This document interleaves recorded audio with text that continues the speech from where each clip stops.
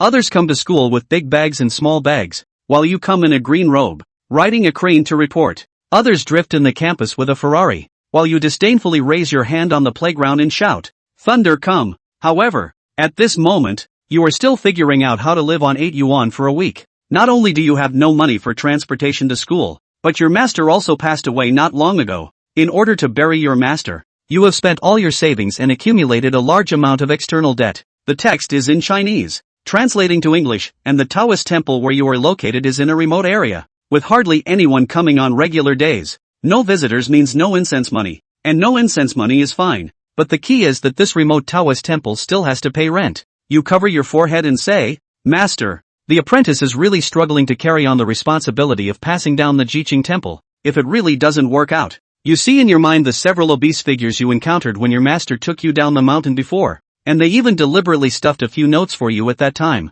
Isn't it just a little plump? Anyway, it's the same with the lights off. At worst, you'll suffer a little. Master often says that it's a blessing to suffer a loss. Ding! Congratulations to the host for activating the Immortal Dao cultivation system. Obtain various luxurious rewards through reputation value lottery or tasks. Ding! Congratulations to the host for receiving the novice gift pack. Rewards: Immortal Crane +1, Marrow Cleansing Pill +1, Immortal Technique Rain Summoning Lottery Chance +1. System. With an excited heart, you look at the inventory, where small squares are listed. Taking out the Marrow Cleansing Pill. With a thought, a thumb-sized black pill appears in your hand with a flash of golden light. Can I eat this? Looking at the dark pill in your hand, you can't help but twitch at the corner of your eye. Why does this thing look so much like the stretching leg and glaring eye pill? Crackling. Swallow a pill, and a crisp sound comes from inside your body, followed by a huge refreshing feeling sweeping through your whole body, feeling full of strength. To understand your body's condition, you walk outside the Taoist temple and look at the roof that is 5 to 6 meters high. With a light leap, you jump directly onto the roof. Is this what the body feels like after washing the marrow? It's not an exaggeration to say that I feel light as a swallow now. You land back on the ground, eyes filled with amazement. By the way, there was another lottery. You had a thought and started the draw. Swish, swish, swish. The huge turntable also began to spin rapidly, so fast that you could barely see the shadow. The pointer finally stopped at the column of Immortal Arts. Ding! Congratulations to the host for obtaining the Immortal Technique, the Art of Controlling Thunder. The art of controlling thunder can manipulate thunder in one direction. A man with a backpack on his back is doing outdoor exploration live broadcast hundreds of meters away from the Jiqing mountain. Brothers, there is actually a Taoist temple on this mountain. Wu Fuqi turned the camera, and the dilapidated Taoist temple suddenly appeared in front of the live audience. Just as Go Fugue had just taken a step, a clear chirping sound suddenly floated down from the sky. What sound?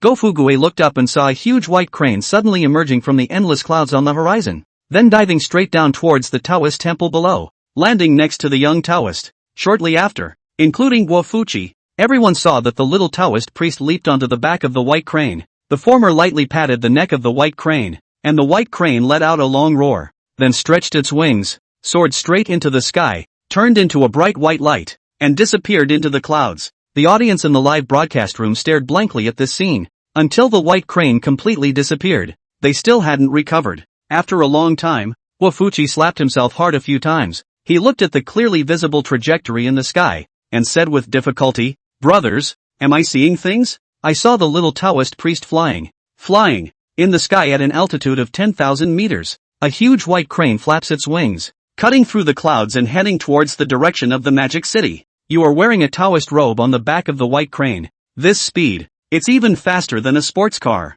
Listening to the constant whistling wind in your ears, a smile involuntarily appears on your face. Originally, I just wanted to test the crane's carrying capacity, but I didn't expect its flying speed to be no slower than a sports car. And most importantly, it only consumes 1 carat per 100 kilometers of flight. For someone like you, oh no, I should say, for a good young man who likes low-carbon travel, it's simply a perfect mount. Magic City University. Today is the day for new students to report to the university. The entrance of Magic City University is crowded with people, and students wearing welcoming clothes are smiling, welcoming students and parents who have come from afar. Under a sunshade, several boys are gathered around a girl dressed up in a flashy manner, holding electric fans, ice water, and other summer cooling devices with flattering expressions on their faces. Lily, are you thirsty? Here, this is the ice water I just bought. You can quench your thirst first. Lily, feeling hot? I brought an electric fan. Faced with the flattery of several people, Shinli's eyes revealed an undisguised look of disgust. A few poor people. Don't even reflect on yourselves. Do you think you, Shinli, are worthy of me? However, she didn't say anything. Although she looked down on these poor people, she still enjoyed their attempts to please her. I just don't know when my Prince Charming will appear. I've been waiting all morning. Why haven't I seen the rich second generation show up yet? Rumble. Just at this moment, a loud roar suddenly came from not far away, followed by a crimson Ferrari sports car slowly driving into the school from outside. As soon as the Ferrari supercar appeared, there was an uproar in the crowd. Click. The car door opened. A young man slowly walked out of the Ferrari supercar, dressed in Armani clothes with the Ferrari supercar behind him. A proper rich second generation. When the man got out of the car, Shinli sitting under the awning couldn't help but brighten her eyes. Her Prince Charming had appeared. In the next moment, she quickly took out a cushion from her handbag to touch up her makeup, then applied what she thought was the most enticing lipstick. After finishing these, she reached out to pull her collar, revealing a large area of cleavage. Then, to the astonishment of the crowd, she ran straight towards that young second-generation rich man. Some girls, upon seeing this, were stunned for a few seconds, but soon reacted as well, then quickly swarmed towards where the young rich kid was, surrounding the latter in the center. Hokey, what's your major? I'm in finance and management. I can take you to report to your major. Schoolboy, I'm in the dance department. I can teach you to dance close. Don't listen to her. She's got a boyfriend. What's your major? Senior, I'll change departments right away. What boyfriend? From the moment I saw my schoolmate, I had nothing to do with that son of a. Shinli also struggled to squeeze into the crowd, and she deliberately exposed her chest to a large extent. Richie only needed a slight glance to see the infinite scenery beneath Shinli's clothes. Face the girls gathered around you. Richie reached up and tugged at the corner of his coat, deliberately revealing the watch he wore on his hand. Vacheron Constantin. Seeing the watch on the man's hand, the group of girls' eyes went green.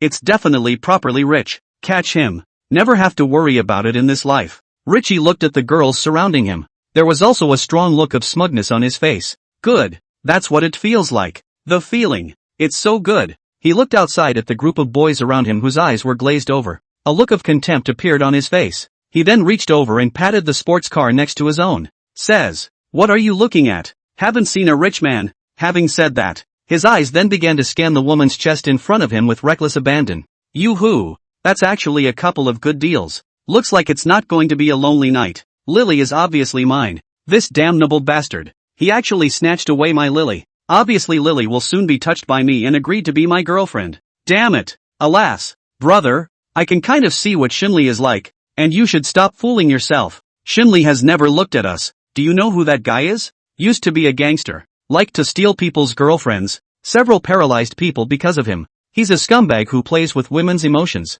Lily, she's just spooked. The boy lifted his head and clasped his hands. God, do you have any heavenly justice? Hurry up and send a god to punish these damn rich kids. As he watched the man roar up at the sky in madness, the other companion shook his head and reached out to pat the former's shoulder. In this world, money is the only thing that makes sense. When he finished, he turned around with the intention of eclipsing the scene. Heaven, Tenri descended? Suddenly, an exclamation of surprise came from behind him. At this time, the surrounding crowd also seemed to have noticed something strange in the sky. Look, what's that black dot in the sky? What black spot? Are you blind? No, there really is a small black dot. No, that black dot is getting bigger. Yeah, I saw that too. But, how does that look like a bird? You blow awesome. What kind of bird could be that big? Asterisk. Hearing the cries of alarm from the surroundings, the man also looked up towards the sky. Next moment, he then saw a huge shadow falling straight down from the sky. The man's brain jammed for 2 seconds, then subconsciously blurted out, is there really a heavenly justice? Boom! This was followed by a loud crash. Immediately afterward, a huge powerful wind swept out. The strong wind came and went quickly. A few short seconds later, the crowd's sight was once again restored to light. When the crowd looked again at the place where the dust had risen, the group of girls surrounding Richie first froze for about 2 seconds. So small. I don't know whose scream it was, but a group of people immediately fled in a hurry in all directions. During the escape, there were also things like makeup bags, lipsticks, shoes, clothes, undershirts, and chest patches scattered all over the place. That rich kid first felt a cold sensation coming from his entire body, then subconsciously lowered his head. In the next second, The expression on his face stiffened completely. His entire body was covered in clothes that had been blown to pieces by the strong wind just now. He was now completely naked. Then Richie turned his head with difficulty. Look behind yourself, only to see that the ground had completely crumbled away. A slender foot still stood on the shattered floor. Following the paws all the way up is the body of a white crane, with the head. Finally, there was a young man in a Taoist robe. Because of the light, Richie didn't see the man's cheek. Richie was just about to speak. The young man standing on the immortal crane then let out a strange cry. It was an accident. Brush. Next, Richie only saw a flash of white light in front of him. Then the two figures, including White Crane, suddenly disappeared. Only a stunned group of people were left behind. Below. Chapter 6, Is it really such a coincidence? Brush. Over Mordor University. Cranes flapped their wings and hovered overhead. Looking at the noisy crowd below, Lin Yu wiped the cold sweat from his forehead. Just landed too hard. No consideration at all for the students below.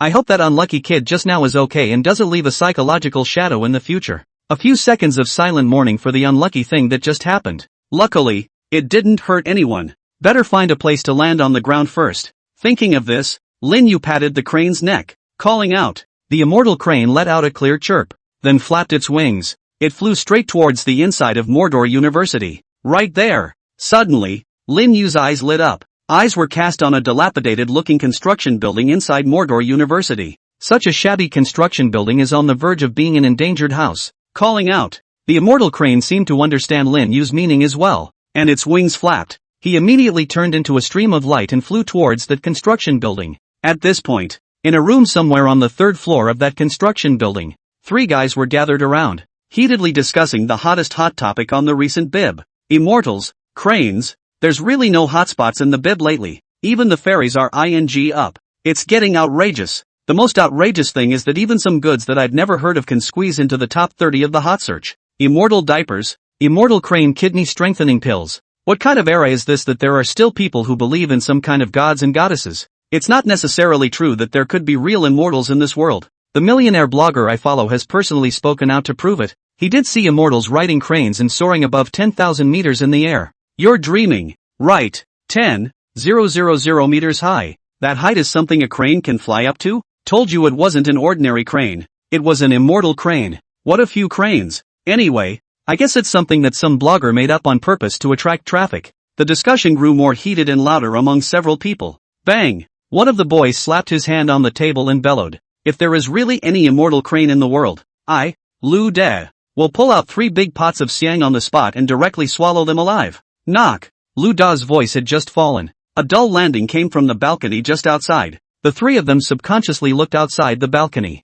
Next, the pupils of the three just couldn't help but shrink. Just outside the balcony, a giant white crane with a slender body was standing somewhere. Brush. Subsequently, a silhouette dressed in a Taoist priest's robes jumped off the crane's back with a gentle leap. Crunch! The balcony door was opened. Lin Yu glanced inside the room and happened to meet the gazes of the three.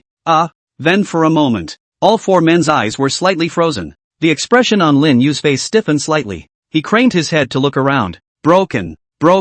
Still broken. You can bump into someone in such a tie hole? Excuse me. Lin Yu covered his face and directly turned around and jumped onto the immortal crane before brushing it off and rushing into the sky. 3. Only after Lin Yu's figure had completely disappeared did a young man murmur out. Just that. Wasn't it a crane? After that embarrassing scene just now. This time, Lin Yu landed directly on the rooftop. After sending the crane away, Lin Yu numbly took out his Dao robe. This Taoist robe on my body is too attention-grabbing. Lin Yu's mind moved. Then the Dao robe on his body suddenly had a halo of light that began to flicker. Buzz. As Lin Yu's mind moved, the Dao robe on his body rapidly changed. It ended up being a short sleeve with a Hattie bear on it. Only after doing so did Lin Yu retrace his steps towards the school's entrance. Just ran so fast I forgot to report it. When Lin Yu returned to the entrance of the school, where peace had been restored, several police officers are on the scene to maintain order. The scrap sports car and the rich kid have also been taken away from the scene. Lin Yu walked to the Department of Finance and Management's new student registration center like an ordinary student. The person in charge of reception was a man wearing glasses. Lin Yu shouted twice before handing over the acceptance letter. So what? Senior, I'm a freshman who just reported here. Lin Yu. Oh who? Rin Yu called out twice. The guy with the glasses just reacted. He looked at Lin Yu's acceptance letter and a big smile spread across his face. So it's student Lin Yu. Where are your parents? Are you the only one here? Where's your luggage? Do you need us to move it to the student apartment for you? Lin Yu shook his head and laughed. Senior, I have very little luggage. I'll be fine on my own. Just tell me where the dormitory building is. I can manage on my own. The man with the glasses nodded at that. Okay, I'll have someone take you to get your military training clothes first and then take you back to the student apartments. Said. The man with the glasses patted the boy beside him. This is Gao Dali. Let him take you there so that you don't go the wrong way as well. Yes, Lin Yu didn't refuse either. All the way. Gao Dali introduced Lin Yu to the distribution of Magic City University's campuses. The entire Mordor University is divided into 2 campuses, East and West, and our finance department is in the West campus. The West campus includes the departments of dance, financial management, architectural engineering, computer, and 20 other departments included. The school has athletic facilities, but they are on the East campus playground. 10 minutes. Lin Yu stood in front of the dilapidated building, doubting his life a little for a moment. Dare STH. Such a shabby place is actually the dormitory building of their financial management. It shouldn't be such a coincidence. Lin Yu prayed silently in his heart for a while. 1 minute later, Lin Yu stood in front of the door to the 3121 dormitory, took a deep breath, then pushed open the door to the room. Crunch! As the door to the room was pushed open, 3 silhouettes fell into Lin Yu's eyes, following which, the expression on Lin Yu's face froze. Your grandma, is it really such a coincidence? Nu, Li, Tetragrammaton, an onomatopoeic word describing the song of a bird. Chapter 7, set a low price first, trick people in and then rip them off. Lin Yu hadn't even dreamed of it. The 3 people he just met were actually his roommates. It's just a little awkward. He glanced at the door to the dormitory next to him. If things get bad, hopefully the door will be soundproofed well later. The 3 of them looked at Lin Yu, who appeared outside the door, and their expressions were a bit confused for a moment. I don't know why. The brother looks. Something inexplicably looks familiar. Upon seeing the bedding in Lin Yu's hands, the 3 of them instantly reacted. So it's the last roommate. Soul. A boy came forward. Then he enthusiastically took the bedding in Lin Yu's hands. My name is Lu De. You can call me Dede. Seeing that Lu De and the others didn't react in any particular way, Lin Yu's hanging heart was also relaxed. A natural smile then appeared on his face. My name is Lin Yu. Forest of the forest. Universe of the universe. Come, Lin Yu. Let me introduce you. This is Li Fish. That little fat guy is called Bailey Bakuju. The 3 of us are die-hard friends from childhood. Elementary school, junior high school, and college are all in the same school. Through Lu Da's introduction, Lin Yu learned. The boy with the glasses is called Li Fish. The goofy-looking chubby guy at the end is called Time Treasure. The 4 got to know each other briefly. The most enthusiastic Lu De even took the initiative to invite Lin Yu to eat in the cafeteria. Faced with a warm invitation from his roommate, Lin Yu naturally, there was no denial. Arriving at the cafeteria, Lin Yu looked at the variety of dishes. Darkly, he touched the waistband of his tightly wrinkled pants. Really need to earn it. What a pot of gold. When will you be able to draw you out? Return to the dormitory after dinner. Lin Yu took out his cell phone at the first opportunity. Log in to the official website of Salted Duck Eggs. Salted Duck Egg is roughly a trading site on which you are able to buy and sell items freely. Log on to your account. Remove the small return of Dan. Lin Yu touched the dense lines on it. System, did you say that this small returning pill can cure a small illness? Roughly speaking? Ding. The system is inquiring. According to the host's current world theorem, it is roughly the treatment of some common diseases. For example, a man's lack of virility, irregular menstruation. Then I get it. Knowing exactly what the lesser returning Dan does, Lin Yu posted a picture of little returning Dan on it, then edited a title. Walk by. Don't miss it. If you have irregular periods, if you are depressed, if you want to revitalize, Xiaoyu number plate secret small still Dan you deserve. Only 888, the good life to bring home. Well, it's free shipping in Magic City. After editing the title, click upload. Don't book too outrageous a price just yet. After all, if someone does buy it, it's not lying people in and then no. I'd say it's a long way down the drain. Sure, Lin Yu didn't hold out much hope for this either. After a quick cleanup, I headed out to look for a part-time job. For the part-time job thing right out of the gate, Lin Yu has been doing this for more than 10 years and has become very skillful. Pursue STH, diligently and thriftily. How inspirational. Of course, the main thing, if we don't do it again we're going to starve to death. All I've got is $8, so I guess I'll have to wait 2 days for a drink. This garbage system, The opening didn't reward a few 100 billion mean like other systems. Alas. It's a hard life. Outskirts of Magic City. In the midst of an ancient and elegant manor house, an old man of about 60 or 70 years of age held up a small, gold-flecked pill in his hand. Looking at the young man in his 20s sitting in front of him, he said in a serious tone, "Good grandson, do you know what this is?" Sitting in front of him was a young guy probably in his 20s. The latter rolled his eyes helplessly when he heard the old man's words. "Grandpa, you have to say this pill at least 50 or 60 times a day. Spare my grandson." The old man grunted softly when he saw that the young man was unaware of the situation. Said, "You know a ball. This item is called the small return pill. It is a master who took 10 years to refine it. For this pill, your grandpa I can put my old face all. Right. And then you also spent $1 billion to buy it from that master. My dear grandfather, what era is this? You still believe in this?" The guy replied impatiently as he swiped the official Salty Duck Egg website. When the old man heard this, he couldn't help but raise his eyebrows. "What do you know? That master is a true land god," said the old man, rolling his eyes. "Count on begging. You're the same as that son of mine. Don't listen, forget it." The old man took the small golden pill in his hand and rubbed it delicately against a light white line on it. "I heard the master say that the potency of this small return pill is determined by the white lines on it. The more lines there are, the stronger the potency, and the master exhausted 10 years before barely refining such a line. This little return pill has the effect of warming the heart and spleen, enhancing a man's virility, and prolonging his time. Rumor has it that if there are thousands of lines, it can even have the effect of bringing the dead back to life." Hearing the old man talk to himself, the boy couldn't help but twitch the corners of his mouth, and also raising the dead. "What the? You still want to dig our ancestors out of their graves, and stick one in him?" The guy sighed, then boredly flipped through the new items on the Salty Duck Egg official website. Jurassic kangaroo, the world's earliest surviving miniature kangaroo, for only $18, $888. It also has a picture of a baby crocodile attached to it. Qin Shi Huang phone number. The private phone number of Qin Shi Huang that has been treasured for thousands of years. Dial it and get the chance to talk positively with the first emperor of the ages. Only 16,888 yuan. I'll send you the phone number by private chat after purchase. The Jade Seal of State, said to be a treasure handed down from ancient times. Can't make it up. Anyway, it's a thieving thing that can be used to smash walnuts. Price, $999.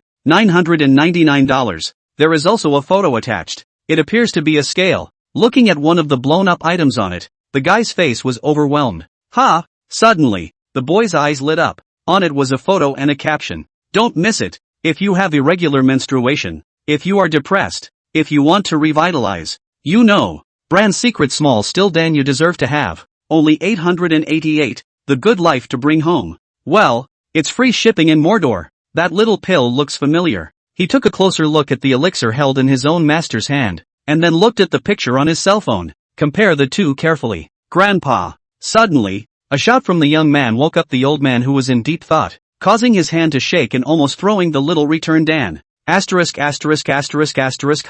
you son of a," yelling and screaming. "What a shame." The corner of the guy's mouth twitched. "I'm a son of a, my dad's a son of a. What are you, a 1,000-year-old bastard?" Deflated, the boy put the phone in front of the old man. Said, "I told you earlier, that what masters are cheating. You see for yourself. The pills in your hand I found in the second-hand market are exactly the same as the ones in your hand. This is not only, you have only one road, others that at least thousands. They only need 888. The Magic City also packaged." "What?" Hearing this, the old man grabbed his cell phone and then glanced up at it. "That's a photo. The photos are extremely low pixel, and it's still a straight-up overhand shot with the little return pinch. Of course, that's not the point. The point was that the little gold-flushed pill was still really exactly the same as the one in his hand. Not only that, but the white lines on it, densely. As for the price, 888. 8 with free shipping in Mordor." The old man glanced at the small return of the Dan in his hand, and then at the photo of the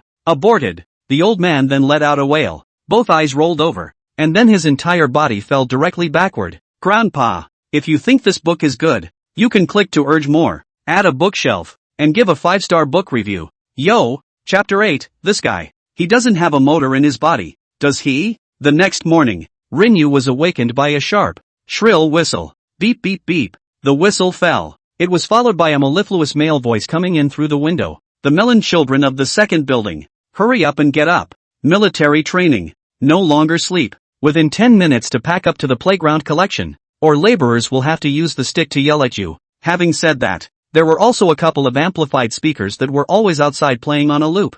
Military training. Lin Yu rubbed his bleary eyes, then fumbled for his cell phone to take a look. Next, his eyes instantly glazed over. Asterisk asterisk asterisk asterisk. 4 in the morning. What the hell? Military training now? I'm going to put my life on hold. It wasn't just Lin Yu who found it outrageous. Many of the dormitories also let out angry curses and wails from inside. Asterisk asterisk asterisk asterisk. What's wrong with you? Shouting your labor up at 4 in the morning. Give the kid a break. The kid stayed up late last night playing video games and just fell asleep for 3 seconds. I'm still trying to sleep.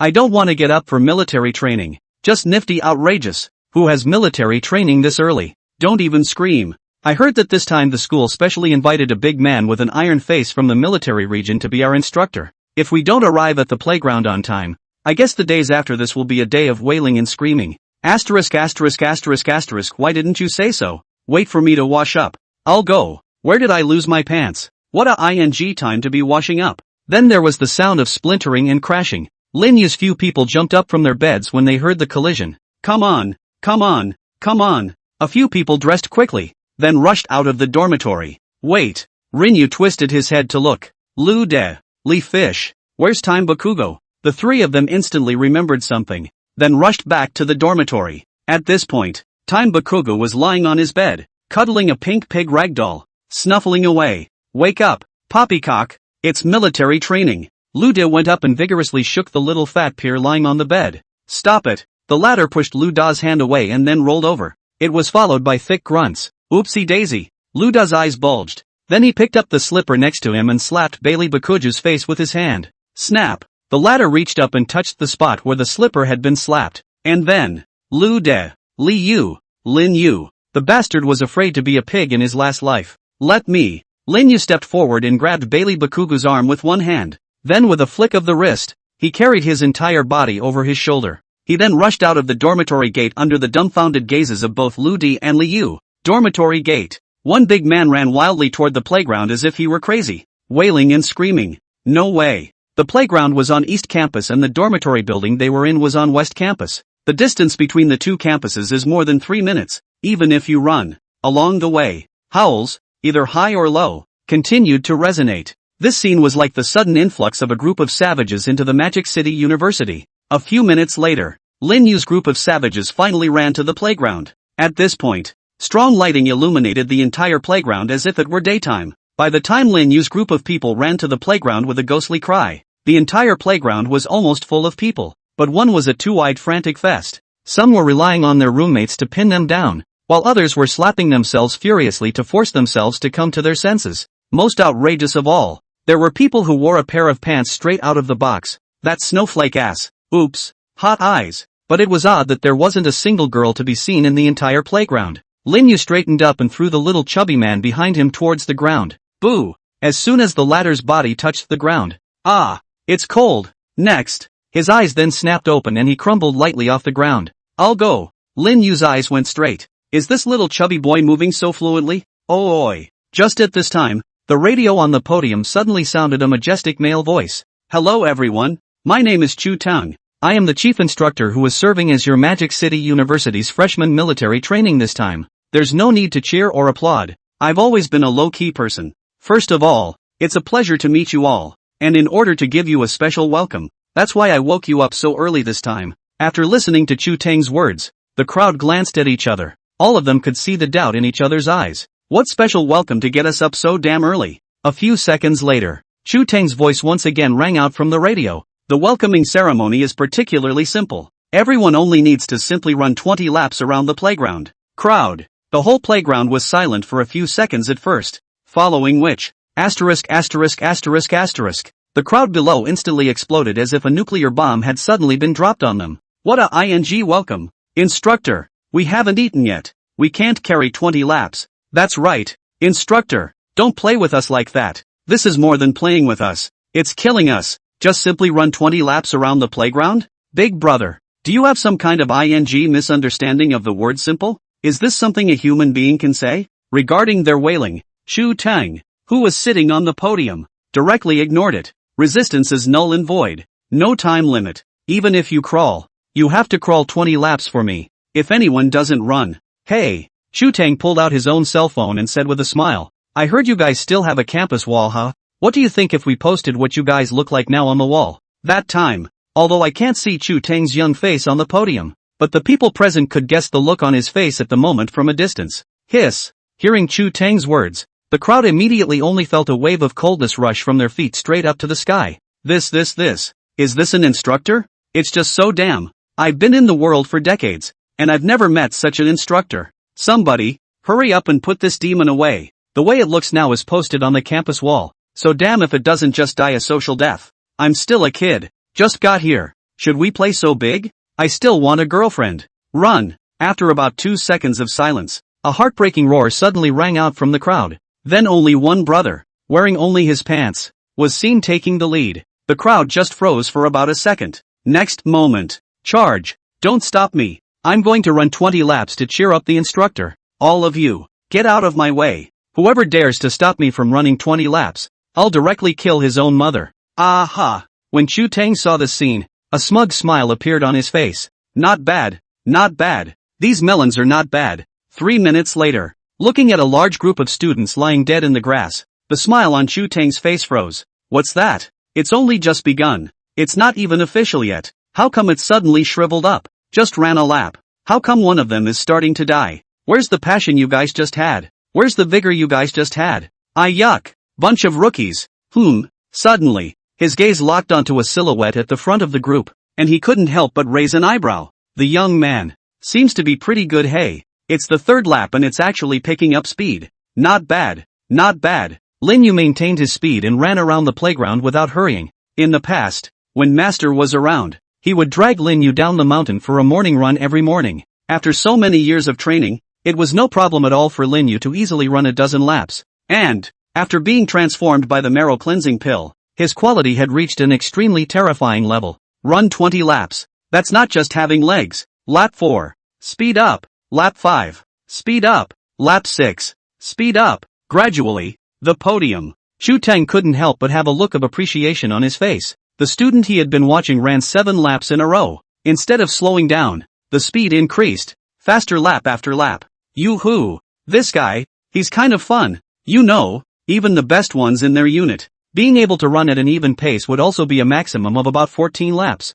An ordinary student can actually catch up to half of them. Not bad. Not bad. A good piece of work. Chu Tang nodded. Lap 8. The 9 circles. 10. 11. 12. Gradually, the expression on Chu Tang's face changed from appreciation to gravity. This guy. Kind of scary, huh? 13. 16. When counting that Lin Yu had already finished 16 laps, the expression on Chu Tang's face was already somewhat dumbfounded. Nope, that's not the right script. Why is this guy running harder and harder? 17. 18. 19. At this time, Chu Tang could almost only see Lin Yu's shadow. That feeling is like, how do I feel? He's going to fly. Snap. Chu Tang slapped his hand on top of the railing, and his entire body stood up with a brush. His eyes were round and he looked with a shocked expression at Lin Yu, who had slowly come to a stop. Last lap. It took him just under 40 seconds. What a concept. The fastest humans run 100 meters in just over 9 seconds, and he ran the 400-meter lap.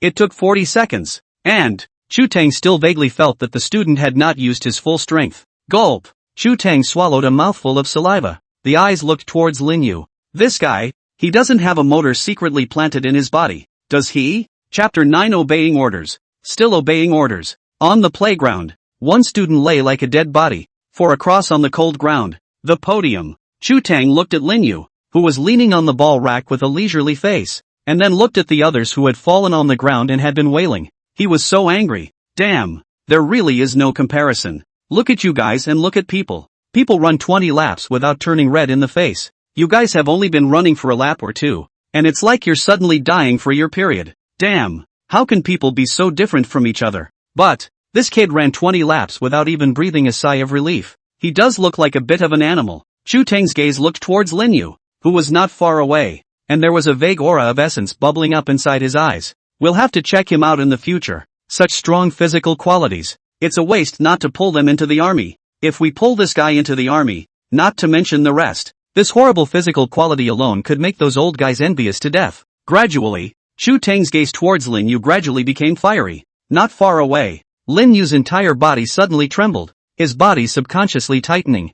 There is gas. The wailing on the playground continued to resonate for nearly an hour and a half before it ended, with the last student struggling to climb the last lap. That was the end of the welcome ceremony. Chu Tang on the podium picked up the microphone. Good. Looks like you guys still don't want to show up on the campus wall so soon. Boys need to be reserved. I'm happy with that. Now that this is the end of the welcoming ceremony, everyone is free to disperse and go have breakfast first. Then at 7 o'clock sharp, everyone will reassemble. Woohoo! Chu Tang's words had just fallen, and the boy who was originally lying on the ground jumped straight up as if he had suddenly been hit with chicken blood. Liberated, liberated. Finally liberated. Charge. Go back to the dormitory. The laborer has climbed 20 or so laps. The fire is burning. Need to vent the fire immediately. Big brother, I'm with you. The grass has been rubbed out of my path. Looking at the cheering students below, Chu Tang couldn't help but have an inexplicable smile on his face. Ha. Laugh, laugh, laugh. You'll have time to cry later.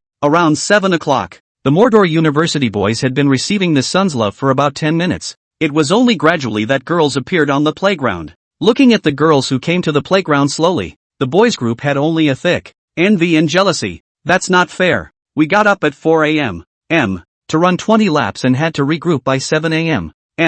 They hadn't been slow to come to the playground until now. Mama, is it too late for me to run off to Thailand and change my personality? I don't suppose you'll break my legs? Brush up. After the girls had all arrived as well, an instructor walked down the podium. Now, line up quickly in a horizontal 5 vertical 12. According to the left side high, the right side low, in free formation, quickly, in 1 minute. Wow! As the instructor's voice fell, the whole playground became noisy. Lin Yu was also quick to pull Lude and the three of them piled into the crowd. Less than 3 minutes, the originally chaotic crowd was suddenly divided into 50 squares. Lin Yu stood at the front of the queue. It couldn't be helped that the original height of 1 meter 8, coupled with the effects of the marrow cleansing pill, Lin Yu's height was now almost close to 1 meter 87. Standing in the crowd all have a crane-like demeanor. After all the squads stood neatly, Chu Tang once again picked up the microphone. First of all, there are still a lot of students who don't know me. Let me introduce myself again. My name is Chu Tang.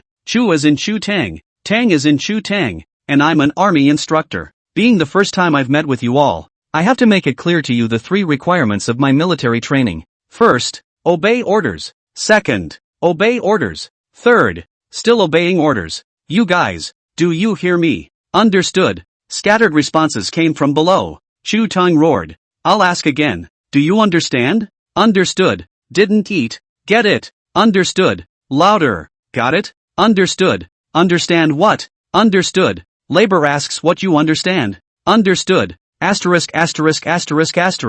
The official start of military training. The person responsible for training Lin Yu's squad was a young instructor, Li. As soon as he came up, he took one look at Lin Yu. According to the original words he said it was, ouch. Young man, look at your body. You'll be the platoon leader of this platoon from now on. Then Lin Yu managed to get to the top amidst the envious gazes of the crowd. Military training is actually quite monotonous at first. Basically standing in military position. After standing military postures continue to stand military postures, and finally still stand military postures, on the way to the military postures. But whenever you meet a willfully fallen, several instructors swarmed up, first scrutinized, then brushed 2 slaps up. Those who didn't pass out were slapped. Then we'll call for a stretcher to be taken to the infirmary. This scene made Lin Yu and the others' eyelids jump. What breed of instructor did the school get us? Is there quality insurance? Approaching midday, the air got hotter and hotter. Chu Tang also seemed to feel that it was almost time and picked up the microphone on the table. All of you, not calling for you to take a break. I just want to make an announcement. Being the first day of military training, let's shed some of the cliched beginnings and first promote the feelings between our trainees and instructors. So I decided to organize a friendly basketball match. A friendly basketball game? Bonding? The students below had their eyes so wide. So, what do you mean you got us up at 4 o'clock in the first place? Thanks. I don't have feelings for you anymore. Chu Tang continued. Of course, as a friendly basketball match, how can we not have some colorful prizes? So, as long as you win against the instructor, we'll pay for your meals during military training. All students get a collective extra chicken leg at every meal. And as for the players on the field, we'll pay for whatever you want to eat for the next 12 days. Wow! As soon as Chu Tang's words fell, a huge clamor resounded from below. The boys' team even let out a wolf howl. Are we for that chicken leg? No. We are in order to be good to rub these instructors on the ground, okay? Get out of the way. What a bunch of bull ***** to enhance the relationship. You give me a direct line to Sinai. Chapter 10, A Gentleman's Revenge is not too late. So, I'm not a gentleman anymore. With that sentiment in mind, Chu Tang's words had just fallen. There were countless students in the playground raising their palms. Smoke me. Let me get out of the way. And give you a straight burst of buckles. Come on.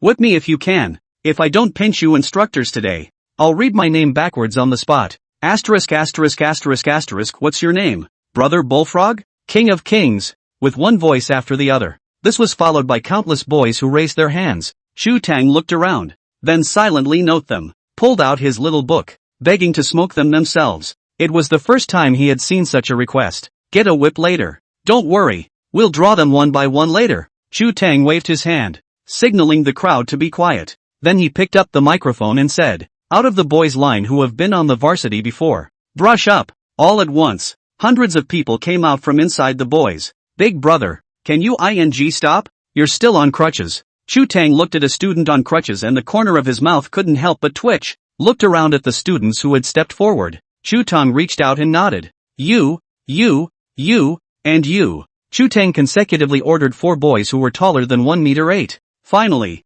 his gaze turned to Lin Yu's. And you, by the way. Lin Yu, who was standing in the center of the crowd, froze, then looked around. Are you blind? I didn't move at all. Ha, all go get ready. We'll see you on the basketball court in 10 minutes. Having said that, turning directly around, he pulled a few instructors to discuss tactics. Dude, what position do you usually play? A few people gathered around. A boy with an inch hair said to Lin Yu with a smile. Lin Yu pondered for a moment, then said, I'm not much of a basketball player. I'm okay on defense. I'm weak on offense. A 5 feet 9 inches boy on the side couldn't help but frown when he heard that. What's the point of coming over here not really playing? It's a tournament. Why don't you talk to the instructor and replace him? I have a brother who's on the varsity team too. When the other 3 heard this, they all glanced at each other. Lin Yu's brows were also slightly furrowed. Seeing Lin Yu's expression was not right, the boy with the inches at the beginning hastened to digress. Laughing, he said,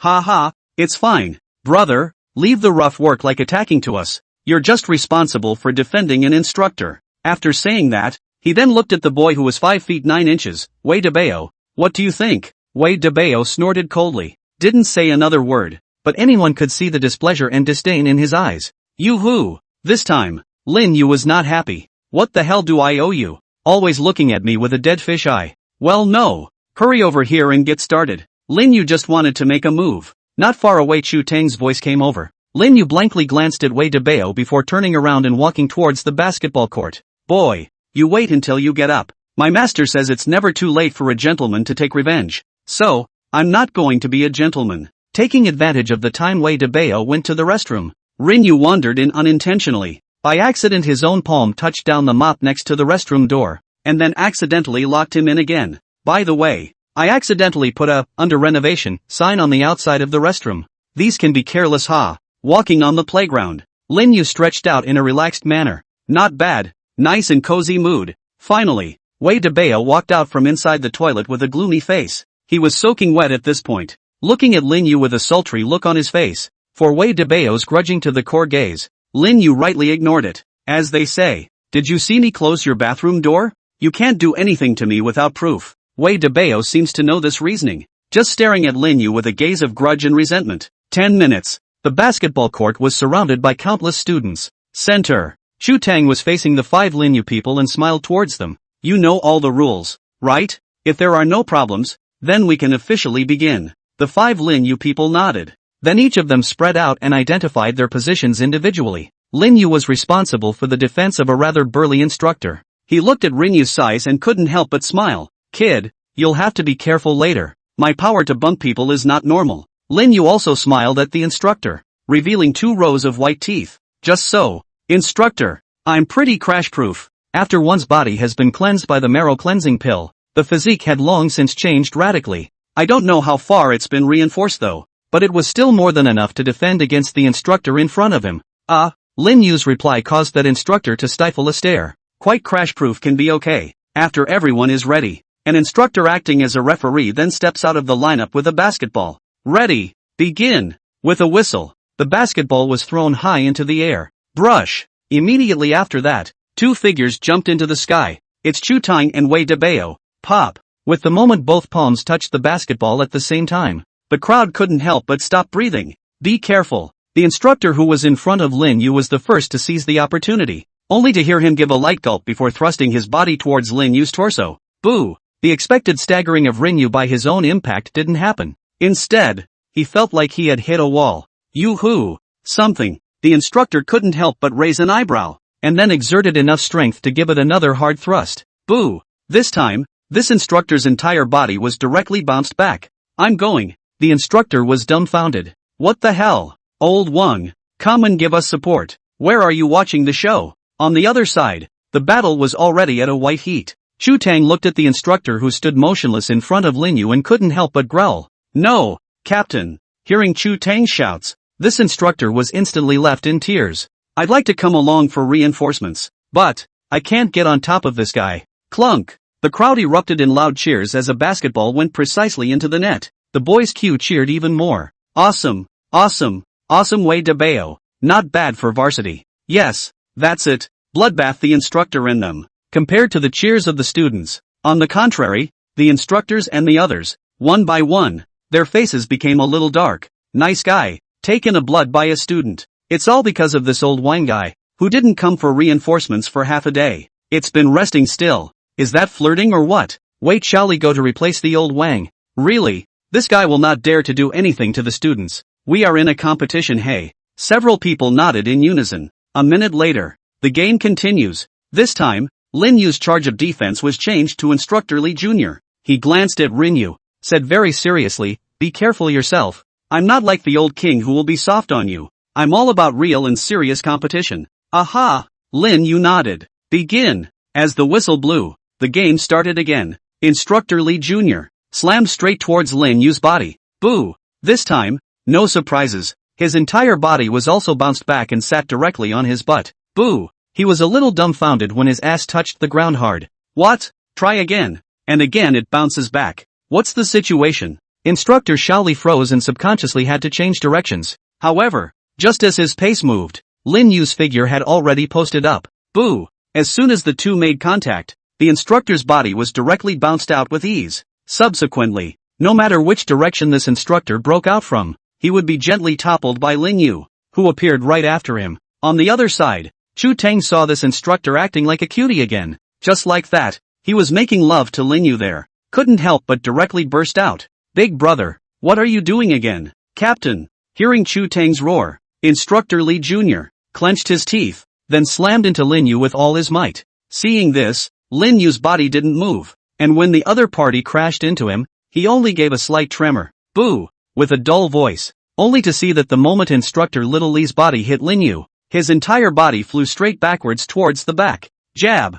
Snap! It flew 3 or 4 meters and then fell solidly to the ground. It also rolled on the ground 4 or 5 times in a row before stopping. Chu Tang, Lao Wang, everyone present. Seeing this scene, the crowd was dumbfounded. What's going on? The instructor crashed into it and then brushed it off and flew out again? May I ask if this is an act? Or is it? Times have changed. Now even instructors are in vogue for bumper stickers? Newcomer's new book. Begging for favorites and 5 stars. Chapter 11. Did you learn to hand crush nukes? The entire crowd of students on the basketball court was dumbfounded. Now, even the instructors are starting to learn to bumper sticker? Instructor, are you okay? In the end, it was Lin Yu who stepped forward and pulled up the instructor with one hand. It's okay. Oh no, something. Until now, Instructor Lee Jr. was still in a cloud of confusion. It was clear that he had hit Lin Yu with all his might. How come the one who flew out was also himself? He stared straight at Lin Yu and asked, just now, did I fly out? Lin Yu froze, then rubbed the back of his head and said, Instructor, you are really flying out. But why did I fly out? Probably because the forces are mutual. Don't be so complicated. I can't understand. Can you explain it simply? Lin Yu. The corner of Lin Yu's mouth twitched. Big brother, did you never go to middle school? I say, Lee, what are you doing again? Are you performing on the trapeze? The instructor was just about to ask again. Chu Tang had already walked over angrily. Good man.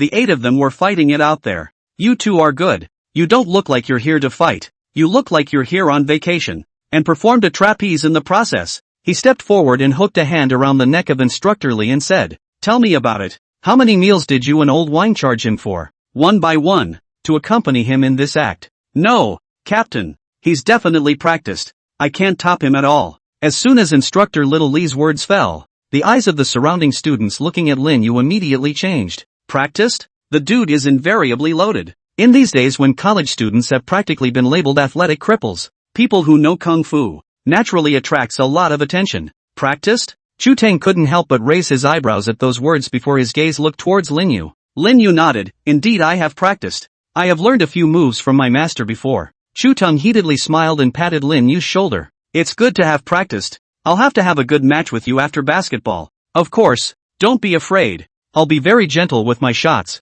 I won't hurt you." But Lin Yu was just about to speak when Chu Tang stopped him. "Don't worry. With so many students and instructors on the scene seeing it, it won't matter if I compete with you later. Even if you suddenly storm out and beat me up furiously. Everyone now can testify to that." Having said that, he didn't dwell too much on the issue. Pointed to the basketball on the floor. "If you've practiced, what a waste not to come and shoot a few hoops, just to warm up and come on the court and play me later." When Wei DeBao on the side heard Chu Tang's words, his face couldn't help but change, and he hurriedly said, reporting to the instructor, "He doesn't know how to play basketball at all. He's just here to mingle." "Yeah." Lin Yu completely ignored Wei DeBao's words and walked directly towards the center of the field. "Walk over to the basketball on the floor." Lin Yu froze for a second, then slowly raised his paws. "Put." Seeing this, Wei DeBao couldn't help but snort out a laugh. "Instructor, I'm simply lifting him up when I say he can't play. Look at him. He doesn't even know how to." Snap. Wei DeBao's words had not yet fallen. Lin Yu's toes then flicked on the surface of the basketball. That I only saw the basketball that was lying quietly on the ground was actually rotating at a fast speed. Next, the basketball then automatically jumped into Lin Yu's hand in front of the stunned eyes of the crowd. Asterisk asterisk asterisk asterisk. It's internal power. Seeing this scene, a gasp of shock rang out from the crowd. Basketballs can still be picked up like this? Could this be the legendary inner strength? The sneer on Wei DeBao's face was also completely frozen halfway through. Bang bang! Lin Yu slapped the basketball twice to get used to the weight, then glanced at the far side of the basket. Saw the scene. The students around them couldn't help but resound with clamor again. What's he trying to do? He's not trying to throw half-court. I go. So pretentious? Knowing some martial arts is amazing. Look at the way he's holding the ball. It looks like he's never played basketball. Sitting there waiting to get hit in the face. If he can stand at half-court and put the basketball in, Liu Benwei, will live stream upside down and eat 3 pounds of today. WOJ, brother bull. Bang, bang, bang. Lin Yu's eyes narrowed slightly. The distance between yourself and the basketball basket is known to be, according to the parabolic principle, combined with your own strength. It should be almost a throw-in with a drop of power. Be prepared. Lin Yu then put the basketball under the countless expectant and nagging gazes all around. Gently toss it upwards. Chu Tang, Wei DeBao, crowd. Brother, you've done half a day's preparation and this is it? Put. Wei DeBao was the first to be unable to hold back and directly poofed out a laugh. Instructor, I said he doesn't know how to play basketball. Ha ha ha, laugh me to death. A pussy shoots the ball better than even you. Off the field, a large group of boys also burst into laughter. I can't, I'm laughing my ass off. I thought he was standing at half-court to put on a show, but it turns out, ka ha ha, goosey, I think he's not sure where to shoot. No, you guys, look at that basketball. Suddenly, a cry of alarm rang out. The crowd stopped cheering, and one by one, they couldn't help but look towards that basketball in the sky. Shoo, only to see the basketball that was lightly thrown up to the sky by Lin Yu crossed a weird parabola, and flew towards the location where the basketball basket was located without any haste and without slowing down. No way. Seeing this scene, the crowd couldn't help but stare in disbelief. This dude,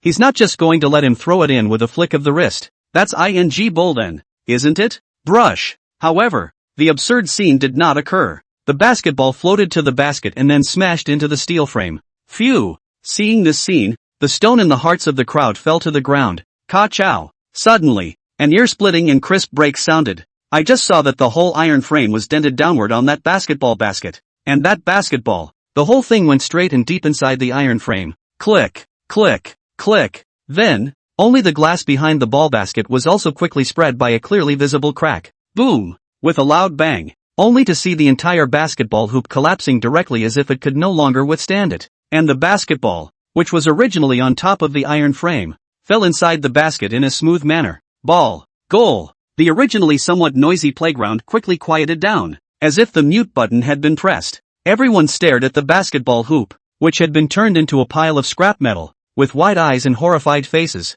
I don't know why. They felt like they were dreaming now. A light ball. It's a basket case. Are you Superman? Gulp. Chu Tang swallowed a mouthful of saliva with difficulty. Thinking of the previous agreement with Lin Yu about passing a few moves, he suddenly kind of wanted to run away. Are you sure? You really only practiced a few moves with your master. What have you learned? A handful of nukes? Chapter 12, I'm not bitter and I'm not crying. Asterisk asterisk asterisk asterisk. A plant. Lin Yu looked at the completely scrapped basketball basket, and his eyelids couldn't help but jump wildly. Cracked ah. It was clear that he had the power under control. How could it be dry scrapped with a light toss? Who the hell buys a Thai product with this hotball basket? Just a little touch and it's straight gone. It's so ing ed up. Achoo. In the meantime, in an office somewhere at Mordor University, a big-bellied, middle-aged bald guy sneezed. He touched his nose. A puzzled face said, "Is someone thinking about me so?" On the playground, Lin Yu looked at the wreckage all over the ground and could not cry. It's over. It's over. The only $8 large left were about to be declared depleted. Guess it's more than that. The latter also got to paint plates for free for 2 months at the place where I work part-time. He was depressed to the core. A shot of basketball, completely aggravating his already poor life. Phew. Lin Yu let out a deep breath. Then his gaze slowly looked over to Chu Tang, who was already looking dumbfounded on the side.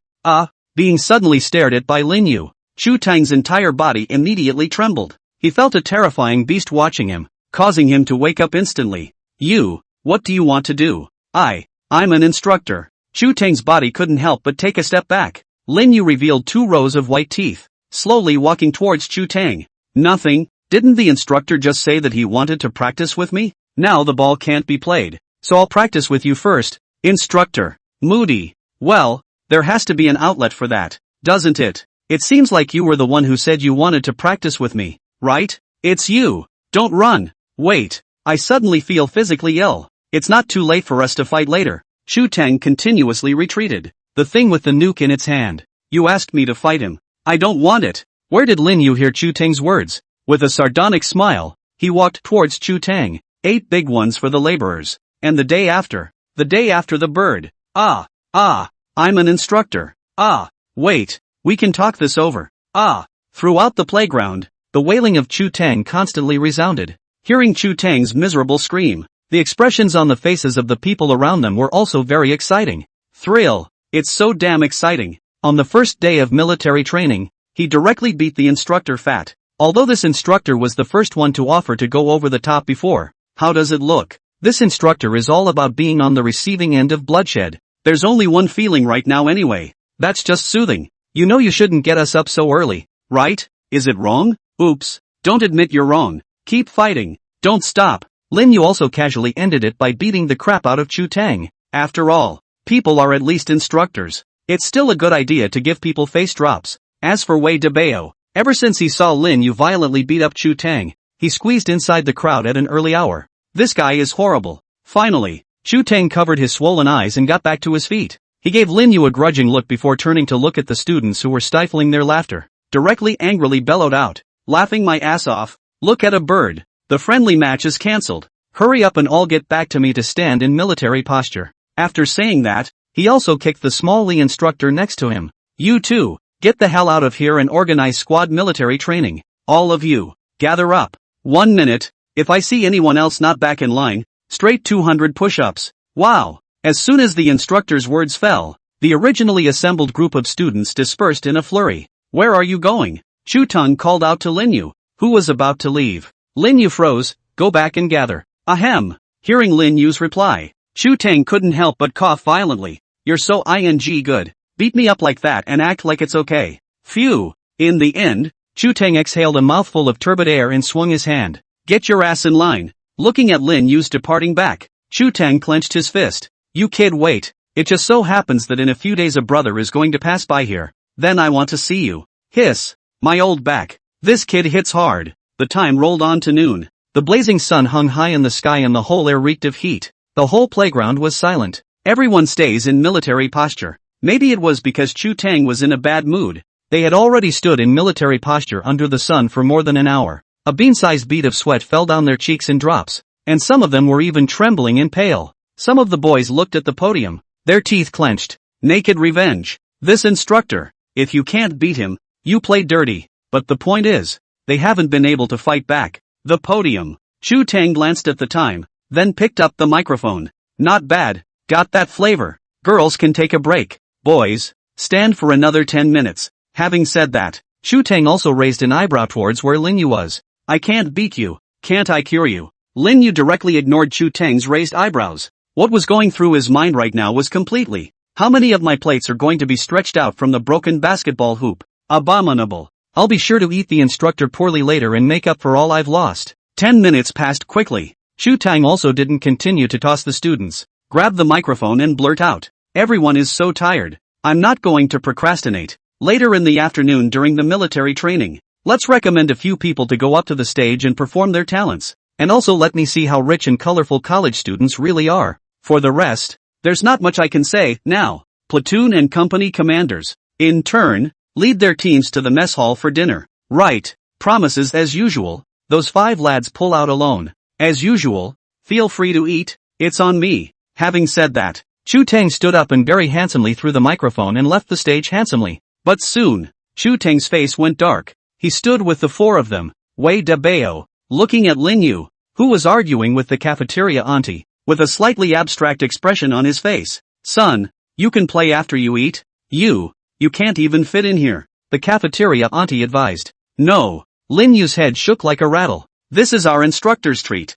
If we don't order more, we'll be looking down on our instructor. Don't you think so, instructor? Chu Tang looked at Lin Yu's hand. Explosive beef balls, steamed spare ribs, green pepper skinny eggs, pickled fish. With some difficulty, he nodded. Look, our instructor has said, Auntie, give me the marinated pig's feet. After receiving the marinated pig's trotters, Lin Yu went to get a few plates of other marinated vegetables. Only then was he content to find an empty seat. Chu Tang followed Lin Yu and sat down together. Ha, instructor, you have such a small appetite? Looking at a steamed bun held in Chu Tang's hand, Lin Yu asked with a curious look on his face as he opened his sparkling little eyes. The muscles on Chu Tang's face stiffened a little. He opened his mouth slightly. I've always had such a small appetite. Enjoy your meal then, instructor. I'll get started. After saying that, Lin Yu swept towards the large dishes on the table. Chu Tang looked at the windswept Lin Yu and then looked at the steamed buns in his hands. And then, carefully breaking off a small piece of steamed bread,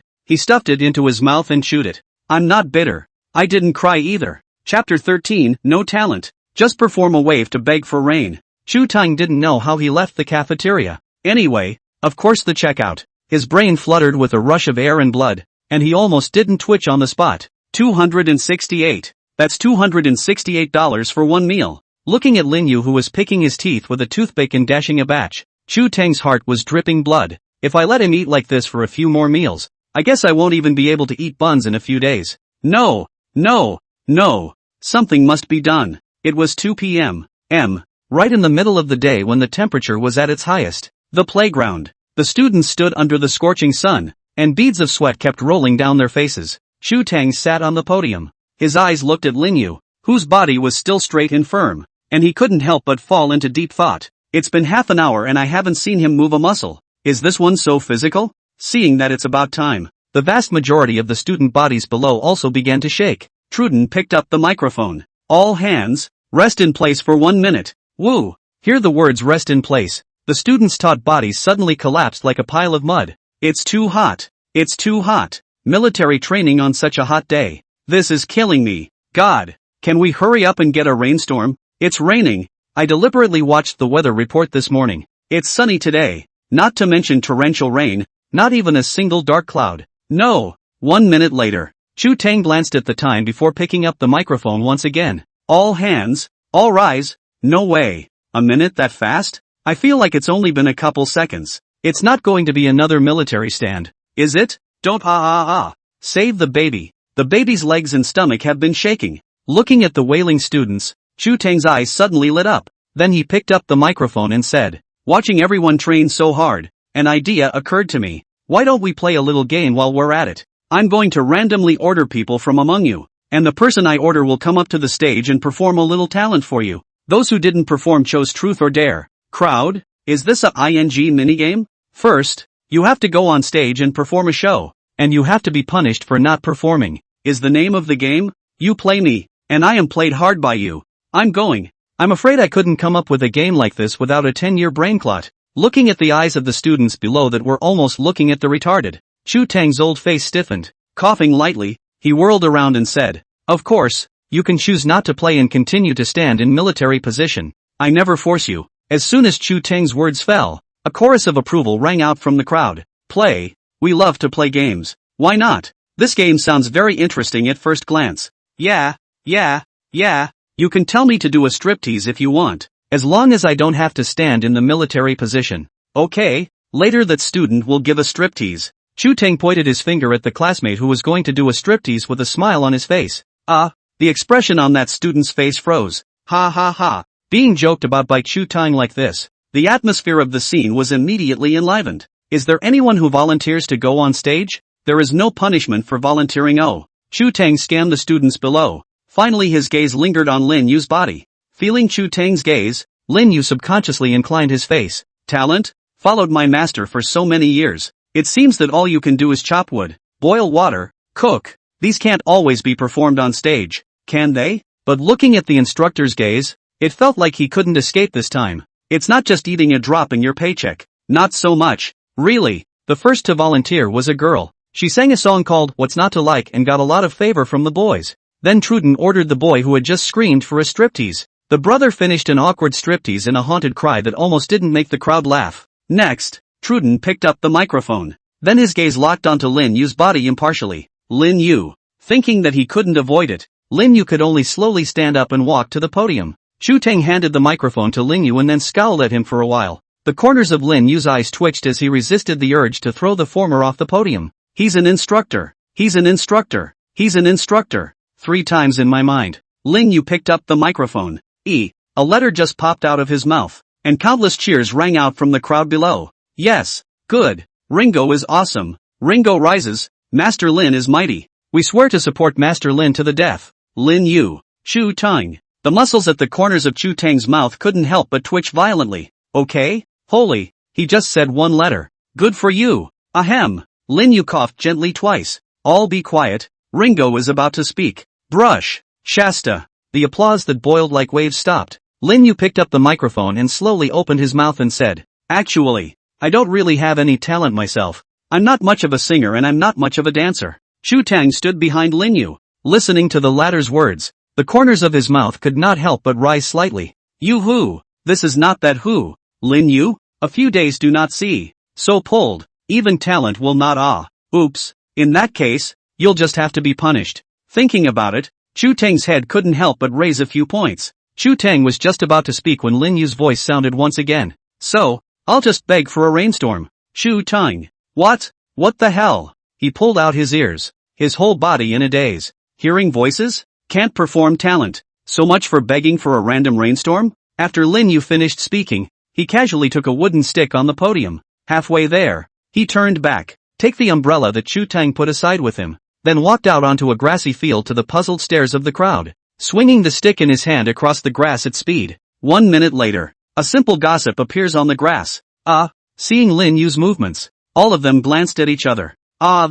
What's this about? Is it really necessary to ask for rain? This thing begs for rain? I thought the weather report said it was going to be sunny all day. After drawing the 8 trigrams, Lin Yu flung the wooden stick. Then slowly lift your fingers and gently rub them together. Rain. Rumble. Next, a deafening thunderclap erupted from the originally clear and cloudless sky. Chapter 14, The Immortal's Business. The weather station can't control it. Rumble. As Lin Yu raised his palm, a deafening roar resounded in the originally clear and cloudless sky. I'll go. The sudden loud roar scared Chu Tang so much that he almost threw the microphone out of his hand. He looked up at the cloudless turquoise sky. An extremely absurd thought surfaced in his mind. It won't. It's really going to rain. Rain, right? Next, his pupils just couldn't help but shrink. The crowd in the playground then seemed to sense it. It also raised its head in unison and looked to the sky. See only. The original turquoise blue sky was gradually darkened, as if it had been cloaked in a layer of light gray. A pale gray coat covered the sky over the playground of Mordor University.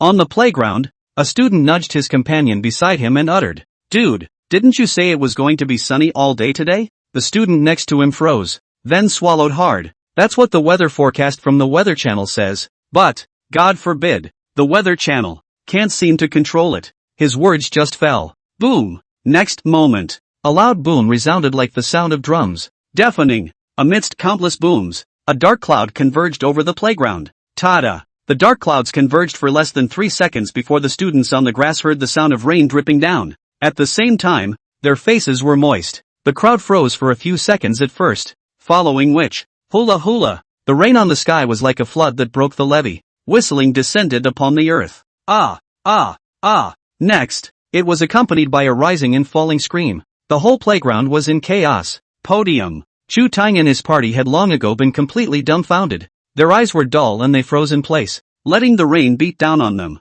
This thing is called. It's called talent. Art? This is clearly an immortal technique. On the playground, rain like a flood fell vertically from above. In a matter of seconds, everyone on the playground was reduced to a soupy mess. Due to the heavy rainfall, today's military training had to end early. Lin Yu held up an umbrella that he had passed on from Chu Tang, then returned to the dormitory with 3 roommates in extreme style. All the way, the eyes of the 3 of them looking at Lin Yu had been completely reduced to adoration. God, it's ing divine. My roommate is no longer a human being. I can't say that. I should say not an ordinary human being. A wave of the hand invites a downpour. Ma, we've made a fortune, actually living in the same dormitory with the gods. In response to the bragging of a few people, Lin Yu only waved his hand lightly, said with a face as flat as can be, alas and alack, low and low, it's just a district begging for rain. It's not worth mentioning. It's not worth mentioning. This statement was made. The 3 almost went straight to their knees and cried out, Father Immortal, please take us as your disciples. We want to act like this too. The heavy rain landed for over an hour before it stopped. Snap! Looking at a playground full of standing water, Chu Tang patted his already stiff cheeks. Jingle bells. This time, Chu Tang's pants pocket suddenly shook. Chu Tang fished out his cell phone from his already soaked pants pocket. Press the answer button. As soon as it was connected, a loud voice rang out on the other side of the phone. Hey, old Chu. I am Dabeo. I will soon be to the Magic City University Lu. You did not say last time you witch pestle to a pricket? Don't worry about wow. I will come over to help the scene. You don't worry about it. I thieves personal hand hey have a sense of proportion. Just give that child a throw color to look at on the line. Hey, Chu, are you listening? Waiting for the voice on the other side of the phone to urge for a long time. Only then did Chu Tang slowly uttered. Dabeo. If the opposite side is a god wow, can you get it to win? Dabo? Seeing that the other party didn't respond, Chu Tang added another sentence. It's the kind of fairy that draws a picture on the ground and then can call the wind and rain. After Chu Tang finished speaking, the opposite side was silent for a few seconds. And then, old Chu, what's wrong with you? When I got back to the dormitory, Lin Yu's 3 roommates very naturally transiently moved to the boys' dormitory next door. Our roommate made such a big splash today. We're not going to talk about it. I feel sorry for my own parents. A few minutes. A gasp of shock just kept ringing out from next door, accompanied by the sound of cool air being sucked in. Lin Yu lay on his bed, took out his own cell phone, and clicked on the official website of Salted Duck Egg. After all this time, I don't know how well I've sold my little potion. Proficiently log into your account and enter your password. Ha! Someone actually did ask. Just as soon as I clicked on the Salted Duck Egg, a message popped up. Lin Yu clicked on it. The opposite nickname is called, I'm really poor. I'm really poor. Though little. No. This stall holder. May I ask if the items in your photo are actually there? It really can revitalize a man's manhood. Is it really 888? And Mordor still has free shipping? Rinyu thought for a moment. Then enter. I am definitely an honest seller. Wow. Old watch. Outskirts of Magic City. In the quaint little manor house. The old man slumped back in his chair, trying to calm his breathing. He was feeling a little sick to his heart after that excitement yesterday. He glanced at the young guy who was sitting on the sidelines and couldn't resist a kick. Don't just sit here. Check and see if the other party has replied after a day. The boy's mouth dropped. Grandpa, it's not that I'm talking about you. You really believe in this what's it all little returning pill? There are any number of outrageous things in this trading market. Like some kind of Qin Shi Huang's personal phone number. Magic City rich woman's address book.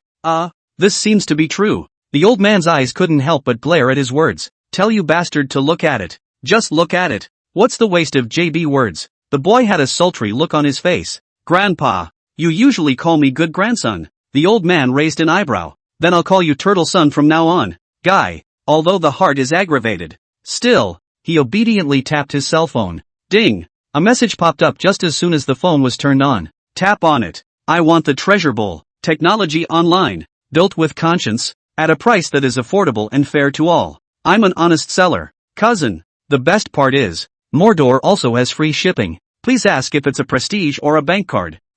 Cash on delivery is not supported at this time. Guy, is it that straightforward? No. You answered so directly. It made me momentarily surprised that I didn't know what to say back to you. Chapter 15, Find you a hospital. Saw the message on the phone. The boy was a little dumbfounded for a moment. This skillful opener. How it gave me a sense of going back to the old man telling fortunes on the footbridge many years ago. Glanced at the old man who was staring straight at him. The guy couldn't help but twitch the corners of his mouth. Pulled out his ears. Then replied numbly. Mordor University Dormitory. Jingle bells. Not long after Lin Yu had sent the message, his cell phone rang once again. Pick it up. I'm so poor. Do the real thing and the photo really match? I'm still a very young boyo. Don't lie to me, or else I'll be calling all the time. It's hard to coaxstay. It was followed by an aggrieved expression. Oh, Lin Yu. The corner of Lin Yu's mouth twitched, almost through the phone. A woman across the street would be acceptable, but a man. Phew. Lin Yu let out a deep breath. For a better future.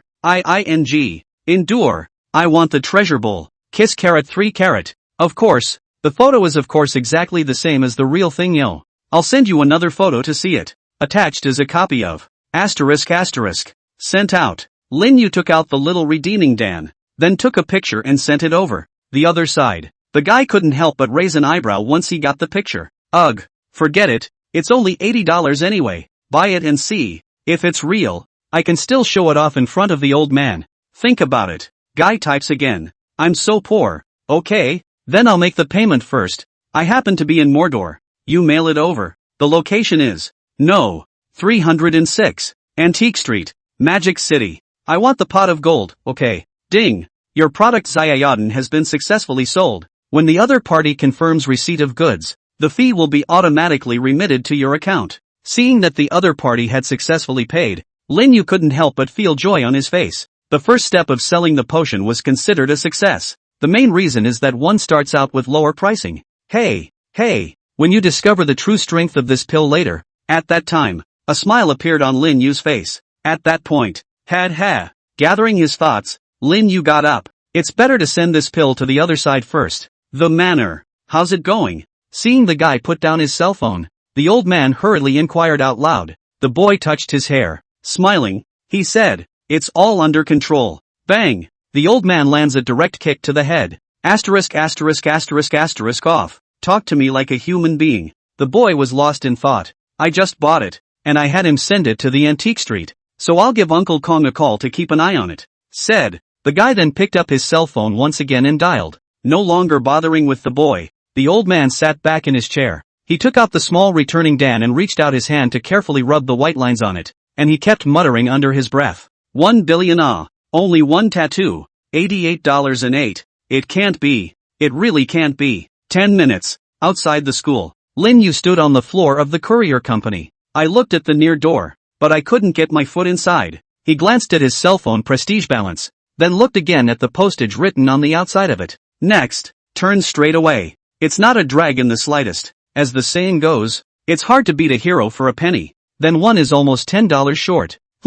It's almost the equivalent of 1,000 heroes. Mailing from Magic City University to Antique Street actually cost $18 an ocean. Excuse me, not enough money. That's how poor. Why don't you hold off for a few days and I'll personally deliver it to him? But it's my first customer at least, so that's not too good. Lin Yu walked down the road. The mind kept pondering the question. Without realizing it, he had walked into a dark alleyway. Boo! He hadn't gotten very far when he bumped into a solid body. Lin Yu looked up and hurriedly said, sorry about that I just got so lost in my thoughts that I didn't pay attention to the front. The one who was bumped into by Lin Yu was a big, burly-looking man. After being bumped into, he turned around and sized up Lin Yu with his gaze. After Lin Yu finished apologizing, he planned to leave from his side. Pop! Suddenly, a thick arm slapped the wall, stopping Lin Yu's advance. That burly man had a vicious expression on his face. You want to leave just by apologizing? How can it be that easy? You know you just hit me with at least internal injuries.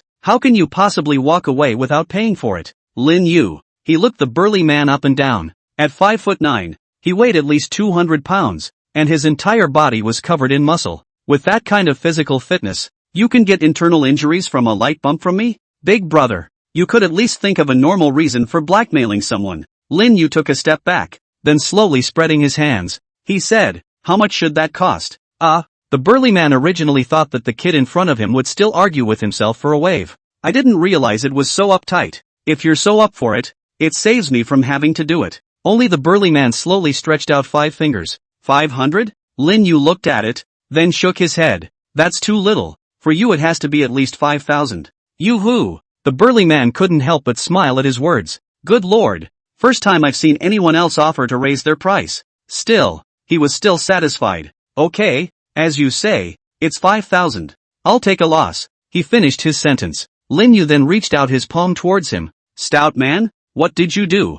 The burly man froze. What are you reaching for me for? Lin Yu rubbed his fingers together, then explained. Isn't it 5,000? Give it to me and let me find you a hospital to take a good look at it. The burly man froze at first. Immediately, a color of violent anger surged out on his face. Asterisk asterisk asterisk asterisk you. How dare you with me? Said, directly swinging his bushel-sized slap towards Lin Yu. Dang! With a muffled thud, the strong man's entire body suddenly trembled, and then his entire face directly turned a saucy purple color. The former slowly withdrew his palms, then shifted to lean against the wall. Just leaned against the wall for less than 3 seconds. The burly man's eyes then began to wander. Lin Yu touched his nose, then kicked the stout man's paw. Said to give 5,000. I'll take you to the hospital and help you pay for your hospitalization. You don't believe me. Having said that, Lin Yu didn't bother with the strong man anymore and walked straight towards the outside of the hutong. His punch was just a small lesson for him.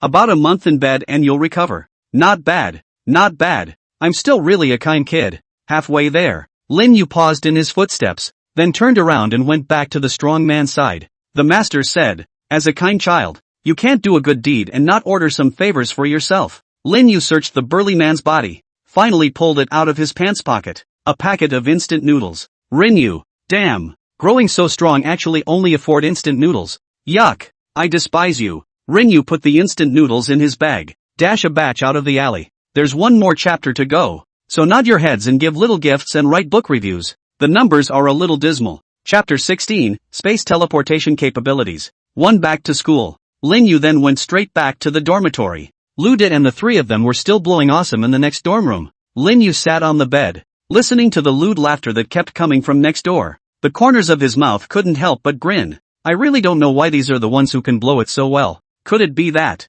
Is there too much good in me? But we haven't known each other for too long. Is it possible that I have so much personal charisma that they've already discovered that I've uncovered the rest of my good qualities? For now, that's the only explanation. After some self-congratulation, Lin Yu withdrew his mind and turned his attention to the system. I wonder how much prestige value I have now. A show of begging for rain should bring a lot of prestige. It's not too much to ask for. Just $1 million or $800,000 at any given time. Brush. In the next second, Lin Yu's mind moved. The panel glowing with a light blue light appeared right in front of his eyes. Host, Lin Yu. Age, 19. Reputation value, 166,600. 1 lucky draw for every 10. 000 reputation. Immortal techniques, Thunderbolt. Rain. Taoism, Water Wave Technique. Item column, Taoist robe. Mount, Crane. Prestige value mall, opened. Look no further. The reputation at this point was actually as high as $160,000. How come so many? It skyrocketed more than 5 times in one night's sleep. Ding! The host can view the prestige value as a process of accumulating experience. And the prestige value will accumulate more and more with time, but only if the host's popularity is high. The system explained it that way. Lin Yu instantly understood. Now that you understand. So, damn. In that case, I'm now considered an expansive young master. System, give me a draw. I want a handful of 10 consecutive draws. Wealthy. It's just a 10-lot draw. It's no big deal. Buzz. Lin Yu's words fell. The huge carousel appeared right in front of his eyes. Brush. Brush. Brush. Then the turntable spun up at a rapid pace. In Lin Yu's ears, the system's beeps were also constantly ringing. Ding. Congratulations to the host for winning the consolation prize. How Dan *1. Ding. Congratulations to the host for winning the consolation prize. Divine Walking Talisman *1. Ding. Congratulations to the host for acquiring the art of divination. Ding. Congratulations to the host for acquiring the magic spell space teleportation. Ding. Congratulations to the host for winning the consolation prize. Peace Amulet *10. A wave of 10 consecutive draws. Burst out an immortal and Taoist spell. There's just no pot of gold. Lin Yu looked blearily at the pot of treasure on the carousel. Potted. Do you know how much I've missed you? For you. I can't think about tea. I can't think about food. I can't sleep. Forget it. Can't make it up. The carousel slowly disappeared. Lin Yu's gaze looked over at the item bar. De Huan Dan, an advanced version of Xiao Huan Dan. Capable of curing certain large-scale diseases. Divination, can divine. Space teleportation, can teleport items? Simple STH. It's still a familiar recipe. Lin Yu rolled his eyes. I even took this extra step. Space teleportation. Can teleport items. Lin Yu took out the little redeeming Dan. Does that mean that I can save a fortune on postage? But is there a distance limit for this teleportation? It's better to try it first. Lin Yu picked up a packet of paper and placed it in his hand before sinking his mind into his mind. Utilizing the ability to teleport through space. As Lin Yu's mind sank down, in his mind, the beginnings of a building gradually emerged. Eventually that prototype slowly solidified, eventually forming the familiar school building, the men's restroom and the RI. Rinyu has found a hole. Then subconsciously threw down the toilet paper in his hand. Brush. The moment that packet of toilet paper came off his palm, Lin Yu, who was sitting on the bed, also opened his eyes instantly, and at this point, the toilet paper in his hand, it's gone too. Somebody help the baby. The baby pooped without paper. In a restroom on one of the floors of the school building. A boy in military training clothes squatted over a cesspool and slapped his hands feebly against the latrine door panel, kept hissing toward the outside. After hissing for half a day until his voice was hoarse, there was no movement outside. The boy's mood sank. I came out in such a hurry that not only did I not bring any paper, I didn't even bring my cell phone. There's no one passing by outside right now either. God, what am I going to do with this? I can barely manage if there's a mop around, but there wasn't even a broomstick head in the toilet. You can't move the clothes on your body. It's just not possible. The boy looked at his right hand. As the saying goes, if you don't go to hell, who will go to hell? Big deal. I'll wash you a few hundred more times later. At the thought, the boy's teeth clenched. Then his palms went behind his ass. Phew, just got halfway through the settlement. There was a sudden whistling sound above his head. A pink pack of tissues then hit him in the head and rolled down to his eyes. Looking at the toilet paper in front of him, the boy's eyes couldn't help but blink. Then he looked at the thumb girl he had gotten deep into the back of his ass. Next, a maniacal howl immediately resounded throughout the entire school building. The morning turns long and hard, and the aftermath curls up. It actually did disappear. Inside the dormitory, Lin Yu realized that the toilet paper in his hand had indeed disappeared. Astonishment couldn't help but emerge in his eyes. With this ability, later on, what downwind? Kingston Express. Him all over. Oh ha ha ha ha ha ha. Ahem. However, very quickly, Lin Yu realized that his laughter was slightly perverted and hastily stopped it. Now that we've understood how spatial teleportation works, the next step is to try and see if we can send it to the antique street. Lin Yu closed his eyes again. This time, he held in his hands the pen, cover, brush up. As Lin Yu kept trying, he was also becoming more and more skillful, and was also gradually mastering the distance of spatial teleportation. Almost 10 minutes in, Lin Yu stretched his back. Going to get the map of Curio Street figured out later. Then it's almost time to teleport the Kotobukiya straight through. He glanced at the time. 1846. It's nearly 7 o'clock in the evening. By this time, the dinner bell usually rings on time. The dinner bell rings. Then naturally, you need to replenish your energy plug. Hey! Lin Yu rubbed his palms together before walking straight towards the first floor. Why go to the first floor? That's a good question. Because the instructor in charge of this military training, all live on the first floor, including Instructor Chutton, my dear briny pig. Oh no, it should be Instructor Chu. I'm here. Yo. Chapter 17, a fairy has manifested himself. Finally, Lin Yu again left the cafeteria in style in front of Chu Teng's grudging to the core gaze. Can't carry on. Your grandma. Next time the laborer is going to have to find the right time to run away directly in advance of the meal. Looking at Lin Yu's back, Chu Teng secretly made up his mind. As for the bull ******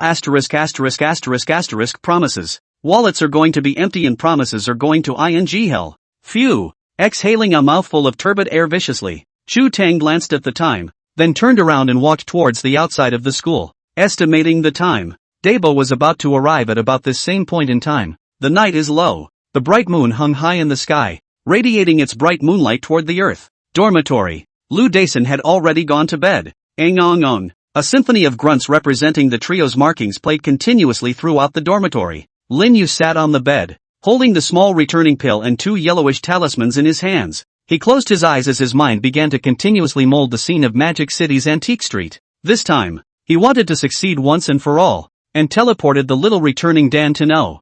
306. Antique Street, Magic City. In the meantime, in the antique store at 306, Antique Street, Magic City, Elder Lee, you take your time. After sending off the last customer, Fong De Gang couldn't help but stretch his legs. Fong Da Gong, male, 46 years old, Han Chinese, with children, and neither son nor daughter is a single dog. His identity is the agent of the store at 306, Antique Street, and his hobbies are various antiques and his young master. Woohoo! The day is finally over. Back to the store. He took a sip of the already brewed goji berry tea. Comfortable. A glance at the clock on the wall. Then at the already empty street. It's 10 o'clock at night. The parcel the young master said shouldn't arrive today. Think about it. Fong De Gang then turned off the lights in the store, intending to pack up and go home. Tonight is another sleepless night. Elder Lee's paintings have to be sent up in the next few days. Rubbing his temples, Fong De Gang picked up his accompanying thermos and headed towards the front door. Before closing,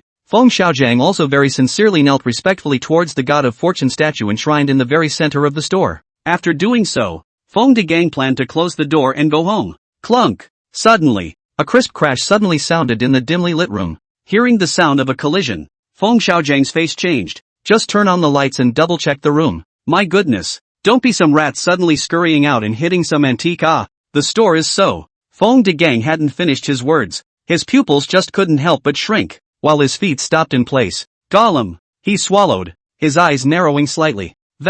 What is it? Follow Fong De Gang's gaze. Only in the dimly lit room, the originally dark midair actually had a yellowish halo slowly emerging. Hiss! Fong De Gang inhaled a mouthful of cold air, then subconsciously rubbed his eyes. Is he or she so tired that he or she is hallucinating? Jab!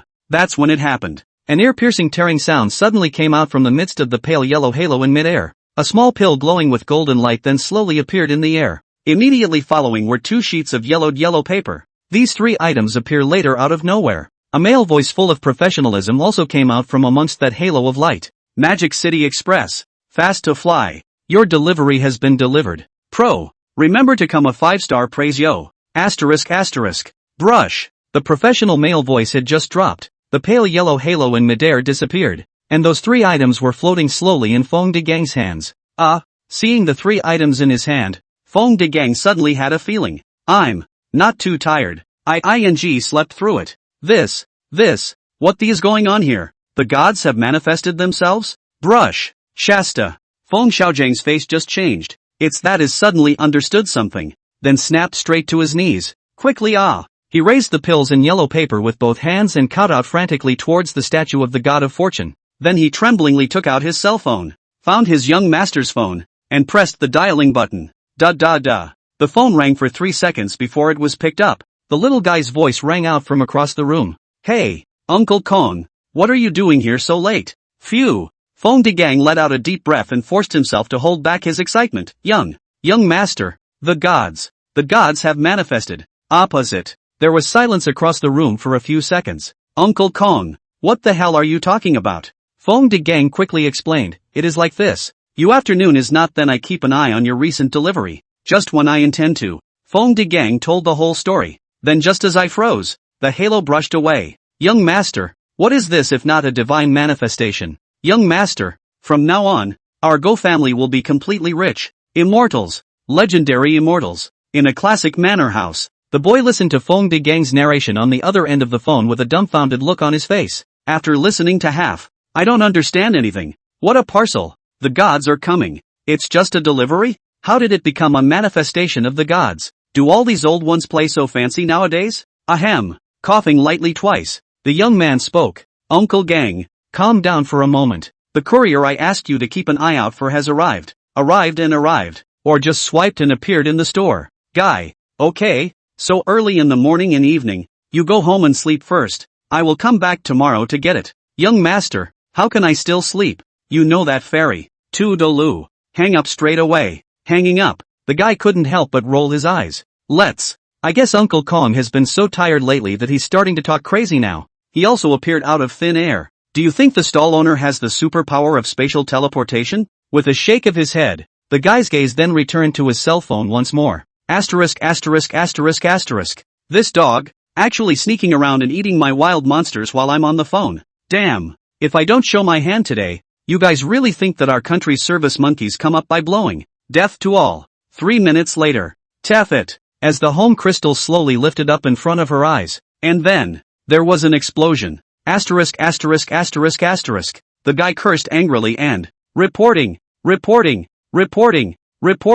Once you've done that, return the screen directly to the desktop. Click uninstall. You have successfully uninstalled Peaceful Elite. Hot chicken eating chicken ruined my youth, taking up my memory, blocking my path to king scoring. It's time to unload. Thanks to Huang Quan for the reminder charm, and thanks to everyone for the gifts. For all. Chapter 18, Delivering Heads. Second day of military training. It's still 4 a.m.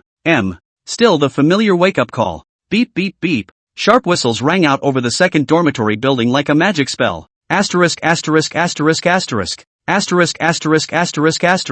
Excessive. Getting up at 4 o'clock to run drills again? Not going. I won't go this time even if the instructor beats me to death. I'm going today. Laboring to spray upside down live on the spot. Like the fountain in the middle of the school kind of thing. After countless wailing sounds, another familiar and incomparable majestic male voice rang out. Everyone, please gather in the playground in 10 minutes. Aha! This time our chief instructor said that if no one wants to go, don't force it. We have to be friendly with the students. When they heard the voices outside, the crowd froze at first. A strong look of doubt then surfaced in his eyes. This dog money instructor. Would that be so nice? After 3 seconds of silence, voices rang out again from outside. Of course, in order to preserve the wonderful memories for you, in response to those who did not arrive, we will make an album of their photos and then give it as a gift to the school campus newspaper. Take this student named Jiang Gon for example.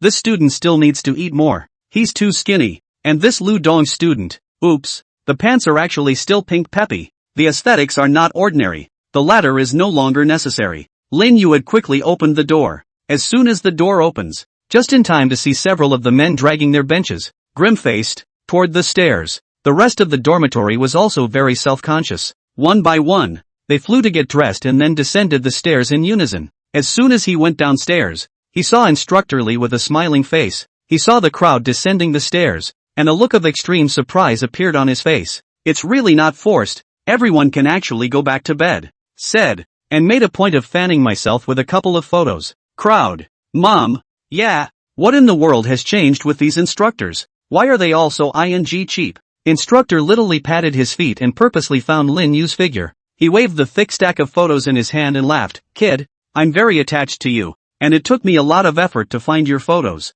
Hear that? Lin Yu's face instantly darkened. Not to. Such blatant care. I'm a bit overwhelmed. Seeing Lin Yu's face darken at once, Instructor Little couldn't help but rejoice. He glanced at the time and then said towards the crowd, since you're so enthusiastic about military training, don't freeze and run. He also made a point of emphasizing a few words. As a big man, you have to learn to suffer. Just get up in the early morning to run for a walk. It's not going to kill you. Man's life is in motion. Let's all get running. Come on. I'll join you and lead you. Having said that, turn around and get on your own bike. Clucked and rode away. Crowd. The crowd was silent for a few seconds. Then, A plant. Morning. On the playground. A loud slogan kept coming out from one neatly arranged squad, and together with the refreshing breeze in the morning, it fluttered into the distance. Lin Yu stood in the front column of the squad. All hands, in unison, go! As the orders came out of his mouth, the entire squad of students began to perform a constant formation training. Tap tap tap. The sound of neat, consistent footsteps resounded through the playground. Together with the loud and clear slogans of the crowd, they intertwined to form a beautiful landscape. The podium. By Chu Tong's side. At this time, there was already an additional middle-aged man with a burly body type. He was the foreign aide that Chu Tang had hired. Zhao Debao. Zhao Debao gazed at Lin Yu, who was not far away. After half a day's reading, I couldn't see the point. Pushed Chu Tang. Said, hey, old Chu, Which is what you say drop prick wow. Even MOC out there is something special also. This arm is not hey thick well. Capsula he also got you one hey. Is not you wa identity false. Do you want me to get you 2 pairs of yo makeup for the kidneys? When Shu Tang heard this, the corner of his mouth couldn't help but twitch. No need. I'm in good health. Don't underestimate him. He's been practicing since he was a kid. Last time I was careless, I was directly taken down by him. Yo! Hearing this, Zhao Debao's eyes lit up. Practiced wow. Then I have to try a Hasselblad. After saying that, he rubbed his hands together, stood up, and walked straight towards Lin Yu. Shu Tang sat on the chair and looked at Zhao Debao's figure. I don't know why. He had the illusion. Zhao Debao, like going to deliver heads. All hands, to the right, the other side. With another order from Lin Yu, the entire squad changed rapidly once again. Maybe it's too tiring to do this job. After shouting an order, Lin Yu swallowed a mouthful of saliva in an effort to moisturize his dry throat. I've been yelling almost all morning and my voice is smoking. Lin Yu glanced at instructor Xiao Li, who was not far away joking with the other instructors, and couldn't help but roll his eyes. I'm here training hard, and you're there talking and laughing. I'm really envious. Just as he was thinking this, Lin Yu's afterimage saw a silhouette flying towards where he was. Wait for the man to come closer. It was only then that Lin Yu got a good look at him. He wore a wide tunic, his explosive muscles bare. A pair of worn-out slippers were on his feet. And look at the head. Lin Yu's eyes couldn't help but glare. Inch hair, big gold chain. I go for all. This dude was sentenced to life and just escaped from prison, right? He hadn't even gotten to Lin Yu yet. And from his mouth came a flood of voices. Oh haha, kid, I heard that you're quite crazy come on, practice with me, let even see how much weight you have. With that, he shrugged off the action. Lin Yu, it's not, dude, who are you? Ka-ching, Zhao Debao's fingers pinched and clicked, and the excited expression on his face was unmistakable. Ouch. Just as he was about to walk in front of Lin Yu, the slippers under Zhao Debao's feet slipped, while the whole person fell directly towards Lin Yu. Snap. Just as Zhao Debao was about to fall to the ground, a slender palm gently framed him. Thanks. Zhao Debao expressed his thanks towards Lin Yu. You're welcome. Lin Yu replied back, and then let go of his hand. Asterisk. Boo. With a dull thud, Zhao Debao's face came into direct contact with the ground. Pop. The podium. Chu Tung covered his face. What the did I say? This asshole is there to deliver. It's humiliating. Thanks for all the gifts. You guys are awesome. Chapter 19, Coach, I want to learn this. The air in the entire playground froze for maybe 3 seconds. Everyone looked at the big man sprawled on the ground with an incomparably dumbfounded expression on their faces. This big brother. Just met. On the line such a big gift? Zhao Debao slowly raised his head, after looking around with his eyes, subsequently using his hands to gently support himself on the ground. His entire body bounced straight up from the ground. Once he stood up, Zhao Debao quickly jumped a step back, throwing the slippers off his feet. His body assumed a dry pose. It just didn't count. The cleats were too slippery. Lin Yu. Seeing that Lin Yu didn't react, Zhao Debao wiped the plastic grass off his face. Laughing foolishly, he said, Hey, little waif, dare to fight with even in a square fight. If you win, don't dare. Lin Yu shook his head. This dude is definitely out of his mind. Come on up and, better to send it back for a few more years of incarceration. After saying that, Lin Yu automatically ignored the former and walked towards instructor Little Lee, who was not far away with a leisurely face. After training for so long, I had to ask the instructor for a couple bottles of water to quench my thirst. Brush. Suddenly, a figure blocked in front of Lin Yu, or Zhao Debao. Only Zhao Debao raised his head and revealed 2 rows of white teeth towards Lin Yu. Don't need to look for your instructors. Just look for me. My rank is bigger than theirs. Hey much. Lin Yu stood still and looked at Zhao Debao's face. He also looked at the group of instructors not far away who had a face of watching the show and did not intend to come over. Lin Yu understood. This big man is the outside help that these instructors got. Seeing Lin Yu's face show a look of relief, Zhao Debao puffed out his chest. As long as you win, you'll be able to walk straight across the field, just like a crab. Lin Yu stared at the former for 3 seconds, and then, turn around and walk away. This guy is no longer simply out of his mind. It's already possible to call for confinement in a mental institution, or just pull them out and shoot them. Ma doesn't let me play with my little cutie, because it's silly. Hey, stand up. You capsule one, just go wow. Seeing Lin Yu turn around without hesitation, Zhao Debao was dumbfounded. What's wrong with you? What's wrong with what I said? It's just a fight with you. You straight up don't hang me. Hey. In that case, it's not my fault. Zhao Debao's eyes suddenly crossed. The thick arm also grabbed Lin Yu's shoulder. Watch out! The words fell. The veins on Zhao Debao's arms burst out. He stomped his paws to the side. Then with a forceful movement of his entire waist, he swung Lin Yu up and slammed him hard behind him. Sure, Zhao Debao thought so. And the reality is, as soon as his palm touched Lin Yu, he just wanted to exert force. Instead, he found, I can't believe I didn't shake the ladder myself. At this moment, the ladder was like a rock, fixed dead in the earth. Kind of funny, huh? A flash of surprise flashed across Zhao Debao's eyes. Immediately, his other hand also grabbed Lin Yu's shoulder, and then his hands fiercely exerted force. Get up for me. Under the force of Zhao Debao's hands, Lin Yu's entire body was also lifted. Go! Zhao Debao threw himself hard and Lin Yu flew out towards the podium.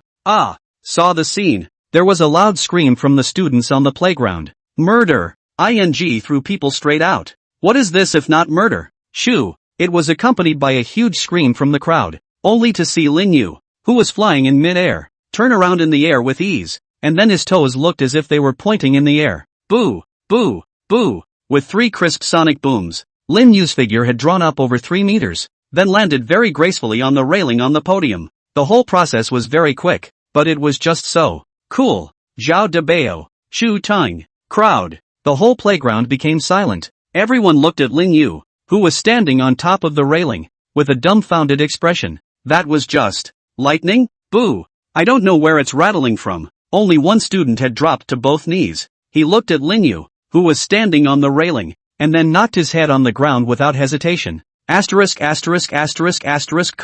I want to learn this too. The student's voice instantly roared the crowd out of their stupor. Boom, boom, boom. Next, the entire playground, a snap straight down a large part of the knees. Instructor, I want to learn this light kung fu. Teach a child that a child wants to be so handsome. 2. Children also want to be so pretentious. Master above, please take my skull. The master is above, and I offer my knees directly. And on the girl's side, the screams were endless. Handsome, handsome, handsome, handsome. I'm tired of yelling that word. It's so handsome. Who is he? I want to give him a monkey. How can you be so handsome? I can't. I'm going to faint. Quickly let him give me artificial respiration. Listening to the constant cries of alarm ringing in his ears, Zhao Debao was also a bit dumbfounded for a moment. Really? Can you really do lightweight? This has completely gone beyond scientific common sense. The podium. Lin Yu jumped off the railing, then dashingly picked up the mineral water on the table and drank it all in one go. Ignoring Chu Tang, who already had a dumbfounded look on his face, he turned around and walked towards the bottom of the podium. As soon as he stepped off the podium, a large group of boys came straight up. Coach, please teach me. Master, please accept my disciple. Master, I also want to learn. Before they could finish, they were surrounded by an endless stream of girls. Men, get out of here. Don't take a piss and look at yourselves. Do you deserve to be taught by our male god himself with that lot of you? That's right. If the boy god wants to teach it, he'll teach us himself. Male god, male god. I can't. I'm tired of shouting the word male god. Boy god, teach us girls to learn light kung fu. Any time period will do. Damn. Isn't it just a female? I'm going to go cut off my third brother and change my sex. Big brother. You're so mean. Hearing the cries of shock that kept resounding around him, Zhao Debao couldn't stop the corners of his eyes from twitching all the way. Mom. Yeah. These students are all crazy. As for the students surrounding him, Lin Yu only waved his hand indifferently. Hey, isn't it just a district lightweight? Isn't that just a matter of having feet? Everyone don't get too excited, huh? Low key. The subtext is, low key, says the lowdown on pretending to be a master. And I can pretend to be more than that. Woohoo! Thanks for the inspiration capsule and the love of power, the big brother of the mighty. Chapter 20, Magic City University Wind and Cloud Ranking. Magic City University Window Ranking. As the oldest intelligence organization in the history of Mordor University, the main purpose of its existence, it's all about quickly digging up the MU breaking news and getting them out there. It's as small as some classmate forgetting to bring paper to the bathroom and wiping his ass with a mop. It was as big as the arrest of a vice president of Mordor University for late-night foot washing. The purpose of the Magic City College windfall is this. There's nothing I can't find out. Only you can't do it. They, being called by all the students of Magic City University, Godly Amma organization at the entrance of the village. Wherever the windjammer goes, the women close their doors and the men roll out their windows. Where the storm clouds pass, not an inch of grass remains. The secret meeting base of the Mordor University Wind. Dimly lit. 4 masked figures gathered around a table. Why do you wear a mask? I'm afraid that if some of the students find out about it, they won't see the sun tomorrow. On the table in front of them was a picture with incredibly clear pixels. This one. A certain freshman was caught washing his feet at Footwash City before school started. And the person who took the picture was a sophomore who just happened to be the technician in charge of washing that freshman's feet. One picks up a photo. Inside the photo was a rather handsome-looking boy full of enjoyment, seemingly doing something indescribable. This one. A photo of a private rendezvous between Master Zhang, who sells baked sweet potatoes at the school gate, and Granny Wang, who sells bean flowers. This time he picked up one of 2 67-year-old lords and ladies scowling under a streetlight. This one. Sorry, wrong one. It's my bath selfie. Silently put down the last nude photo. The man pushed up his glasses and slowly said, Mordor University's wind and cloud list, have always adhered to the code of conduct of, where the wind and clouds pass, not an inch of grass grows, and have always been digging up more explosive news for the students of Mordor, and after many years of development, we have succeeded,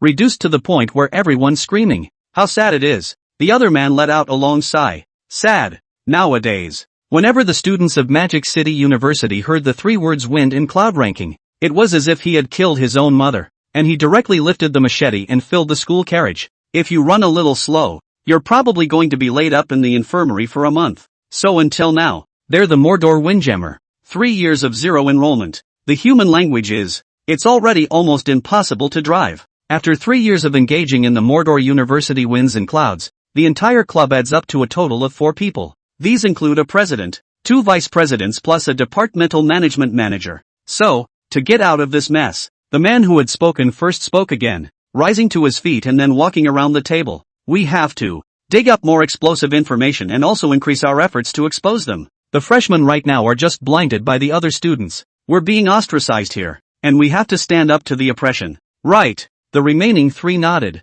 But, President, what news are we exposing? Are we going to expose the vice principal's sister-in-law like before?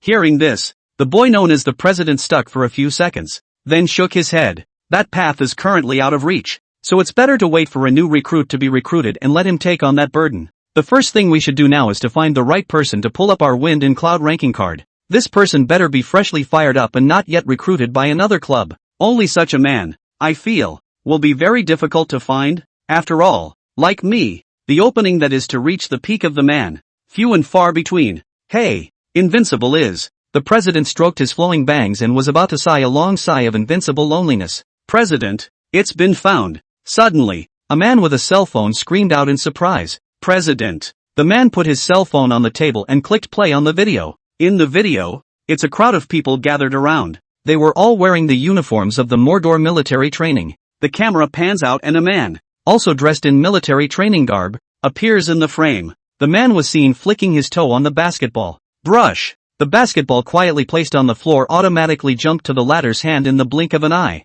Gee, not bad. You can still play with this kind of flower. The picture continues. The boy was seen slowly throwing a ball towards the sky. Seeing this, the president was dumbfounded. What's this? A light pitch? No milk in the morning?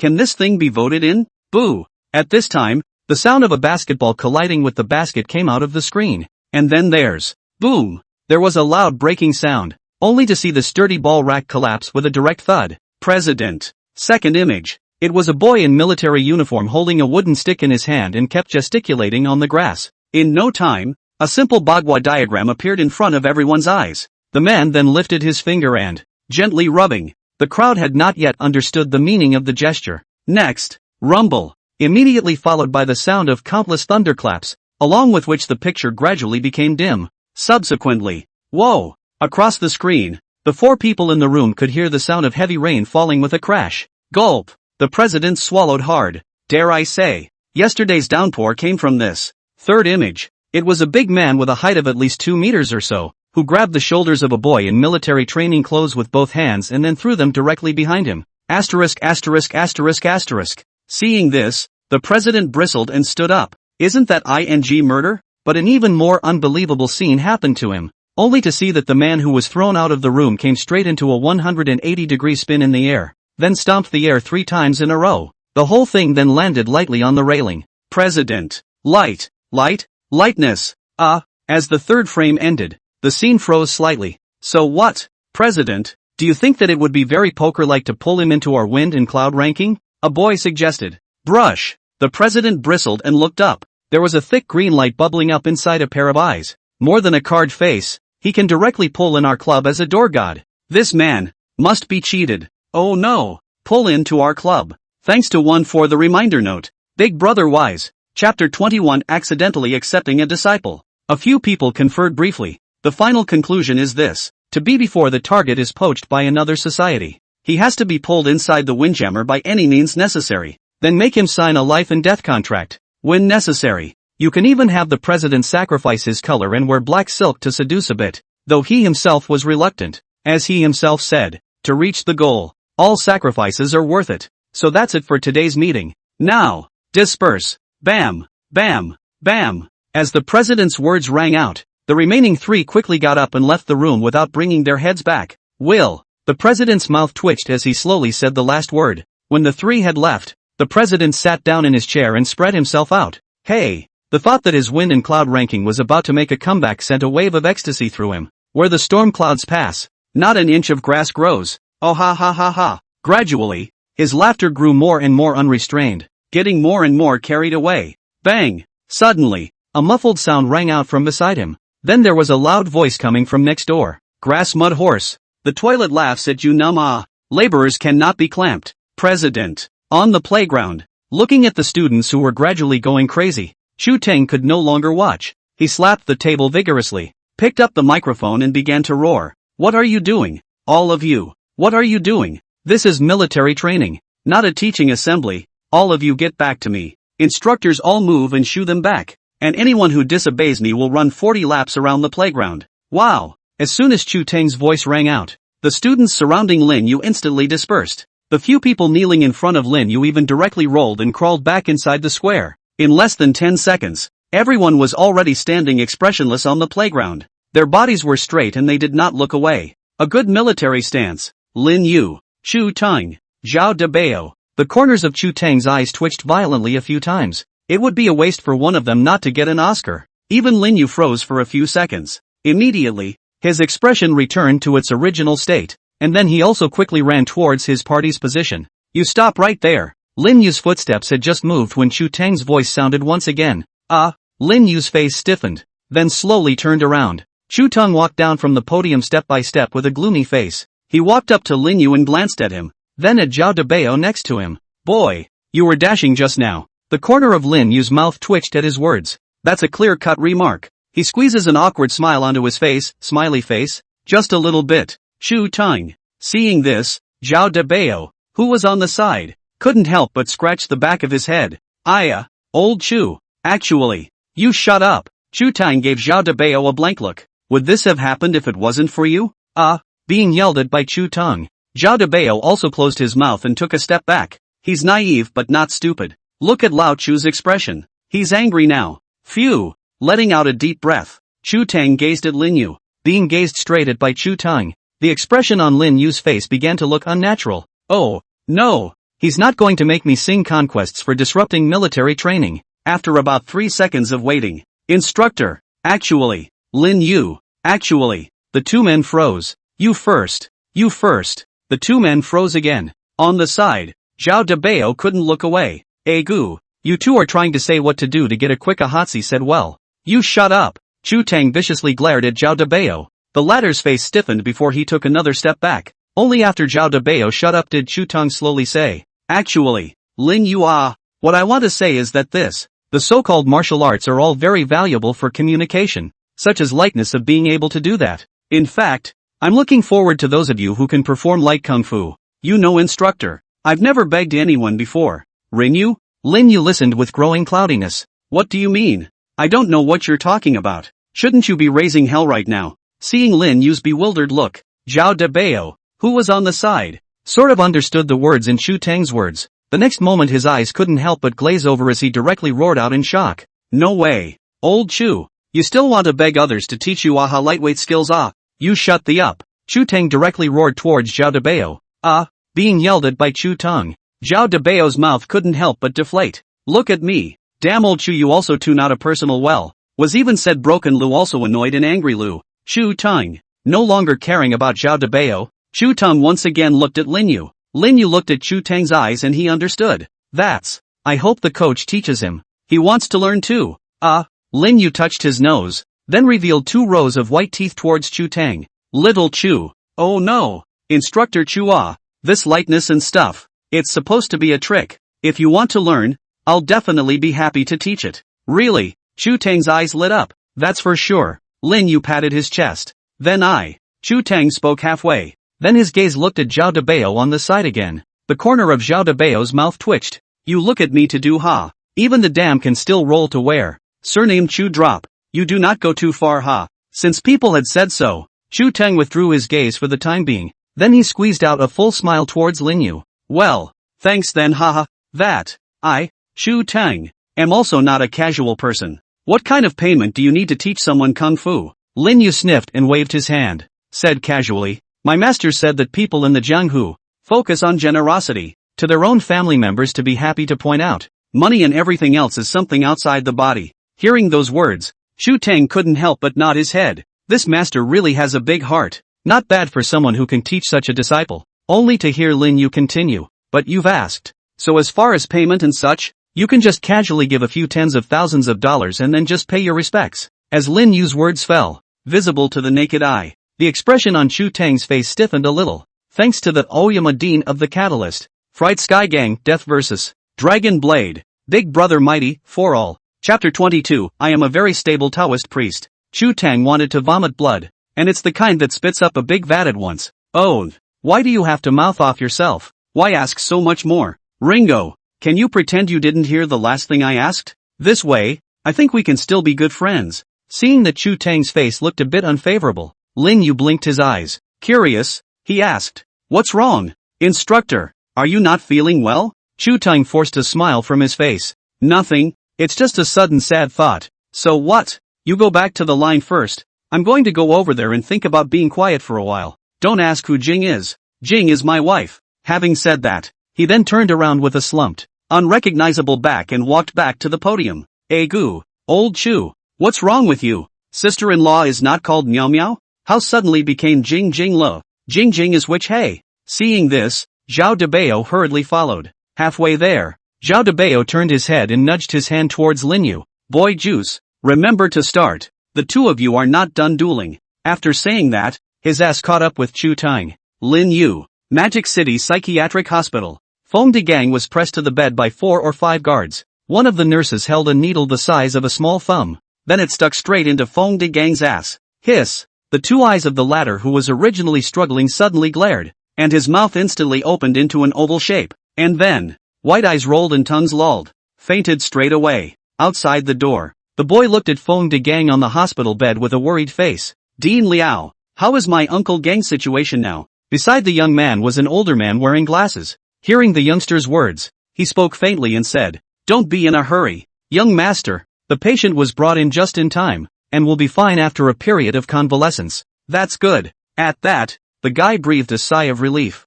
From the moment he arrived at the curio store first thing in the morning, Uncle Kong just kept telling himself about the miracle that happened last night. What fairy manifestation? Transmitting things through the air or something. And you have to pull a pilgrimage across the sky in broad daylight. The latter is getting more and more outrageous. He would rehash it for any customer who came into the store. There is no way. The guy only had to send his just uncle to the mental hospital for some mandatory checkups. He glanced at Feng Degang, who had already passed out, then picked up his cell phone and walked aside. Since Uncle Kong's condition had stabilized, he'd better send a message to his old man to report it first. The other side. In a quaint and elegant manor house, the 2 old men sat opposite each other. One of them was the boy's grandfather. The other was a Taoist priest wearing a Taoist robe and holding a duster in his hand. His outfit with his already white beard and hair was quite an immortal way. The two sat for a while. The old man picked up his teacup and took a sip of tea. Then he slowly spoke. Recently, Master Teacher's temperament has become more and more transcendent.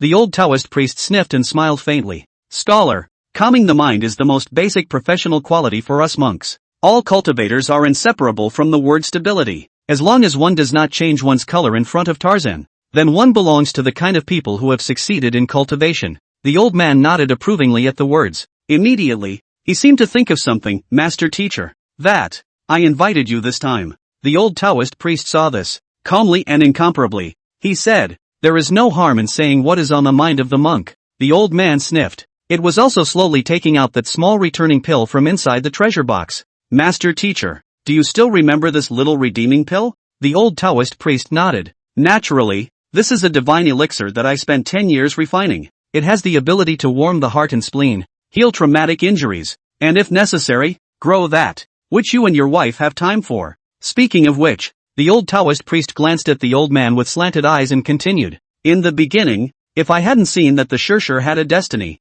I definitely wouldn't have given up the pain to sell it to you. After listening to the old Taoist priest, the old man continued. At that time, I heard the master teacher say that the quality of the small return pill depends on the white lines on it, and the more white lines there are, the stronger the medicinal effect. The old Taoist priest touched the white lines on the little redeemer's Dan, and a smug look appeared on his face. This is natural. I have condensed this little returning Dan for 10 years and spent countless efforts to barely refine such a pattern. And I can even say that I am the only one in this world who can. The old Taoist priest hadn't finished speaking. The old man pulled out another golden-colored pill from inside an ordinary pocket. Master teacher, the main reason for inviting you all the way over here is to ask you to take a look and recognize the authenticity of this pill. The old Taoist priest sniffed. The eyes also involuntarily looked at the pill in the former's hand. It's. Upon seeing the first sight, the old Taoist couldn't help but stare. How do I feel about this thing? How about being so similar to the small return pill that he had refined? Color, shape. Seeing that the old Taoist's face looked a bit off, the old man hurriedly explained. You take it easy, mainly because I think this pill is just too outrageous. There are thousands of them on it. Asterisk.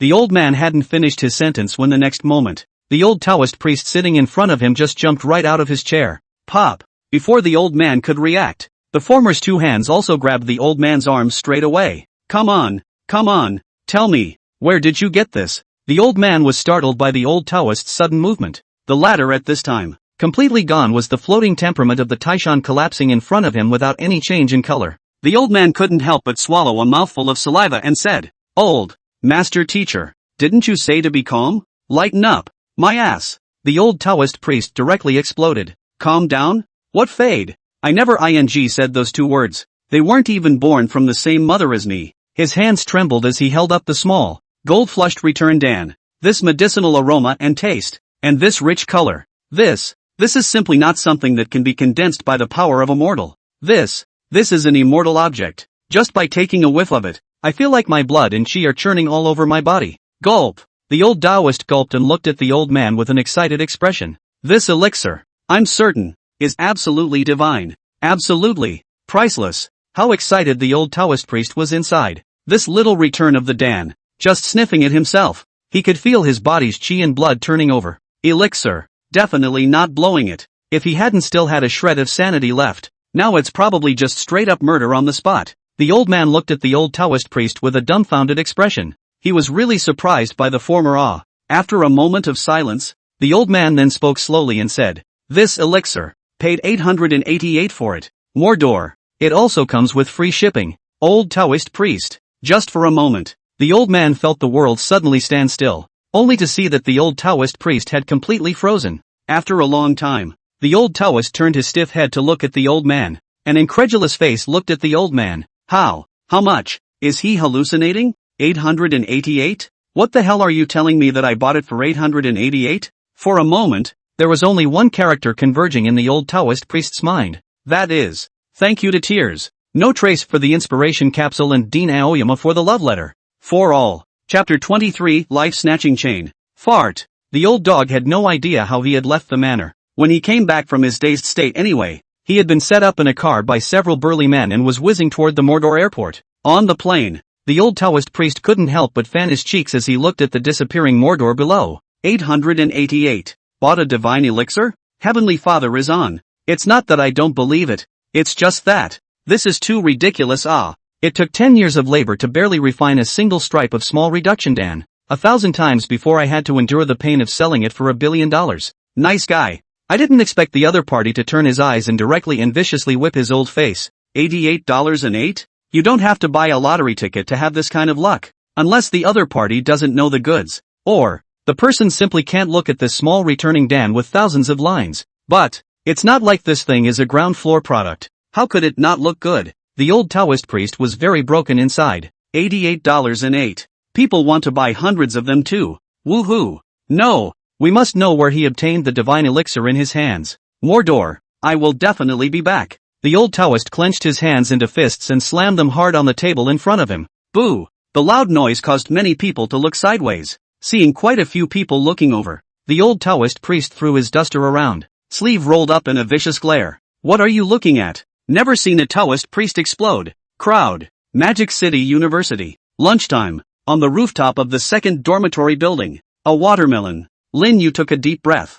Hands were slowly raised in front of his chest, then gently pushed outward. A watermelon. Beside him, Chu Teng took a breath and punched Lin Yu's movements as he did. Cut in half. Lin Yu moved his feet back, then slapped both hands to the side. Cut. 2. Chu Teng gestured, his two eyes filled with doubt. Lin. Master Lin. This is really a light kung fu practice. How do I feel like playing Tai Chi? Lin Yu sniffed. Slowly, he opened his eyes, glancing at Chu Teng. He then said without haste, Little Chua, I'm teaching you luck. Once you have enough chi inside your body, you'll naturally reach the point where you're as light as a swallow. Chu Teng sniffed, an involuntary nod. Appear B. That's what it sounds like. Think about it. Chu Teng couldn't help but become excited inside again, and his luck became more and more vigorous. It was probably more than half an hour of gesticulating. Lin Yu stretched his waist, then waved his hand towards Chu Teng and said, You can practice on your own. I'm going to take a nap first. You can rest when you feel like practicing until your body is clear.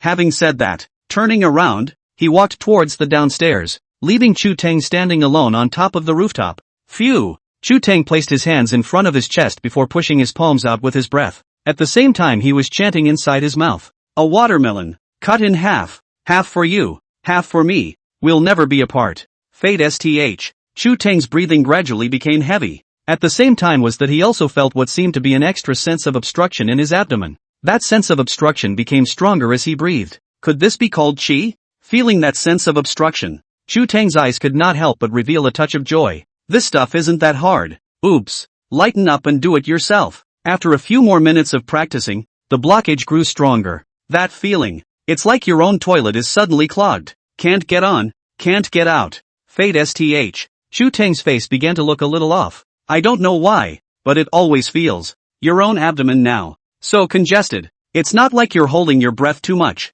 is it? Chu Teng was a bit dumbfounded. What should I do with myself at this time? Rinna didn't teach it either. Knock, knock, knock. Right about this time, there was a sudden rush of footsteps in the hallway. Then Zhao Debao's figure appeared on the rooftop. Oh yo, old Chu Wow. You and Lo Lu Jie Hotziet? The guys are waiting up for you to meet. Saying that, Zhao Debao went forward and grabbed Chu Teng before pulling him towards the stairs. Wait. Being pulled by Zhao Debao so suddenly, Chu Teng's face suddenly changed. For just a moment, the blockage in his own abdomen seemed to loosen a bit, but sensing that sense of looseness, Chu Teng did not have the slightest smile in his heart. I don't know why. The moment that looseness rose, a sudden blast of coolness blew through his own chrysanthemums. That's still waiting for the hammer. Oh. Zhao Debao didn't even care about Chu Teng's words and directly pulled the ladder and rushed down the stairs. No. Before Chu Teng had a chance to speak, Zhao Debao had already rushed to the first floor with him. At this moment, a dozen or so instructors had already gathered around,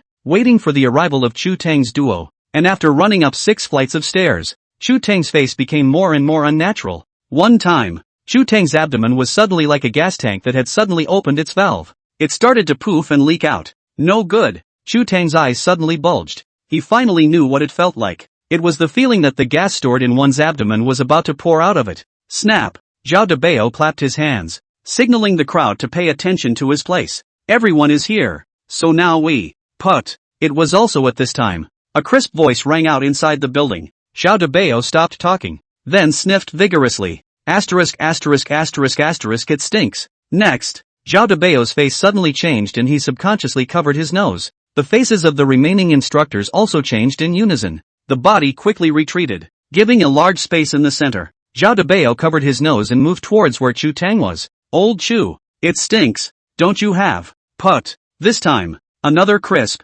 loud fart rang out. Brush! Zhao Debao's entire body instantly bounced 10 meters away like a spring. He covered his nose and looked at Chu Teng with a shocked expression. Old Chu, you baby-ated noon la what? Fart tender a Jill stink. Chu Teng just wanted to speak. But a fart that lasted a full 10 seconds sounded, and with a long coda following. It's the horrible ammonia odor. Vomit. Some couldn't take it and just fell to their knees and dry heaved. Put, pfffffffffffff, poo-ah butt, zira, poo-ah. A loud fart rich in rhythmic tones kept ringing out. With a straining sound in the mix, the entire building had rushed out of the dormitory building. Chu Tong shrugged his head low and stood still. After a long time, he slowly raised his head. Inside one of his eyes, at this time there was a thick killing intent condensing. Then his hands clenched and he roared out in a near-maddened voice. Lin, your grandpa, pust, put, poo butt, and then another string of life-threatening serial farts.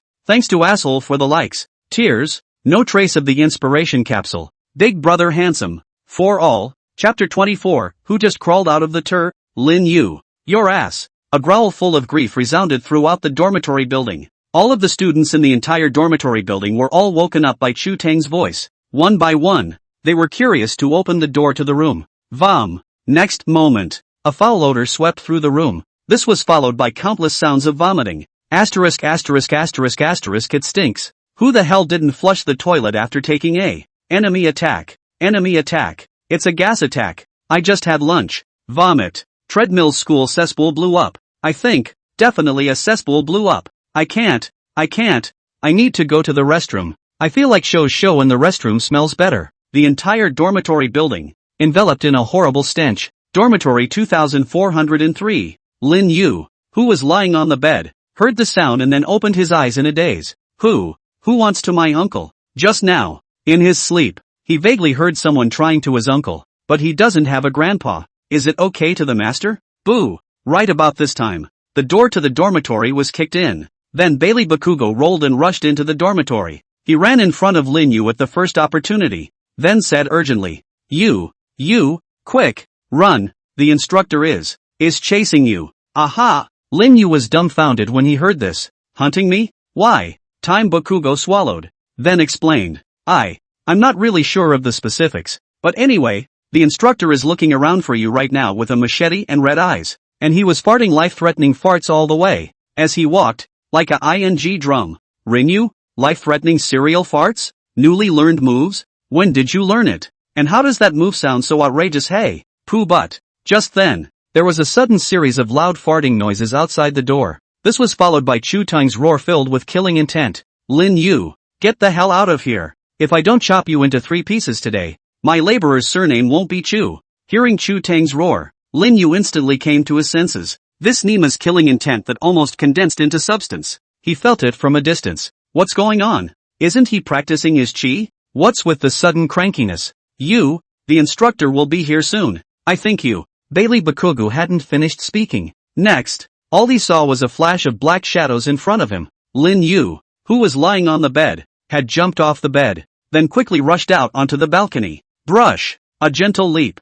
Lin Yu then jumped off the balcony in front of Bailey Xiaofang's shocked eyes. After a long time, Fatty couldn't help but sigh from the bottom of his heart. Damn! With this technique, I'm still afraid that I won't be able to grab a meal in the future. Under the second dormitory building, inside a bush, 3 figures were on the ground. The eyes were dead set on 800 meters away. There was a man and a woman sitting in chairs, both talking and laughing. Damn! I knew this grandson didn't have good intentions, letting us off the hook and then leaving us here to talk about love. What's there to tease about girls? The most important thing for us men is our careers. Our careers. The boy in the center clenched his fists, his face full of irritation. The 2 men beside him rolled their eyes in unison at that. The main reason? That's not because you don't have a girlfriend. Ugh.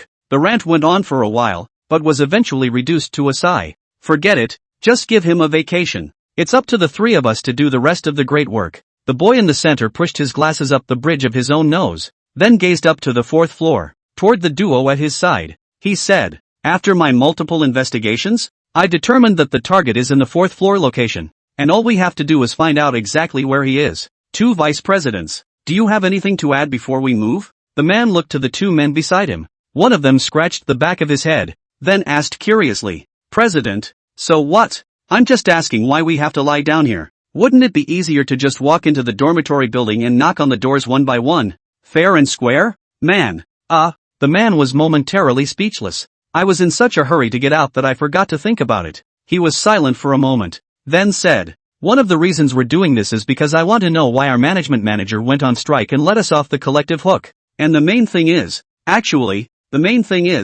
what? The two men saw that their president had been coy for half a day and hadn't come up with anything. The muscles in his face couldn't help but twitch violently. Shoo. Suddenly, the man's nose twitched a few times. Next, he then couldn't help but blush furiously, subconsciously covering his nose. Which one of you farted and it stinks so bad? The two men froze and were just about to speak. A foul odor followed the air and instantly filled the inside of their nostrils. Vomit. Next, the two men quickly dry heaved. The man dry heaved a few times. Then he crossed his arms and yelled at the dormitory building. Can't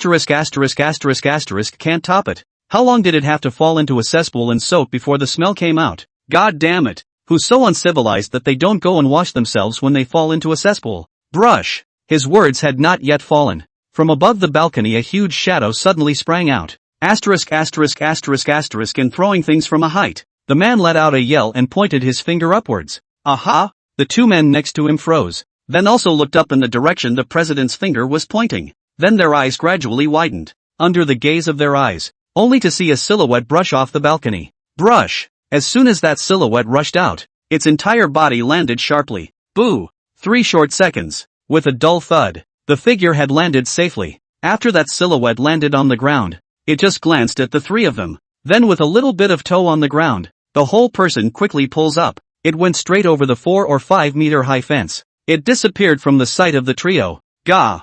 This instant, the three men froze directly in place. Click! The man known as the president slowly turned his stiff head. Reaching out, he pointed to the 4th floor balcony, then to the 4 or 5 meter high fence. Way! Wasn't there a guy who brushed off the 4th floor and jumped, and then the clicker jumped out of the enclosure? Wait! The man! Why does it look so familiar? Thanks to Green Emperor for the like, and thanks to all of you for the gifts. Chapter 25, Gynecological Sage. God's Miraculous Plan. Off campus, on an overpass, Rinyu leaned on the railing. In his mouth was a lollipop that he had bought for 50 cents on the dollar. Looking at the raging crowd below, Rinyu couldn't help but have his mouth turned up. What an abomination! The more I think about it, the angrier I get. I'm so sincere in teaching the lightweight luck method with the surname Chu. I didn't realize that I just slept on it and he turned around and was about to cut me with a knife. Alas, it's really unfortunate that the division is so poorly disciplined. Haven't even started the formal impartation yet. This guy was just going to commit regicide. What a rebel. Phew. After a long time, Lin Yu exhaled a mouthful of cloudy air. Alas, forget it, for the master's broad-mindedness and magnanimity. This time, I will not be generally concerned with this rebellious disciple. Ka-ching! Rinyu bit the lollipop in his mouth. Then it was time to plan a few laps around before heading back to school. This little brother. Suddenly, an old voice interrupted Lin Yu's thoughts. Lin Yu followed the voice, only to see that an old man with a pale face had stood in front of him at some point. The old man had a full head of white hair, and was wearing a somewhat aged Taoist robe. At a glance, it looks rather like a Sendo mold. At this point, in his hand he also held a piece of the flag. There were 4 big words written on it in a dragon's flight. The gynecologist. Lin Yu froze, blinked, and said, I don't have a gynecological disease. The old man sniffed, glanced at the flag in his hand. Sorry, got it backwards. Having said that, turned the flag over in his hand. The magic of the planet. Lin Yu. Seeing this scene, Lin Yu couldn't help but violently twitch the corners of his mouth. Boy, that's a busy business you have. I can't believe I'm in 2 positions at once. Ahem. The old man coughed lightly to cover up the awkward scene he had just witnessed. He then gazed at Lin Yu and spoke. Little brother, I see that you have amazing bones and a full heaven. You will surely have great achievements in the future. I have an absolute secret book here. Lin Yu directly rolled his eyes before turning around and walking away. You've been watching too much Kung Fu, haven't you? You're here to sell me the Kama Sutra. Hurry home and get cleaned up. Wait, little brother. If you don't like the Rulai Divine Palm, I still have the Luohan Turning the Heaven Seal and the Jade Maiden Heart Sutra. Seeing Lin Yu turn around and leave, the old man couldn't help but freeze. I'm not done with this. Wait, I see that you have a frown on your face. Little brother, you must have been caught up in trivial matters recently. I, Do Half Immortal, have been solving people's problems for more than 30 years, so perhaps I can relieve you of these worries. It only costs 500 to tell a fortune, and there's no charge for not being allowed. Lin Yu put his hands in his pockets and didn't bring his head back. 205. 130. It really can't go any lower. $8. Big brother, I haven't opened all day today. Give me face. Lin Yu waved his hand. Excuse me. The $80 or so from the sale of the Little Return of the Dan is still coming in. I've only got $7.50 on me. I'd be okay with you erasing a zero and just erasing 500 to zero. Or else, you want me to tell your fortune? I'm sorry. 2 words for you. No money. Halfway there, Lin Yu stopped. He suddenly seemed to think of something. Spinning around, he turned and went back towards where the old man was. On the other side, seeing Lin Yu leave without looking back, the old man couldn't help but sigh. Ugh. Next time it looks like we'll just have to find one of those goofy-looking people to scam. Damn. The students these days are more spooky than one another. Shook his head. The old man flipped the flag. The gynecologist. Better go ahead and fool the Amazons. You might even get yourself a few prestige. In the future then you won't have to labor so much yourself. Alas. Life is not easy. Even half-immortals sigh. The old fortune teller. Just a moment after he had just turned around, a familiar voice suddenly sounded from behind him. Asterisk asterisk asterisk asterisk is finally opening. Hearing voices. The old man's face burst with joy and he turned straight around. Turn around at the same time. His face was also restored to the Xian Dao look he had just worn. When he saw that it was Lin Yu who had retraced his steps, the smile on his face grew wider and wider. Gu, little brother. It's you again. Look how destined we are to meet again so soon, he said as he did so. While doing so, he flipped the flag back to the side of the God's machine seconds. Little brother, are you a gynecologist, or do you want your fortune told?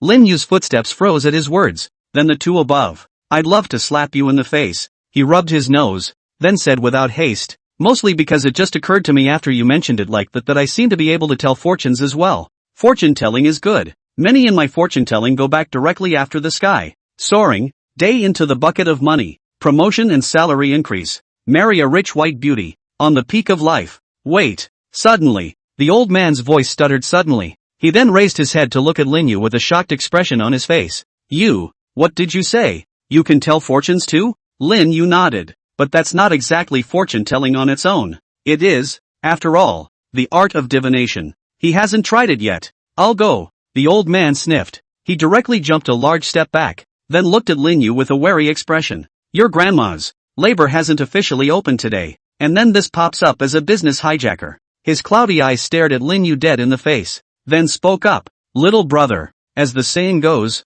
hitting people without hitting their faces, robbing money without robbing their rice bowls. I saw this path first. If you want to come and get it, you'll have to win against me. Do half-immortal. First, you know, I, half-immortal Do, have been in the Jianghu for more than 30 years, but I have never been so humiliated by a junior. Lin Yu didn't listen to the old man's blindly made-up words. His gaze was like a torch as he stared intently at the old man in front of him. At the same time, his mind shook tremendously. Ding! The host's use of divination was successful. As the system's beep sounded in his head, an inexplicable message suddenly flooded into his brain like a current. Name, Du Petal Kong. Sex, male. Virgin boys. Today's sign, crisis. The incident of being a virgin for 66 consecutive years. If you survive, you'll unlock the 87 years of pure virginity achievement. Lin Yu. Seeing the message that was fed back in his mind, the corners of Lin Yu's mouth couldn't help but twitch. Boy, it's more than just hitting the mother lode out of the womb and soloing all the time.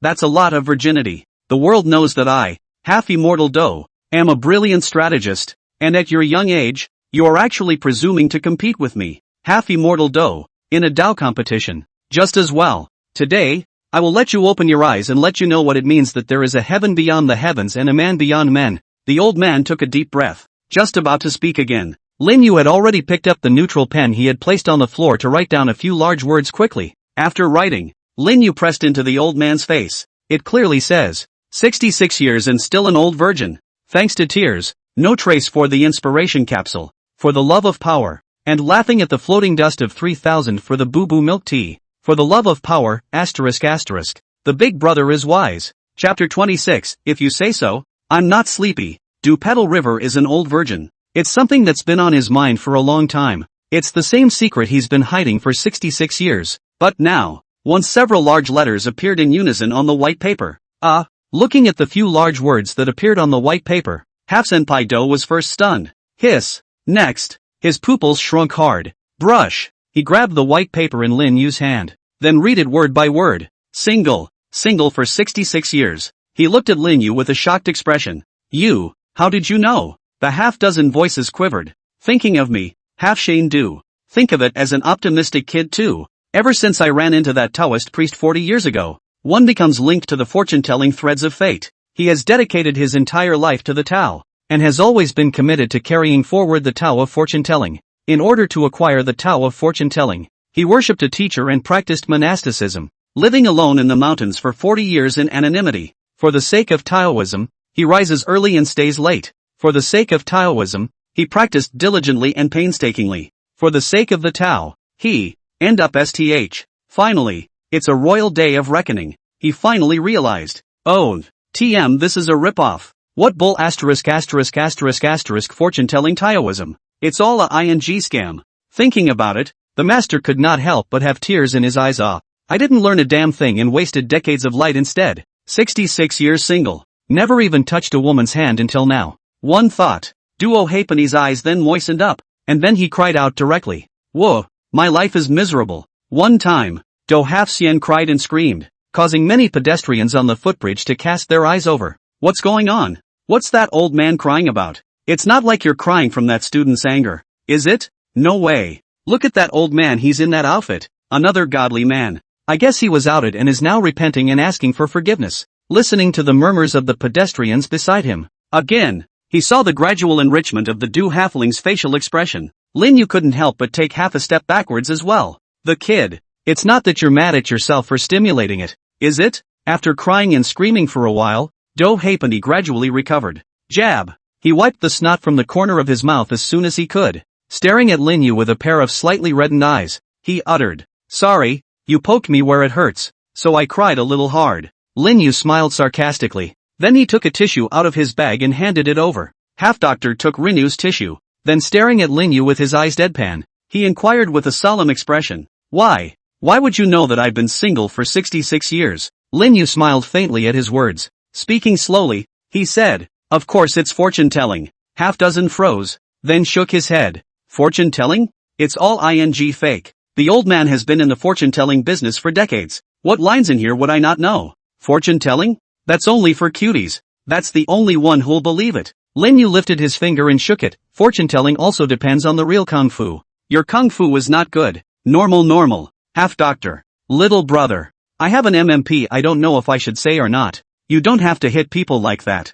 Phew. Half-Doctor exhaled a mouthful of turbid air before revealing a smile towards Lin Yu. So, can you figure out how long before I can end my life as a virgin? Say this. Do Half-Sien's old face flushed and his body twisted. Oops. I'm so shy to ask that question. Greater than over equal to omega less than over equal to, / rub. Hearing this, Lin Yu's eyes subconsciously bulged. Then looked the former up and down. I'll go. You're so ing old. I can't believe I'm asking when the virginity ends? Lin Yu was silent for a moment. Then said, looking at you, you'll be single for another 20 years or so, almost until you're in the ground. Do Halfpenny. What? Wait another 20 years. The Doge let out a scream. The whole person jumped straight up from the ground. He pinched his fingers. He himself is now 66 years old and will wait another 20 years. That's after 86. When the time comes, don't say you're out of the old virgin category. The soil may have been buried in several layers. Pop. Next, half-dozen directly brushed at Lin Yu and knelt down.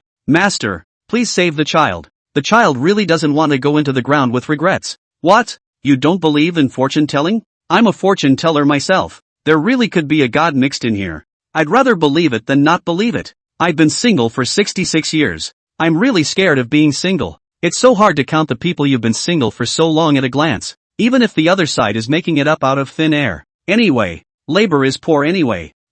Seeing half-dozen brush his knees, Lin Yu was also stunned. Dodo continued, if the master can relieve me of this regret, I am willing to promise the master all that is in my power. Hearing this, Lin Yu's eyes lit up. Yoo-hoo, if you say so, then I'm not sleepy. Lin Yu touched his nose and said without haste, ahem, my master always says that helping others is a basic quality of our generation. Not to mention that you and I are both from the Dao lineage, so we should help each other even more. Said. Lin Yu then walked towards half-dozen. Hearing Lin Yu's words, the Do Half-Sien who was kneeling on the ground could not help but feel a warmth in his heart, and his throat couldn't help but whimper. What a nice guy, and to think I tried to cheat him out of his money. Ugh, I'm so not a person. From now on, I'm going to clean up my act and make a fresh start. Never again will we disgrace our lineage of Taoism. Seeing Lin Yu walking towards him, Half-Xiando also hurriedly wiped away the tears on his face. Then he stretched out his hands towards Lin Yu. What a nice guy.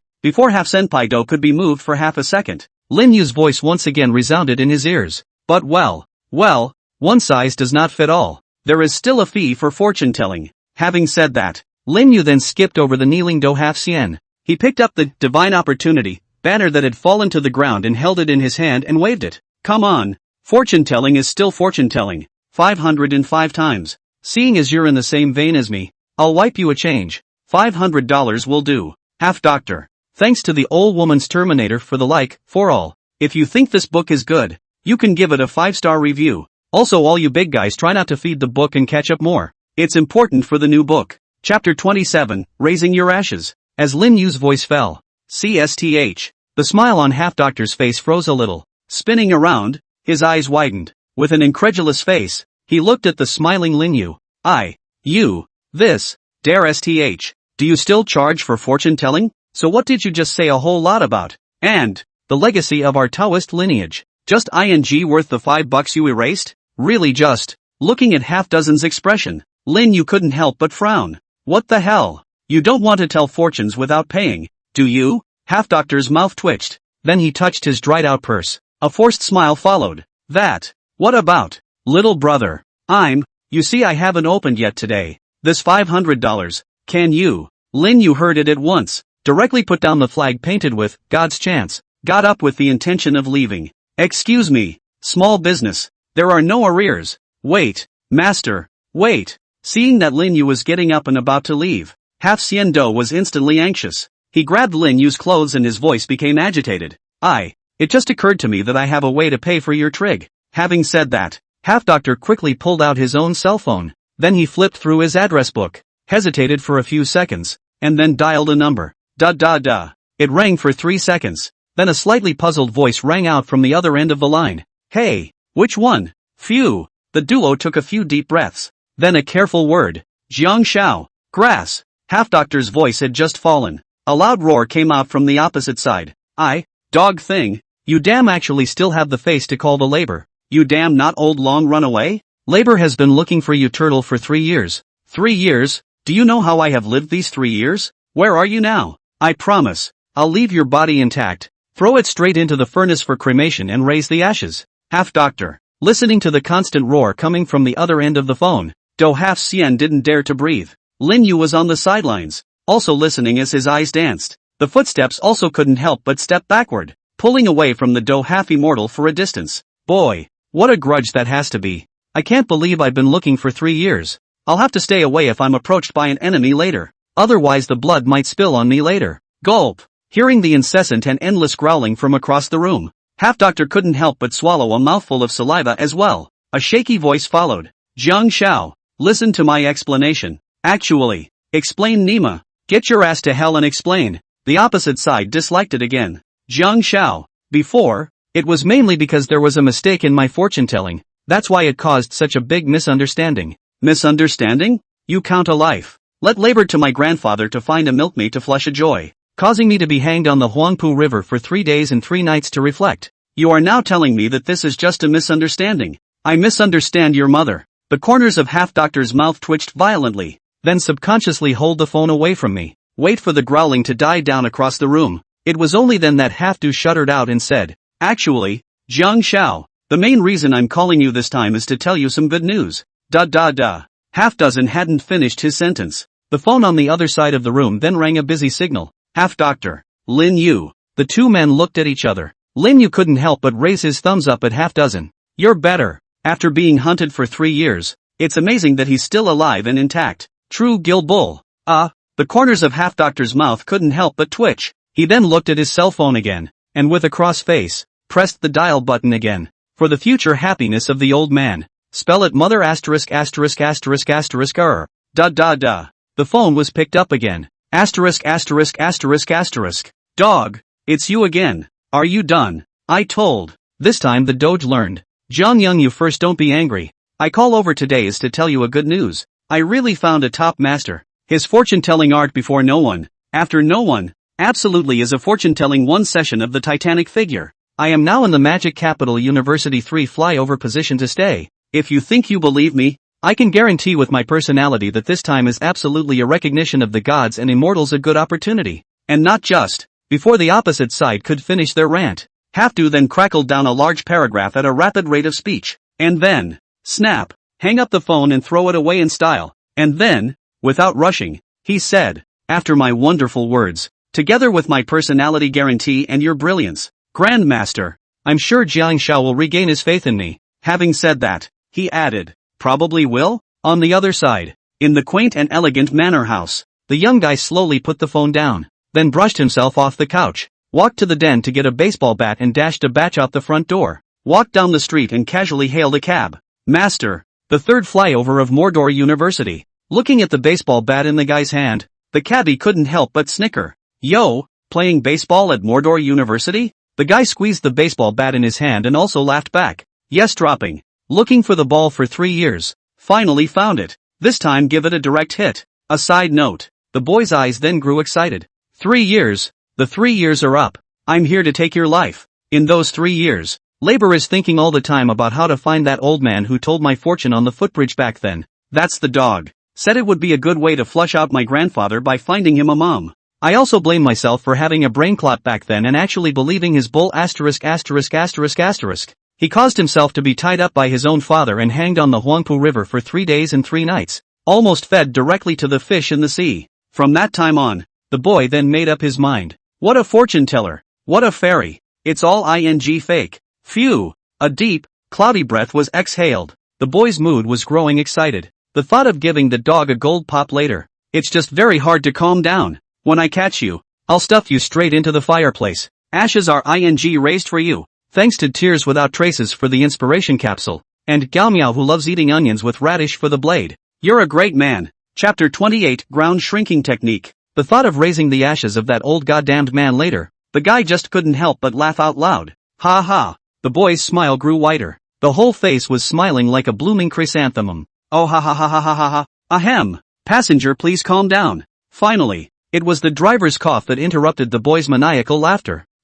Hearing the driver's voice, the guy quickly reacted. He wiped the drool from his mouth. Pointing to the open road in front of him, he said, Master, please drive faster. If you're slow, that ball might just run away by itself. The driver sniffed. Okay, pose in hand. Don't worry. Anyone who has ridden in my car knows that I am the Magic City taxi car saint. Buckle up. I'm going to start going. Having said that, before the guy could react, ignition, hanging gears, release the handbrake, boom, with a loud bang, the cab went straight out. Flyovers, with the half dozen or so after the call, the atmosphere around them became a bit stagnant for a while. After a long time, Lin Yu couldn't help but take the lead and say, why don't you, half immortal, run away first? Half dozen sniffed and raised his palm straight up. A cloudy face said, just now let the master laugh. The other party is just a young kid in his 20s. I've been in the jungle for decades. I don't carry any falsehoods at all. Just be quiet and watch from the sidelines later, master. With my witticisms, it's not like I have a mouth to make a 20-something-year-old kid submit. Having said that, the duo also took a few deep breaths. There was a look of victory on his face. Rinyu, looking at the expression on half dozen's face, Lin Yu couldn't help but twitch the corners of his mouth. That's what the words say though. But, brother, why are your legs shaking so much? Following Lin Yu's gaze, just see that Hafsierdo's 2 legs were now just like a humanoid piledriver. It's been sitting there shaking constantly. For those who don't know, they think he's going to fight his way through the earth on 2 legs. However, since Half Immortal Do didn't even intend to run away early, Lin Yu didn't have much to say. He happened to also want to see what the unlucky kid who was crippled by the Do Half Xian's neglect looked like. Sheesh. Find a mom for your own grandpa. It's amazing that anyone believes such nonsense. Sure enough, it's still the city people who know how to have some fun. Sitting on the ground, Lin Yu moved his mind, then called out the system panel. Brush. As a light blue light flashed before his eyes, an illusory panel also surfaced in front of Lin Yu's eyes. Ding. After 2 days, my dear host finally remembers your cute little lineage. If you're any later, your little lineage is going to run away from home in anger. The panel just surfaced. The electronic voice of the system resounded right next to Lin Yu's ears. Rinyu. A few black lines surfaced on Lin Yu's forehead. Can you imagine that sappy sound like gears turning? IING. Resort STH. I'm your sister. Dog system. Can you be ING normal? Ding. Ooh-hoo. The host didn't take care of people for 2 days, and now he's actually being mean to me. I'm crying, directly ignoring the system's pouty voice like a dead ghost. Lin Yu's gaze glanced at the personal panel. Host, Lin Yu. Age, 19. Reputation value, 156,700. 1 lucky draw for every 10. 000 reputation. Immortal techniques, thunderbolt magic, rain calling, space teleportation, dojo, water wave technique, divination, item bar, Taoist robe, small pill of return * 109, talisman of divine action * 6, talisman of peace * 70, great pill of return * 1, mount, crane, on vacation, reputation value mall, new items have been updated *. After 2 days of accumulation, the reputation value that Lin Yu possessed was already as high as $150,000. It seems like a lot, but it's gone again after 110 consecutive draw. Lin Yu deflated. And this sweepstakes is just extra watery. 1 wave of 10 straight draws goes down, and 9 times it's a consolation prize. Penguin Games has to shed tears of envy when they see odds like yours. No sweepstakes were considered. Lin Yu's gaze looked above the prestige value mall. Don't miss the new items in the mall. 1. Small reducing elixir * 100, can cure some minor ailments. Price, 100 prestige value, limited to 1 purchase. 2. Taoist ground shrinking technique, can shorten the distance. Price, 10. 000 prestige value, limited to 1 purchase. 3. Mount caterpillar, non-people carrying, growth type mount. The only characteristic is that it is particularly good at eating. Price, 150. 000 prestige value, limited to 1 purchase. First, sorry to skim right over it. I have 100 more in my package. The last one, it's even more negligible. Lin Yu doesn't have a hobby of raising caterpillars. Finally, Lin Yu turned his gaze to the second item. Taoism, shrinking ground technique. As for the synopsis and all that, you can ignore it. The synopsis of this system is just too spicy. Writing it is as good as not writing it. I wonder if the shrinking ground is the same as inside a martial arts novel. Looking at the shrinking ground technique, Lin Yu stroked his chin and couldn't help but ponder. If that's the case, I suddenly had a bold idea. System, purchase the shrinking art. Ding! The host's purchase of the Dao is successful. Congratulations to the host for obtaining the Dao, shrinking ground technique, with the electronic sound in his ears. A message about the shrinking ground technique then flooded into Lin Yu's mind. What appeared inside Lin Yu's mind was a text. Earth shrinking technique, that is, to hide from the world. A few seconds later, Lin Yu would have already learned this Dao. With the shrinking ground technique in the future, do you still need to walk on your own to grab food in the future? Alas, what an age. Of course it's just a straight-up shrinkage tea. Lin Yu touched his nose. It was a great mood for a while. This time, under the overpass, a cab with black smoke coming from its tires also killed instantly. Boo! The car door opens. Snap! A palm poked out of it. And then there was an incredibly pale cheek, followed by one with all the hair standing up. With great difficulty, the young man, probably in his 20s, climbed out of the cab. He crawled to the edge of the road with his baseball bat and curled up into a ball. The words kept coming out of his mouth. Alive! I survived. Thanks to tears, without traces for the inspiration capsule. People going low, water going high for the boo-boo milk tea in the blades. Big brother wise and mighty. Since I missed a chapter yesterday, I'll post all 3 this time. Chapter 29, I just remembered that there's an old sow waiting to be delivered at my house. Hell knows what he just went through. A cab. At street speeds Nima sped up to 106. 106. What a concept. Hades is sitting in the ING car waiting to take you down. Turtle. As for those stunts on TV, what razor blade overtaking, leaping over flower beds, shadowless don't car. That driver really has his hands full. Raoul didn't even see what he shifted gears. By now, his little heart was still pounding. Phew. Taking a few deep breaths, the guy's face then gradually improved. He then struggled to get up from the ground, then dragging the baseball bat one step at a time toward the top of the catwalk. Don't ask why you need to crawl. Because I want to give my feet and legs a break. Flyovers. Half-Doctor's eyes kept surveying the stairs on either side of the catwalk. He hadn't seen Jiang Xiao's figure, so he was anxious too. No way. It's been 3 minutes. Why isn't it here yet? Half-Doctor's eyes couldn't help but narrow. This kid wasn't like this 3 years ago. When he first saw me, he chased me for 30 blocks with a machete. Is it possible that a 3-year relationship faded after all?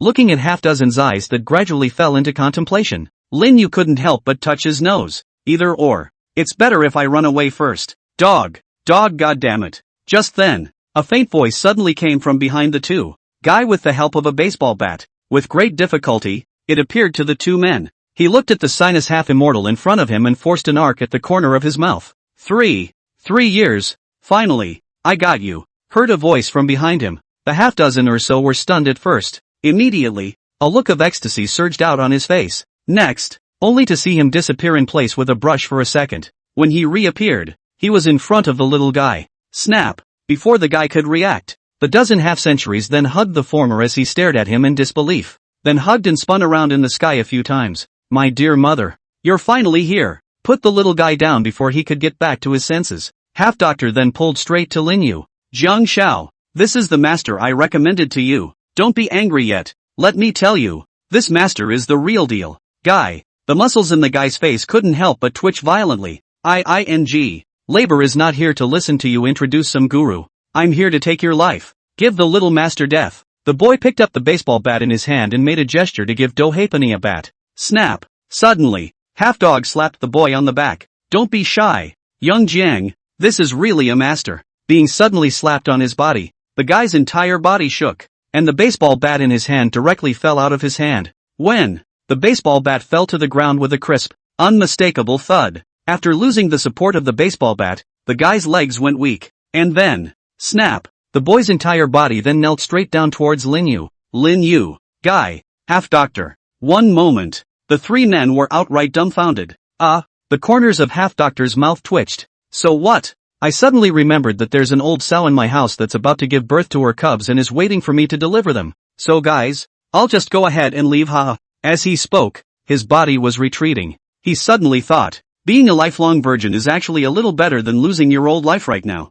The words fell. He directly picked up the flag on the ground, then brushed it off and rushed inside the pile. Wait, Lin Yu was just about to speak. Just as the words reached his lips, all he could see was Do Half-Xian's figure disappearing at the end of his line of sight. Lin Yu's palm stayed in midair. Yet, how many people has this guy been chased by over the years? It's amazing how fake you are to run away. Retracting his gaze, Lin Yu looked towards the young man still kneeling in front of him. There was silence for a few seconds, and then slowly out of the blue, he said, so what? Actually, we just met. There's no need to make such a big bow. Guy. 3 minutes later, the two men sat crouched next to the railing. The boy made fists with both hands and pounded his sore calves as hard as he could. At this moment, his face was filled with remorse. Who the hell would have thought? Counted on the beginning, not the middle course. One cab ride gave legs straight to the point of weakness. Damn, this is too excited. Next time the little master to come before the band let the people to 10 miles around all surrounded.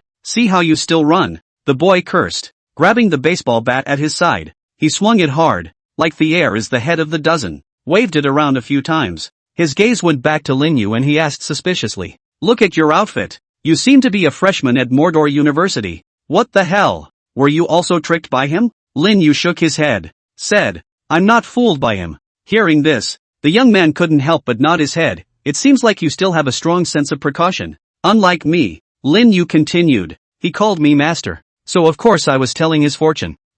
Lin Yu's words fell. The boy's voice then abruptly screeched to a halt. Immediately, his eyes widened in shock. You turned the tables on him. So great? Rinyu extends his finger and shakes it. That capsule one is considered to cheat. Hey, you love me. He voluntarily pay gossip. Suddenly, Lin Yu stood up with a brush as if he had suddenly thought of something. I'll rub it in. Speaking of trig fees, that grandson's $500 is still unpaid. I can't believe I let him get away like that. What a blunder. Seeing Lin Yu suddenly stand up, the boy couldn't help but stare. Phew. Taking a few deep breaths of air, he forced himself to resist the urge to explode. Lin Yu instantly put a bright and incomparable smile on his face. Then he lowered himself down and said with great enthusiasm toward the boy, let's not discuss that old thing. Come on. Want me to read your fortune? It's not expensive to have your fortune told. You're the first customer. $300, and if you're telling that old thing you just did, another $200 off. Guy. The boy looked at Lin Yu's costume. Another look at his warm, fiery smile. How does this look to you? Doesn't look like a guru either. Saying that, you're not in league with that old thing just now,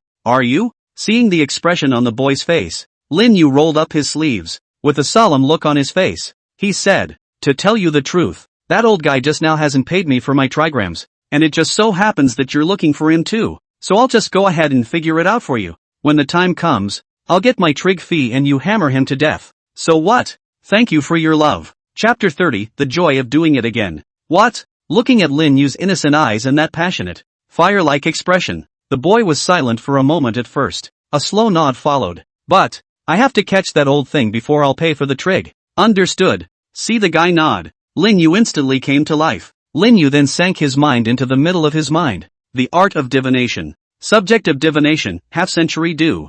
Divination event, current location, divination in. 10 seconds later, Lin Yu opened his eyes. He then patted the youngster on the shoulder and laughed. Let's go. I already know the location of the half-immortal. That fast? The boy couldn't help but stare at his eyes at the words. Big brother. I'm getting the impression now that you two are head over heels. Is this a sign that you are ready to rip me off? Since he had found that old thing's location, Lin Yu planned to move. For his $500. Punch it. Wait for me. Seeing that Lin Yu was about to leave, the boy hurriedly got up from the ground and followed Lin Yu. Walk under the overpass. Lin Yu confirmed a direction. It's in this direction.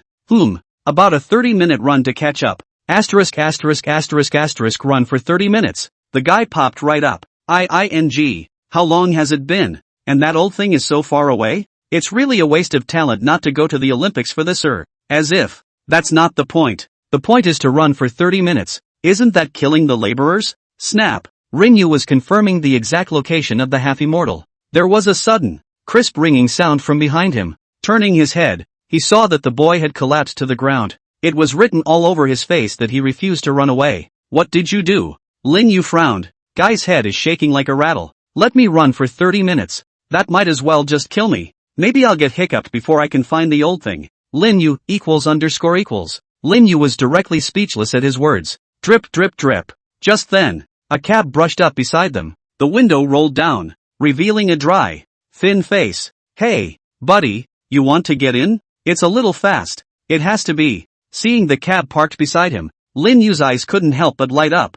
Aside, the guy couldn't help the joy on his face when he saw the cab pull up in front of him. But as the window rolled down, the smile on his face froze. Because the cab driver in front of us, the very same one that sent himself over. Wait, he was just about to speak. Lin Yu had grabbed him by the shirt and then threw him into the back seat with a bang. Ka-ching! Buckle up. Lin Yu pointed his finger. Master, Changle Street, be quick. No problem. The driver struck an okay pose. And then, wait, I need to get off. Back seat. When the boy saw the familiar and unmistakable gesture, his pupils couldn't help but shrink fiercely. Spinning his mouth, he spoke in a hurry. But he hadn't finished his last word. The driver has. Ignition. Hanging gears. Step on the gas. Release the brakes. One and done. Boom. The cab's tailpipe blasted. Then let out a loud roar. Next moment, the whole body just went straight out. Woj. Lin Yu hadn't reacted yet. A huge push just lifted him right out of his seat. But he reacted quickly. The palms of his hands pressed lightly on the seat, and his entire body spun in place. Finally smoothed out the seat. Anyway, just one word. Cool. The guy behind him wasn't so lucky though. He hadn't had time to put on his seatbelt when the driver sped off. Out of this. Boo! A muffled sound. He hit his head on the back seat. When? His forehead hit the front seat. Knock. On the left windshield. Bang. On the right windshield. The guy didn't realize how many times he had crashed. Anyway, he was so dizzy that he couldn't see how many fingers he had. Actually. Boo! The guy's head went straight into the windshield in front of him. 2 minutes later, the cab rubbed 4 wind turbines and stopped in front of Changle Street. Originally sat about 10 minutes away. It turned out to take less than 2 minutes. Boo! The car door was slammed hard. Lin Yu stood still, not moving a muscle. Welcome to the next ride. The cab driver waved his hand towards Lin Yu before driving off. After the cab left, Lin Yu remained standing in the same place. After standing in place for 10 minutes, only then did Lin Yu move his somewhat stiff legs before dragging the already fainted boy. Step by step, he walked towards the inside of Changle Street. At this point, it's in an alley somewhere inside Changle Street. Half-dozen glared around for a while. After confirming that there were no acquaintances, it was only then that he carefully retreated to the corner. Ugh, the Doge sighed. Then he touched his pocket and pulled a coin out of it. If we don't open, we'll probably starve to death on the streets today. And to think that one didn't fool anyone today. He himself even had a brain fart and called out Jiang Shao. But, how on earth did he know that I've been single for 66 years? Did he really calculate it? The question. The half-dozen or so never got it. Even if it's a guess, you can't guess that accurately. Unless he really is a god. Alas, there's no such thing as a fairy in this world. Shook his head. the Doge rearranged his appearance, restored to the ethereal look of the immortal way. The banner of the God's chance was re-picked up in his hand. Even though life has abused me 1,000 times, I'm still interested in life. Suddenly, Half-Doctor's expression suddenly stalled. What's that? In his line of sight, only to see a sudden extra mass of dark shadows in the corner position. The dark shadow was becoming more and more pronounced, and there were 2 small dots writhing inside. It's like something is going to come out of that. I don't know why. At the sight of the dark shadow, Half-Seer Do's eyelids began to beat furiously. Glimpse STH. Something big is going to happen to himself. Gulp. Just then, the dark shadows in the corners finally condensed to a node position. Subsequently, the dots writhing in it were becoming more and more visible. Snap. With 2 crisp thuds, Half-Doctor's eyes couldn't help but shrink hard. Come on. Say it with me, Ola. For all. Thank you for the gifts. All of you are wise. Asterisk love Lightwave. Think the book is not bad? Big Brother can come to a 5-star book review. Send a free gift yo. Chapter 31. Hand over the money. Coo. Corner position. The 2 little black spots were like boiling blisters. Little by little it rose up from the ground under the shocked gaze of half-dozen. Eventually, those 2 black dots slowly coalesced into 2 silhouettes. It's not. Looking at the 2 silhouettes that appeared in front of him, Do Half-Xian's mouth was wide open and his body couldn't help but tremble violently. Phew. Next, the sound of a strong wind whistled past Half-Seer Do's ears. Immediately after that a baseball bat flew out at an extremely tricky angle against Do Half-Xian's cheek. Knock! The baseball bat smashed into the inside of the fence behind the sinus. Boo! A huge crater was smashed out. The whole process lasted less than a second. Phew! Half-Dozen froze in place for 3 seconds. He then exhaled slowly. Then he reached out and stroked his white hair, which had been disheveled by the strong wind. And then, snap! Half-Doctor's legs went straight to the ground. The entire person directly knelt down towards those 2 silhouettes. Big Brother, have mercy. 2 big brothers. I also saw you popping out of the dirt by accident. It was simply an accident. I don't know what world you guys drilled out of Big Brother. I actually just wanted to come here to take a piss off. I have an 80-year-old mother, a 50-year-old child, and I feed 2 old sows at home.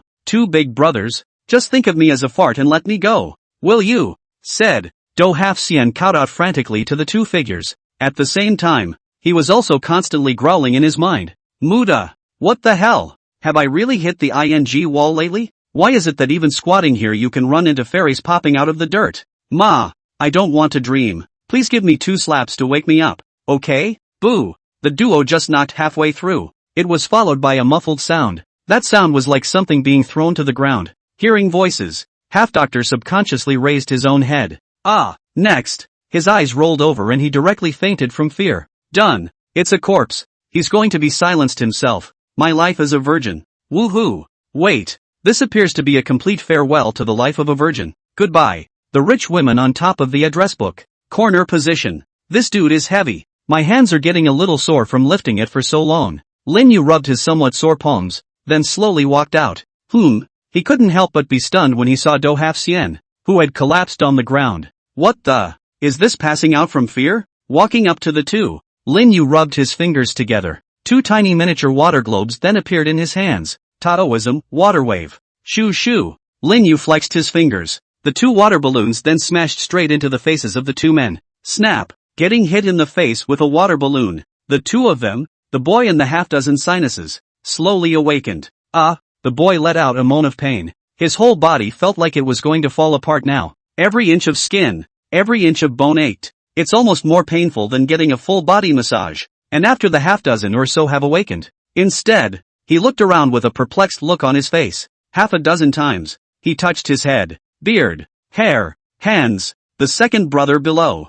I'm actually okay? Half-Duo's eyes couldn't help but light up. I can't believe I'm okay. Oh yeah. Snap. Next, before he could react, he was slapped across the cheek. Half-dozen froze outright. Then he slowly raised his head and looked above his head. You. Snap. Another slap.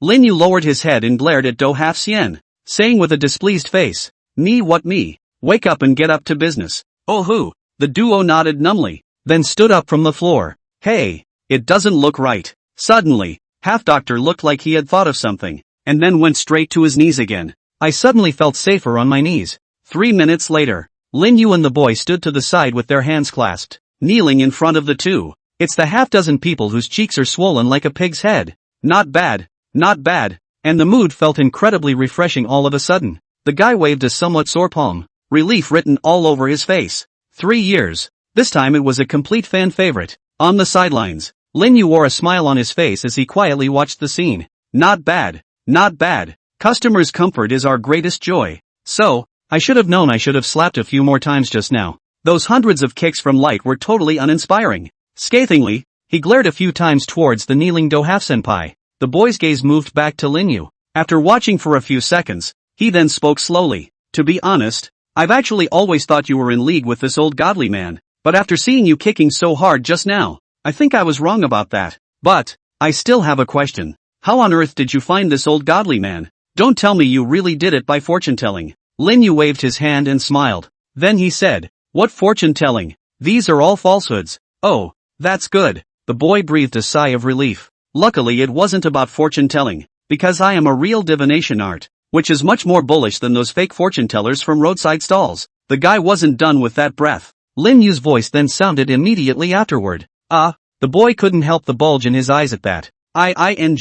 What's the difference between these two? Isn't it all just scamming stuff? Lin Yu skimmed over the frozen boy, then walked over to half dozen. The latter looked at Lin Yu, his mouth whimpering out. Da day. Da line. It's summer except number hate wow. Oh get even. Snap. Without saying a word, Lin Yu slapped him again. Can't understand your Martian. You're done with my customers. Now it's both of our turn. Now. Right now. Right now. Hand over the trig fee. Another slap to the face. Tears flowed directly from the inside of Do-half-sen's eyes. Tada. De you sister. Pay up. Snap. Another slap. Was Xian then touched the tour full What? There's no money. Didn't you say you'd have money when Jiang Xiao arrived? It is only right to pay what you owe. Small business. No credit. Snap. Snap. A clear and unmistakable ringing sound continuously resounded inside the alley. Gulp. Behind Lin Yu. The boy watched the scene with a dumbfounded look on his face. Fortune-telling. Wait. He subconsciously touched his pants pocket.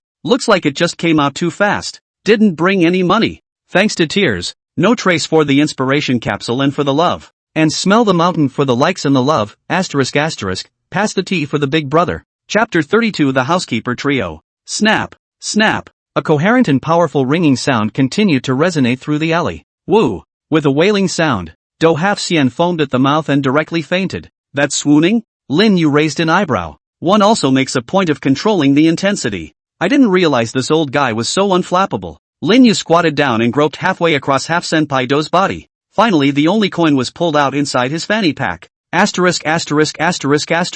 It's still a dime. Lin Yu skimmed his mouth, then tucked the dime into his pants pocket. Do all that? Lin Yu turned around. Once again, his face was covered with an enthusiastic smile. Ha ha ha, Jiang Xiao, I've made you laugh. Seeing Lin Yu's enthusiastic smile, the boy subconsciously flinched back. Wait, don't you come any closer. Lin Yu rubbed his hands together and smiled as he took a step towards the little guy. The main thing is that this guy owes me $500 of trigonometry, and I hate this kind of debtor most in my life. Said. Lin Yu also waved his fists a few times, his tone full of indignation. Spinning around quickly, a smile appeared on his face again. Of course, I believe that for someone like Jiang Xiaoyu, a mere few $100s of trigram fee, that's not a small amount of money.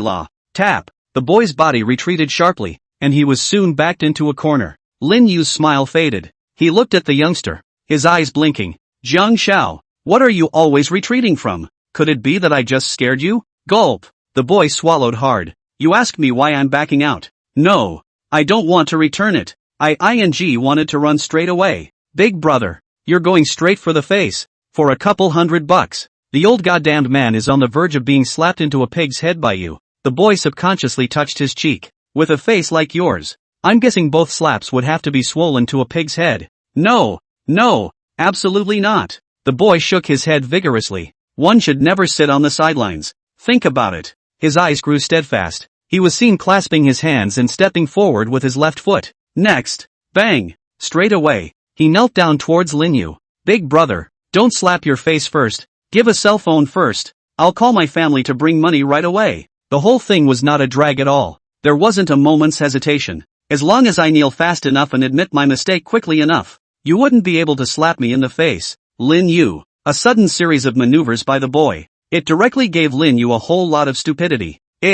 After about 10 more minutes. Brush. A big Ben pulled up in front of Changle Street. The car door opens. Brush up. The two men in black were the first to get out of the car. Click. Immediately afterward, the passenger compartment was opened. An old man with extremely neatly combed hair, wearing a suit and sunglasses, slowly stepped down from under the passenger side. In his hand, he also carried a suitcase. The three stood at the intersection. The strange costume attracted countless pedestrians to stop and watch. The old man ignored the stares cast around him and glanced at the watch on his hand. Spinning around, he raised an eyebrow. This is the place young master was talking about. The man in black aside nodded. Said, the place that young master said is indeed here. And then there's no more. The three men stood still, none of them moving. After a minute, the old man pushed up his sunglasses. Said, it seems I didn't make myself clear enough. What I mean is that you can get ready to go to the young master. The two men in black nodded. And then, just silence again. Seeing that the two didn't move,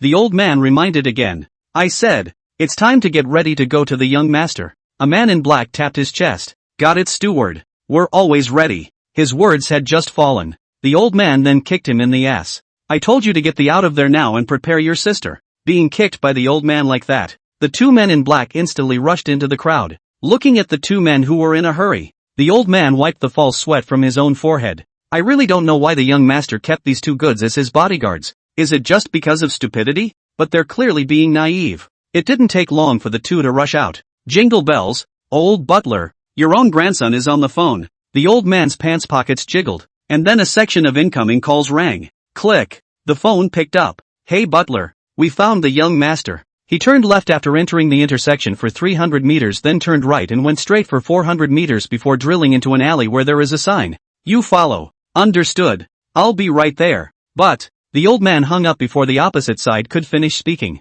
2 minutes later, the three stood with their bodies straight and expressionless outside the alley. Black coat, workmanlike sleeves, and handsome sunglasses, with a breeze blowing their hair if anything around them. And, it's a good day. It's a good day. One time, there's a good bit of BGM from the good old days playing, setting the trio off with an unmistakable BGM. The old man slapped the black-clothed man next to him on the shoulder, then just grabbed his phone and turned the BGM off. He then gave a big wave of his hand. Wave run wave floor, who's the wave? Changed the BGM. That's what I'm talking about. Come on, let's go in and greet the young master. Having said that, the three of them then walked inside the alley with incomparable style. Young master, I'm coming. As the trio walked into the alley with smiles on their faces. Next, the expression on their faces then suddenly froze. Just see the location in the corner. His own young master was kneeling on the ground, his face white and his whole body trembling. On the sidelines, a student in military uniform was holding a stout baseball bat, with a bemused look on his face.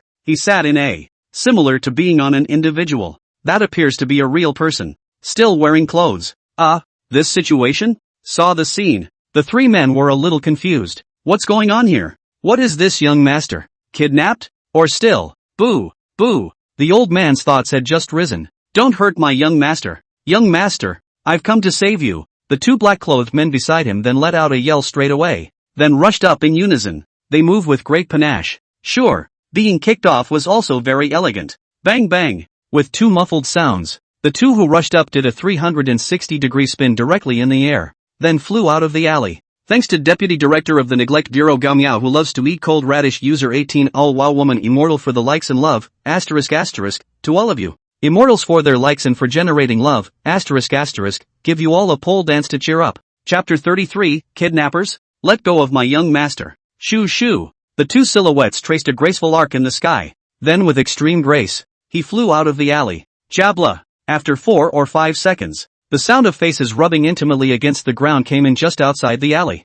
The old butler turned his stiff head. Then with wide eyes and a shocked expression, he looked at Lin Yu, who silently retracted his right foot. You. He pointed his finger at Lin Yu, his mouth hanging open. What he just saw. Nope. Should I say what just happened? All he knew was that the two bodyguards wailed and charged, followed by the next second. Haven't seen the kidnappers do it yet. The two bodyguards just flew straight out. What happened? Did the kidnapper just perform the legendary Buddha Mountain shadowless kick? He looked at his thin frame. Then he looked at Lin Yu, who was at least 1.5 meters away. Brush. Subconscious. He then took a step back. The current situation is, the young master is currently under the control of the kidnappers, and the kidnappers are too strong. So, the most logical plan for yourself right now is to run. But I ran like this. Will the kidnappers tear the ticket? Oh, so torn. Lin Yu looked at the old butler whose expression kept changing. One pair of eyes was also filled with a puzzled look. A slight frown followed. Eyes went to the boy crouching in the corner.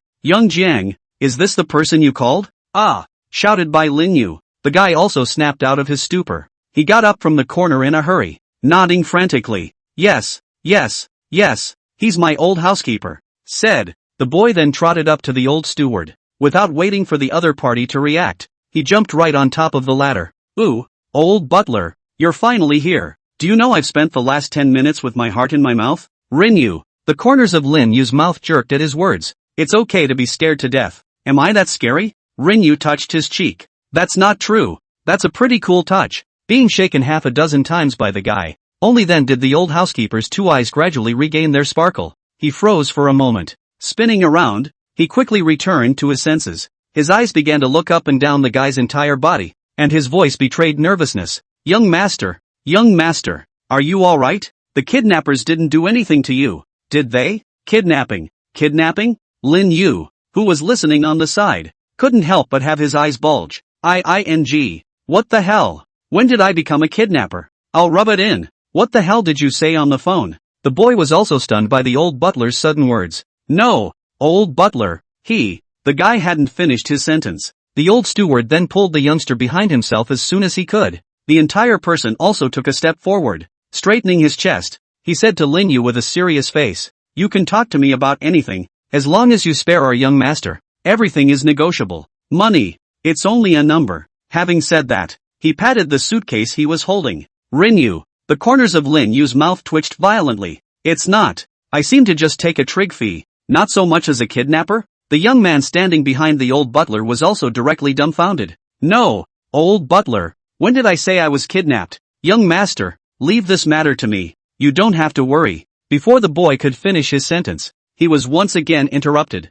Phew! The old butler exhaled a deep, cloudy breath, pushed the sunglasses on his nose. Little brother, seeing as you shouldn't be too old, and you're wearing such a military training outfit, I think you should have something difficult to say. In that case, you can tell us about it. There's no need to do such a dangerous and deadly kidnapping. Lin Yu. A few black lines surfaced on Lin Yu's forehead. It's really getting outrageous. The laborer is just getting a trig fee. What an outlaw. Seeing that Lin Yu didn't make a move, the old butler's heart was glad. Ouch. Effective hey. Ahem. The old butler coughed lightly twice, and his voice gradually became vicissitudes. I know what you're going through right now, and as someone who's been there, think about when I was. Knock. The old butler was just in the middle of his sentence. A loud bang suddenly rang out. Rumble. This was followed by a large portion of the wall collapsing down. The old butler's voice ended abruptly. The entire person also froze directly in place. Phew. Lin Yu let out a breath. Slowly, he withdrew the baseball bat from his hand. Then carrying a baseball bat, he walked up to the two men. He looked straight at the old butler. There was a 2-second silence. Lin Yu then spoke out. Big brother, don't read it. I just want to get a trigram fee, not a kidnapper. Hearing Lin Yu's words, the old butler blinked his eyes somewhat dumbfounded. Gulp. Subsequently, he swallowed hard. Well, I want to believe you, too, but, the old butler subconsciously looked at the baseball bat in the former's hand. Then he looked at the human shadow lying not far away. Such a scene. Now you're telling me you're not a kidnapper? Who would dare to believe this? Yeah. This time, the boy finally got a chance to talk. He quickly stepped out from behind the old butler. Old butler, you've really misunderstood. I asked you to bring the money over not to ransom me. It's just that I don't have the money to pay for my fortune telling. Well, the old housekeeper pointed to the sinus half-immortal lying not far away. After hearing this, Lin Yu waved his hand and said casually, it's okay, that's just fortune telling without paying. 2 random slaps. Whatever. Casually. 2 slaps? The corners of the old butler's mouth twitched violently. And what's with the blood coming out of him? Are you sure it was just a couple random slaps? After a long time, the old butler was also relieved. Since his own young master was fine, the other party was not a kidnapper. That would naturally be the best ending. Right. The old man took out the suitcase he was holding. This is the $30,000 ordered by the young master. At that time, after hearing the young master's words, I was also a bit confused. I said that the kidnappers were so unambitious that they only wanted $30,000 for the ransom.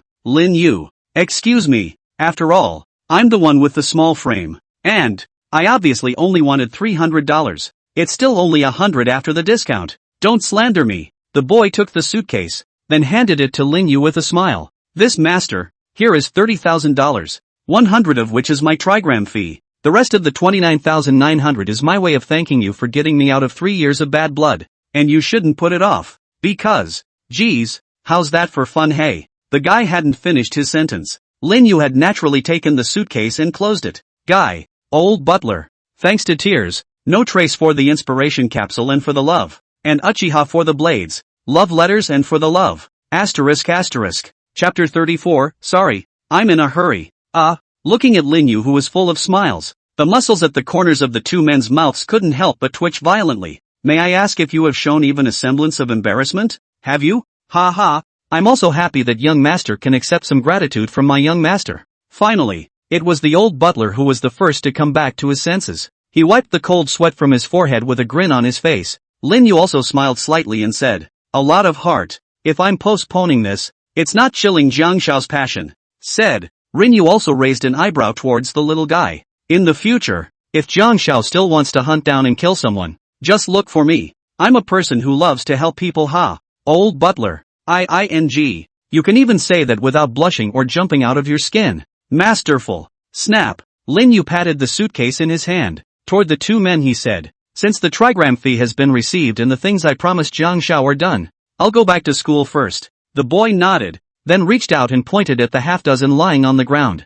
Then Lin Yu waved his hand and said, his trigram fee can only be owed. Currently owes me $499.99. I'm a thief with principles. Absolutely will not charge more than 1 point trigram fee. Guy. The boy couldn't help but cast a sympathetic look at the fainting dozen. Sheesh. Meet such a master. You're also really bull-nosed. 3 seconds of silence for you. 1.5 seconds later, the boy withdrew his gaze, then clasped his fists towards Lin Yu. Then, Master, we'll leave first. I've memorized your contact information, so we'll be in touch often in the future. Lin Yu gave an okay sign. Subsequently, the boy followed the old butler out of the alley. Leaving, he also didn't forget to tell the two bodyguards who climbed in from outside to take the dozen with them. After a few people had left the alley, Lin Yu placed his gaze on top of the suitcase in his hand, and his face was then delighted. $30,000 is really not a bad deal for this trip out of school. The mood is stormy. This time, the young master is also considered to be out of the title of the poorest college student.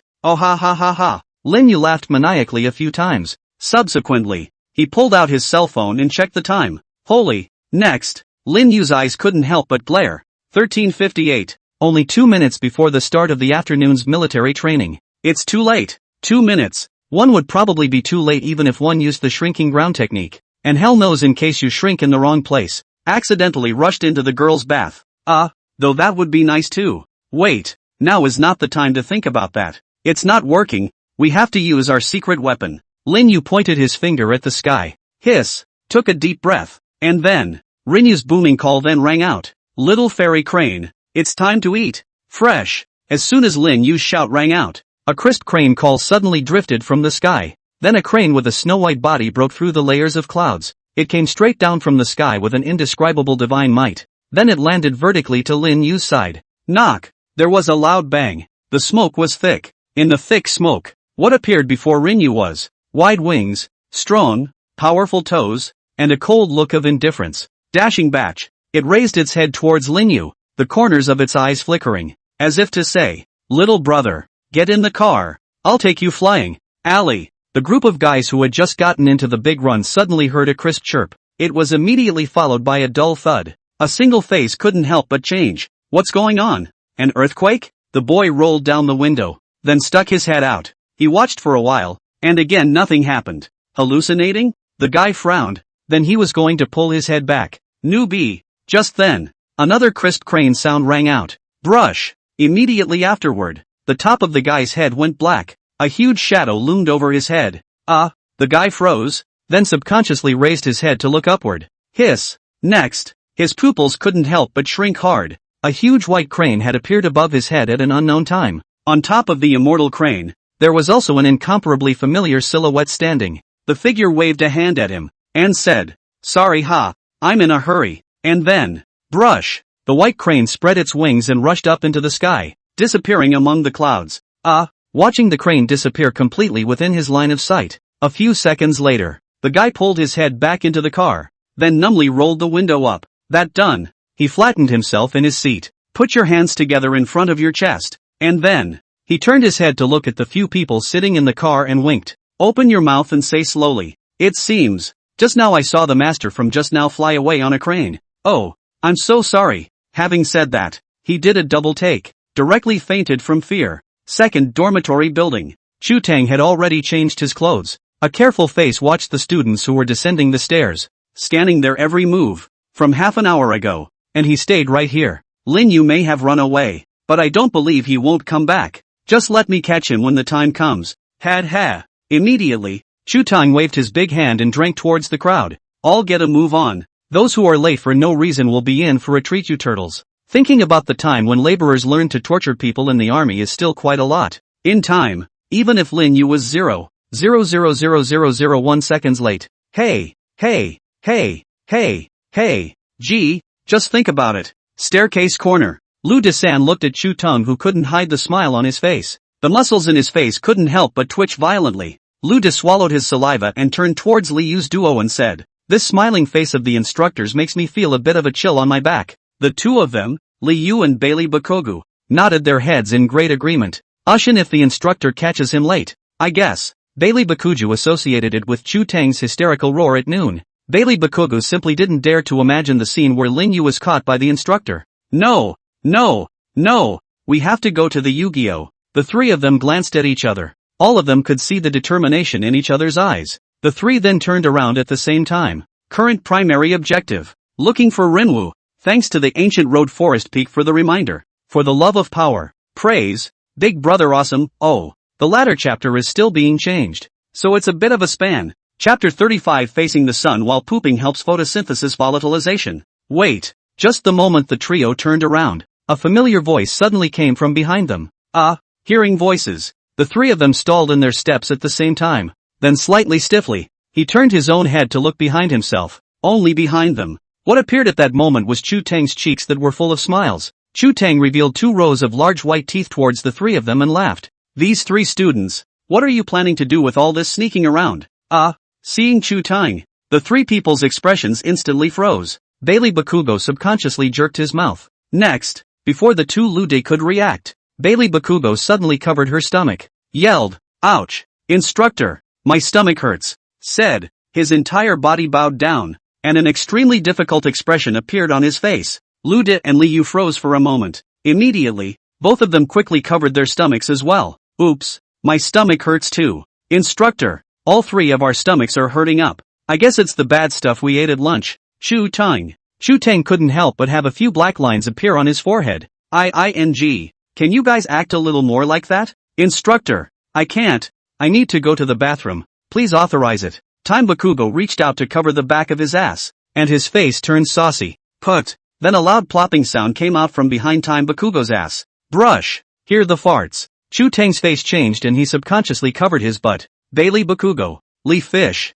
Lu De, Chu Tang. One time. The air reeked of embarrassment. Chu Tang did not move and took back his palm. Then casually said, "Conditioned reflex. Don't you guys care?" When the 3 Lu De people heard this, the muscles at the corners of their mouths couldn't help but twitch violently. Goddamn reflexes. The first time Rauch has seen the reflex to cover once, but first thing when one hears a farting sound. After this phase of interruptions, Chu Tang waved his hand and said, "So what? Since you guys are sick to your stomachs, go ahead and remember to get back to the playground early." "Yes, instructor." The 3 of them couldn't help but see their eyes light up at the words. "Let's go in the academic building to avoid affecting the air in the dorms." Having said that, the 3 of them then stormed out of the dormitory building in a hurry. Hey! Saw the backs of the 3. The corner of Chu Tang's mouth slowly revealed a treacherous smile. 2 minutes later, on the rooftop of a school building, Lu Da's 3 men huddled together. "How's it going? Any news of Lin Yu?" Lu Da took the lead in asking. Li Fish and Time Bakugo shook their heads.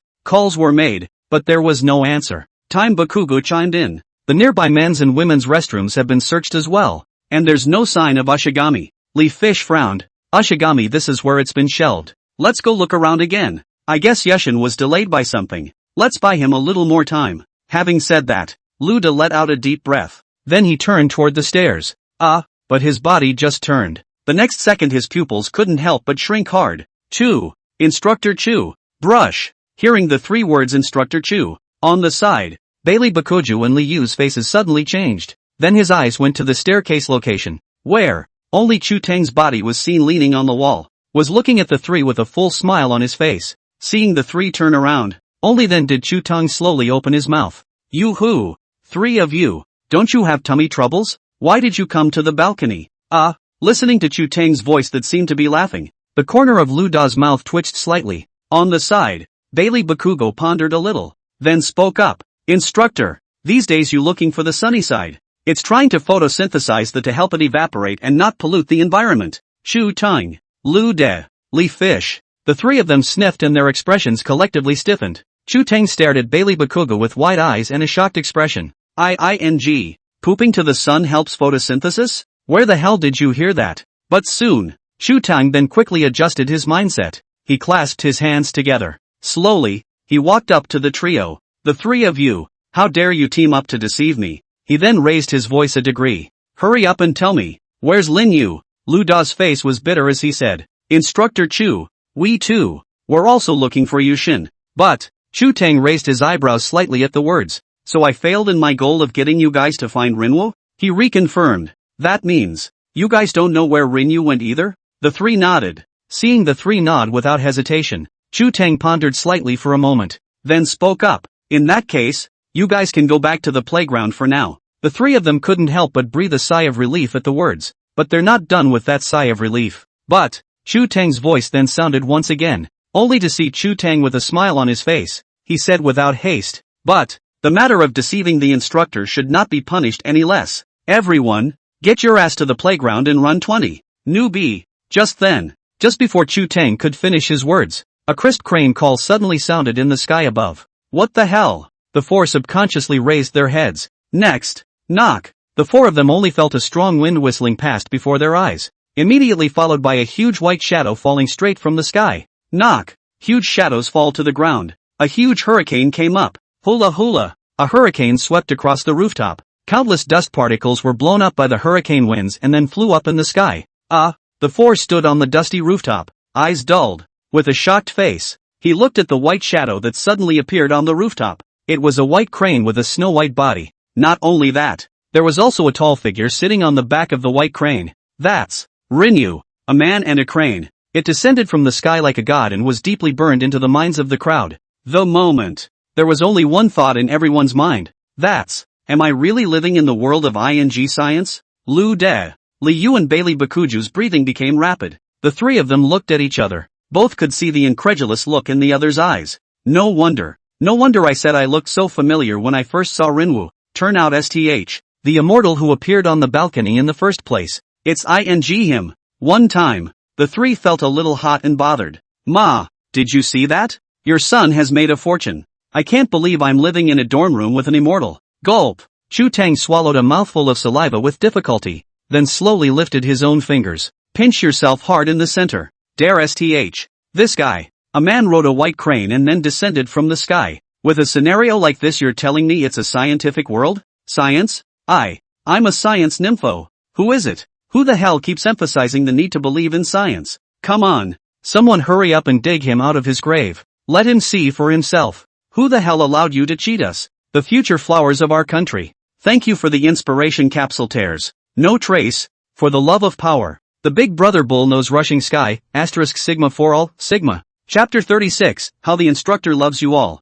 4 days have passed. Military training was in full swing as usual. Only the chief instructor was replaced with Zhao Debao. As for Chu Tang, I don't know if it's because after getting my little heart seriously broken that day, the whole thing just seemed particularly out of place. Then locking myself up in my dorm room, and Rinwu, have skipped military training several days in a row. The reason is simple. It has to be digested first, or I'll come out on top. What if one of them passes out with a nosebleed? For Lin Yu's reasoning, Zhao Debao went straight into a rage on the spot. I've lived for so long, but I've never seen such a shameless one. In the end, it was Chu Tang who stepped in to stop Zhao Debao's madness. On the rooftop of a school building, Rinwu crossed his legs, leaning leisurely against the wall and basking in the sun. Why is it so cool when you don't have military training? Lin Yu picked up the thermos cup next to him, then take a sip and let out an exclamation. Over the course of a few days, Lin Yu spent every day sitting on the rooftop and drinking tea. Either that or just randomly sneak around inside the school.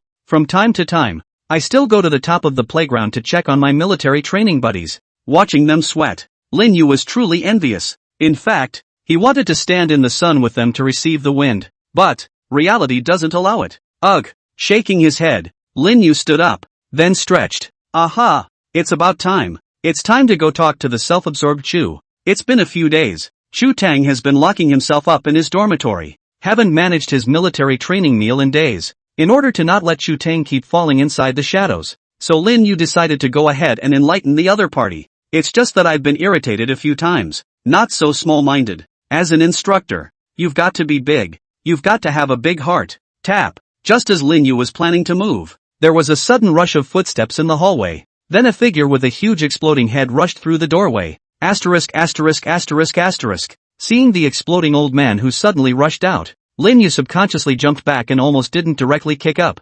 Chu? Instructor Chu? After he got a good look at the face of the visitor, his eyes couldn't help but bulge. I'm on my way. Did you just get back from the battlefield in Syria? What's with the look? The person who came was none other than Chu Tang. At this point he had an exploded head and two swollen eyes. He looked at Lin Yu and was silent for a moment, then slowly said towards Lin Yu, I've decided. Just do it. Rin Yu? Rin Yu blinked. What did you decide? Chu Tang exhaled a mouthful of turbid air before stretching out his hand to point at Lin Yu. After meditating on it for the past few days, I've finally figured out what you can actually use it for, huh? Rin Yu? It's not. Why am I getting more and more confused the more I hear? Only to hear Chu Tang continue. You? Now get back inside the formation. I'm taking the entire student body and going off campus for practical training. Lin Yu, huh? Off-campus practical training? 10 minutes. On the playground, Lin Yu stood on the podium. He was holding up an off-campus training bulletin board with a bored look on his face. Off the charts. Just outrageous. Why does it have to be the little man who holds up the sign? And when did this one take pictures of me in my sleep? Something's not right. It's completely unscientific. I can't believe you threatened me with a beautiful picture of me in bed. Put up with it this time. Rin Yu sighed. It's really not an easy life. The Taoist priest sighs too. Beside Lin Yu, it was Shooting, fully dressed, with his hair combed back, after a few days of buffering. Now this group of military students no longer had the same crazy impulses they had at first. However, their gazes towards Lin Yu were still fiery. Lin Yu didn't have any doubts. As long as Chu Tang said, close the door, let go. The group must have come up one by one wailing and stripping themselves naked. Knock knock. Chu Tang picked up the microphone, then tried the sound. After confirming that there is no problem, he flashed a long-awaited smile toward the students below. First of all, after these few days of recuperation, I, Chu Tang, have returned. No need to applaud. I've always been more low-key. The corners of Lin Yu's mouth jerked.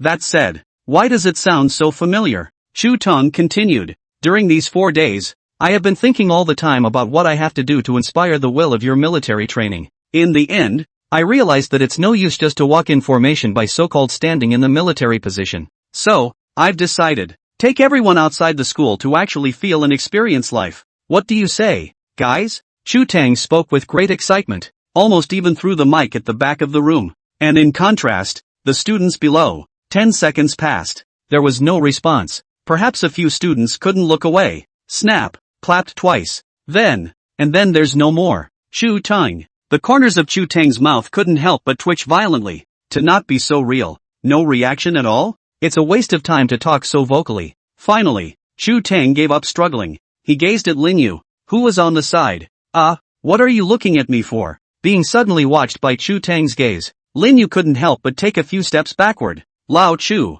I urge you to be kind, haha. Hey! Looking at Lin Yu with a nervous expression, a naive smile appeared on Chu Tang's face. Nothing. I just suddenly remembered that I still have a few pictures in my cell phone that I haven't deleted. Rin Yu? Chu Tang continued. Ugh. You see, these students aren't excited about off-campus practical training at all, and I can't really think of anything better to do than think of putting your picture out there. Rin Yu. Hearing Chu Tang's words, Lin Yu couldn't help but have a few black lines appear on his forehead. Your brother. Next, Lin Yu snatched the microphone from Chu Tang's hand. Nearly hysterical shout out. Instructor Chu is wise. We strongly support the instructor's decision. Instructor Bullnose. When Chu Tang saw this, a smile surged on his face. He took Rin Yu's microphone. Unhurriedly, he said, in response to this off-campus practical training, You will understand. Instructor. How much you are loved. Thanks to Shower from Cold Gugu. The biggest gift I've received so far. Not to mention the Big Brother's bull's nose.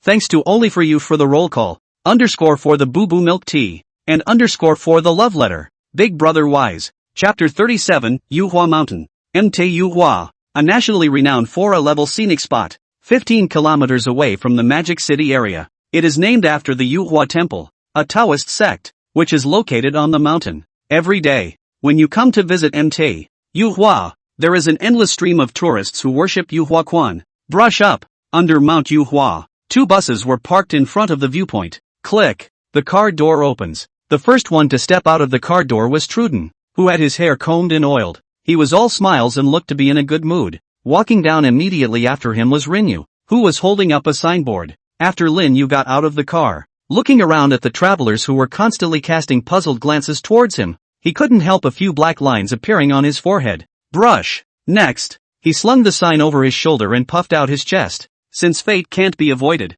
let's accept it gladly. It's just a sign, a trifle. Behind Rinyu, one by one, students dressed in military uniforms were also streaming out from inside the bus. As soon as the crowd got off the bus, then he looked around with a surprised face. Every now and then there are a few involuntary gasps. Egu my ass. Isn't this Mount Yuhua? It's been a long time since I wanted to come here to take a look. The scenery here is too beautiful, isn't it? I should have known I'd sneak my cell phone with me. It's just a bloody shame not to take a few pictures back. Lin Yu carried the notice board. It was natural to walk up to the trio in his own dormitory. Seeing that all 3 had a gloomy look on their faces, Lin Yu couldn't help but raise an eyebrow. Somewhat puzzled, he asked out loud, "The 3 of you, why are you 3 looking like that?" Luda sniffed and leaned towards Lin Yu's side. With his afterglow, he glanced at Chu Tong who was not far away. Lowering his voice, he said towards Lin Yu, "I do think the instructor's so-called off-campus practical training is actually, there must be some kind of conspiracy."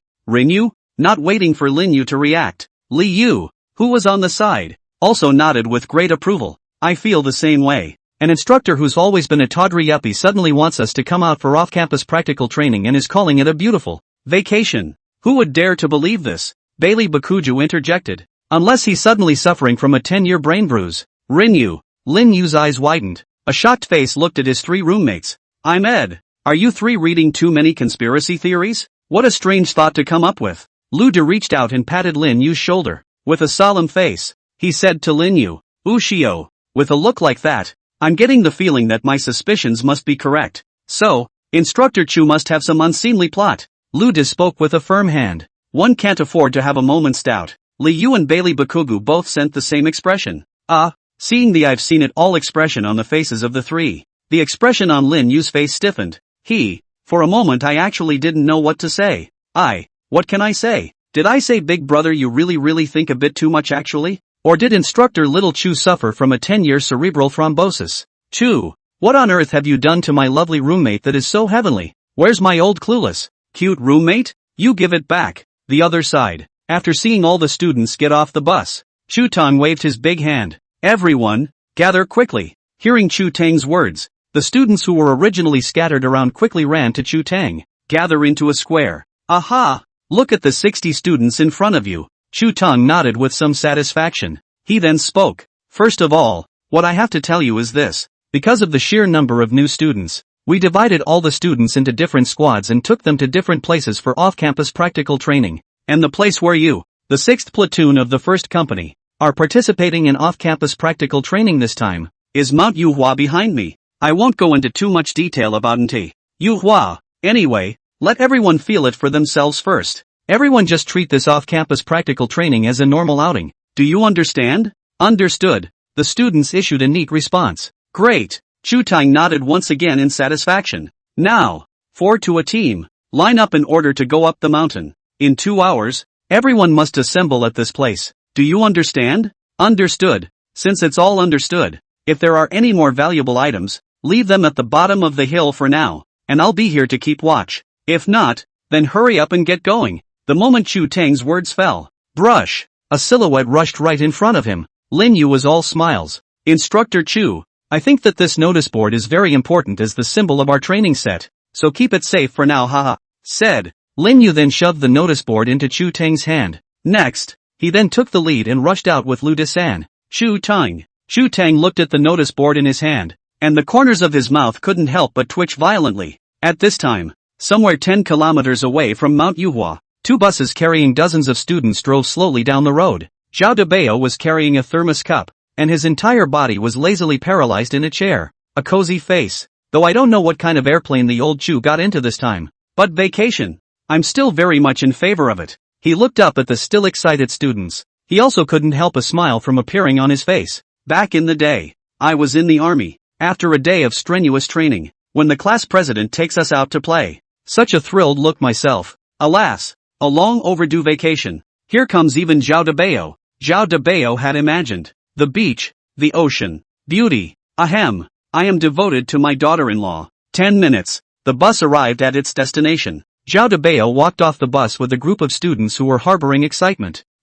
When get out of the car later, visible to the naked eye. The smile that was originally overflowing on Zhao Debao's face solidified a little bit. He rubbed his eyes. A shocked face looked before him. It was a huge mountain with dense grass and trees. On top of that, there's that. The mountains and the hills. Mountain hogs. This time, a farmer also came from a short distance away. He smiled and looked at the crowd that froze in place. Then he said, "Hey, are you the military training students from Magic City University? Your instructor Chu told me a long time ago that you guys were coming. It's not. Purposefully left these little pigs for you to be off-campus practical training subjects. Thanks to Tears, Traceless for the inspiration capsule. For the love. Big Brother Bullnose, ***. Thanks to Chili Goo Goo for the great healthcare. The owner is really awesome, ***omega****. Chapter 38, actually, catching pigs is not bad. If God would just give me another chance. I Zhao Debao will definitely not agree to the surname Chu's Bull ***** off-campus practical training program. Labor's beach, labor's waves, and laboring beauties. Not only is it all ing gone, and now labor is reduced to roaming the hills here, catching mountain hogs. I chow your brothers, son of a Chu Tang. Labor is not finished with you. It's so true that the more I think about it, the angrier I get. Toward the end, Zhao Debao grabbed a handful of mud from the ground and flung it into the air. Then straight afterward, he looked up to the sky and roared out. His rant hadn't been long in coming. A few students on the side then anxiously shouted towards Zhao Debao. Instructor Zhao, quick! This mountain pig is too ferocious. We can't clean it up. In the middle of them, it was a large mountain pig that was huge and quite tough looking. A few students blushed a little. Such a big-headed pig. Who the hell could stand it if it hit them? Out of the way. All of you. A bunch of hot chicks. Let the even come. Zhao Debao was worried that he had no place to take his anger. Clap your hands. Zhao Debao jumped right next to the large mountain pig. There are no fancy moves. Swung his fist straight up and smothered it with a punch. Knock. With a muffled thud, the mountain pig let out a miserable scream before collapsing to the ground with a loud thud. Whoa! Saw the scene. A thick layer of admiration immediately surged in the eyes of the surrounding students. An exclamation of surprise followed. Instructor Zhao is awesome. Instructor Zhao is too strong. So Instructor Zhao is actually so strong while for all. A hot mountain pig. One lump and it's dry-flopped. Too strong and hot. Listen to the crowd's exclamations. Zhao Debao couldn't help but raise an eyebrow. The heart for a moment actually had a sudden extra dash of fulfillment, but the expression on his face was unchanged. Very casually, he waved his hand. Acting extremely calmly, he said, "Lo and behold, it's all a small scene." Said. His gaze suddenly froze. The next second it was straight out the door. That student. Let go of that pig and let me. Knock. Knock. With a few muffled thuds, Zhao Debao once again gained a few little fans. Look at their faces of adoration. Zhao Debao's figure didn't stop and once again joined another pig-catching battlefield. Without realizing it, Zhao Debao felt, catch a pig or something. It's actually quite good. Oh ahahahaha, mtihua. After 15 minutes of climbing, Lin Yu and Lu Da's 4 people finally climbed to the top of the mountain. I can't. It's been too long since I've climbed such high stairs. Let me lie down for a while. Just finished climbing the last step. Bailey Bakugo's entire body went straight to the floor. Hot chicken. Luda couldn't help but kick some ass at the sight. It's only a couple thousand steps. Such a dish. Disgraceful to our fairy dormitory. Aside, Lin Yu's gaze gradually looked farther and farther into the huge building not far away. Yu Hua Guan. A plaque engraved with 3 large gilt letters hung high above the gate. Look at the huge plaque. One time, Lin Yu couldn't help but fall into his memories, listening to his master. They know that the Youth Watch owned such a large plaque in the first place. At that time, Their knowledgeable view was a far-flung presence for hundreds of miles around. Every day, many admirers come to pray for blessings and make offerings. But time has changed. The knowledge of the youth's view was becoming more and more withered by the time of his master's generation. The glory is long gone. The entire knowledgeable observatory had also become completely dilapidated. Don't worry, master, with me here, the knowledgeable youth view can't be ruined.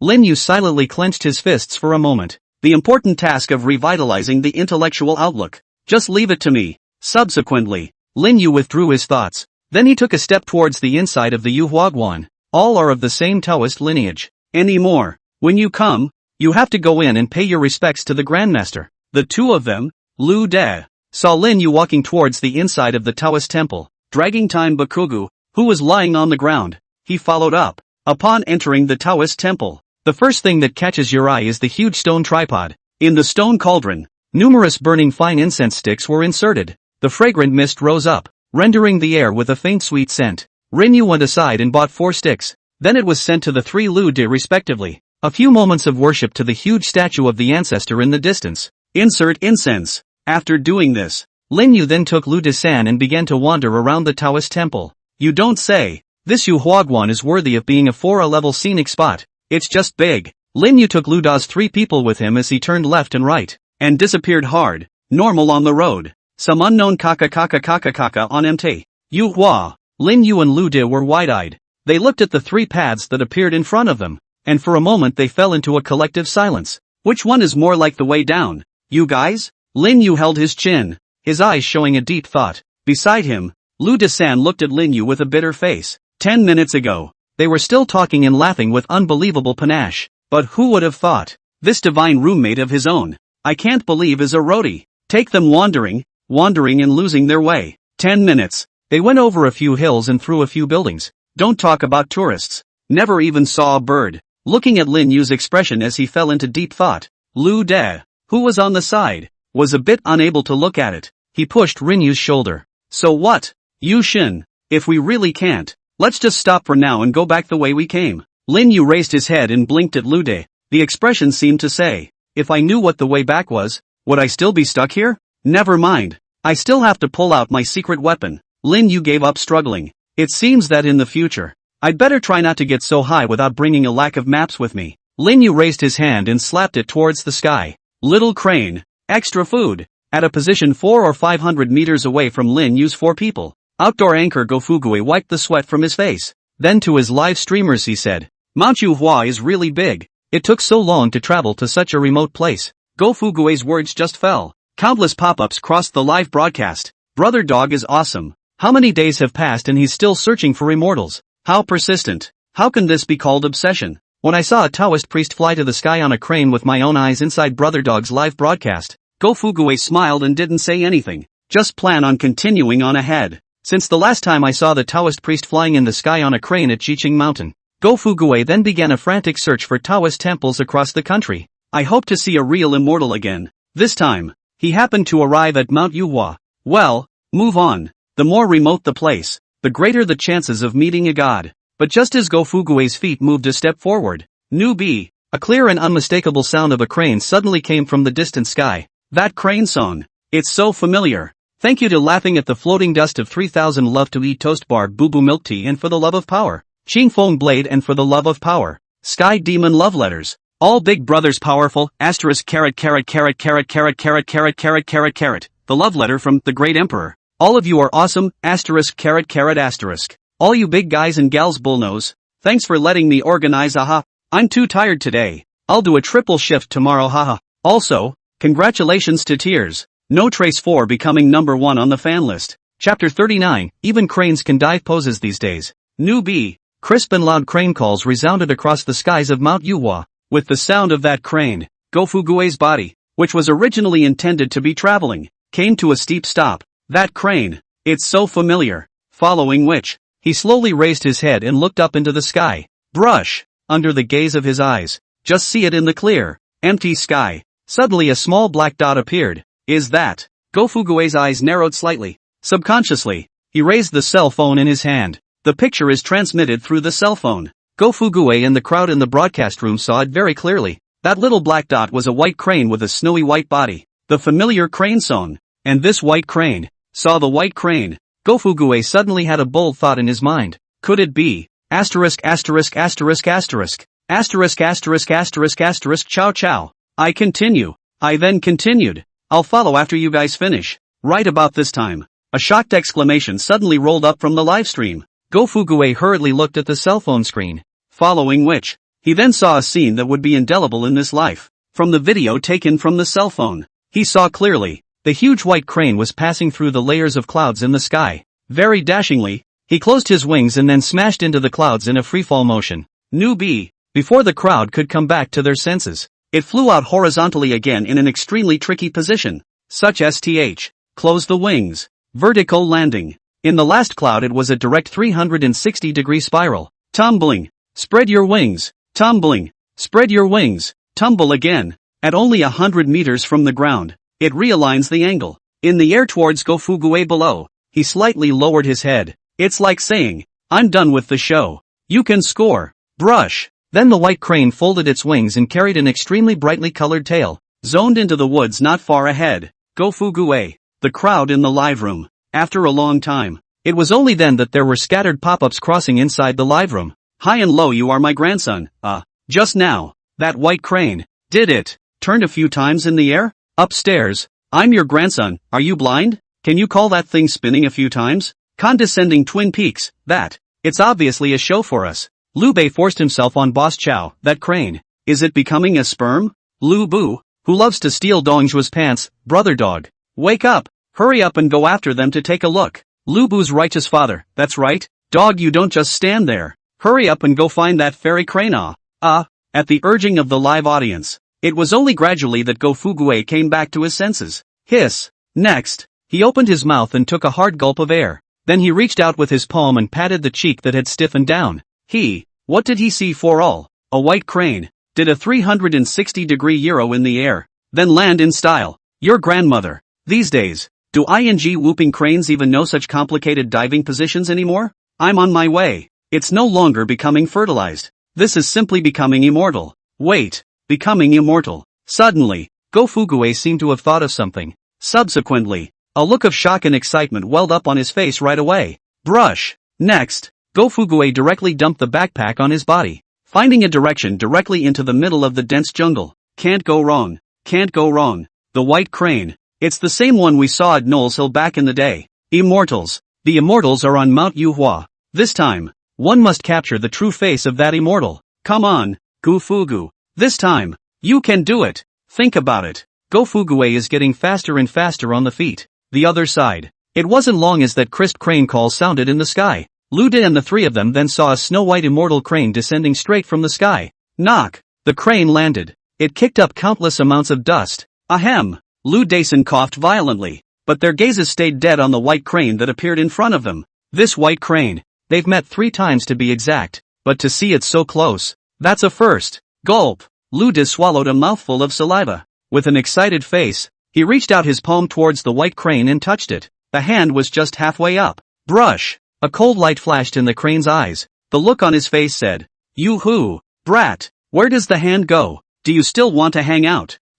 Feeling the cold gaze of the crane, Lu Da's palm directly stopped in midair. Appear be round. If you touch it yourself, the next moment it always feels like my little life is at stake. Seeing this, Lin Yu on the side shook his head helplessly, running a hand through her handsome hair. This little crane child, quite recognizable. Lin Yu said that while still smiling and extending his hand. Brush. Lin Yu's words were just in mid-sentence. The crane straightened and tossed its head, an expression that didn't want to talk to Lin Yu either. Lin Yu. The smile on Lin Yu's face directly froze. For all? What's the situation? My little crane. What's wrong with you? Ding. At this point, the system's beep also sounded in Lin Yu's ears. Ding. Please ask the host to settle the crane's salary as soon as possible. The crane is currently very dissatisfied and is on a strong strike. Renew? Strike? Arrears of wages? Buzz. Subsequently, in Lin Yu's puzzled expression, a light blue panel slowly emerged in front of Lin Yu. Lin Yu looked over. Name, crane. Identity, host's exclusive mount. Function, can carry people. Current status, striking. Unpaid wages, 3 carats. Mood, dissatisfied angry face. System tip, please ask the host to pay the basic salary for the crane as soon as possible to avoid affecting your ride experience. Lin Yu. Looking at the information above the panel in front of him, the muscles on Lin Yu's face couldn't help but twitch violently. Big brother. You owe 3 carats and you're on strike? There is something wrong. Wow. Thank you for the love letters from Zheng Jishin of you. River Crab June. I lost. Love spicy rabbit and little Jiang Xin. I lost love to eat hot and sour rabbit small Jiang Xin points of praise. Big brother bull pen. For all. Aha. Thanks for the gifts. 3 more to go today. Chapter 40, Let Go of the Ham. Send payroll. Rinyu covered his forehead. He suddenly remembered. This dangling crane is all carrot and no man. I can't believe I owe 3 carrots. Not 100 miles to consume 1. Lin Yu frowned. The system. That's no way to up the spread. Ding. The host has interrupted the crane's vacation time twice in a row. And this is all subject to extra pay. Lin Yu. Hearing the system tone ringing in his ears. Several black lines instantly surfaced on Lin Yu's forehead. Good point. I can't believe I don't know how to retort. Where is one going to find a carrot now? Lin Yu rolled both eyes. Boy. As soon as this secret weapon of his own was summoned, he started asking for a paycheck from his own boss. Who the hell can top that? Newbie. Seeing that Lin Yu hadn't pulled a carrot out of his pants in half a day, Crane rolled his eyes. Straight away, he stepped aside with a condescending stride and straightened his own feathers. Lin Yu. Damn it. This time after going back, I will directly buy 10 baskets of carrots. No matter what. I can't let a crane look down on me. Lin Yu couldn't help but raise a middle finger at the crane in his heart. Dead hanging crane. 30 years in the east and 30 years in the west. No carrots for the youngsters. When I get back, I'm going to hit you with a carrot and make you kneel down and call your father. On the sidelines, Lu Dason blinked. With a puzzled expression, he looked at Lin Yu who was standing in place and stomping his feet. Finally, still, Lu De coughed lightly twice, then asked towards Lin Yu. Yujin, what's wrong with you? Lin Yu waved his hand. Nothing, just forgot to pay my salary. Lu Da? Leaf fish? Momochi Bakugo? What the hell? Payday? Your cranes are still paid to work. Ha? Well, got a vacation? What's the paycheck? Is there insurance? What are the job prospects? Oh, by the way, still hiring? I think I can be ridden too. Aha. Fail. It's okay to have enough to eat. Ugh. I've been walking for so long. I'm getting hungry. Seeing that several people were standing still and not moving, Time Bakugo let out a wail, then sat straight down on the ground. After taking a few hard breaths of air, slowly, he pulled out a stick from inside his pants pocket. Ham sausage. Luckily I was prepared. I was afraid I'd get hungry during military training, so I brought a ham sausage to fill my stomach. Bailey Bakugo tore open the package and made a gesture to stuff inside his mouth. Brush. But he just handed it halfway. A white light flashed with a brush. Next, the ham hock disappeared from his hand. Momochi Bakugo? He looked at the empty palm. Green bean-sized eyes couldn't help but blink hard. Where's my ham? Brush. Next, Time Bakugo let out a scream and brushed himself off the ground. He stared, with a confused look on his face. He looked around. Finally, his eyes locked onto the beak of a crane not far from him. At this point on the crane's beak, hanging was none other than his own disappearing ham sandwich. Asterisk. Saw the scene. Time Bakugo's eyes bulged. Let go of that ham. He then shouted and charged directly at the immortal crane. Crane glanced at the charging Hayakuri Bakugo with his afterimage. Then, snap, just slowly lifted himself up on his paws and stubbed a toe. A light flick against Hayakuri Bakugo's torso. There are no fancy moves. Ow. Bailey's entire body jerked and let out a wail similar to a ghostly scream. And then, boo, it flew straight out. Gulp. Solved the 100-mile burst of chrysanthemums. The crane directly opened its large mouth and swallowed the ham hock in one gulp, waiting for Lin Yu's trio to react. Just in time to see the scene where Momochi explodes and flies out, and the crane swallows a ham sandwich. Lin Yu, Lu De, Li Yu. The 3 men looked at each other. What's the situation? Ding. Right about this time, the electronic beep of the system suddenly rang in Lin Yu's ears. Ding. Congratulations to the host's successful recharge. Crane has successfully obtained a ham sausage. Ding. Congratulations to the host for successfully completing the payroll for Crane. Name, Crane. Identity, host's exclusive mount. Function, manned. Current mood, satisfied. Current status, operational. Lin Yu looked at the crane that had suddenly fallen from dissatisfaction into a state of contentment. One time. I can't believe I don't know what to spit. Mom. Yeah, a ham sandwich could set you straight. You damn well said it. The 30,000 reputation value of the laborer before. Blood loss to the pants. I chow your brothers. Bailey Bakugo, who had been kicked away by Cien Crane with a geo kick. reared up from the ground with a carp. He looked at the leisurely looking crane and his eyes practically erupted with fire.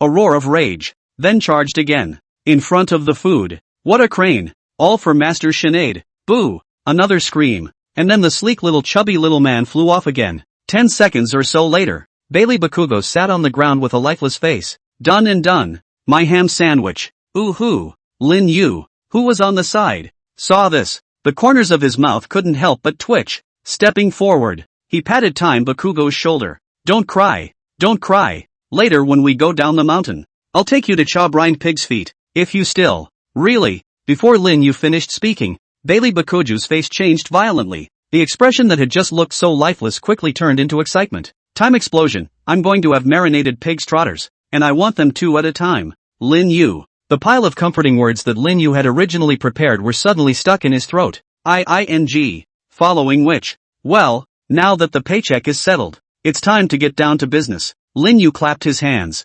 Newbie. The crane immediately understood. Brush appeared beside Lin Yu. Go! Lin Yu was holding Lu Du with one hand and Li Yu with the other. Then with a long leap, he jumped onto the crane's back. Newbie! The immortal crane let out a clear chirp. Straight away, he stretched out his toes and grabbed the side of Bailey Burst. Flap your wings. The entire body rushed straight up into the sky. Wow! Just as the immortal crane had just rushed into midair, Go Fugue also just happened to scurry out from inside the bushes on the side. He just showed up, just in time to see the cranes rushing up into the clouds. Wait! Seeing the immortal crane rushing into the sky, Go Fugue hurriedly yelled out, Brush! But it was clear that the crane did not hear Go Fugue's call. With a wave of his wings, he directly broke through the clouds, disappeared into the vault of heaven, thanks to the ancestral symbol of the Pale Wind Kingdom and tears. Without trace for the inspiration capsule. ***. Chapter 41, Song de Bao, the second time in the plum. Brush. Cranes spread their wings. It completely disappeared into the endless clouds. Go Fugue looked at the crane that disappeared at the end of his sight. A look of frustration filled his face. Snap. He headed for the ground. Almost. It was close. So close to seeing the true face of that immortal. Inside the booth. For a while there was also silence. Some people are there because they are shocked to the core. And others because the mood agrees with frustration. Lu Bu, who loves to steal Dongjua's pants, ugh. So what? Brother dog? Don't get frustrated. Next time. There's still a chance next time. Lu Bu's righteous father. Yeah. I missed it this time.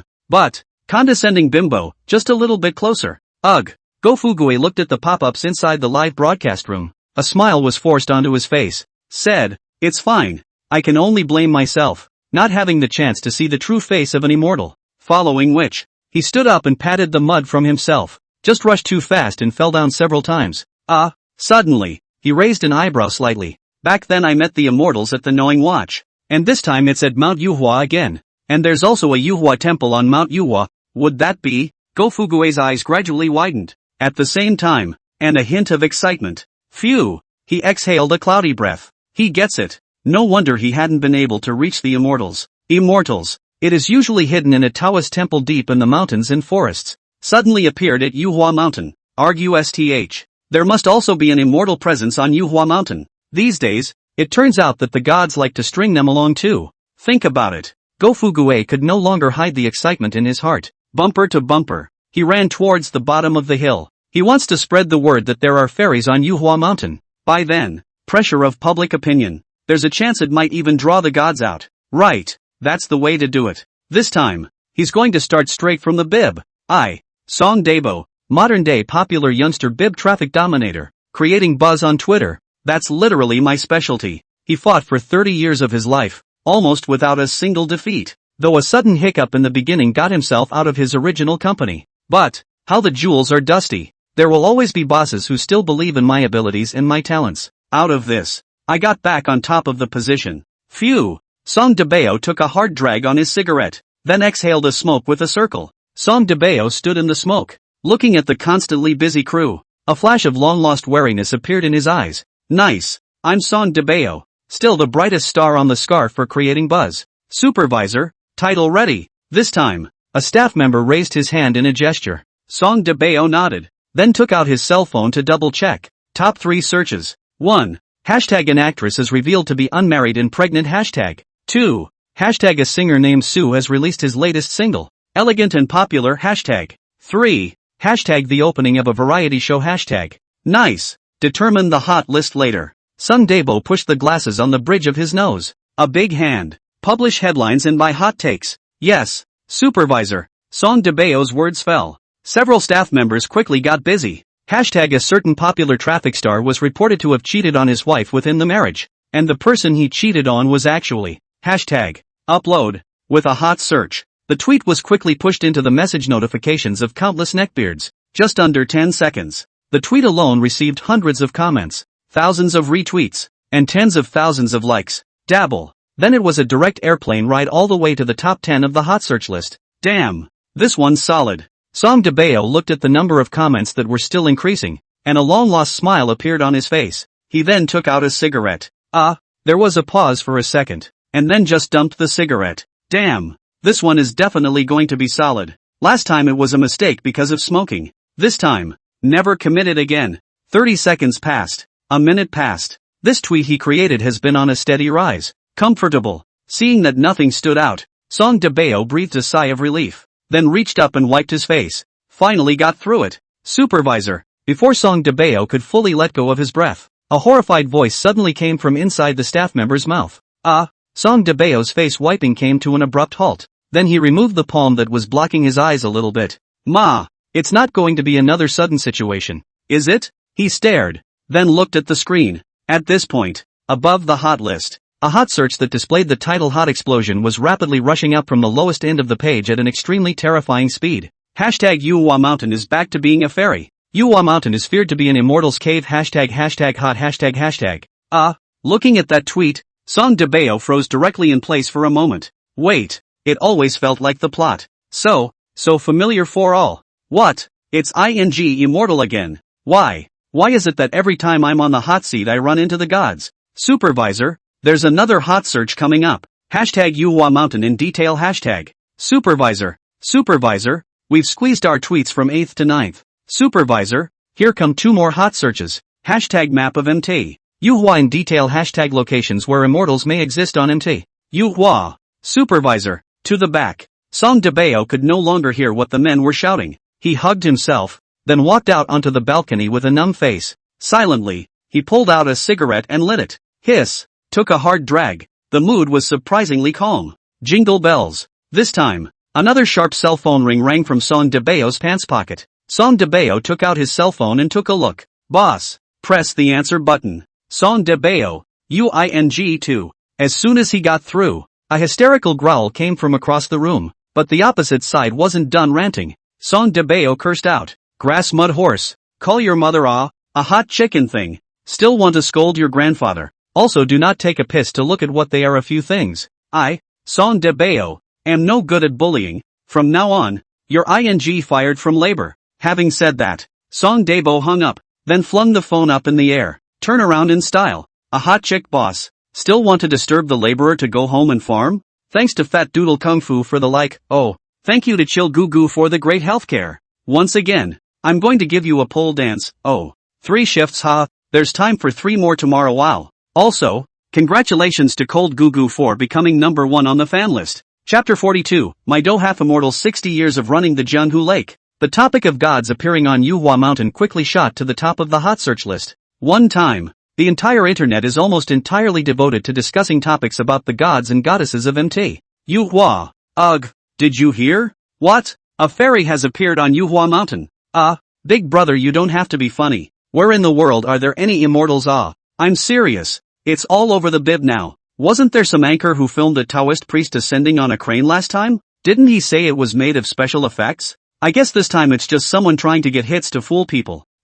When you put it that way, it looks like it. Ugh. Have you heard? I heard. What have you heard? I didn't say anything. So, what should I hear? A fairy has appeared on Yuhua Mountain. Oh, then I did hear about it long ago here. Asterisk.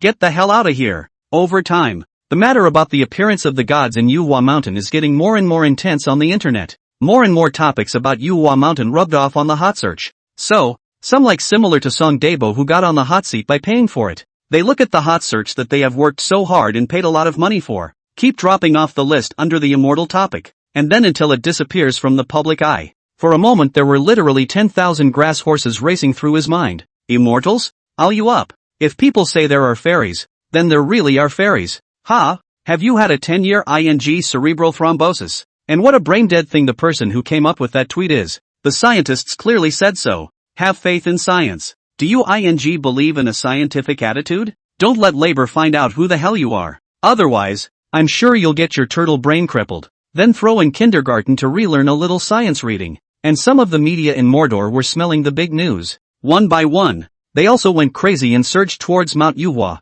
even if it's fake. That's also a topic that can be hiked right now. While countless people were discussing over the topic of the gods and goddesses of Yuhua Mountain. In a restaurant somewhere under Mount Yuhua, the four of them, Lin Yu, were sitting in the restaurant. The table was covered with a large meal that several people had just settled. Hiccup! Bailey Bakugu burped and patted his belly with a satisfied look. That's one half full. Having said that, he also winked at Rinyu. That look on his face says, handsome, you should know what I mean. Lin Yu. Looking at the 4 or 5 empty plates in front of Bailey Bakugo, Lin Yu couldn't help but have a few black lines appear on his forehead. I'll go. This one can eat more than I can. It's a big loss for a ham sandwich. Directly ignoring the expression on Momochi's face as he burst into flames. Now that we've eaten our fill, let's hurry back. I'm thinking it's about time. Rinyu picked his teeth with a toothpick. Eyes kept on the outside of the store door. Now they can during off-campus practical training. Couldn't be caught by Chu Tongue. A few people sniffed and nodded, then got up one after another and left the restaurant. Just walked to the door. There was a sudden clamor not far away. This was followed by an unmistakably familiar dialogue ringing out. This little brother. I see you have amazing bones. Wait, don't go. Even if you don't buy the gongfu, I can still. Hearing the incredibly familiar dialogue, Lin Yu's footsteps abruptly stalled. It's not. The voice and accent. Why does it sound so familiar? Lin Yu raised his eyes. Just a short distance from the store door, a large group of tourists are huddling together. Inside the crowd, there stood an old man holding a tattered flag. The old man was dragging a young man who looked to be in his 20s or so, a face that spoke in a serious manner. Little brother, even if you don't want to save the world, you will surely encounter many tedious things. I, Do half immortal, know astronomy from above and geography from below, and I'm known as the sage of gynecology, the god of calculations. Seeing that person, Lin Yu's eyes couldn't help but bulge. The dozen. It's not. How did this guy get here? Is business so busy now? Has the fortune-telling business even opened up into other people's Taoist lairs? Lin Yu blinked, then left the 3 Luda behind. Just walked towards where the dozen is. In the crowd, Half Dawson was weeping as he spoke. Talk yourself red in the face. Nor did he see any reaction from the young man in front of him. No matter how excited Half Dozen was talking about it, the guy just stared at him blankly with dead fish eyes. It's like he's saying, you've got to be kidding me. I won't fall for it. See this. Half Doctor almost cried. It's too hard. It's too hard. It's really getting harder and harder to make a living in the fortune-telling business these days. I was taught a lesson by a student at Mordor University a few days ago. Halfway through a run and you get caught. Not only was the only dime he had on him raided, but he was also popped and beaten himself. Oh no. Obviously twice. By now, his cheeks still hurt a little. He was missed by Jiang Shao. Mordor is definitely not mixing well. It was originally intended to be a change of venue. Find a rich woman to cajole and continue to live strong. It turned out to be a half a day's walk. Don't say anything about a rich woman. Not even a ing-looking wild dog. If it wasn't for the fact that you can barely even afford to eat now, how dare I ask someone for a fortune teller in their Yuhua Mountain territory? It's really not easy to live. Even half immortals sigh. Ugh.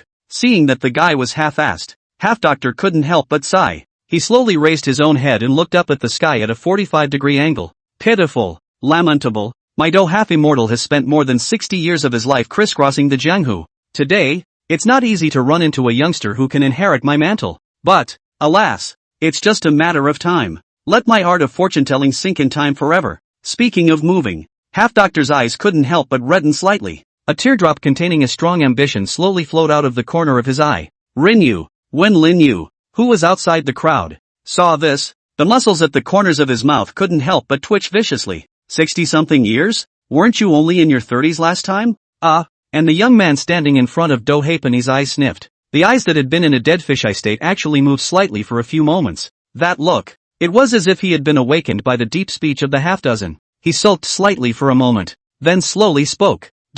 Master, don't recite.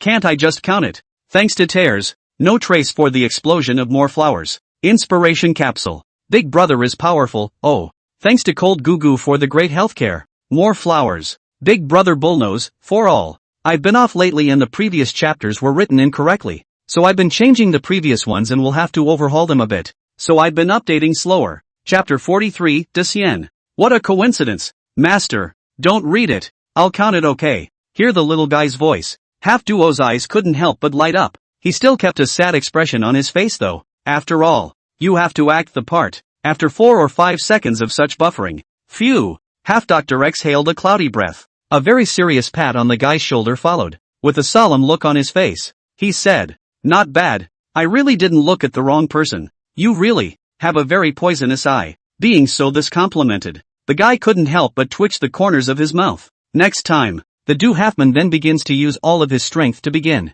snubbing up that little guy. What? I observe that you have a full heaven and a rich face. Must have been a very rich man before. Half Doctor closed his eyes and rubbed his right thumb and middle finger together slightly. His brow furrowed. It seemed to have fallen into deep thought. After 3 or 4 seconds, the sinus half immortal slowly opened his eyes. It shall not be. It shall not be. He murmured out. He then looked at the youngster. His eyes covered in shock. Little brother, as I observe your face, your career has been very smooth in recent years, and you have a feeling of prosperity, and by the look of your face, you still have this career about programs. Let me ask you if you've had any recent happy events regarding your career. The boy sniffed. The original dead fish-like eyes opened slightly. He thought for a moment, then spoke. Does being an assistant supervisor count? It counts. Of course it counts. The duo put both hands directly on the boy's shoulders. With this perspective of his, just enough to see the guy's head full of flowing wigs. In addition to the wig, there's such a fondness for plaid clothes, jeans, and such dead eyes. Plus you have a pair of fingers that are almost worn out. I, Do Half Immortal, have been in the jungle for more than 30 years. This pair of eye power is almost catching up with the penetrating eye. A programmer, I would not be able to see that? As for whether or not your career is high on the list, that doesn't matter. If you say you were sacked, then I can explain you out of your misery. I have been in the jungle for more than 30 years, and I have never seen any big storms. The district is just a rollover. It's all a piece of cake. Half-Do was silent for a moment and continued. Not only that, but I also observed a purple light flashing vaguely from your heavenly aura, but a white light and the violet light dissipated and left you. May I ask? But you have had an emotional setback. Here the words relationship meet setback. The guy's originally dead. Dead fish eyes shuddered violently. Duh. Grandmaster. You. How do you know? Isn't that a waste of a few words? Labor has counted so many people. There are a few programmers who are not disliked by their daughters-in-law for having a bald head. Half-Duo shook his head with a bemused expression and put his hands behind his back. Said, it's not something I know. It's something God told me. Said, with his hands behind his back, the Duchess began to circle around the boy. At the same time, his voice began to realize a 3D loop in the guy's ears. As the saying goes, if you're meant to have it, you'll have it. If you're not meant to have it, don't force yourself to have it. There's no grass at the end of the world. So why fall in love with a single flower? Under the peony flower. No. Anyway, that's roughly what it means. Hear the 3D looped sound in your ears. The boy's body shook steeply. Then he actually made a respectful bow towards Half-Shanty Do under the astonished gazes of the crowd. Master, I have realized. Having said that, he fished out $100 directly from his pants pocket and handed it over to Half-Seer Do.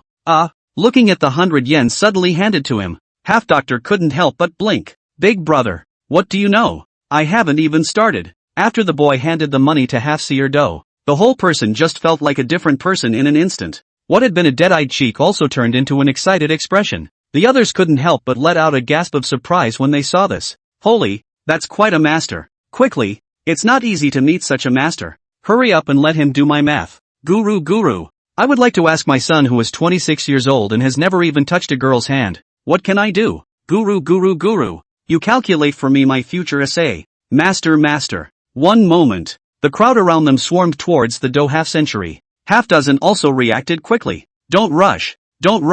One by one. What? You're asking if your son hasn't held a girl's hand at 26? Then surely your son likes guys. This little sister is really well maintained. I thought you were a student. Alas and alack. There's no need to be so courteous. We cultivators only do it for the sake of our stomachs. You want to ask about your future. I observe your face. You will be wearing a yellow robe in the future. accompanied by big fish and meat every day. Young warrior is so generous. Rinyu, who was outside the crowd, blinked. Then subconsciously, he also ran the divination technique on that little guy. Name, Joe Dahai. Trigger sign, future trigger sign. Future sign, wearing a yellow robe and being accompanied by big fish and meat every day. Delivery boy. Then a little man in a delivery outfit came to his mind. Lin Yu. The muscles at the corners of Lin Yu's mouth couldn't help but twitch. So, should he say it's accurate? Or should he say it's spot on? Looking at the Do half Xian with a smile on his face, receiving money received hand cramps. Rinyu just rubbed his nose,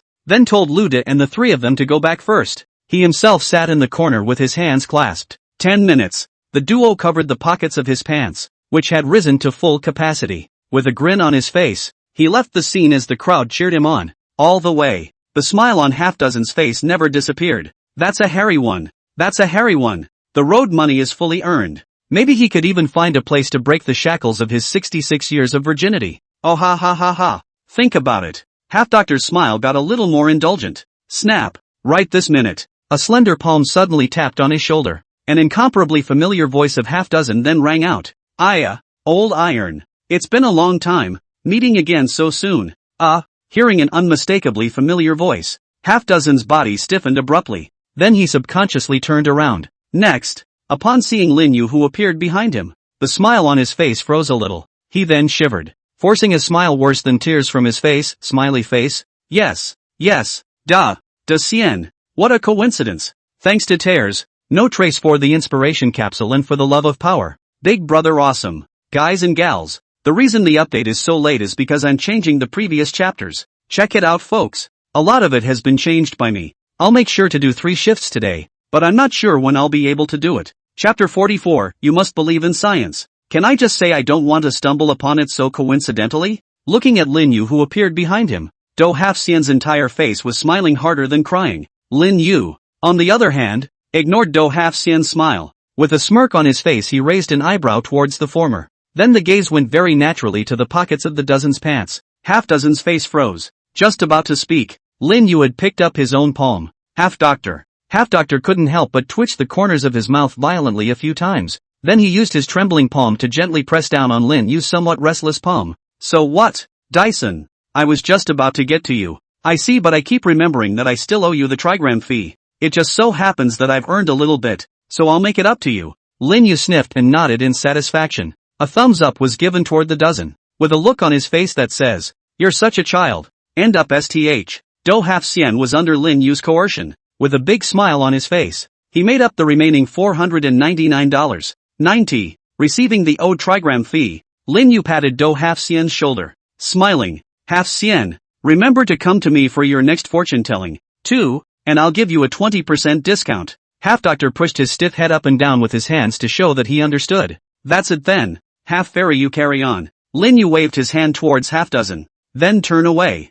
Oh, my money. Waiting for Lin Yu's figure to disappear from his sight, Half Do couldn't hold it together any longer. He looked at his wallet, which had deflated a good portion, and stifled a cry. Life, you have to stop teasing me so temperamental. Whoa. Lin Yu returned to the scenic gate. Chu Tang and a group of students were already waiting. After seeing Lin Yu return, Chu Tang didn't say anything, directly with a big hand. Back to school. The crowd got in the car. Rumble. Subsequently, 2 buses ignited and started, carrying the students back towards Mordor University. When the crowd left shortly after, a small car marked with the Magic City News Agency was also parked in front of the Yuhua Mountain scenic spot. Click, click, click. The car door opens. Then a reporter in professional formal attire stepped out of the car. Then the photographer and so on. Quickly, hurry up and turn on the equipment. We want to get the latest content about MT Yuhua before the other news agencies do. Zhang Xiaonan, as a debut reporter for Magic City News,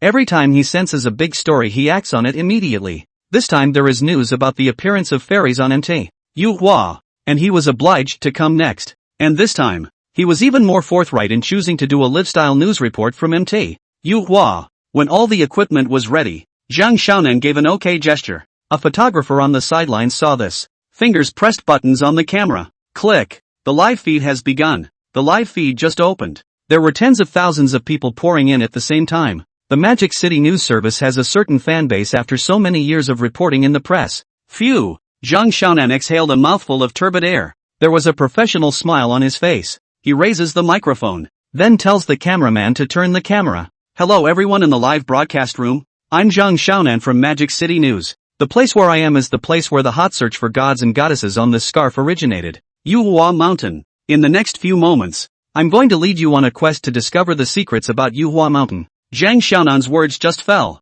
There were countless pop-ups in the live broadcast room. See what I'm talking about? The Magic City News Service never lets me down. It's going live so soon. Purposefully following the Magic City News Service just to be the first to get the news. The Magic City News Agency is just awesome. How long has this been going on and people are standing on Yuhua Mountain? You don't say. This Yuhua Mountain looks quite like a fairy mountain. I think so. After the introduction of the purpose, Zhang Xiaonan then led the cameraman towards Mount Yuhua. This is the Yuhua Monument, said to have been built by the first sect master who founded the Yuhua Temple. Over there is the cold water cave, in which the water is extremely cold and incomparable. All the way, Zhang Xiaonan was not idle either. Without stopping, he introduced the live viewers about the landmarks of Yuhua Mountain. This has given a lot of people the illusion. I'm not here to see the gods. I'm here to listen to Yuashan detail the conference. After 5 minutes of walking like this, Zhang Xiaonan's group had finally arrived at the mountainside of Mount Yuhua. The moment. The entire Mount Yuhua still had countless crowds of people. Zhang Xiaonan couldn't help but raise an eyebrow as he looked at the surrounding crowd. So many people. When will we get to the top of the mountain? Ha! Suddenly, Zhang Xiaonan's eyes lit up. His eyes then looked over at a certain figure crouched on one side of the steps. The man was also wearing a tattered Taoist robe, holding a ham sandwich in his hand. It's a bit of a mess, though, but it couldn't hide the fact that he had an immortal look about him. That's him. Zhang Xiaonan took the cameraman and walked over to the figure. Michinaga, Taoist master? 2 barks in a row. Only then did that old Taoist priest slowly raise his own head. He opened his eyes and looked at Zhang Xiaonan. Then he put away the ham sandwich in his hand and said with a serious face, "This one. What is it? Gynecology or fortune-telling? Gynecological disease for the sake of you being a man. I'll give you a 20% discount." Zhang Xiaonan, the fortune-teller knows. What the hell is this gynecology? The audience in the live broadcast room was also amused by the old Taoist priest's sudden reply. I'll go. Are all Taoist priests so bull-nosed nowadays? A guy gets a 20% discount on gynecological visits. Ha ha ha, laugh me to death. Anchor, quickly let him do the math for you. Zhang Xiaonan's expression stiffened before he squeezed out a smile on his face once again. Slowly, he spoke. This Taoist master, I don't count gynecological diseases. I just want to ask you a question. Half-doctor raised an eyebrow. Asking questions, that's fortune-telling. He put his hands to his chest and said, you ask. The fortune-telling is not allowed, and no money is charged. Zhang Xiaonan exhaled a mouthful of turbid air, then slowly spoke. Taoist master, may I ask if you believe there are real immortals in this world, or are there really cranes? Having said that, Zhang Xiaonan's eyes burned as he stared at Half-Seer Do, as if unwilling to let go of any hint of expression on his face. Immortals? Half-Doctor frowned at his words, and then his expression became a bit grim. He lowered his voice and spoke slowly. Fairies? Immortal cranes? Where did you hear that from? Seeing the movement of the half-dozen sinuses, Zhang Xiaonan couldn't help but blink his eyes. Beneath.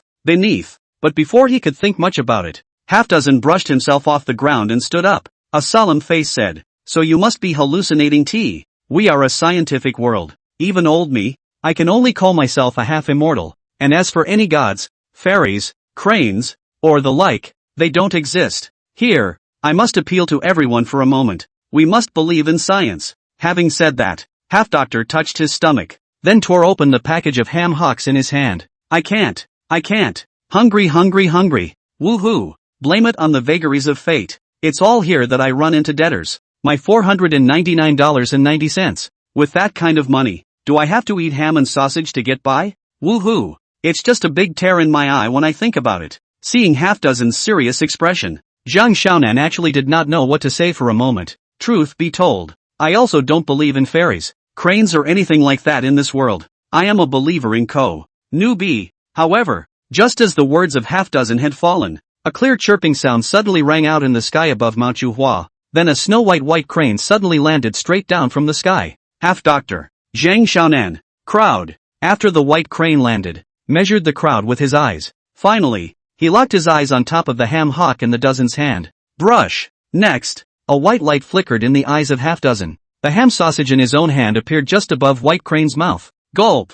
The white crane swallowed it in one gulp. Then lift yourself up on one paw. A toe was raised at the sinus half. It was as if to say, little brother, I got my eye on your ham. Newbie. Next, before the crowd could react, white cranes spread their wings. A hand picked up the frozen dough half cien, then swiped up into the sky. It disappeared into the clouds. Thank you to little cauliflower for the reminder. Boo Boo milk tea. And the inspiration capsule. I'm so proud of you, asterisk asterisk. The new book is about to make its debut. So I hope you bigwigs will click on the 5-star book reviews, add a bookshelf, and come with some small gifts to support it. Chapter 45, Goodbye. Instructor Chu. Brush. After a 10-minute ride, the school bus stopped at the entrance of Mordor University. Today's military training ends here. Everyone go back to their respective dormitories first and have a good rest. Chu Teng didn't give any more orders either. Instead, the students were simply told to go back to their respective dormitories. Oi, today is liberating.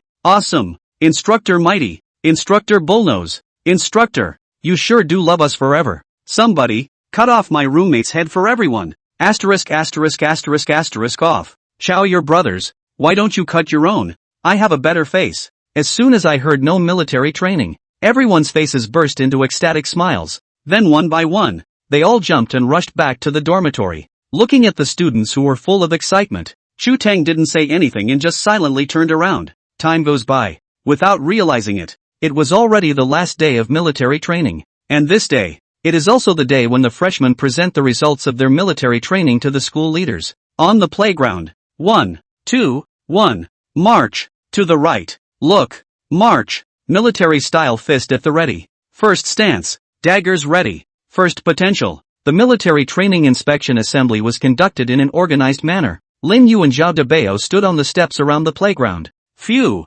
Zhao Debao stretched and glanced at Lin Yu. Puzzled, he said, say, why don't you go to the military training inspection conference? Lin Yu shook his head. Said, I haven't even practiced for a few days, so I won't go up there and embarrass you. Instructor. Zhao Debao also couldn't help but stare at what he heard. He then rolled his eyes towards Lin Yu. That expression seems to be saying, you're positioning yourself quite correctly. Zhao Debao knocked on the railing in front of him and said, Old Chu still thinks highly of you, and to be honest, you're also one of the most flirtatious students I've ever seen. With that, he glanced at Lin Yu. What? Interested in trying out for the army? Lin Yu sniffed and pondered for a moment, then shook his head. The army is too strict and too sacred for my kind of character to enter. It seemed to have known Lin Yu's thoughts for a long time. Zhao Debao didn't say anything else after mentioning it. I can't drag you into the army, but if Lao Chu and I ask you for a small favor in the future, will you say yes? A smile appeared on Lin Yu's face. It would be a great honor to do the instructor a favor.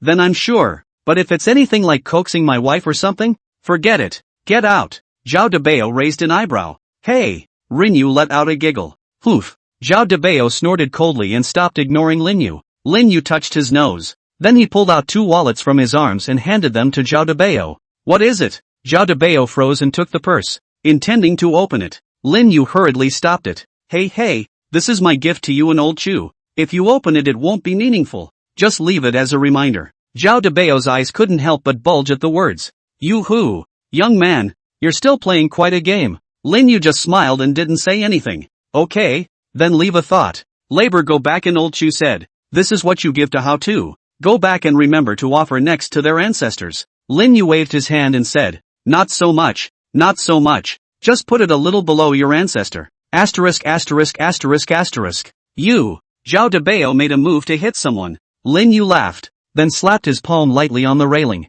The whole thing just landed and ran away in great style. Looking at Lin Yu's back, Zhao Debao's originally furious expression couldn't help but smile. Damn. That brat. The military training test results were soon over. Next is a speech from the school leader or something. Then there was some kind of orientation meeting. Anyway, it was drummed into the night. The curtain of night falls low. The playground. The spotlight illuminated the entire playground as if it were daytime. Everyone was sitting on the lawn, waiting for the last hurrah of the night. This time, the instructor also sat in their respective company rows, talking and laughing with the crowd. Hoo. As the crowd waited anxiously, the lights on the podium slowly came on. Chu Teng's figure then appeared on the podium. Chu Teng stood on the podium, looking down at the group of students seated below, picked up the mic, then spoke slowly. Everyone, 12 days. It really went by so quickly. Without realizing it, we've already spent 12 days of good times together. During these 12 days, we have shared pain. We have shared laughter. 12 days. Not too much time and not too little. Just when you and your instructor are already more connected emotionally. To be honest, within these 12 days, I've also learned a lot. And I'm sure you guys have too. If it were possible, I'd rather the days could go on like this. But, as the saying goes, there's no such thing as an unbroken banquet. Military training. It's the same. Speaking of which, the students below, who had been talking and laughing, began to freeze a little. All of their gazes couldn't help but look toward the figure standing on the podium. To be honest, I don't really like melodramatic moments because by the time everyone is crying, people will think our Magic City University is haunted. But I still want to say that I've had a lot of fun in these 12 days with you guys, and your instructors. Happy too. Phew. Speaking of which, Chu Tang couldn't help but exhale a mouthful of turbid air. In the final hours, our instructor still wants to say one last thing to everyone. Chu Tang's voice actually whimpered a little. Your instructor, the chief instructor of the freshman military training of Magic City University, Chu Tang. Chu Tang's body was straight. The chief of staff of the Magic City University's freshman military training, Zhao Debao. Zhao Debao stepped forward. Instructor of the 4th platoon of the 1st company of the freshman military training at Mordor University, Li Zhou. Instructor Li Jr. brushed himself off the ground. Instructor of the 5th platoon of the 1st company of freshman military training, Zhou Lang. Instructor of the 7th platoon of the 2nd company of the freshman military training, Song Wei. Freshman military training 2nd company 6th platoon instructor, Ginger. As one loud voice after another rang out across the playground, instructor after instructor came forward from the stand. Their bodies stood straight, underneath the night. Their bodies were like handsome pines standing under the night sky, in the light of the moon. An incomparably brilliant layer of divine might enveloped it. If there really are so-called giants in the world, if there really are so-called gods in the world, that, at this point they are giants. They are like gods at this point. Every figure. At this point it was all deeply engraved in the minds of the crowd. I don't know how many years. I don't know how many centuries have passed. None of them will ever be worn out of. They are instructors. Spend 12 days with them together as instructors. Now, in a daze of light, the crowd suddenly realized, when these instructors first came to the university during the first days, Chief Instructor Chu Tang likes to tease people the most. The first day of military training let us run 20 laps, and it says something about it being a welcoming ceremony. That time, almost all of them lay down on the playground, using their hands to just manage to crawl through. The next day was even more sore all over and I could barely walk. And Instructor Li Jr., always with a smile on his face. On the surface, he looks like an amiable big brother and speaks well, but those who know him know, if he smiles at you, don't look back. Run as far as you can. And Instructor Cho, he's the best one to bully, and also the one who loves to joke around with his classmates the most. And Instructor Song, Instructor Jiang. One time, nostalgically remembering the bits and pieces of what he had experienced with these instructors in these 12, a myriad of emotions flooded his heart. It made many of the students' eyes redden. Hiss. Chu Tang took a deep breath of cool night air. Hold back the tears in your own eyes. A near-throaty shout followed. Your military training. This is it. The end. The other instructors shouted out at the same time. Your military training has come to an end, and you will have a better tomorrow. You guys from now on. Class dismissed. You're out of class. The next day at first light, Chu Tang and his group were already standing at the entrance of Magic City University with their backpacks on. Phew. Chu Tang took a breath of the unique morning air, and then spit it out viciously. Mother *********. The wind is very boisterous today. Having said that, Chu Tang reached out and wiped the tears from the corners of his eyes. Turning around just in time to see a smiling Zhao Debao, Chu Tang sidled his head and explained, when people get old, they like to touch the scenery. I know you old Chu, said. Zhao Debao smiled and handed out a purse towards Chu Tang. Nah, Rinyu's gift to both of us. Look at the smile on Zhao Debao's face. Chu Tang was first stunned. Then he took the purse with one hand. Humph, I'm glad the kid has a conscience. Chu Tang silently put away his wallet, his eyes looking towards the gates of Magic City University. Goodbye, Magic City University. Goodbye, classmates. Goodbye, bastard. The highest place in Mordor University. Lin Yu's gaze had been silently watching Chu Tang and the others get on the bus, and then faded into the out of sight. Goodbye, Instructor Chu. Thanks to Love Pastry Tears. No trace for the inspiration capsule. Hugo loving Junman for the reminder. And at For the Love Letter. For the Love Letter. Thank you all for your support. The new book today began to debut. This is the time to decide the life and death of this book. I hope that all the Big Brother more support. The data can only illustrate the quality of this book. Think this book is not bad? Big Brother can come to a 5-star positive feedback. Point to urge more. Send a small gift to support it. Dancing backpacks. Thank you all here. Chapter 46, The Battle of Honor in Dormitory 321. Freshman military training is over, but the rich college life of Lin Yu and others has just begun. Dormitory 321 in the second building. Lu De and Li Fish, Bailey Bakuju, 3 people holding a cell phone in a circle. All 3 were scowling. From time to time, there was also a fierce striking sound coming from inside their cell phones. First, not spicy. Big Boo Key hungry. Spray Fry Key hungry. The moment. They are playing the hottest mobile game of the moment. King Pesticide. Oh ha ha ha ha. Rauji is going to make a big kill. Today, Rauji will officially break through the tough Platinum's Rustum. Lu Da's maniacal laughter rang out. I say big asshole. Don't rush up there. Wait for me. Be careful of getting shaded. Li Yu watched Lu De get a little carried away and hurriedly persuaded him to speak out. You fart. Who dares to fight with me one-on-one? Raoul's 6 godly suits. Come 1 to kill 1. Come 2 to kill a pair. At this moment, I am the god of the canyon. Ouch. This dog day actually dares to sneak attack. Easy, easy. I'm coming to help you. So the 3 yelled and screamed for about 3 minutes. Taff it. As a moderately emotional announcer sounded. Then they watched as a red light slowly rose above their base. And then, boo. Crystal explosion. Asterisk asterisk asterisk asterisk. Lu De flung his cell phone towards the bed. Penis. Why don't you get on? Why are you selling me again? Lu De looked at the grayed out cell phone screen and his head almost smoked with anger. I also wanna go on. Who knows? The opposite side. All of a sudden from the grass popped up 3 big men. A weak girl, how dare to rush up. Li Fish pushed up his own glasses with an innocent look on his face.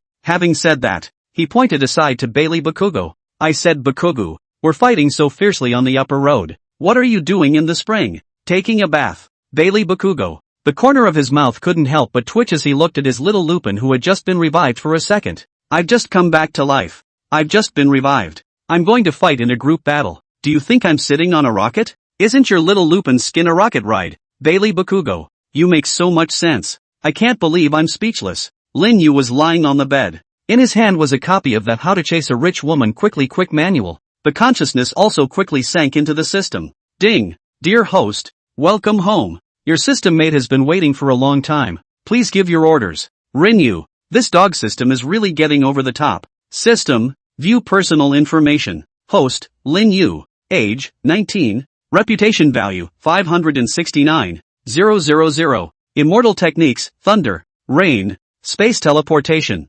dojo, divination, water wave technique. Props *1 *109 *6 *70. Mount, crane, on vacation. Reputation value mall. New items have been updated *. Reputation value mall. Bad luck charm, can make people unlucky for 1 hour. Selling price, 100 prestige value, limited to 100 purchases. Immortal technique, soul fade, purchase for detailed answers. Highly recommended by the system. Perfect for the host. Price, 20,000 prestige value * 50% off special offer, limited to 1 purchase. Disconnect charm, after using this charm, you can block the surrounding signals for a short period of time. Price, 1 prestige value, limited to 100 purchases. The reputation value had increased to more than 500,000 all of a sudden, which Lin Yu was not expecting. And this time the new props on the prestige value mall shelves. He was more than expected. Bad luck charms he could understand. What the hell is this disconnect charm this time? Did you damn well know my roommate was playing games? And then trying to get me to give them a kick in the pants? This, I'm afraid it's not very good. And this immortal law. Soul? System? Can you name it? Can't you name it and change the program? Lin Yu rolled his eyes. A thought followed. Purchased 100 bad luck charms. It's just kinda pointless when this thing is only limited to 100 purchases. I can't use it right now, so I'll keep it for now. Deposit the bad luck charm into the item bar. Lin Yu's gaze went back to the second item. Highly recommended. 50% discount. It's a good idea to try it out. After all, it's an immortal law and it's not very expensive. Purchase. Ding. Congratulations to the host for obtaining the immortal spell, Soul Fade. Soul Fade, when the host touches a special item or prop, you will automatically receive a feedback signaling whether or not to use the immortal technique, Soul Fade. If you confirm your use, your soul will automatically be derived from the special implement, at which time, you will be able to fully control the device or prop. Oh, didn't get it. Rinyu blinked his puzzled little eyes. The system explained half the time. But, I didn't understand a word of it. Damn it, my dream of diamonds is shattered again. The other side. Lude covered his cheeks with a hard look on his face. It's hard to take half a day. He then looked over at Lin Yu, who was lying on the bed, rubbing his hands together and grinning. He walked over to the ladder, said, Lao-san, you don't just lie there either. Come and play the game. Lin Xian exited the system, then blinked at Lude and said, Big brother, big asshole brother, I've never played this game either. Lin Yu was telling the truth. Almost every day inside the Taoist temple used to be spent chopping wood, picking water, cooking. The only use of a cell phone is to contact the master, or else to be used to browse the mall. The game thing. He had only heard a little about it, but he really doesn't play much. Lude smiled and pulled on Lin Yu's shoulder. It's okay if you don't know how to play. It's just a recreational activity anyway. It's almost time for official classes. It's not a bad time to have some fun while you're here. If you don't have a number, I'll get you a number 1. Since people have said so. Lin Yu nodded, then downloaded King Pesticide according to Lude's instructions, logged into an account given by Lude. 10 minutes. The four formed a circle. Phew. Lude let out a deep breath. Then with a solemn face, he said, Brothers, this is the first time we've fought as a large group in 321. This isn't just a game fight for our 321 dormitory. It's about our 321 dormitory's honor. He swept his gaze over the 3 Lin Yu people. Please put your best foot forward and bring honor to our 321st dormitory. Dormitory 321 will win. Lin Yu looked at the progressively manic Lude and couldn't help but have a few black lines appear on his forehead. Big brother, calm down. I'd think you were on your way to a world championship right now. After hissing for a while, Lude gradually calmed down. He reached out with trembling fingers, then pressed the start match button. Thump. Match made. Following which, entered the screen to pick a hero. When Lin Yu's finger pointed on top of a hero with a lance, the system's beep suddenly resounded in his ears. Immortal Law, Spirit, ask if it's activated? If you're interested, you can add group 9, 9, 1, 9, 8, 3, 7, 4, 2, for all. The first thing I'd like to do is to get my hands on some of the most popular products and services in the world, and I'm sure I'll be able to do that. Thanks to 6 Roads of Dalaf for the inspiration capsule, Boansli Zimu for the character summoning, ATU for the hypnosis, all the Big Brother mighty. Also Squeal, the comments are saying I'm in a big finish and the author is really flabbergasted. Chapter 47, one shot and it's gone. Immortal Law, Soul Fade. Ask if it's activated. An electronic beep sounded in Lin Yu's ears. Lin Yu froze. Could this be considered a special secular apparatus? Initiate. Without too much hesitation, Lin Yu's mind moved. Ding. Congratulations to the host on the successful use of the immortal technique, Soul Fade. I wish you a pleasant rest of the day. Buzz. As the system's beep fell, an almost transparent white thread emanated from amongst Lin Yu's heavenly aura, then quickly zapped into the hero with the lance and the cell phone screen in front of him. Ding. The contract is successful. Contract object, King Pesticide Ma Chao. One moment. Ma Chao's figure suddenly appeared in Lin Yu's mind, and at the same time, he vaguely sensed what looked like an extra body, and the object of that body. It's exactly what's inside the King's Pesticide. Heroic Ma Chao. Lude-san saw Lin Yu pick Ma Chao in seconds. The 3 of them couldn't help but stare. Lude wiped the cold sweat from his forehead and gave Lin Yu a thumbs up.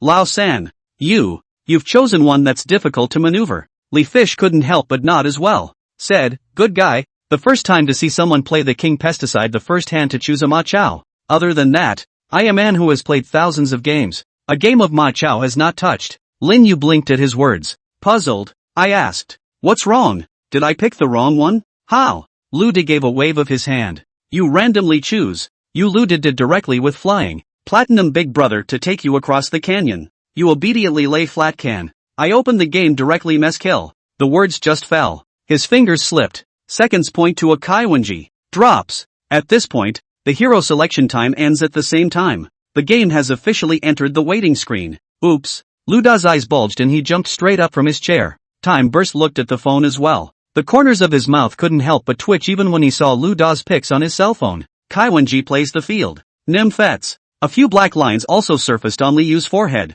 He then suggested, should we let Lao-san play Kaiwanji? Let him get used to the game from assist first? As soon as his words fell, Lude held out his hand to stop the former. Phew. Lude let out a deep breath, then shook it off and said, damn, isn't it just Kaiwanji playing the field? Abuse them as usual. Don't panic. Trust me. Lin Yu looked up at the 3 people whose expressions had dramatically changed. Another look at the cell phone screen. Feel STH. What doesn't look right? Lin Yu's side. Playing field, Kaiwenji. Top, Ma Chao. Middle, Sun Shengxiang. Lower road, Zhuangzhou. Xiao Lu Ban. Auxiliary? What? You want a secondary in a match? Get lost. I'm going to carry alone. Beansprout Live. Chen Weiwei. As a doujinshi live in the millions of fans. A King's Pesticide game anchor who was both entertaining and skilled. Today, it was the first day of his challenge to randomly match roadies to play live. Chen Weiwei turned to the computer screen. Smiling, he said to the live audience, "Ladies and gentlemen, welcome to Chen Weiwei's live broadcast. From today onwards, I'm going to play a kind of fancy job. Open a small random match with a roadie. Then take one way with 0 deaths and single kill him 20 times. Please give me your testimony. If I don't get 20 kills, I'll draw 1,000 Dayans for my brothers in the broadcast room for one less head." As soon as Chen Weiwei's words fell, countless pop-ups slid across the live broadcast. Sit back and wait for Chin Dog to cry and give away 20,000 Dayans. Brothers, get rich. Later I'll take the sacks and pick up the money. One by one. Don't crowd. Chen Dog, what if you die or lose the game? Yeah.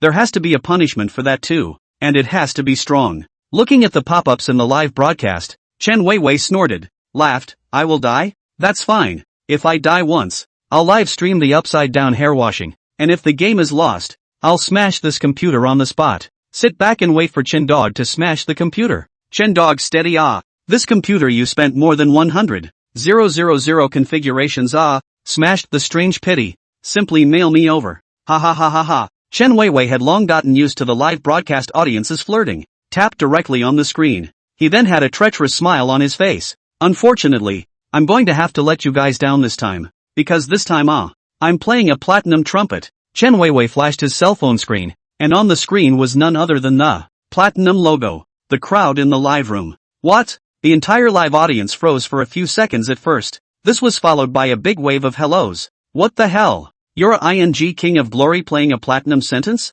Asterisk. Chen Dog, you're so Gil. Don't even stop him. I want to slap his turtle face. Chen Weiwei smiled and shook his head. Then clicked the start matching button. One enters the pick a hero screen. Chen Weiwei picked a hand of Guan Yu in seconds. Come on. Today I'll give you all a hand of Guan Yu operation. Directly topping the opposite side of the top single wailing and doubting life. That's all. Drop. As the last few seconds ended, the game also goes to a waiting screen. Chen Weiwei's side. Top, Guan Yu. Fielder, Sun Wukong. Center, Wang Zhaojun. Lower, Bailey Xiaoyao. Support, Zhong Kuwei. WOJ, Kai Wenji playing the field. The opposite side is a bit of a tart operation. As soon as the opposite lineup was lit up, Chen Weiwei couldn't help but raise an eyebrow. Platinum games are really getting fancy now haha. Kai Wenji playing the field are out. Cow wow. Looks like the opposite side is a bit more normal for just one Ma Chao. He. I'll offer to help you quit your internet addiction later. Drops. The screen flickered. Officially into the canyon. Chen Weiwei laughed. Then operating a handful of Guan Yu began to run up. As an anchor with a combination of awareness and maneuvering, I would anticipate where the opposing top laner was going to go ahead of time. Anticipate your opponent's alignment. Anticipate your opponent's anticipation. So, this Ma Chao must give away a blood. Chen Weiwei led the minions to the point where the upper line of soldiers intersected. At this point, his horse's head also lit up. Chen Weiwei's eyes lit up. Opposite Ma Chao. In the bushes. Thinking of this, Chen Weiwei operated Guan Yu, then aimed a straight chop at Ma Chao inside the grass. Consume a wave. Just as Guan Yu's greatsword had just fallen. Next, a dark shadow suddenly rushed out from among the grass. Then it pierced through Guan Yu's torso. First not spicy. A 160,000 bludgeon number appeared above Guan Yu's head. And then, Chen Weiwei was dumbfounded. Thank you for all the gifts. We'll write a list later to thank them one by one. I'm not back until I'm busy very late today. Update a bit late. Sorry karma. As an apology, let's give a pole dance. Mail sign. Over. Chapter 48, where's my big move? What the hell? Looking at the grayed out cell phone screen, Chen Weiwei was first flabbergasted for a few seconds. The entire group then bristled and stood up from their chairs. Rao Guan Yu was seconded by a single shot? What? A level 1 Ma Chao shot me Guan Yu in a second? And nifty 160,000 blasts. Is this the kind of damage a human being can do? Is the long gun in your damn hand encrusted with TNT? Your brothers. The audience inside the live broadcast room was similarly dumbfounded. They froze for a few seconds. A torrent of pop-ups then frantically crossed the screen of the live broadcast. Asterisk asterisk asterisk asterisk awesome. 160. 000 blasts. This shot at least poked the asshole. Asterisk asterisk asterisk asterisk in more than just an asshole. It's a direct stab in the ass. Guys and gals, I just want to ask. This 160. 000 blitz. Is it normal? Normal. But also not normal. Normal, eh? I have played the game for so long. If anyone can say that hero level 1 can hit such high damage, I live cut hang. This is obviously open The anchor ran into an open one in the first game. TSK. Report him quickly. Open dog. Looking at the pop-ups that kept crossing the screen of the live broadcast. Phew. Chen Weiwei exhaled a deep breath of turbid air. A pair of eyes also gradually became somewhat playful. Fine. You open dog. But you ran into me. It's your damn bad luck. He then resumed his chair. Said to the live audience. Brothers, don't be in a hurry to report it first. Isn't the opposite side just opening a hang? District small hanging. Sini still abuse them. Having said that, Chen Weiwei maneuvered Guan Yu. Rerun up from inside the spring. This time, he wants a clean slate. And bump into an open one. This live effect is not also active. He or she would have won the game even if the other team was open. This mustn't be blown out of proportion for a year? The other side. Lu De had just maneuvered Kai Wen-ji to the vicinity of his blue zone. Haven't waited for my own blue poop to come out.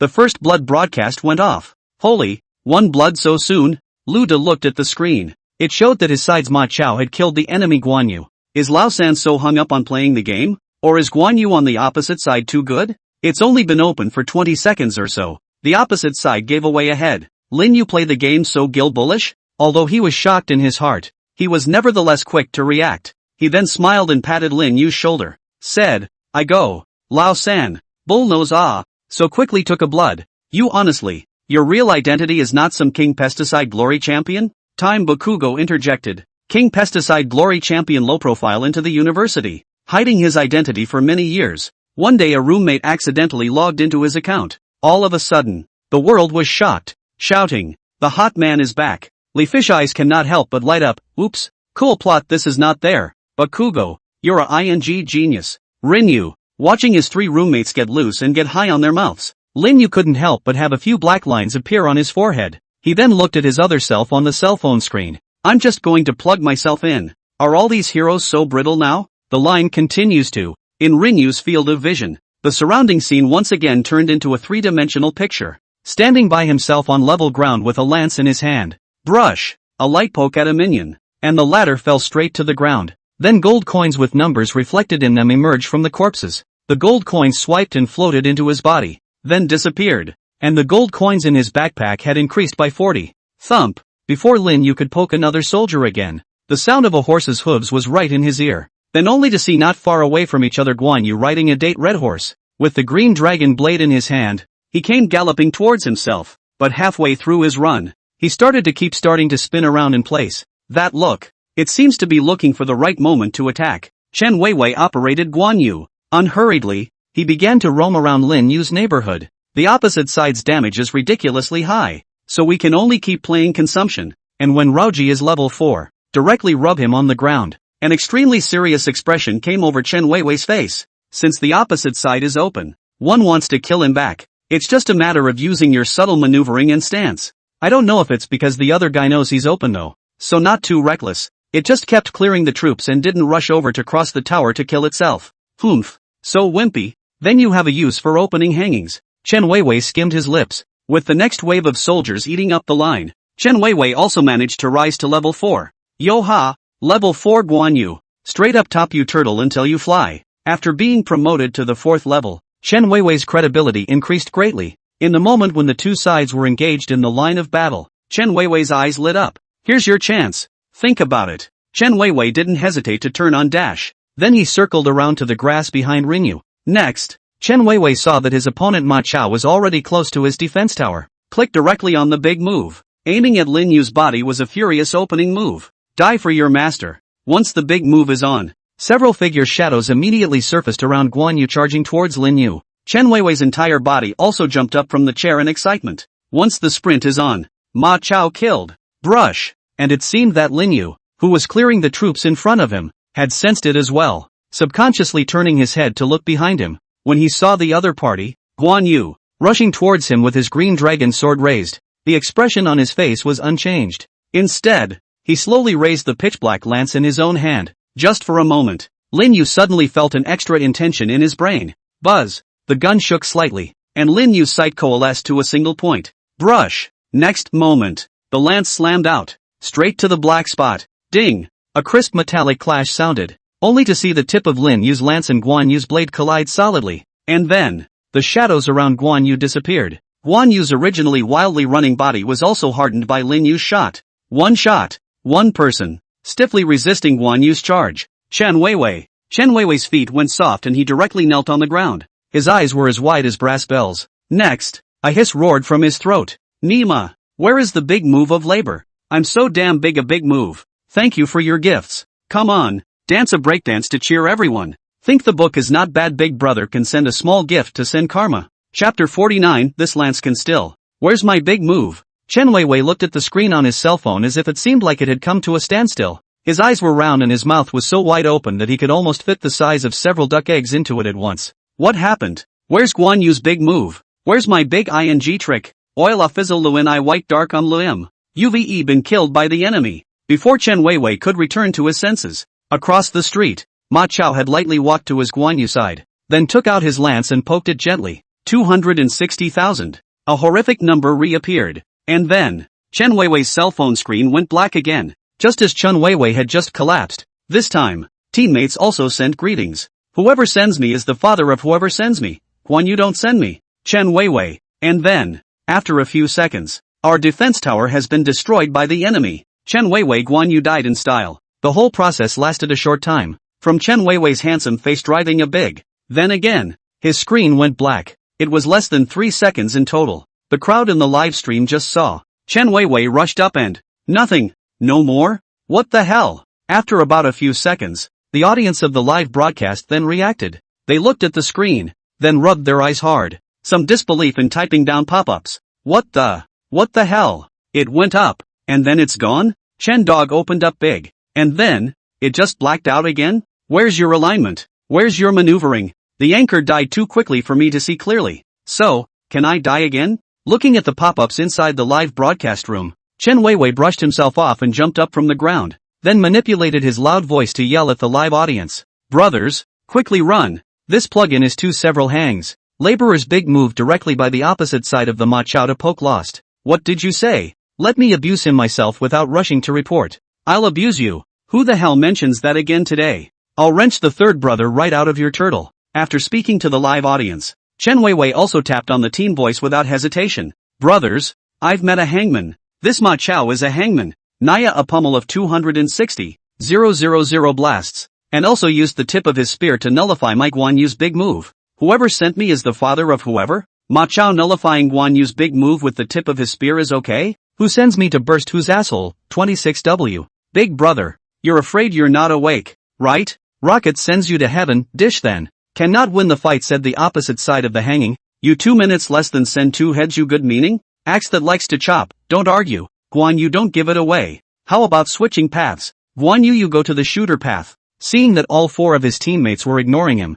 Chen Weiwei was dumbfounded. Do you all not have eyes to see your way to confrontation? Can't you guys see a hot 260,000? The other 4 weren't going to listen to Chen Weiwei's nonsense. 260,000? And breaking Guan Yu's big move with the tip of his spear? Ha! Can you call this thing a plugin? That's clearly a straightforward program to write. Shook his head. Shotgun Road's time was right up against the wall, running his ass off towards the confrontation road. When I've secured the opposite side of Ma Chao, I'll see what you, Guan Yu, can say. Time reaches the confrontation road. Across the street, Ma Chao had just returned from somewhere, with a blue poop on it. Just now, after Lin Yu had killed Chen Weiwei's Guan Yu, tapping the defense tower a few times in passing. The latter didn't last more than a few seconds before it simply blew up. Lin Yu then looked at Lu De and the 3 of them. Lu De was trying to pinch a jackal-like wild monster with his pummel. Li Fish was using Zhuangzhou to frantically be fighting against the opposite side's Zhongkue, both leveling A against each other. Thousands of miles of exploding chrysanthemums of short legs. Lu Ban is under the shooter road, being rubbed on the ground by the opposite side of the Sun Yukong. The one remaining unknown teammate was dancing awkwardly with Wang Zhaojun. Lin Yu felt really bored, so it was off to the opposite field with the lance to skate around. seconded a blue poop by the way and took the buff up the counter path. When Lin Yu appeared on the confrontation road, the eyes of Time, who was hidden in the corner, couldn't help but light up. Yoo-hoo, here's some poop for me. Think about it. Then crouch down. Start sniper mode. Targeting. Directions. 1 o'clock direction. Distance 500. Wind direction. Windless weather. Bullet loaded. Launch. Bang. A tongue of fire spitting a pretty tail shot out of the barrel. It shot straight towards Lin Yu at 1 o'clock. One shot. Straight to the big wreck. Brush. Just for a moment, Bailey Xiao's lance spat out a tongue of fire. Not far away. Lin Yu's body trembled steeply. His gaze then subconsciously looked not far away. Where? A bullet was streaking toward him.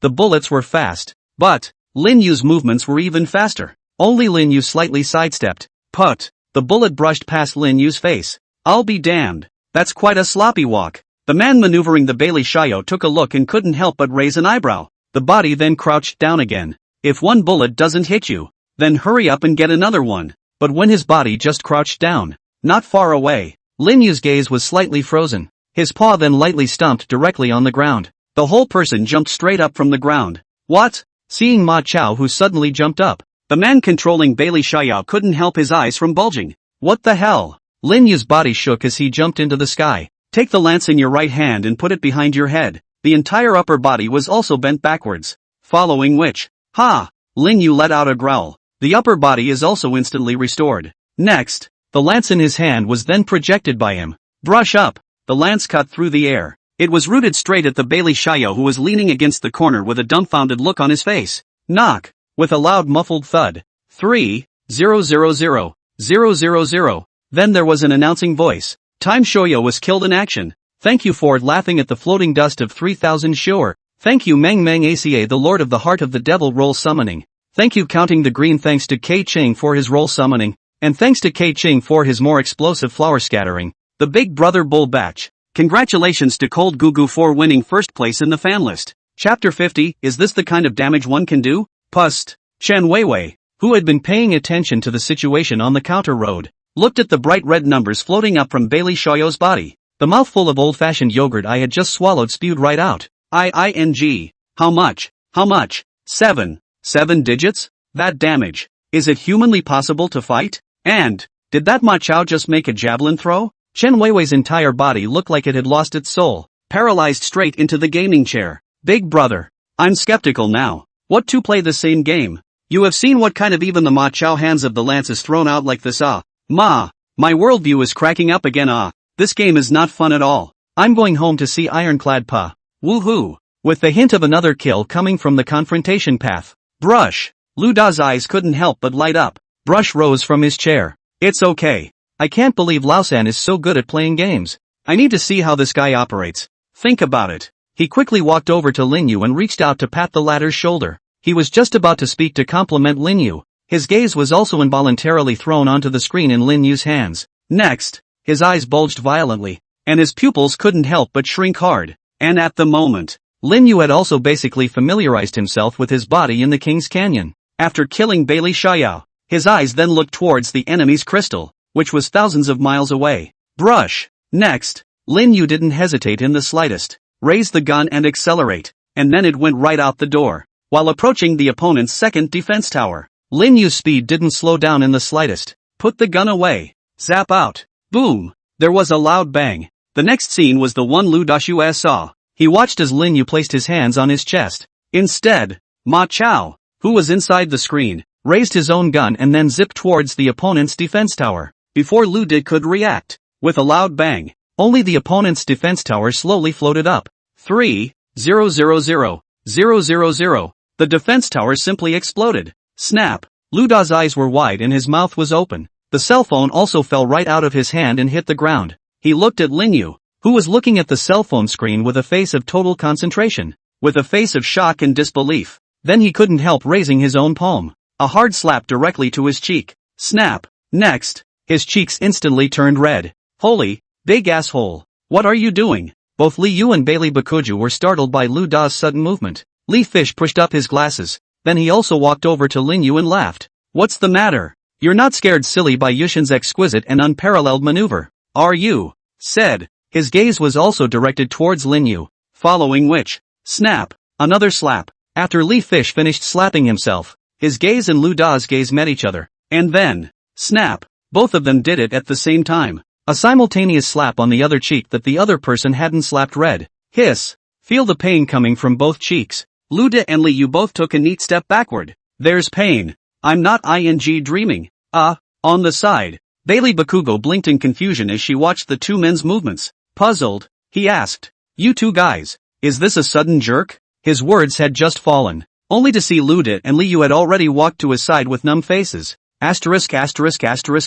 Huh? Watching the two walk to their side, Bailey Bakugo subconsciously asked, "Pop, pop." Next, two crisp slaps rang out. Bailey Bakugo's left and right cheeks were simultaneously reflected with bright red slap marks, being slapped twice out of the blue. Bailey Bakugo froze at first, then growled out directly at the two. "I chow Nimas. You two have a problem Gil is very itchy is it? Do you want me to take a chainsaw to saw off your two turtles Lu Da and Lee Fish directly ignored Bailey Bakugo's rant. Re-looked at Rinu's screen. Bailey Bakugo saw that the two were completely ignoring him. The muscles at the corners of his mouth couldn't help but twitch. Lin Yu after breaching the enemy's second defense tower. His entire body stood still as well, after just zapping out that shot. In the middle of his mind there was suddenly an additional inexplicable idea. That intention. Vaguely it had been sketching some kind of picture in Lin Yu's mind in general. Over time, that image is getting clearer and clearer. There. Suddenly, Lin Yu, who was standing in place, seemed to have sensed something. Then both eyes closed. Both hands were also involuntarily gripped on the lance in his hands. This shot can crack the ground, can break the sky. Lin Yu raised his lance, then ejected slowly. Phew! The lance is like ink, with a quivering tail flying towards the other crystal. As the pitch-black lance flew by, the land of the canyon that he passed along the way directly crumbled apart inch by inch. The sky was also as if it had been split in half by an invisible great sword. Half of it is black, one side is bright. Rumble. Everyone who was sparring heard the roar. All of them turned their heads in unison to look over the confrontation road. Next moment, only a pitch-black lance sprang out of their sight, then forcefully pulling their cell phone screens towards their own high ground. Brush! The lance brushes over the high ground defense tower. Boom! There was a loud bang. Highland defense towers explode. And then, the lance stuck straight on top of the bright red crystal. Click! A crisp cracking sound rang out. Next, only to see countless cracks like spider threads instantly covering the entire crystal. And then, boo! The bright red crystal exploded. Countless airwaves swept out in all directions with the explosion as the origin. The newly revitalized time looked at the sweeping waves of air. The entire person's expression was numb, frozen in place. Wait, he was just about to speak. Next, endless waves of bright red air directly engulfed him. Time Shoyo was killed in action. Hula hula. Under countless bright red air waves, the enemies Wang Zhaojun and others have not yet reacted and have similarly stepped into the dust of Bailey Xiao. Give the touch over. What's the situation? The teammates on the same team as Lin Yu couldn't help but stare. Next, a bright red wave of air then suddenly surged out of his eyes. What is this? A hidden egg in King's pesticide? Brush! Waves of bright red air swept by. You have been killed by Ma Chao, teammate? Click! Before he could react, the same cracking sound suddenly came from his own crystal. Subsequently, boom! With a loud bang, there was also a blue light rising from within his own crystal. And then, two large letters emerged from his screen. Failure, Chapter 51, Don't Move, Robbery, Mordor University, Dormitory 321. Luda's three men watched in awe as their own crystal rose into the air. Then it exploded. The three men looked at each other. Both saw the incredulity in the other's eyes. What the heck is it when your own crystals explode too? Lao-san. Luda saw Lin Yu sitting on the chair with his eyes closed. After a moment of contemplation in place, finally gathering the courage to walk slowly to Rinyu's side, just about to reach out and slap the other guy on the shoulder with his palm. Brush! Next, only to see Lin Yu brush his eyes open, then gently picked a chopstick on the table and flicked it against the wall. Bang! Next, the air made an audible pop, and the chopstick directly turned into a stream of light and stuck into the wall. Knock! With a dull thud, a small hole was suddenly created in the wall of the dormitory, and that chopstick, the whole thing was also completely inside the small hole. Lu De, Lee Fish, Bailey Bakugo, the three men's mouths fell open.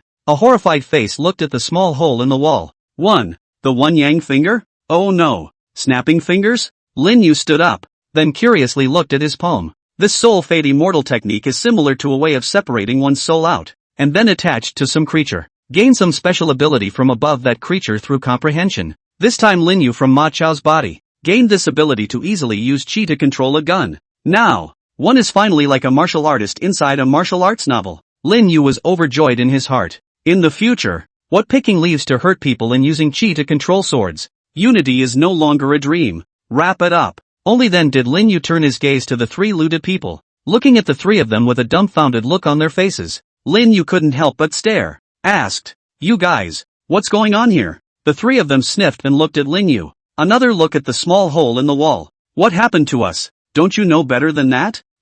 It seemed to notice the trio's gaze. Lin Yu couldn't help but scratch his head. Just got too focused. For a moment, they forgot that they were still inside the dormitory. Snap! Lu De patted his cheeks that had stiffened down, then forced a smile on his face. "No, nothing, it's just that I think that Lao San, the Ma Chao you fought was really bull." The two of them, Li Yu and Bailey Bakogu, also nodded. Rao Capital Vertical King Pesticide so many years. First time I've seen someone play macho to accomplish this. Worthy of being a godly old third. Lu De didn't waste too much energy on it either. Directly hugging Lin Yu's shoulders, he laughed. "Lao San, the game's done, and to be honest, we haven't really hung out together in any real sense. Got a minute? Go out for a walk?" Lin Yu sniffed and nodded. Just as well. He wanted to see the Magic City. Then okay, everyone pack up and find a restaurant directly outside tonight's dinner. Subsequently, the four of them simply packed up. Then it was out the door of Mordor University. 10 minutes, on a street in Magic City. The four of Lin Yu were holding a bucket of popcorn each. Very dashingly, he walked down the sidewalk of the street. Alas, you don't say. Mordor is just developed. Lu De chewed his popcorn, while saying to the Lin Yu trio. All the while, he kept surveying the youthful girls passing by in the surrounding area with his gaze. "You don't say. This dress is so big. It's so white." Li Fish pushed up his glasses, rolled his eyes towards Lu De. The three even knew exactly what pants the other was wearing today. Of course he knew what Lu De was thinking. Shaking his head, he then couldn't help but look at the older woman next to him. Lu De is still short-sighted. These days the only real best choice is these big moms. Time Bakogu was completely different from the two. His entire focus was now on the popcorn in his hand. Grab a handful of popcorn. Click, click, click. The food was so good. Lin Yu followed along. The eyes kept glancing up above the surrounding buildings. The Magic City is really living up to its name. The buildings.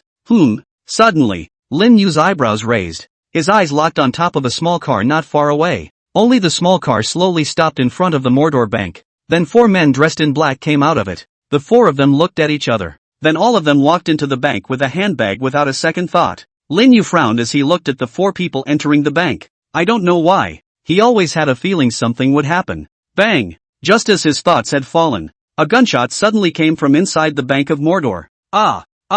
Murder! Call the police. There's been a robbery. This was followed by a scream. Just from the entrance of the Magic City Bank. One by one, pedestrians with panicked expressions ran out from wherever they were rolling. Brush! See this. Lin Yu's gaze stared slightly. This is robbery? Inside the Bank of Mordor. A man dressed as a security guard fell to the ground twitching helplessly. It's in his chest position. A bullet hole was dripping blood towards the outside. All the people did not dare to gasp for air, and each one of them slumped to the ground with a horrified look on their faces. Just now, four hooded men burst into the bank. Then without saying a word, he shot at the security guard. The black man in the lead looked around the room with his gun. A hoarse voice then came out from underneath the hood. Here, who's the manager? On the count of 3, stand. Stand out. 1, 2, I'm the manager. Just as the black-clothed man in the lead was about to say 3, from the slumped group slowly stood up a middle-aged man with a big belly. He looked at the guns in the hands of the four men and swallowed hard.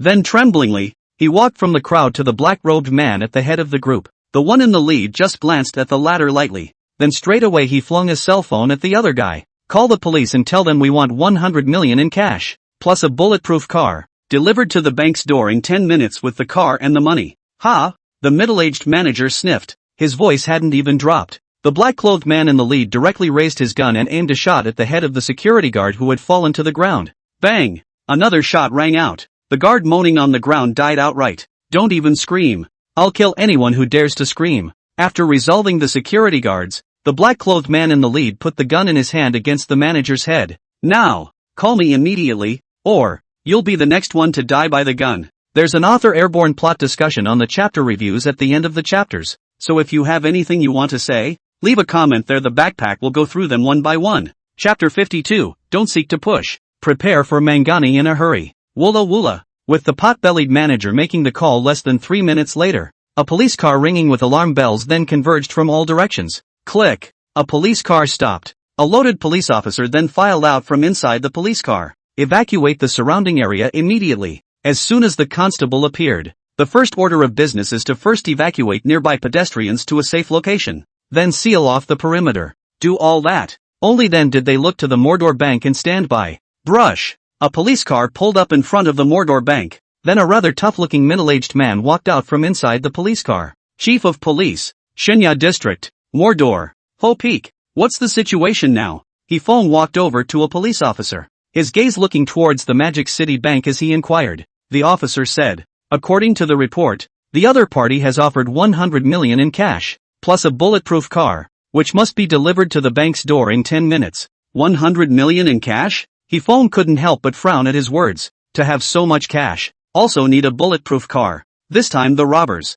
Just as Hefeng fell into deep thought, there was a sudden loud clamor from outside the blockade line. Hefeng looked over, only to see a group of reporters with cameras and microphones suddenly pouring out from outside the blockade. They're making their way inside the blockade. Get out of the way. Get out of the way. I'm Zhang Xiaonan from the Magic City News Agency. Let me in. I'm a reporter for the cover of Magic City magazine. Please let us in. I'm from Magic City Private Investigators. Mr. Constable. In the face of those clamoring reporters, those police officers could only keep on exhorting. Excuse me. It's dangerous inside. Please calm down. Zhang Xiaonan couldn't help but raise an eyebrow at his words. Calm down? How do you expect us to be calm? This is a big robbery. We have to go in. Let me tell you. I know the immortal Taoists of Mao Hua. If you don't let me in, I'll let the immortals descend. Yeah, immortals. Oh no. I don't know any immortals. We have to be at the first sight anyway. Let us in. My uncle's son, his wife's cousin's third aunt's sister's grandson is a lawyer. If you don't let me in, I'll sue you. Listening to the irrational clamor of these reporters, the faces of some of the officers also became bad-looking. Let them in. Just at this time, Hefeng's time rang out. Bureau he. The officer next to him couldn't help but stare. Hefeng raised his hand to stop his words. Says, if they can't get in today, they're not going to stop. And if they haphazardly report on the incident too much, that could cause a panic. Hefeng's order had just been given. Zhang Xiaonan and a bunch of other reporters had been waiting for a long time. Straight away, he pushed aside the officer beside him, and then darted to the front of the line. Zhang Xiaonan took the lead and rushed to Hefeng's side, raised the microphone and asked, May I ask if you are the person in charge here? I'm Zhang Xiaonan, a reporter from the Magic City News Agency. Can you answer a few questions for me now? May I ask if it's true that the Mordor Bank is now experiencing a robbery? What are the terms of the robbers? Is there a hostage at the Bank of Mordor? Is the hostage's life in danger? Are there any hostage casualties at this time? Listening to Zhang Xiaonan's endless succession of questions, a flash of dissatisfaction flashed in Hefeng's eyes. These reporters' questions are too tricky. Strongly holding back his displeasure. Just about to speak. Bang! Suddenly, a gunshot and a series of screams came from inside the Bank of Mordor. Zhang Xiaonan was also so frightened that he jumped up from the ground, then jumped right up into the arms of the cameraman. The whole head was directly on the chest of the male cameraman. Holy crap! Hugs please! Male cameraman. The other reporters also changed their faces furiously at the same time and backed away in unison. Murder! Bang! Another shot rang out. Shut the up! The screaming stopped abruptly. All of them were like ducks with their hands suddenly around their necks. After a moment of silence, from inside came a hoarse roar. Grass mud horse. You guys are out there screaming a couple of screams. Where's the money that I want? Where's the car? 10 minutes, and then you don't see what I want. I'll slaughter a person every 10 seconds. The robber's growl was heard. Hefeng couldn't help but change his face. Hastily, he reached for the golden trumpet of the constable beside him, shouting towards the inside. He said, Don't be in a hurry guys. This 100 million. No hurry a duck. No hurry, wait until your sister-in-law to laborers to make dumplings? Hefeng hadn't finished speaking. The roar of the robbers came from inside the Bank of Mordor again. Hefeng. No. That's not how it's played out in the TV show, is it? You robbers aren't supposed to be surrounding yourselves with us cops first. How is it that there is not even room for maneuvering now? Don't be a pussy. Get your ass in gear and get ready for the blindy or I won't be able to collect the bullets in this gun. Wait. Hear the voice. Feng directly threw off the golden trumpet in his hand. Now this time, saying something about a few handfuls of circumstantials doesn't have Gil's egg in it anymore. Still have to gather 100 million in cash plus a bulletproof car immediately. On the periphery, Lin Yu looked at the gradually noisy Magic City Bank, turning his head to look at the three Lu De who had already looked dumbfounded. Tapping Lu Da's shoulder, he asked, "Boss, do you have any banknotes?" Lu De sniffed, then subconsciously touched himself. A shake of the head followed. Li Fish and Bailey Bakuju were also shaking their heads frantically. Now in this day and age, who goes out with paper money? Lin Yu couldn't help but raise an eyebrow, then touched himself. Next, he couldn't help the way his eyes lit up. Then from the pocket of his own pants he fished out a somewhat aged coins. Oops, I'll go. The dozen. You're getting a lot of credit for this coin. In the meantime, into Komolungma or Komolangma, Tibetan, Achu, a tattered Taoist robe. Do half-senpai sneezed. Then he subconsciously rubbed his hands over his body. Damn. This place is cock-a-doodle-doo cold. On the sidelines, the crane crossed his legs dashingly and lay flat in the snow. Every now and then, he exhaled a mouthful of white air from his mouth and blew it towards the Do half cien on the side. It's a long-term meal ticket. Nothing can happen to you. Hey. And now I don't know what the master is doing, haha. Your little crane. Missed you. The carrot of the carrot. I'm not in the right state today. I'm dizzy. I fell asleep while I was coding. Sorry, only one more haha. Chapter 53, how come I haven't seen this reporter before? In front of the Mordor Bank, Zhang Xiaonan and a group of other reporters had already retreated outside the cordon. Some reporters even took it upon themselves to glue up the cordon they had just ripped off themselves. They were a little pale, obviously terrified. Inside the cordon, Feng stood next to the police car. Every now and then he glanced at the watch on his wrist. A look of anxiety overflowed on his face. Time passes by. The situation of the entire Mordor Bank is also getting more and more serious. On certain buildings across the street from the Magic City Bank, a sniper with a long sniper lay motionless on the roof of the building, aimed the scope at the main entrance of the Mordor Bank. They were given orders to, when the robbers appeared in front of the bank, secure the hostages. You can even kill the robber outright if necessary. Periphery. Lin Yu took the coins that he had searched from half dozen. After a moment of contemplation, he then headed inside the cordon. Lao San. Lu Dason saw this. The words he was about to say got stuck in his throat. Lin Yu easily squeezed into the crowd and then walked next to Zhang Xiaonan. Reach out and smooth your palm. When he took his palm out again there was already an extra press pass in his hand. He quickly walked over to the officer, then spread his press card out on the reverse side. A reporter from the Magic City News Service. Having said that, Lin Yu didn't care about the police officer who was frozen in place. Lift the cordon and walk right in. Constable? What's the situation? Aren't you journalists scared off? Zhang Xiaonan, who was at the back, heard the voice and also subconsciously looked at Lin Yu with wide eyes. What? Same place as me? No. How come I haven't seen this guy before? Seeing Lin Yu walk inside the cordon without haste, the other reporters from the surrounding news agencies were unable to resist leaning over to Zhang Xiaonan's side. I'll go. Zhang Xiaonan, your Magic City News Agency is really deep in hiding. When did you recruit such a ruthless person again? Zhang Xiaonan? The reporter on Zhang Xiaonan's left deflated, irritated. He said, Zhang Xiaonan, it seems that your old boss still has some trust in you. The number one ace of the Magic City News Agency, and actually sent 2 people. Some journalists also began to continue arching their fires. Yeah, look at people. They're called rising to the occasion. He. It seems that before long, the number one trump card of your Magic City News Agency will change hands. Brush. Hearing the man's words, Zhang Xiaonan's eyes couldn't help but bulge. He reached straight up and grabbed the man by the collar. You put nasty. Laborer's Magic City News Agency's number one ace. Is not it robbery? I absolutely do not bring false. Having said that, straight up with a flutter of the sleeve, one grabbed the cameraman's camera, then striding toward the inside of the cordon. No one is allowed to follow me. I would like to see who dares to steal the thunder from me at this time. Police car. Feng watched as the time to the robber's stipulated time grew shorter and shorter. The cold sweat on his forehead was also increasing. The cash has only been scraped together to the tune of $10 million so far, and it's being anxiously shipped over. He then looked at the roof of the building in the distance. According to the information passed on by those snipers, now those robbers inside the bank are in a position to completely snipe the dead center position. I just hope the cash shipment will stabilize these robbers. It's really not possible. It's just a matter of letting me go in first to pacify these robbers. Anyway, the first one has to make these robbers trust me. Have yourself as a hostage. These robbers should have their guard down a bit. Think about it. Feng was just about to reach out and wipe the cold sweat off his forehead. His afterglow then suddenly caught a glimpse of a young man's shadow walking towards his place. Saw the shadow of the young man who was walking straight towards here. Hifeng couldn't help but stare. His gaze then went back to behind the shadow of the young man. There was another man there who was running wildly with a camera on his shoulder. Hifeng? Didn't these reporters just get scared off? Why another one? Also brought a dedicated videographer. Lin Yu walked quickly to Hifeng's side. Then he patted the other man on the shoulder and said, "Trust me." Having said that, directly skipping the ladder, he walked straight to the Mordor Bank.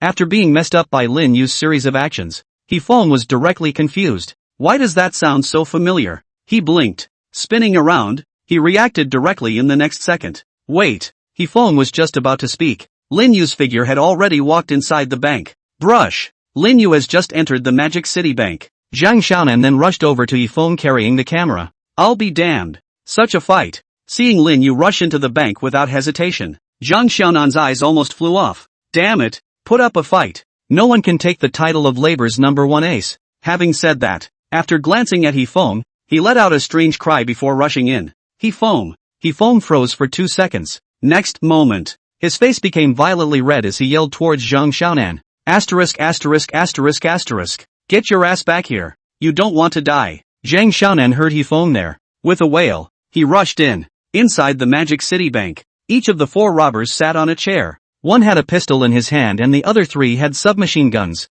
Looking at the crowd that was lying on the ground shivering, the black-clothed man in the lead couldn't help but let out a sneer. Hey, look at them pussies. He then glanced at the clock hanging on the wall. All horse have 8 minutes. Outside these people cannot so big magic cannot get 100 million ocean? Said. He glanced at his men, pointing to a couple of women sprawled on the floor. Why don't we kill it first and it up while it's hot? Hey, hear the boss speak. The 3 remaining men couldn't help but let out a lewd laugh. Boss is wise. Labor has been held back for months, jerking off every day. It's almost balding the skin. The man in black on the side frowned. 4. Thick is what's called jerking off. That thing of yours can only be called jerking off. Having said that, directly regardless of a woman's screams, yanking her by the hair she flung herself in front of Lao Si. Screw the speed. You've only got a minute. Ha, Ergo says too much. He'll last 3 seconds. Get out. The oldest jerked his fist toward the third. Then take the submachine gun in your hand,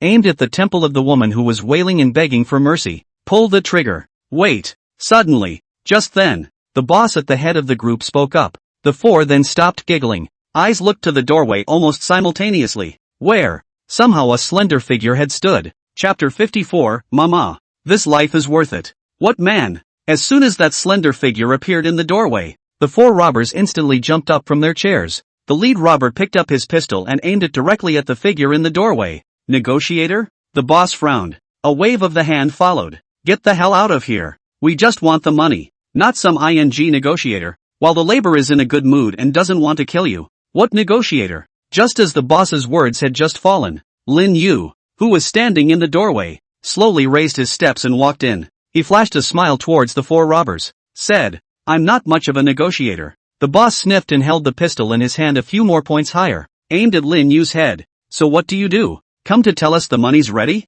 Lin Yu shook his head. Grass. Seeing this, the boss directly cursed angrily. Then without hesitation, he aimed at Lin Yu and pulled the trigger. Bang!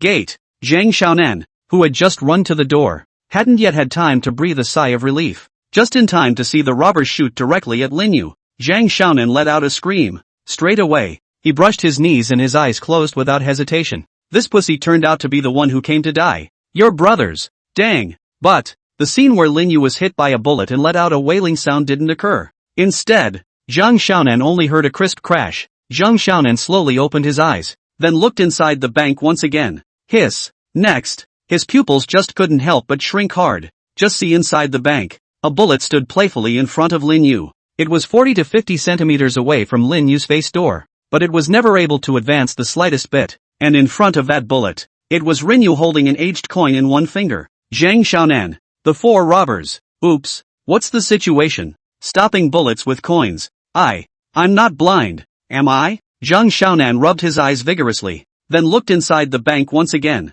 Lin Yu. Still standing there alive. No. Gulp. Zhang Xiaonan swallowed a mouthful of saliva with difficulty, then slowly tapped the record button, under the impression that, this time, I have to ing burst into flames. Banking sector. After the 4 robbers saw Lin Yu catch the bullet with a coin, one couldn't help but stare. This guy. Shoot together. Without the slightest hesitation, the 4 robbers raised their submachine guns directly. Then he aimed at Lin Yu and pulled the trigger frantically. Snap. Snap. One moment. The lance spat out countless tongues of fire and shot out countless bullets. It tilted down towards where Lin Yu was like a torrential downpour. Phew! Faced with bullets that blocked all their paths like a rainstorm, Lin Yu exhaled a mouthful of cloudy air. The mind also surged inside the coin in his hand. Immortal technique, soul fade. Initiation. Buzz. As Lin Yu's intention rose, countless silver-white threads visible only to Lin Yu swept out from above his heavenly aura. Then it shot out in all directions. Snap. A silver-white thread broke through the layers of blockade. It was stuck on top of a coin inside the bank. Up. Lin Yu's eyes brushed open. Then pull with both hands. Boom boom boom. One time. Countless coins came flying in from all directions. Break through the layers of glass. It gathered in front of Lin Yu. It condensed into an incomparably thick round shield. As soon as the round shield is formed, countless bullets followed. Dang. However, those bullets hit the round shield and all of them bounced off instantly. The 4 swept halfway through. Finally swept up a few loneliness. Asterisk asterisk asterisk asterisk. Asterisk asterisk asterisk asterisk. Saw the scene. The robber and Zhang Xiaonan let out shocked growls almost simultaneously. What a ing monster I am. Momentary lapse. Countless coins whistled, directly forming a round shield. Immortal. Immortal magic. Outside the bank, Zhang Xiaonan's mouth grew wide. A pair of eyes had been filled with disbelief. Ma, I saw a real fairy law. This life. It's worth it. This kid is a monster. The boss at the head of the group was the first to react. Then he pulled up an ordinary man directly beside him.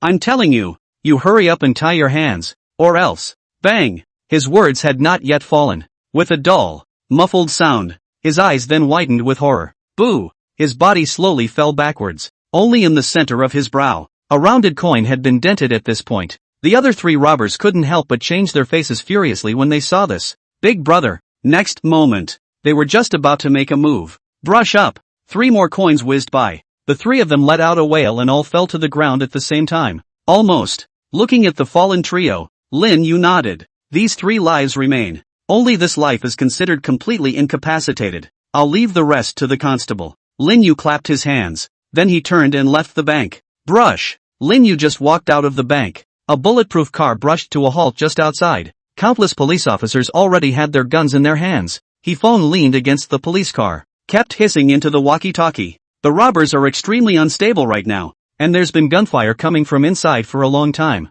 I don't care about you guys so much. Hurry up and find the right angle to prepare to kill the robbers to avoid more casualties. Ho! Bureau he! The police officer beside He-phone, who had been keeping an eye on the door of the Magic City Bank, suddenly froze. He then made a few shouts out to He-phone. Seeing no response from the latter, he poked with his hand again. Ho! Ho! Several handfuls of ho! I'm busy right now. No! He-team, look at the gate. He-phone froze, then subconsciously looked toward the Magic City Bank gate. At this point, from inside the gate, a young figure slowly stepped out. He stood at the gate position, then waved his hand toward the crowd. He-phone, what's the situation? Aren't the robbers emotional and already on a killing spree? How come this reporter is still alive? Toodaloo. Right about this time, a surprised shout came from inside He-feng's walkie-talkie. Team He, the robbers are all down. The robbers are all down. Ha! A voice was heard coming from inside the walkie-talkie. He-feng was directly dumbfounded. Chapter 55. Are you Magneto?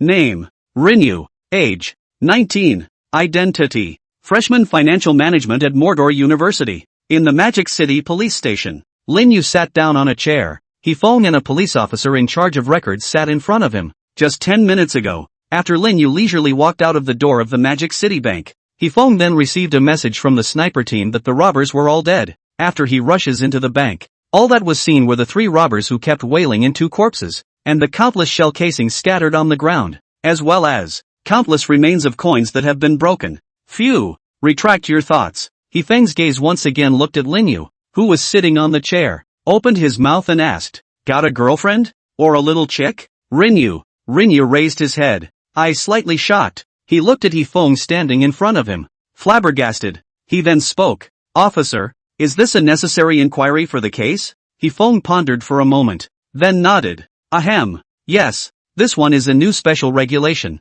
Rinyu, The police officer next to Yifeng also had a puzzled look on his face. Bureau when did you add it? Yifeng sniffed and glared at the latter. Labor just added a new one. Who the hell asked do your record? Constable. The constable deflated in aggravation, then concentrated on lowering his head to write his statement. Humph. Yifeng grunted lightly. Then silently, he turned the computer in front of him and put it in front of Lin Yu's eyes. So, now can you please tell me how this scene was done? On the computer screen at this time, it was playing with Rin Yu waving his hands around. There were countless coins converging around him towards his location. It didn't take long for it to coalesce into a huge round shield. What followed was, snap, countless bullets flew, all of which were blocked by the round shield made of coins. The scene. How to watch. It's all very outrageous. Yifeng's eyes burned into Lin Yu's expression. Honestly, when he first saw this scene, his eyes nearly flew out of his head. If you didn't believe in science yourself, probably just have to catch Rin Yu calling out straight. Brother Magneto, is that you? May I ask if there are any other heroes who have traveled to modern times together? Tell me. I'd like to get an autograph from the exterminator. Looking at Yifeng with a gaze that was vaguely trying to melt him, Lin Yu couldn't help but have a few black lines appear on his forehead. Big brother, don't look at me like that. I'm feeling a little panicky. He then looked at Yifeng before silently taking out from his arms a coin. Flex your fingers. Dang. Next, the coin that was in his hand then flew out of his hand. The coin slowly spun in the air a few times. Then, in the shocked gazes of the two Yifengs, slowly descending from the air. Thump! The coin lands. Yifeng, constable. The two men stared at the coin on the ground for about 3 or 4 seconds. And then, nothing happened. The muscles at the corners of Yifeng's mouth couldn't help but twitch violently. That's it? You're playing me. Yifeng stood up from his chair with a brush, just about to speak. Knock. Next, his shoulders were suddenly as if he had suffered a heavy weight forcing them down. The whole person didn't react at once and sat straight on his butt. Bureau a police officer on the sidelines saw this. He also hurriedly stood up, then made a gesture to pull up Yifeng. Knock. But when he stood up, next, he was also following in the footsteps of Yifeng. Knock. The ass came into close contact with the floor once again. Yifeng, constable, what's the situation? Click. Just as the two froze, a crisp cracking sound suddenly reached both of their ears. The two men subconsciously looked at the coin lying on the ground. I don't know when. The floor around that coin had appeared in numerous cracks. The cracks extended out like spider silk, all over the room. Saw the scene. Yifeng and the officer looked at each other. All of them could see the disbelief in the other's eyes. This, boo. Next, before the two could react, there was a sudden dull thud in the room around them. Subsequently, it was only seen that the surrounding walls looked as if they had been forcibly twisted by countless invisible giant forces. A thick steel bar breaks through the concrete wall. In unison, they appeared in front of the two. But just a few seconds, the two were already surrounded by incredibly sharp steel bars. Gulp! Looking at the steel bars almost close to his face, Yifeng couldn't help but swallow hard. His gaze went to Lin Yu. The eyes were already filled with shock. This guy, it can't really be Magneto, right? Hey! Looking at the two who were already stunned, Lin Yu touched his nose, then just about to speak. Jabla! Just then, a sound like rags tearing apart suddenly resounded in Lin Yu's mind. Next, his face then snapped. That's the sound of a peace sign breaking. In the meantime, thousands of miles away on some deserted island, Pust, Zhao Debao was lying on the trunk of a tree. At a certain moment a mouthful of redness suddenly appeared on his face,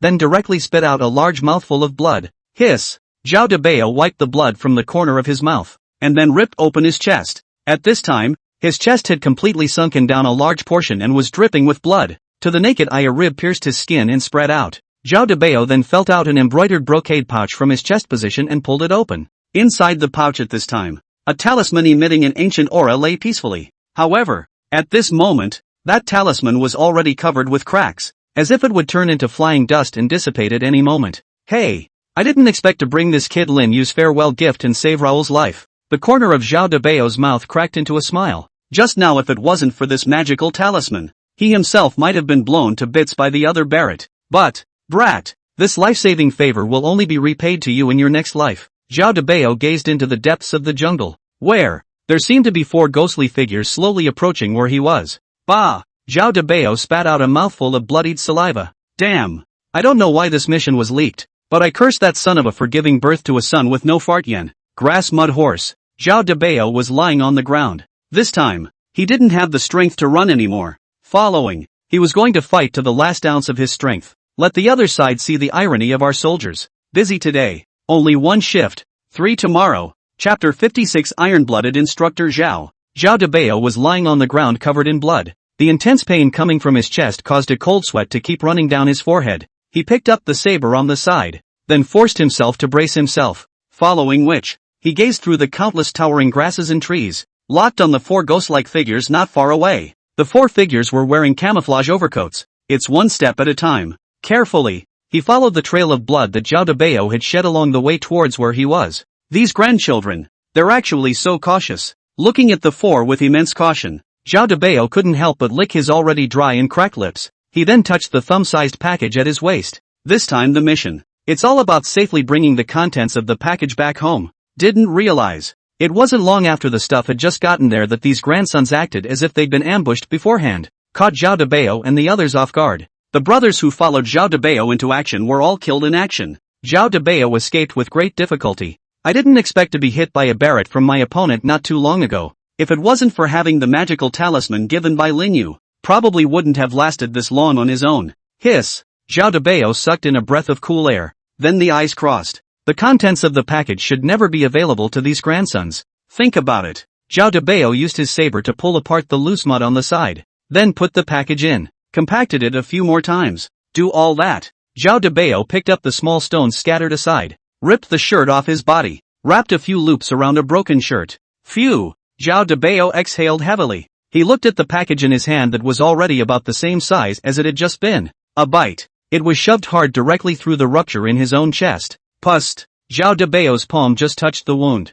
The wound in his chest was like a squeezed sponge. Countless amounts of blood were spewed out. Even through the gap, one could see Zhao Debao's internal organs exposed to the air. Buzz off. The yellowish talisman inside the pouch was also flickering non-stop. As Zhao Debao's hands went deeper and deeper, the frequency of the flickering light on the talisman was also getting faster and faster. Ah! Zhao Debao let out a muffled grunt, then exerted force with his palm. The package was shoved directly into his chest. Jabla! And this time, the yellowish talisman also stopped flickering completely. Put! Following which, the talisman burns itself out without fire. Eventually it burned down to just the size of a small thumb. Obviously, the talisman has completely reached critical mass. Hoo. Tucked the package literally into his chest. Zhao Debao's face had originally become pale due to blood loss. Now there was no trace of blood at all. His eyes also became incredibly mesmerized. As if the next moment, Zhao Debao would close his eyes and never wake up again. As long as this thing doesn't fall into the hands of these grandchildren, my mission will be completely accomplished. For a disorienting effect, he also made a point of leaving a small gap where his chest was. That gap, just enough to see inside Zhao Debao's chest. Package. Feeling the fainting realization that kept coming from inside his head, Zhao Debao's teeth clenched. Then put the saber in his hand. A hard stroke. Jabla. Another bloody gash. Feel the pain. Zhao Debao's originally fainting consciousness forcefully awakened once again. And that's when those 4 ghostly figures were also already less than 500 meters away from where Zhao Debao was. Zhao Debao picked up his saber. Forcefully and forcibly. Just for a moment. His face suddenly became flushed beyond recognition. It was also as if the body was steeply filled with countless strength. Next, his feet stomped on the ground. The entire person then rushed out directly towards the distance. Baga! Where is it? Just as Zhao Debao's figure had just moved, the eyes of the 4 silhouettes that were originally following the bloodstains to look for Zhao Debao narrowed at the same time. A black-clad man let out a Sakurajima word. Then directly afterward, he took the submachine gun in his hand. Da-da-da-da! Next, countless bullets poured out. Bang! Bang! Bang! But just for a second. The sound of countless bullets breaking through the air rang right in Zhao Debao's ears. Zhao Debao took a smooth leap. Crackle! He was swept away by countless bullets right where he had been. Countless mud splatters and wood chips flew.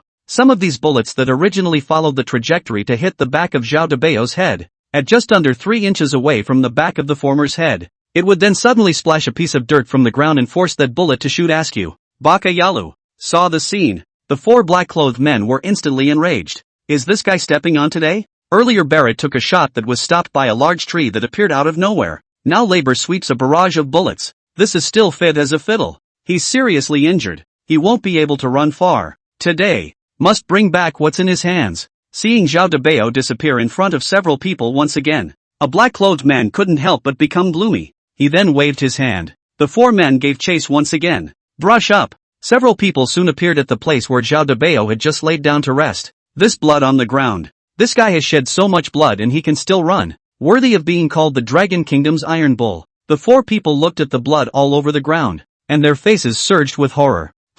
Suddenly, a man in black frowned. His eyes then noticed the slightly loose dirt on the ground. He lowered himself, intending to pick through the layer of dirt with the short knife at his waist. He's appeared. Where's the stuff? Go after him. Right about this time, a black-robed man next to him let out a cry of alarm. Brush! The black-clothed man crouching on the ground instantly stood up. His gaze then went to Zhao Debao, who was still running wildly in the grass not far away. In his chest position, there seems to be an extra long strip with blood on it. That's the thing. Saw that long strip of blood. The 4 men stopped hesitating at once. In unison, he went after them. 3 minutes later, boo! Zhao Debao, who was running wildly, suddenly changed his face. Next, his face instantly turned black. It was as if the figure that was originally running had pressed the pause button. The legs were also losing perception. Boo! Following which, his entire body then plunged headfirst right into the ground. The statute of limitations on the return. Over. A lot of brothers in front of me have been asking who Zhao Debao is. Also said when to send the talisman. The author was confused. Really 2 tears in the eyes. Chapter 57, You haven't seen me at my best. Magic City Police Department. Lin Yu's face was a bit gloomy. The sound of a peace sign breaking. What this means? Chu Tang, or Zhao Debao. They're in some kind of mortal danger. There was no further hesitation. Lin Yu stood up with a brush, then waved his hand. The countless steel bars around them were as if they had received Lin Yu's orders. The rumble retracted back into the wall. Everything seemed to be calm again, but from the crumbling floor, and the walls that had caved in around them, proof that it wasn't all a dream. Ignoring the 2 Hefongs who had been stunned on the ground, Lin Yu's mind sank into his heart. The one-piece talisman belonging to Chu Tang was still safe and sound. Belonging to Zhao Debao's brush. Lin Yu brushed his eyes open. The one-piece talisman that belonged to Zhao Debao. It's down to the size of a small thumb at this point. Officer, I have matters of immense urgency at the moment, and as for questioning in the case, I will wait until I return. After putting down a sentence, Lin Yu's mind moved,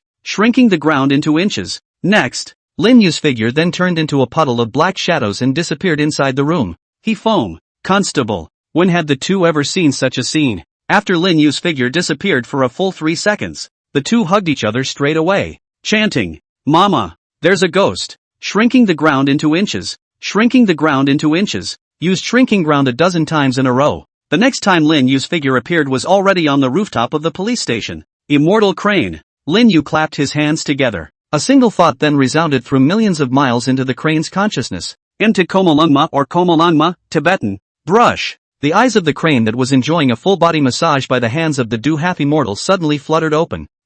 Looking at the crane that suddenly opened its eyes, half-do froze, then said carefully, Senzuru-sama, is my strength not appropriate? Newbie. The crane didn't reply to the half immortal's words. Extending his claws, he hooked a handful of the latter's collar. Then, without the latter reacting, he directly unfolded his wings. It disappeared into a stream of light on Mount Everest. Brush. With a stream of light flashing, the figure of the immortal crane had then appeared high above the sky. Newbie. He sensed Lin Yu, who was thousands of miles away, and let out a loud and incomparable chirping sound. Rumble. Next, the sky suddenly resounded with countless deafening booms. Half-dozen subconsciously looked up when he heard the voice. Following which, he then saw a scene that he will never forget in this life. Just see as the cranes chirp. Gollum. The originally calm sky was suddenly countless like boiling water. It began to boil violently. A powerful tornado began to slowly form high in the sky. In the midst of those horrible tornadoes, a 7-colored light could be seen converging. Lights converge. A 7-colored portal just appeared in front of the immortal crane. Gulp. Saw the scene. Half-duo couldn't help but swallow a mouthful of saliva. What's the situation again? A crane spreads its wings, rushed into the portal. Half-doctor let out a yelp and subconsciously closed his eyes. Crane. 3 seconds later, half-dozen heard an unmistakably familiar voice, before he could open his eyes. As a strong wind rang out, the crane's body sank. Newbie. Following which, the immortal crane once again let out a high chirp. Once again, he rushed up to the sky, barren or uninhabited island. Zhao Debao's hands and feet were tied together, and his entire body was hanging upside down from the tree trunk. 4 men in black stood in front of him, their gazes coldly looking at the ladder. In the hands of one of the men in black, it's a bloody shirt-wrapped rock. Phew! A man in black picked up an arm-thick tree trunk. Then he smacked Zhao Debao's head hard. Bang! Getting smacked in the head with a blow, Zhao Debao directly sprayed out a large mouthful of blood. The whole head spun around in the air several times before finally coming to a slow stop. A man in black crouched next to Zhao Debao, taking out the short knife on his own waist, then sticking it on Zhao Debao's face. Jab. Pull hard. A large chunk of flesh and blood was cut right off the hard way. Come on. Where's the stuff? Zhao Debao raised his head with difficulty. Bah! A mouthful of bloodied saliva was spat out towards the former. Have. If you have any moves, just come on. If I give in. You guys, birds, I won't call. Zhao Debao. Put. The man in black reached up and wiped the spittle from his face. Next, his eyes crossed. Straight away, he took the short knife in his hand and stabbed it straight into Zhao Debao's back. Then squirm hard. Baka, I'll give you one more chance. Hand over that item and I'll consider letting you die a quick death. Jab. The short blade kept turning at the backbone position. That kind of pain is not for the average person. Even Zhao Debao. It all hurts so much that they just pass out. Pust. But when Zhao Debao just fainted, the man in black then aimed a stab directly at Zhao Debao's thigh. Put. Zhao Debao spat out a mouthful of blood. The immense pain made it a luxury for him to even pass out. Seeing that Zhao Debao had refused to let go, the black-robed man in the lead couldn't help but frown, then waved a hand toward one. Said, Kawagikuan. Inject him with a special drug. I don't believe he can hold out. On the side nodded. Then from inside the case at his waist he took out a syringe as well as a small bottle. After pumping the medication inside the vial into the syringe, the man walked directly to Zhao Debao and lifted his head. Then without hesitation, he zapped it. Newbie. Just then, a clear chirp suddenly rang out from the sky. The man's movements in his hands subconsciously stopped. Next, brush up, with the sound of 4 air-breaking voices. Ah! It was followed by 4 screams. Tap tap tap. A rush of footsteps sounded. Hear footsteps. Zhao Debao's already bloated eyes struggled to open a thin slit. When he saw Lin Yu appear by his side, he actually squeezed a smile on his face. Stink. Brat. You. Why are you here? But he's bloody well in it now. How heartbreaking a squeezed out smile really is. Unfortunately, you came at a bad time. Not in labor. The most handsome time to arrive. Zhao Debao shook his head. Then the whole head hung low again. Buzz. This time, the peace talisman on Zhao Debao's chest completely dissipated. Zhao Debao's eyes became mesmerized. Rinu is here. Then sort of a complete relief. Now finally, I was able to get a good night's sleep, without realizing it. Zhao Debao seemed to see himself. Sleep with your horse money. Just then, Lin Yu's voice rang out steeply and explosively. There will be another chapter later. Chapter 58, I need anesthesia. Sleep with your horse money. But just as Zhao Debao's consciousness was about to completely dissipate, a furious cry that bordered on a roar abruptly roared out from Lin Yu's mouth. He ignored the 4 black-clothed men who were lying on the ground and kept wailing. With a flash of his figure, he appeared directly beside Zhao Debao. Brush up! There was a flash of white light. The rattan that bound Zhao Debao directly snapped. Lin Yu wrapped his arms around Zhao Debao's body. Then he eased his body flat on the ground. Lin Yu looked at Zhao Debao, whose entire body was covered in wounds, and his mind couldn't help but be shaken. Almost all of the bones in his body had been broken, and every inch of his body was covered in wounds. There has been very little blood coming out of the wound. That's not because it stopped. That's because there's just not much blood left in the body to bleed. System. Lin Yu's mind moved. The glowing blue panel of light floated right in front of his eyes. Take out the Great Restorative Pill. Ding. The Great Replenishing Pill has been successfully extracted. Buzz. As the system's beep fell, an elixir glowing with golden light then appeared in Lin Yu's hand. Lin Yu looked towards Zhao Debao whose chest had stopped heaving. Then without hesitation, he stuffed the great returning Dan into the latter's mouth. Debao. Hang in there. Brush. This time, the crane that was originally hovering in the sky also landed on the ground with Do half Immortal in a leisurely manner. It's. Half-Doctor looked at the blood all over the floor. There was also Zhao Debao, who was lying in Lin Yu's arms, and his entire body directly froze. This bleeds this. So much blood. Half-Doctor swallowed a mouthful of saliva. The man. Still alive? He looked at the silent Lin Yu. It was surprisingly difficult to know how to comfort the latter for a moment. After all, I don't know which one is lying in your arms. And I'm always talking like I'm in a big hurry now. Deflated. Half-Doctor's gaze looked toward the 4 black-robed men lying not far away and wailing all over the place. What's going on here? Half-Do froze, then walked towards the 4 men in black. Baka Yalu. Seeing half-dozen approaching, a black-clothed man's gaze crossed and he was about to pick up his short sword and rush towards the former. But at that moment, His entire body was immobilized by the tiny coin on his chest. No matter how much he struggled, he was never able to move the slightest bit. It's like that tiny coin. It weighs 1,000 pounds.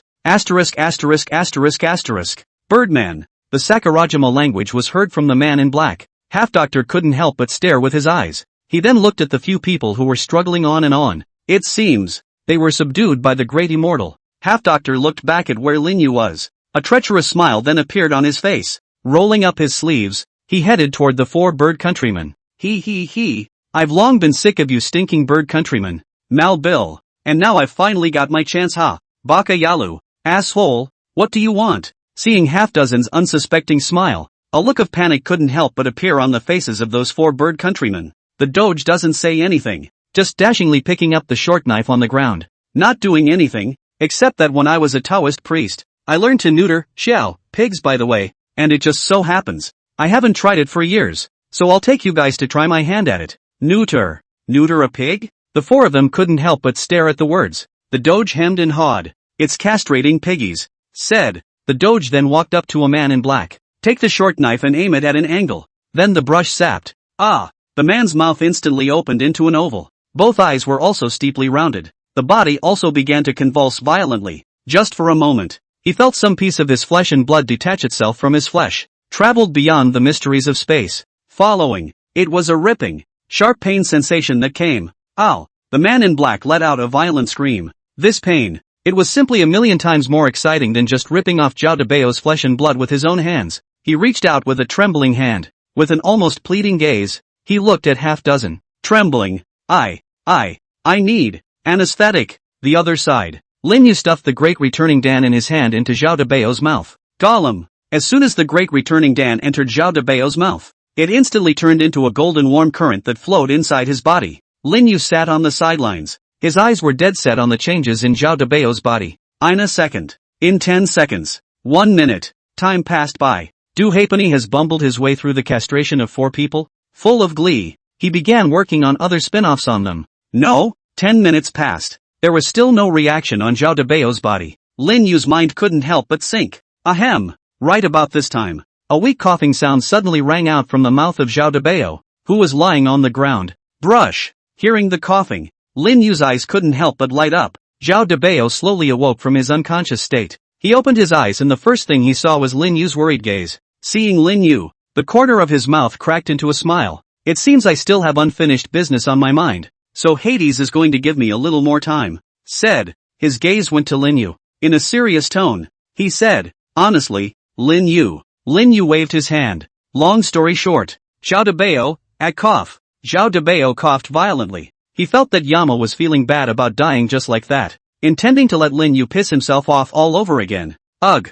Zhao Debao sighed. Then he said, Lin Yu, I know that I don't have long to live. I only want one thing from you. I have a daughter. Lin Yu raised his eyebrows. Planning to introduce me as a daughter-in-law? Put. Zhao Debao spat out a mouthful of blood. He then glared fiercely at Lin Yu. She's only 8 years old this year. Lin Yu frowned, then a look of realization appeared on his face. Then stood up. Okay, it's not bad to be a child bride. Lin Yu said casually without looking back. Asterisk.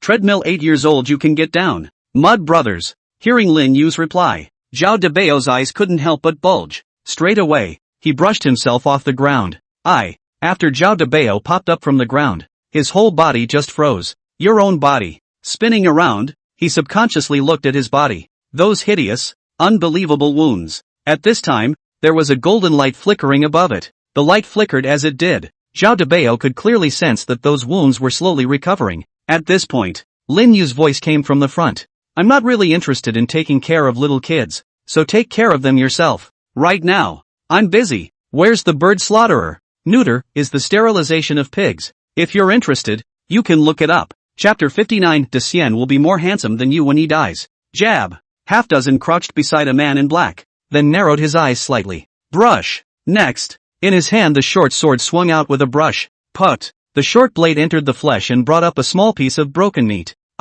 The black-clothed man who had originally fainted woke up in pain. He held out his palm shakily. Subconsciously, he felt for his crotch position, but in the next second his pupils snapped shut. Only his outstretched palm. At this point the 5 fingers had lost half of them in unison. Brush. Another blade flash. The last remaining half of his finger disappeared completely. The man in black's eyes bulged wide and he was just about to scream out. Put. Short knife to the throat. Stirred his tongue right up. Ooh-hoo. Out of this. The wail of this bird countryman suddenly became a whimper. The classical record of 10 fingers connected to the heart still seems to be not as ruthless as a bird being chopped up. The first thing this guy woke up to was actually going to catch a bird. Half-Duo frowned slightly as he looked at the islander who was struggling non-stop. Then he picked up his short knife. At the horrified gaze of the islander, chipping piece after piece of flesh off his arm. Jab. Jab. Every cut up. A sharp stabbing pain then hits the black man right in the brain. Aside. Zhao Debao was filled with amazement. Throwing his arms around, he walked over to the black man who had fallen to the ground. When he saw the sinus half-immortal move, there were also bloodstains at the crotch locations of the 4 black-clothed men, and the whole group couldn't help but be stunned. He looked towards Lin Yu, who was standing on the side holding his arms and watching coldly. Then he looked again at the half-dozen people who were still going on and on. Couldn't help but open his mouth and ask, this one, you're in? The half-dozen or so heard voices. Turning his head, he replied subconsciously, just randomly researching the ancient I've looked up about human pain tolerance levels. Half-Duo was just in the middle of his sentence, when he saw Zhao Debao who stood playfully in front of him. The whole man blinked slightly dumbfounded, his eyes looking not far away again. Brother, weren't you lying there? Next. Brush. Half-dozen's entire body jumped straight up from the ground. Asterisk asterisk asterisk asterisk there's a ghost. He swished and zipped in behind Rinyu. Duh. Great Immortal. There's a ghost. Hurry up and cast a magic spell to collect him. Rinyu. Zhao Debao. The corner of Lin Yu's mouth twitched. Zhao Debao couldn't help but have a few black lines appear on his forehead. He clenched his fists and held back his anger. Said, Ghost? What kind of ghost have you seen that looks as handsome as I do? The doge slowly stuck his head out. Then his gaze went to Lin Yu's face. Without thinking, he said, Dyson must be more handsome than you when he dies. Phew. His words just fell. A strong wind rang out. Knock. Half-Doctor's mouth instantly opened into an oval shape. The whole man bent straight down as well. Rinyu's morose voice came. Can't talk. Just say less. Lin Yu withdrew his fist. Then directly one hand carried the already foaming at the mouth sinus half-century. Walked over to the 4 black-clothed men lying on the ground and wailing. Lin Yu turned his head, his gaze looking towards Zhao Debao. Asked, Are these guys still useful to you? Zhao Debao shook his head and said, There's no use in keeping these people, but I'm more interested in knowing who's behind directing them. Or rather, the person who leaked this classified operation of ours. Who is it? Speaking of which, Zhao Debao couldn't help but clench his hands tightly, and anger welled up on his face. If it hadn't been ratted out,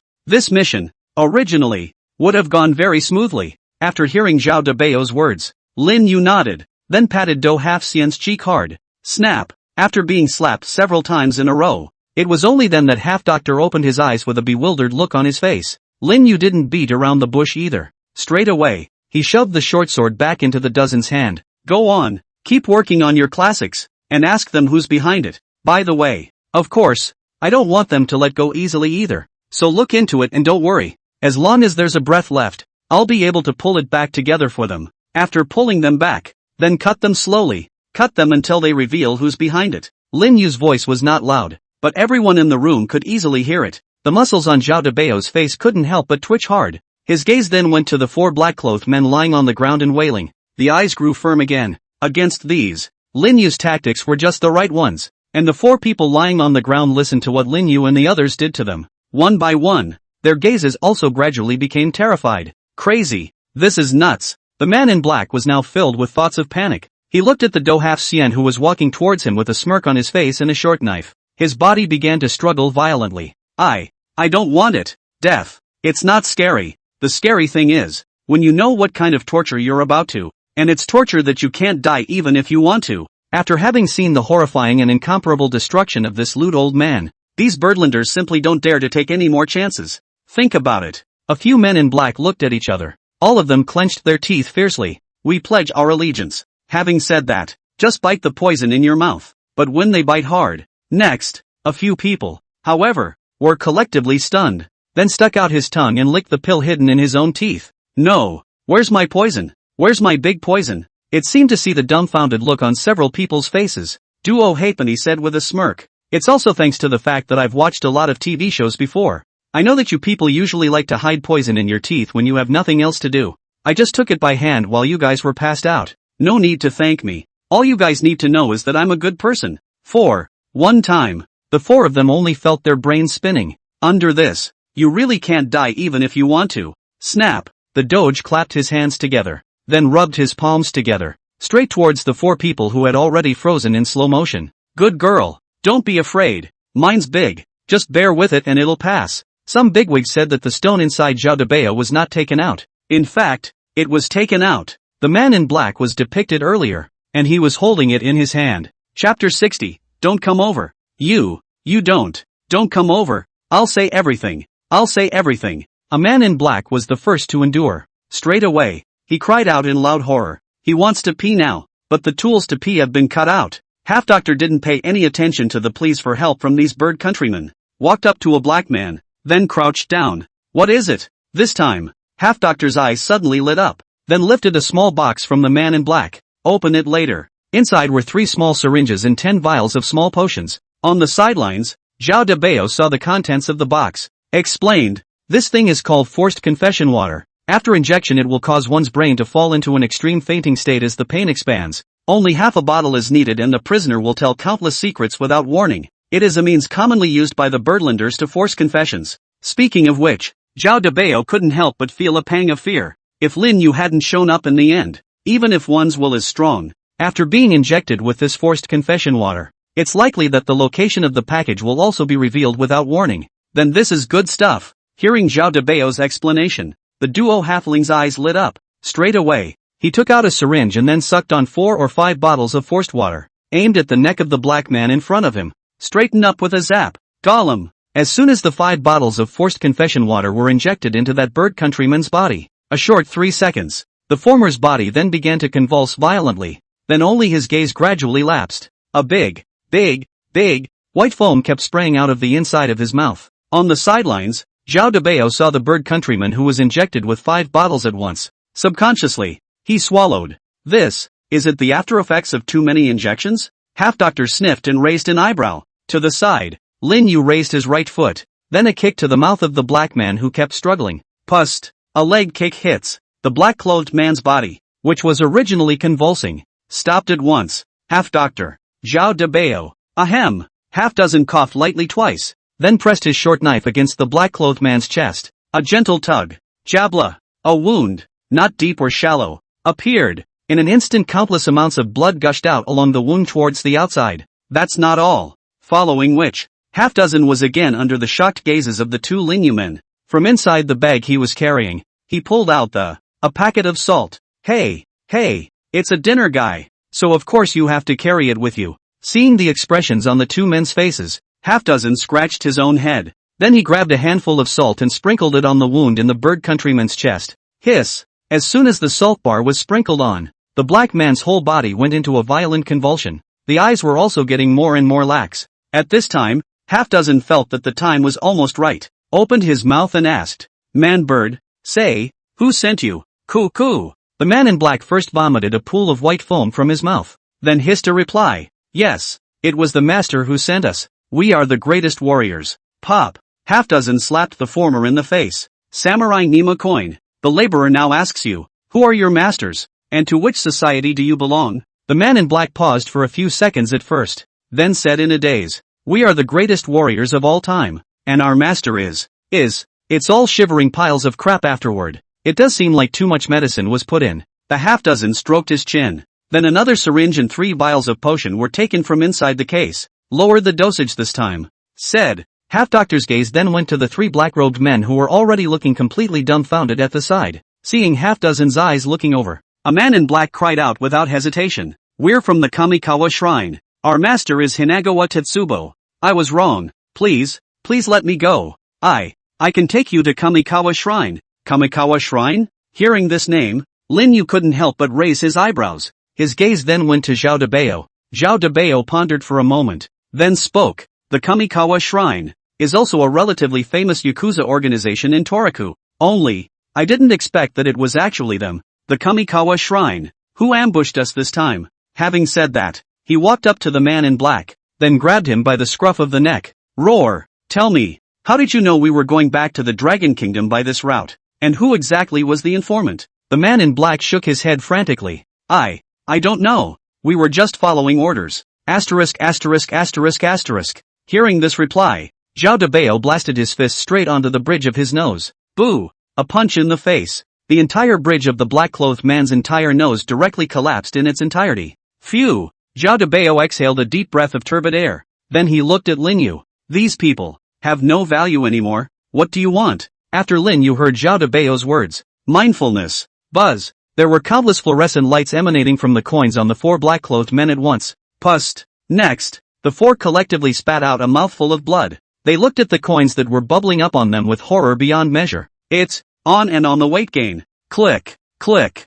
click, way. All four could clearly hear their ribs being crushed by the coins. No, no. The three of them who still had a clear head began to struggle violently. But their struggles can only be in vain. Instead, it will increase your suffering more and more. Ah, finally, in the midst of four screams, boom boom boom boom, the four men's bodies were instantly crushed hard by the coins. After resolving the four, Lin Yu's gaze went back to the other side of the island. Speaking to Zhao Debao, he said, how many more of them are there? Zhao Debao had already seen Lin Yu's methods. Said, there were 10 of them, 4 dead here, and 6 more on the other side of the island. But those 6 of them have heavy weapons in their hands. If we just rush over like this, it's likely to be dangerous. Lin Yu sniffed and pondered slightly for a moment. Give me a minute. Having said that, just walked alone to a big tree nearby. Brush. Reach out and touch the palm of your hand to the big tree. Rinyu closed his eyes. At the same time, the mind's intention flicked on.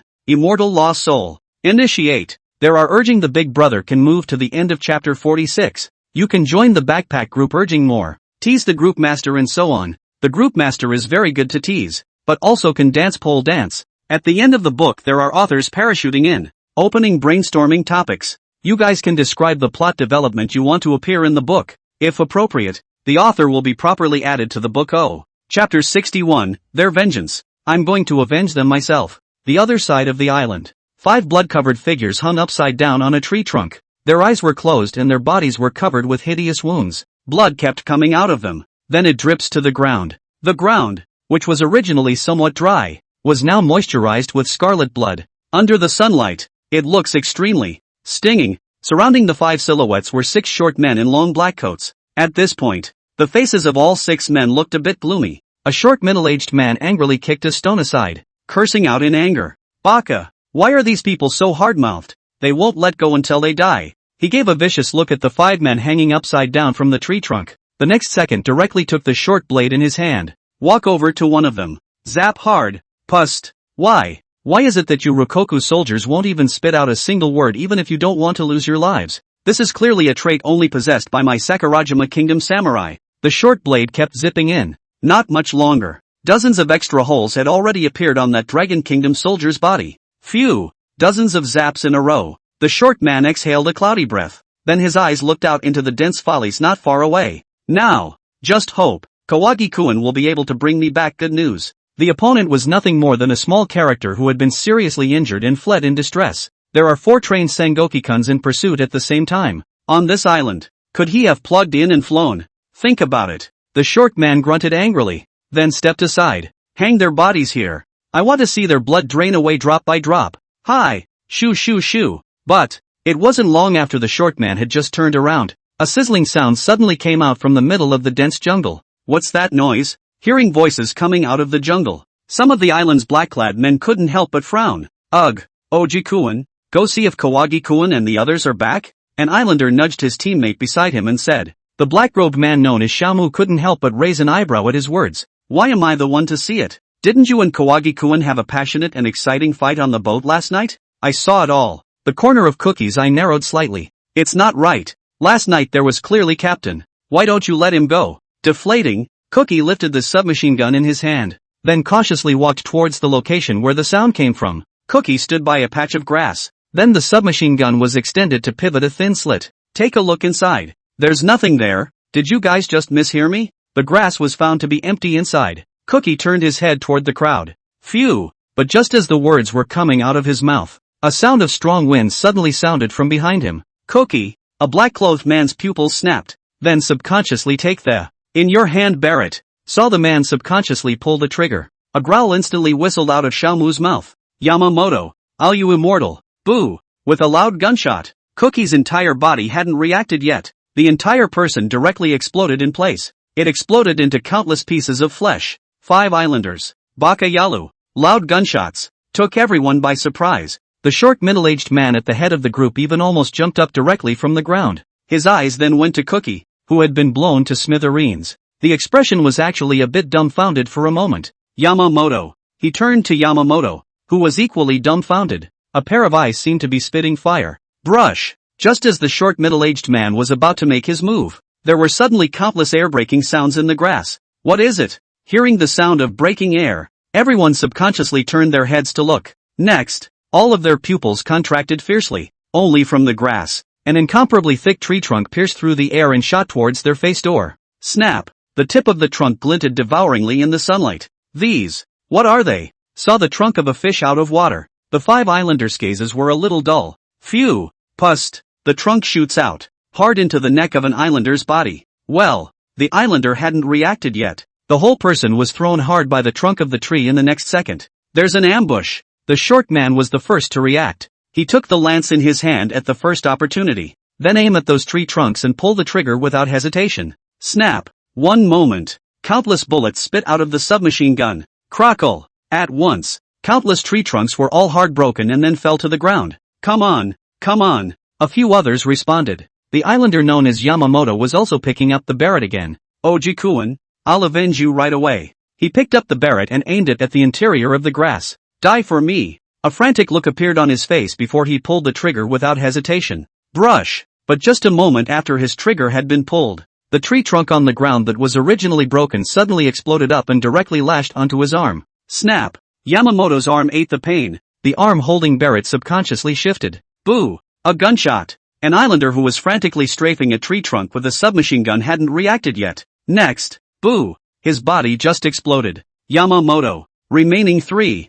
Gulp! Feel the warmth of his face. The short man swallowed with some difficulty. Yamamoto. You. What he was tempted to ask was, are you damn undercover agents sent from across the street? Brush! Ah! But he hadn't finished his sentence. A cracking sound rang out. His entire body was also directly pierced through his abdomen by the sharp tree trunk. His body was then directly thrown up, hanging upside down high in the sky.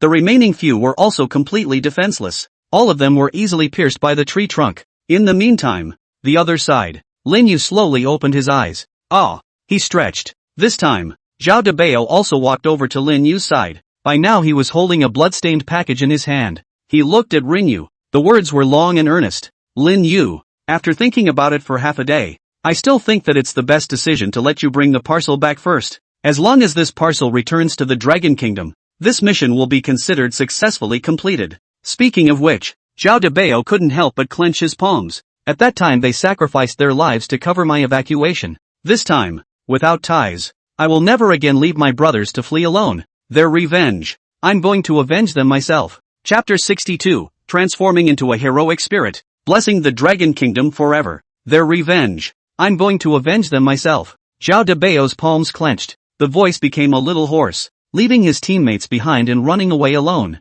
It was a shame for their Dragon Kingdom soldiers, even if it was an emergency situation. But just think of the time when they rushed forward to stall for themselves. Zhao Debao couldn't help but feel a sharp pain in his heart. After Lin Yu heard Zhao Debao's words, he also fell into silence for a while. The military ethos. There is nothing like it. After 2 or 3 seconds, Lin Yu reached out and patted Zhao Debao's shoulder. Said, no matter what, I at least belong to you guys to teach out. Letting the instructor be in danger alone. This is something I, Lin Yu, can't do. Rin Yu, you. After hearing Lin Yu's words, Zhao Debao became incredibly emotional for a moment. Sure enough, Chu Tang and I can't be wrong about our eyes. We didn't look at the wrong person. On the sidelines, Half-Doctor nodded. Although my Decian is cheap and Thai, and can chase and kill laborers dozens of streets for a few $100s. But, Half-Dozen hadn't finished his sentence. Boo! An uppercut. Do Half-Xian's entire body fell backward trembling. Lin Yu swung his fist. With an innocent face,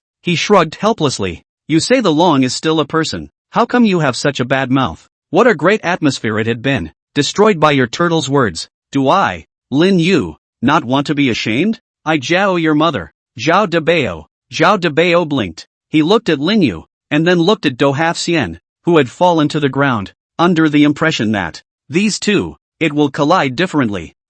Seeing Zhao Debao's inquisitive expression, Lin Yu couldn't help but have a few black lines appear on his forehead. He then lifted his foot towards the other side of the island. Come on, instructor. We'll be too late to cut Jill's throat in time for the birds. Ha! Zhao Debao sniffed. He looked at Do Half Xian, who was still lying on the ground, and then looked at Lin Yu in front of him. He then followed Lin Yu with a dumbfounded expression. Wait for the two to leave. The crane inserted a small savage waist and walked slowly to Do Half Xian, rolling his eyes at the already fainted dozen, then reached out a claw and gave it a gentle hook, followed with the dozen. It's 3 minutes later. The other side of the island. Zhao Debao opened his mouth wide. With a shocked face, he looked at the 5 black-clothed men hanging upside down on the tree trunk.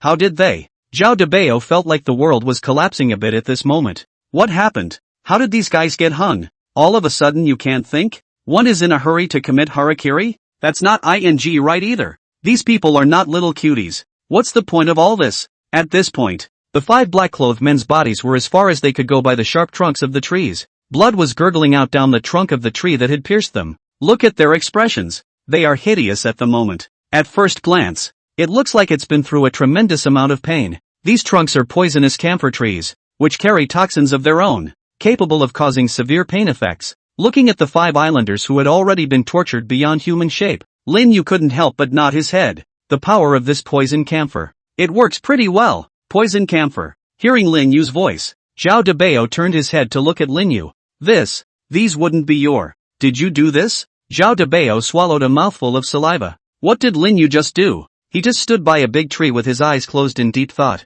But instinct tells him. Now this scene. It must have been Lin Yu who moved. What a divine art. And this time, Lin Yu was already holding a short knife and walked over to Zhao Debao. Instructor. Lin Yu handed the short sword to Zhao Debao, grinning. They all still have a breath left in them. And you said that revenge would have to come from you personally. Looking at Lin Yu's expression, the corner of Zhao Debao's mouth cracked into a smile. Ha ha ha ha ha. Next, he couldn't help but laugh out loud. As he cried, he couldn't help but get a little red in his eyes. He then took the short knife. Then with a lone voice he walked up to the 5 men in black hanging upside down from the tree trunk. He picked up the short knife. At this moment, the short sword seemed to have been specially modified by Lin Yu. The blade had countless more small cracked teeth on it at this point. It was also coated with drops of crystal clear table salt. Ha ha, Zhao Debao laughed out loud, then viciously stabbed at the short man's abdomen. Looking at Zhao Debao who was soundly over there, Lin Yu silently walked to the other side, where there were also 5 bodies hanging that had bled dry.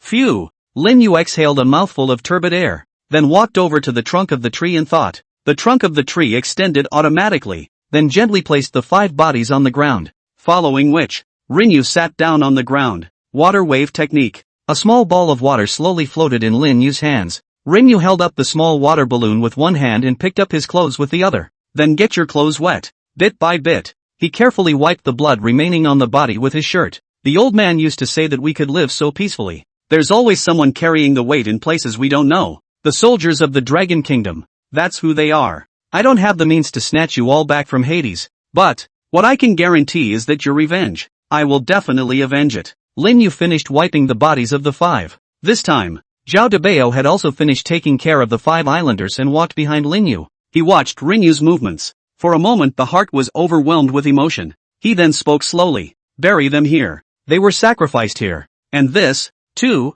is the border of our Dragon Kingdom. Let them be here, transformed into heroic spirits. Defend our Dragon Kingdom forever. Lin Yu nodded. A thought followed. The earth beneath his feet then violently tumbled. Countless thick tree trunks broke through the ground, creating a huge crater. That pothole. That is, it's a 5-person catacombs. One by one, Lin Yu placed the bodies of the 5 people. Rumble. Then the earth shook again. The bodies of the 5 were buried under the land. Lin Yu picked up a stone tablet. Then stretch out your fingers and carve down hard. Spirits of the Dragon Kingdom, bless the Dragon Kingdom forever. The moment. The 5 were transformed into engines. Defend my Dragon Kingdom forever. Come on. The group says I don't pole dance. Come on. Here. Male sign, it's me. It's steel pipe. This is the dance. Male sign, I pole dance. Chapter 63 Money. Is that you waving at me? After burying the 5, Lin Yu stood up and looked at Zhao Debao. Then he spoke slowly and said, Instructor Zhao. Zhao Debao shook his head and said, I know what you want to say. He was silent for a little while, looked at the bloodied package in his hand and then at the tombstone next to him. Says, indeed, the most important thing now is to return the package safely to the army. As for seeking revenge on Kamikawa Shrine, and uncovering the informer, these can only be done slowly. Having said that, Zhao Debao stretched out his palm and rubbed it against the tombstone. If this mission is not accomplished, wouldn't they have died in vain? Lin Yu saw this. Nothing was said, just a wave towards the crane that was walking slowly not far away. Newbie. Seeing Lin Yu beckon, the crane's eyes lit up. Then straight away, he threw Do Halfpenny out with a kick. The fart ran to Lin Yu's side. Instructor. Lin Yu called out to Zhao Debao. The latter turned his head slowly, just in time to see a huge crane sticking its head out towards him. Zhao Debao froze. What is this? Immortal crane lowered his body and raised an eyebrow towards Zhao Debao. That side meaning Zhao Debao could actually understand. Come up, little brother. I'll take you to the sky. Zhao Debao looked at Lin Yu, who was standing on the side. Another look at the white crane. Phew. He then exhaled a mouthful of turbid air before nodding towards Lin Yu. With a gentle leap, he jumped straight onto the crane's back. Zhao Debao sat on the back of the immortal crane and looked at Lin Yu below. Opened his mouth. Lin Yu. This time. Oops. Brush. But he hadn't finished his sentence. The immortal crane spread its wings and directly brushed the sky. Groove groove groove groove groove groove groove groove groove groove groove groove groove groove groove groove. Big brother. You damn fly slower crap. Groove. Immortal cranes rushed to the sky. Only Zhao Debao's wailing sound was left to resonate over the island. Lin Yu. Oops. I just forgot to get a full set of seatbelts for big boy. Lin Yu was silent for a second, then subconsciously raised his palms towards the sky in a bye-bye gesture. Get going. You are. Ooh-hoo. The other side. Half-Doctor covered his old back, then with a pained look on his face, he burrowed out of the bushes. Ouch. My old back. The great immortal and this crane really aren't human. No. That crane was never human in the first place. How on earth did they manage to lay such a hand on the old man? I'm so cute and cuddly. Brush. His grudge hadn't quite fallen. In his ears was the sound of a strong wind. Then inside his eyes appeared a pair of brushed and waffled sneakers. Half-dozen's movement of rubbing his waist steeply stalled. He then lifted his own head slightly stiffly, when he saw Lin Yu's handsome face. Hey, as the saying goes, you can't reach out. That's why the first thing the Do half-century did was to burst into a perfect and incomparable smile. As long as I laugh fast enough, you just can't be bothered to whack me with your hand. The half-dozen people thought so. Sure, the reality is also true. Half-Doctor's smile had just blossomed. Next, a size 42 sneaker zoomed inside his pupil. Then it was solidly imprinted on his 38-year-old face. Boo! Do half a fairy. Enjoy your life. Ahem. Just kidding. The duo halfling's eyes went black. 3 minutes later, Half-Dawson had a huge shoe print on his face, and then farting around on the dead 5 birdlanders, pawing at the loot. Viagra? Aphrodisiacs. The little blue pill. Asterisk asterisk asterisk asterisk. There's condoms too. What are these guys doing with these things? I don't get it. Ouch. I'll go. There's a CD-ROM. Why are there 2 men on it? The duo searched for loot. Every now and then a gasp of surprise came out from inside his mouth. The other side. Lin Yu, on the other hand, had his hands in his pockets, walked to the beach on his own. After looking for almost a minute, Lin Yu finally found 2 speedboats in a low cliffside location. That's the speedboat those Birdlanders and Dabo and the others came in on, isn't it? Lin Yu leapt forward, then easily jumped on top of a speedboat. Not bad, not bad. This thing has only been seen on TV. This is the first time I've come across it. Lin Yu walked over to the cockpit, then surveyed the equipment on it. Gonna have to call the half-immortal over here and see if he'll mess with this. Lin Yu pondered for a moment, then his mind moved. In the meantime, islands. With a contented look on his face, Half-Dozen patted his already bulging pockets. This time we've made a fortune. Take these things in the bag and sell them. Gee, money. Is that you? Is that you waving at me? Think about it. The smile on Half-Dozen's face grew more and more indulgent. Oh ha ha ha ha ha. Gah! Suddenly, his maniacal laughter came to an abrupt end. He then looked at his waist with a slightly dulled gaze. Now, his tiny waist. It was already wrapped around a thick tree trunk. Half-Do froze. Wait. Brush. Next moment, the trunk slammed. It directly threw out the body of the sinus half-immortal, at the same time as the Do halfson was thrown out. In his pockets the treasured spoils of war also poured out one after another. No! Half-Doctor's eyes snapped open, let out a desperate cry. It's not his loot that's dumped. It wasn't his collection that was dumped. It's his future that's being dumped. His hopes. It was his uncontrollable excitement. He wanted so badly to catch. He wanted to hold his future so badly. But powerlessness gripped him. The Doge closed his eyes silently. My hopes are dashed. So die alone. The moment. He gave up struggling. Also, after 18 years, I will never again. Brush. He hadn't finished venting his exclamations. The sea below suddenly boiled violently. Following which, boom! A huge column of water rose to the sky. The figure that flew out of the Do half-senpai was accurately caught. Before half-do could react, a palm slammed into its collar. At the same time, a laughing voice reached the ears of half-dozen. Half-immortal. Get ready. I'll take you to Birdland. Flirt with the girls. Brush. Just for a moment. It was as if half-dozen's entire body had suddenly erupted with tremendous power. He then crossed his eyes. Directly in the air, he did a 360-degree spin. Boo! A smooth and unobtrusive landing on the ground. He waved his palm. Mordor problem. De Cien is wise. Chapter 64, Brush and Blow Up. 10 minutes. The Boundless Sea. On a raft. Lin Yu took a block of wood pulp and blackened his face. A look of displeasure at the same holding a block of wood pulp. The half-dozen with an exploding head. The old man. The more you look at it, the worse it gets. Wanted so badly to kick his ass off the raft and feed his turtle to the sharks. Feeling Lin Yu's almost murderous gaze, Half-Doctor also couldn't help but wipe the cold sweat running out of his forehead. The paddling became more and more vigorous. 10 minutes ago, the two men walked into the cockpit with a smile on their faces, with half-do drumming for a while, and then, boom, the whole speedboat without warning, along with his brother next door. Together they turned into a sea of fire. If it wasn't for Lin Yu's quick eyes and hands, he had fished out Do half-Cien in time. Maybe the old man managed to be honored from the half-immortal of Sinus to the half-immortal of fire.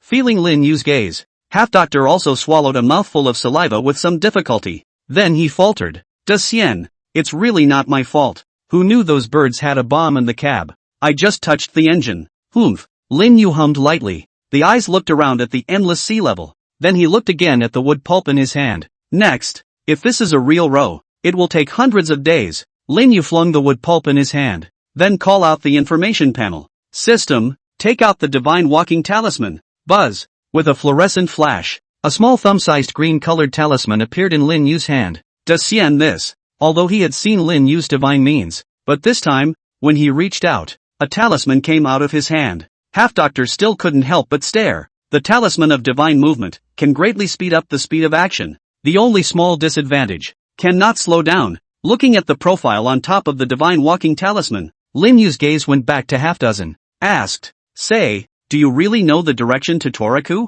Half-dozen sniffed and patted himself on the back. De Cien, don't worry. I, Do half-Cien. Though the tricks of fortune-telling and whatnot are all false. But with all my decades of experience, what with astronomy, geography, history, law, science, and so on are all slightly involved. After listening to the words of half-dozen patting his chest, Lin Yu breathed a sigh of relief. Then he squeezed the divine walking talisman in his hand. Seriously, he barked at the half-dozen sinuses. Wait, whatever happens don't yell. Just remember that I'm in charge of everything. The Doge sniffed and shrugged it off. Said the man, Great Immortal. Even the realization that you are a true immortal calms me down. What else can I yell about? Lin Yu looked at Do half-Cien for 3 seconds. Then silently, he affixed to the raft, the amulet of divine travel. Buzz. As soon as the talisman was attached to the raft, next moment, there was a greenish-colored halo coming out from the raft. Half-Doctor kept an eye on Lin Yu. Seeing him stick the talisman on the raft also couldn't help but stare. Lin Yu glanced at Do half-Cien, then said with a smile, since you're not afraid, I'll take you surfing later. A letter just popped out of his mouth. Following which, brush, with a green flash, the raft under his ass just disappeared. Half-Doctor? Half-Doctor subconsciously looked underneath himself.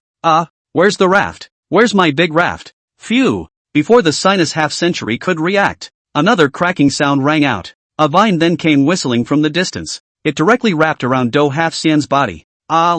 Next, half-dozen's entire body was directly carried away by the vines. Only a torn robe and pink pants remained in place. No. The endless sea. Do halfpenny was hanging from the sea by a vine, treading through the waves at 700 kilometers an hour. It was speeding in the direction where Toraku was. Period. Half-Doctor let out an endless wail, but all those voices get slapped behind them by the huge waves that kick up. Lin Yu grabbed the raft with one hand. The other grasped the vines that bound the dozen. He kept his gaze fixed ahead. From time to time, He used the palms of his hands to brace the raft under his feet and avoid the huge reef in front of him. He's multitasking now. Since he was paying attention to the reef in front of him, he also had to pay attention to the dozen who was hanging behind him. At the same time, he had to use the water wave technique to protect Do Half Xian from being slapped to death by the waves that were raised. But honestly, that's still a bit slow. Lin Yu raised an eyebrow. Then once again, he touched out a divine travel talisman. Brush. The green light skyrocketed. On a certain piece of sea in the Dragon Kingdom, an aircraft carrier flying the flag of the Eagle Nation was traveling across the sea level with great fanfare. Cockpit. David sat in his chair. A steak and an open bottle of red wine were set on the table in front of him. David picked up the wine and poured himself a glass, then picked it up and took a light sip. Ah, what a cozy time this is. David let out a groan, a look of enjoyment on his face. He then glanced at the adjutant next to him and shook his glass of red wine. Laughing, he said, "Would you like a drink, my lieutenant?" On the sidelines, the adjutant looked around at the sea level and then at David, who had a look of enjoyment on his face. Finally, he couldn't help but speak up. "Admiral, we are now cruising in the territorial waters of the Dragon Kingdom with such fanfare. Will this cause dissatisfaction among the Dragon Kingdom's top brass?" David's mouth dropped at that. Sneered, "What is the Dragon Kingdom? My Eagle Kingdom is the world's #1 hegemon. Isn't it just cruising in their territorial waters? What can they do to us?" After listening to General David,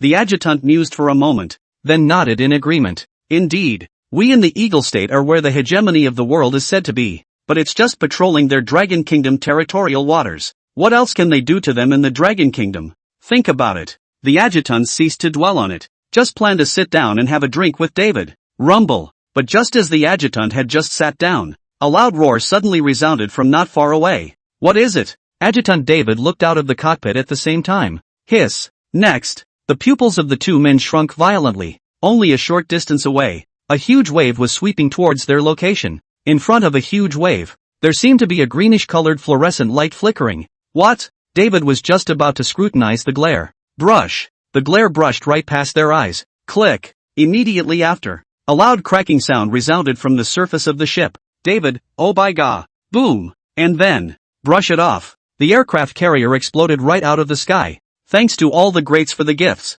Chapter 65. What's going on here? Buzz. A vast expanse of sea. Four cruisers flying the flag of the Dragon Kingdom were driving along at speed. In a cruiser at the very front, a middle-aged man with a five-pointed asterisk on his shoulder stood in the cockpit. At this moment, his face was gloomy. The pupils of his eyes had a color of blooming anger that was hard to hide. The expression on the adjutant's face beside him was also covered with anxiety, constantly urging the soldiers to travel faster. A few minutes earlier, the Dragon Nation's military, which was guarding this area of the sea, had discovered the location of the Eagle Nation's carrier early on, and there was constant shouting over the radio toward the other side, signaling the other party to hurry up and leave the waters of the Dragon Kingdom. But not only did the other side not listen, instead, they became more brazen. Straight across the border, directly strutting in the location of the territorial waters of the Dragon Kingdom. Think about it. Zhou Chang was holding a fire in his heart.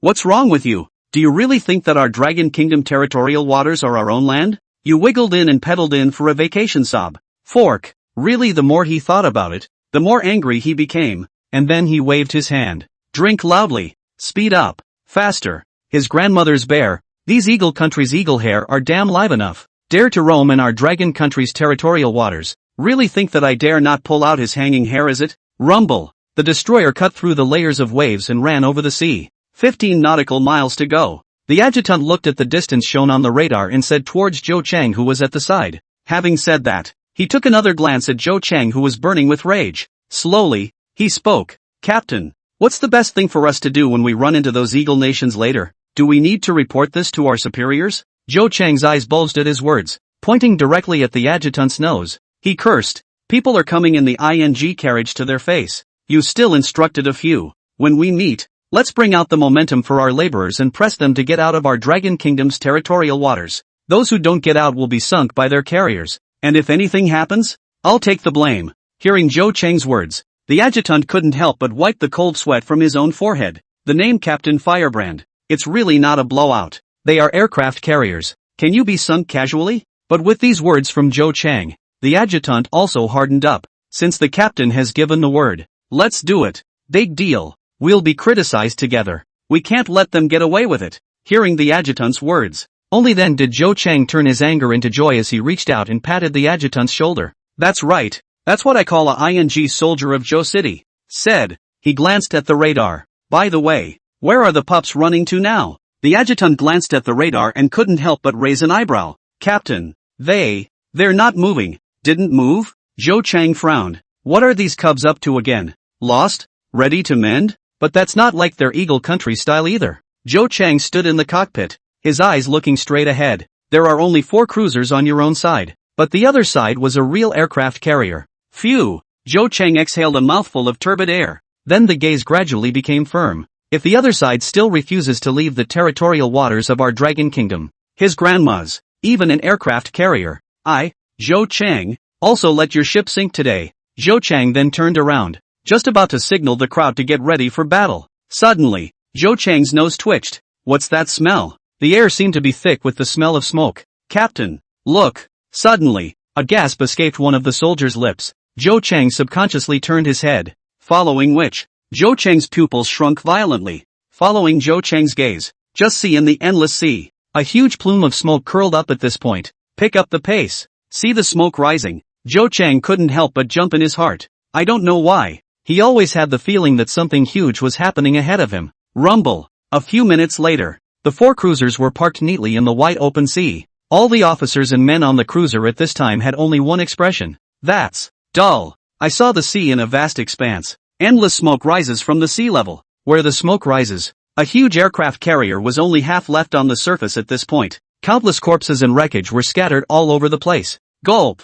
Zhou Chang swallowed hard. Now his whole thing was kind of floating. What did he see? Eagle Country's aircraft carriers. Blown up? No. I've just arrived. Why did you blow it up? There was no more yesterday because there was a lot going on. Sorry karma. Chapter 66, False Teacher Harms Many People. It's a vast expanse of sea. As far as the eye could see, it was covered in countless pieces of debris. Only half of the carrier's hull was left smoldering. Smoke curled up and blackened the entire sky. Countless wails interspersed with the sound of explosions rising and falling resounded above the clouds. Zhou Chang and the group of soldiers all had a dumbfounded look on their faces. The scene.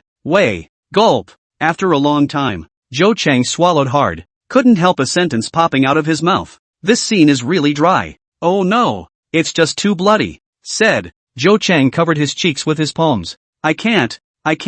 It's been too long since I've seen this kind of earthly purgatory. People's eyes are going to cry. Quick, don't let me see this. The adjutant at the side saw the uncontrollable excitement at the corner of Zhou Chang's mouth. He couldn't help a few black lines appearing on his forehead. He then picked up his binoculars. Carefully, he surveyed the half of the wreckage that remained at sea level. Through that half wreckage, the adjutant could vaguely see a series of English letters written on it. Translated, Lee saw the string of letters. The adjutant hurriedly said towards Zhou Chang, Captain, it's the Eagle States leads. Indeed, it's the leads that shows up on the radar view. But how did it suddenly become like this? Zhou Chang rolled his eyes. Labor wasn't there, so how would I know? Adjutant. Before the adjutant could respond, Zhou Chang waved his hand. Brothers, withdraw first. We can't stay here. The deputy's eyes bulged. No, Captain. What about the others down there? Man, I don't see it. Are you blind? Then this is our territorial waters. Yes. Oh,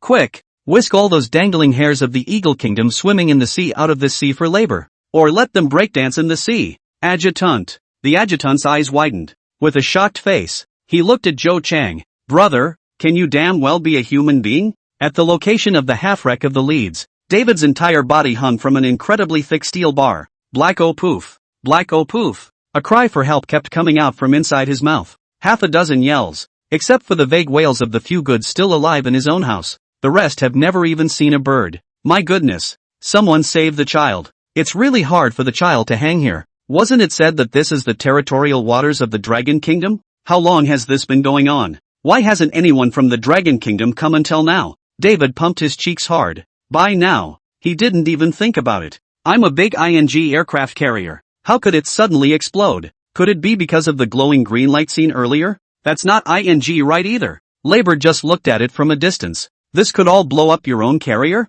Woo-woo, it's just too hard. I should have known better than to wander around blindly with nothing to do. I just wanted to pretend to be in the territorial waters of the Dragon Kingdom. As a result, the pussy didn't get loaded. Aircraft carriers to the ING right in This is not going to go back straight to cool? Nope. No one came to my rescue again. I need to cool off now. Black oh poof. Black oh poof. The child is afraid of heights. Tootsie. It was not long after David's shout. A siren suddenly blared in his ears. Thank you, Father. There really is someone. David lifted his head in a hurry. Then across the distance he saw the cruiser coming slowly this way. Those cruisers on. The flag of the Dragon Kingdom was raised high. Black oh poof. David didn't care who came. He was now filled with excitement. Only if someone comes. Then he's saved and doesn't have to keep dangling high up here. Rumble. David dangled from the carrier. Watch as the 4 cruisers slowly leaned over in front of the half-dozen wrecks. A middle-aged man then slowly emerged from one of the cruisers across the street. It's the savior. Seeing that middle-aged man, David couldn't help but see his eyes light up. This time, that middle-aged man's gaze also happened to look at him. Seeing this, David hastily opened his mouth and shouted, Pris, Black oh poof M. He hadn't finished his sentence, only to see the middle-aged man across the street pull out his ears, raising an eyebrow toward the adjutant beside him. He said, what the hell is he yelling about there? The adjutant on the sidelines heard this and pondered for a moment. Then he said, can't understand. Hey. David couldn't help but have an anxious look on his face when he heard the conversation between the two. I'm so damn simple English. Hey. You two don't get it? But David was too late to spit. He suddenly thought of the dragon language he had been taught to speak by the dragon teacher he had specifically hired earlier. So in a hurry, I was wise. Directly towards the 2 men he hissed. Asterisk asterisk asterisk asterisk your brother. Hurry up and untie the laborer. Zhou Chang. Adjutant. The 2 of them, Zhou Chang and the adjutant, glanced at each other. The expression on his face then became unmistakably hideous. You who? You little pussy. It's kinda awesome. Wow. It's all hanging here. How dare you use that tone of voice to talk to the laborer? Untying? Yuck. Labor can just loosen your bones. Nanny? Seeing the expressions on the 2 men's faces, David couldn't help the bulge in his eyes. What's going on? Something doesn't feel right about the situation. Seeing the 2 men coming towards him, Baka Yalu, don't come over. Yabai Butterfly, Black Palace in Eagle Country. Nyobi is lying in a chair. On his side, a hot secretary was gently rubbing the former's shoulders with her own hands. Nessa, not much longer. Nyobi let out a moan of overwhelming comfort. Jingle bells. Just then, an urgent phone rang. Nyobi frowned. This time, who is it? Bullby picks up the phone and says coldly, Hiss biker, Lord Nubizi, there's a big problem. The Ritz has blown itself up. As soon as the phone was connected, an anxious and unmistakable growl came from the other side. Nyobi, Chapter 67, Desien. Let me explain. Listen to the hoarse growl on the other end of the phone. Nyobi blinked, indicating that his entire being was a bit confused. What the hell? The carrier blew up? And blow up yourself? There was silence for about 3 seconds. Nyobi spoke slowly. Vicky, did you fight a little too long last night with your secretary and now your mind is starting to wander? Across the room, Vicky fell silent for a moment. So what? I did have a long fight with my secretary yesterday, but that's not the point. Lord Nubizi, are you listening to me? Bullby picked up a cigar, then signaled the secretary behind him to light it. Rub.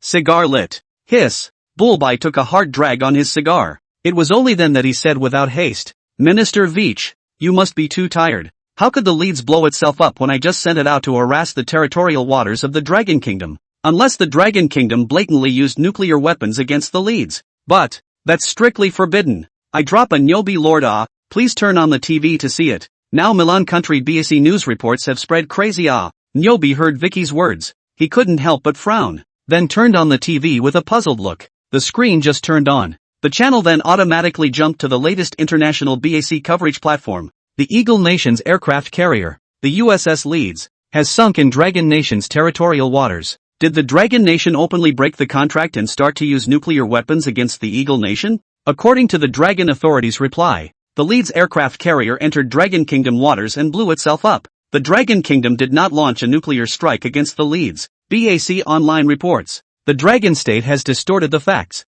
openly torn up the world's nuclear weapons treaty, and unleashed weapons of mass destruction against the Eagle State. All countries should unite to counteract the Dragon State. A bright red headline kept appearing on the screen. The scene then shifted again. A drone flew in mid-air. In the footage transmitted via drone, Calby was able to clearly see the thick smoke rose throughout the sea, and countless carrier wrecks littered the surroundings. On some wreckage, vaguely visible is the burned in only half Eagle Country flag. Snap! Saw the scene. Nyobi's entire body froze straight away. Even the cigar in his hand fell to the ground without the slightest sensation. My Ritz number. It's ing blowing up. The other side. On a certain continent. A huge gully almost bisects the entire continent. The gully is deep. Look along the gully. You could even see a few splinters of wood that had become crumbs stuck in it. Lin Yu stepped on the sturdy land with both feet. At this moment, his expression was very wonderful. He looked at the scene before him, then subconsciously glanced at the sinus half-immortal beside himself with an exploding head.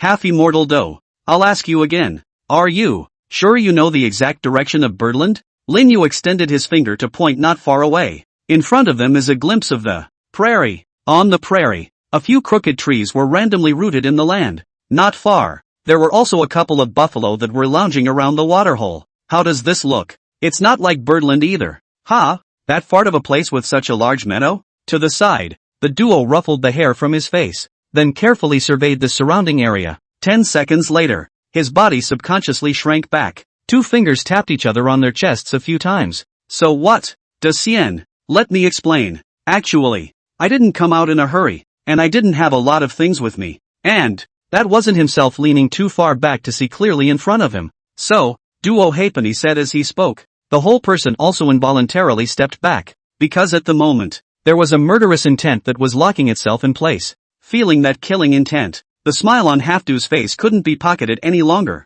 He forced a smile onto his face. Turning to Lin Yu, he said in a trembling voice, Decien, give me another chance. I'm still useful. Lin Yu sniffed. First, he sulked for a moment. Then he patted the dozen on the shoulder, smiling. Geez, don't act like you're so scared. It's just a mistake and a few tens of thousands of extra kilometers. It's nothing. Gulp. Looking at Rinyu's smile and his grinning expression, Half-Doctor couldn't help but swallow hard. Decien, don't laugh. Okay. I'm so scared. Lin Yu didn't care what Half-Dozen had in mind. Directly, one hand lifted the collar of the sinus half-immortal. Smiling, he headed toward a couple crooked trees not far away. 10 minutes. A brand new raft was rebuilt. Lin Yu stood on the raft. The due half was hung from a flagpole. The Doge looked on as he was hoisted straight up the flagpole. With an effort, he squeezed out a smile at Lin Yu. Decien, really, it's really not necessary. I think I can see it if I sit in the back. There's no need to be so close. Lin Yu took out a divine traveling talisman from his pocket. After listening to the words of half a dozen people, shaking his head, he said, that won't do. If you sit back there and your eyes get bleary again, won't we have to make another trip for nothing? No, Dyson. Half-Duo was just in the middle of his sentence. Lin Yu had already put the divine walking talisman on top of the raft. Boom! A green light flashed up. The raft washed out again. A terrifying hurricane then raged on. Countless amounts of dirt were blown away, turning into roiling earth arrows that descended from the sky and struck the earth. Oh yeah, by the drop Along with the hurricane rumbled the hysterical wailing of the dozen. Chapter 68, what's that? Birdland. Jogyo Shrine. Numerous birdmen dressed in Toriku's national costume walked inside the shrine. Some stopped by certain shrines. With a look of reverence on his face, he paid homage to the spirit seed enshrined on it. Look at the look on their faces. Hate to harden the bodies buried underneath the shrine. Then bring it back to your own home to raise incense and worship at all times. This is Jogo Shrine.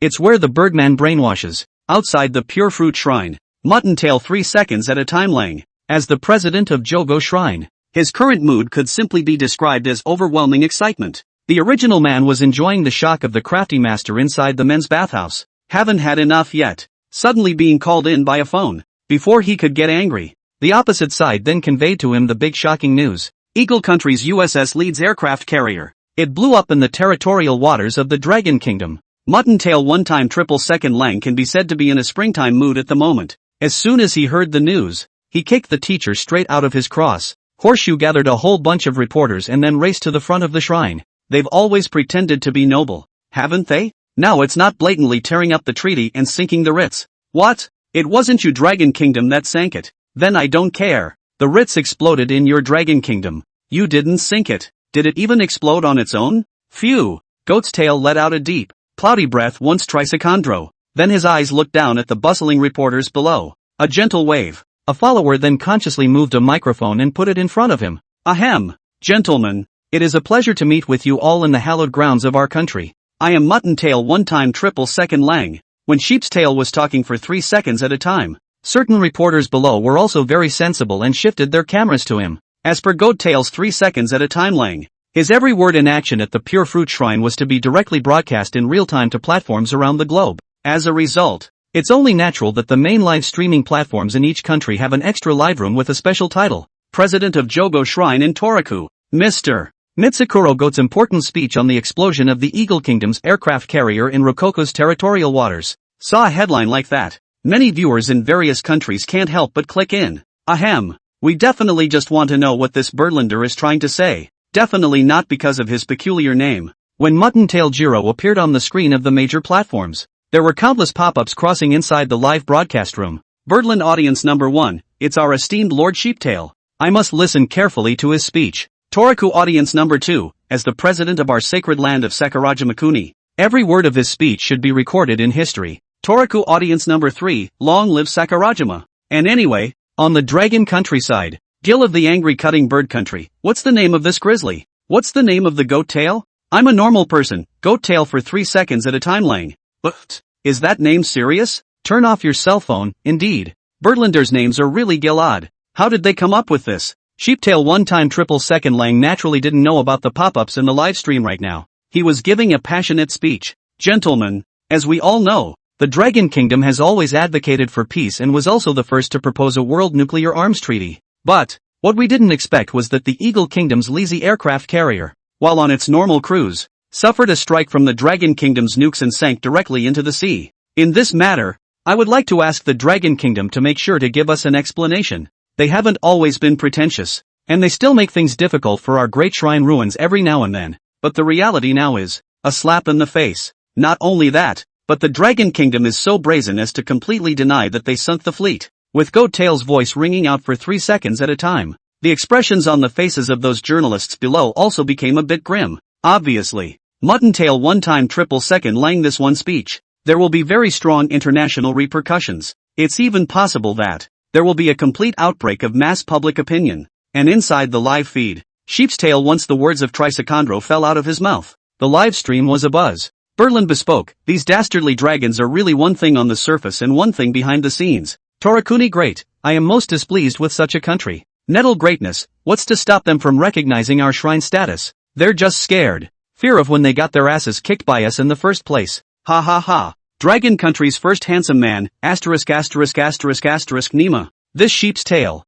He mother asterisk asterisk asterisk asterisk or do his best to distort the facts here. Rokoka pinches Burdoku, what a hot shrine. It's a ing hole. I agree with what good-looking guy said, this needs to be renamed. It needs to be called Lifetime Goat Tail Not Lifting Once 0.3 seconds lang. Squeeze your balls, it would be awesome for us Dragon Kingdom to really sink the Eagle Kingdom's fleet. We unconditionally support our country's decision. I'm a long worm with a penchant for probing holes, what everyone upstairs has said is very true, and as far as I know, it was clearly the Eagle Kingdom's carrier that first intruded into our Dragon Kingdom's territorial waters. Being sunk is also something they deserved. Hey, look at the faces of the reporters below. Goat's Tail once triple second lang couldn't help but show a touch of joy that was hard to hide out of the corner of his eye. Yeah, that's it. A little more publicity. Although we can't with the Dragon Kingdom, just by the pressure of world opinion. Then unite with the Eagle Kingdom and they put pressure on the Dragon Kingdom. Even the Dragon Kingdom. It's going to be screwed up for a while, too,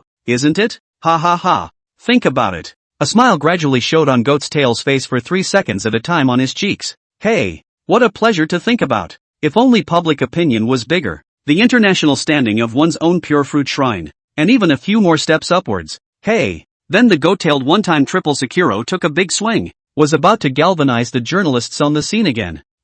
But his words just rang out. Brush. A loud wind suddenly whistled from the distance. With the wind rattling there was also a faint green light. Brush. Less than 3 seconds. The originally faint green light was becoming more and more pronounced. Saw that glare. The goat's tail couldn't help but stare at Trisacondro for once. What the hell is that? Chapter 69, the shrine was cut down. A few minutes ago. Brush. As the green light flickered, the raft cut through the layers of waves, leaving a huge white trail on the surface of the sea. Big. De Cien. I think it can be slightly slow and slow. The entirety of the duo half was hanging from the flagpole. He opened his mouth with difficulty and hissed out towards Lin Yu behind him. Lin Yu just rolled his eyes at that. If I could have slowed down, would I have just gone straight out to the mainland from the sea? Ignore the words of the half dozen or so. Lin Yu's mind once again sank all the way into controlling the raft. 3 minutes later, Lin Yu's eyes suddenly lit up. Is that? Follow his gaze. Just a short distance away at sea level, suddenly there was a huge extra land sight. Brush. Lin Yu mentioned it with his hand. Straight away, he lifted the body of the sinus half-immortal off the flagpole. Snap. 2 smooth slaps to the former's face. Force the former to come to his senses. Do half Xian. Open your eyes and see clearly. Is the bird country in front of you? Half dozen heard Lin Yu's words. Spinning around, he widened his own eyes. Eyes burned into the distant land. After looking out for about 10 seconds or so, does Xian, the waves are too big to see. Lin Yu forcefully resisted the urge to kick Do half Xian off the raft.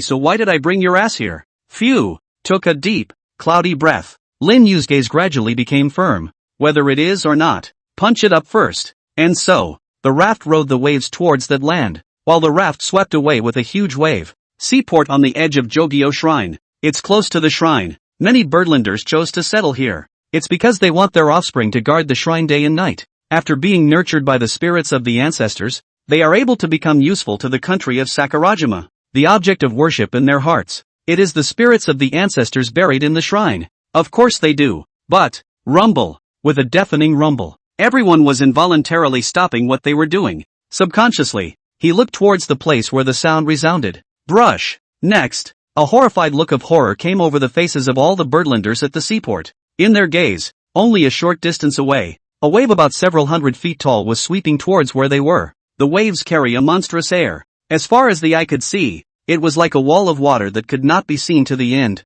The waves were so loud that the near-destructive roar could be heard from a distance. Gulp. All of the people in the bird country at the seaport couldn't help but swallow a mouthful of saliva. It's. A birdlander held out a finger to point at the overshadowing waves. A hard turn of his head followed. Inquiring out towards his companion behind him, Moo. Moo sang, am I seeing things? Is that a tsunami? Beside him, Woodsong froze. Then he sat straight down on his ass. A near hissing growl ensued. Hi. Tsunami. Quick. Run. Being yelled at like that, the crowd that had been frozen in place suddenly reacted one by one. Ah. Run. There's a tsunami. Yeah, by fall. I don't want to die yet. I haven't gotten the blessing of the spirits of the ancestors. Why is a disaster descending? We're obviously right next to the shrine. Don't be in a hurry. Everyone, the spirits of the ancestors inside the shrine will protect us. Countless noisy voices rang out continuously, with calls and wails, weaving through the air in a movement of unparalleled beauty. Some birdlanders even just opened their hands, a needless look at the huge waves. Meanwhile, his mouth kept mumbling, I reside next to the spirits of the ancestors, who will surely shield me from this disaster. Hula hula. Following which, the waves swept by. Everything is swallowed up. In the meantime, entrance to Jogo Shrine. Sheepsbane looked at the approaching blare for 3 seconds at a time. A small pair of eyes couldn't help but narrow as well. I don't know why I'm doing this. As that green light gradually approached, his eyelids had also been fluttering up without stopping. It always feels like something bad is happening. He took a deep breath. Then he looked at the grandiose shrine on his body. The worries of the mind gradually calmed down. With the shrine, everything will be safe and sound. Buzz. When his thoughts had just risen, the whistling in his ears was also getting louder. Next, brush. Before he could react, his pupils then reflected a flash of green light. As the green light flashed by, Goatstail subconsciously closed his eyes once triple secondro. Just a moment after he had just closed his eyes, the air in front of the entire pure fruit shrine seemed to freeze for about 3 seconds. And then, rumble. A sound like an explosion rang out. At once, the sound of countless pieces of rubble collapsing to the ground with wood in their wake rang in his ears. Sheepsbane is trying to keep his eyes open 3 seconds at a time, but the horrific sound waves forced his eyes to hold them down in death. Sheep's tail for 3 seconds at a time was just about to speak. Hula, with a whistling sound slipping past his ears. The next second he felt his body detach from the ground, started soaring up in the sky. This feeling is, Goattail 1 triple second Lang just wanted to experience this feeling of ascension. Bang! Next moment, his body then slammed down hard on the ground. Wind and waves come and go quickly. Wait until the storm passes. The scene was already a mess. Countless electronic devices have been completely destroyed. The Birdland flag was mercilessly trampled on the ground and covered with a thick layer of dust. Shingles and wood shavings were scattered everywhere. At present, the front of the Jogo Shrine was in ruins. On the flip side, the Pure Fruit Shrine. Now, the original magnificent shrine. At this point it has been hard chipped away a good portion of it. Only a few lone stakes remained in place. At present, Pure Fruit Shrine. Washed black. The first one seemed overwritten. so I gave it back and rewrote it all. So it's a bit late. Chapter 70, It's a Matter of Booking. The Pure Fruit Shrine was cut down hard. The news instantly hit various news lists around the world. Dragon Nation. I saw what was on the news. The thatched toilet shrine in Toraku was lost to a hurricane. Really? Really? Give me a look. It's the gods manifesting themselves. Birdland's outhouse directly to him chipped away.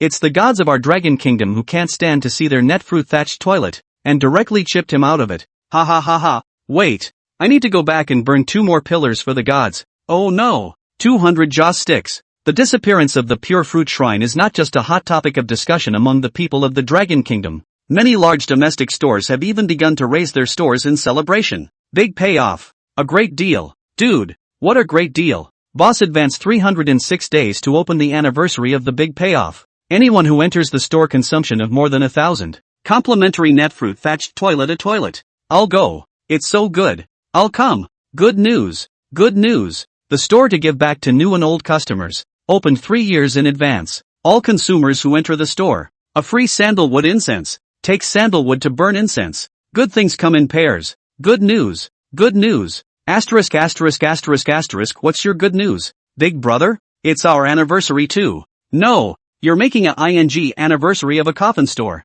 Who the hell said the coffin store can't celebrate the anniversary? Buy back to your old man to prepare first. I tell you, after this village can't have this store. When you say it like that, it seems like it's something like that. Come on, give me 800 of them. Big brother, there are a bit too many people dying in your house. What do you know? It's the anniversary, so book it first. Big brother is awesome. Come. I'll introduce you to our store's deluxe family package, which guarantees that you'll be able to enjoy supreme level membership services with your family after you die. In the streets and alleys, crackling and popping, a burst of smoke and artillery rang out, and a cloud-piercing arrow shot straight up into the sky. Today is a good day. A pleasant piece of music played slowly. The music was accompanied by the beautiful dance of the square dancers. A group of young men with basketballs stood at the edge, watching a group of older women square dance the good old days on the basketball court. A young man raised an eyebrow to the teammate next to him. I don't know why, but I didn't realize until today that square dancing is so good. Beside him his teammate nodded. Aha, I feel the same way. Then what's the point of playing a load of basketball? Hurry up and join the square dance team. And on the flip side, on the Birdland side, after they learned on social media platforms that their shrine had been chipped away by the hurricane, everyone's faces were covered with a strong look of disbelief. No, impossible. Our shrine is sheltered by the spirits of the ancestors inside. How could it be destroyed by a hurricane? This must be the work of the Dragon Kingdom. I want to file a complaint. I want to report it. The Dragon Kingdom is the most suspicious. Hurry up and pressure them to admit it. No, my shrine. Oh my ancestors. It's all the fault of those wretched Rukoku. One time, the whole bird country is in chaos. A whistleblower letter continued to pass from below to those in power. Keep those in power in Birdland busy. Toraku's Supreme Council Chamber. Omoto Niwa sat at the head of the table with a grim look on his face. Some of the legislators below him also had very ugly faces. On the big screen in front of them, the current state of the shrine is being broadcast. Looking at the shrine that had been reduced to rubble, everyone couldn't help but clench their hands tightly. Shrine. It's their faith. It's their Birdlander pride. But now, their faith and pride were all ravaged to smithereens. The air was silent for about a minute or so. Bang! Omoto Niwa slammed his hand down hard on the table. And then, with a snarl that bordered on rage, get on it for me. Dig up the ground and find out why. I don't believe that the Society of God was suddenly hit by a hurricane. Check me. Shizumi Province, Kamikawa Hills. As the location of the headquarters of the Kamikawa Society in Toraku, this place is incredibly heavily guarded. Everywhere there's a super ultra high definition 8K camera filming 24/7. There's no escaping the cameras at every dead end. And 2 bodyguards wearing electronic recording devices are on standby at gunpoint every 10 meters. Whenever there's a problem with any electronic device anywhere, the interior of Kamikawa Hills will receive an alert. Stop. Half Immortal. You can actually not have to explain to me so carefully. Somewhere in the grass on the outskirts of Kamikawa Mountain Villa, Lin Yu rubbed his temples, then signaled to the sinus half to stop pushing. At this point in time, the Do half-century, he was explaining to Lin Yu with a diagram of the internal structure of the Shinchuan villa that he had gotten from who knows where. This, great Immortal. I've gone through a lot of trouble to get this information. Seeing Lin Yu stop his movements, half dozen was in a hurry to get this information. He himself has not only sold his color. Lin Yu directly ignored Do Half Xian's grudging and incomparable little eyes. Then he sank his mind into the system interface. System, start the lottery screen. I want to draw a wave of prizes. Chapter 71, the Polyjuice Basin plus the Soul Defense Technique. Buzz. As Lin Yu's intention fell, a panel with a light blue glow slowly emerged in front of his eyes. Host, Lin Yu. Age, 19. Reputation value, 4980000, is continuing to grow. Long press to refresh. Immortal techniques, Thunderbolt, Rain, Space Teleportation, Soul Trap, Dojo, Water Wave Technique, Divination, Package, Xiaoyu Dan *109, Xinqing Talisman *3, Pingon Talisman *70, Bad Luck Talisman *100, Mount, Crane, in Transportation, Prestige Value Mall, props have been updated. Please check by yourself. I'll go. Nearly 50 million prestige values. Seeing his reputation value, Lin Yu's eyes couldn't help but bulge. I'll be damned. Am I screwing up the Toraku Shrine? How did so many extra reputation values suddenly appear? Phew. However, in a whirlwind, Lin Yu let out a deep breath of turbid air. A smile couldn't help but emerge at the corners of his mouth. The more prestige value you have, the better it is for your own. System, open the Prestige Mall. Ding. Congratulations to the host's prestige value for successfully breaking through 10 million. The Prestige Value Mall is being updated online. Please wait. With an electronic beep in his ear, a progress bar appeared on the illusory panel right in front of Lin Yu. Ring you? Seeing the progress bar that suddenly appeared, Lin Yu not only froze. Yoo-hoo! Nice guy! The Reputation Value Mall actually updates? According to the novel sets I've read in the past, the Prestige Value Mall after the update must be especially awesome. Don't you think so? System. Ding. That has to be, of course. 1%, 20%, 60, 99%. Ding. Reputation Value Mall update completed. Lin Yu stood still and waited for about 2 or 3 seconds. The progress bar managed to reach 100%. Buzz. This time, the Reputation Value Mall interface has also changed dramatically. The original mall only had 3 items on it. But now, Lin Yu let his eyes go, only to see that on the mall interface, hundreds of various props had been added at this time. Not only that, it is also purposely divided into many different types. Props automatically display their effects after purchase. Smaller reduction than advanced version. Price, 500/PC. Limited to 100, Winky Face.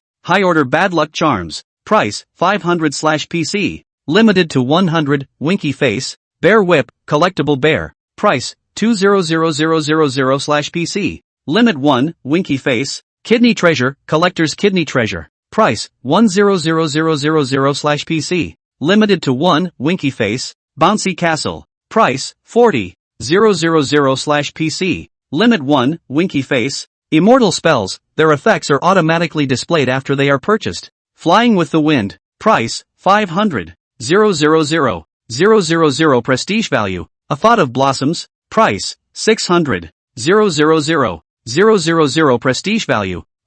Look at those extra props in the props category. The muscles at the corners of Lin Yu's mouth couldn't help but twitch violently a few times. The system. Is it decent? Grandma's Bear Whip and Kidney Buster are out of the special brew. Do I need this? My kidneys are bullish as hell. And this Immortal Law. Is that so outrageous? Let me count the ways. 1, 2, 3, 4. Brother, father, ancestor. Immortal. You grandpa. 500 million prestige values. Are you kidding me? Props are plentiful though, but it's either scrapped or the thief Jill is expensive. Lin Yu simply gave up. I still believe in my Ouija. System, open the draw. Ding. In the process of opening the lottery interface for the host. Ding. Because the host's reputation value has successfully exceeded 1 million, the deluxe lottery mode has been successfully opened. Ding. Delivering deluxe lucky draw mode data for the host in progress. Buzz. With fluorescence bubbling up, a message instantly flooded into Lin Yu's mind. Just a few seconds.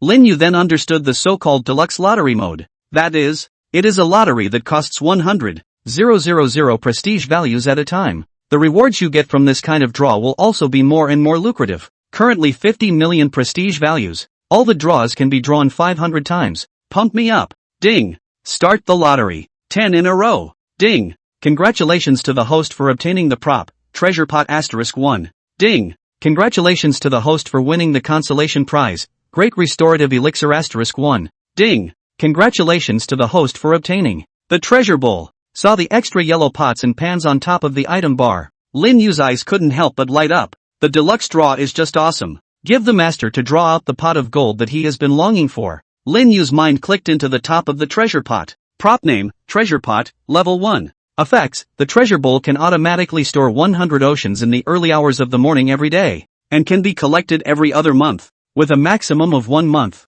and a maximum limit of 3,000 oceans. Can be upgraded by prestige value. Upgrade to the next level requires prestige value, 1000. Secondary polygon effect. The treasure bowl can automatically store 1,000 Yangtze every morning, and can be collected every 28 days for a maximum of 3 months, with a ceiling of 28,000 Yangtze. 100,000 prestige value can be consumed to upgrade to the 3rd level. Not bad, not bad. One time you draw the pot of gold. Oh ha ha ha ha ha ha ha. Think of the uninterrupted money generating money in the future of the polytunnel. The smile at the corner of Lin Yu's mouth. Ah, it's getting more and more licentious. Oh ha ha ha ha ha ha. Ah, Do Half Xian, who had been lying on his back next to him, watched as Lin Yu suddenly froze stupidly in place. Another sudden and inexplicable laugh. His entire body subconsciously shrank back. Does Xian, it's a sudden brain fart? Perhaps it was because he noticed the caring, retarded eyes of the sinus half-century. Lin Yu's laughter abruptly came to an abrupt halt. Ahem. He coughed lightly to hide the embarrassment he had just felt. Yeah. Seems like one's focus isn't on the pot of gold right now. Hey. Out of sorts. Out of sorts. Tidying up his mood, Lin Yu's thoughts returned to the system lottery interface. System, keep drawing. Give me a practical one at this stage. Ding. Open the raffle. Ding. Congratulations to the host for winning the consolation prize, quick acting heart-saving pills *1. Ding. Congratulations to the host for obtaining amount, caterpillar *1. Ding. Congratulations to the host for obtaining the immortal technique, the technique of the soul, another fairy spell. Hearing the system tone ringing in his ears, Lin Yu's gaze also subconsciously looked at the information panel. At present, on the info panel, there was already a new skill on the immortal technique column. The law of the soul. The host is transformed into a soul master to control the soul of a specified object. The weaker the object is, the longer the control time will be. Chapter 72. It's no use shouting at the top of your lungs. Inside Kamikawa Villa. In the chamber. 4 men dressed in birdland clothes sit in a circle on the floor. On the table in front of them, a large screen displays hundreds of photos of different people. Amongst, there are 10 photos that have grayed out. Looking at the 10 photos that had grayed down, all 4 were silent. After a long time, a rather gruff-looking man from Birdland tapped his fingers on the table twice. Then he spoke up and said slowly, "Gentlemen, Kamuzan and the others failed." The other 3 couldn't help but shrink the muscles in the corners of their eyes as they sniffed. The body of an old man with white hair next to him couldn't help but tremble violently. He looked to the rugged man at the head of the group. Question. President, didn't you say that this mission would be easy to accomplish with the cooperation of the informants? The rugged man was none other than the president of Kamikawa Shrine, Nichikawa Teppen. And that old man was an internal elite of the Kamikawa Shrine, known as one of the 4 iron plates of the Kamikawa Shrine. Wise iron plate Old Mulberry Field. Hinagawa Teppen just shook his head after hearing the old man's words.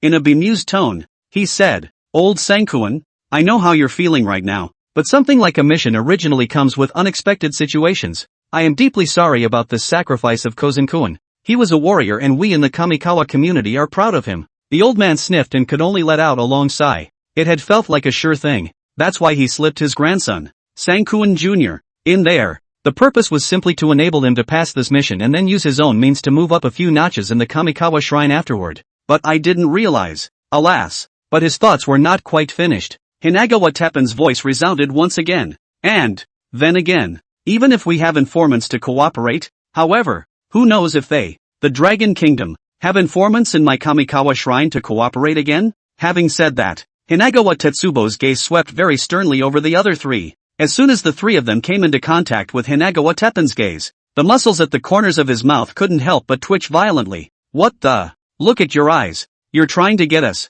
aren't you? A rather feminine man frowned, disgruntled. Does the president mean he suspects the 3 of us? Nikawa Teppen smiled. Says, all 3 of you are pillars of our Kamikawa Shrine. How could I be okay with doubting you? I prefer to believe that our informants planted in the Dragon Kingdom have leaked secrets. After all, decades ago, there were countless such people in their Dragon Kingdom. Speaking of which, Hinagawa Tetsubo's gaze gradually turned cold. That thing is back in the hands of the Dragon Kingdom, and that's a very serious loss for us in Birdland. The remaining three also had a look of concentration on their faces. The feminine man suggested, "Why don't we take this to our employers up there? Let them clean up their own mess." The feminine man's words fell. The old man just couldn't help himself, and interrupted him directly. "No, right now the employers up there seem to have turned their attention to the Jogo shrine that exploded today. Unless we want to get killed before we report this even at the tip of this wave." The feminine man frowned. "So what do? We can't just send someone to get the stuff back now, can we?"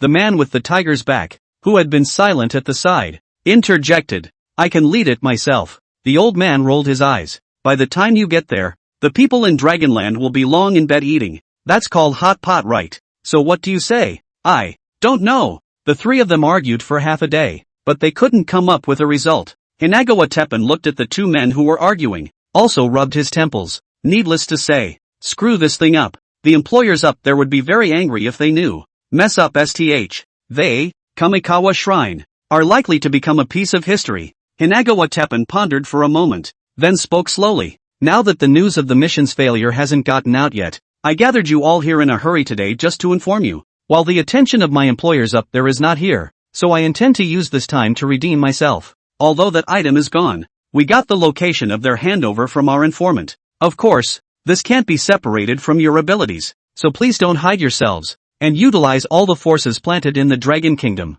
The three of them couldn't help but raise their eyelids at the words. Raising his eyes, he gazed towards Hinagawa Teppan, who was at the head of the group. Looking at the latter's rugged cheeks, the hearts of the three sunk slightly. This guy. So that's the idea. All three of them then looked as if they had made up their minds. "Consider the consequences of not getting your stuff back. Sacrificing some informants. That was worth it. It's an honor to give their lives for them, Kamigawa." Phew. Seeing that all three had made up their minds, Hinagawa Teppan also exhaled a cloudy breath, then turned his head to look at the clock on the wall. "Gentlemen, then the plan is finalized, and it is getting late. In order to welcome all of you, I have brought a few beautiful girls from Kyoto who specialize in song and dance. Gentlemen, please." He then looked at the shady man. Laughing, he said, "And of course, there's your favorite goods, Kamata-kun." Having said that, Hinagawa Teppan then got up from the ground. A gesture of invitation was made towards a few people. "After you're done." He then walked to the door and pulled it open.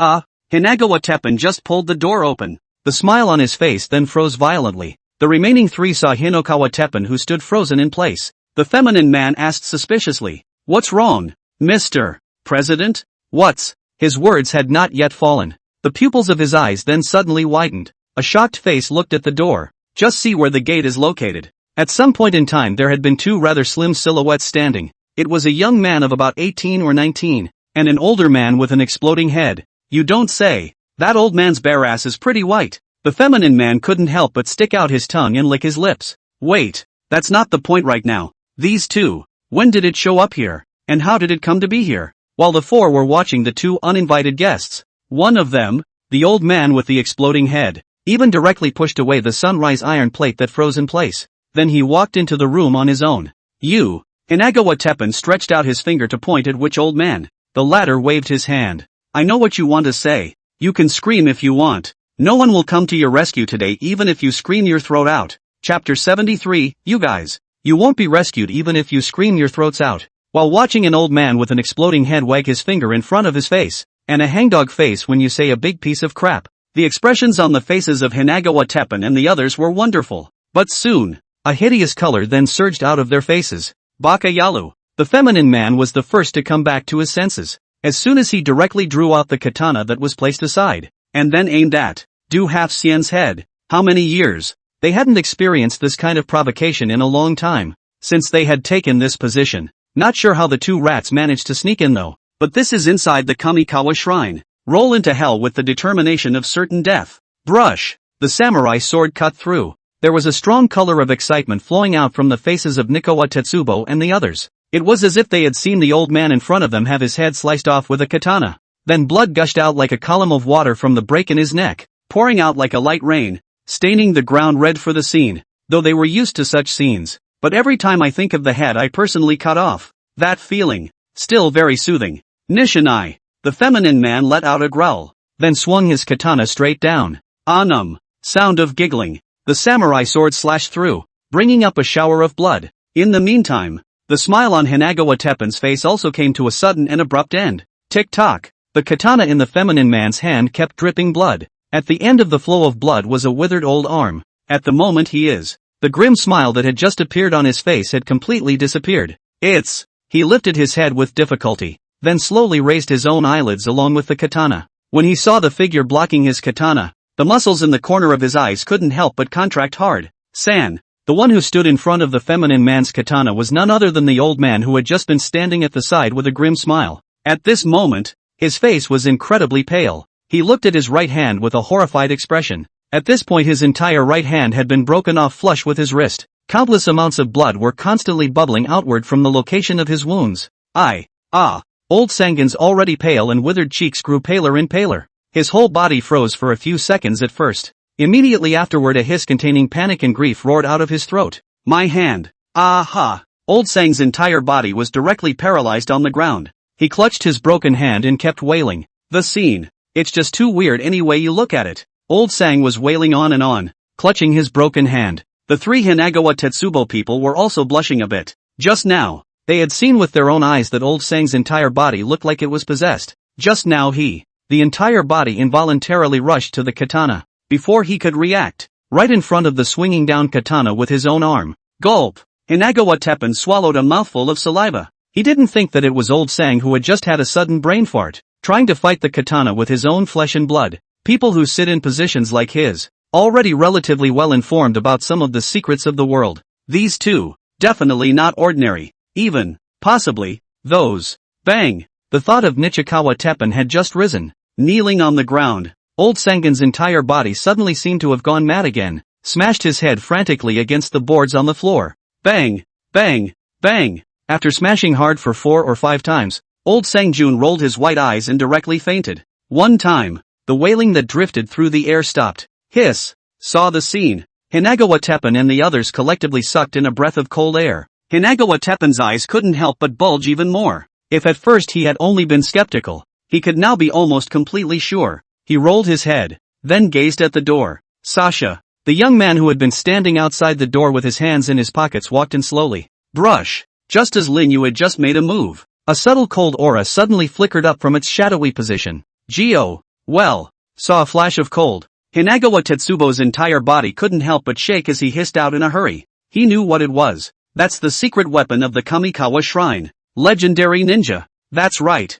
The reason the Kamikawa Shrine has been able to wield power in Sakurajima Kingdom for so long is because they have legendary ninjas. The ninjas serve as the last secret weapon of the Kamikawa Shrine, and each one of them is an ace weapon. Their duty is to defend the Kamikawa Shrine, eliminate all threats against Kagawa Shrine. The pride of Kamikawa Shrine. As soon as they're out there, then there's almost nothing they can't do. But, the moment the ninja hidden in the shadows made their move, I don't know why, for the first time, Hinakawa Teppen, who had always held a sacred heart for ninjas, felt an inner anxiety. He looked at the expressionless young man in front of him. I don't know why, a surprising feeling of powerlessness rose within him. It felt as if, even the Kamikawa Shrine, which has ninjas, nor could he necessarily survive his hands in peace. This young man, maybe it really is that organization. Just when Hinakawa Tetsubo was thinking so, the cold aura was also finally approaching Lin Yu's neck. 74. Off-site organizations. Call out. The cold aura was reflected in Lin Yu's black and white pupils.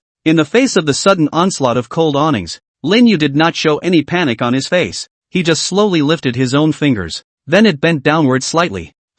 In the meantime, the pupils of the ninja hidden in the shadows couldn't help but shrink. Brush. The next moment, a body blocked in front of Lin Yu. I don't know when, Old Sangun, who was originally lying on the ground, had appeared in front of Lin Yu. Poof, poof, with 2 dull thuds, only to see that 2 small knives emitting a ghostly aura had been inserted at the Old Sangun's neck position. The small knife completely disappeared into the middle of Old Sangun's neck. The Old Sangun's body trembled slightly, and then he was no longer alive. Phew, a hit didn't land. The ninja hidden in the shadows didn't panic. A cold light emitting a ghostly aura then flashed up from all sides of the room, completely blocking off Lin Yu and Do Half Xian's bodies. His purpose was simple, and that was to dispose of the 2 people who had attacked the Xinchuan society, Lin Yu and Do Half Xian. As for the dead Old Sangun, which was just a simple accident, he wasn't going to live long anyway, and he just happened to be giving him an early ride. As per ninja estimates, he just left the world 20 years early. A trifle.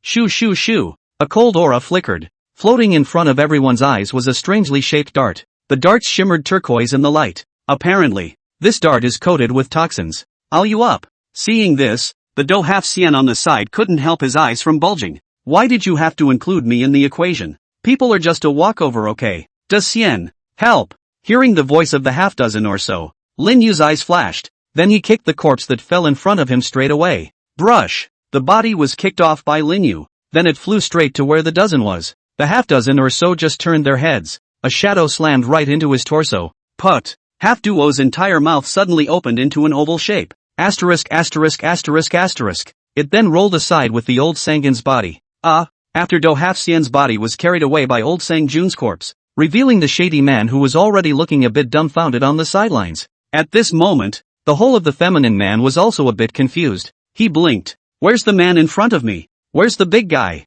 But soon, both of his eyes were covered by the dart's cold aura. Yeah, bye. The feminine man hadn't reacted yet. Next, a few more dull thuds rang out. The feminine man then collapsed to the ground with a resigned look on his face. All over him, darts covered in toxins had been lodged. Hinagawa Teppen. Ninja. Oops. Killed another one. The ninja hidden in the shadows silently touched the shuriken at his waist. His eyes couldn't help but look at Hinokawa Tetsubo and the other big man who were still standing in the same place. After a kick to free the sinus half-century, the poisonous darts that blocked every part of his body in front of him, Lin Yu didn't have any hesitation either. Hands tapped slightly on his chest. Immortal technique, soul fade activation. Brush up. Subsequently, countless white threads that only Lin Yu could see poured out from the top of the celestial aura. In the meantime, Lin Yu's eyes gradually became transparent. Soul fade immortal technique order of the king. A low voice sounded in Lin Yu's mind. With that voice ringing out, the next moment, the whole world suddenly looked like a pause button had been pressed.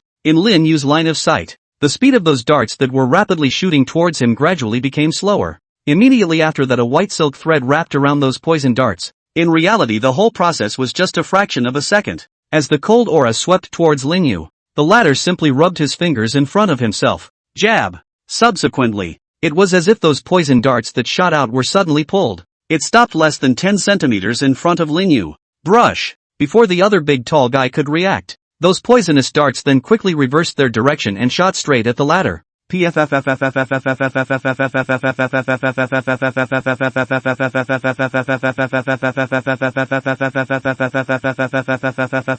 And so, another hedgehog covered in poisonous darts then arose again, and look out in other people's eyes. Those poison darts first paused in the air for about 0 seconds. Then without hesitation, he turned over and screwed his other teammate along with him. Ninja. Hinagawa Teppen. It's. Looking at the three people lying on the ground who were already completely lifeless, Hinagawa Teppen's gaze became a little dazed for a moment. This. His own ninja struck out. And then nonetheless, the intruder was wiped out. It also took care of its own +1 insider in the process. He really wanted to ask now. Big brother, are you damn undercover agents sent from across the street? Baka Yalu. The next moment, Hinagawa Teppen couldn't stand it any longer. He let out a hiss. The whole thing then jumped a big step straight back, growling out towards Lin Yu. Who the hell are you? What exactly are you trying to do by coming to our Kamikawa shrine? Even if you're from the other land organization, you shouldn't be so rampant and reckless. We are the Kamikawa shrine. Do you know what the destruction of the Kamikawa shrine means? Do you off-world organizations want to appear openly in the eyes of the world? Said. He growled again towards the ninja in the shadows. Don't you damn well stop sneaking up on us. You're killing us all at Kamikawa shrine. After listening to Hinokawa Teppen, Lin Yu couldn't help but frown. What the hell? He touched his nose, then swung his fist up and slammed it into the air beside him without hesitation. Bang! With a dull voice, a figure wrapped in black robes then slowly emerged from the air. Bang! As soon as the latter appeared, the entire person directly collapsed to the ground, losing his breath. Rinyu's gaze didn't take more than a glance at the dead ninja. He raised his steps to Hinokawa Teppen. Hinagawa Tetsubo saw Lin Yu dispose of the pride of the Kamikawa society with unparalleled ease. Hinagawa Tetsubo's face suddenly became even whiter and whiter. Lin Yu walked over to Hinagawa Teppen, then squatted down. Tell me, what is an off-site organization? Chapter 75, you guys. As gently as possible. Off-site organizations. Lin Yu walked over to the side of Hinagawa Teppen, then squatted down and opened his mouth to inquire. The name. So strange. Also, it's reasonable to think that as a president of Toraku, he would be so scornful of an organization. No, one might even say fear. Then this organization. It must have been horrible. Suddenly, Lin Yu felt a little amused. Himself the still can't escape like some fictional protagonists. It is expected that in the future, it will be in the mind of this organization called Otherland again. And at that moment, after Hinagawa Tetsubo heard Lin Yu's question, the expression on his face showed bafflement as well. He stared at Lin Yu with wide eyes and a confused expression. No, dare I say you're not from an off-site organization? Phew. Unconsciously, Hinagawa Teppen couldn't help but let out a sigh of relief. Luckily, it's just not someone from an off-site organization. That proves one has a chance to live. LOL. Wait. Suddenly, Hinagawa Teppen suddenly thought of something. He raised his head, his gaze deadpan on Lin Yu. If this dude isn't from an off-site organization, then who the hell are you? Brush. Next, before he could react, a whistling sound suddenly rang in his ears. Snap. He was then slapped hard on the cheek by the sinus half. Do Half Xian pointed at Hinagawa Tetsubo and angrily shouted. De Xian asked you, where are you salivating for the beauty of De Xian? Let me tell you, our De Xian is not interested in old men. Said. Half Duo couldn't help but lick his somewhat dry and cracked lips. Hinagawa Teppen was dazed by a slap on the wrist. Seeing half dozen's movements, he seemed to understand something at once. He subconsciously interjected. Not interested in older men. Then, I also have a son. He's only 18 this year. If you two are interested, I can. Having said that, Hinagawa Teppen slowly lowered his head, occasionally glancing at Lin Yu with his afterimage. Sheesh. You guys are being cryptic though. But I get it. I get it all. They also have one within the 4 iron plates that only likes older men. Have to say, you people have such unique tastes. Low IQ, you're afraid you're A. Highly emotional, you have such unique tastes. At the same time, Hinagawa Teppen was also silently repenting in his heart. My sweet son, put up with it for dad's sake. Consider yourself stabbed in the ass with a pin. Daddy will remember you well. Following which, Hinagawa Tetsubo looked at the two and said with a serious face, my brat grew up afraid of pain. You too. You, as much as possible. Gently, half-doctor. Lin Yu. Hearing Hinagawa Tetsubo's words, the muscles at the corners of Lin Yu's mouth couldn't help but twitch violently. Ing. He turned his head to look at half-dozen. Old thing. What the have you done? Gulp. Feeling Lin Yu's near murderous gaze, Half Xian Do couldn't help but swallow a mouthful of saliva. Following which, Nima. I'll kill you turtle. Said. Do Half Xian directly swung up his sleeve, then picked up a chair from the side and directly smashed it against Nikawa Tai-ban.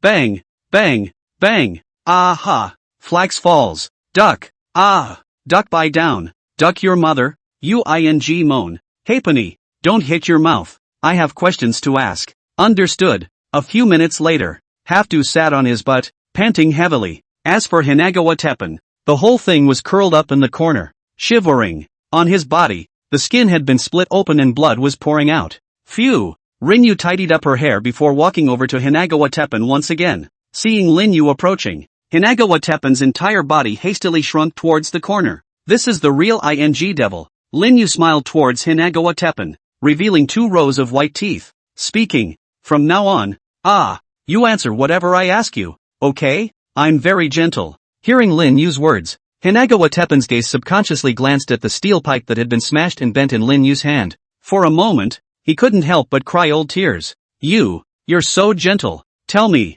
about what you know about the off-world organization and who is the traitor in the Dragon Kingdom and your contact list. Heterogeneous. The off-site organization is. After the introduction of Nikawa Teppen, Lin Yu's gaze gradually became grave. This organization, the world's hidden assassin organization, every assassin inside was an extremely terrifying existence. But it's not like your average assassin's organization. Specifics, Nichikawa Teppen doesn't know either. Anyway, as soon as the off-site organization strikes, then that person is basically bound to die. The off-site organization has existed in this world for who knows how many years. Their most recent strike had been the total annihilation of a reinforced regiment of some small country by one of the men inside the off-site organization. Overnight, more than 1,000 well-equipped soldiers died horribly in their camp. Up until now, the off-site organization is once again in the sights of the top brass of various countries. Rumor has it, there are quite a few people inside this organization who are humans with special abilities. So when Lin Yu easily manipulated Old Sang and the others, it was Hinagawa Tetsubo who thought that Lin Yu was someone inside the off-world organization. After listening to Hinagawa Teppen's explanation, Lin Yu couldn't help but fall into deep thought for a moment. Special powers? One man, killed over 1,000 soldiers in one night. This off-site organization. Boom. Just as Lin Yu fell into deep thought, a loud rumbling sound suddenly rang out in the distance. Before they could react, rumble, rumble. The entire room then suddenly exploded in its entirety. Rumble. The entire room was engulfed in sparks from the explosion. It was accompanied by a deafening rumble that resounded through the sky. Immediately after, rumble, rumble, rumble. Loud explosions kept ringing out in Kamikawa Shrine. Accompanying the explosion was the fire dragon that rose up into the sky. One time, with a shout and a cry, the entire Kamikawa Shrine is on fire. From a distance, it's like a big fireworks extravaganza. Outside Kagawa Shrine, not far away on a small hill, a figure shrouded in a black robe looked at the still exploding Kamikawa Shrine. Slowly, he turned away. P.S. Dear readers, I'm sorry to say that I've been busy handing in my final assignments, and I've been catching up on my homework every day, and my eyes hurt from drawing pictures every day, so I've been really busy, and I've been breaking my updates for a long time, so I'm sorry to say that I'm sorry to say that I'm sorry to say that I'm sorry to say that. Chapter 76, Scum and Grey. Some neighborhood in Toraku. A 7 or 8-year-old boy pressed his face against the window, his eyes burning into the distance. Somewhere in the moment, the boy lifted his own head and shouted towards the woman behind him who was cleaning up the house, smiley face. Mom, there's fireworks going off over there. Behind him the woman favored the boy with a glance. Then he said, oh, Koki sweetie, there's no place to set off fireworks right now yo. If you want to see fireworks you can wait for your pupa to come back. Said. She, too, lifted her own head, then looked in the direction the boy's finger was pointing. Brush. Next, her pupils then snapped, only to see that not far away, the firelight emanating from the huge blaze reflected the entire night sky in red, with those flames rising to the sky. There was also the sound of one explosion after another from far away, following which, countless people in Birdland were awakened from their sleep and then subconsciously pulled back the curtains. A face of shock plus horror looked at the red light not far away. Kagawa Shrine. The flames are still burning brightly. The original magnificent building had disappeared from the ground. All that was left was wreckage and charcoal all over the ground. Ahem. Somewhere in the ruins. It was accompanied by a violent coughing fit. Immediately after that a pitch-black palm suddenly burrowed out of the rubble. Hempa Bill ah. These bird people, really Jillian ah, actually buried bombs in the ground. Fortunately old man life, or really have to advance a few decades to see the ancestors. It was accompanied by a wailing sound. A figure covered in pitch black struggled to get out from inside the ruins. He looked around at his surroundings and couldn't help but feel a pang of fear in his heart. The latter tore off a small rub of fairly clean cloth from the top of what was left of his pants, then spat in a puddle of spit. With great effort, he wiped his eyelids and cheeks, which were already covered with dust. It's none other than Half Dozen. Half Dozen struggled to get out from inside the rubble. After drilling out of the ruins, Dohan sat straight on his butt. Immediately after, he suddenly looked as if he remembered something, then hurriedly looked under his ass. The first thing that revealed itself to Half Dozen was a head that had been charred, then a body covered in darts. This guy looks familiar. Looks like it was just as shady. Dead eunuch. These birds are so ruthless. They can burn their own people like this. TSK. Without further observing how many minutes the body was roasted, Do Half Xian's eyes began to search around the area. That explosion was so close to Daisy just now. Da Xian, you can't be okay. Suddenly, Half Doctor's eyes snapped open. Not far away, he vaguely seemed to see a charred black figure that was crouching. The pose that Dyson had just taken appeared to be a semi-squat like this. That's Dyson? The half dozen or so were stunned at first. Spinning his ass like a rocket, he popped right out of the coke. Big. Da Xian. Half-Do rolled and crawled to the charred black figure, looking at the latter's entire body, which had been burned to the point that there was not a single intact part of it. The entire person's pupils also contracted fiercely. Great Immortal. It can't really be you, can it? You're a real immortal. This little explosion. Half-Doctor shuddered and held out his finger. Then the trembling point was placed on top of the figure. Sound of giggling. Half-Doctor's fingers had just touched the charred body. A tearing sound was emitted from the latter's interior, and then his entire body dissolved into a puff of dust that dissipated in the stupefied gaze of the Do Half Immortal. Half-Doctor's entire expression froze for a full 4 or 5 seconds. Skip class of students. Next moment, he let out a wail. Reaching out with his palms, he frantically grabbed at the charred ashes that scattered in all directions. Da Xian, I didn't mean it. You're really burnt to a crisp. Woo, great Immortal. At this moment you've really become a crumbly gray. The Doge wailed with a sniffle and a tear. Dyson, you're so gone. What will I do if I'm left behind as an old man? It's not like I speak bird. I don't know the way back to the water. Xian, you come back soon. While Half Doctor was still crying over Lin Yu who had become slag ash, the other side, the figure fully shrouded in black robes slowly advanced under the moonlight. Somewhere in the moment, he stopped abruptly. A slight frown followed. Brush slap. Next, from the depths of the darkness, a vine with spikes suddenly sprang out. The vines flung towards the black-robed silhouette with a cracking sound. The latter looked at the vines that swept towards him, and his hands flew in front of his chest to make several points.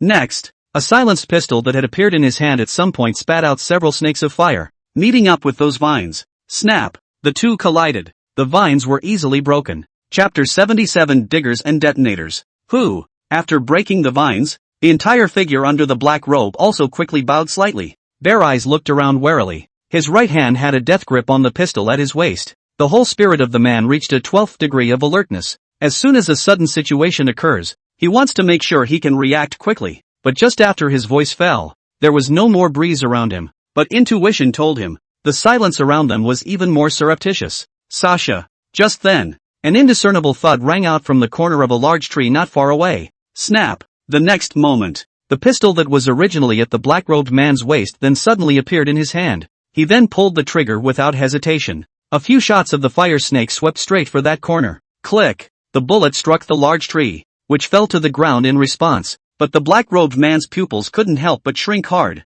because underneath the big tree, there were no figures. Damn it! This person hiding in the shadows is even more terrifying than I thought. Can't sense a single breath of the other party at all. Seeing no one under the big tree, the black-robed man also didn't dare to fight. The whole group quickly ran towards the back. Pust! Just as he was moving, several air-breaking sounds swirled around his ears. He then saw several vines slapping towards his body. The vines had barbs, which were ghostly and covered in paralyzing toxins. If you're not careful, you'll get hooked by those barbs. The toxin wasn't fatal, but one's movements would certainly be restricted. Damn! Assholes who only hide in the shadows. Seeing those vines that swept towards him like a resurrection, the black-robed man let out a curse, then picked up his pistol and fired several times. It seemed random, but every shot hit those vines very precisely. Snap! After resolving those vines, they didn't wait for the black-robed man to be happy. Brush up!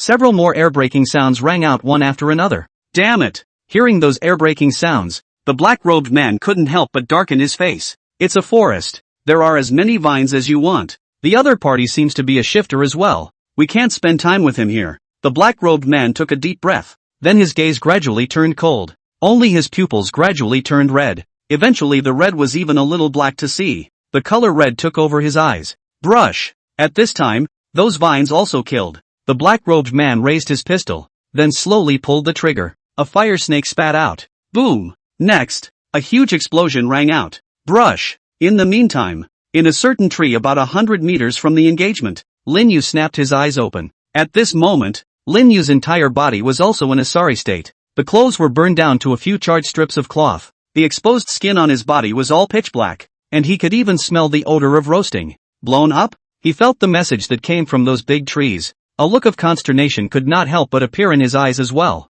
In the explosion just now, Lin Yu used the bodies of Hinagawa Tetsubo and the others to create a physical barrier for himself and Do Half-Sien. After barely saving the half-immortal's old life, the first thing Lin Yu did was to go after the black-robed man who had just been there. If Lin Yu guessed correctly, the other party is most likely what Hinagawa Teppen was talking about. Someone inside the alien organization. Originally, Lin Yu intended to rely on the vines of the forest to exhaust his opponent's strength. But what he didn't expect was, the opponent's last strike actually directly blew up that battlefield. Because of the shockwave he had suffered, Lin Yu's consciousness had been squeezed from those large trees. Now, he lost the black-robed man's position. Sure enough, this organization is truly terrifying. One's own abilities could almost be called immortal magic in the eyes of ordinary people in this world. But face to face with someone in a different place, the other party was not only not surprised, but even had the appropriate countermeasures to deal with it. If Lin Yu hadn't guessed correctly, in the explosion just now, that black-robed man definitely didn't die.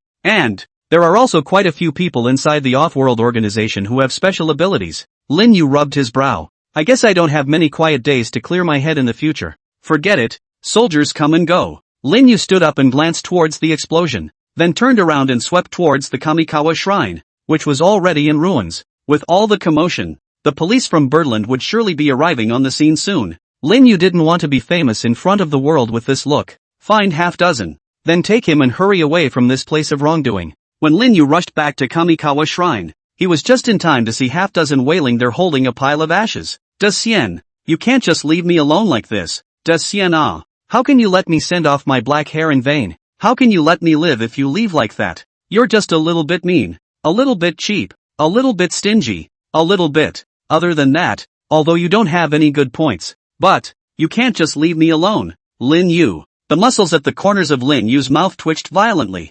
What do you mean there is no merit beyond that? He lifted his step and walked over to the half-dozen people who were ghosting and wailing. Then he kicked the latter in the ass. Bang! The wailing sinus half-son was kicked in the face like that. The whole face was buried directly under those coke. Blah blah blah. Half-do struggled to his feet, then spat the coke from his mouth. Subconsciously, he twisted his head to look behind himself. Da-da. When he saw the black boy in front of him, his entire being said it was dumbfounded. Brother, which one of you froze halfway through the day? It took a moment for the words to pop out of Half-Dog's mouth. Hey! To this, Lin Yu flashed his familiar large white teeth towards Half-Dozen. Then by the way, he was served his most familiar technique of kissing his cheeks with his right and left 5 fingers to make them go crazy with rising flesh. 1 minute later, swollen into a pig's head, Do Half-Xian very skillfully hugged Lin Yu's thigh. Data de line. Edge Lai Ning Kol Tear. Needle Du Xia Private Nest. I'm sorry. I'm sorry. I'm sorry. I'm sorry.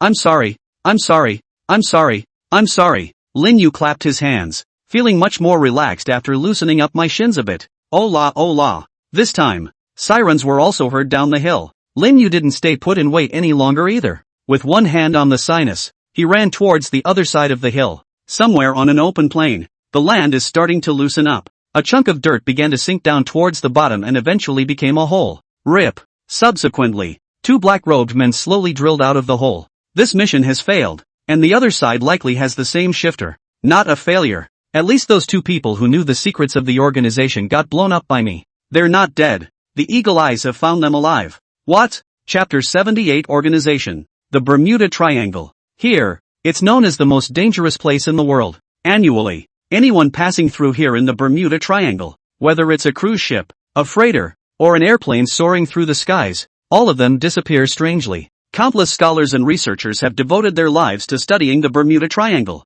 Countless historical studies have been done using top-of-the-line scientific instruments, but it was unable to lift a single corner of the veil of mystery that shrouded it. And a number of scholars have died violently for no apparent reason. Here, it's called the Forbidden Land. It is a place hitherto beyond the reach of mankind. Location of the Bermuda Triangle. The entire sky was shrouded in an extremely bizarre color. The color was sometimes pitch black and sometimes white. In it, countless deafening thunderclaps resounded. A thunder dragon as thick as an arm tumbled through the clouds, occasionally descending on the sea in a brutal position, annihilating all the fish and shrimp in it into broken foam. Blood moistened that sea. In the depths of the Sea of Blood, a head of hideous-looking sea beasts scurried out from the deep caverns, opening their bloody mouths covered in sharp teeth and mercilessly tearing each other apart. Not only that, beneath the clouds, a storm that was enough to easily tear apart a giant ship was also raging. From a distance, the Bermuda Triangle at this point is like a giant monster with the mouth of a storm open. Anything that entered its large mouth would be mercilessly devoured and become prey in its mouth.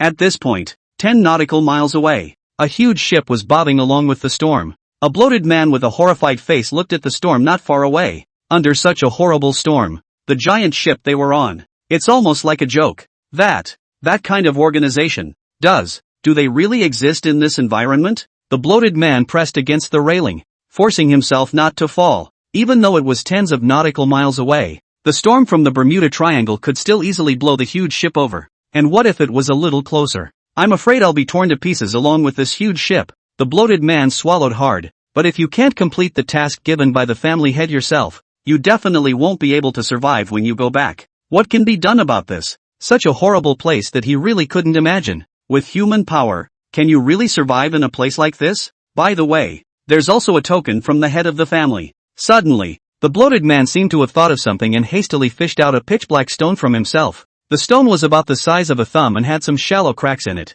If you look closely, we'll find those shallow cracks all over the stone. The word different was formed. Hands cupped around the stone, the bloated man knelt straight down on the ship's board, his forehead hitting the ground hard as he shouted towards the sky. A messenger from an affiliated clan with an urgent message to see the ancestral land's honored ones. Sound of the wind or the breathing of SB. who was sound asleep. With the bloated man calling out afterward, the whole world suddenly became quiet. The thunder dragons in the sky no longer roar, and the storms under the clouds no longer howl. Buzz. Then he only saw a faint fluorescent light gradually emerge from the stone block held by the man's hands. The fluorescence turned into a circle of light that enveloped the stone. Swish! Subsequently, the aperture flew straight up into the sky and disappeared into the clouds. Jab! Next, the terrifying thunderclouds were as if they had been torn apart hard by a pair of huge invisible palms. The thunder dragon began to wail and the storm began to dissipate. Even the sea beasts hiding in the depths of the seabed had a strong color of fear emerge from their scarlet eyes.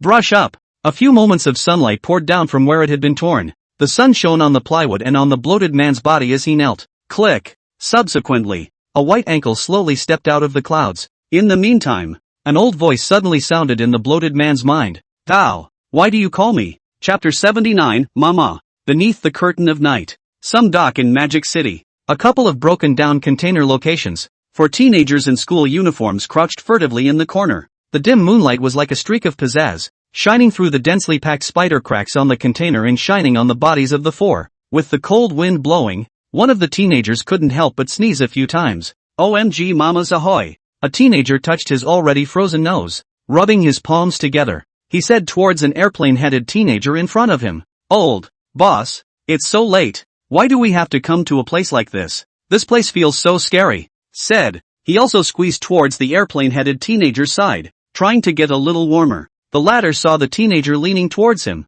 and with a look of disgust, he threw a slap on the former's head. You're squeezing the hell out of me. Laborers are being squeezed into compressed cookies by you. And, what are you afraid of? It's not me? The former covered his head in an aggravated voice. That's true. But, boss, I've heard people say that this pier isn't clean, that an extremist once set fire to himself here. So why don't we just hurry home? As soon as he finished his words, someone beside him chimed in. Not only that, I've also heard that there's also a grievous spirit that died tragically in this neighborhood, and every time it's late at night, he'll come out to roam. Boss, let's just go home. Going home? Hearing those 2 words, Airplane Head stood up with a straight brush. But I made a bet with that Lou. If I go back like this, then I won't be taunted to death by him. No, I definitely won't go back. With that, he also pointed towards the remaining 3. It's not just me. You guys can't go back either. My fists won't recognize anyone who does. Of course, I won't treat you guys poorly.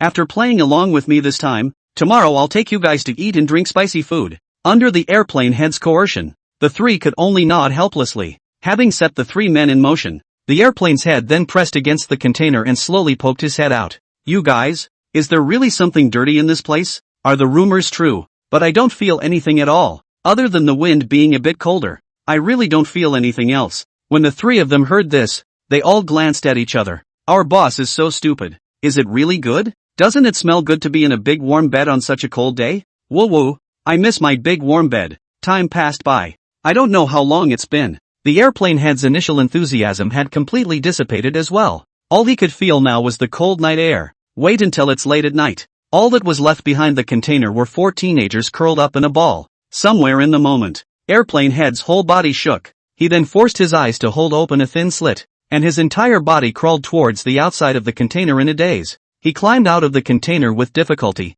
then wandered over to a darker corner. He just stood up straight. Hula! A cold wind blew. Hiss! Airplane Head sucked in a hard breath of cold air. It's so cold. It's a freezing bird. With that, he was going to pull down his pants. It's just what you need to warm up with a hot pea on such a cold day. Snap! Just then, his shoulders suddenly sank. Airplane Head's entire body froze, and even the movement of taking off his pants froze in midair. Wait, what's going on here? 3 guys sleeping like dead pigs trying to joke with him? Think about it. He then intended to reach out and smack away the palm on his shoulder, but when the rest of his eyes glanced over his shoulder, the first thing that caught his eye was a charred palm. Dim. You can still smell the odor of coke. Gulp. Then from his ear a slow sound of swallowing rang out. Immediately after. Finally, I see a living people. Meet a living? Airplane Head felt like he was starting to stop shaking, because he suddenly felt that the cold wind didn't seem so cold anymore. He suddenly remembered what the other 3 had said a while back. There was once an extreme worker here who set himself on fire. Burnt flavor. For a moment, it was a little hard for the Airplane Head to think down the road. Snap! Before Airplane Head could react, his other shoulder sank. A charred and many wounded palm was then pressed against his other shoulder as well, held hostage by 2 charred palms. Airplane head completely forgot to think for a moment, seeing that the airplane head was just like a stake in the ground. It had been standing still without any movement anymore. The palm pressed against his shoulder shook, and a hoarse voice resounded. The word I just came out. Next, airplane head's entire body just popped right up off the ground. Subsequently, his entire body fought its way forward. Knock! His head made solid contact with the container in front of him. What a sound! Right after the nose of the plane and the container kiss. The loud noise was also waking up the other 3 people who were inside the container. They rubbed their eyes and collectively poked their heads out from inside the container. Out of this, 5 pairs of eyes met collectively. The container's 3 teenagers looked dumbfounded at the 2 figures standing outside. Then he looked at the fainting airplane head.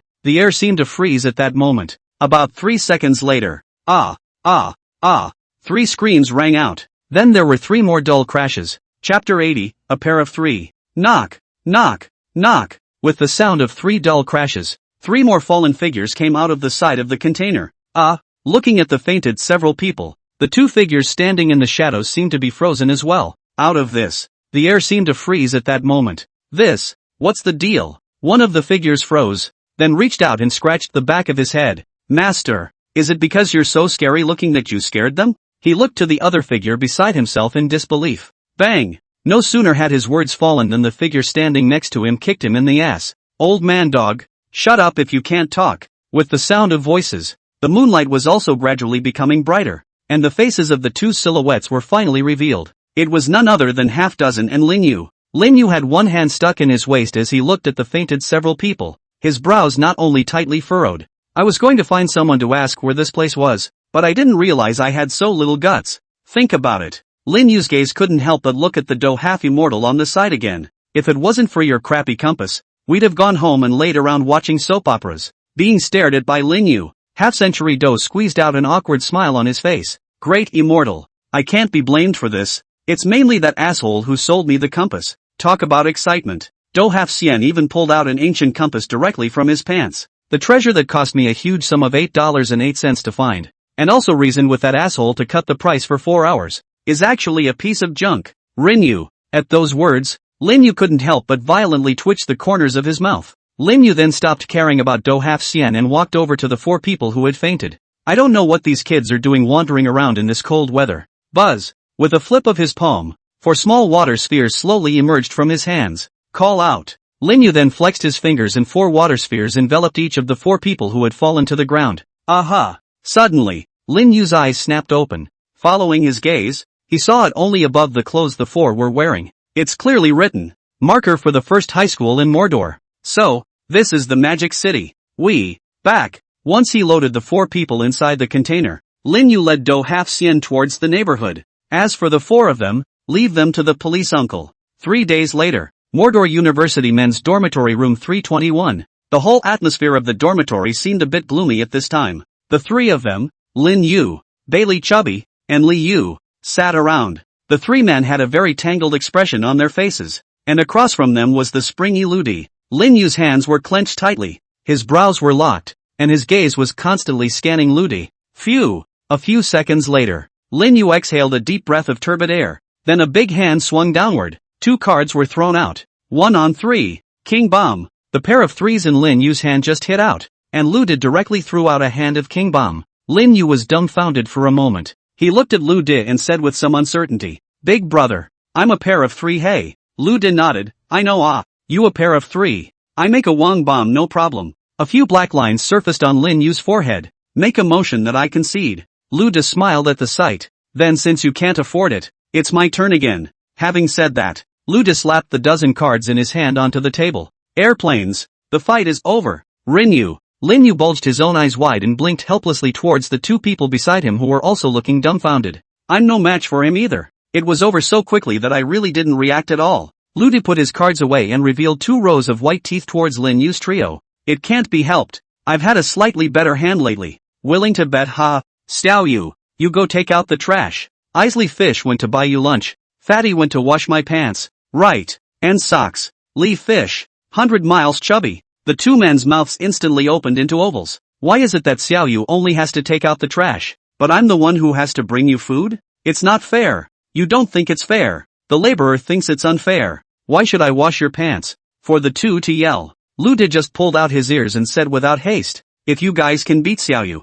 then I don't have a problem letting you guys switch it up. If you guys don't do it. I've heard that there's a club in the school that loves to collect students' strange stories. 3. Carrying a garbage bag up the stairs, Lin Yu couldn't help but sigh. To think that I, the hero of bird extermination, was actually reduced to taking out the garbage. I'm at least an immortal Shaking his head, Lin Yu could only lament the injustice of fate. Looks like I'll have to go find a poker cheating fairy spell next time. I can't keep losing like this. When Lin Yu's days at Magic City University officially returned to calm, inside the office of the president of Mordor University, a man with a beer belly was smiling and pouring tea for a man and a woman sitting on a couch. The two of you came all the way here. Mr. Liao has missed out on welcoming you. These 2 cups of tea are considered Mr. Liao's amends. Principal Liao placed the tea in front of the two, then rubbed his palms together and stood aside. So what? I wonder what the two of you are doing here on our campus. The man and woman in front of him were dressed too strangely, totally unlike modern dress. The man wore a white robe with a sun design outlined in gold.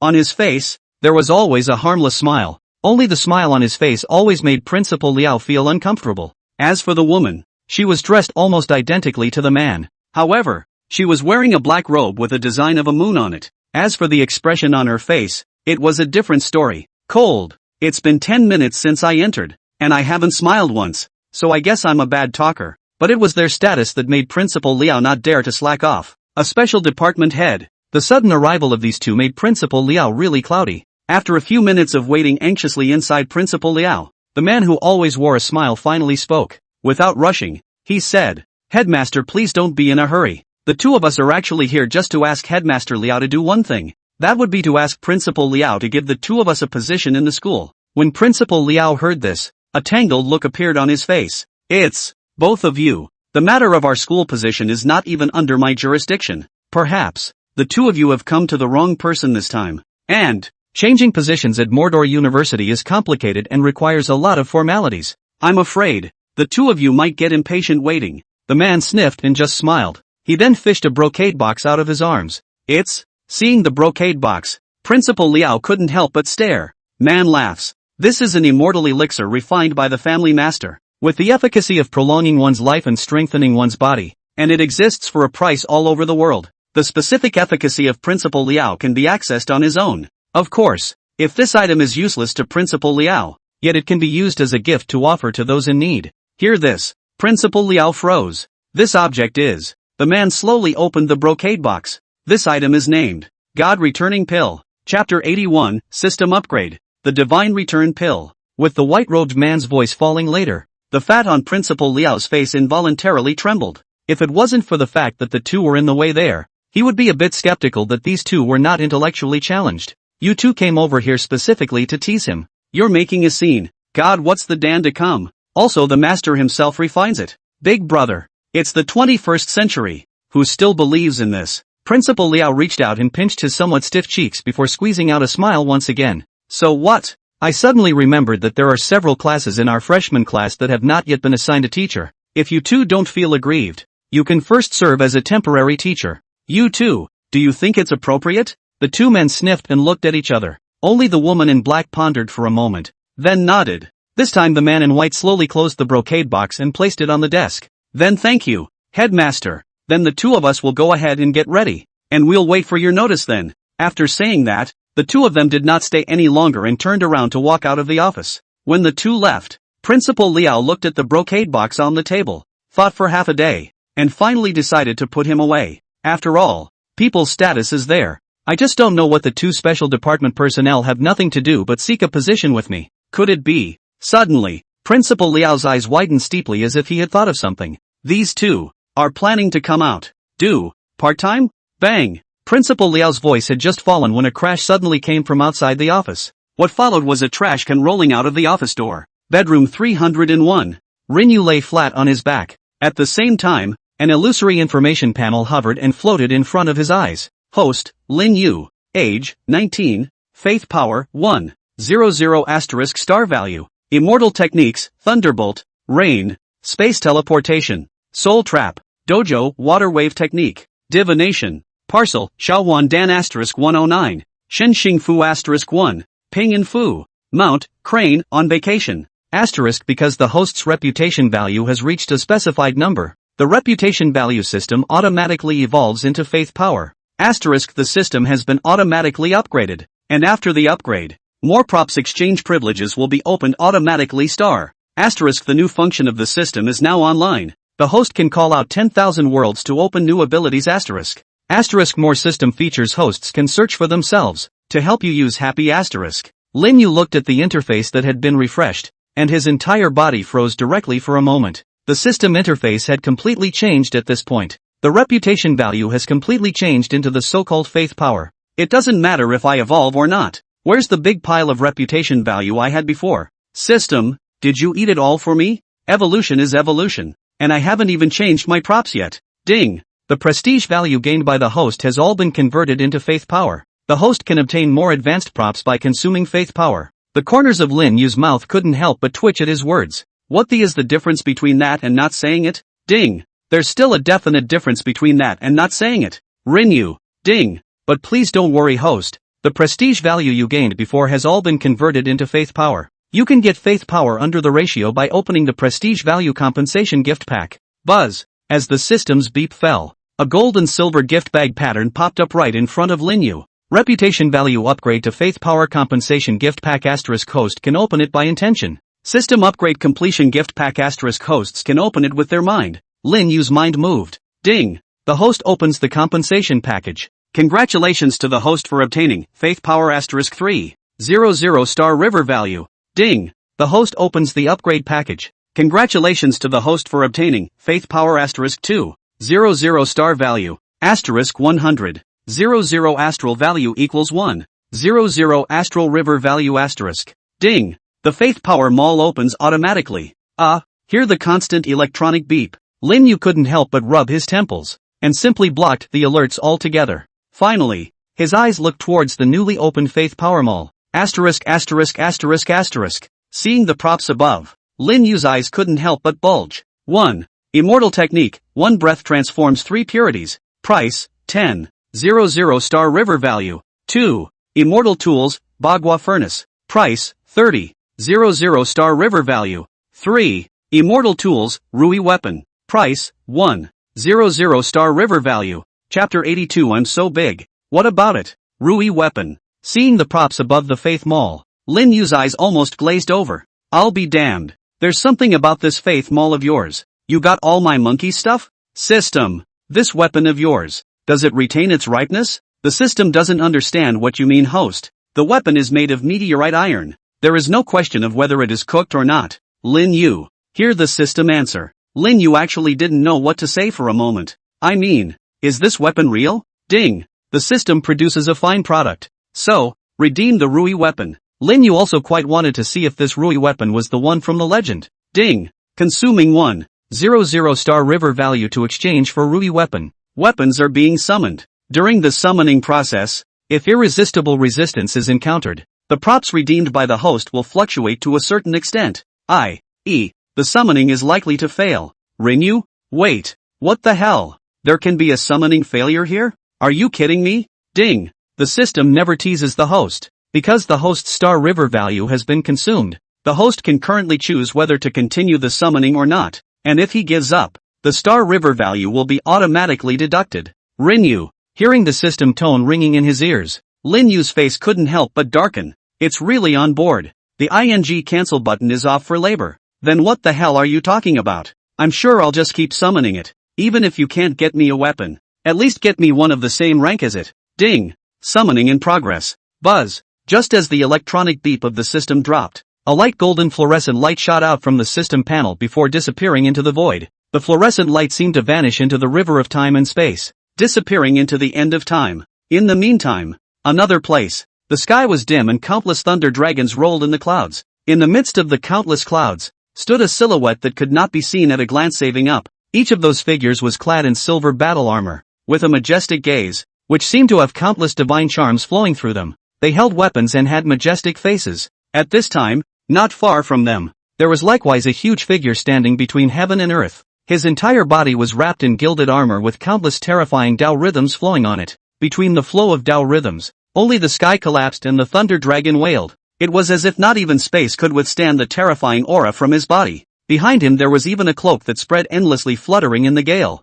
Qi Tian De Shang. On the cloak, the 4 big words were even flickering with billions of light, only to see him slowly raise his head. Swish, swish, only 2 golden beams of light burst out from inside his eyes. Those 2 beams of light broke through space and time and landed straight in the middle of the countless figures in the clouds. At once, rumble, the space ruptured under the feet of the countless celestial soldiers in the clouds, and they were swallowed up by the spatial rift before they had time to react. Rumble. Just then, a loud roar resounded continuously, only to see a figure holding a 9-tiered divine pagoda in his hand peeking out from the clouds, his eyes angrily rebuking at the guilt figure not far away. Sinner! He then gave a big wave of his hand. Space is rapidly stabilizing. Collect! Only the fluorescent light flowed above the pagoda in his hand. The next instant it directly pierced through the void and appeared above the guilt figure. Sinful animal! Why don't you quickly take your life? As Totally Tianwan's voice rang out. On the Linglong Tower, countless fluorescent lights also erupted. A terrifying pressure instantly poured down.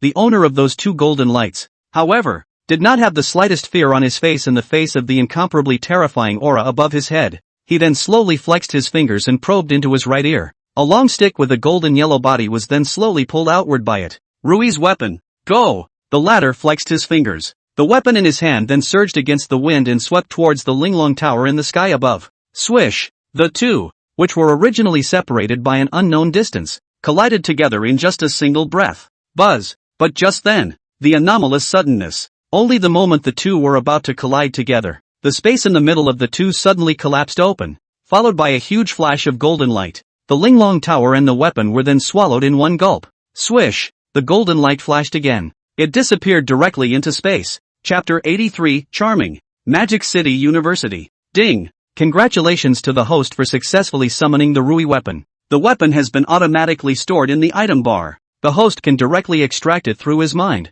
Lin Yu, who was lying on his bed, couldn't help his eyes from lighting up when he heard the electronic beeps ringing in his ears. Next, without the slightest hesitation, calls out the item bar panel directly. Buzz! With a movement of Lin Yu's mind, a golden panel slowly emerged in front of him. The gold panel lists rows of small squares. At this time, inside the 2 small squares in the first row, there were already 2 small items standing on them. 1. Rui weapon. 2. Linglong pagoda. Aha! Seeing the small tower pattern inside the second small square, Lin Yu's eyes couldn't help but bulge. Lingering pagoda. Why does this thing look so familiar? Isn't Tota Heavenly King's weapon the Linglong pagoda? Next, Lin Yu instantly snapped out of it. Good guy. This is the legendary buy one get one free. Just do not know where the system put aside to get this Linglong pagoda. With a thought, Lin Yu exited the item bar interface. It's too late now. Let's wait until we have time later to drum up these 2 immortal weapons ourselves. 2 hours later, on the playground,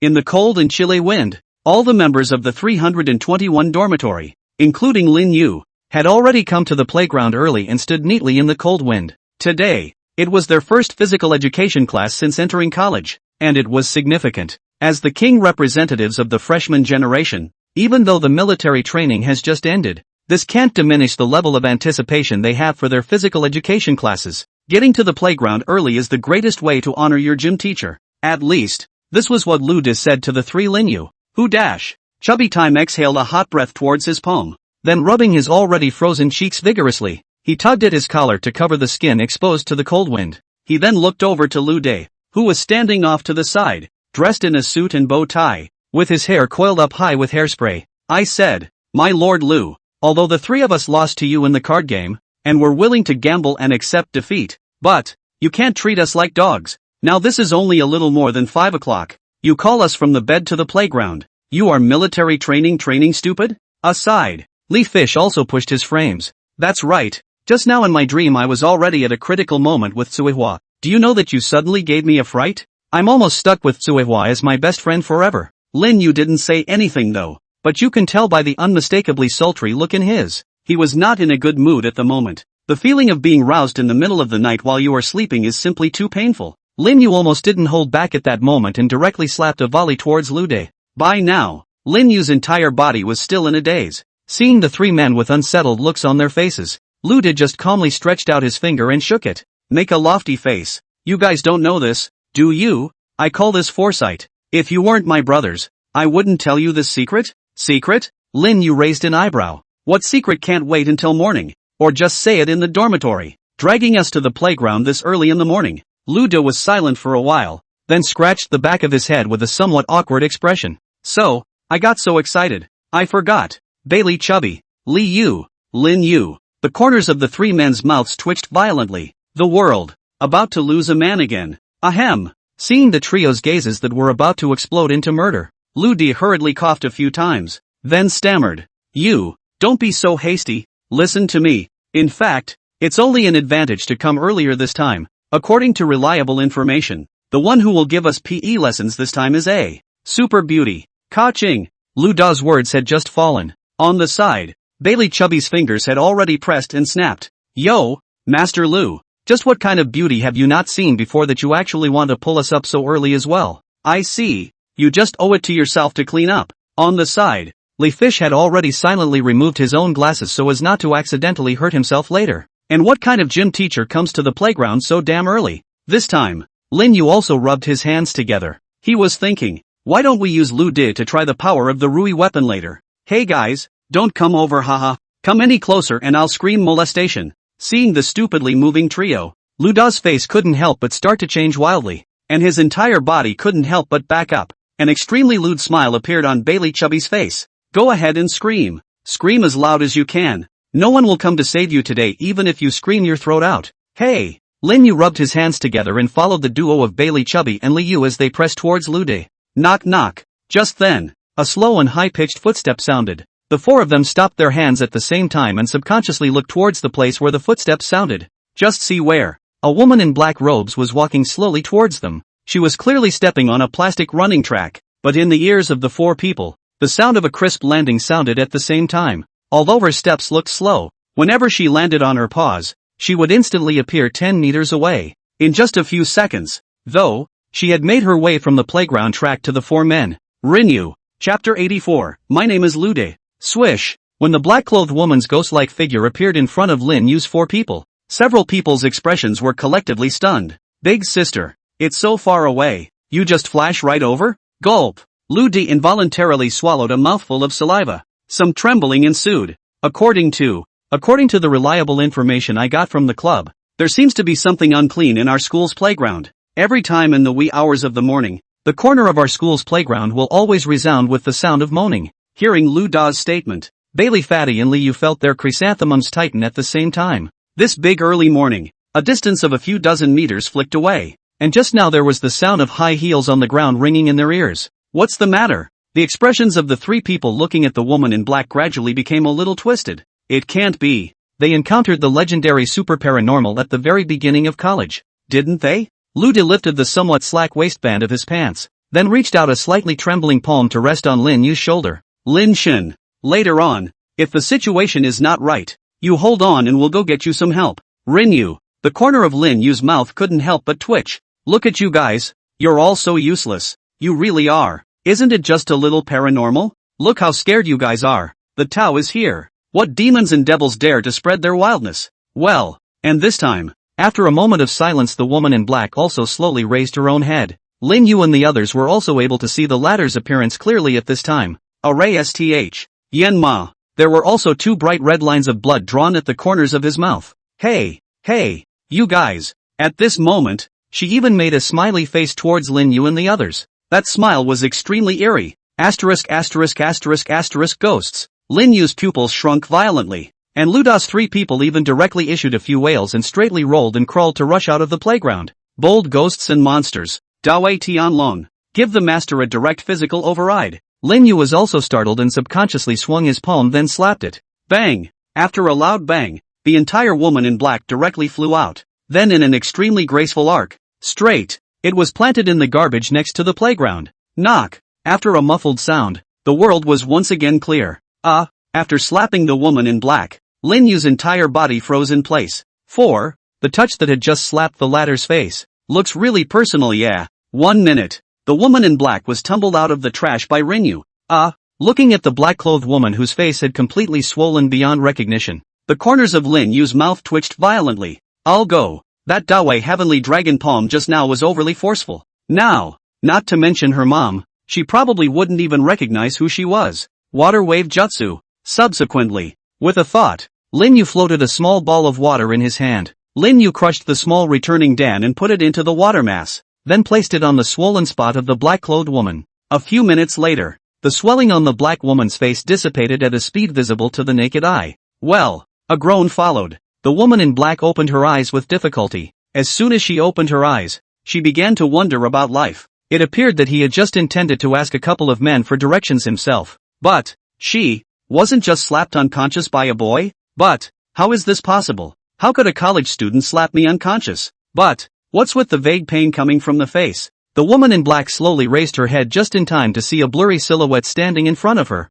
You, who are you? Lin Yu, who was watching the black-clothed woman's face change, sniffed and subconsciously took a step back. So what? Rinyu rubbed his hands together, and then almost a second answer. My name is Lu De. Lu as in Lu De. Lu De as in Da. Because of the plot reasons, the book update speed is relatively slow. Reader's big brother. The new book has been in the preparation stage. Soon can be signed. The book will still continue to update. But also hope that you big brother bear with me. Chapter 85, New Teachers. 10 minutes. Lin Yu returned to the second dormitory building with his hands in his pockets and a leisurely face. Just a dormitory building gate. Lin Yu just couldn't help but stare. At this moment, a large group of men led by Luda was walking out from the stairway with an indignant face. You guys are to ga? Lin Yu blinked, confused. I'll go. Lin Shun, you actually didn't die. I was about to lead my brothers to plow through to you. No, to save you. When Luda saw Lin Yu, his eyes couldn't help but get a few points bigger. Save me? Lin Yu looked at the benches and slippers in the hands of the crowd. There was even a brother who carried the bedpan directly over his shoulder. Are you guys tearing down the dorm? Or are you here to save me? The corner of Lin Yu's mouth twitched. It's such a big show. You'd think you were going to the battlefield of Syriac. At this time, Lu Di also walked over to Lin Yu and began to scrutinize his body. The face is fine. The hands are fine. And the feet are fine. In the end, that's all that's left. Lu Da's gaze slowly looked down at Lin Yu. Lin Yu subconsciously tensed his legs. What do you want? A little while later, on the playground, the entire financial management 3 class had gathered on the playground in neat squares, quietly awaiting the arrival of the physical education teacher. Military platoon. Lu De had changed into a casual outfit, the very first suits after a few close encounters with the earth. It was just completely and mercilessly thrown in the trash by him. In response, the three of them, Lin Yu, gave Lu De a small thumbs up.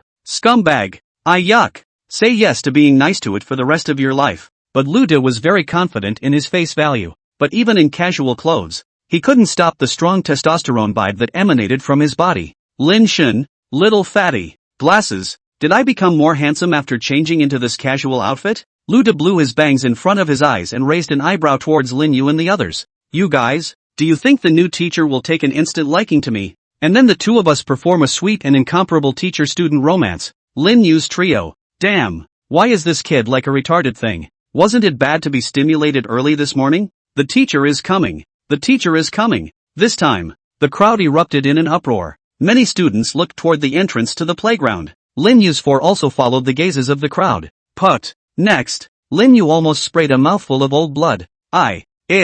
He stared at the figure walking in through the entrance with wide eyes and a shocked expression. No, she's actually our gym teacher. Lin Yu subconsciously shrunk. The visitor was no one else. It was the same woman in black that he had slapped unconscious in the early hours of this morning. Wait, remember when she asked for her name? Himself said it at the time. Rinyu. Lin Yu's gaze couldn't help but look towards the three Luda who were squeezing towards the front of the crowd. He then pulled at his collar. Amen. May there be no pain in heaven. Holy, the new teacher is beautiful. After Luda's three people squeezed to the front of the crowd, upon seeing the visitor, their eyes couldn't help but light up. Although it was a set of casual clothes, it couldn't hide the youthful vigor emanating from the latter. Chan Yufei felt extraordinarily unlucky today. First, it was in the wee hours of the morning, when one had intended to come first to explore the playground. I ended up bumping into a couple of students who were just about to ask. Somehow he suddenly fainted himself. Not only did the clothes on my body become strangely smelly when I woke up, but my own cheeks were even vaguely sore.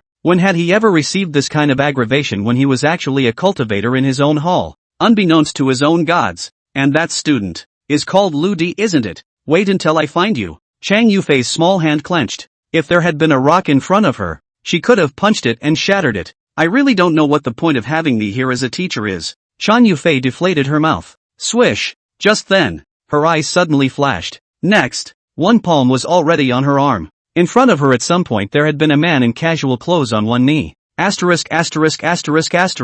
Li Yu and Bailey Chubby, who were standing inside the crowd, couldn't help but stare at Lu De, who was kneeling on one knee in front of his new teacher. Wasn't this one just next to us? How did it suddenly appear over there? Teleportation? Flash? The latter shook off the flowing bangs in front of him, looking at Chan Yufei with a gaze full of deep emotion. Teacher. Hello, I'm your future student. My name is Lu De. You can call me Da, said. Lu De also raised an eyebrow towards Chan Yufei. Chapter 86. I've never seen such a shameless person. Chan Yufei would never have thought of it in her life. I can't believe I've come across such a doggone scene on my first day of classes as a teacher. My name is Lu De. Dear teacher. But I prefer it when people can affectionately call me by my nickname. Oba Dada. Looking at the man kneeling in front of her, Chan Yufei's head directly short-circuited on the spot. Although I used to be confessed to by many boys during school, where have I seen such a flirty way of picking up a girl? The goosebumps on my body. Wait, what did he just say his name was? Lu Da? After half a minute, it was only gradually that Chan Yufei came back to her senses. She looked at Lu De, who was kneeling in front of her, and her eyes narrowed slightly. Yes, my dear teacher. Chan Yufei's words just fell. Kneeling on the ground, Lu De swished and stood up. In his mouth, he didn't know when he was already holding a red rose. Lu De shook off his bangs in front of his eyes and said with a deep expression, I didn't expect you, teacher, to be so impressed with me that you remembered it after hearing it once. Chang Yufei. The rest of the class. The corner of Chang Yufei's mouth twitched slightly. My old lady's liver. It's hurting. Ha! Forcibly resisting the urge to hammer the person in front of her away with one punch, Chang Yufei could only dryly laugh a few times. Swish! Chang Yufei's smile had just unfolded. Lu De had already been quick on his feet and shoved the rose in his hand into the former's hand. Teacher, your smile is so magical. All of a sudden it cleared the haze in my heart, and gave me a feeling like a spring breeze, renewed and renewed. In order to thank you, this rose please do take it. Chang Yufei, Rinyu, Chubby 100, Li Fish, the rest of the class. Chang Yufei's eyes almost glazed over. Brother, can your brain circuits be any more convoluted? Captain, I want to go home. The three of them, Lin Yu, were also shocked, feeling many of the students around them looking at Lu Du with almost stupefied gazes. The three of them moved very silently to the back of the crowd. I'm sorry, we don't know him well. Hiss. Chang Yufei took a deep breath of cold air, forcefully squeezing out a smile towards Lu Di. So what? Thank you for your gift. Lu De-san, can you please go back inside the class first? I'm going to start class. Yes, sensei, I dare not disobey your command. Lu De raised an eyebrow towards Chang Yufei, then turned around and walked into the line in style. Click. When Lu De turned around, he didn't notice. A crisp cracking sound rang out from Chang Yufei's feet. Soon, Chang Yufei organized herself and her expression regained its serenity. She gazed at Lu De, who was standing as straight as a handsome pine, and the corner of her mouth slowly sketched out a wicked smile. Lu De, right. Finally, I found you. Hello classmates, I'm your freshman semester physical education teacher. Let me introduce myself first. My name is Chang Yufei. You can call me MS. Fifi. I hope that in the future, we can not only become teachers and students, but also become good friends. Yes. As soon as Chang Yufei's words fell, Lu De excitedly applauded. Mr. Lu De. Okay, calm down for a moment. Next, let's all introduce ourselves and familiarize ourselves with the names. Just from. Lu De had already raised his hands impatiently. The corner of Chang Yufei's mouth twitched. Then let's start with Mr. Lu De. Swish. Lu De made a turn and went straight to the front. By this time, his face had been replaced with an elegant, steady image. Good guy. My name is Lu De. I'm 19 years old. I'm from Magic City local, Sagittarius. I usually like to play basketball, catch up with dramas, sing and play the piano. Most importantly, I'm currently single. Chang Yufei. ING. So, that last sentence is what you wanted to say, right? After Lu De finished speaking, the rest of the students went to the front in order to introduce themselves. Someone whose family digs coal said that from now on, everyone has nothing to do but go to his house to dig coal under the ground. Someone whose family owns a factory. You can screw in his house later. There are also people whose families are gangsters, saying that they can be called in for future group fights. In short, 1,000 strange and varied invitations. It directly gave Chang Yufei a silly hearing, with the introduction of yet another student whose family owns a pig farm. Chang Yufei couldn't help but cover her forehead. Next, just that student. Chang Yufei's finger pointed to Lin Yu at the end of the crowd. Truth be told, the man at the very end looked inexplicably familiar to her from the start, always feeling like she'd seen him somewhere before. Being nailed by Chang Yufei, Lin Yu rubbed his nose, then silently walked to the front of the crowd. Hello everyone, my name is Lin Yu, from an ordinary Taoist temple in the southwest. The Taoist temple? Hearing the words Taoist temple, Chang Yufei couldn't help but stare. This man, or a Taoist priest? It's him, the big guy from military training. It's really him, so he's from our class. No wonder he feels familiar. Lin Shen. It's really Lin Shen. When Lin Yu's words fell, the entire third class immediately looked like a cat seeing a salted fish, as each and every one of them became incredibly excited. All the classes were broken up during military training, and I didn't realize that this living god was actually inside his own class. Lin Shen, that's a legend of military training, drawing a formation for rain, floating on a light pole, which is not a legendary event that has become the entire Mordor University. I didn't realize that the honored one would actually be in his own class. The kid has come out on top. He's actually assigned to a class with the rumored Lin god. Upon seeing Lin Yu take the stage, the surrounding students became incredibly excited. Chang Yufei couldn't help but stare. What? Is this guy famous? Why are all of them getting so excited? Aha! Suddenly, Chang Yufei's gaze was slightly frozen. Her gaze looked over at Lin Yu's form. Unknowingly, his form gradually rejoined the one from early this morning.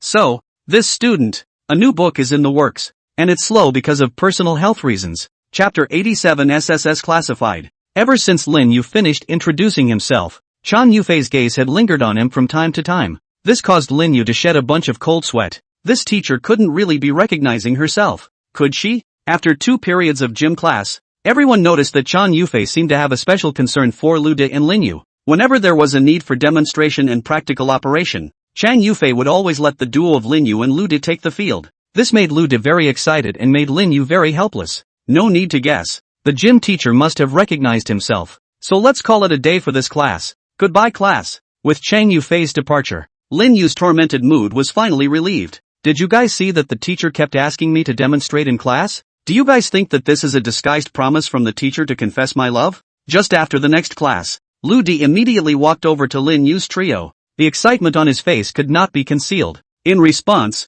the three of them, Lin Yu, just rolled their eyes towards him and then directly walked out of the playground without shaking him off. Minding their own business. Seeing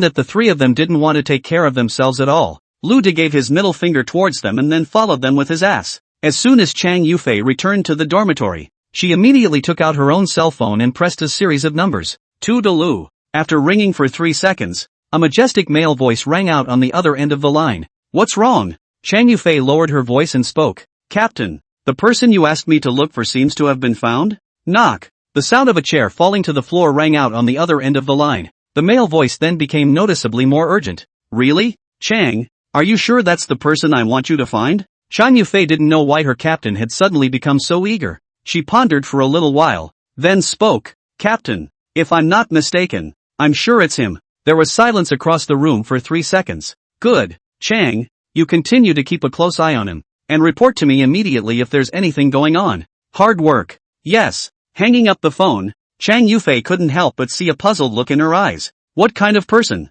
exactly, would make the captain take it so seriously? In the meantime, in an office somewhere, a middle-aged man with a solemn face slowly put down the phone in his hand. He pondered for a moment, then clicked on the video on the computer in front of him. In the video, it's a vast ocean, and on the ocean, an aircraft carrier flying the flag of the Eagle State is traveling. A colorful red line divided the waters where the carriers of the Eagle Kingdom were located from the waters of the Dragon Kingdom, only to see the carrier of the Eagle Kingdom ignoring the red line and sailing straight into the waters of the Dragon Kingdom. Next, without warning, the sea not far away suddenly set off a huge wave, which swept over, accompanied by a loud noise, only to see the Eagle Kingdom's aircraft carrier actually blow up directly. Phew! The middle-aged man exhaled a mouthful of turbid air, then quickly zoomed in on a small cyan-colored point of light in front of the giant wave. It wasn't until after zooming in hundreds of times that one could barely see 2 blurs in the glare. Small black dots. The middle-aged man turned off the video and then opened another one.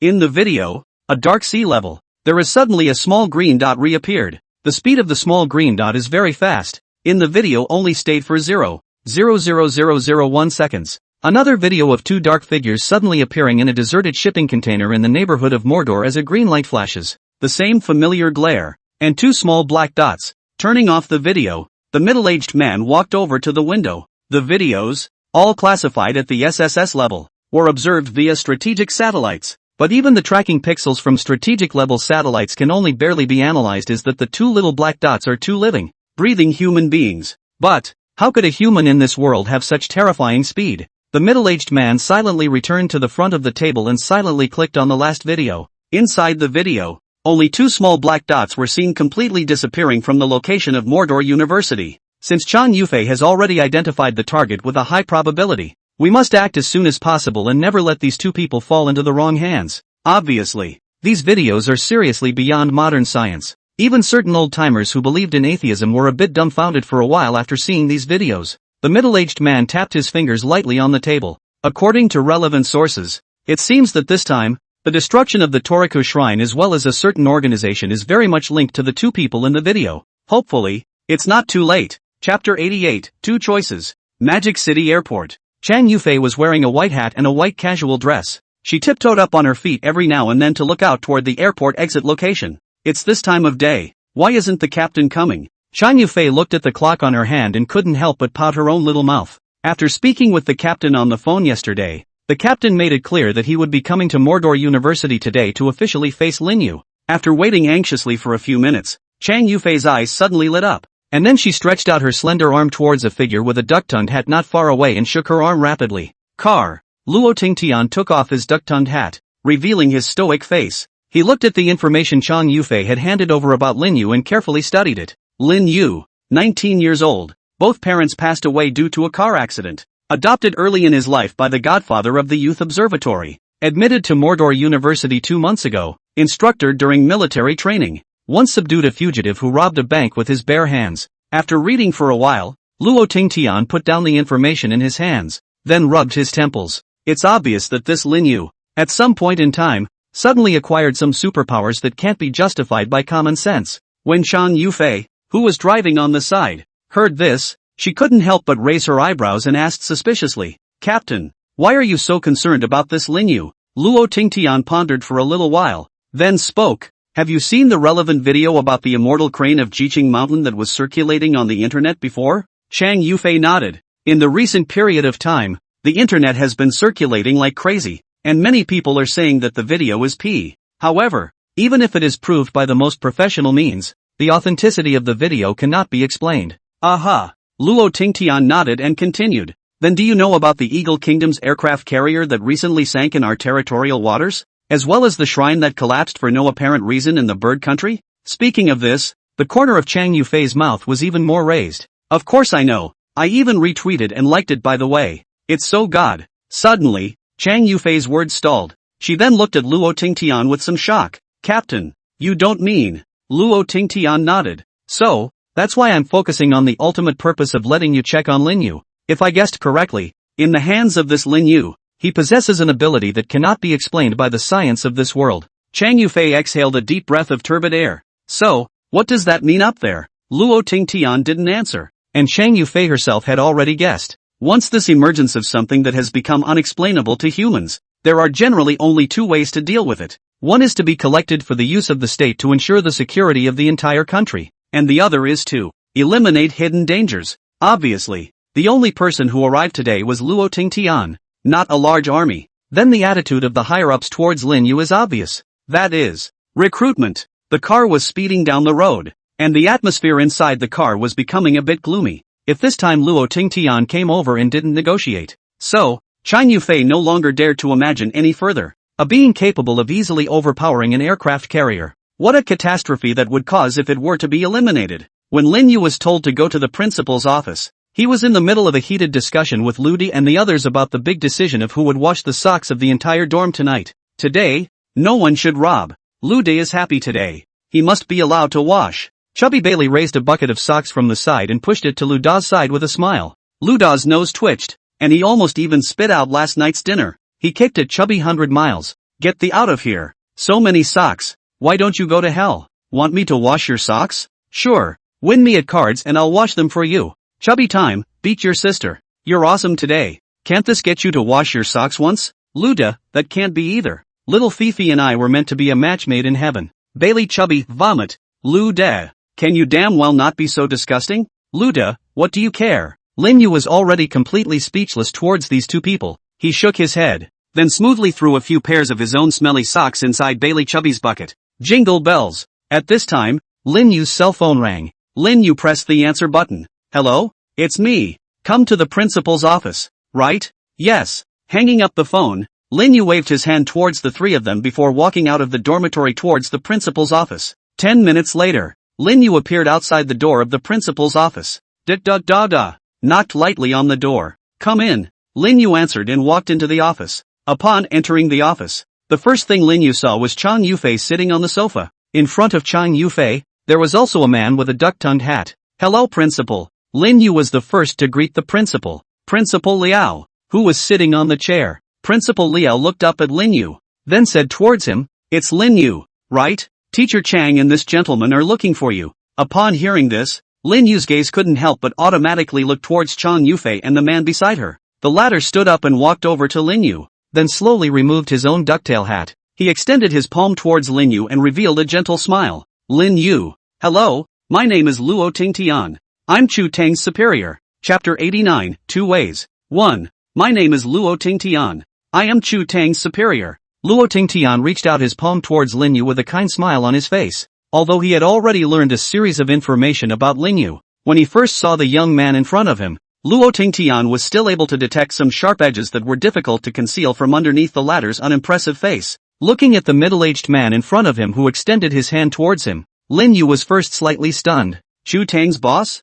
Wouldn't that be? Lin Yu looked at Luo Tingtian in slight surprise, and the latter seemed to notice Lin Yu's gaze and nodded with a smile. Seeing Luo Tingtian nod his head, Lin Yu also extended his hand to shake the former's palm without being humble. Got a minute? As soon as the palms of the two came into contact, Luo Tingtian inquired. Lin Yu nodded. Please. Luo Tingtian made a gesture of invitation towards Lin Yu. Lin Yu took the lead and walked out of the office, while Luo Tingtian slowly followed. Seeing this, Chang Yufei, who was on the side, couldn't help but open her own rosy little mouth wide. Others didn't know the identity of the middle-aged man in front of her, but she was clear as a bell. An important member of the national military actually made a gesture of first request to a teenager who was only 17 or 18 years old. If this were to be seen by some people, wouldn't they be shocked to drop their own jaws? However, soon Chang Yufei was relieved. Thinking of the terrifying strength of this teenager in front of him, Luo Tingtian was so polite to him, which showed that the higher-ups also attached great importance to this matter.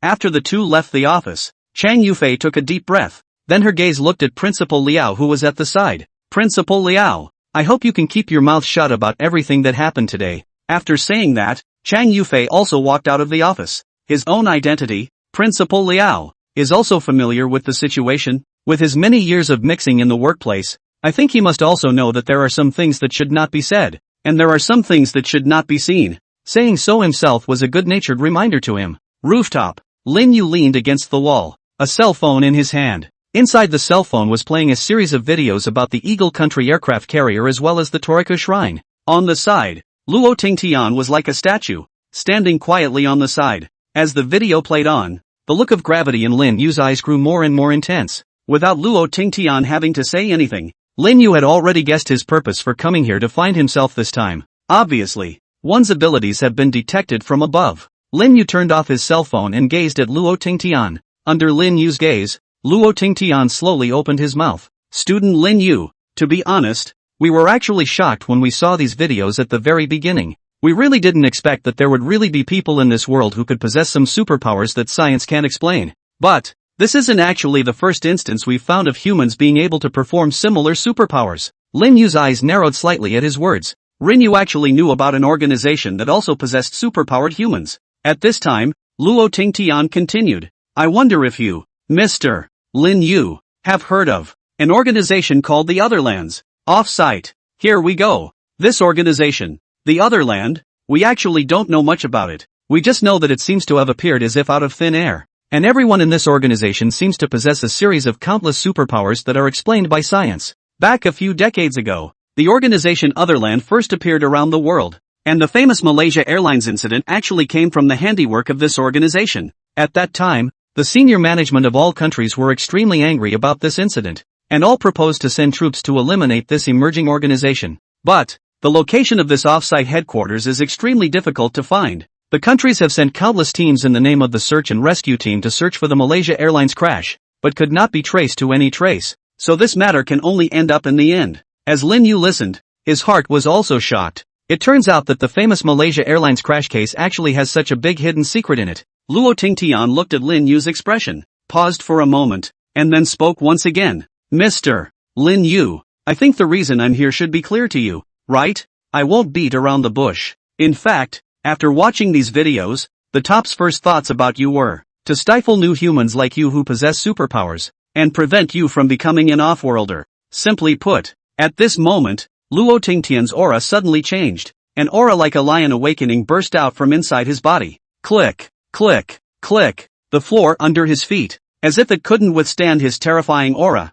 actually broke apart inch by inch. The treatment of you is simple. Either take it as your own. Luo Tingtian's body bowed slightly, and a low hissing sound came from his throat. Either eliminate the hidden dangers. Chapter 90 Oaths. Rumble. The rooftop. An invisible storm swept towards Lin Yu's location with Luo Tingtian as the origin. At this moment, Luo Tingtian's face was grave and his body was tense, as if he had already prepared to make a move on Lin Yu at all times. As for Lin Yu, who was located in the center of the storm, the expression on his face did not change in the slightest when he faced Luo Tingtian, who looked like a furious lion. This was because he could clearly feel that although the storm that wrapped around him was loud and powerful, it did not have any substantial killing intent flowing out of it. Obviously, the Luo Tingtian in front of him had no intention of making a move on himself at all. After a few seconds, Lin Yu slowly spoke. Officer Luo, I understand what you're saying, but I still stick to my opinion. At least for now, I have no intention of joining any organization. Wow! Lin Yu's words had just fallen, and the storm around Luo Tingtian suddenly receded like a tidal wave. Lin Yu continued. Of course, I won't join any organization on the premise that I won't take the initiative to be an enemy of the country. Mainly I'm a person who's used to being lazy. When my master was alive in the past, he knew that I'm a person whose nature is to be idle, and if I suddenly join inside a certain organization, all kinds of rules in it will instead make me very uncomfortable. After hearing Lin Yu's words, Luo Tingtian couldn't help but frown tightly. Although, this reply from Lin Yu was not unexpected. But, the above would not allow a character with a powerful threat to go unchecked by the rules of the country no matter what. To put it bluntly, if he himself sent Lin Yu's answer back to the top as it was, the top wouldn't easily agree to this option. For a while, Luo Tingtian couldn't help but feel a headache. On the one hand, he was still completely unaware of Lin Yu's abilities, and if he rashly made a move against him, it would probably be counterproductive. After a long time, eventually Luo Tingtian exhaled a mouthful of turbid breath,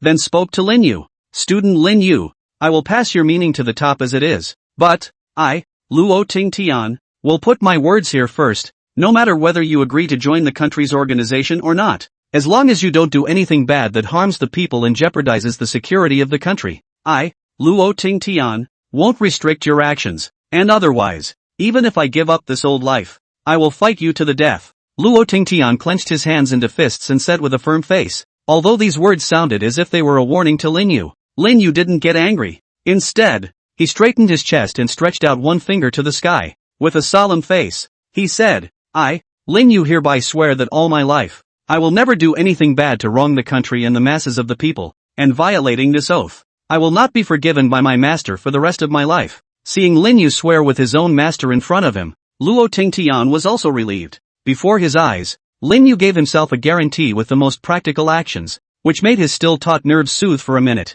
Since that's the case, then student Lin Yu, I won't bother you anymore. I'm going to go back and deal with the things behind me first. Luo Tingtian made a military salute towards Lin Yu before leaving the rooftop. After Luo Tingtian left, Lin Yu raised his head to look up at the sky, and a touch of nostalgia couldn't help but spread in his eyes. Master, are you okay in that world? He then withdrew his gaze. Let's wait a few more days and go back to MT Knowles for a visit. On the highway, Luo Tingtian closed his eyes tightly as he sat in the back seat, his mind pondering how to express Lin Yu's meaning to the upper echelons when he returned. At the front, Chang Yufei looked at Luo Tingtian through the rearview mirror, and her pretty eyebrows couldn't help but wrinkle slightly. The captain had been expressionless since just as soon as he got back. No smiles, no hard feelings, just a complete lack of expression as usual anyway. I don't know what the result is exactly, Ling Yu in the end is to agree with Noel, really hanging people's appetite. Seemingly sensing Chang Yufei's gaze, Luo Tingtian in the back row of the seat opened his eyes.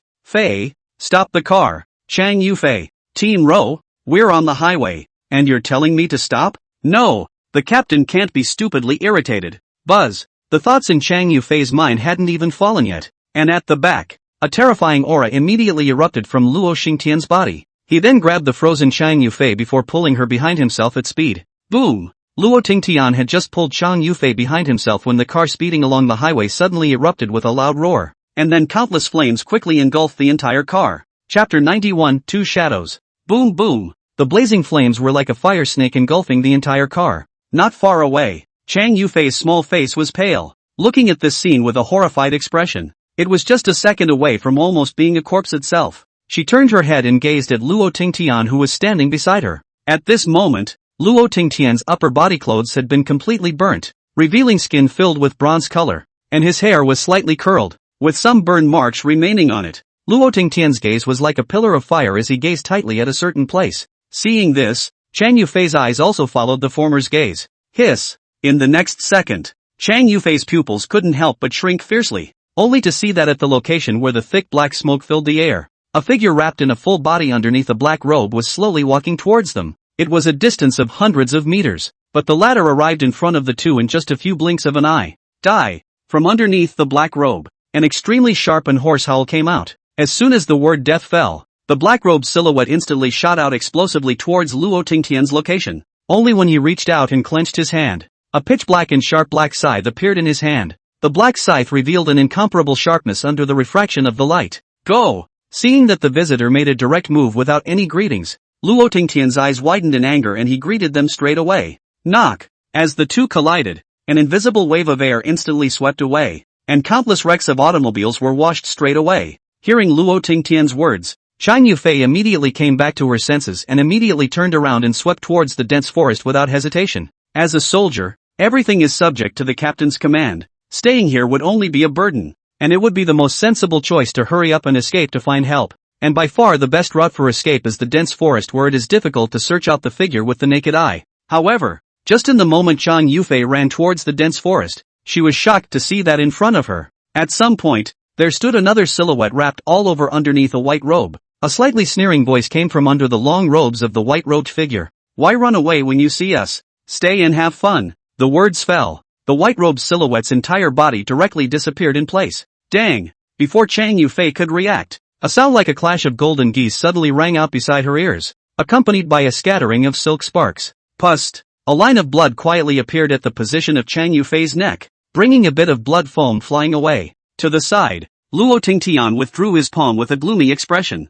Deeply embedded in the palm of his hand was a thin white thread imperceptible to the naked eye. Thin white lines cut through the skin, and white bones were exposed to the naked eye. Not far away, the white-robed silhouette slowly revealed itself, and a thick sigh emanated from beneath the robe. It's a shame that he didn't actually cut off that beauty's head in one blow, just repelled the white-robed figure. Hula! Suddenly, a sound of a strong wind whistling resounded in Luo Tingtian's ears, only to see that the black-robed silhouette was already close to him, holding a black scythe in his hand and aiming at his head to chop it down hard. Luo Tingtian stomped his foot heavily on the ground and pulled up Chang Yufei before flinging her towards the dense grass beside the highway. Chang Yufei tumbled through the grass several times before stopping. She didn't dare to linger for a moment, enduring the severe pain to stand up, then ran wildly towards the jungle below. Now, there was no time to worry about who was fighting the captain. These two, they are just horrible. Help must be found soon. Drink! After throwing away Chang Yufei, Luo Tingtian let out a furious cry.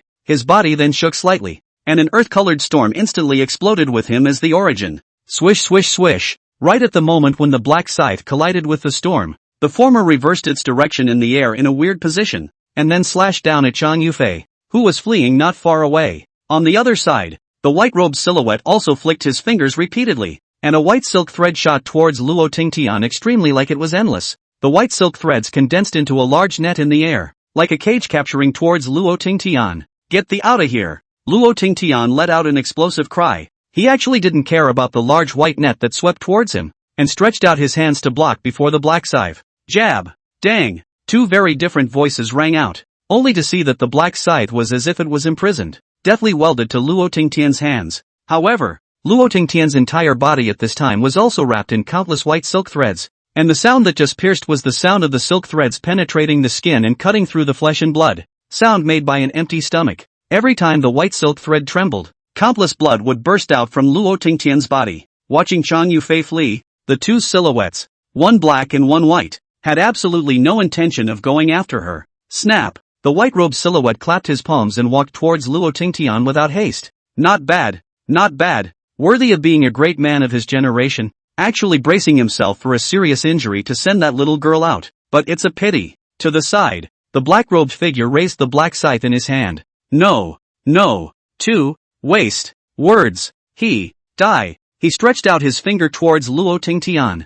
Seeing this, the white-robed silhouette could only spread his hands helplessly, and seemed to say with some apologies, "I'm sorry, Captain Luo, I wanted to talk to you, but my companion doesn't seem to want to procrastinate, so just go in peace. As for that little girl, don't worry, she won't be able to escape," said. The white silk thread pulled violently. Jab. P.S. Talk about the new book. In fact, I wrote more than a dozen beginnings, but they are not satisfied, so they are deleted. Here and everyone to say sorry. The author usually courses also more. One side to take classes, and at the same time to think of a new book. Everyone big brother don't worry. If no accident, the new book this month can get out of the way. Chapter 92, The Scarlet Rose. Wow! The dense jungle. A large mass of grass was pushed over, and then a figure covered in mud rolled out of it. Pust! Chang Yufei spat out a mouthful of black blood. Not caring about the injuries on her body, she struggled and crawled towards the distance. Phew! Just then,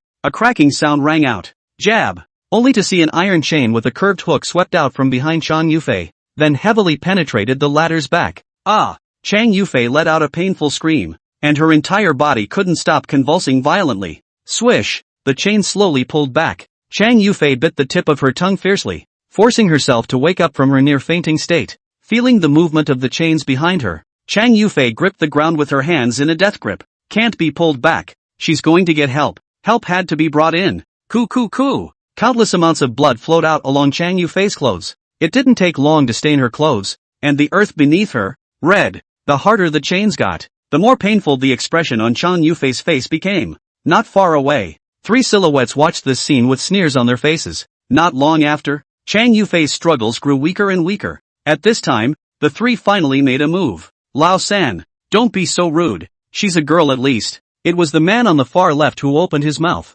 His looks were extremely demonic, and there was always a seductive and bewitching demonic feeling emanating from his hands and feet. On the far right was a burly man with explosive muscles all over his body, and on him, coil after coil of chains were wrapped around his body. At this moment, he was pulling the chain with one hand, and at the other end of the chain, there was an iron hook that was deeply inserted into Chang Yufei's back. However, after Chang Yufei had struggled for a few minutes, a flash of impatience appeared on the demonic man's face. Lao San, stop playing around and hurry up and pull her over. Hearing the demonic man's words, the burly man frowned and couldn't help but intensify his hand movements a few more times. The chains tightened violently. Jab!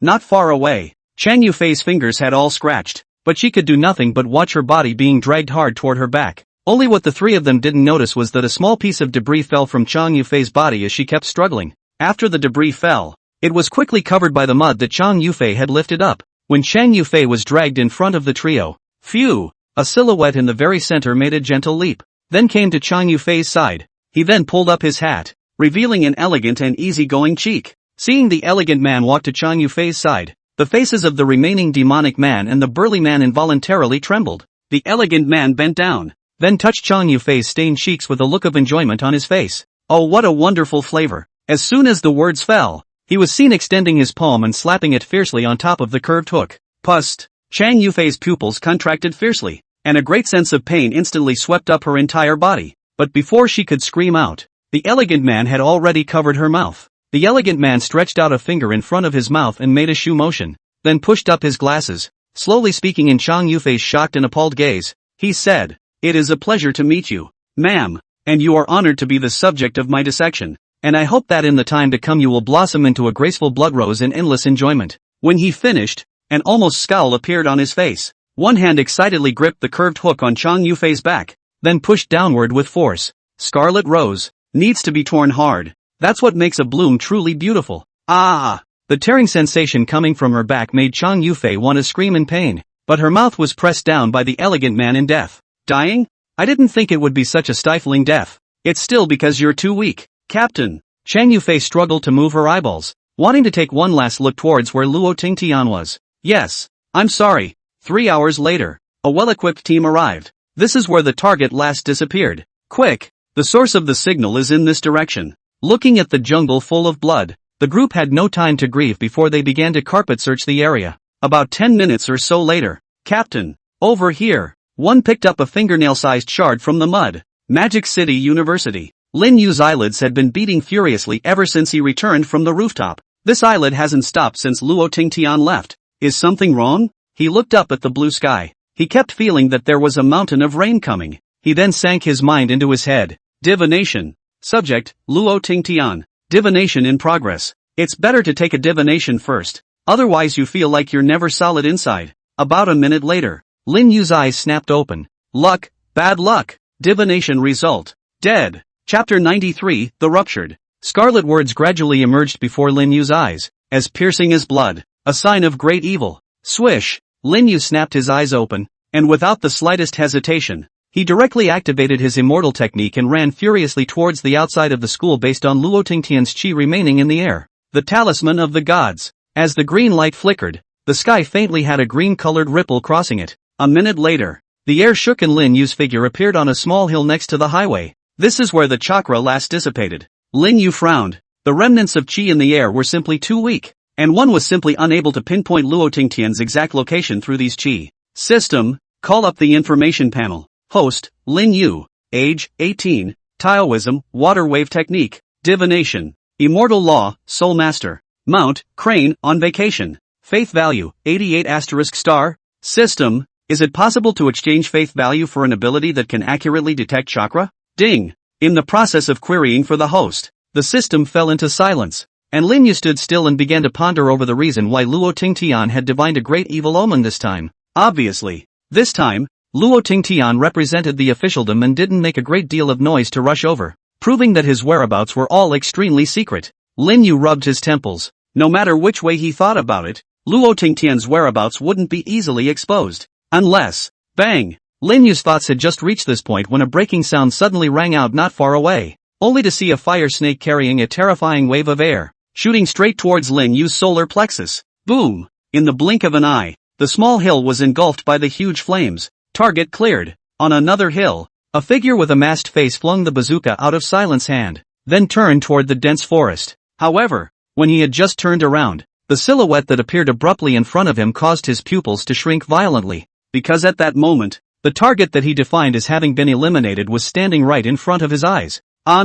Nuisance. Once the target is cleared, retreat as soon as possible. The relevant people from the Dragon Kingdom are on their way. You hear me, Cannon Cracker? A puzzled voice came over the headset. The mission information is incorrect. The target has not been eliminated. After saying that, the masked man known as Cannon Cracker removed his own headset. Lin Yu looked at the masked man in front of him, and there was also a faint stream of light flickering in his eyes. The dress of the person in front of him gave him a very familiar feeling. Off-site. In the next second, the name surfaced in Lin Yu's mind. That's right. The masked man in front of him was practically identical in costume and aura to the two men he had seen in Birdland at that time. Just in the moment when Lin Yu was slightly stunned, the rupturer seemed to seize this opportunity and bent down violently, revealing a blackened cannon port behind him. Boom! A huge brown torrent shot out from inside the pitch-black cannon's mouth, and wherever it passed along the way, countless grasses and trees were hardened and lifted off. Lin Yu's pupils shrunk violently. The green light under his feet flashed, flashing hundreds of meters away in a flash. Not only that, drops of water vapor in the air converged towards him crazily, condensing into a wall of water in front of him. Knock! The brown torrent slammed straight into Lin Yu's original position, leaving a huge deep pit. The remnants of the sound wave crashed hard against the water wall, but only managed to make it tremble violently for a few moments, unable to penetrate it. This kid is not simple. Retreat first. When the cannon cracker saw that the blow missed, his robes shook and a black smoke poured out along his robes. Those black smokes were tiny mechanical spiders so subtle that they were hard to detect with the naked eye. As the little spider's eyes gulped red, it was as if a switch had been activated. Next, the mountain shook as a terrifying energy erupted from it. Boom boom boom. One terrifying sound after another swept out in all directions with terrifying waves of sound. The territory including the several miles around this hill was enveloped in this huge explosion. On the other side, a team from the Dragon Kingdom that was searching suddenly felt the earth tremble from a distance. Immediately afterward, they saw a terrifying mushroom cloud rising from a distant hill. There's something going on over there. Go check it out. Swish swish swish. Four dark red figures were the first to rush out. When they arrived, they couldn't help but look at the mountain peaks that were full of color. And their faces couldn't help but have a strong look of shock. How powerful it would have to be to cause so much damage. One crouched down and grabbed a handful of dirt from the ground and held it to his nose to sniff it. Then, turning to the remaining three, he said, "There's a very pungent smell of gunpowder, and if I'm not mistaken, there are explosives strapped all around this mountain. I just don't know why they suddenly detonated." As he said that, there was also a look of fear on his face. If they search this hill and the other side detonates the explosives, by then, the consequences are simply unimaginable. In all likelihood, they'll just go all to hell. The one in charge frowned, then closed his eyes. A few seconds later, he opened his eyes, looking slightly tired. There are traces of a battle between two men here, but the traces were badly damaged by explosives.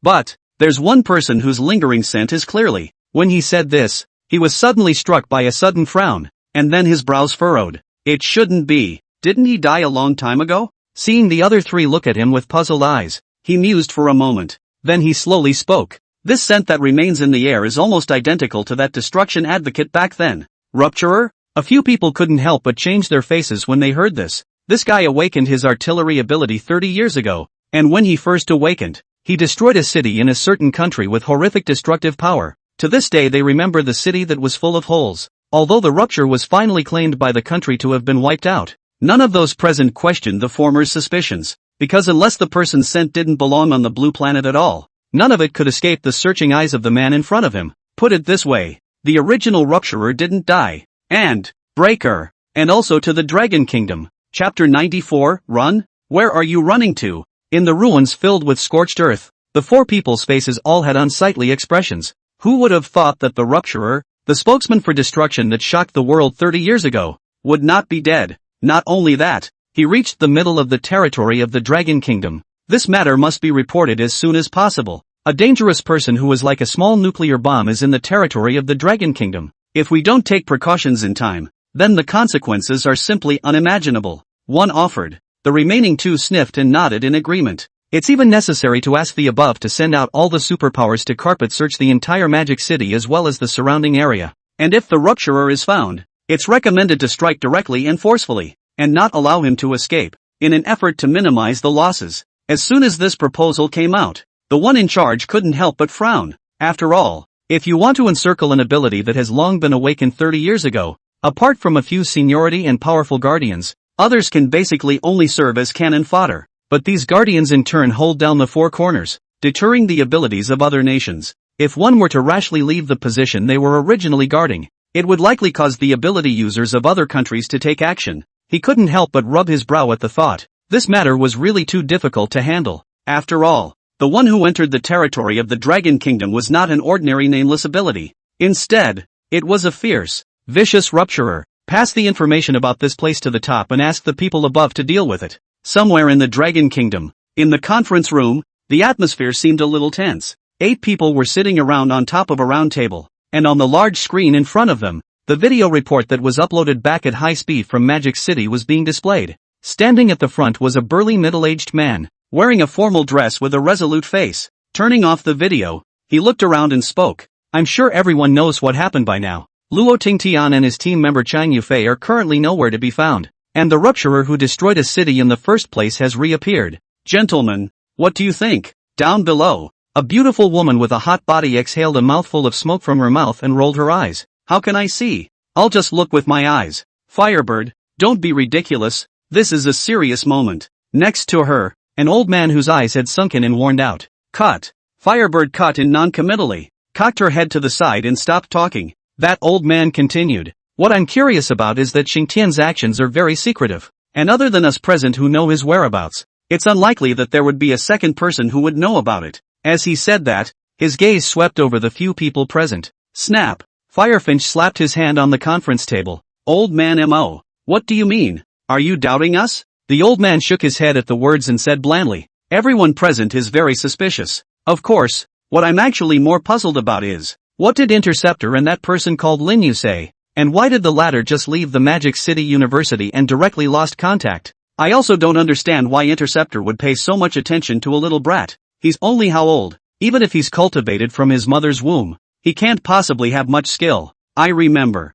Back then, it seemed like you, Firebird, were also very much suggesting that Interdictor go and talk to that little brat named Lin Yu alone, weren't you? On the side, a sultry man holding a needle and thread and making an orchid finger also spoke out. Boom! A blazing flame instantly blazed up on the fire sparrow's body. You're so full of dead demon. You only talk crap on the side to disgust people. If you have the ability to fight with my mother.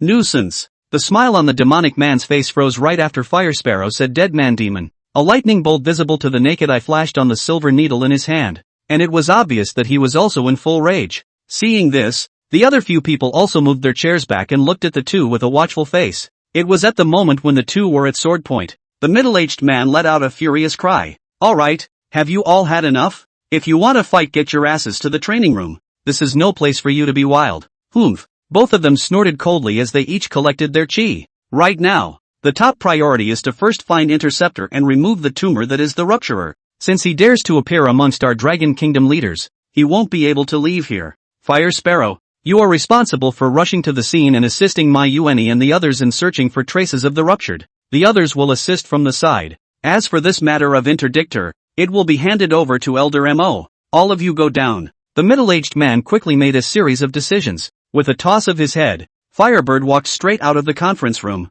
and the others left one after the other. The elderly man known as Elder Mo also nodded towards the middle-aged man, then walked out of the conference room on his crutches. After a few people left, the middle-aged man reached out his fingers to gently tap on the conference table. His eyes slightly narrowed as he looked deeply in the direction where Elder Mo had left for a few moments. I hope I'll be able to pull out the hidden rats this time. Swish! A flash of green light passed by. Immediately after that, a silhouette directly flew out backwards and ruthlessly smashed into the middle of a valley. Click! The mask on the ruptured man's face shattered in response, revealing a scarred cheek. Ahem! He coughed violently a few times, looking at the figure not far away whose entire body was bathed in golden light, and there was a strong color of shock surging out of his face. Asterisk asterisk asterisk asterisk. He spat out a mouthful of bloodied saliva, then struggled to his feet and vanished towards the distance. Hurry up and run. This girl is a tough one. Can't beat her at all. As soon as we get to the front, when the time comes, Raoul is going to get back the face he just lost.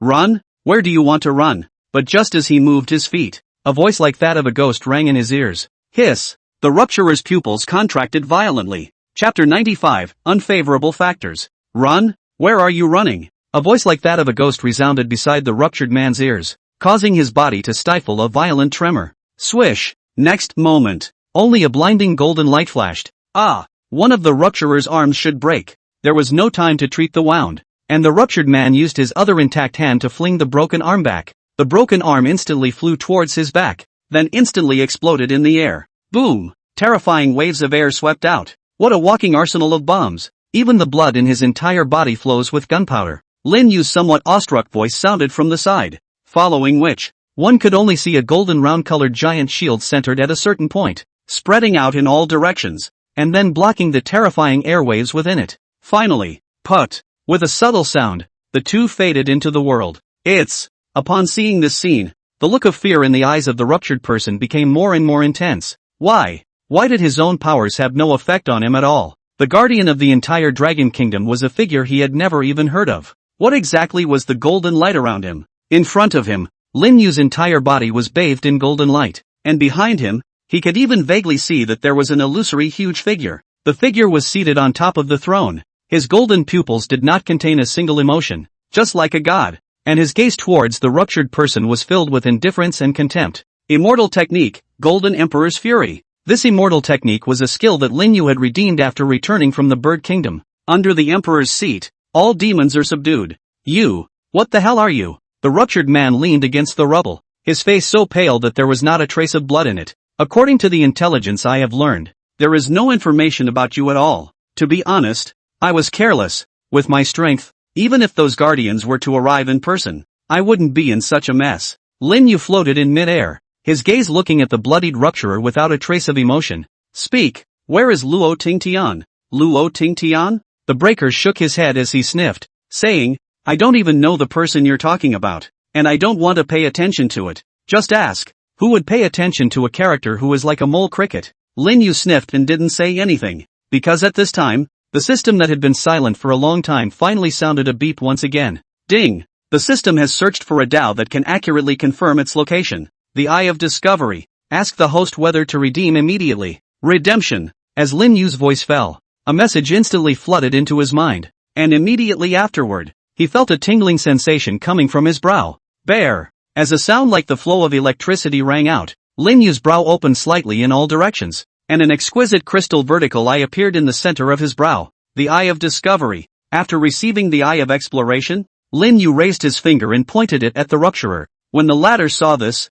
his face couldn't help but change as he hurriedly spoke. I can tell you a very important piece of information that has information about a traitor in the upper echelons of your guardians. I can be a good helper. As long as we are together, money, wealth, women and even status can be obtained. And I haven't committed any crimes in the Dragon Kingdom. Even if you're a guardian, you can't easily sanction me. Otherwise, Buzz. Without waiting for the ruptured person to finish speaking, Lin Yu pointed out a finger. A light golden point of light slowly coalesced at his fingertips. No, you can't kill me. Swish. The point of light turned into a beam of light that went straight through the rupturer's head, churning out his vitality. But you clearly tried to kill me before. Lin Yu shrugged, then withdrew his fingers. After disposing of the rupturer, Lin Yu was also in deep thought. It was obvious that the organization called Otherland was on to himself. Moreover, the words of the ruptured person just now confirmed Lin Yu's previous suspicions. The upper echelon known as the Guardians of the Dragon Kingdom. There are traitors. It's even possible that the leak of Instructor Zhao and their whereabouts in the first place was the handiwork of this traitor.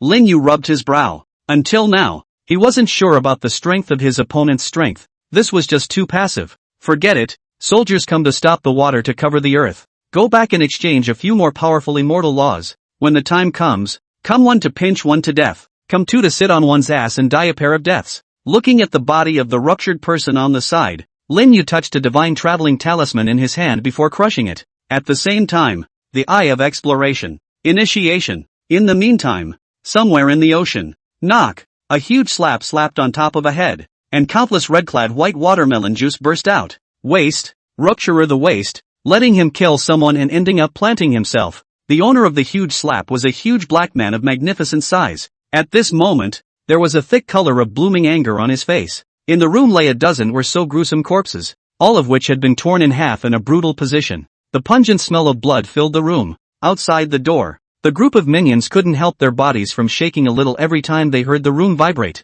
Now, they just prayed that their bosses had killed enough. The room. The giant black man sat down on his ass in his chair, then tapped the table gently. Crunch! At that moment, the minions who were outside the door fishtailed into the room, quickly dragging out the bodies on the floor, and then cleaning up the room. 10 minutes later, the whole room was brand new. Hiss! The giant black man took a deep breath of the airborne sobering agent, a look of intoxication on his face. Sure enough, it's the fresh air that smells best. However, the next moment, his face became gloomy. I can't imagine that the rupturer has actually planted in the Dragon Kingdom. If this is known to those lords of the Holy Land, it will most likely cause them to be dissatisfied. They will doubt my ability to do things. No. Definitely can't let this kind of thing happen. Going for the surefire kill? No, it's still too early. But, after mumbling like a nervous wreck for several minutes, a flash of madness welled up on the face of the giant black man. Go! Notify Black Phoenix of the Dragon Kingdom and tell him to speed up his progress and advance his plan. Yes. On the side, a junior brother got the order, and then quickly gave the black giant man's order. When that junior brother conveyed the order, he turned his head just in time to see the giant man staring at himself with a spring in his eyes. You, come here. The giant man hooked his finger, signaling his little brother to come over. The little brother's face instantly turned white as a sheet. An hour later, a naked man in a ghastly state of death was carried from the room by several men. Chapter 96, Found it? Where to? Deep in the mountains, Lin Yu sat cross-legged on a rock. At the center of his brow, the crystal-like vertical eye was flickering brightly. At the same time, an indescribable torrent of breath that only Lin Yu could see emanated outward along the crystal vertical eye. The quest for leads. After the materialization of the Eye of Exploration, it was able to reveal the chakra of someone or something. Jingle bells. At this time, the cell phone in Lin Yu's bag rang. The crystal-like vertical eye trembled slightly, then slowly closed. Lin Yu took out his cell phone and looked at it. It showed an unknown call. Hello? Is this Mr. Rinwo? As soon as the phone was connected, a female voice with a strong fiery odor came from the opposite side. Lin Yu picked up his cell phone and looked at it. I don't have insurance. The opposite party froze, and then said in a hurry. Don't hang up yet. My name is Fire Sparrow. This call is actually to ask you about Luo Tingtian. Do you have time to meet? Lin Yu pondered a little, thinking for a few seconds, then said, yes, I'll set the location. The opposite party froze, probably not expecting Lin Yu to be so vigilant. Ha ha, that's natural, but I can clearly tell you, Mr. Lin Yu, that although you're the most suspected right now, I still believe in my own vision. Lin Yu was stunned at his words. What vision? Shaking his head, Lin Yu stood up. Now that the official is here, it's just the thing to save some trouble. An hour later, a Cheongsam beauty with an incomparably hot body appeared in front of the Magic City Shanghai Cafe. A lot of men just sneak a few glances and feel a hot current surging through their nostrils. The beautiful woman was not surprised by this, and after a little contemplation, she walked straight in. As soon as he entered, a waiter greeted him naturally. May I ask the beautiful lady? A reservation has been made for someone named Lin Yu. That waiter sniffed and respectfully made a gesture of invitation. Mr. Lin Yu is in VIP room number 6. Learning the location, the beautiful woman stepped on her high heels and walked towards the number 6 private room. As soon as he pushed open the door, as soon as he saw Lin Yu sitting on the chair, his expression couldn't help but freeze. Lin Yu revealed a smile towards the beautiful woman and laughed. What? Haven't you seen my looks before? Any surprises? The beautiful woman came back to her senses and laughed. I've seen the looks before, but I didn't think that you, Mr. Lin Yu, would actually look so tender. Rin Yu. The beautiful woman sat across from Lin Yu and naturally crossed her legs before pulling out a lady's cigarette from inside the fanny pack on her crotch. My name is Firebird. Mind if I smoke? Mind. Firebird. Firebird rolled her eyes, but cooperated by putting the cigarette back. After putting away the cigarettes, Fire Sparrow then said bluntly, Mr. Lin Yu, I'll just open up the sky. Regarding Luo Tingtian's matter, this time, the higher-ups feel that you are the most suspected. Firebird kept his gaze on Lin Yu, trying to catch the slightest fluctuation of emotions from the other party's face. But after staring for half a day, the latter's face didn't even blink, not to mention emotions. Seeing this, the Fire Sparrow sighed slightly and continued. Of course, I naturally don't believe that Mr. Lin Yu would make a move against Luo Tingtian. After all, there's no reason. Lin Yu didn't say anything because at this moment, his entire focus was on what he had just already explored about Luo Tingtian's chi. Just now, the eye of exploration had basically locked onto the latter's aura, and now he only needed to dig it out and then follow the trail to find Luo Tingtian's location. Only, about Luo Tingtian's aura was rapidly dissipating. It was likely, the latter has met with misfortune. On the side, when the Fire Sparrow saw that Lin Yu didn't move at all after listening to his paragraph, his good-looking eyebrows couldn't help but wrinkle. This little kid, overdoing it haha. You should know that you are one of the most grumpy people within the Guardians, and no one has ever dared to give such a look of disinterest in front of the old lady. If it wasn't for your handsome face, I would have slapped you in the face. He's fresh meat, and that dead captain strongly requested me to change my fiery temper. Don't get angry, don't explode. I'm a lady, I'll endure. After reciting this several times in his heart, the Fire Sparrow once again resumed his previous amiable smile. The reason for taking the initiative to seek you out this time is actually to want you to assist us. The first thing is that we want you to take the initiative to cooperate with us and explain. Jingle bells. Before Firebird could finish her sentence, her headset suddenly twitched. A voice then reached her ears from inside. What? Say that again. The next second, she blushed and stood straight up from her chair. Lin Yu was also startled by the Fire Sparrow's sudden movements. Fire Sparrow took a few deep breaths, then showed an apologetic look towards Lin Yu. I'm sorry, Mr. Lin Yu.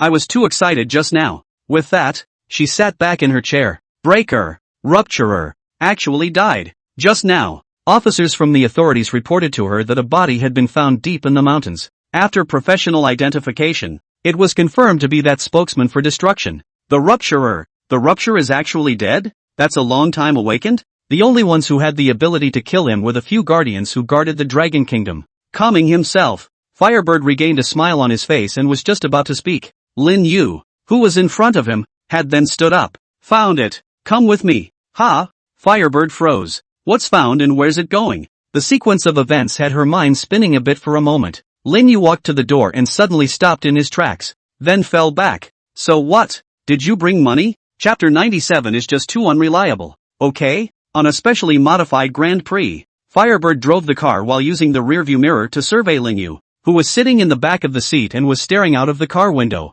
He's a good-looking guy, but I didn't realize that I'd have to pay for the room at the end. The most important thing is that I have to be the chauffeur. The Big Ben chugged along, eventually arriving at the foot of a mountain just outside the suburbs. Firebird was the first to get out of the car, looked around and found nothing, and in the end could only cast an inquiring look towards Linyu. So, what's the point of having me bring you here in my car? Viewing the scenery? Linyu stepped out of the car, then walked straight towards the mountain. Hey, you still haven't told me what I came here for? I asked you to provide information on Luo Tingtian, not for you to drag my old lady here for a wild booty call. Seeing Linyu walk towards the mountain on his own, the fire sparrow instantly stopped in front of Linyu. Linyu stood still and said, "Yeah, that's right. I'm taking you to find Officer Luo." Firebird? Firebird had a "you're teasing me" look on his face. There's only one long deserted Taoist temple on this mountain, and the relevant people have already surveyed it, and there's no clue to speak of at all. Linyu didn't say anything, lifting his feet and walking towards the mountain.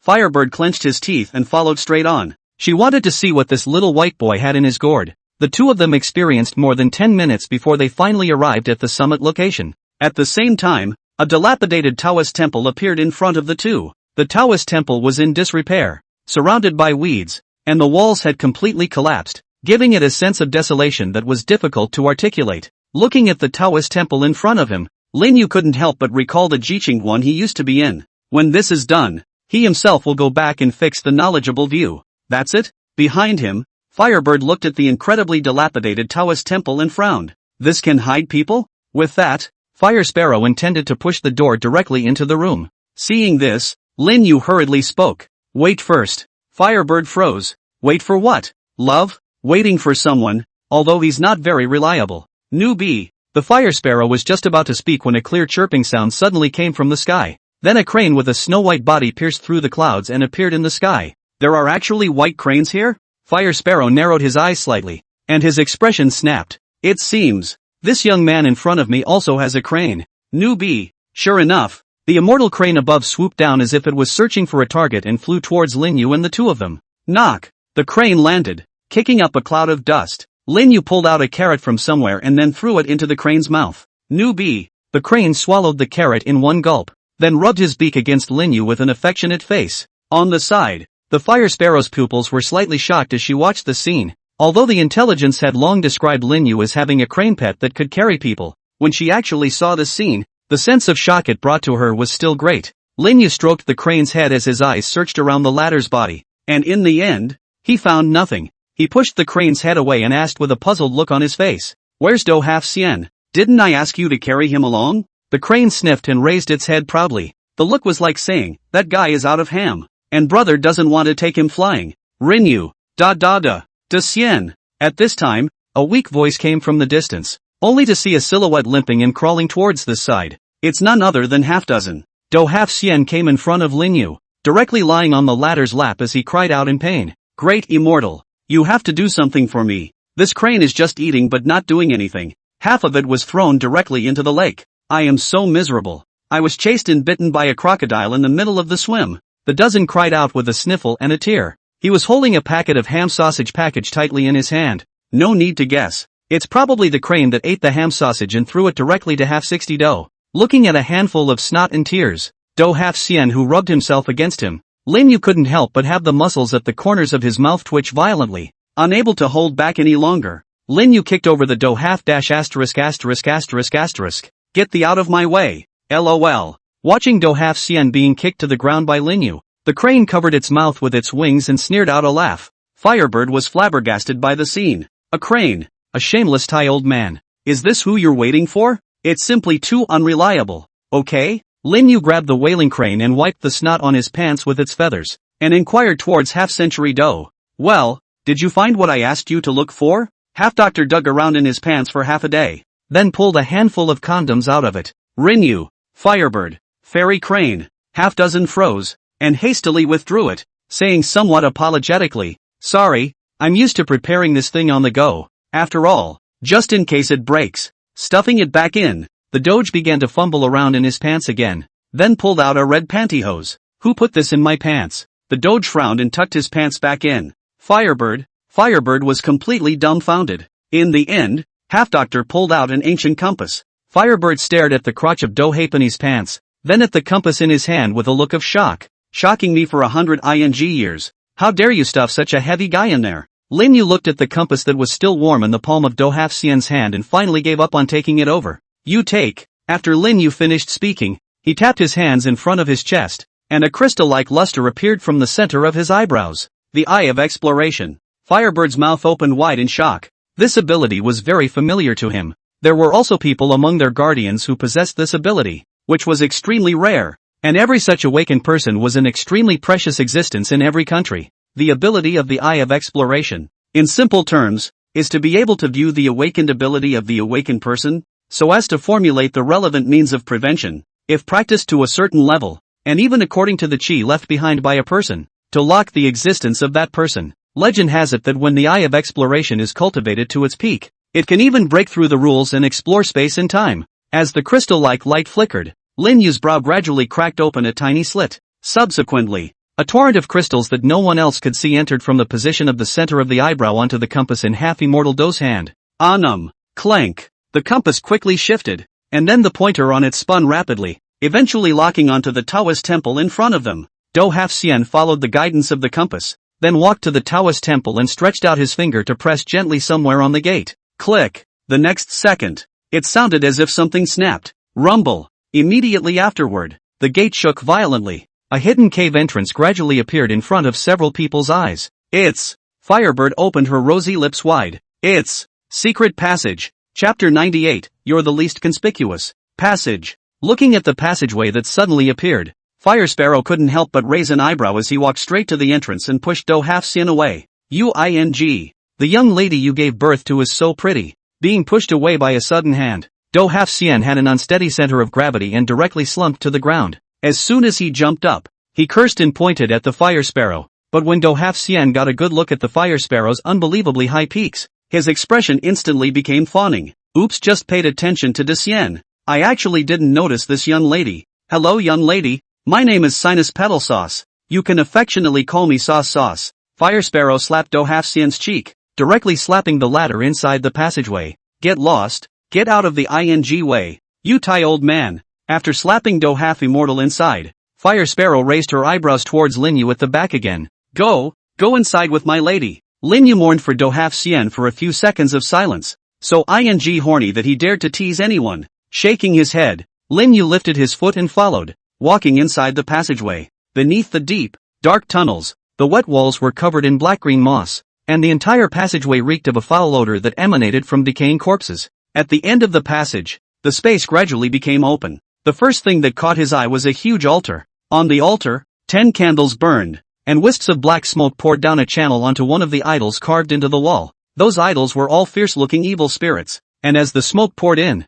each idol loomed like it was coming to life, greedily sucking in the smoke. And in front of the idol, 4 silhouettes were making a non-stop pilgrimage, and on their faces, they were all wearing a pitch-black colored mask. At the moment, their mouths were chanting, "Oh my divine Lord, please accept the sacrifice of your pious slave. Holy Lord, Holy Lord." And the sacrifices they were talking about were 2 corpses laid flat on a stone platform, Luo Tingtian and Chang Yufei. And with the chanting of several people, there was also a gust of gloomy wind blowing on the altar, and the 2 corpses quickly dissipated at a speed visible to the naked eye. It's like being literally devoured. At a certain moment, a silhouette that was making a pilgrimage suddenly stopped doing so. Then slowly, he raised his head, revealing a dry, aged cheek. He stretched out his finger and pointed it toward the mouth of the passage. There are intruders who presume to come and disturb our Lord who awakens the sacred. Go and stop them. Ho ho ho. As soon as the words fell, the idols on the walls let out a deafening roar. Only a stream of black wind whistled out from inside their mouths, carrying an incomparably fishy odor as it swept towards the mouth of the passage. In the meantime, in the dark, damp tunnels, a faint flame burned up from the lighter in Fire Sparrow's hand as she walked ahead of him, and behind him, there was a wary Do Halfpenny and a cozy Lin Yu. Do Halfpenny walked in the middle, tightly relying on Lin Yu's side, not daring to leave that much more than a millimeter. The Fire Sparrow in front glanced at the former with his afterglow every now and then, helplessly rolling his eyes. That's it? You want to hit on me? You can't even get an erection when you're naked. Cut. I really haven't seen such a timid old thing, at least more than Lin Yu lived for decades. This can't wait to be tied to someone else's posture. I'm so sorry. Behind him, Do Half-Xian held a compass in his hand and looked around cautiously, fearing that something would suddenly rush out. If he knew what was going through the mind of the fire sparrow at this moment, he would probably cry out directly, "You think I want to come down? Buzz off!" Just then, the needle on the compass spun rapidly. Dyson. Seeing this scene, Half-Immortal Do subconsciously looked to the side at Lin Yu, who was frowning as he gazed towards the passageway in front of him.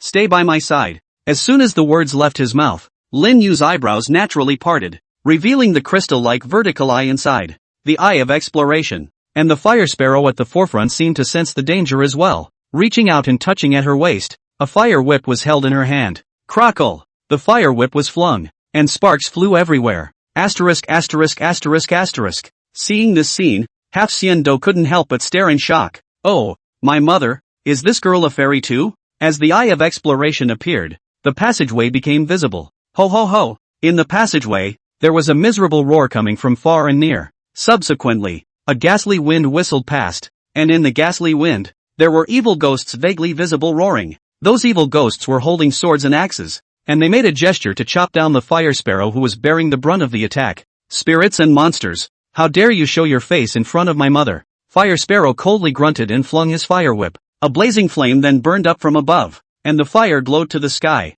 illuminating the entire passageway. "Even though you're already dead, I want to kill you again." The fire whip was flung. Wherever they went, countless evil spirits let out mournful screams and dissipated into wisps of green smoke, straight to the forced over-eyed. Pust! On the other side, a man in black spat out a mouthful of blood. His pupils were filled with shock at this moment. How could it be? How could my legions of evil spirits be broken up with a single whip? The man clenched his teeth. His palms flew to form seals, and he continued to urge the evil ghost to attack towards the fire sparrow. In the passage, as he watched the fire sparrow cleanly clean up one of the terrifying evil spirits, Do Half-Xian's eyes went straight. "Grandma, if she marries this woman, she'll be hung up and beaten every day. No, no, with such a rich woman, where won't you walk sideways in the future?" Thinking of this, half-dozen's eyes couldn't help but glow. Snap! Every time the fire sparrow's fire whip was waved down, the passageway that was originally ravaged by the gloomy winds would be unclogged for 1 point. It wasn't long before the ghostly screams inside the passageway became more and more rare until they disappeared. "That's it? I haven't fought enough." Firebird picked up the long whip with a non-committal look. Do Half-Xian immediately ran to Fire Sparrow's side with a fawning face. "Hey yeah, you're so strong, Missy." Fire Sparrow gave a disgusted look at Do Half, then stepped on her heels and walked straight toward the end of the passage. The latter followed immediately. Just as the Fire Sparrow had just taken a step, her figure suddenly became illusory, and then she and the Do Half-Immortal directly disappeared into thin air. Lin Yu frowned and was about to follow, but just as he raised his step, the passage in front of him suddenly transformed rapidly. Next, he had appeared inside a cave full of giant stone statues. GGG. A sinister voice rang through the room. "Based on my observation, that smelly woman is too dangerous to fight. As for that old man, he should be a hidden big shot and not easy to deal with. And in the whole team, you seem to be the only one who is the most inconspicuous. As long as I catch you, then I'll use you to threaten them." Jia. In the corner, a black figure gradually emerged. He revealed a hideous smile towards Lin Yu. "Don't worry, I'll gently twist your limbs." Chapter 99, Ghosts? Demons? Gods? In the deep and silent cave, Lin Yu listened to the black-robed man's quite reasonable analysis, and for a while he couldn't think of any reason to refute the latter, so he could only nod his head in recognition and said, "You are very observant, knowing that I am the best to deal with. But, before I die, am I able to ask you a few questions? I won't be able to escape you anyway." The man in black stuck out his tongue and licked his somewhat dry and cracked lips, hoarsely saying, "There is an old saying in our dragon kingdom. It's called the villain dies from too many words, and why should I answer your question? Wouldn't it be more pleasurable for me to let you go to hell with your doubts?" Lin Yu shook his head and folded his hands in front of his chest. "God won't forgive the sins in me if you kill me like that. And, how can you be called a villain when you are a slave of God?" Man in black. At this moment, the black-clothed man fell into silence, seemingly dwelling on what Lin Yu had said. After a while, he looked at Lin Yu with slight doubt and inquired, "You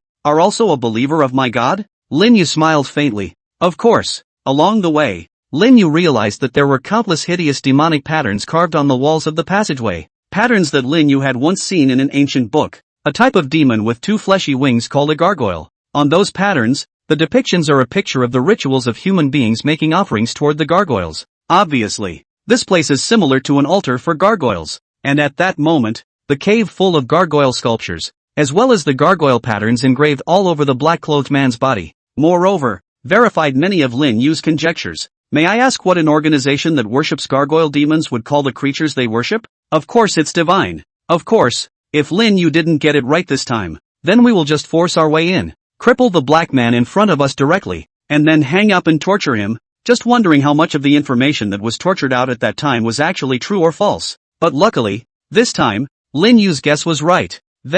Sure enough, a group of worshippers who worship gargoyles as gods. Lin Yu also discovered a general rule that any religious person who made mindless offerings to the gods didn't have a very good brain, whether it's on TV or in reality. Once these brainwashed fans who claimed to be servants of the gods became involved with the gods they believed in, then, their IQ will plummet. Oh my holy lord, not far away, the man in black stretched out his hands towards the sky with a pious face. Finally, he mused for a moment, then slowly spoke out. Your request is granted by my lord. Now, you ask, but you only have 3 chances, and after those 3 chances, I vouch in the name of my lord to let you die without being punished for your sins. First question. Lin Yu didn't waste any time and stretched out a finger. The reason you came to Dragonland? The black-clothed man's body trembled for a moment, then regained its composure. To awaken my lord, many sacrifices are needed, and you, the Dragon Kingdom, are undoubtedly the best choice. The Dragon Kingdom had a large landmass and a large population, so I'm afraid that the sacrifices he was talking about were blood or something like that. These guys, they actually want to use us dragons as sacrifices. The most offensive thing was that, listening to his tone, it seemed that he was a Dragon Nation man himself. Second question. How many of you are there? Lin Yu's question was very rough, mainly if he asked too carefully. This girl wouldn't necessarily answer. Counting the sect master as well as the 12 protectors, there are hundreds of us in the divine sect. Lin Yu's eyes narrowed slightly. In that case, the scale of this divine sect was already considered very large, and these people were hidden so deeply that this time, if it wasn't for the eye of exploration tracing Luo Tingtian's chi tracking down, this stronghold wouldn't have been discovered at all. One last question. What is your relationship with the other place? Lin Yu had a vague feeling that this so-called divine religion and that foreign land, it was also inextricably linked. Off-site? The man in black obviously froze, and then he actually knelt directly on the ground in front of Lin Yu. Please, my lord, calm your anger. Afterwards, he raised his head and turned to Lin Yu and shouted out angrily. How dare you? That is the place where my lord lies dormant, an existence that is held sacred by us. Even if you are a believer in my lord, you must suffer from the pain of this severed limb. The land of the sleeping? Before Lin Yu could return to his senses, the man in black made a seal with his hands in front of his chest. Rumble. As a result, the entire cave's gargoyle statues shook violently. Knock knock. A sound like the beating of a heart rang out. In the next second, the eyes of a dozen or so stone statue ghosts opened steeply, with scarlet light flickering up inside, and at first glance, it looked like they had come to life. Accept the judgment of my lord. The black-clothed man's palm pressed down towards Lin Yu. Those stone ghosts also raised their own paws at the same time and stomped down hard towards Lin Yu, facing the paws trampling towards him. Lin Yu's expression on his face remained unchanged and he merely extended his hand and snapped his fingers. Click. Senpai, soul. A strand of white silk threads invisible to the naked eye vanished into the void from Lin Yu's fingertips and appeared above the gargoyle statue, followed by pust. It poured straight into the bodies of those statues. Put. The black-robed man in the distance spat out a mouthful of blood, and there was a strong look of shock in his eyes. My manipulation of the idol. No, what the hell did you do? In a split second, he felt like all his control over the statue had all but disappeared. His first reaction was that this was all the handiwork of the teenager in front of him. Lin Yu didn't bother with him as he rubbed his chin and fell into deep thought. The basic information so far is that this is an altar. The number of people is currently unknown, and that the altar was opened by an organization called the Theocracy. The purpose is to awaken a god. No, I should say a gargoyle boogeyman, and this Theocracy is inextricably linked to the other lands. Are there really gods in this world? Lin Yu gazed over at the stationary stone goblin statue. This otherworldly place seemed even more terrifying than he had imagined. But then he smiled easily. God or no god, but this awakening ceremony will not take place if you try to use my Rococo people as sacrifices. Lin Yu reached out and shook his hand. Knock. A statue then rose straight up and crashed towards the wall. Bang, bang, bang. With a dozen loud bangs, the statue crashed into pieces. No. Looking at this scene, the black-clothed man on the side immediately felt his liver and gall blown apart. My lord, you shall not be forgiven. You shall be punished by my lord to hell. Lin Yu pulled out his ears with a look of disbelief. He stretched and took a step towards the man in black. Whether I'll go to hell or not I don't know, but if you don't tell me all you know, I'll let you feel it early. What is called hell? Chapter 100, this guy's got a taste for it. Not long after, with a rumbling sound, the door slowly opened, and then the man in black walked out from inside the room. Outside the door, there were already two religious men, also dressed in black robes, waiting. Seeing the man in black come out, the two men bent down toward the former with great respect. May the Lord be with us. When they finished, their eyes looked around the room just in time to see the corpse lying not far away and the remains of the stone golem scattered all over the floor. The two men's eyes widened for a few moments.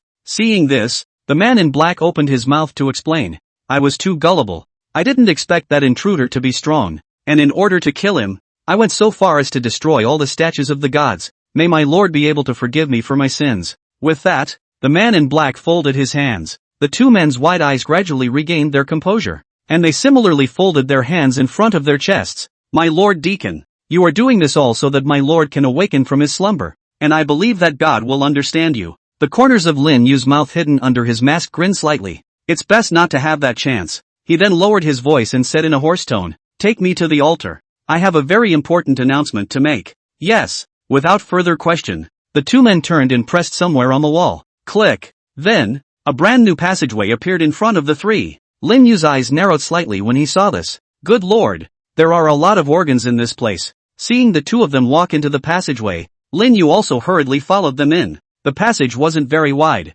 just wide enough to accommodate two people side by side. What made Lin Yu somewhat sick to his stomach was the light green liquid that was filling the floor of the passageway. There was a sticky feeling when he stepped on it. Moreover, the fishy odor that emanated from it almost made him fail to raise his breath. Are the two dangling hairs in front of you completely oblivious to the stench? Looking at the two people in front of him whose footsteps were not affected in the slightest, Lin Yu couldn't help but speculate about did they grow up in a cesspool? Lin Yu stretched out his finger and lightly pinched it. Sound of escaping laughter. A small ball of water then appeared in his hand, and while the two of them weren't paying attention, Lin Yu quickly placed the small ball of water inside his mask. Hiss. Took a deep breath. Nice. The air cleared up. The water wave technique was just too strong. Finally, after traveling for about 10 minutes, the dim vision gradually opened up. At this moment, the two at the front also stopped and respectfully parted. Lin Yu walked over and stared, and his eyes widened for a moment. This underground altar is actually this big. What appeared in front of Lin Yu was a huge and incomparable altar. The entire altar, according to Lin Yu rough estimate, about the size of 10 soccer fields. People standing on it like a small black dot. Around the altar, stars stood hundreds of people, each of them wearing black robes and a gargoyle mask on their heads. At this point, on the ancient, blood-spattered altar, the high priest named Theocracy held the sacrificial staff in his hand and shouted a complicated, esoteric incantation from his mouth. It seems that he is now performing a sacrificial ritual. Lin Yu utilized his eye of exploration and his gaze flew around the altar as he scanned the area. Firebird and half immortal? How did they get arrested? In a small cave next to the altar lay a young woman in a cheongsam with an old man with messy hair. It was none other than Fire Sparrow and Do Hafsun. Their bodies were covered in wounds, especially Fire Sparrow, whose cheongsam was in pieces, revealing a large area of spring light, and her fire whip had broken in two and was casually tossed aside. Purify. The high priest raised the staff of sacrifice. Down below, everyone was raising their hands at the same time and shouting up, May our Lord descend to the earth and purify it. May our Lord descend to the earth and purify it. Get on the altar. With a shout from the high priest, all of the congregants began to run towards the top of the altar, including the two who were beside Lin Yu. Lin Yu ran after him twice, then silently ran towards the altar location when no one else was looking. On the altar, Do Hafsun and Fire Sparrow were tied together by a thick hemp rope. Even though the countless spring light leaked out next to him, Do Hafsun's face was just like a dead Dician, crying in mourning. Finished, finished, this is completely finished. Did not tease the rich woman not to say, but also put himself into the, can't imagine that I do half immortal across the love field for decades. Finally still want to fall into a single old virgin name. Whoops. On the side, Fire Sparrow's silver teeth clenched. If not for the fact that she was poisoned and couldn't move, she would have wanted to kick the old man next to her to death. Do Hafsun's eyes stumped, directly began to swing. You come ah. Anyway, you can't move now. How two will go to hell at the same time after? I have to continue to scream in your ear. Firebird, you tie old man. Do Hafsun, damn. If it wasn't for you, how would I have gotten caught? Oh, my great immortal, come and save the child. Firebird. Off to the side. The religious man guarding the two men had his hands over his ears, a skeptical look on his face. Finally couldn't stand it anymore. Picked up the rolling pin next to him and poked. Noisy, noisy, noisy, my ears are almost calloused. All give me shut up. Oh, half dozen was struck like a blow, and his mouth suddenly opened into an oval. He was trembling as he looked at the religious, the corners of his mouth twitching. Down to earth. The religious man exhaled a breath of cloudy air in relief, and was just about to speak when he glanced at his afterglow, just in time to see a man in black walking towards him. The former's eyes lit up when he saw this, and he bumbled towards the latter. Deacon! Lord Deacon! What brings you over here? Lin Yu pretended to be deep. I heard that the captured intruder is being held here. Show me. Yes, Lord Deacon. The religious man sniffed and was very excited to make way for Lin Yu. The congregation led Lin Yu to the altar location. The former excitedly introduced to Lin Yu. These two unintentionally fell into the formation laid down by the Lord Protector, so they were captured alive. According to what the High Priestess has said, later on, their flesh and blood and souls will be used as sacrifices for the opening of the altar. Lin Yu nodded. With his hands behind his back, he walked up to the two men. When he saw Do Half-Xian's enchanting posture, his eyes almost fell out. At this time, Do Half-Xian's mouth was open and round, and his tears were falling down. When he saw the black-robed man in front of him keep glancing at his body, Chrysanthemum couldn't help but tighten up and almost cried out. Can't be. Is it possible that I sinus Half-Xian break the virginity can't be countered to be? Lin Yu didn't move and wandered around a few times, and after realizing that there was no one else around, he violently turned around and slapped the congregant on the side of his head before he could react. Bang! The religious fell to the ground in response. The fire sparrow hadn't reacted to what was going on, and Do Half-Xian's body was even trembling directly. He watched in horror as the man in black, after knocking out the congregation, pulled something out of his pocket in his hand and walked towards himself. This guy, he's really good at that. He's not still going to knock out. Stronger, right? Chapter 101, The High Priest. Don't you come over here, ha. I've been a virgin all my life, and before I die I feel that I can't be counterattacked, and even if I must be attacked, only De Xian can attack me. When the fire sparrow on the side heard this, his eyes widened to the size of a bird's egg. Me. This is what I'm hearing. My ears are unclean. My heart has always been Dyson. Even if you. Half-Centurion Do was still trying to speak, but Lin Yu had already pulled out a small returning pill and stuffed it into the former's mouth. Do Half-Xian was shocked. ************************************************ still use medicine. Holy. Lin Yu could no longer tolerate half-dozen's pie-in-the-sky brain circuits. Picking up the cloth shoe that the congregant had dropped on the floor, he swished it into the latter's mouth. Ooh-hoo. Even with the shoe in his mouth, Do's face had defiance written all over it. Lin Yu's heart suddenly fluttered as he said in a hoarse voice conspiratorially, "Don't you know that I love to resist the most? That taste of resistance. TSK. Hearing these words, Do Half-Xian's originally struggling body instantly quieted down. He looked tearfully at Lin Yu disguised as a man in black, and his face seemed to have written all over it. Brother, be gentle later. Okay. Serve the sacrifice.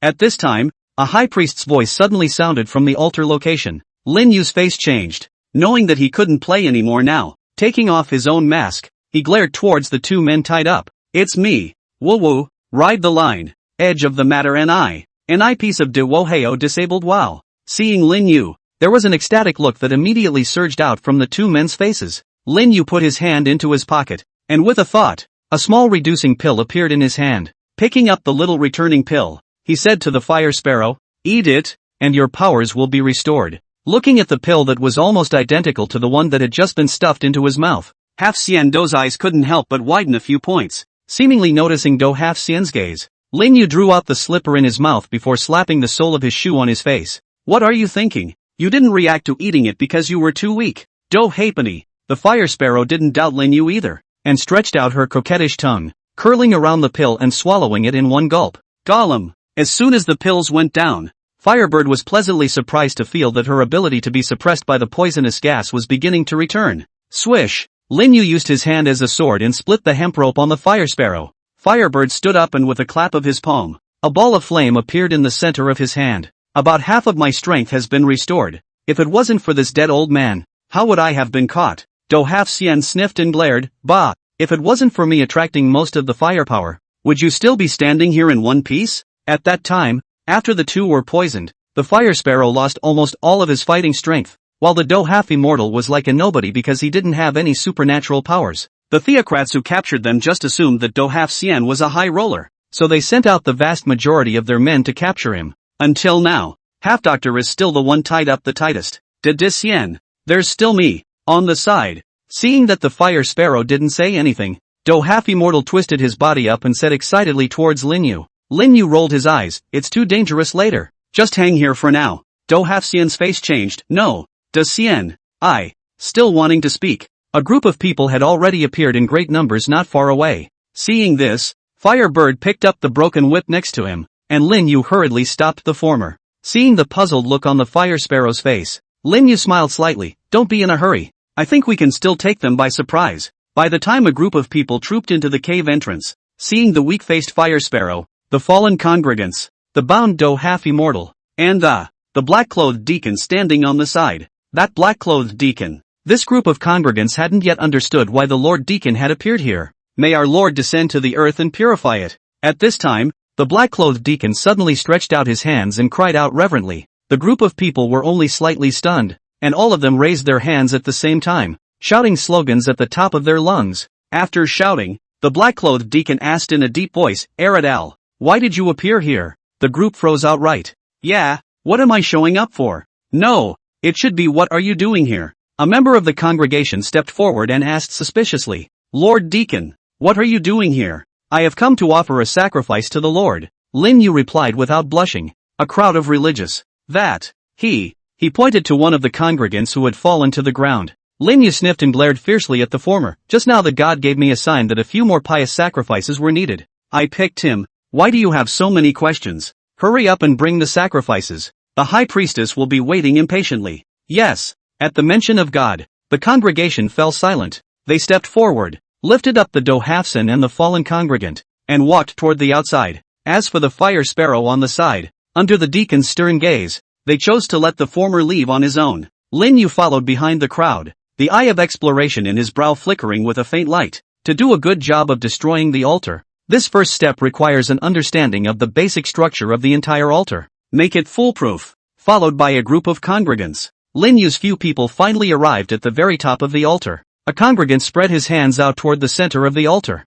his face full of respect. High priest, God's sacrifice has been delivered. Lin Yu also looked towards the center of the altar. There, the high priest with a scepter in his hand was kneeling before a huge golden statue of a stone golem with a pious look on his face. He was seen waving his scepter and drawing a tedious pattern on the ground at a rapid pace. Buzz, only to see that huge golden stone statue ghost's body quickly shaking up. There were actually 2 huge drops of blood tears flowing out from its pupils. A few of the congregants beside the statue were quick on their feet and flew to pick up their pots and pans to catch the 2 drops of blood and tears. A strong, fishy odor filled the air. It made the 3 of them, Lin Yu, recoil a little for a moment. After doing so, the high priest exhaled a deep, cloudy breath, then slowly stood up and turned around. Hiss! Looking at the appearance of the high priestess, Lin Yu's pupils contracted fiercely, and waves of shock rolled up within him. This high priest, actually, him. Chapter 102, Don't play like that. When the high priest's true face appeared in front of Lin Yu's eyes,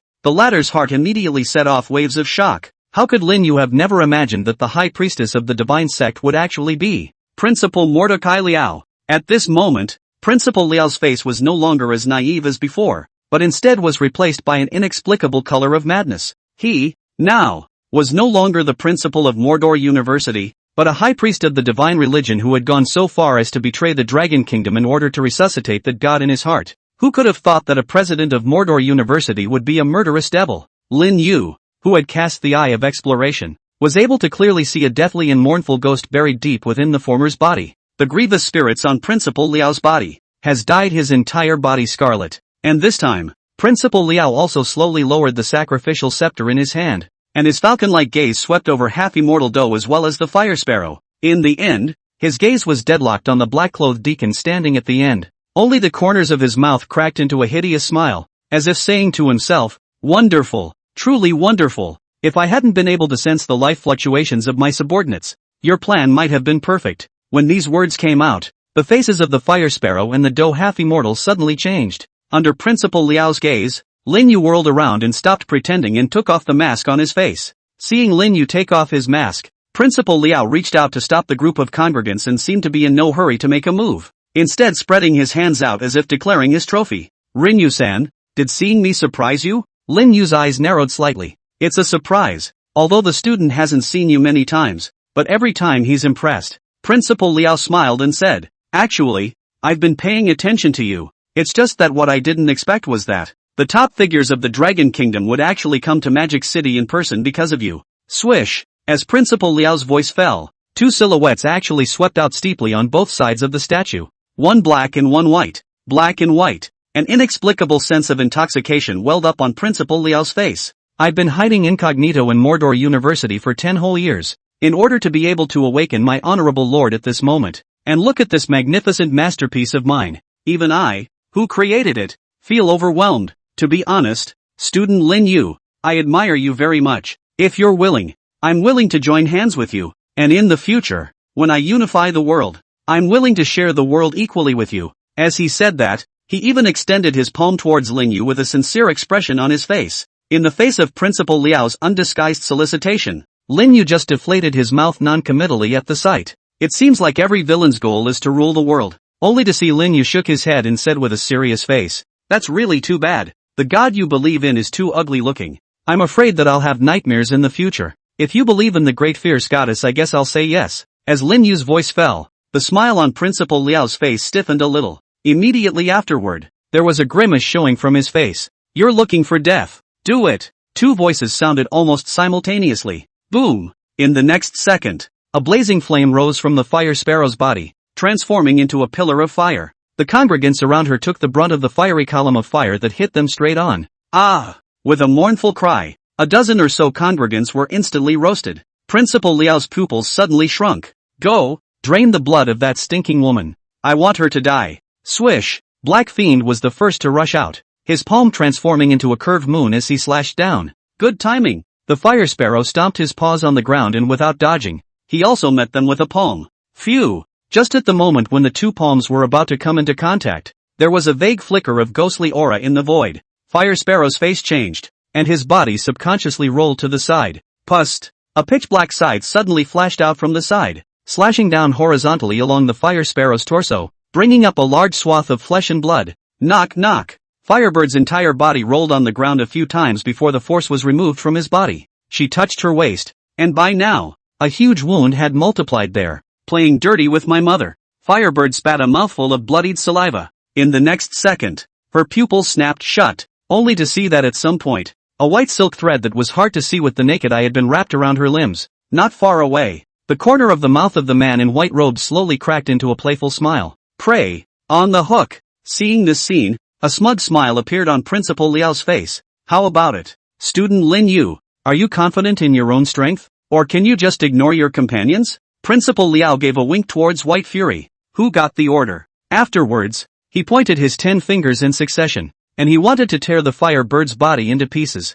Pardon. Next moment, a huge pillar of light that looked like a vast golden light descended from the sky and landed directly on the body of the fire sparrow, annihilating all of the countless white threads on its body. At the same time, it also shook back the Black Fury who was planning to make a fatal strike. White Fury. Both of them looked along the golden light at the same time, only to see that not far away from Lin Yu's body, a terrifying pressure filled the air amidst a shroud of golden light. Vaguely, the crowd could also see a gigantic silhouette located behind Lin Yu looming. Kill him! Principal Liao raised the scepter in his hand, and pushed it down to the ground with all his might. Rumble! Next moment, as the scarlet light flickered in the eyes of the golden-colored gargoyle, it was actually gradually awakening. Another statue play. Lin Yu folded his hands in front of his chest and threw a bottle of great restorative elixir to the fire sparrow. You stop those two. If you can't do it, get high. I've got enough. The firebird caught the great restoration dan, then took out one and swallowed it. The golden light flashed, and the huge wound at her waist actually recovered instantly,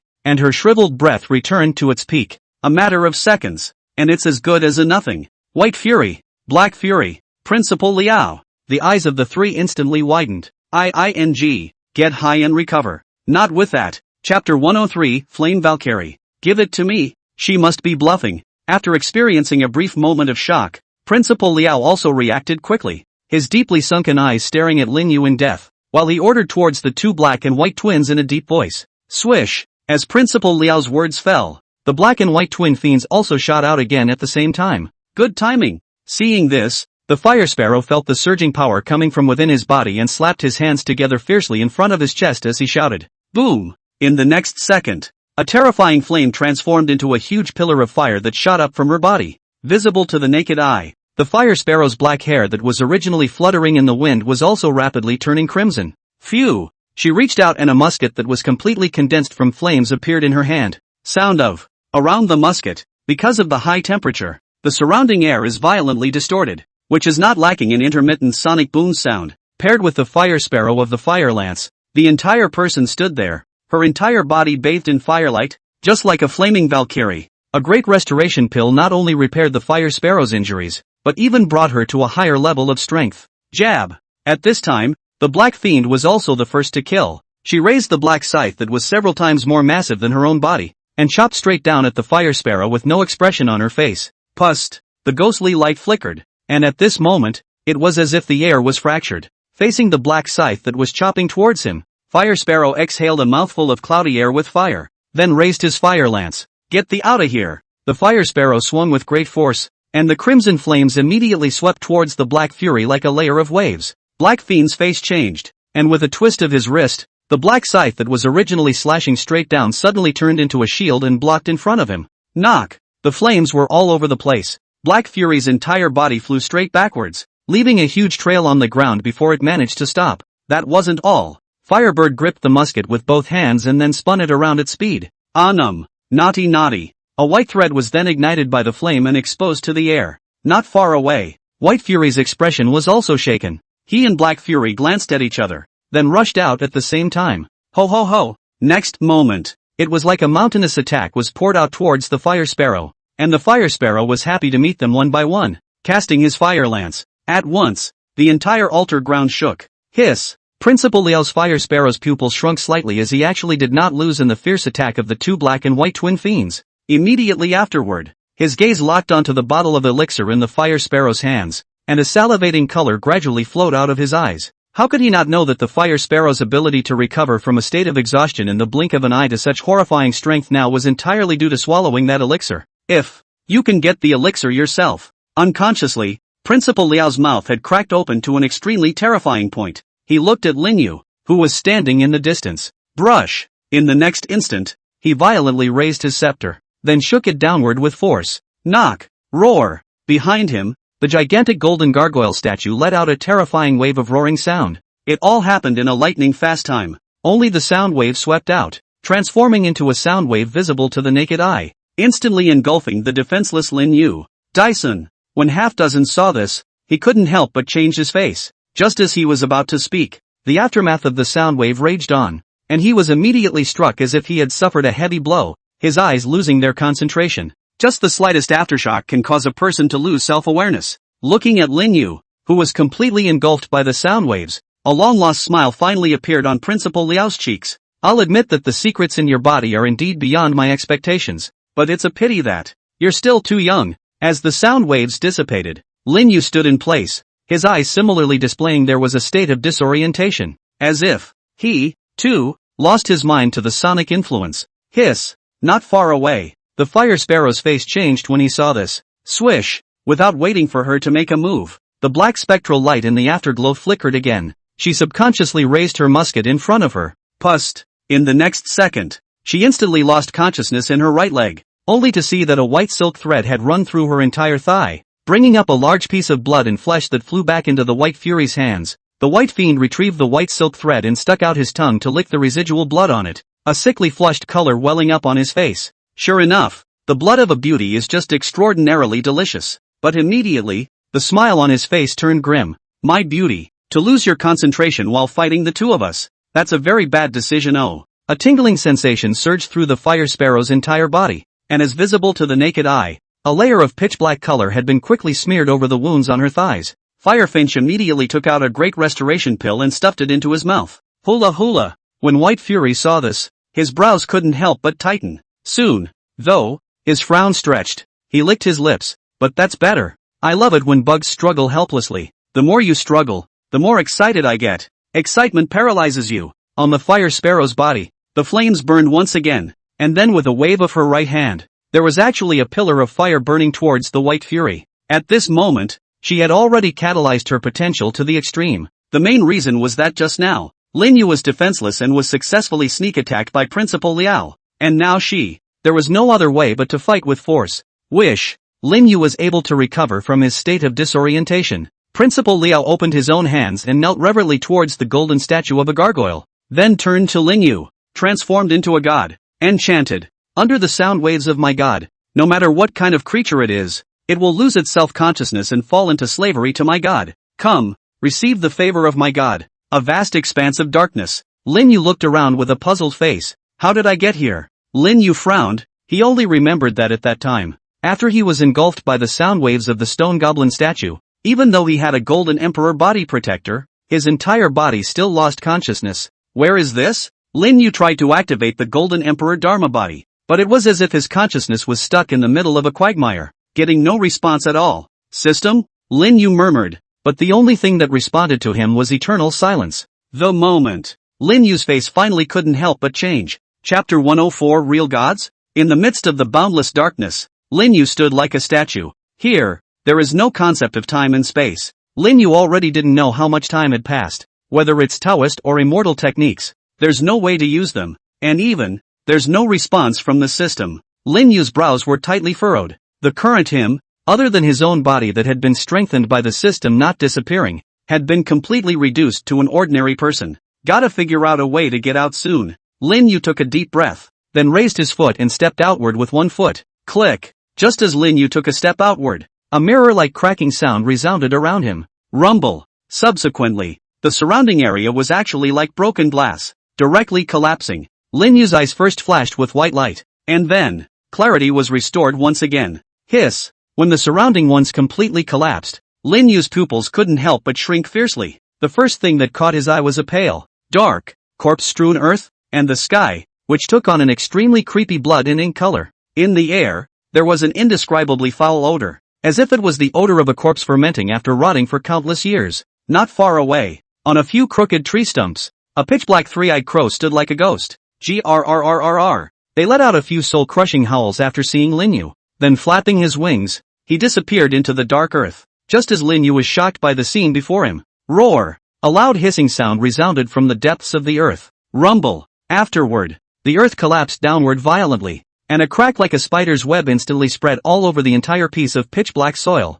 Bang! Immediately afterward, a pitch-black giant claw that was large enough to cover the sky poked out from under the shattered earth, then viciously grabbed at the sky dome. Knock! With just one strike, the blood-ink-colored sky instantly cracked open a huge fissure, revealing a large area of black nothingness. Vaguely, in the black nothingness, a giant beast openly spread its wings. Buzz! Next moment, the hairs of sweat on Lin Yu's entire body instantly stood up, and he couldn't help but raise his head and look onto the shattered air. Golem! Only to see a huge dark red eye slowly open in the crack that was originally a void. Kirikou. Then, a piercing and shrill sound swept out from the depths of the crack. In an instant, the sky falls apart. Lin Yu's face reddened violently, subconsciously covering his ears as his entire body crouched down, the ear-piercing chirping sound constantly shaking his eardrums. Sound of drops of blood ran down his eardrums, out his nose, and dripped onto the wet, muddy ground. Kirikou. Luckily, though, the shrill chirping didn't last long.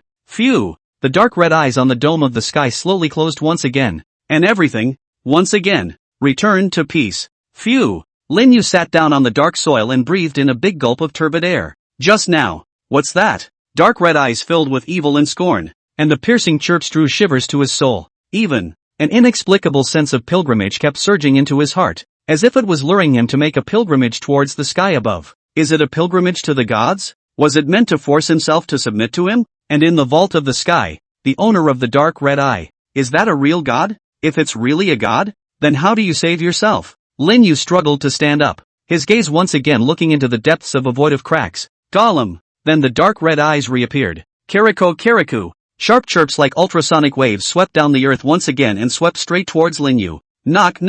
The earth crazily collapsed, and countless pitch-black fragments began to fall down from the sky. It all, like extinction. Instead, at this moment, Lin Yu slowly closed his eyes. He emptied his consciousness completely. At the same time that Lin Yu emptied his consciousness, an illusory figure slowly manifested within him. It was an old Taoist with a stooped body. The old Taoist was holding a worn-out duster and had an amiable face. Master! Master! Seeing the old Tao, Lin Yu's heart and mind were suddenly shaken. Subsequently, a picture kept flashing out in Lin Yu's consciousness. The old Taoist walks in the world, ferrying the world, transmitting the method of disease relief for the world, and countless people honor him as the Taoist master. Then, the old Taoist picked up a baby waiting to be fed in the river. The Taoist asked around. No one to adopt. And then, the old Taoist saw a destiny with the baby, so he took him as a disciple. Name: Lin Yu. From then on, no matter where the old Taoist went to give alms and preach, behind his back, he always carried a baby on his back, and in the future,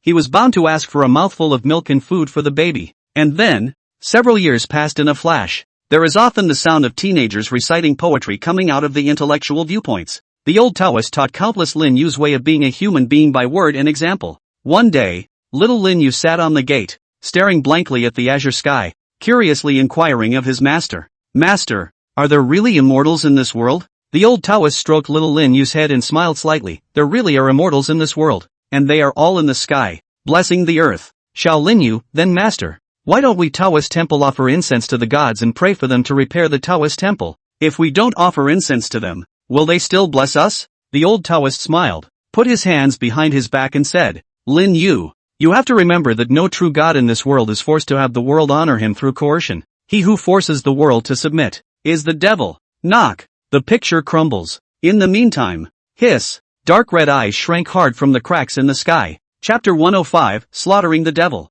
Bang! The moment the image collapsed, in the sky above the dome of the heavens, the huge dark red pupils contracted fiercely. Kirikou! Immediately after, a roar laced with anger resounded from the depths of the cracks in the sky. At once, the heavens and the earth shook and the earth crumbled. Countless pieces of space debris fell sparsely from the dome of the sky like a downpour. Subsequently, in no time at all, a huge figure that was large enough to prop up the entire heaven and earth was revealed. The figure, with a hideous-looking head, was pitch black, with thick hair and a mouth full of sharp teeth. Most prominently, on his back, two fleshy wings spread lightly, covering the entire vault of heaven. Gargoyles. At this moment, in the dark red eyes of this behemoth, there was a thick color of anger flowing out. It seemed to be angry that the bug in front of him had actually shattered his illusion, finally showing his true form. Seeing the stone ghost reveal its true form, Lin Yu's body shook. Buzz! A huge ball of golden light then erupted from his body. The moment the image had just collapsed,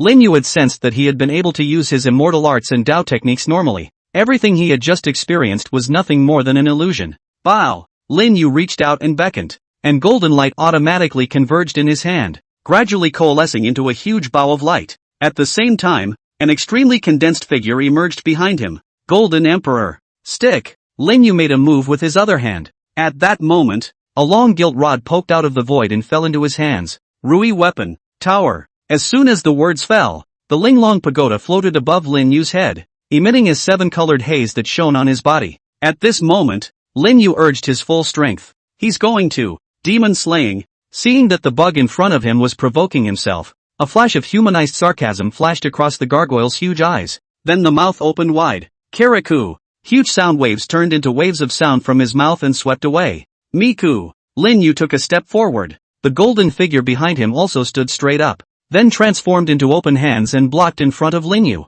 Knock knock! The sound waves raged. The earth cracked, the sky dome crumbled, and the air waves inverted. The sound waves impacted on top of the golden figure, causing it to create a huge ripple up. A huge wave of sound impacted halfway through the day, but the barrier was radiant and remained the same. Roar! Seeing that the blow didn't shatter the bug's barrier, the gargoyle let out a huge roar. Then he stretched out his wings and swooped down towards Lin Yu. In the face of the stone statue ghost that was swooping towards him, Lin Yu then gripped the long stick in his hand tightly and then slowly closed his eyes. In the meantime, ding! Congratulations to the host for successfully redeeming God's advent. The long-lost system beep also sounded again. Though I wonder what kind of demon you guys are. As the electronic tone of the system fell, the whole world was silent with it. Tap! In the next moment, footsteps sounded as if the gods were stepping into the air. But guys like you, dare to call yourself a god? It's really a great disservice to the gods. Lin Yu used the golden light as a bow and the long stick as an arrow. Swish! Next moment, a gigantic shadow that seemed to have stood between heaven and earth since ancient times appeared behind Lin Yu. On that figure, time stood still, and an enormous divine might spread out in all directions. causing heaven and earth to resonate, only to see the shadow bending his bow and arrow, and in the dome of the sky in front of him, there were 10 golden great suns suspended. God's presence. Seed. Lin Yu's gaze was like a torch as he slowly spat out the last few words. Insult. Lin Yu let go gently. Phew. An arrow, as if it had pierced through space and time, freezing the heavens and earth, was transformed into a beam of light and shot towards the stone statue ghost. Heaven and earth calmed down in this moment. Jab. The next moment, a sound like rags being forcibly torn rang out. Only a beam of light was seen, tearing through space and time, straight through the head of the stone statue ghost. On the altar, there were bodies all over the place. The battle between the black and white twins and the fire sparrow was also nearing its end. The firebird was bathed in blood and water, and there was no longer any part of his entire body that was completely intact. The most piercing thing was that one of her arms was actually chopped off, with blood constantly coming out of the wound, staining the earth under her feet. Although the recovery effect of the Great Restoration Pill was good, it couldn't withstand continuous consumption, and this kind of horrible injury. It also couldn't achieve the effect of a broken arm being reborn. Across from her, the black and white twins were even more miserable. Black Fury's entire body was pierced through dozens of holes, and the wounds kept having to receive the burning pain of the flames. There was a huge scar on White Fury that spread from the position of his head to the soles of his feet, nearly splitting his entire being in half. Bah! This dead woman. Finally bouncing off the walls. White Fury spat out a mouthful of saliva and looked at Fire Sparrow with hatred in his eyes. He swore, I'll be sure to skin this stinking woman alive later. On the other side, Principal Liao also slowly opened his eyes, his face a little pale. In order to communicate with the gods to completely enslave Lin Yu, he had spent too much of his essence injected inside the golden gargoyle statue, but it was all worth it. His gaze looked toward Lin Yu, who was still standing in place like a statue not far away, and a smug smile appeared on his face. By enslaving him, he'll have all the secrets of his own body to learn. Click. Just before Principal Liao's thoughts had completely fallen, an ear-piercing cracking sound resounded steeply on the altar. The smile on Principal Liao's face froze. Then he subconsciously turned his head and looked at the golden gargoyle statue behind him. Immediately afterward, his pupils shrunk violently, only to see that above the statue, crack after crack began to appear. Chapter 106, The State of Military Disintegration. Click, click, click. Cracks like a spider's web appeared all over the huge golden gargoyle statue's body, making it look like a ceramic covered in cracks that would shatter at the slightest touch. Kirikou. When this status quo appeared, the originally sharp and ear-piercing sound waves suddenly became intermittent, during which miserable, angry roars could be faintly heard. Tick. Then, a sound similar to a water droplet dripping resounded throughout the altar, only to see 2 tears of blood filled with grief actually flow out of the statue's huge eye sockets. A hideous beast was vaguely reflected in the 2 drops of blood and tears. The hideous beast was roaring madly, causing space to tremble violently. This is Lord Divine. He's crying. Principal Liao, who was the first to be able to sense the stone ghosts, bore the brunt of it, and with just a hint of understanding, his face was covered in horror. Why is the God-sama crying? Because it hurts to be hit. A voice suddenly rang in his ears, only to see that Lin Yu, who had previously been lost and fought and frozen in place, had somehow recovered and appeared at his side. Full of smiles, his eyes were clear as a bell, and he showed no signs of being enslaved at all. You, how could you? What on earth have you done to Kamen-sama? Principal Liao was filled with horror that the gods had not enslaved him. Why is that? Do I have to tell you I'm hungover? Your so-called god had his head shot off by my sword. Lin Yu didn't want to do much explaining about it. Exercising the Golden Emperor's shadow, he pinched the scepter in Principal Liao's hand before gently shaking it under the latter's shocked gaze. Rustle. The scepter then turned directly into ashes. Put. It seemed that he had suffered a backlash, as Principal Liao spat out a large mouthful of blood straight away, and his body, which was originally in the middle of his life, was rapidly deficient, with strands of hair falling from the top of his head. A wrinkle climbed rapidly up his cheek. No, my body. I am the most faithful slave of the Lord God, and I am immortal. Feeling his body's vitality fading rapidly, Principal Liao growled helplessly. He tried to reach out and grab the scepter, which had been reduced to ashes, but immediately sat down powerless. In just a few seconds, Principal Liao looked like he had aged dozens of years. At this point in his life, the line will be wooden. This scene fell into Lin Yu's eyes, and did not startle the slightest ripple. For the sake of the so-called gods, he would not hesitate to feed the demons with his own essence blood. The way he looks now, he just asked for it. Leaving Principal Liao to fend for himself, Lin Yu walked over to Do Half Xian, whose face was close to being distorted due to his violent struggles in the illusionary realm. channeled some of the Golden Emperor's luster within its consciousness. Do Halfxian's originally distorted expression gradually regained its calmness, and finally regained its composure. In the end, Lin Yu then arrived at the battlefield between the Fire Sparrow and the black and white twin fiends. At this point, on the battlefield, the two black and white twin fiends were also looking at their gradually aging bodies with horrified faces. They could clearly feel that the originally vigorous vitality in their bodies was dissipating at a rapid pace. They stared at their pupils with unwillingness and struggled to reach out their hands, wanting to ask Lin Yu for help. Save. Help. Lin Yu ignored the duo and came straight to the Fire Sparrow's side. Seeing that Lin Yu had finally recovered, the Firebird struggled to squeeze a smile from the corner of her mouth. You finally woke up. Old lady, I really can't hold on any longer. As soon as the words fell, the Firebird's eyes closed and he directly fainted to death. After such a long battle, she couldn't hold out any longer either. Lin Yu caught the Fire Sparrow's fallen body and looked at the latter's body,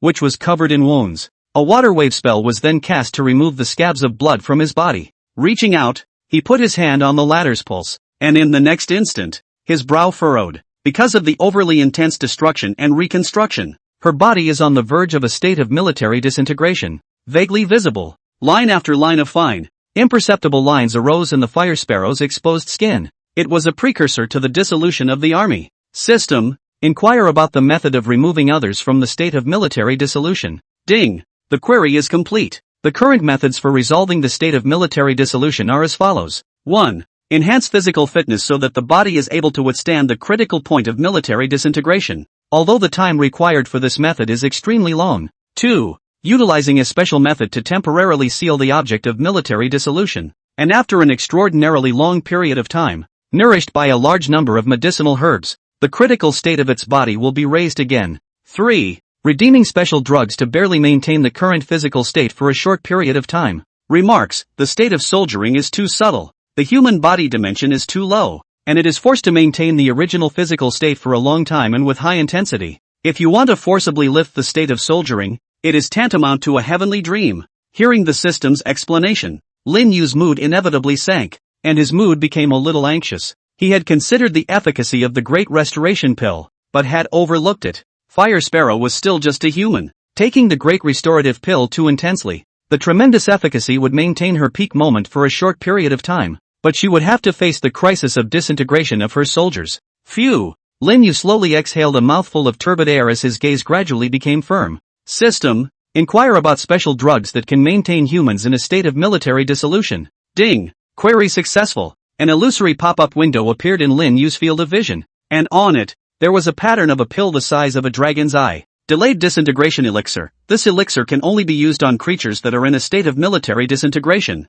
and the creature's body dimension is not high enough to be able to delay military disintegration after taking it. Special note, the elixir can only be taken by one person, and the aftereffects are so great that the state of military dissolution cannot be lifted after the effect of the elixir has expired. Price, 10,000 W of faith. Current host's remaining faith value, 6 stars, equals 12,000 W faith value. Redemption. Ding. Congratulations to the host for successfully exchanging the extended resolution pill. The current host has 2,000 W of faith value remaining. As the system's electronic voice fell, a pill the size of a dragon's eye appeared in his hand. Without any hesitation, Lin Yu opened the lips of the Fire Sparrow and then stuffed the elixir in. Currently, the only way to be able to free the Fire Sparrow was the extended resolution pill. Lin Yu stared at the Fire Sparrow whose ripples were gradually being suppressed, and there was a look of determination in his eyes. Master often taught me that you have to be true to yourself. If you want to save someone who fights alongside you,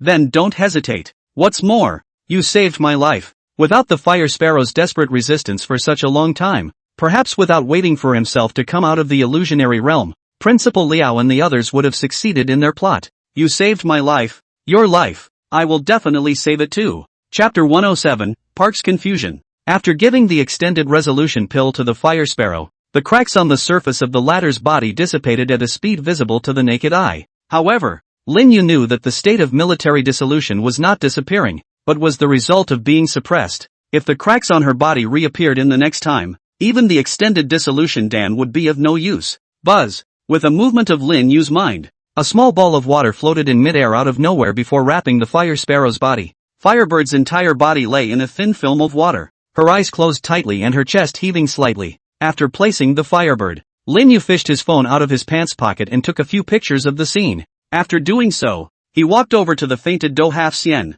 then slammed another water balloon spell directly onto the latter's face. Aha! A few slurred noises came out of the duo half immortal's mouth, and then this slowly awoke. When I first opened my eyes, the whole thing was still in a daze. Seeing Lin Yu in front of him, Do Half Xian still squeezed a smile from his face. Warning, Daisy, Lin Yu. The corner of Lin Yu's mouth twitched. Why don't you stay here and keep an eye on the people while I make a phone call? Having said that, a thought. Brush. In the next second, his figure appeared hundreds of meters away, shrinking the ground into inches. Watch the man. Half-Do froze. That's when he looked around. The broken golden statue, the white-haired old man in deep thought, the fire sparrow wrapped in a film of water. Asterisk asterisk asterisk asterisk. I'm just following Xian in the fight. Suddenly, Half-Dozen reacted violently, jumping up from the ground in a flash and gazing around with a tense face. He remembered that he had wanted to go and help Dyson in the dry run, but after hearing a sharp cry, his whole body lost consciousness. Right now they are still in the middle of a fest with someone else. Nervously, he watched for a few seconds. He then slammed his head again. Look at my brain. Dyson has said so. The battle is over. Why am I still nervous? Thinking of this, Do Half Xian's back straightened instantly. But I'd better not move until Daisy gets back. Half-Do sat on his butt, his eyes staring around. Swish swish swish. After using the shrinking ground technique one after another, Lin Yu's figure quickly appeared in front of the original Taoist temple. Taking out his cell phone, he found Chu Teng's number in his address book and dialed it. Now in this situation, simply calling the police is no longer mostly useful and can only be left to the professionals involved. Tu Dolu. The phone rang through for a few seconds. Hello? A steady voice then came from the other end of the line. Ring you? A puzzled voice came first from across the room. Hearing the familiar voice, the corner of Lin Yu's mouth also revealed a smile as he laughed. Instructor Chu Teng, long time no see. It's really Lin Yu. After confirming Lin Yu's identity, Chu Teng also looked a little excited. What?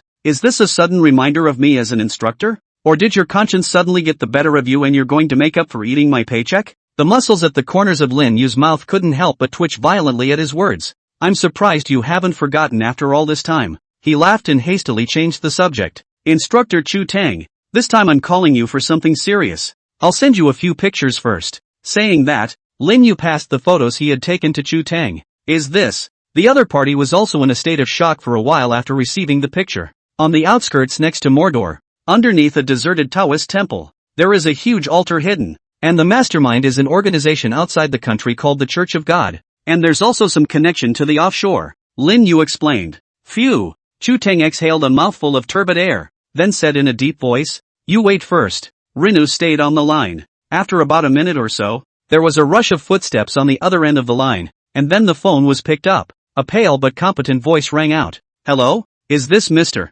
Lin Yu? My name is Li. You can call me Old Li. I'm Chu Teng's officer. The information you revealed to us this time is very important. Now, I hope you'll send us an address where you are, and I'll send someone there immediately. Thank you very much. After hanging up the phone, Lin Yu sent an address to Chu Teng. After doing so, Lin Yu stood in place for a while and was also in deep thought. It seems that the upper echelons of the Dragon Kingdom already knew about this organization called the Cult of God, which is why I didn't hesitate to choose to believe in myself when I sent these photos. And looking at Elder Li's reaction, the Dragon Kingdom took this matter very seriously. Anything that involves offside has to be taken seriously. Lin Yu rubbed his brow. If this god's cult was also the handiwork of a foreign land, then the strength of this foreign land was even more terrifying than one could imagine. And, was what one had experienced before a reality or an illusion? The gargoyle from before was just too real. Chapter 108, Returning to Jiqing Mountain. Elder Li and the others moved very quickly, and not long after he had just hung up the phone,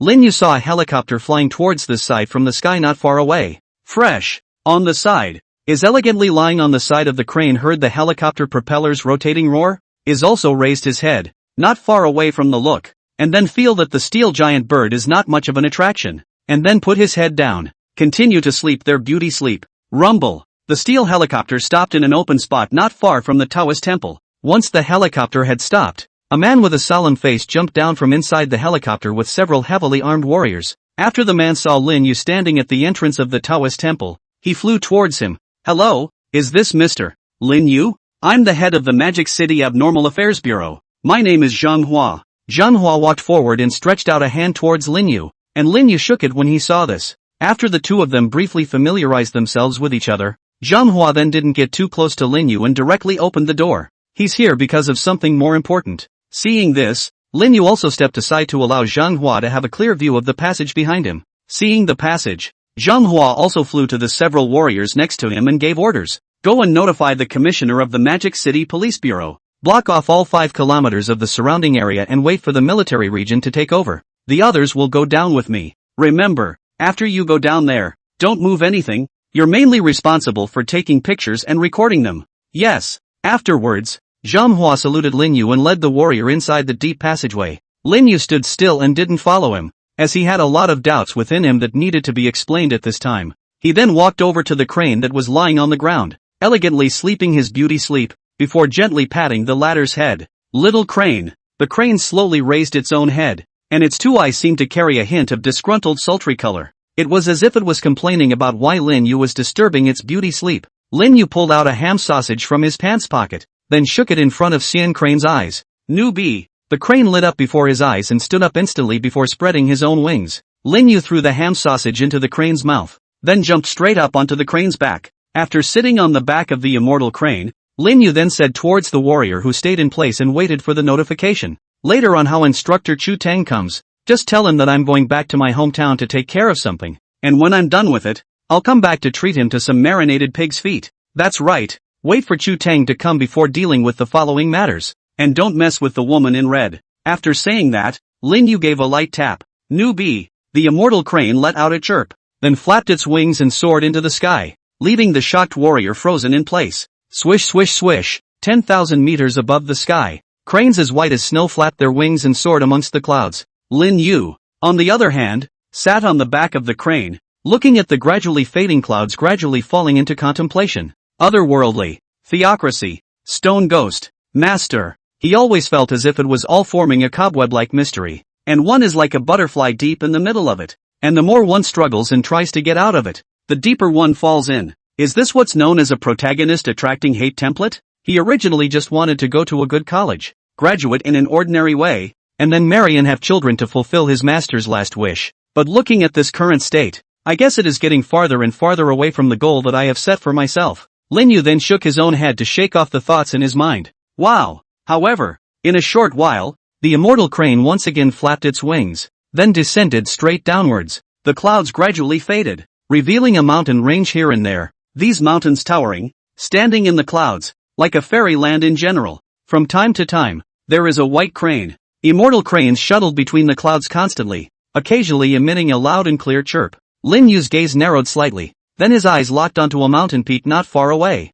Knowing the mountains. Chapter 109 Arrivals. Nti Knolls, a township in the Heilongjiang province. The grass was green, and the transparent dew lowered the leaves and tried to descend on the soil. Lin Yu landed on the mountainside location, and after leaving some ham sausages for the cranes, he stepped on the moss-covered stone slabs alone, and walked towards the Taoist temples at the top of the mountain. Lin Yu didn't walk fast, and it was only after about 10 minutes or so that he reached the peak position. At the same time, a life-spanning Taoist temple appeared in his sight. Only a few months have passed, and the Taoist temple has already changed so much? Lin Yu took a glance and saw that all around the Taoist temple, weeds were overgrown, and even the long-closed gate was full of vines. Apparently, after a long period of time without anyone's care, the Taoist temple's surroundings were getting closer and closer to dilapidation. This time I came back, not only to clear the doubts in my mind, but also to reorganize the Taoist temple. Swish! With a gentle leap, Lin Yu's entire body rose up in the air, then crossed the wall and jumped into the interior of the Taoist temple.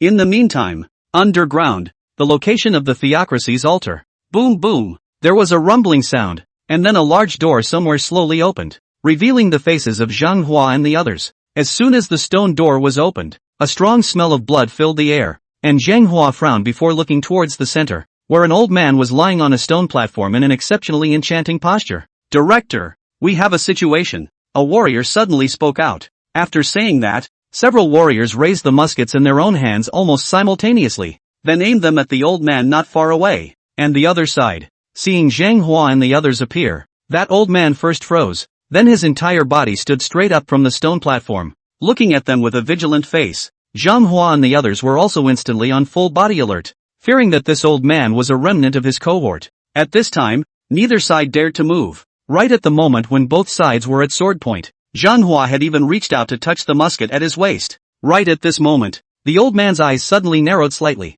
his gaze looking towards the plug-in in their hands, and then the originally vigilant expression on the latter's face just froze. Next, the old man in front of Zhang Huan but suddenly pulled his voice and began to yell toward the top, "Desien! The wind is tight. Pulling the who? How there are still with a gun. You guys won't be able to win As soon as the words fell, without waiting for Zhang Hua and the others to react, that old man bumbled away. Zhang Hua silently withdrew his own palm that was reaching for his waist, then signaled the warriors on both sides not to shoot, because in the intelligence's indication, beside Lin Yu, from time to time, there would follow an old man who was upside down and crazy, calling Lin Yu a great immortal. No need to guess, it's the guy in front of me. Director, just let him go? The situation at the scene, he must know a lot of information. A warrior warned out. Zhang Hua shook his head and said, since he's Lin Yu's man, we can't follow the normal procedure of leaving him behind. This is also considered the goodwill that the higher-ups have distributed to Lin Yu. He then spread his hands again.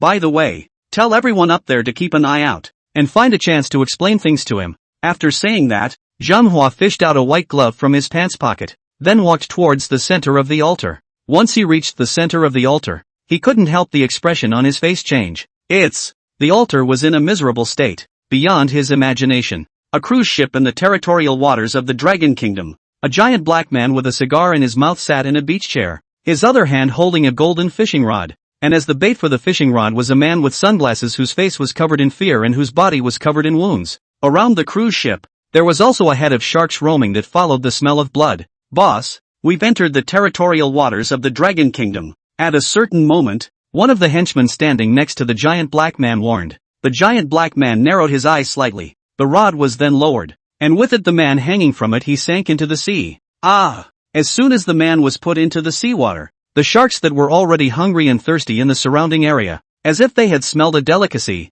opened their mouths full of sharp teeth and began to tear at the man's body crazily. A wail of pain resounded. Chapter 110, The Mysterious Wooden Box. Mt. Qingdao, a mountain in the Heilongjiang province, famous for its scenery. The walls around the dilapidated Taoist temple were covered with signs of age, exposing the mottled siding therein. Lin Yu cleaned out an open space, then set up a futon in the center, skillfully lit a few green incense, and paid respectful obeisance to the ancestor master. After doing so, Lin Yu then sat down on the futon. By this time, he was revisiting his mission to return to the Taoist temple. The Taoist temple is much more deserted than it was when I first left. Other than that, there are no extra changes. After looking around for a while, even Lin Yu had used the eye of exploration, and found nothing. Everything was no different from when he first left. The only difference was that the Taoist temple was now a bit more dilapidated than before. Am I overthinking this? Lin Yu frowned. Perhaps his own master had nothing at all to do with this foreign land, and he himself had only been targeted by the foreign land by coincidence.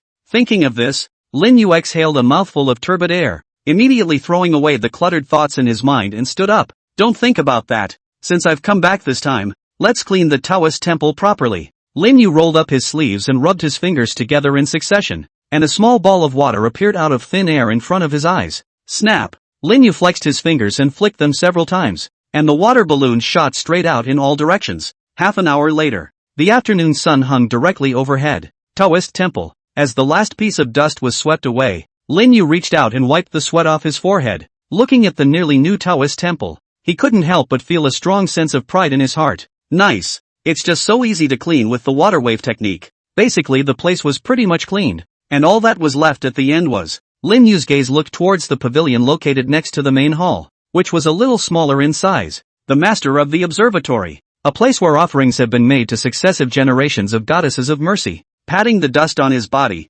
Lin Yu walked towards the master observer's pavilion. Crunch! The ancient wooden door was slowly pushed open, and Lin Yu fanned the dust that drifted over, then stared wide-eyed and fixed his eyes inside. The entire Guan Master's pavilion wasn't big. In the innermost part, a spirit seat was placed on it. Not only that, there was also a huge portrait of the Heavenly Master hanging on the wall position. Even though it was unknown how many years of destruction it had gone through, the top of that huge portrait of the Heavenly Master was merely covered with a layer of dust. Lin Yu walked in and paid his respects to those spirit seats. These ancestors, all of them, were successive generations of Guan Masters on the Taoist temple. After paying homage to the ancestors of all generations, then, His gaze was involuntarily drawn to the huge portrait of the Heavenly Master hanging on the wall. At this moment, the eye of exploration on Lin Yu's forehead was actually involuntarily attracted to the portrait of the Heavenly Master on it. In Lin Yu's line of sight, the huge portrait of the Heavenly Master suddenly became illusory, as if it was gradually disappearing in Lin Yu's line of sight.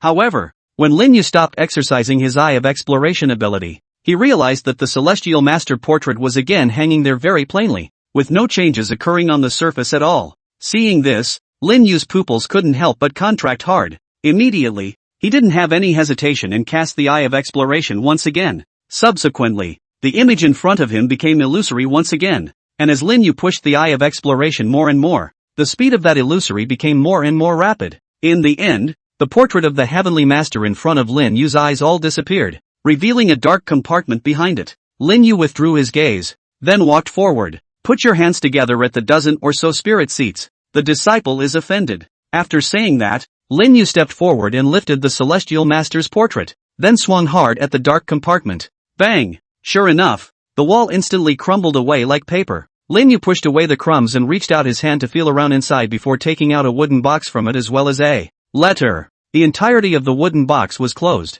The surface seemed to be made of special materials, not revealing a single gap. Even if Lin Yu cast the eye of exploration, he could not penetrate the wooden box. There's something peculiar about the workmanship of this wooden box. Putting down the wooden box, Lin Yu's gaze then looked at the letter in his hand. When Lin Yu saw the handwriting on the top of the envelope, his pupils couldn't help but shrink hard, because it says, Xiao Yu Pro K. Chapter 111, A Letter from the Master. Xiao Yu Pro K. Several large bright red characters were reflected on top of the envelope, and seeing this familiar and incomparable handwriting, Lin Yu's heart and mind suddenly shook. This is Master's handwriting. Lin Yu's entire grip on the envelope trembled as he took a deep breath before carefully opening it. Bastard! Long time no see. When you can find this letter, it proves that you are out of the realm of ordinary people. Emoji you and hashtag at. Really don't know if it's because of the ancestors' manifestation of the spirit. This brain can actually find this letter. Click. Seeing this, the muscles at the corners of Lin Yu's mouth couldn't help but twitch violently,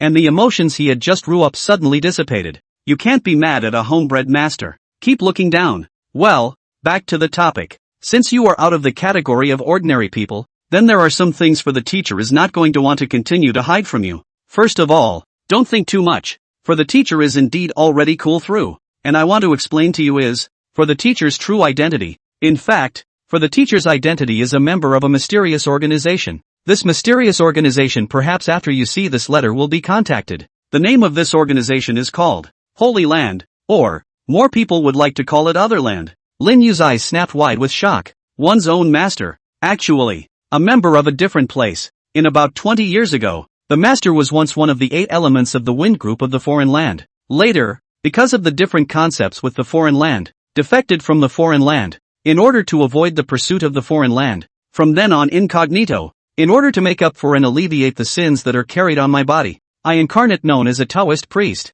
traveling in all directions, to provide relief to the world. I originally thought that Master might spend his entire life in regret, but since Master met you, never mind. I'll skip the melodramatic part. I hope that you will remember. If you meet someone from another land, don't let them know about my relationship with you, and don't get involved with them. Remember, if, unfortunately, you are targeted by people from other places, underneath the residence of Anyo's family at the bottom of the mountain, there is a final means of saving your life given to you by your master. As for the rest of this wooden box, what's inside needs to be revealed by you. Full letter finish. Phew. Silently placing the letter into his arms, Lin Yu calmed his excitement. Otherworldly, one of the 8 elements of the wind group. Master, you told me not to get involved with the other lands in any way, but I myself unconsciously get involved in events about the other lands every time. Collecting his thoughts, Lin Yu placed the Celestial Master's portrait back in its original position, once again paid homage towards all the ancestors on the spirit seats,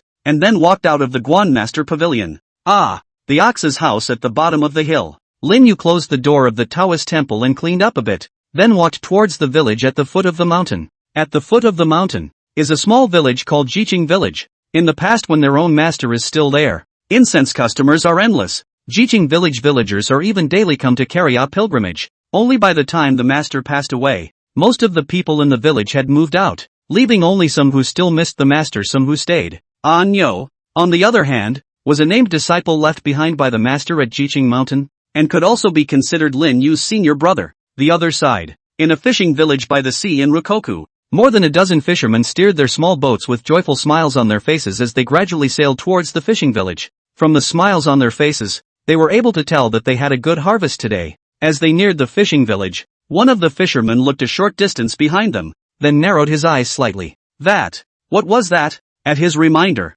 quite a few of them also stopped swinging their oars and moored up, then looked in the direction pointed by the former's finger. As they watched, 3 steel giants cut through the layers of waves and appeared on the waters. Is it a cruiser? At first they thought it was a cruiser from the Dragon Kingdom and were just about to reach out to say hello, but when those steel giants got closer, many people's faces changed. They clearly saw that the ones standing on the deck were not soldiers from the Dragon Kingdom. At this time, on one of the steel giants, a huge black man slowly stood up. Looking at the fisherman in front of him, he stuck out his tongue and licked his lips, and a hideous smile appeared on his face. Just arrived in the Dragon Kingdom and stumbled upon an appetizer snack. Chapter 112, Move and You'll Die. The giant black man scanned over the dozen or so Dragon Kingdom fishermen standing on the fishing boat with an almost cold and playful gaze, a hideous smile gradually emerging from the corners of his mouth. I wonder if it's more fun to fish with these Ryukans. Thinking of this, he then raised an eyebrow towards the black-clothed bodyguard next to him, who shuddered and sweat flowed out of his forehead,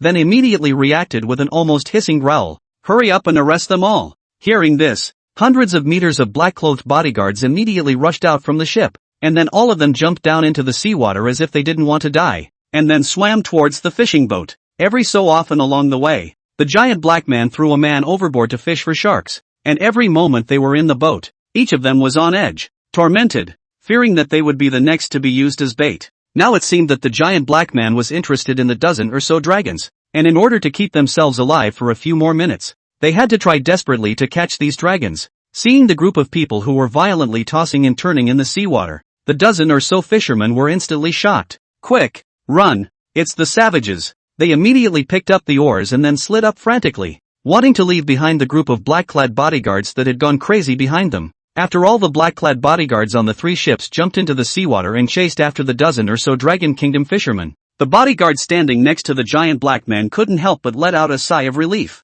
Luckily, he reacted quickly enough and sensed his own boss's meaning early on. Otherwise, before his breath was fully relieved, he suddenly felt a coldness all over his body, and then he stiffened and raised his head, only to see the huge black man looking at him with a merciless gaze. Why don't you go after it? Gollum. Hearing the giant black man's words, the bodyguard swallowed hard before he could speak, only to see that the black giant man had grabbed the fish hook on the side, then picked it up and poked it straight into his body. Then with a casual fling, the bodyguard's entire body flew straight into the seawater. The surface of the seawater was instantly covered by crimson blood, followed by a violent churning sound. A school of sharks that had been trailed behind the ship moved their mouths, hearing the loud fluttering sound coming from behind them. Countless bodyguards who were chasing the fishing boat inside the seawater were instantly chilled to the bone. Not daring to turn back, they could only continue to run wildly. It was hard to get close to the fishing boat. A group of bodyguards suddenly went crazy and squeezed upwards, completely ignoring the above dragon fishermen picking up the oars, fish hooks, fists, nets, hammers and hammering, just going crazy and crashing into the fishing boat. Hard to use their bodies to sink the fishing boat as a whole. Not long after, the entire sea was suddenly resounding with a succession of miserable screams. The sound of a shark ripping through a body filled the air in all directions. Ha ha ha ha ha. The black man stood immensely on the ship, holding up a glass of red wine with an excited look on his face as he watched the scene, which was like a hell on earth. Just then, a loud breaking sound came from not far away. At the same time, there was the sound of a loud radio broadcast. Vessel ahead. You have trespassed into the territorial sea area of the Dragon Kingdom. Please leave immediately or we will expel you normally. Vessel ahead. You have trespassed into the territorial sea area of the Dragon Kingdom. Please leave immediately or we will expel you normally. He looked at a destroyer that was gradually approaching not far away, and the black giant man's brows couldn't help but frown. Really, the good mood is broken by you guys like this. He slowly drank the red wine in his hand, which was as bright as blood, and then stretched out his right foot and slowly took a step backward. Next, knock, as a deafening sound rang out. The entire deck on the ship cracked and then broke apart with a boom. Only a huge circular arc wave swept out from underneath the black giant man's feet, and the former's entire body instantly transformed into a cannonball that shot up into the sky. Captain, not far away, on the Dragon Kingdom's destroyer, A Dragon Kingdom soldier watched in shock as a black man stepped on a ship and then rose up into the sky. And all of them couldn't help but stare in disbelief. With one kick, even a ship built of steel collapsed and jumped so high in one leap. Is this still human? In the destroyer, the Dragon Kingdom officer at the head couldn't help his palms from shaking at the sight of this scene. As early as some years ago, he had been vaguely exposed to some topics about abnormal humans, and to his surprise, he had actually seen it today. After a few seconds of panic, he snapped back instantly, drinking in a deep voice. Don't panic, continue to eviscerate the target. This is the territorial waters of the Dragon Kingdom. He will not be allowed to spread his wildness on our Dragon Kingdom's land. Immediately reflect this to the upper echelons. And the rest of you, prepare for battle. Yes, with the captain's command, the entire crew of the destroyer became organized once more. Radar scan complete. Cannon rounds loaded. Target lock successful. Rokoko's special council chamber. On a huge screen was live video coming from the destroyer ahead. The middle-aged man sat on a chair, gazing expressionlessly at the giant black man floating in the air in the video.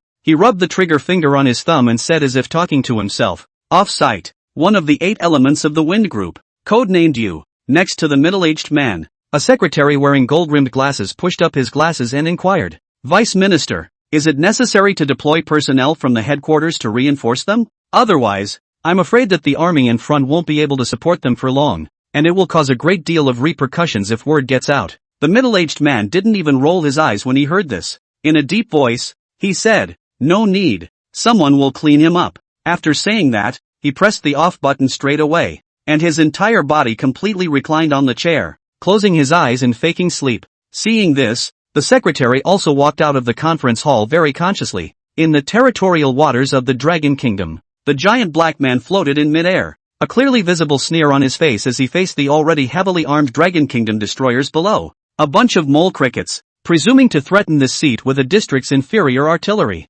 Fire! It was at that moment that a missile was shot out of the destroyer and then rushed towards the giant black man. Hey! The giant black man slapped his hands on his chest. Knock! Afterwards, only his body was seen expanding rapidly at a speed visible to the naked eye. But in just a few seconds, his body swelled to a massive body of more than 10 meters, and from afar, it seemed as if he was standing like a giant. The swollen giant black man reached out with one hand. Bang! Then, a scene that shocked the crowd of the Dragon Kingdom happened, only to see the giant black man intercepting the missile with his palm in a hard way. The missile rotated rapidly in his hand, wanting to break free, but the palm of the black giant man was like an iron clamp, and the missile's huge impulse was unable to shake the former in the slightest. With the passage of time, the missiles had no strength in their aftermath, and in the end, they even slowly fell down into the vast ocean. The missile was actually stopped by his hard hand. Soon, a look of determination crossed the captain's face. This kind of character should never be allowed to easily set foot on Dragon Kingdom's land, otherwise the harm caused will be enormous. All Dragon Kingdom soldiers listened to the order to intercept the giant black man in the sky at all costs. With the captain's order, all the Dragon Kingdom soldiers on the entire ship also instantly understood what was going on, and looked towards the giant black man in the sky, the color of determination in their eyes growing more and more intense. With my life, I'll stop him too. In the sky, as if he had noticed the gaze of the Dragon Kingdom soldiers on the destroyer, a look of playfulness suddenly appeared on the face of the giant black man. Originally, I had an important mission ahead of me, but with that look on your faces, I can't help but want to abuse you all, just as well. Let's waste some time on you guys. Thinking of this, a hideous smile slowly surfaced at the corner of the black giant man's mouth. In the next moment, he stepped forward with a gentle stride, intending to descend and strike everyone on the ship down into a sea of blood filled with sharks with a single blow. Click! However, his paws had just stepped out, and before he could land, a dangerous aura instantly enveloped his entire body like a fierce tiger.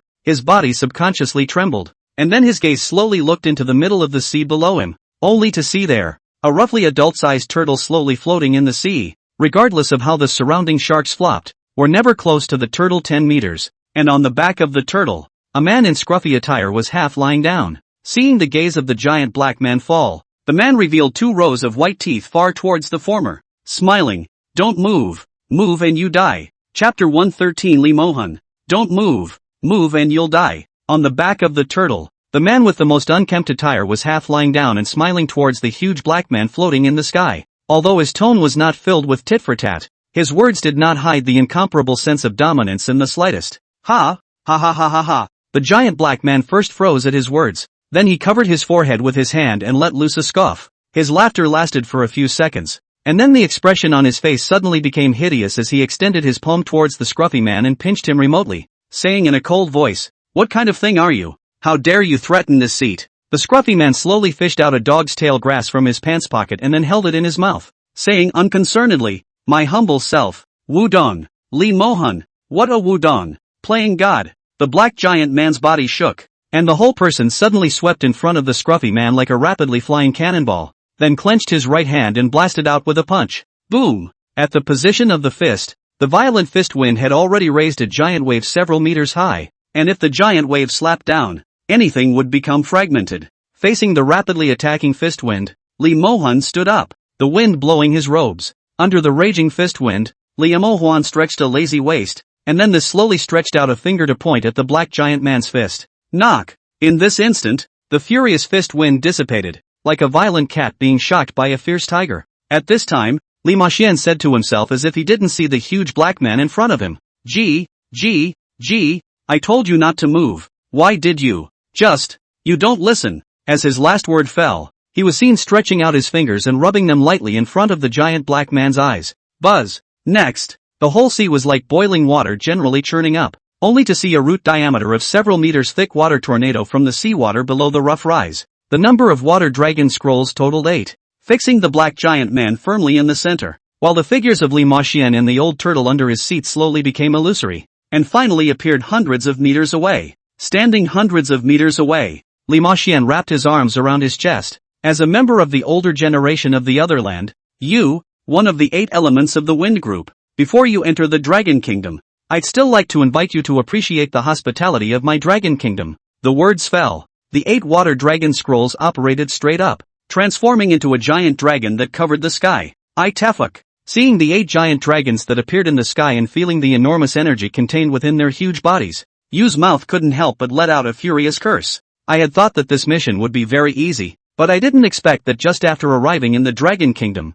I actually hit the top of a steel plate. This man from the Dragon Kingdom, stronger than a little outrageous, village of educated youth, in former times, situated at the foot of Jiqing Mountain, surrounded by mountains on all sides. Transportation is not particularly convenient, so this has led to the number of people staying in the village decreasing over the years. By the time Lin Yu got from the top of the mountain to the bottom, the sun had already set. Even from afar, the Jiqing Mountain, which is at the junction of light and darkness, reveals a gloomy and secretive color everywhere. Ever since I can remember, Master has taken me into the village very few times, and since Master's death, I haven't been to Noel's village. As the distance from the village of the youths got closer and closer, the surrounding feeling of secrecy and gloom became more and more intense, and just after arriving at the entrance of the village, Lin Yu had already felt that the temperature around him had already dropped to a bizarre realm. It doesn't feel like this village is too unusual. Lin Yu immediately raised his spirit. Although he and his master had been to the village a few times before,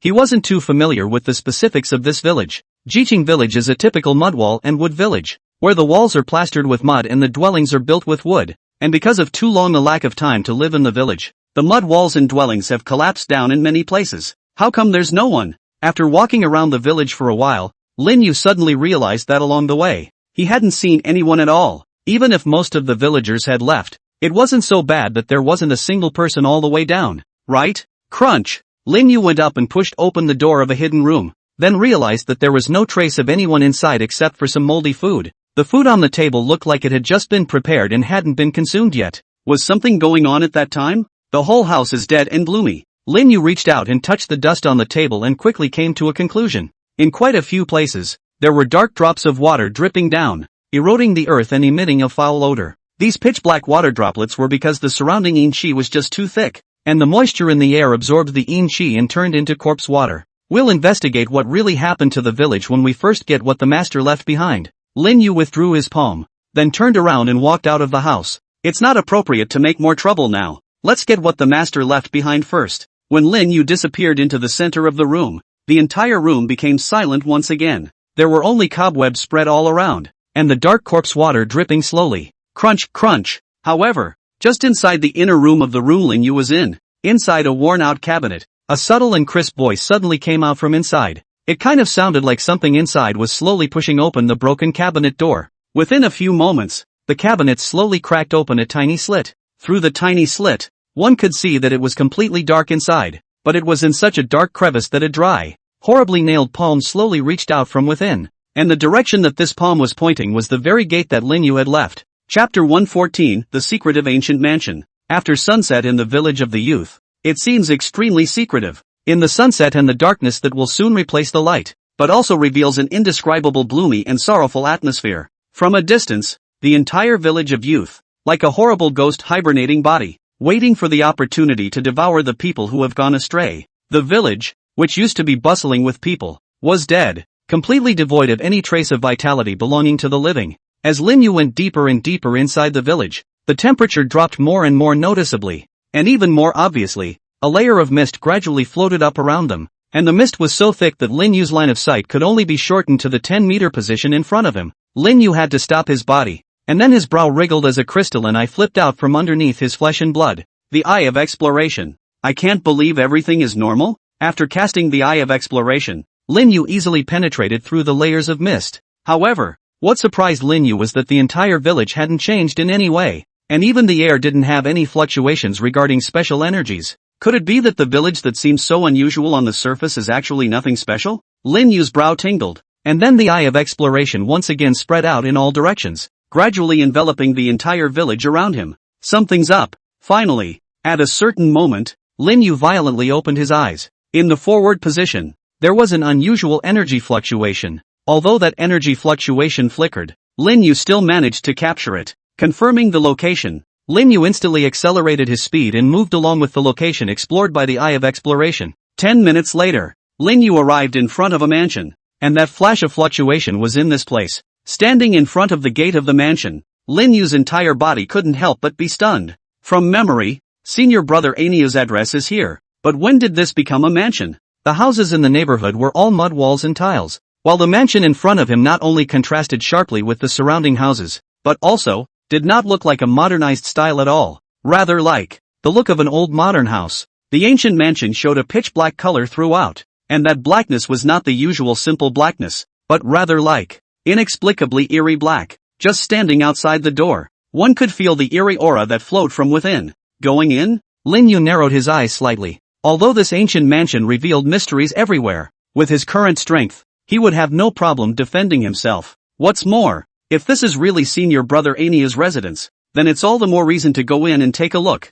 Thinking of this, Lin Yu walked forward and slowly pushed open the door that had been closed tightly for an unknown amount of time. Crunch dash. The wooden door slowly opened to reveal the scene inside. There was no moldy smell as expected. Instead, a light fragrance floated in the air inside the entire ancient mansion. Lin Yu had just pushed open the door when a huge courtyard appeared in his sight. Lofts, pavilions, running water, stone bridges, corridors, everything. Following the stone bridges and corridors, Lin Yu arrived at the location of the nearest pavilion. Inside the pavilion platform, there was a stone chessboard and 2 chess pots containing black and white chess pieces, and in the depths of the courtyard, there was the sound of a guzheng floating vaguely. When Lin Yu froze, Sasha, a sound of light footsteps rang out, and then only 2 underlings dressed as maidservants were seen walking out at the corner location. They were dressed as the ancients, only to see them make a slow edit to Lin Yu. In a soft, seductive voice, she said, "My lord, my master has an invitation." Chapter 115, Monsters.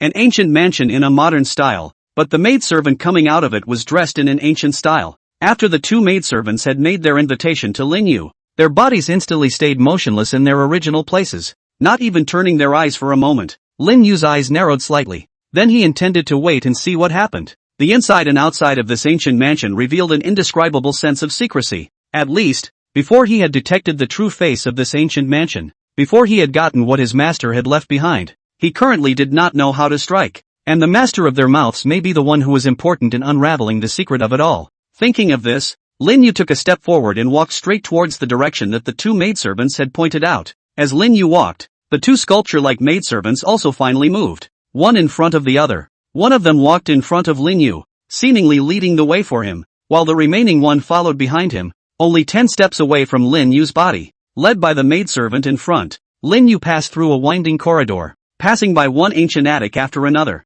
This ancient mansion was so much bigger than he had imagined. It's like there's no end to it at all. Finally, after walking for an unknown amount of time, when the maidservant led Lin Yu through a gate once again, the sight finally became open. What met Lin Yu's eyes was a very open courtyard. The entire courtyard was especially arranged like the courtyard of the Dragon Kingdom. Moreover, the decoration of the courtyard was very luxurious. Even on the pillars that served as support, golden lines carved in gilt could be seen. Above the surrounding corridors, there was also a flickering lantern emitting a faint glow. "Sir, please wait here for a moment. Don't move around. The slave girl will go and ask the master for instructions." At this time, that maidservant also bowed slightly. Then with a smile on her face, she walked out of the door with the maidservant behind Lin Yu. When the two maidservants disappeared in the doorway, Lin Yu didn't freeze in place, but walked straight to the door of a room in the courtyard. Although it is indeed a bit disrespectful to the owner of the ancient mansion to probe these rooms at will without his consent, coming to the doorway of a room,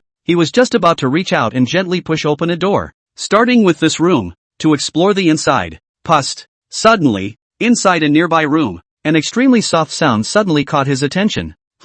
Lin Yu withdrew his palm, then walked over to the room that had made the noise and gave it a gentle push. Ah! Swish! Next, a dark shadow rushed out from inside the room. A golden light flashed in Lin Yu's eyes. Ah! Bang! The black shadow that rushed up let out a miserable scream, and then directly flew out backwards, leaving behind a wisp of white smoke and a field of black blood. The dark blood reeked with a horrible stench. At this time, with the help of the Eye of Exploration, Lin Yu also saw the black shadow's appearance clearly. It was a particularly hideous-looking monster with a dry and thin body, sharp fangs inside its mouth, and unusually sharp fingernails. Monster? Lin Yu instantly associated a pronoun that symbolized the creature before him. Ow! The monster's body that flew out backwards smashed into the wall, and then quickly stood up, lying on the ground, slightly bent over, its bloodthirsty glowing eyes staring tightly at Lin Yu, and a low whimpering sound emanating from its throat, as if it was terrorizing Lin Yu. Sure enough, the disappearance of the people in the village has nothing to do with the owner of this ancient mansion. Lin Yu's eyes grew colder and colder as he looked at the monster in front of him. Raising this kind of terrifying monster in an ancient mansion, the owner of this ancient mansion was simply looking for death. Lin Yu's body shook, and then he intended to make a move. Suddenly, Lin Yu's pupils contracted fiercely, and his entire body was subconsciously stunned, for his gaze suddenly went to the right shoulder of the monster bent and sprawled on the ground, where a scar that had scabbed over and was hideous was visible. Vaguely, the monster's face was also getting closer and closer to human-looking. Combined with the monster's looks, unconsciously, it actually slowly overlapped with a certain figure from Lin Yu's memories. This is Uncle Ho? Looking at the incomparably hideous-looking creature in front of him, Lin Yu's expression was somewhat incredulous. Is this still the gentle Uncle Ho from memory? Bang! Bang! Bang! Just then, all the doors of the rooms throughout the quadrangle also broke in unison, followed by one monster after another crawling out from inside the rooms. Lin Yu subconsciously looked at the monster that crawled out next to him. Its right foot didn't seem to be nimble enough, so it moved a bit slower than the others. This is Ming. Lin Yu swept his gaze out and realized that the features on each monster were exactly the same as the villagers. Exactly the same scars. Exactly the same lack of legs and feet. These monsters, they can't all be made from the villagers of Jiqing village, can they? Therefore, the real reason why the people in the whole village disappeared is because all of them have become these monsters in front of us. Lin Yu froze in place in a daze. But at this time, it was too late to wait for Lin Yu to think more. A monster with a huge body had let out a loud hiss before charging straight up. With a slight twist of his body, Lin Yu dodged the lunging monster and leapt onto the roof. Ow! After losing Lin Yu as their target, the group of monsters first froze, then hissed in pain as if they had lost their food. Lin Yu stood on the roof, looking down at the swarm of monsters below with an incomparable sadness. These monsters, all of them villagers, had all had their souls stripped away, becoming monsters that only knew how to devour and eat. There is no way to save them. The previous uncle Xiao Ming, and had a wonderful time with them in the old days when he was down the mountain himself. But now, unforgivable, and absolutely unforgivable for those who turned them into this state. Lin Yu's eyes grew colder and colder. All of this, it was definitely someone's doing. That person definitely has nothing to do with the owner of the ancient mansion. Find the owner of the ancient mansion. Right at this moment, Lin Yu suddenly noticed that the originally aimless swarm of monsters down below began to crawl towards the walls. The gates. By the looks of it, they're planning to get out of here. Seeing this, Lin Yu couldn't afford to be sad and clasped his hands together. Swish! Two long swords emitting a ghostly aura were then held in his hands. In Lin Yu's eyes, two golden auras flashed continuously, and vaguely, a huge shadow appeared behind him, wrapping his entire body. The Golden Emperor is majestic. He slowly closed his eyes as he looked at the swarm of monsters that were continuously crawling towards the outside of the ancient mansion. If they were let out, perhaps that would be a real disaster. So, please forgive me. Chapter 116, Ghost Demon. Meanwhile, in the center of the ancient mansion, the two maidservants, who did not carry the slightest hint of raw human fire, traveled all the way unimpeded to a tightly closed stone door, where they stood in front of it. Moments later, snap, snap, as two cracking sounds rang out, only the bodies of the two maidservants instantly crumbled apart. Then two ghostly figures braced through the skin and burrowed out from inside their shells. Two ghostly figures followed a dark hole next to the gate and burrowed in. Behind the stone door was a huge cave. Two ghostly figures darted to the center of the cave, then knelt down to a purple-robed figure sitting at the very center. Coo coo coo, coo coo coo. From inside their throats, a very harsh sound was emitted, and looking at that appearance,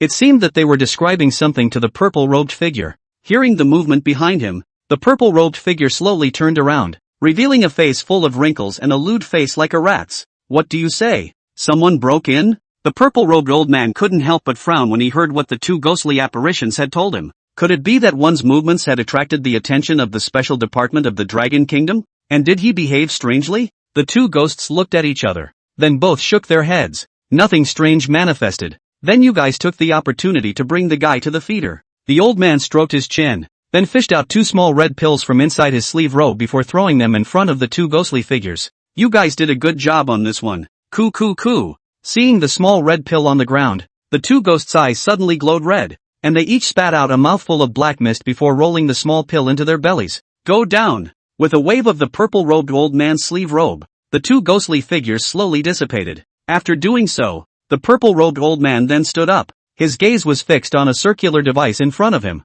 There were purple-black flames flickering in the cloudy eyes from time to time. My good senior brother, you went to great lengths and spared no expense to bring this thing to escape from the middle of the Holy Land and escape to this poor countryside. Even in order to cover your tracks, you purposely made a village on top of this thing to use to cover your tracks. You said, what's the point? In the end, it led me here. Inside the courtyard. Pust. Knock. As the last monster fell, Lin Yu silently withdrew his longsword, and his robes, which had been bulging with energy, slowly calmed down. Looking at the corpses all over the ground, Lin Yu mourned in his heart for a moment. I'm sorry, there's no time to bury you all yet. When I catch the culprits, I'll make sure to erect monuments for you one by one. The long sword was flung, and a ball of flame sprang up from it. Swish! With a wave at the corpses, the flame suddenly floated to those corpses as if they had a consciousness. Boom! Next moment, huge sparks blazed up. Swish! In the dimly lit cave, the purple-robed old man's eyes also snapped open.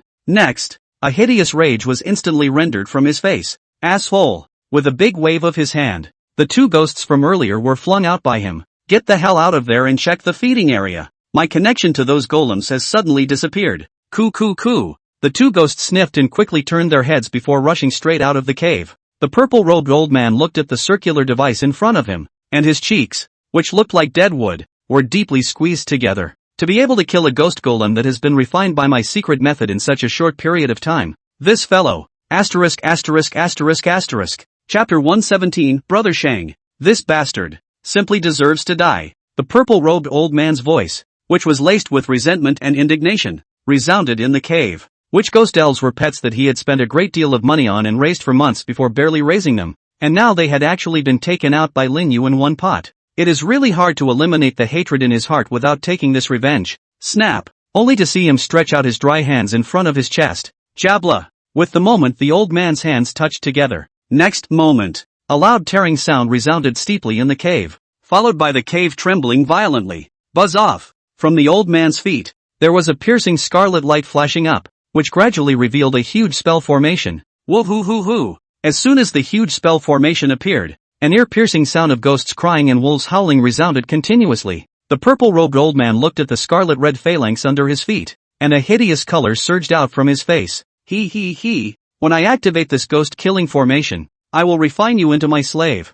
kill my ghost elf, and I'll make your life worse than death for the rest of your life. Click! The moment the huge phalanx took shape, swish! Not far away from the ancient mansion, Lin Yu is also sensed. Forehead. The eye of exploration also has a crystal substance like light rises up. Shoo shoo. In the air, from time to time, air-breaking like sounds resounded, followed by two figures gradually appearing in Lin Yu's field of vision. Those were the two maidservants who had first guided him into the ancient mansion. Only now they were twisting their bodies, their hands and feet climbing on the walls, and the corners of their mouths had split open, revealing mouths full of sharp teeth. A golden aura flashed in Lin Yu's eyes, and the eye of exploration shone brightly, and the figures of the two maidservants immediately dissipated, revealing two ghosts with a hideous appearance. So it was two monsters in human skin. Lin Yu's eyes narrowed slightly, with killing intent flowing through them. GGG. At this time, the ghost suddenly let out a sneering scoff, seemingly mocking Lin Yu. Lin Yu raised his hand and slashed.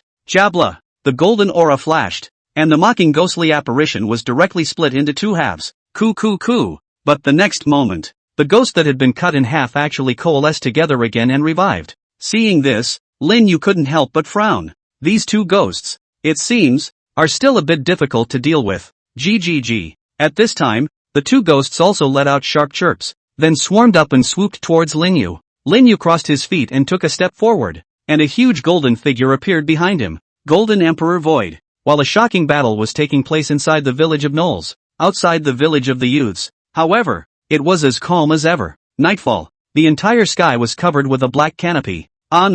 Rumbling. Suddenly, the silence of the night was torn apart by a loud booming sound, only to see not far away from the highway, 3 sports cars speeding, huge headlights reflecting the entire highway, but also illuminated the situation inside the car. Inside each sports car sat a man and a woman who listened to music and drummed. Brothers, go further ahead. In about an hour or so, we'll reach our destination, and then I'll treat my brothers to a big party. From the driver's seat inside the first sports car poked out a head topped with yellow hair, who grinned and shouted to the few people behind him. Brother Shang is mighty. Brother Shang is cowhide. The yellow hair of the man known as Brother Shang very much enjoyed touching the yellow hair on his head, and then grabbed the peak of the female companion next to him, and then squeezed it fiercely. The female companion next to him had her face twisted up for a moment, but seemed to be hindered by her fear of yellow hair and could only silently squeeze out a small smile. Asterisk.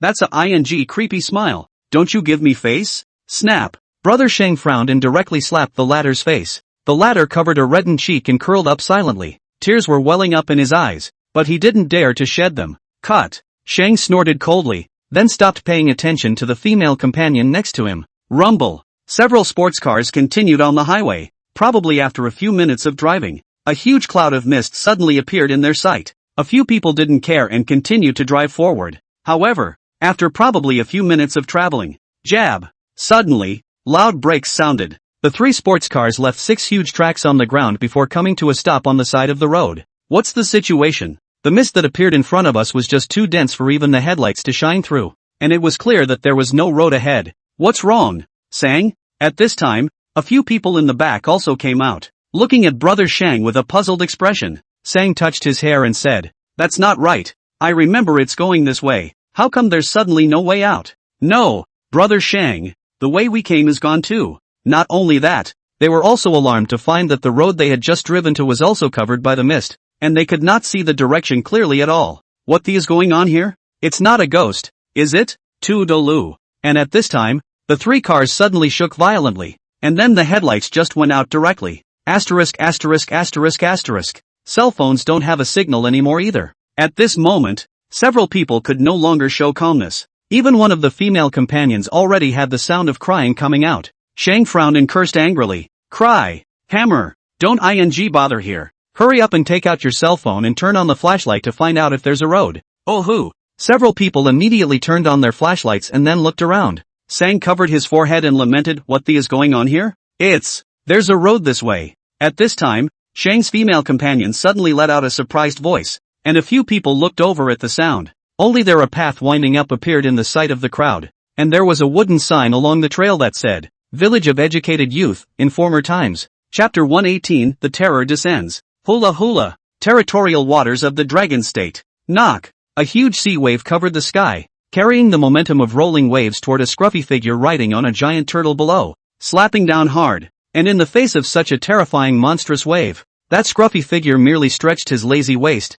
then stretched out his fingers, placed them on the seawater, gently twisted up a drop of seawater, and slowly paddled down towards the huge wave. Jab. At the same time, it was as if that giant wave in the sky had been penetrated by an invisible blade, and it actually broke into 2 hard halves. Boom! The moment the huge wave broke, A dark silhouette also flew out backwards, ruthlessly smashing into the sea island not far away, kicking up huge dust. Ahem! The dust cleared to reveal a giant black man whose limbs had been severed. It was also the figure of Yu, one of the 8 elements of the wind group of the other lands, that came. At this time, the cocky look he had at that time was no longer on his face. Instead, it was covered by a thick color of scorn. Li Mo Han. This guy. It's just sick. And on top of the giant tortoise, Li Ma Xian also had a lazy face as he encircled his hands and chewed on the small grass that he was carrying in his mouth. Mission accomplished. The Joker has been taken care of. Next, before the words fell, an inexplicable throbbing suddenly arose from his heart.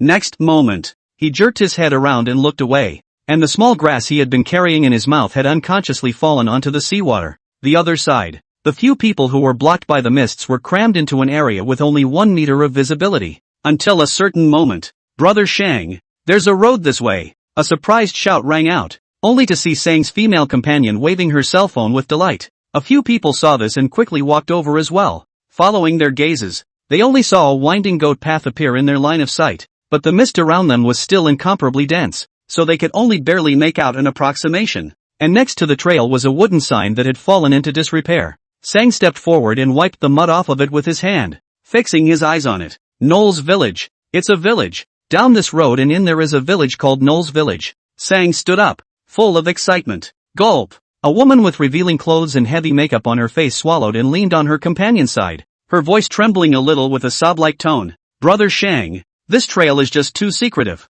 Why don't we just stay here and wait for help? Her words had just fallen. Brother Shang then angrily retorted and drank. You know nothing. Here in the wilderness. Not even a signal. Stay here. Who knows when these mists dissipate? First go to the village of this village of young people to stay until dawn and then think of a way. With that, regardless of a few women crying, he walked over to the trunk of the sports car, then fished a couple of wrenches out of it and shoved them into the hands of the 2 remaining men.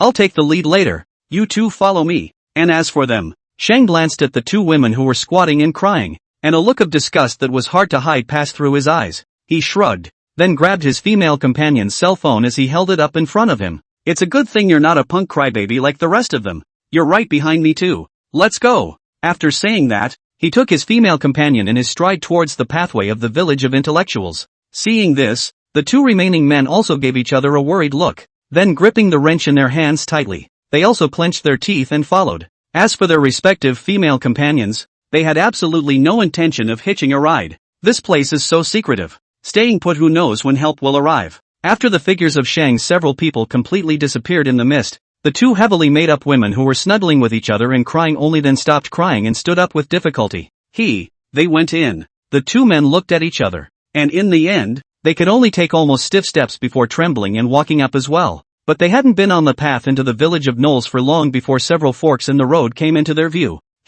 Which way did they go? Looking at least 6 diverging paths in front of her, a woman covered her mouth with a look of horror. Shang, cowboy, Bing, she bravely shouted a few times, but it was as if her voice was blocked by the mist, and it only traveled a few centimeters away before disappearing without a trace. You, look! At that moment, the other woman let out a sudden shriek, then lifted a trembling finger and pointed to one of the diverging roads, only to see where the mist gradually became thinner, revealing a vague figure. The figure stood right in the middle of the mist, not moving at all, appearing extremely secretive. Shang, the woman called out uncertainly. Swish! Just as the woman's voice had just sounded, the figure not far away then suddenly seemed to be touched and accelerated violently, running wildly towards the 2 women. Behind it, it was dragging a huge axe-shaped object, which rubbed on the ground with a loud and ear-piercing friction sound. Seeing this scene, the 2 women could no longer keep their composure and screamed out in fear before running like crazy in the direction they came from. Just halfway through the run, one of the women suddenly stopped in her tracks, and her entire body stayed in place. The woman at the front watched her sisters stop in their tracks, and then looked behind her at the gradually approaching figures, and cried out anxiously, Ruhua, run what are you waiting for? Cluck cluck cluck. But she was answered by a laugh that was shuddering beyond belief. The woman known as Ruhua then slowly raised her head, revealing a face that had been distorted to an indescribable state. It was a cheek that no longer had human skin, crawling with maggots and emitting an extremely foul odor. At the sight, the woman screamed in terror, but before her screams could spread, she was hardened by a blood-stained axe and cleaved in 2. For a while, blood splattered. Chapter 119, I'm a hanging wall. Inside the old house. Shoo shoo. The two ghostly figures kept flickering and jumping between the buildings. It was simply difficult to confirm the trajectory of their movements with the naked eye.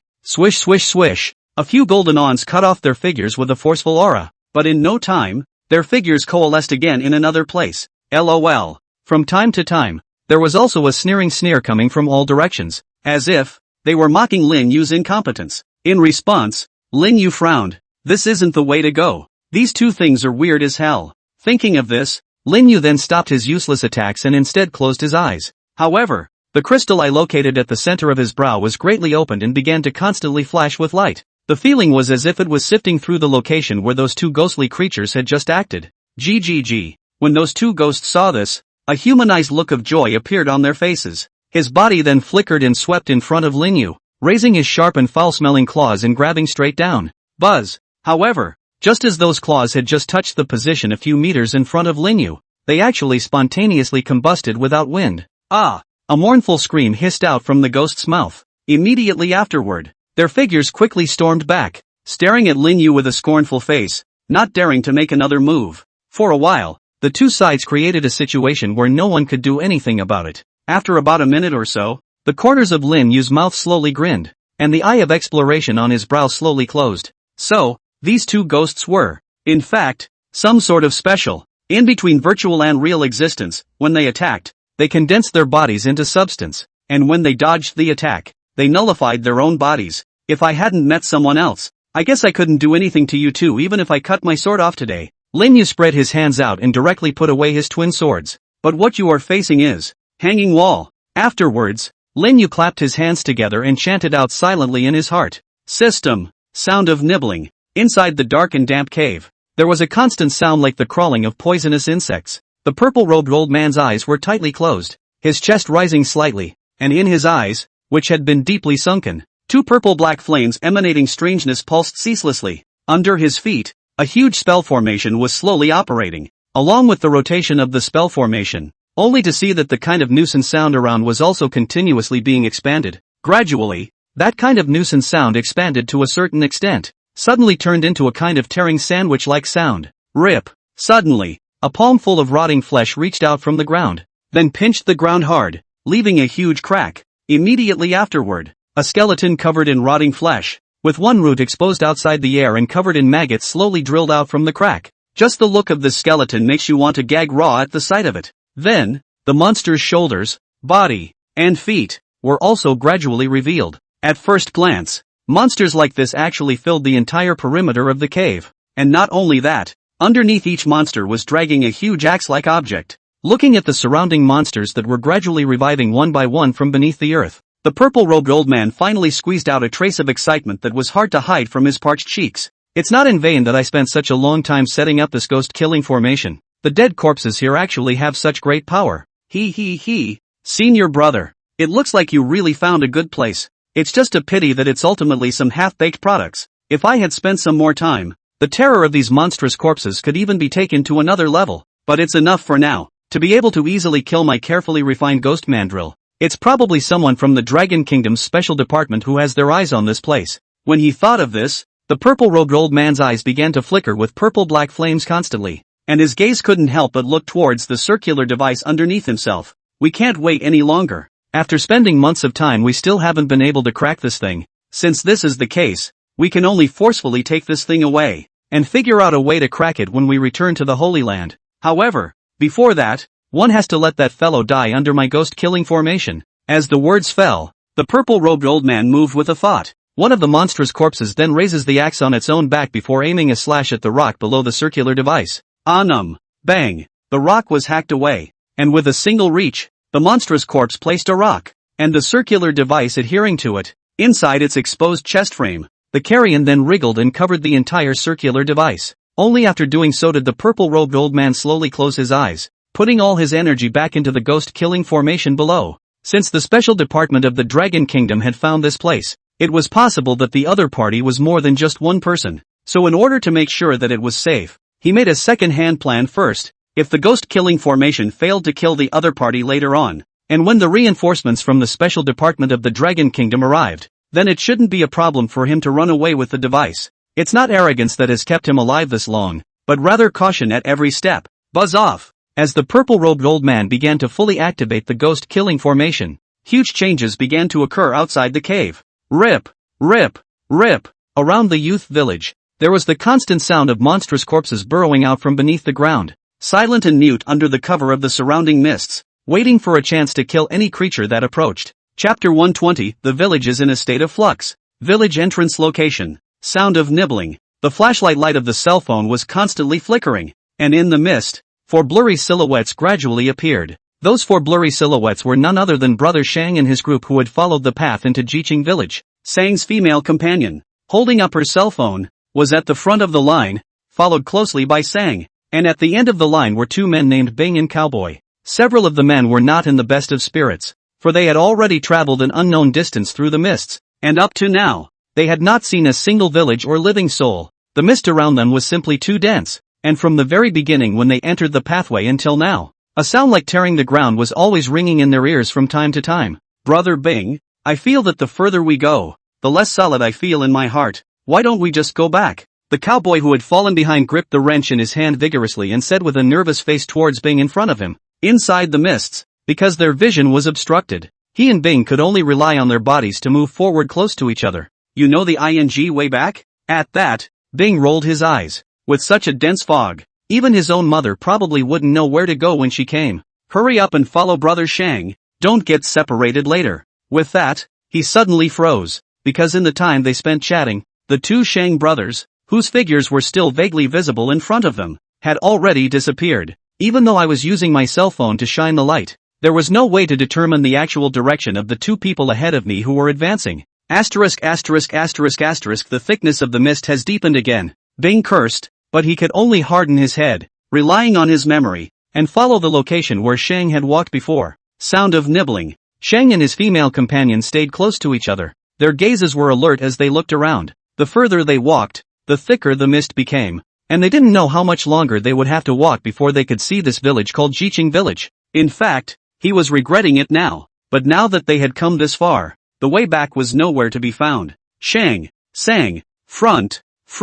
Suddenly, the female companion in front of him jerked to a halt. What's going on? Sang froze and moved his eyes toward the spot in front of him. The next moment, the outline of a village came into his sight. It's the village. Bing, the cow. Shang subconsciously turned his head and called out to the 2 people behind him with a face full of surprise. But in the next second, his voice came to an abrupt end. In the next moment, his pupils widened violently, and his face was filled with panic, because only to see that behind the 2 of them, probably less than a meter away, a figure that was visually 3 or 4 meters huge stood there, and behind it, it was dragging a huge axe-like thing. From the figure's entire body, a foul odor emanated as if it had been corroded for hundreds of years or more, and just the smell alone made people unable to help but be raw and nauseous. At this moment, the figure stood there, and the axe behind his back was slowly raised, his 2 empty eyes gazing at the 2 people located in front of him. Shang's legs went limp and he directly fell to the ground. His crotch was directly rendered in a yellow color, but he forcefully covered his mouth and tried to keep himself from screaming out. However, the female companion in front of him wasn't so lucky. The latter sniffled and subconsciously said, Brother Shang, do you smell that? It stinks. Brush. Just as her voice had sounded, it was as if the huge figure had been violently activated, and the axe behind it flew with a brush. Pust. At once, countless blood splattered, and a head with a sickening expression was thrown up high. Ooh-hoo. Being splattered with blood all over his body, but Shang still covered his mouth in death, not daring to make a sound at all. Gah! After decapitating Shang's female companion, the huge figure fell silent once again, not moving a muscle. I don't know how long it took, but Shang felt like his whole body had completely stiffened. He tried to move his fingers gently. The huge figure didn't move. Move your feet again. Then the shoulders, the head, and finally the whole body. As Shang's entire body began to slowly squirm on the ground, the massive figure remained unresponsive. Bit by bit, Sango squirmed and then crawled towards where the village was. Alive. Finally, after the huge figure was completely invisible, Shang's entire body just slumped towards the entrance of a house at the entrance of the village. But before he could be happy, the next scene was one that nearly scared him out of his wits. Rip, one after another. In the darkness, there was a constant sound of the ground being torn apart. That was a terrifying monstrous corpse being awakened. Those strange corpses. At first, After they drilled out from the ground, they hadn't moved much, frozen in place, motionless, as if as long as no one woke them up, they could keep this action lasting. However, this situation was soon broken until a certain moment. Buzz! In the originally empty pupils of all the strange corpses, there was a trace of purple-black luster flickering steeply. Along with those flashes of brilliance, those monstrous corpses also began to move. In the tail of the strange corpse, dragging a heavy axe friction on the ground to send out ear-piercing and sharp sound. But in the fog below the obstruction, those originally seemed to be a big sound is only towards the surrounding spread less than a meter distance. Vaguely, it was only possible to see a blurry and incomparable figure from the thick mists. But soon, those figures were recovered by the mists again. Shang was so scared that he immediately jumped up from the ground, then ran towards the inside of the village like crazy. Just what he didn't notice was the location of that doorway after he fled. An extremely ugly monster also poked its head out. A pair of hideous pupils stared him dead in the face. Chapter 121, Big Brother Help. Jab. In the village of the youths, a figure fled hastily on the village road, looking behind him from time to time with a face full of panic, as if there was some kind of terrible monster behind him. The clothes on his body were shredded into pieces of rags, and his exposed skin had scratches strewn with blood. Every now and then there were drops of blood dripping down the scratches on the ground. Bang! At a certain moment, the man who was fleeing accidentally stepped on top of a protruding rock, and then his entire body fell to the ground uncontrollably. He showed his head with a gray head, the very same Shang who had entered the village of the youths. No! Don't kill me! Don't kill me! At this moment, the collapsed Shang on the ground struggled a few times, but finally got in the way of his body could no longer support him up. And then the whole person's mental state was on the verge of collapse. He curled up into a ball and kept on shouting, and his body kept on twisting. Cluck cluck cluck! A terrifying hissing sound rang out from the mists, and then an incomparably ugly monster slowly walked out from the mists. If Lin Yu were here, he would definitely be able to recognize at a glance that this incredibly ugly monster was precisely the same as the monster transformed by those villagers in the ancient mansion.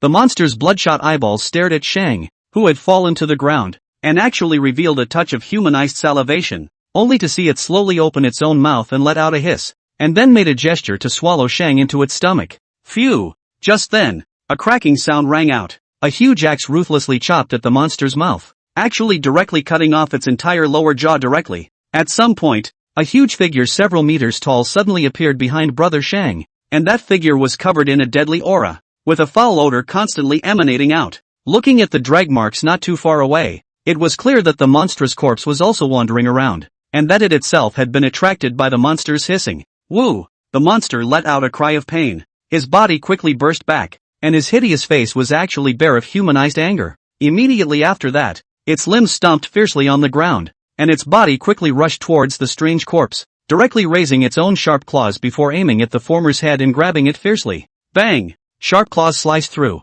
bone slag flew, and a few deep marks appeared on the skeleton of the strange corpse's head at once, and as if the monstrous corpse couldn't feel the pain, it raised its arms and grabbed onto the monster. For a while, the monster tangled with the monstrous corpse. Lying on the ground, Shang originally thought that he was bound to die, but seeing the two monsters entangled together, he didn't know from where he suddenly developed another force that strongly supported him to crawl and move. Having just crawled away from the range of those two horrible monsters, Shang was not yet able to celebrate that he had once again retrieved a small life. In the next second, a paw appeared in front of his eyes, accompanied by a foul odor. This time, however, there was a look of relief on Shang's face. Better kill me, screwing me like that. Shang's eyes fluttered shut as he waited intently for death to come. The living? However, what rang in his ears this time was a surprised voice. At the sound, Shang snapped his eyes open and looked up. The owner of the paws in front of himself was not that horrible monstrous corpse, but a handsome-looking 18 or 19-year-old boy. The teenager held a knife in both hands,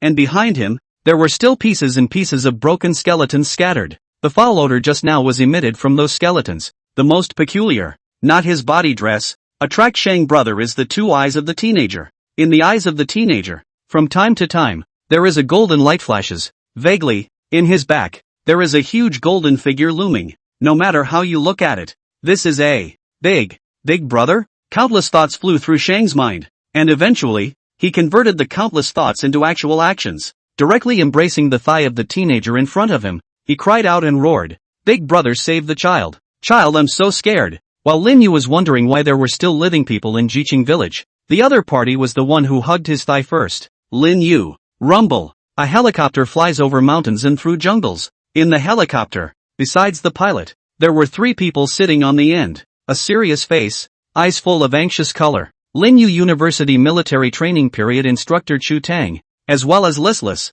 lethargic Do Half Xian, as well as a scruffy dress Wudong Li Ma Xian. Li Ma Xian held a weed in his mouth, sitting in an extremely casual manner, with a completely cloudy expression on his face. From time to time, Chu Tang turned his head, gazed at Li Ma Xian, and said, "Team Leader Li, you're in an unparalleled hurry to call the several of us here, saying that something heavenly is going to happen. How come you're acting like a worldly person now?" Li Mohan glanced at Chu Tang and said, "What's the use of being anxious? Have a normal heart." Chu Tang was speechless for a moment. I don't know who was in a hurry to post a SSS emergency and then call the 2 of them over on the fly. As a result, by now, he had actually turned out to be the one in the least hurry. Li Mohan didn't care about Chu Tang's gaze as he looked into the distance, vaguely as if he was seeing through a thick layer of clouds. Chapter 122, Brother Shang of the Dagger. Shrouded in mist in the village of Knowles, Shang's entire body climbed onto Lin Yu's body like an octopus. "Get loose." Lin Yu shook his legs hard, being hugged by a big man like this,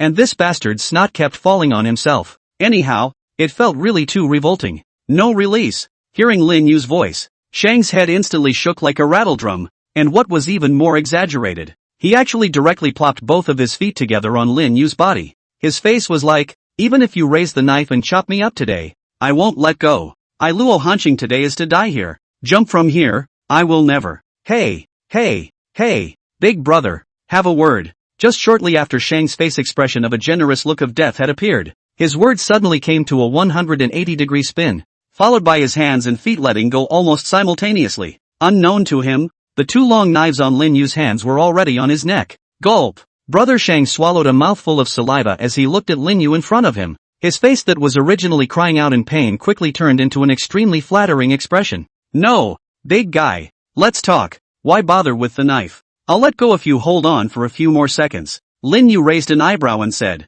"I'll chop it down if you hold on for a few more seconds." "Sang, now what's going on out there? How did you get in here? And what are you? Tell me." Without waiting for Shang to react, Lin Yu once again placed the long knife on Shang's neck. Now that the entire Jiqing village had been shrouded in mist, he now desperately wanted to know how extensive this mist was. Moreover, the owner of the ancient mansion had been hiding in the shadows, and the fact that the man in front of him could still appear in the village had to arouse his suspicion. While inquiring, the long knife in Lin Yu's hand was aggravated by a few points, and the long knife flooded with cold light, slashing Shang's skin, a strand of blood sliding down the long knife. No, cut the crap and answer my question." Brother Shang was shocked at his words, and then flew off to recount what he and the others had experienced along the way. Lin Yu, on the other hand, stood to the side, his eyes glittering with essence. He was testing the truth of the man's words before him. In the end those 2 monsters fought together, so I was able to crawl out while I had the chance. Believe me,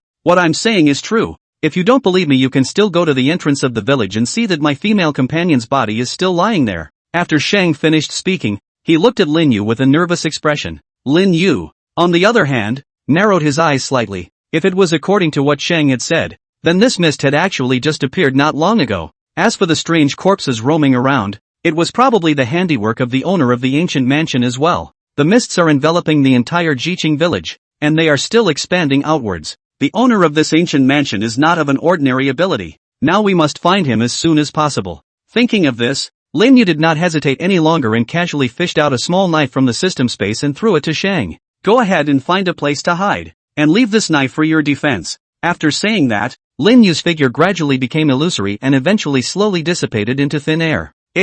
Sang held the knife with a completely unresponsive look on his face. He looked at the small knife in his hand, which was only the size of his palm, and then at the huge axe scattered not far away. For a moment, he couldn't help the corners of his mouth from twitching violently. "No, big brother, you have 2 long knives in your ing hand. Why are you throwing me a small knife?" Chapter 123. Pust. The long blade penetrated through the bones, followed by a gentle twist, and it was able to twist those huge monstrous corpses into pieces. Soon, however, another dozen or so strange corpses reared up from the ground. Seeing this, Lin Yu's expression rose slightly. These strange corpses, although there was no threat to him, but this strange corpses, as if they could never be chopped up. This way, he had already chopped up no less than hundreds of heads continuously. According to this trend, it is very likely that without waiting for himself to find the mastermind behind the scene, The scope covered by this strange corpse fog will expand to another extremely horrifying level. Damn it! This dog, he's hiding really deep.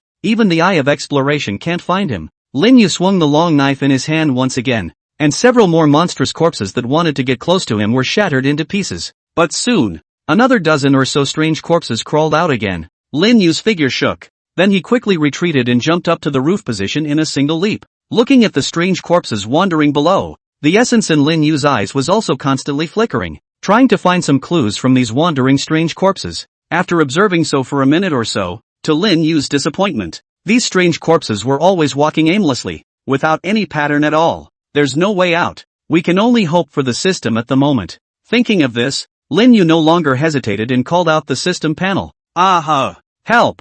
Just then, a sharp call rang out. Lin Yu fixed his eyes on it, only to see that in the middle of the layers of mist, Shang with a face of horror was running wildly in front of him, and behind him, there was an overwhelming mass chasing him. Every now and then, the direction he was running in would also encounter a strange corpse that was wandering around, and so it would be that the overwhelming group of chasers behind him would be one more to add to the list. Mamma mia! Help! Brother Shang ran with reckless abandon, clutching the knife Lin Yu had given him in his hand, snot and tears running down his face constantly. He is now super step horse regret. At that time why want to drive a sports car out to sneaking around, and now I've actually encountered something like this. Originally, I should have been lying in bed, drinking cold beer, nibbling on watermelon and watching. Snap. Nope. What I should regret most is that I didn't just hug that thigh and the leg hair. Sang almost cried to death at the thought. If the heavens could give him a chance to reform himself, he would hug the one's thigh without turning his head back and not move a muscle. Lin Yu's eyes narrowed slightly as he watched this scene. The last time he belonged to the category of unintentionally rescuing Brother Shang. It was also considered that he and Brother Shang had a bit of destiny. It's just that he can't always hitch himself up to save a stranger. This mist was unpredictable, and many hidden dangers might not even be able to be solved by himself. So if he brought another ordinary person with him, he would probably meet with a great disaster. Not to mention, the most important thing for him right now was to find the mastermind behind this, the owner of the ancient mansion. And only by catching him out would he be able to put an end to all of this and save more people. So this time, Lin Yu only glanced at it slightly, and did not intend to waste his time here. Unfortunately, I was blinded by hatred at that time. If I hadn't transcended all the monsters transformed by those villagers at that time, I might be able to get some clues from them now. Lin Yu's thoughts had just reached this point when suddenly, a figure attracted his attention, only to see that among the overwhelming group chasing Shang, a figure running at the front of the dozens of strange corpses was particularly attention-grabbing. Aha! Seeing that figure, Lin Yu's eyes lit up and his gaze looked towards Shang. It seems that you guys really don't deserve to die. Chapter 124 Eye of Exploration Advanced Edition. It seems that this guy really doesn't deserve to die. Thinking of this, Lin Yu no longer hesitated. His body swept out, and the long knife in his hand was also quickly thrown out, accurately and incomparably blocking before the huge axe of a monstrous corpse. Dang! A crisp voice rang out. The giant axe flew out, and with it a maggot-covered arm skeleton. All of this happened in a flash of lightning, and Shang, who was originally crouching on the ground, holding his head and already ready to meet a good death to come, was also dumbfounded by this sudden scene. Before he could react, the strange corpses around him instantly fragmented as a golden light flashed up. Ow! At this time, the monstrous monster following Shang also sensed the danger, and its figure quickly burst back towards the back. Yo! Still trying to run. At this moment, a voice with a slight teasing sound rang out, only to see a palm full of golden light wrapped in a golden light penetrate through the mist and poked out from the void, then straight away grabbed the monster's neck and pressed it fiercely to the ground. This, Shang froze aside, his mouth wide open, looking at Lin Yu, who was wrapped in golden light, with a shocked expression. Mommy, I saw a man with a light bulb in his body, in a small rural courtyard. A twisted, ugly-looking monster was tossed aside in a heap. On the other side of the room, a man with a flattering face waved his small hand and gently pounded the shoulder of a teenager sitting on a chair. That is to say, you're from Mordor, and have some power in Mordor? After listening to Brother Shang's self-introduction, Lin Yu stroked his own chin, his eyes vaguely having a refined aura gushing out. I can't imagine that I've saved the son of a big shot with a more powerful identity. Brother Shang sniffed and slightly exerted force on his hands, smiling fawningly. They are all worldly forces. They can't enter your eyes. God Lin Yu tapped on his chair, his gaze gradually calming down. He then stood up, his gaze slowly looking towards the monstrous monster that was tied to the side and still struggling. At the same time, his mind silently voiced out, System, redeemed the high-level version of the Eye of Exploration. Ding! The high-level version of the Eye of Discovery has been successfully exchanged. Buzz! As the system voice in his mind fell, Lin Yu immediately felt a clear stream surging into his brow. If Lin Yu could see the location of his brow, he would be able to clearly and incomparably see that a milky white clear stream was flowing along his veins towards an eye in the state of a crystal deep within his brow, before wrapping around the latter. Those liquids just wrapped the crystal eyes, then slowly invaded them. However, in a matter of time, the eye that had originally taken on a crystal-like appearance had completely changed to a milky white color, crystal clear and as bright and dazzling as white jade. Rip! In the next second, a sound as if rags were being torn rang out, and the originally milky white eyes were quickly torn apart, followed by layers of black swirls suddenly rendered up. The white jade-like eye kept being compressed until the black vortex took up half of the entire eye, and only then did it slowly stop its attack. As a result, the entire eye took on two forms, one black and one white, and from a distance, black and white were distinct. The black one appeared to be extremely profound and mysterious. The slowly rotating vortex seemed to be able to easily suck out the soul of a person, while the white one was incomparably radiant, just like the eyes of a god. Ding! The upgrade of the high-level version of the Eye of Exploration is complete. The whole process seemed to have lasted for a long time, but in reality only less than 3 seconds had passed. Phew! Lin Yu exhaled a deep breath of turbid air, and his brow slowly opened, revealing the eyes in which showed the dual colors of black and white. Chapter 125, De Xian. Where are you? Presented a black and white eyes appear extremely secretive. One side is like able to swallow the heart and soul of the whirlpool. The other side is a kind of angelic appearance full of holy atmosphere. As the black and white eyes appeared in, the surrounding mist was like residual snow meeting the hot sun, rapidly dissipating, but in just a few seconds, the range of several meters around the two Lin Yu and Shang brother was suddenly wide open. Phew! Lin Yu slowly exhaled a mouthful of turbid air. His face had a look of excitement that was hard to hide. He knew that this time, the high-level version of the Eye of Exploration was considered to have been upgraded and completed. From now on, instead of calling you the Eye of Exploration, I'll refer to you as Twin Pupil. Subsequently, Lin Yu gazed towards the mists, and as the black and white colors above his pupils flickered, the mists around him dissipated at a rapid pace, and as Lin Yu watched, the speed at which those mists dissipated intensified. It was estimated that if Lin Yu were to stare at this place for a while, it was estimated that even the mists of the entire village would be dispersed by him in a raw manner. Sure enough, if I had known it would be so easy to turn on, I wouldn't have gone to so much trouble to scurry around like a headless fly in the mists. As the mist dissipated, those originally tall and ugly monstrous corpses also appeared, but it seemed that because of the loss of the support of the mist, those monstrous corpses even directly stopped moving, frozen in place, motionless. All of this fell into the eyes of Shang behind Lin Yu. At this moment, he grew his mouth and looked at Lin Yu, his eyes full of shock.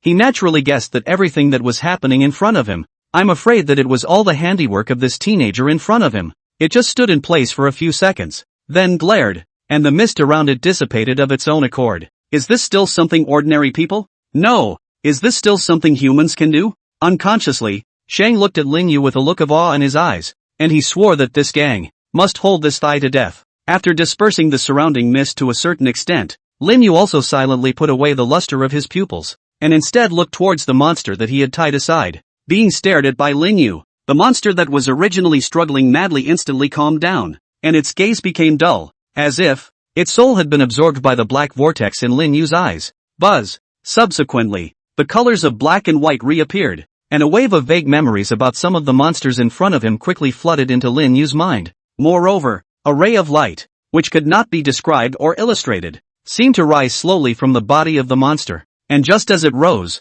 it quickly disappeared into the void, and the next moment it appeared. It was in a certain location deep in the village. The corner of Lin Yu's mouth cracked into a smile. Found you. Rumble. The helicopter's propellers kept turning with a loud roar. Sitting in the helicopter, Li Mohan had his arms wrapped around his chest, a weed in his mouth, and his face always had a look of blandness. However, after the helicopter went over a mountain peak again, the bland look on Li Maxian's face finally changed to a look of gravity.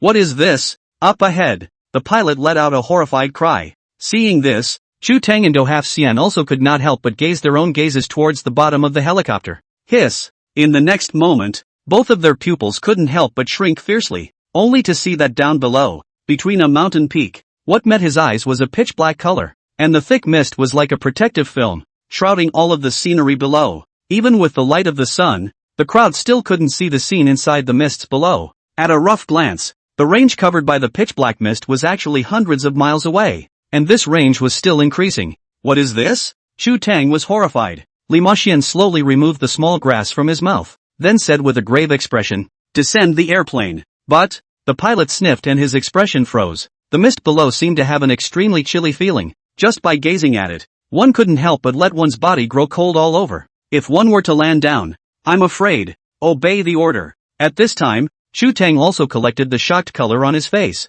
As he looked at the mists below, there was also a strong scorn in his eyes. But in his eyes, more than anything else, he wanted to trace out the true reason for the appearance of these mists. These mists didn't look ordinary. Otherwise, Li Maxian wouldn't have made such a trip himself. Yes, the pilot officer obeyed the order. So he slowly landed the airplane downward. Li Maxian glanced at Chu Tang and did not say anything, waiting until the helicopter was only a dozen meters away from the mists. Li Maxian once again opened his mouth. Okay, this is the location. I'll go down and see what's going on. You guys take the plane to a location away from the mists, and also report back to your head on what's going on here. And if I'm not out in 3 days, there's no need to wait for me. When Chu Tang's few people heard this, they didn't say anything. They knew that if there was danger in this mist, then they and the others going down there would just be adding to the trouble. Seeing that Chu Tang and the others were so knowledgeable, Li Maxian no longer hesitated, and with a gentle leap, he jumped straight from the helicopter into the mists below. Pust! Li Marin's figure fell into the mist without even a ripple.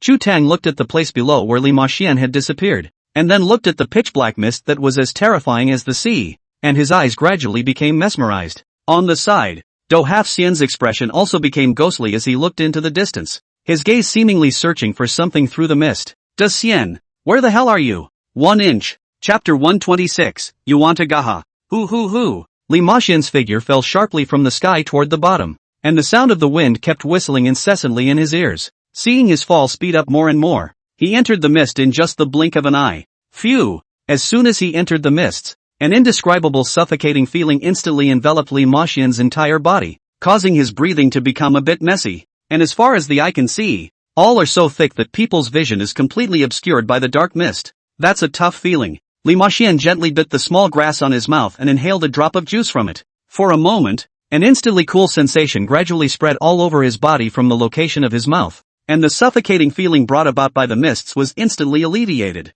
But it's not a good idea to just drop it. Seeing that he couldn't see the distance to the landing, Li Maxian frowned slightly, and then stretched out 2 fingers before gently rubbing them together. Jab!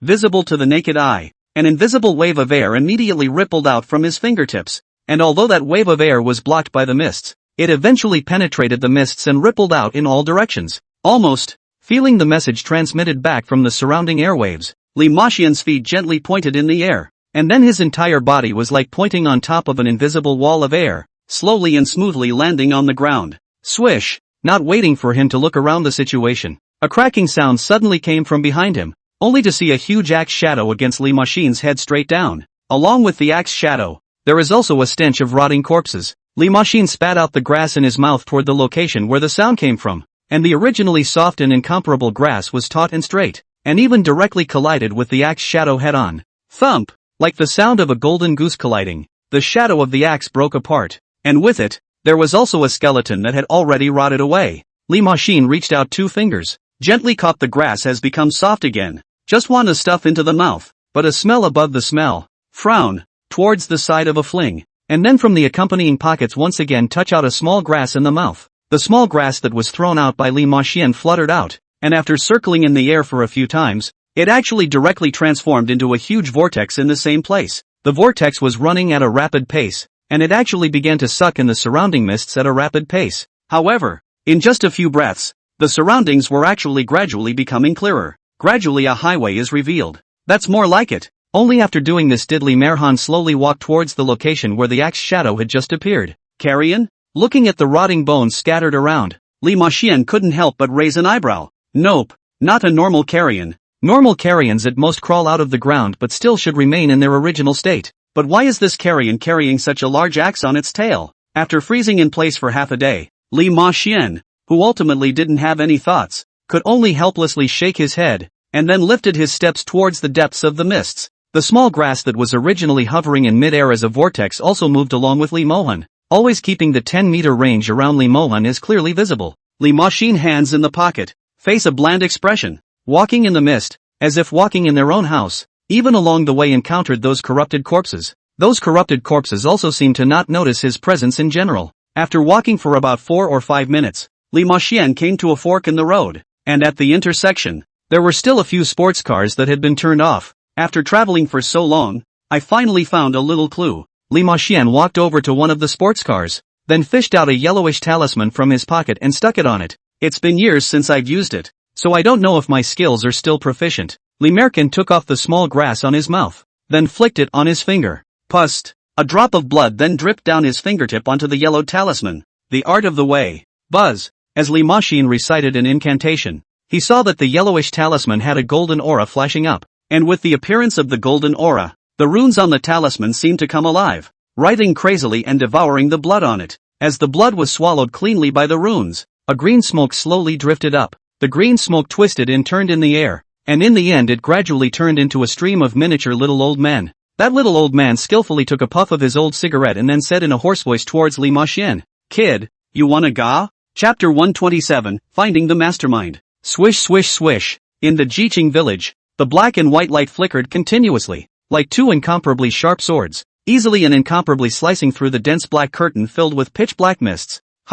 When this state of affairs occurred in the mist, not far from the cave, the purple-robed old man was also the first time to sense, "What's going on? Why do I feel like the mist's power is weakening?" Feeling inside the mists, it was as if there was something that had been consuming the mists, and that kind of thing had an extremely strong restraint on the mists. He whirled around and sank his mind, trying to find out where the reason for the weakening of the mists was through the formation. Buzz! While he was sensing, Lin Yu, who was originally traveling in a steady state, also violently sensed something. In the next moment, the thread of destiny in his brow that took on two colors, black and white, suddenly glowed and became more condensed, then broke through the mist at an indescribable speed, revealing a cave with a closed mountain gate in front of Lin Yu's body. Seeing the huge stone door that had suddenly appeared in front of him, Lin Yu's face revealed an expression that was just like that. "No wonder I could never find the source from which these mists eventually gushed out. It turns out that it's right near me. It's just hidden by an illusion formation." Since the exact location of that mastermind was now found,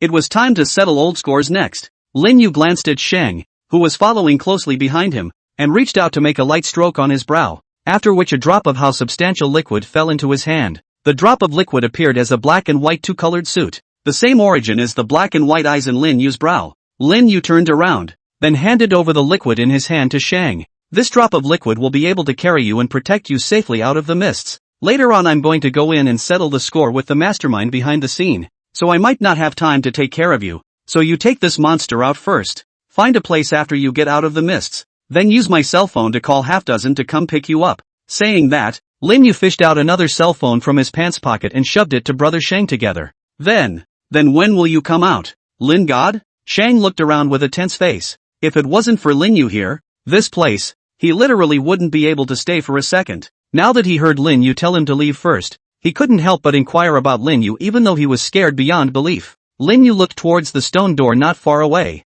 His eyes narrowed slightly and said, "Soon." Upon hearing this, Sheng didn't dare to stay longer, pulling the bound monster along and following the guidance of the drop of liquid in his hand. Soon, his figure disappeared into the misty fog. Brush! Lin Yu felt out the two long knives at his waist, and with a tremor of his body, his entire body shot out like a cannonball. And under the rotation of the eye in his brow, a defensive formation on the stone door was also clearly visible. Lin Yu manipulated the sword with one hand and slashed straight at the weak spot of the formation. Click! With a crisp, crunching sound, the formation on the stone door shattered. Inside the cave, the purple-robed old man sitting on the ground's face changed. "Good guts! I can't believe you actually found your way here." With a wave of his sleeve robe, the strange corpse that was originally standing in place, holding a huge disc in its hand, suddenly looked as if it had come to life. Only to see him clutching the disc, he quickly squeezed down into the ground and disappeared. After doing so, the purple-robed old man waved his sleeve fiercely again. The countless monstrous corpses inside the entire cave immediately opened their scarlet eyes and stared straight at the entrance.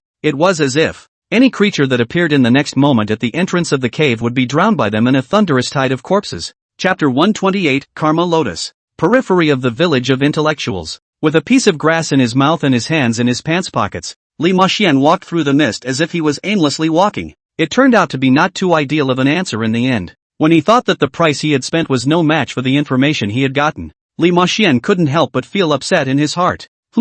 Suddenly, Li Maxian's expression moved slightly, and his gaze involuntarily looked towards a path not far away. There, a faint bit of light flickered vaguely. As that faint light flickered between, a figure gradually appeared at the end of the mist. Li Maxian took a gentle step forward. Brush! In the next second, his figure suddenly appeared 10 meters away. On the other hand, when Luo Zhenxing saw the gradually thinning mist, there was also a great joy surging out of his face. Alive! Master is finally alive! But before the smile on his face could fully stretch out, a scruffy, unmistakable cheek suddenly appeared in front of him. Ah! Luo Zhenxing's eyes snapped open, and subconsciously he was about to scream out. Limerick frowned. Really? It's not like you've seen a ghost. A big old man is so timid, and for crying out loud in this hellhole, I don't want to have to clean up these skeletons. He then stretched out his finger in front of Logansen's mouth and gently tapped it. At that moment, Luo Zhenxing's screams that were originally going to come out were immediately pressed in the middle of his throat. No matter how grim his expression became, he was never able to make a single sound. At this moment, Logansen was confused again. He stared wide-eyed and deadpan at the scruffy man in front of him. This is another run-in with a godly character. Ha! Without half an aura. How did you, an ordinary person, get out of this mist? Suddenly, as if she had discovered something, Li Mohan stared at Luo Zhenxing and let out a sound of surprise. Afterwards, his gaze naturally looked towards the lotus flower in Luo Zhenxing's hand that showed the colors of black and white. With just a glance, Li Mohan instantly understood. This black and white colored lotus flower contains an extremely rich karmic chi in it. No wonder it can bring you out of the mist. Then, Li Mohan aimed a light stroke at Luo Zhenxing's mouth. How did you get this lotus? Luo Zhenxing swallowed a mouthful of saliva. His face filled with nervousness. With his decades of experience in the world of novels, he had never seen any bridges of killing people and seeing their wealth. If he said anything, betraying De Xianlin not to mention, he probably wouldn't be able to walk out alive himself. So, it can't be said. It can't be said to death. Yo, you're a funny kid. Seemingly sensing Luo Zhenxing's reaction, Li Mohan couldn't help but want to laugh out loud. Immediately explained, you this karma lotus in my like floating clouds,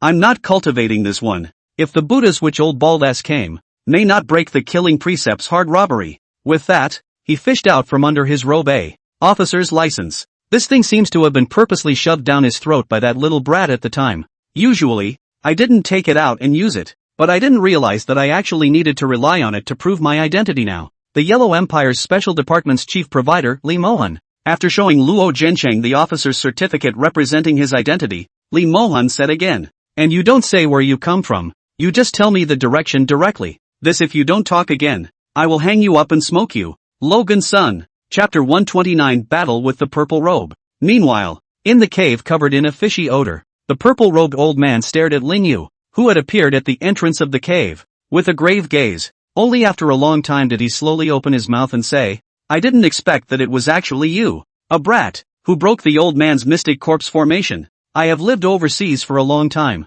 but I have yet to hear that there is such a person like you in the Yellow Kingdom nowadays. Which one of the heavenly stems and earthly branches of the Yellow Country are you? But soon he shook his head. No, these people have been famous for a long time, and you're not the right age. Oddly enough, the purple-robed old man's face was filled with a strange color. Lin Yu didn't answer the purple-robed old man's words, only the black and white eyes on his brow shook slightly. The long sword in his hand slightly pointed towards the purple-robed old man. The village of Jiqing, 103 people, were refined by you into monsters whose gods and souls are destroyed and who only know how to eat human flesh and blood. So today, you don't need to care who I am. You just need to know that I'm the one who killed you. Ha ha ha ha ha. As soon as Lin Yu's words fell, the purple-robed old man was first stunned. Then he snorted loudly. Soon, however, the expression on his face became incomparably grim. Kill me? What a heavenly joke. Even the topmost heavenly stems and earthly branches of your yellow country wouldn't dare to say this to old man. You, a tiny waif,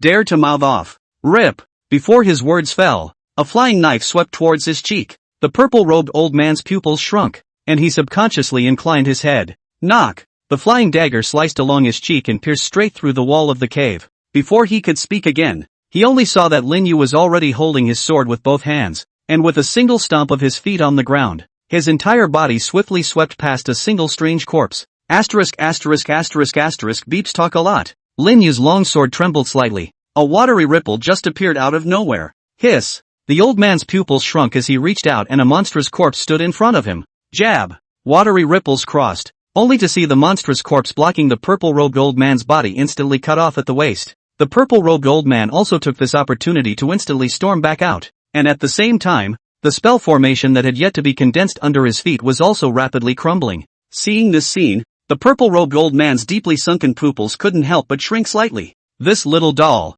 actually recognized that he was stalling for time to set up a spell formation. After a sword cut off the formation, Lin Yu once again held the sword. His body flashed, and in a few breaths he once again approached the purple-robed old man, making a gesture that he was going to beat up a falling dog. Good guts. Is it true that old man is not made of clay? A little doll also dares to bully to old man's head. The purple-robed old man opened his mouth and took a deep breath. Hula hula. Countless pitch-black mists were gulped into his stomach as much as he could, while his entire body was rapidly expanding. Within a short while, the purple-robed old man's figure had swelled to 12 feet huge. Afterwards, only the purple-robed old man reached out and waved his hand. A demonic wind automatically formed from his sleeve robe alone. The demonic wind whistled, blowing all the surrounding strange corpses towards Lin Yu. Golden Emperor's shadow. Lin Yu slashed across his sword. A huge golden figure coalesced behind him. At this time, on the Golden Emperor's figure, a piece of armor mold could already be vaguely seen. As soon as the Golden Emperor's silhouette condensed, he gently waved it in the same manner as Lin Yu, while the golden aura that surrounded him automatically condensed into a giant sword in his hand. The giant sword swept across, and countless monstrous corpses instantly fell apart. When the purple-robed old man saw this, his fleshy eyes contracted fiercely. It's really something. But that's about it. Having said that, the purple-robed old man crossed his hands in front of his chest, then slapped them straight into the ground. Pine. Originally, this bottom card was reserved to clean up your heavenly stems and earthly branches. But now, in order to have a quick battle, I'll take you as a sacrifice first today, dying in the tide of corpses of my purple corpse heavenly father. Your life has been worth it. Gollum. At the place where the purple-robed old man slapped down, the earth rapidly decayed and the skin of the ground continuously fell off. Eventually, a deep crypt gradually formed. Pust. The crypt had just formed when an arm full of white bones violently poked out of it and grabbed the edge of the crypt. Then, there was a corpse that had been dead for an unknown amount of time, with only fishy, rotting flesh remaining, crawling out of it, one after another, head after head. Among them are humans and other creatures. A succession of monstrous corpses covered in rotting flesh crawled out of a large crypt. They crawled out of the bottomless crypt, then stomped their empty pupils and crawled with a staggering gait towards Rinyu, who was positioned at the entrance of the cave. In just a few breaths, an incomparably large tide of corpses had formed. The wave of corpses attacked and quickly drowned Lin Yu. Chapter 130, Killing the Purple Robe. To be flooded by this tide of corpses of mine, even the top few of the Yellow Kingdom will have to drink their hearts out. Looking at Lin Yu, who was submerged by the tide of corpses, a smile finally appeared on the purple-robed old man's dry face. Although this son did exceed his expectations, unfortunately, being young and foolish, he still fell into the means of the old man. Later on, old me will train your bones into a puppet and drive it for 100 years, so that your soul will never be able to transcend life. In the purple-robed old man's sunken pupils, purple flames pulsed ceaselessly, reflecting where Lin Yu, who was wrapped in layers of corpse tide, was located. A few minutes later, looking at the still inexhaustible tide of corpses, the purple-robed old man couldn't help but frown. This son actually managed to hold out under the tide of corpses for so long? This tide of corpses of his would never be exhausted until the opponent was completely torn apart. However, in the past, after he performed this move, even some of the people who were on par with him would have their corpses gone after a few minutes. What if something has changed? The thought had just crossed his mind, but then it flew out of him. No way. Absolutely no way. He was so cautious that he made a killing move. The other party was just a milquetoast brat, and even if he had been modifying it since his mother's womb, there was no way he could compare to someone like him who had experienced the trials and tribulations of life and death. Only, this absurd and incomparable thought had just been extinguished by him, and in a whirlwind, it reappeared again, and was even stronger than just now. As he continued to wonder in amazement, in the very center of the tide of corpses that surrounded him, a huge golden figure sheltered around Lin Yu,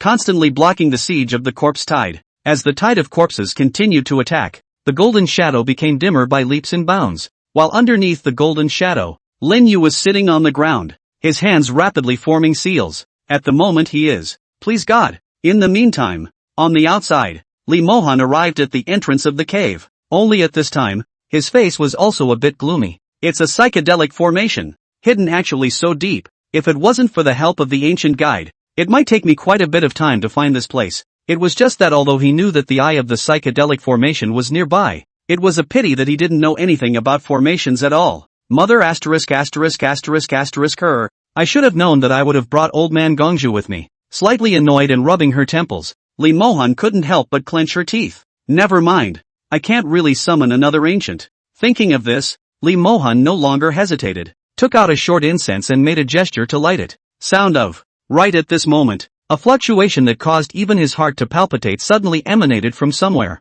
causing his entire being to be stunned. What is it? Lee Mohan was first stunned, and then a strand of golden silk steeply emerged from the air. When the strand of golden silk thread appeared, the originally dense mist around them directly turned into nothingness as if the clear button had suddenly been pressed. Immediately afterward, the psychedelic formation that had plagued Lee Mohan also directly collapsed. In the next second, a huge cave appeared in front of Lee Mohan's eyes. Lee Mohan subconsciously glanced toward the cave, and in the next second, his pupils shrunk violently, asterisk asterisk asterisk asterisk, only to see that inside the cave, a blinding and incomparable golden light enveloped the entire cave. At the same time, one could only see that from the center of the golden light, a big golden rod was actually slowly reaching out. It was immediately followed by the appearance of the giant golden rod. A voice that seemed to speak of suppressing the entire heaven and earth resounded abruptly. It swelled countless times violently, stabbing the entire cave right through. Then, under the purple-robed old man's shocked gaze, he smashed straight down. Deity, demon, eat my old grandson's stick. Chapter 131, Heavenly Stems and Earthly Branches. Dang, the giant rod fell, and everything seemed to turn into flying ash and disperse. Countless strong winds whistled past, lifting up countless boulders and stirring up countless mists. This stick shocked the heavens and moved the earth. Lee Mohan stood at the entrance of the cave, his mouth wide open, his face dumbfounded, allowing countless strong winds to whistle around him. Nima. It took a long time before two words of awe popped out of his mouth. What the hell was that? Eat my old son's stick? Monkey? And just now he didn't see wrong right. That purple-robed old man wasn't that whoever from the Holy Land? Being beaten to death with a stick? Ahem. Suddenly, a violent cough rang out, and Lee Mohan's eyes narrowed, only to see an arm suddenly sprang out amongst the countless pieces of debris.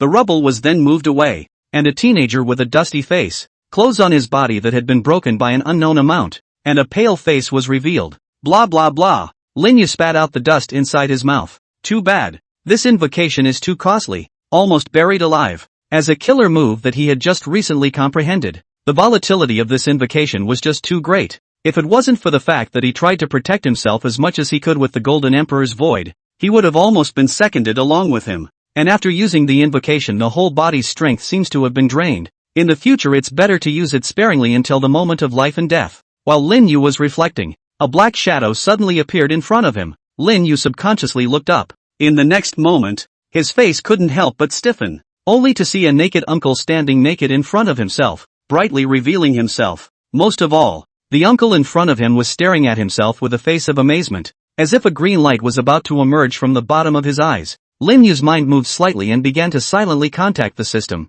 If something goes wrong, use space teleportation to run away in an emergency. You're called Lin Yu, right? Lee Mohan paid attention to Lin Yu for about 2 or 3 seconds, then spoke. Aha? Lin Yu raised an eyebrow, only to see the older man in front of him grinning. He said, "My name is Lee Mohan. You can understand that I am Chu Tang and Luo Tingtian's superior." Chu Tang and the others moved quickly. Soon after Lee Mohan sent out the message, they quickly pulled a helicopter gunship from within the nearby military region and landed it in the center of the Jiqing village. Rumble! The helicopter flew at speed. Lin Yu sat in his seat, and next to him was a delighted Do Half-Sien. Sitting across from him were Lee Mohan and Chu Tang, who had already changed into a new outfit. The air in the cabin seemed very silent. Just now, Lin Yu had described roughly everything that had happened in Jiqing village. After listening to Lin Yu's statement, both Chu Tang and Lee Mohan's expressions looked grave. In the end, Chu Tang was the first to open his mouth to break the silence. These assholes have no regard for human life.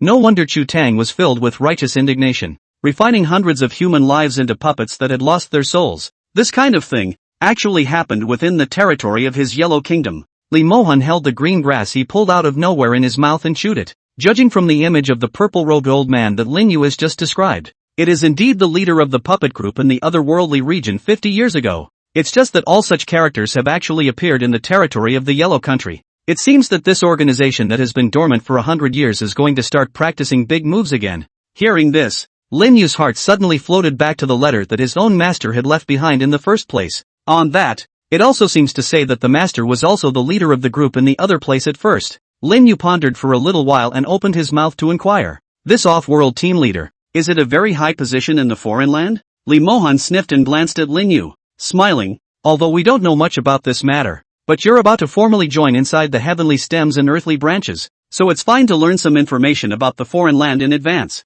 Heavenly stems and earthly branches? Lin Yu froze again. This organization also appeared in the purple-robed old man's mouth at that time. I only heard Li Mohan explain. You can go back to the headquarters to check the specific information of the foreign land. And as for the heavenly stems and earthly branches, I can give you an answer right now. The so-called heavenly stems and earthly branches, that is, divided according to our yellow country's ancient 10 heavenly stems and 12 earthly branches. It represents the strongest special organization in our yellow country. The heavenly stems and earthly branches are divided into the 4 sectors of heaven, earth, Xian, and yellow, of which there are 10 people in the heavenly character sector, riding on the 10 heavenly stems, the 10 strongest people in the yellow kingdom. The 12 people in the earth character section are called the 12 earth branches. The Xian character section is the backbone of the yellow kingdom, with the largest number of people, and is the combat section. And the last yellow character section is mostly responsible for intelligence transmission. The entire Heavenly Stems and Earthly Branches organization is secretly and silently protecting the Yellow Kingdom from the attacks of foreign supernatural humans.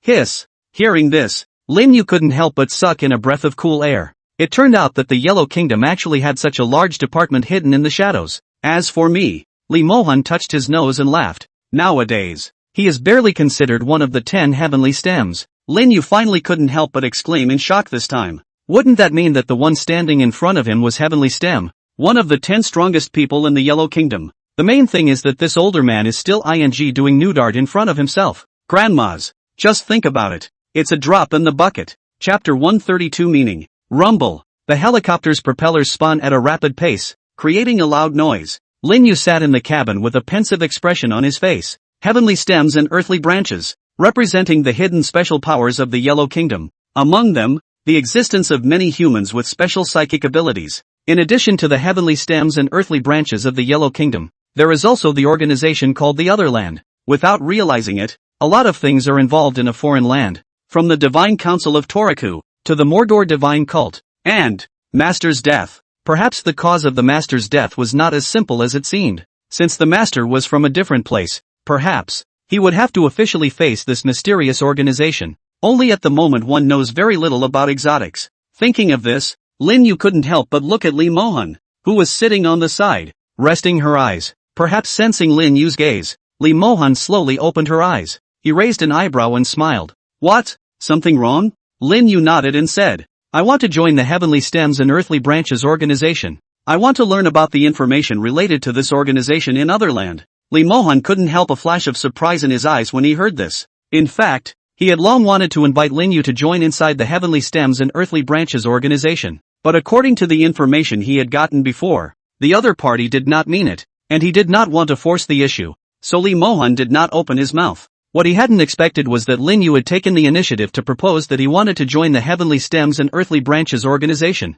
However, when she heard Lin Yu's reasoning behind it, Li Mohan couldn't help but frown. Getting relevant information about a foreign land? That's it? Afterwards, Li Mohan said with a solemn face, do you know what joining the Heavenly Stems and Earthly Branches organization represents? Do you know what this organization represents? If you only joined on a whim or just for the sake of so-called intelligence.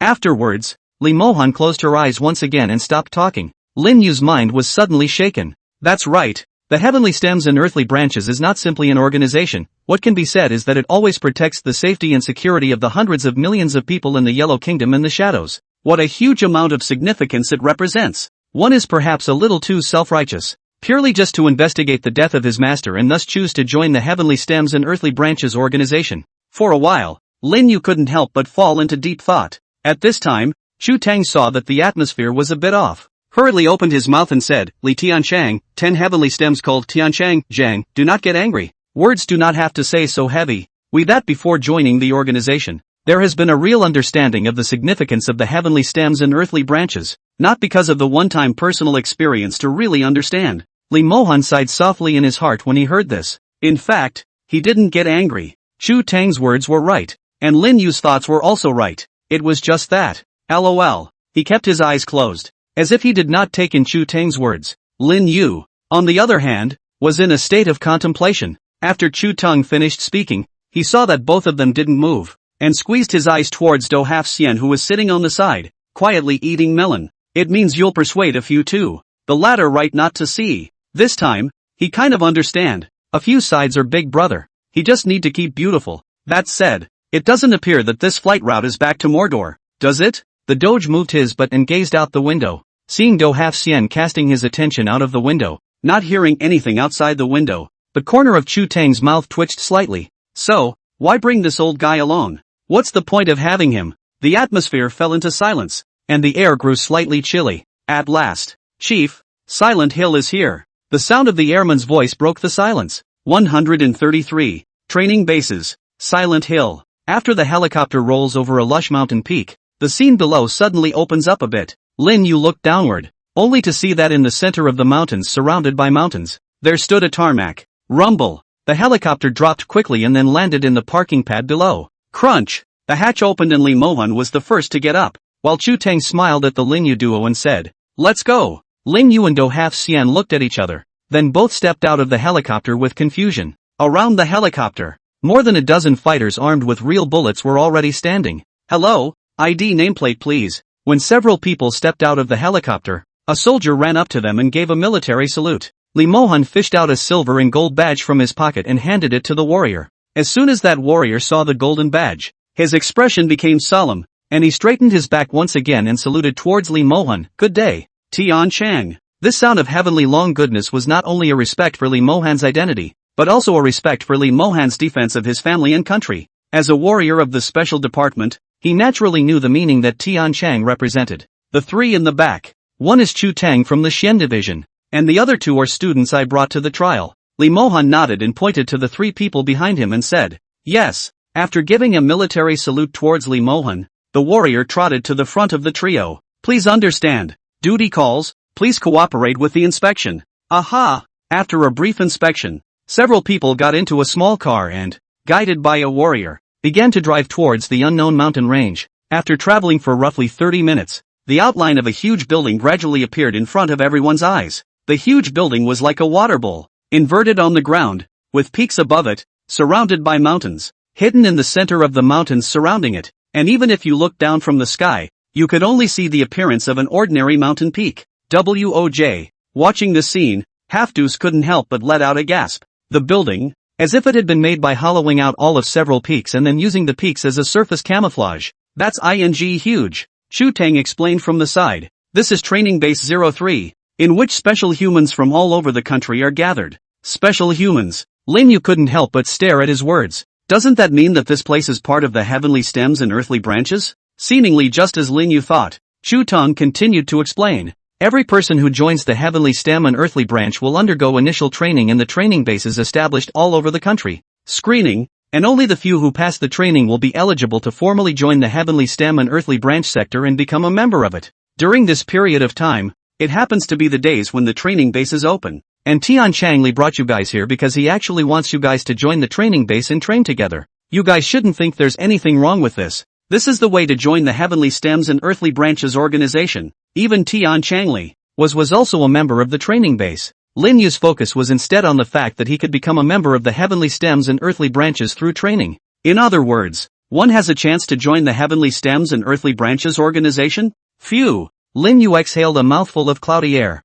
In the passenger seat, Li Mohan glanced at Lin Yu through the rearview mirror and said, "Our Heavenly Stems and Earthly Branches organization never rejects the main applications of exceptional humans, regardless of your initial intentions. However, everything has to be done through training before we can make a conclusion. The training lasts about 3 months. During this time we will have a department dedicated to articulating you. You can rest assured that you will train at the base and then just take the test." Swish! Just as a few people were talking, the vehicle also arrived in front of the huge building. Chapter 134, Rules are Rules. Waiting until the vehicle came to the training base below, Lin Yu and Do Half Xian could only see how grand this castle-like building was. The wall made of reinforced concrete, not knowing how thick it was surrounded by countless thick vines, which reflected glittering light in the sunlight and emitted an endless ghostly aura. When Lin Yu looked at those vines, vaguely, one of them trembled in a way that was hard to see with the naked eye. The crowd was finally released after an incredibly strict verification and inspection by the guards at the entrance.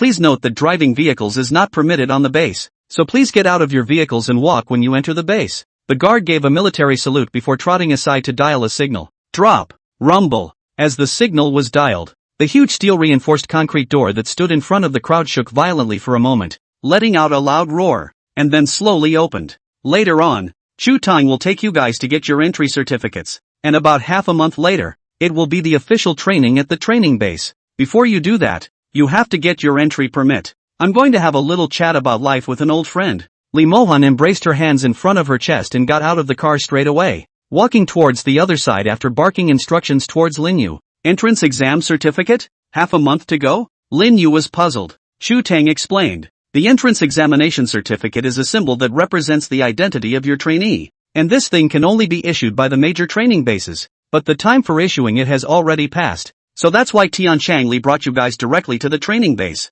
Hiss. Do Hafxian couldn't help but suck in a breath of cool air from the side. Isn't this just a back door? Chu Tang nodded. It does go through the back door, but this back door isn't normally open. Even you've been dragged in. Half Duo couldn't help but stare. No. There's me? No. Big brother. I'm just an asshole. You're asking me to cheat. I'm just an asshole. If you want me to cheat, I'm fine with solving women's problems, but I'm afraid I'm going to have to do it with my old bones. Chu Tang waved his hand. I thought you were still holding the thigh. By the way, you two don't just survey the surroundings. Don't be too far away from me. There are prohibitions set up by those adults everywhere around here. The two followed Chu Tang to the door of an office-like room. Knock knock. Chu Tang knocked on the door. Enter. A masculine male voice came from inside the house. Crunch. Chu Tang pushed open the door of the room. And at this time, several people also saw the scene inside the room clearly. The first thing you see is a mirror. Why the A? Because that mirror can't help but reflect.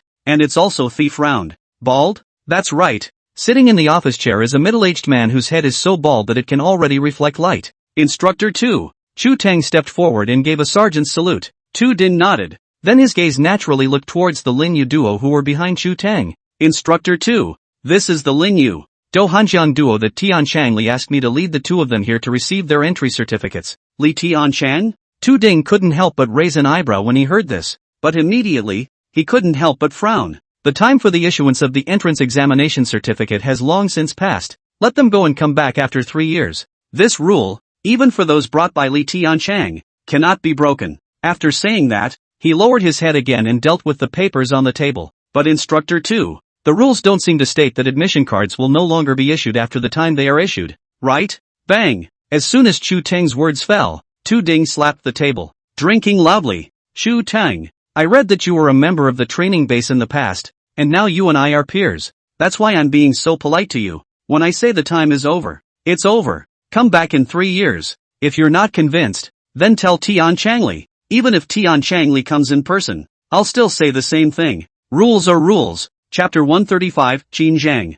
Rules are rules. Tu Ding sat in his position, with a faint wisp of low thunder resonating from his body. Chu Tang's face was also a bit ugly, although he called Tu Ding an instructor. In fact, the two of them were at about the same position level, but at that moment, Tu Ding actually wanted to turn Lin Yu away for the sake of a so-called rule. The two of them actually went a bit toe-to-toe for a while, and the air in the entire room was a bit scorched. Seeing this, Lin Yu hurriedly stepped forward, and just then, a bright laugh suddenly came from the doorway. Ha ha, Instructor 2, don't be so angry. No, Tian Changli has personally come. With the sound of a bright laugh, a man with a resolute face and wearing a dark red robe walked in side by side with Li Mohan. Swish! Seeing the visitor, Tu Ding hastily collected his breath and stood up violently. Chief Instructor, Li Tianchang. In response, Li Mohan nodded bashfully and said to Lin Yu, this is the Chief Instructor of Training Base 03, Qin Zhang, also a member of the 10 heavenly branches of the heavenly stems and earthly branches.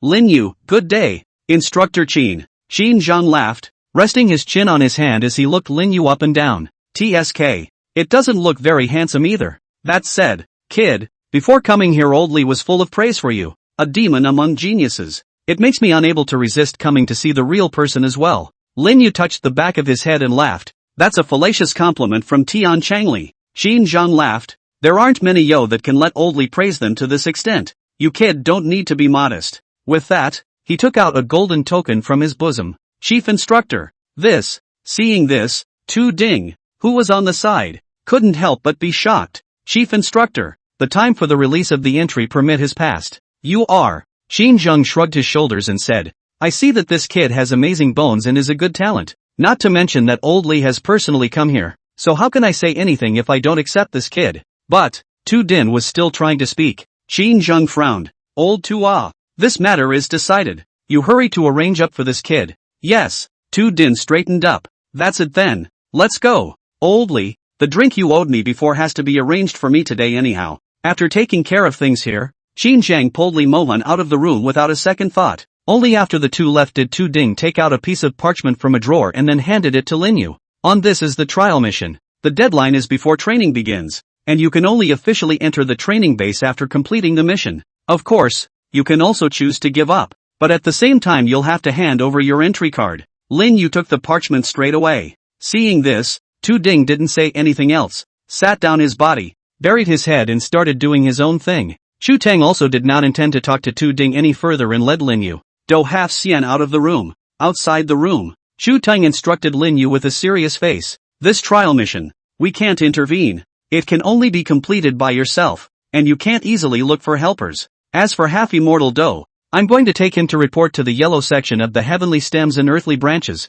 where he doesn't need to participate in trial missions. Aha! Lin Yu nodded. In the end, Shu Tang took Lin Yu and Do half Xian with him, and after many bounces left the training base and appeared in the magic city. As for Lee Mohan, it seemed that after drinking Qin Zhang down, he left the base alone, not knowing where to go. As soon as he returned to the magic city, Chu Tang took half Shining Do and headed to the yellow department of the heavenly stems and earthly branches magic city. Lin Yu, on the other hand, had once again appeared at Mordor University. This time, however, Lin Yu didn't go back to his dormitory. Instead, he opened the parchment and began to study the contents of the mission on it. Chapter 136, How about we make a deal? Buddhist temple, loanword from Sanskrit Niku, ferry port. At this moment, the entire Watanuki port location was brightly lit, with a vehicle loaded with goods unloading the goods from the cargo ship in an orderly manner and transporting them to the far side. Hundreds of men in black looked around warily, and in their belts, they all hid bulging guns.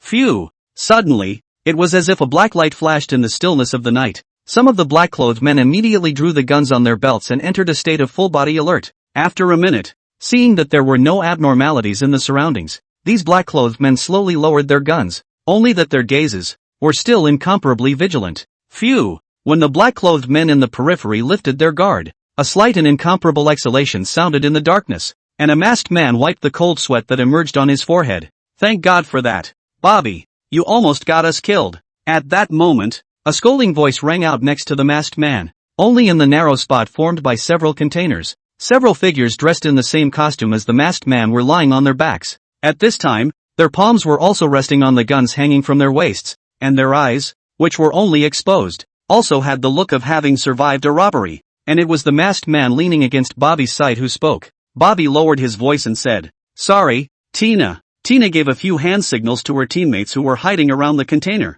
and those who saw that, all of them hid their figures and began to move towards the cargo ship's location. After doing so, Tina then turned toward Bobby and said, "Bobby, I hope you won't hold the team back during the next operation." After saying that, pulling down the mask, the whole person was like a ghostly figure shooting out. "I promise, it won't happen again."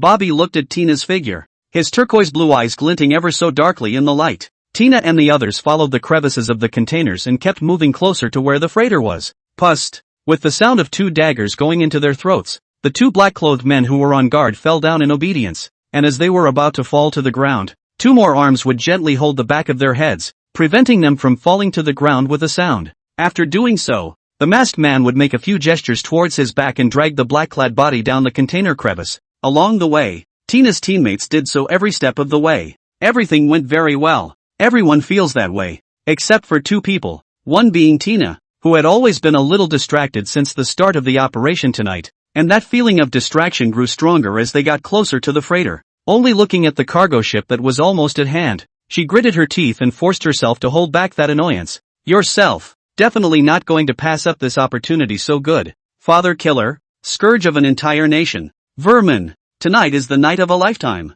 The other man was Bobby, who couldn't help but force a smile onto his face as he got closer and closer to the freighter. At this point, though, he was wearing a mask, so the only thing you could see in his exposed eyes was utter madness. "Tonight, Tina, You will belong to me, Bobby, forever. Bang! As the last few black-clad men guarding the freighter fell to the ground, Tina and the others finally appeared at the edge of the freighter. Punch it! Looking at the cargo ship close at hand, Tina couldn't hold back any longer, drew the gun at her waist, and leapt down the container. Swish! With Tina's order, dozens of figures were also quickly swept out of the surrounding container crevices. Knock knock! Just then, the originally brightly lit cargo ship suddenly went out. The next moment, hundreds of guns poked out of the freighter. Da-da-da-da! Without any unnecessary negotiation, countless flames whistled out from those pitch-black holes like fiery snakes. The blinding light nearly illuminated the entire night. Those masked men who hadn't been overly prepared were suddenly caught off guard in a single glance. Bang!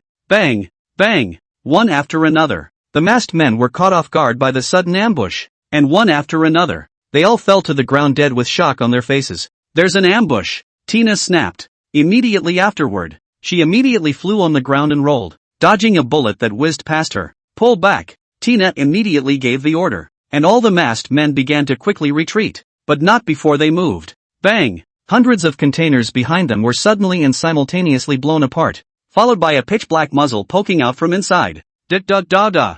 Then the fire snakes flew. This unexpected scene directly caused the countless masked men to look stunned. In the next moment, they were beaten alive by countless bullets. Pust! Even the incredibly agile Tina was shot several times in the hail of bullets. Pust! Tina spat out a mouthful of blood and sat helplessly on the edge of the container.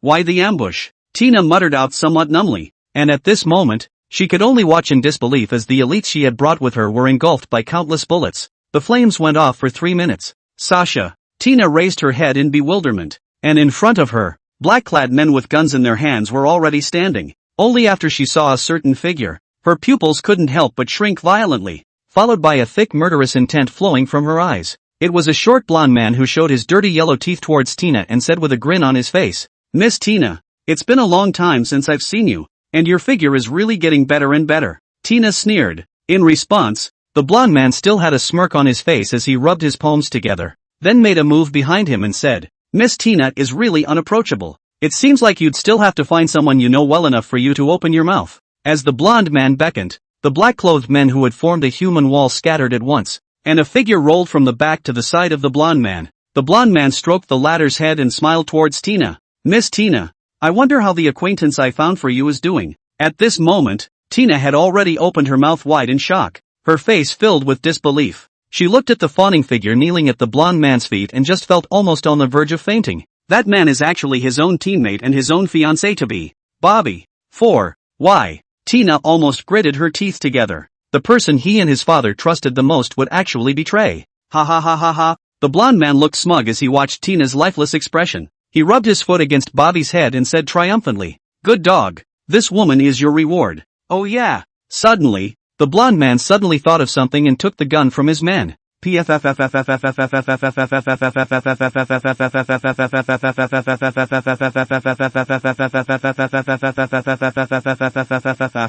shots in quick succession, each one hitting Tina in the arm and leg. After doing so, the blonde man laughed and walked straight to the cargo ship. Only when the blonde man was gone did Bobby look up, and right now, he was looking at Tina with fire and madness in his eyes. He slowly picked up the dagger that had fallen to the ground and took a step towards Tina. "Tina, do you know how much I love you? I would do anything for you. I don't mind offending the ruling minister. I don't mind being cut 10 times by others. I don't mind, but what about you? You don't care about any of this at all. And that old man, he's an asshole too, actually trading you like a commodity. He must die. I really love you so much. Tina, don't worry, when you die, I'll eat your whole body little by little, not a single bit." While saying that, Bobby took the dagger and also slowly approached Tina's heart. Pust! The dagger stabbed into the flesh and blood, slowly going deeper. Tina's eyes grew dull. "So, is this what dying feels like?" "Unfortunately, father, mother, Tina can't avenge you."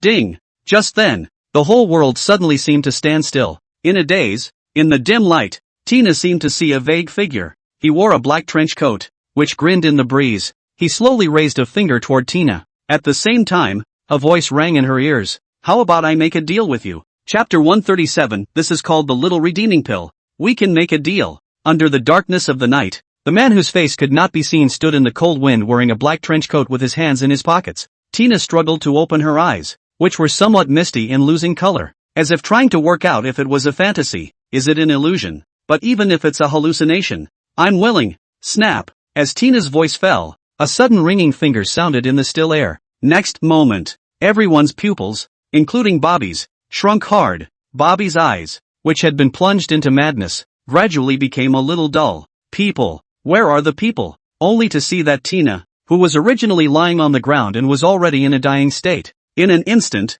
actually disappeared. Freighter, Bobby and the rest of the group knelt in front of the blonde man, trembling unceasingly. After listening to Bobby's description, the blonde's eyes narrowed slightly as he teased. You mean, she disappeared on your watch? Yes, Lord Sanch, ha ha. A smile appeared at the corners of Sanchi's mouth, but what showed in his eyes was total killing intent. But soon, that killing intent was pressed down on him. Just as well, a mere invalid. So what if he escapes? The focus right now is the task that Lord God Emperor has given down. After wiping out the Tina family this time, there will only be the old king's family left in the entire country of Nechu. With that, he glanced down at Bobby. Bobby, I'll leave the task of decimating the Tina clan to you this time. I hope you won't let me down again. After all, Lord God Emperor never needs trash under him. Yes, I will definitely complete the task that Lord Sanchi has given me, and I will make sure that everyone in the Tina clan will not see the sun tomorrow.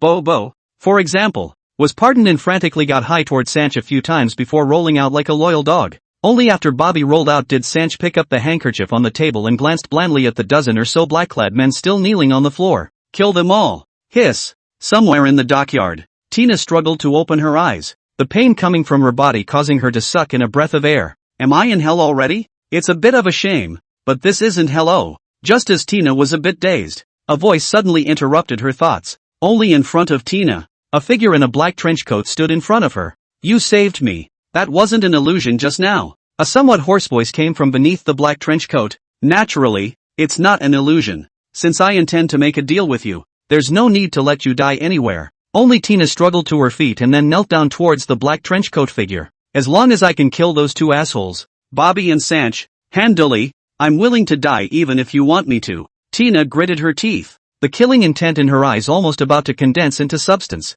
Having said that, Tina dropped her head toward the trench-coated man again and hissed out in a hoarse and hideous voice. If you, sir, can help me, Tina would like to spend eternity as a slave and a servant, honoring you as her master. The dockyard fell silent for a moment. After a moment, a hoarse voice rang out from beneath the black trench coat. But, let's make our previous deal first for the moment. Having said that, the man in the trench coat fished 2 pieces of paper out of his sleeve. Use your power to find these 2. Tina picked it up, startled at first, then looked up at the trenchcoat man. Belongings. Before Tina could finish, she was interrupted by the trenchcoat man. I know you're asking why you're wanted, because in the entire country of Nechu, it's just you, the Tina family, and the Sanchi family who have the 2 most powerful forces. Just know that these 2 are the ones I need to kill, and they're inside the Sanch family. Yes, sir. Tina nodded, then struggled to her feet. Sir, I need to get back to the family and set up. We've lost a lot of money tonight and I'm afraid Sanch will take advantage of the situation. Aha! The man in the windbreaker nodded, then fished out a jade bottle from inside his sleeve. This item is called the small return pill, and it can effectively treat the injuries on your body. A small return? Tina stared at her with a confused look on her face. What is this? Chapter 138 Divine Puppet. Tina received the jade bottle containing the small returning Dan with a pious face. Looking at the jade bottle in her hand, Tina couldn't hide the excitement on her face. Even through the jade bottle, Tina could feel the faint fragrance emanating from it. And even that fresh scent was surprisingly making the injuries on her body somewhat better. Intuition told her that it was definitely not mortal. She swallowed in slight agitation. Which, my lord, may I ask if you are the legendary Inhuman? As the heir to the largest family in the country of Nechu, Tina had grown up hearing about international secrets from her own father. This alien is one of them. The reason why the Sanchi family, which had originally been stepped on by their Tina family, had suddenly become what it was today was because his family had been chosen by the legendary Inhuman. Until now, Tina could never forget the scene that happened that day. A middle-aged man broke the heavy traps laid by the Tina family to smithereens by himself alone, fearless of bullets, with a black halo rising from his body. He just snapped out a finger, and the entire Tina family's manor was mostly destroyed. Such horrific tactics. To this day, Tina wouldn't dare to make that man the object of her vengeance, because that's long past human perception. And now a perhaps true Inhuman stood before Tina's eyes. As long as they hugged the thighs of the man in front of them, then there was a good chance that the Tina family would be able to create another glory. At this time Dutna, her eyes were filled with fire. If she had said earlier that she wanted to use the trench coat man in front of her to avenge her family's death, then now, all she could think about was how to make this trench coat man in front of her truly accept their family, and make their family a true appendage under him. Only by becoming his vassal, they, the Tina family, could survive. Inhuman? Sort of. A hoarse voice rang out from beneath the trench coat. Receiving an accurate answer from the trench-coated man, Tina suddenly knelt down respectfully towards the former 26th generation of the Tina clan. See my lord, the task commanded by my lord, my subordinate will do it now. The man in the windbreaker nodded, then his body flashed, and he actually directly disappeared in place. Seeing this scene, Tina first opened her mouth wide in shock, and then the ecstasy in her eyes couldn't be hidden. She glanced back at the harbor that was being lit up. Sanch, Bobby, I'm going to make you pay. On the rooftop of a tall building, the trenchcoat man slowly took off his hat, revealing a green and handsome face. That's right, this person was none other than Linyu. Linyu looked at the stars dotting the sky, then fished out the piece of parchment from his pocket. Tina, Nichu country Tina family sole heir. 2 months ago the Tina family suffered a change of heart. The patriarch and the 12 patriarchs at the same time had shocked the entire Nichu country. Half a month ago, a letter of help was transmitted from the palace of King Necha to the hands of the Yellow Kingdom, and it was said that the culprit this time was the Sanchi family, a family that was always located under the Tina family. And then I don't know where to look for the foreigner, but it was possible to overthrow the entire Tina family in one night. This mission, investigate the real black hand that overthrew the Tina family. Looking at the mission briefing on the top of the parchment, Lin Yu recalled the obscure fluctuation he had detected while hiding in the shadows at the harbor. That short fat blonde paper's mouth of God's ambassador. It's very likely that there will be a relationship with the Holy Land. As for the Tina family, it can be considered. After all, it's too slow to gather information about the Holy Land by yourself. The first family of a small country. Lin Yu instantly set his goal in his mind. So far, the Sanch family has begun in purging the last remnants of the Tina family. There's no use in trying to save those people at the moment. It's a good opportunity to run down some of the people who aren't fit to be taken under your wing. What's more, if he didn't let them feel what it meant to be truly desperate, it was likely that if he wanted to subdue a large first family, he was afraid that it would still be a bit difficult. At least the people who are convinced shouldn't be. But the top of this mission is also aware of this, and I'll likely be exposed if I strike out at random. A bright light moved in Lin Yu's eyes. He then snapped his fingers and a black ghostly light flashed, followed by a silhouette appearing beside Lin Yu. God Puppet. A super puppet that can fabricate cheeks according to the host's consciousness and mimic the host's aura and skills. I have to say that the SSS props that cost me more than 10 million prestige values to draw out are just realistic. It's easy to move around now. After Lin Yu threw the nameplate representing his identity on his body to the God Puppet, he himself put on his trench coat hat once again. He stood up on the rooftop wall, then fished out a ghost god mask from the system space and put it on his face,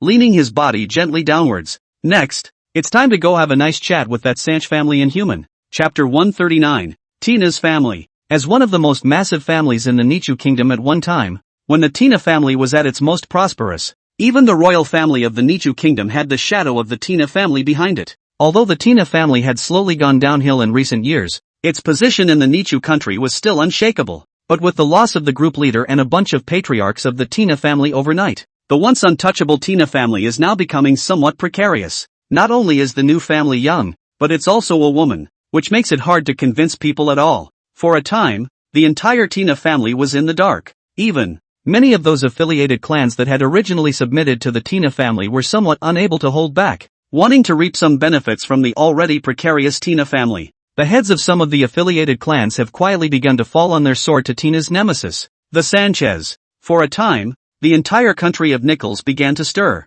Tina's family. In the council chamber, a dozen or so silhouettes sat around the center of the hall. They were old and young, male and female, and at the moment they looked different, not knowing what they were thinking. Finally, someone was the first to break the silence. One of the oldest-looking men tapped heavily on the floor with a cane in his hand. After attracting the attention of the crowd, the old man then said in a deep voice, "I summoned everyone in front of me for the purpose of saying one thing. That matriarch Tina has transgressed the Council of Elders and privately summoned the Dark Guards into action." What? Crossing the Council of Senators and calling the Dark Guards into action in private? The new patriarch is not taking the clan rules seriously at all. What qualifications does she, a woman, have to call the Dark Guards into action privately? What does she take the Senate for? The old man's words had just fallen, and the originally silent crowd suddenly became noisy. Everyone sitting there had a shocked look on their faces. Some people even directly stood up fiercely, with an angry face. I have long said, don't let her serve as some kind of matriarch.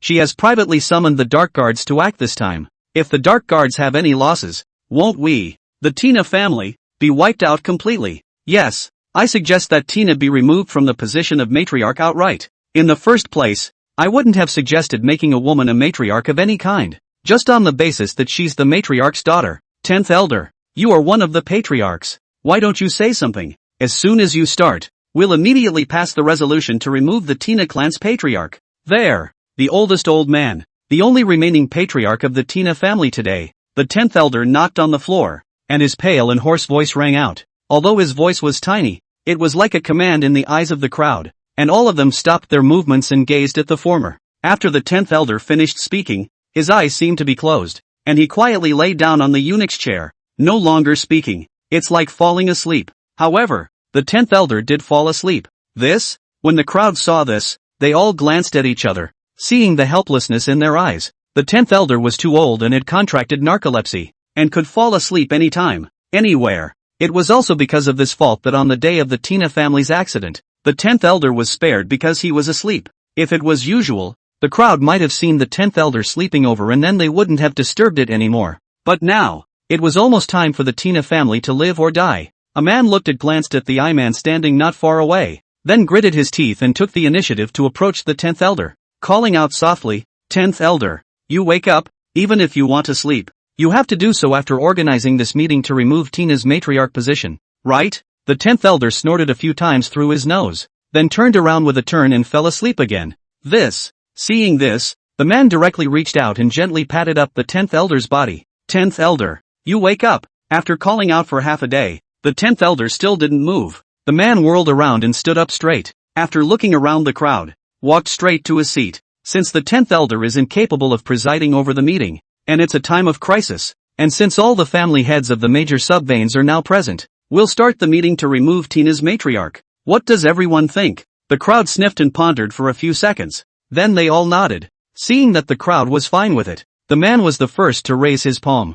I move that Tina be removed as matriarch. Raise your hand if you agree. Brush up. At one point, more than half the people in the room raised their hands. The man glanced a few times at the known resolution to remove Tina as matriarch passed. So now that the patriarch position of the Tina family is vacant, does anyone have a recommendation? The crowd looked at each other again, their eyes gradually becoming wary. There was no way. This position was just too important. Even Tina was only able to assume it due to Tina's father and the 10th Elder's push. Today, almost everyone here is hot for the position. But no one wants to be the first to stand out. Seeing the hesitant look on everyone's faces, the one who first suggested it once again looked at the man not far away. A smile appeared at the corner of the latter's mouth, then slowly walked from the edge to the center. Who are you? How did you get up here? Do you know what the occasion is? Seeing the man with glasses walk up, a huffy look immediately surged out from the faces of some of the family heads. The latter said to himself as if he didn't care about the questioning of those family heads. Greetings, gentlemen. You may call me Jabuk. I'm just watching you all agonizing over the choice of patriarch. So I've taken the initiative to recommend a most suitable candidate to you all. This man I'm recommending is the godson of matriarch Tina Hulk. Bobby. Chapter 140, Gabrick. My referrals are. Bobby. What? When these words came out, the whole hall was shocked. Everyone was in a state of a daze. But soon, what kind of thing is Bobby? He deserves to be on the patriarch's waiting list? He's nothing more than a dog under the hand of the former patriarch. Even a dog presumes to get his hands on the patriarch's position. Soon, some of the house lords reacted and looked at Gaborke with a somewhat grim expression. A stout householder even pulled out the pistol at his waist and aimed the blackened muzzle at Gabork's head. Gentlemen, this dog dares to speak up above the senatorial council. Nook family head, this is someone from your family, right? Since that's the case, it's alright for me to help you with an unintelligent subordinate, right? Stop it. Jack, put the gun down now. Off to the side. Nook couldn't help but blush when he saw Gaborke with a pistol pointed at his head. What appeared on his face was not only a look of anxiety, but also a strong sense of fear in the depths of his eyes. Don't be so stingy, Master Nook. The big deal is that I'll just compensate you for a few more servants later. With that, Jack turned on the pistol's safety and gazed at Gaborke with a teasing look. Following which, click, the safety returned to its place. and his finger eased up on the trigger. He was in no hurry to beat this lowly servant in front of him to death right now. His favorite thing to see was the fear these lowly people showed before they died. But what surprised him a bit was that the expression on the face of Gabor K in front of him didn't change at all. Jack frowned. Dogs, in your next life, pay attention. When he finished, Jack snapped his fingers. Bang! A loud bang rang out in the council chamber. Only a severed hand flew out, spilling beads of blood along the way and splattering on the people present. Everyone stared with shocked faces. Gabor K pushed the gold-rimmed glasses on his face and said with a grimace, "I'm sorry, but I don't really like having a gun pointed at my head." In front of him, Jack's eyes were also filled with incredulity. With difficulty he deluded himself as to the position of his right hand. Where? Empty. The only thing spurting was bright red blood. Ah! Jack let out a wail of pain. Silence! Gabor K snapped his fingers. Karma! In the next second, the voices that were wailing came to an abrupt end. Bang! Afterwards, Jack's head suddenly burst right open like a watermelon. Fear day. Blood dripped down on the faces of the crowd. Incomparably hot. But the crowd had a chill that made the soles of their feet cold and went straight to their heavenly souls. Gabor K had his hands in his pockets. And he was, as always, clean as a whistle, without a speck of dust. He was seen pulling out a handkerchief from inside his coat pocket and wiping his palms silently. Now, I hope you'll all listen carefully to what I'm suggesting. Also, all of you don't need to worry about little matriarch Tina, because she doesn't seem to be able to come back. Gabor K flashed a smile toward the crowd. The smile was incomparably kind, but combined with the tragic situation at the scene, everyone felt more and more that they were now facing a demon. Besides, what did he mean by that? Tina can't come back? Did? Everyone's minds were shaken. Ahem. At this time, a subtle coughing sound rang out, only to see that the 10th elder who was originally sleeping had woken up from his dazed state at some point. Everyone's hearts went cold. Another place. Tina relied on the night, slowly lurking towards a certain direction. The direction she was sneaking in was the opposite of where the Tina family was located. But Tina wasn't trying to escape. Tina understands. Now the dark guards that his family had brought out were dead and wounded, and now the only power of the Tina family had died out. As long as it's not a cutie, knew that today was the best chance to overthrow the Tina family. Rushing back to the Tina family now would not help. The only way she could save her entire family from danger was to use other powers. And this only power that can save their family is the royal family. Somewhere in the capital of King Nicholas, location of the Sanchez family. At this time, the Sanch family was in a state of extreme joy. Their patriarch, who led them to victory over the super family that had been entrenched in the country of Nichu for decades. The current Sanchi family was already the strongest family in the real world, and even the current royal family could only avoid it. Drink. All don't worry and drink boldly. After tonight, there is no more Tina family in the world. From now on, in the whole Nichu country, only my Sanchi family will dominate. In the halls of the Sanch family, Sanch held up his glass of red wine, his face slightly flushed, and there was a joy in his eyes that was hard to hide. As soon as Sanchi's words left his mouth, several choruses of agreement rang out from below. Congratulations, matriarch, on taking down the Tina family. From now on, the entire country of Nickel is ours. The matriarch is wise and valiant. Thanks to the matriarch's leadership, the smugness on Sanchi's face became more and more evident as he heard the praises coming from around him. After 3 rounds of drinks, Sanch refused the assistance of his entourage and waddled toward the backyard. After about a few minutes, Sanch came to a patio door. Phew! He exhaled a cloudy breath. The original drowsy demeanor suddenly disappeared and turned into a viciousness. He didn't look back, as if he was talking to himself. My friend, it's time to come out after following you for so long. Chapter 141. First, I'll let you run 39 meters. My friend, after following for so long, it's time to show yourself? As Sancha's voice fell, a state of silence seemed to fall all around. A snort escaped Sancha's lips. I didn't expect you to have the guts to sneak into my Sanchi family and not have the guts to show yourself in front of me. In that case, I'll just have to let me personally let you out. Just as Sanchi's words fell, he was seen clapping his hands in front of his chest. Jab! Only a strand of black gas emanated from inside his body, then quickly enveloped the surroundings. Later, there was a cold flash in Sanchi's eyes. Found you, rat! Swish! Only to see Sanchi gently leap. The whole person was surprisingly flexible and did not look like a fat person at all. He quickly dodged in front of a certain large tree, then raised his fist. A blast of smashing.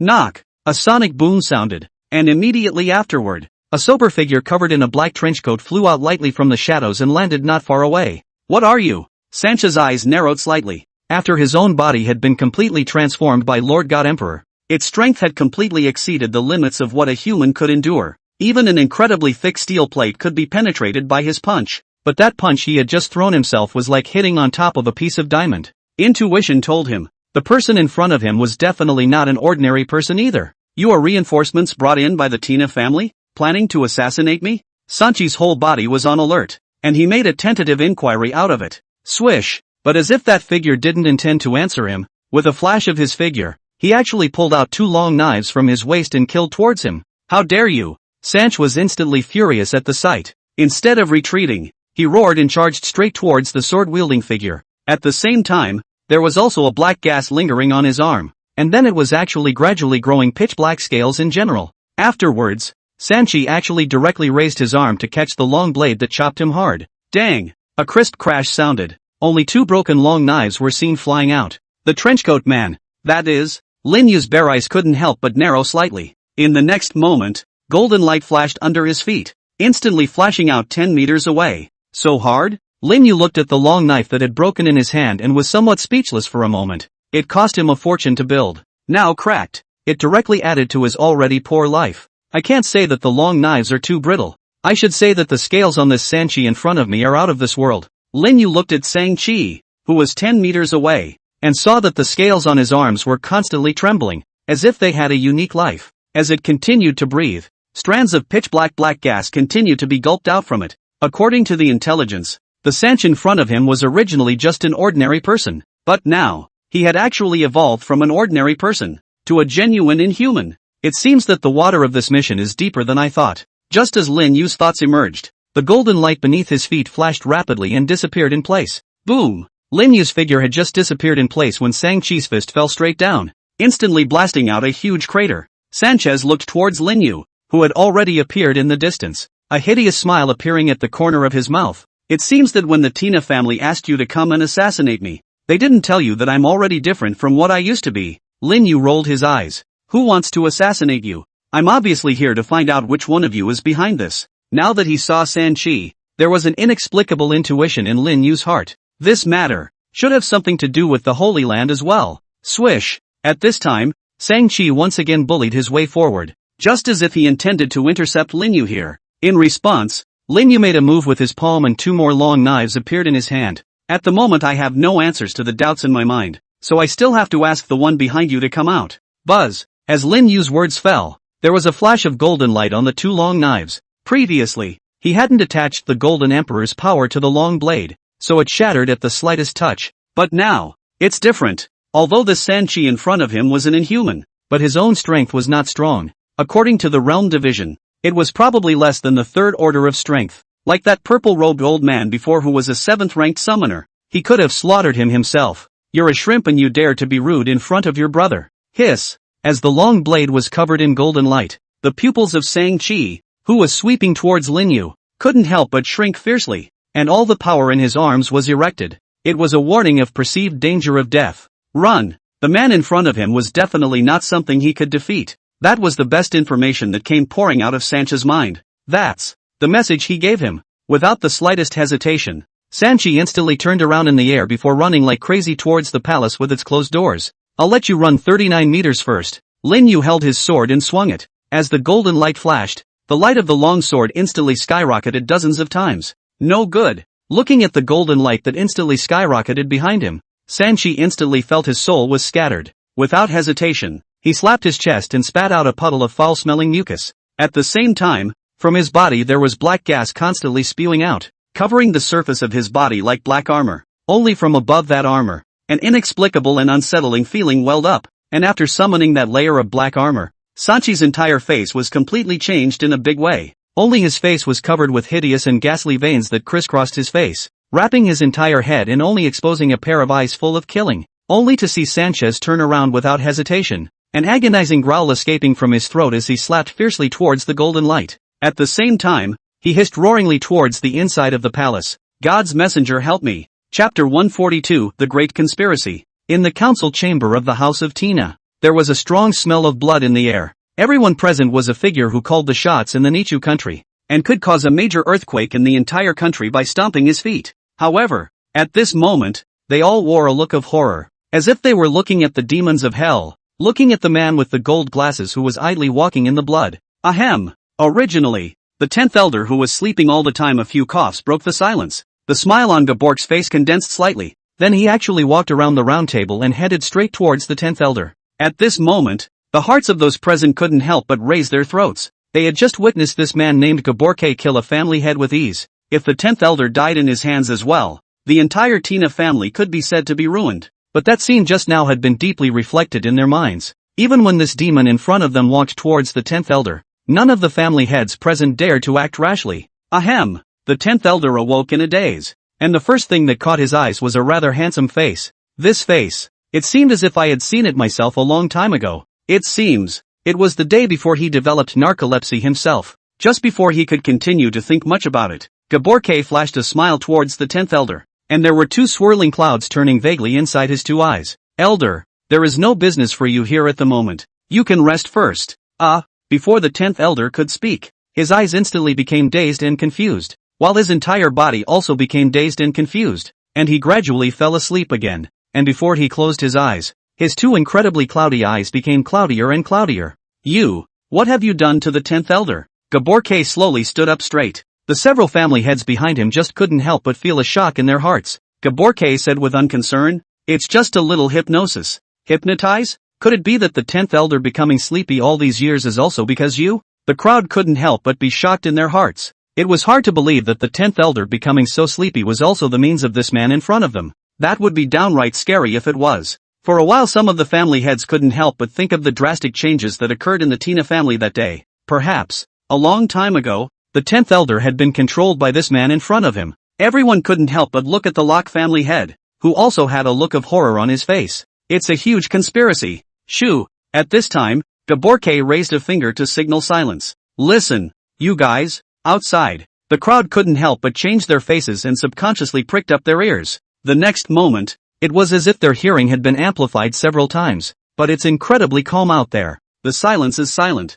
Nothing happened at all. Quiet. Still quiet. But, it was just too quiet. One should know that since the drastic change in the Tina family, they had come to the meeting carrying the most elite entourage of the family to follow them. But nowadays there is not a sound outside calmly. It was just awfully quiet. Asshole, what the hell did you do? A family head's face was so fierce that he actually forgot to fear the man in front of him. Gaborke shook his head, spread his hands, and said helplessly, I don't know what's really going on out there. Crunch! It was at this time that the closed door was suddenly pushed open from outside, followed by a figure walking in through the door. Bobby. Seeing the visitor, instead of having a look of joy in their eyes, the crowd became more and more terrified. From the moment Gaborke had just recommended Bobby, they had already made the connection that Bobby was in fact a traitor as well. Bang! As if responding to what was on the minds of the crowd, with the sound of a gunshot, the head of the previous family head who shouted the loudest directly burst open like a watermelon. This time, however, it wasn't Gaborke who moved.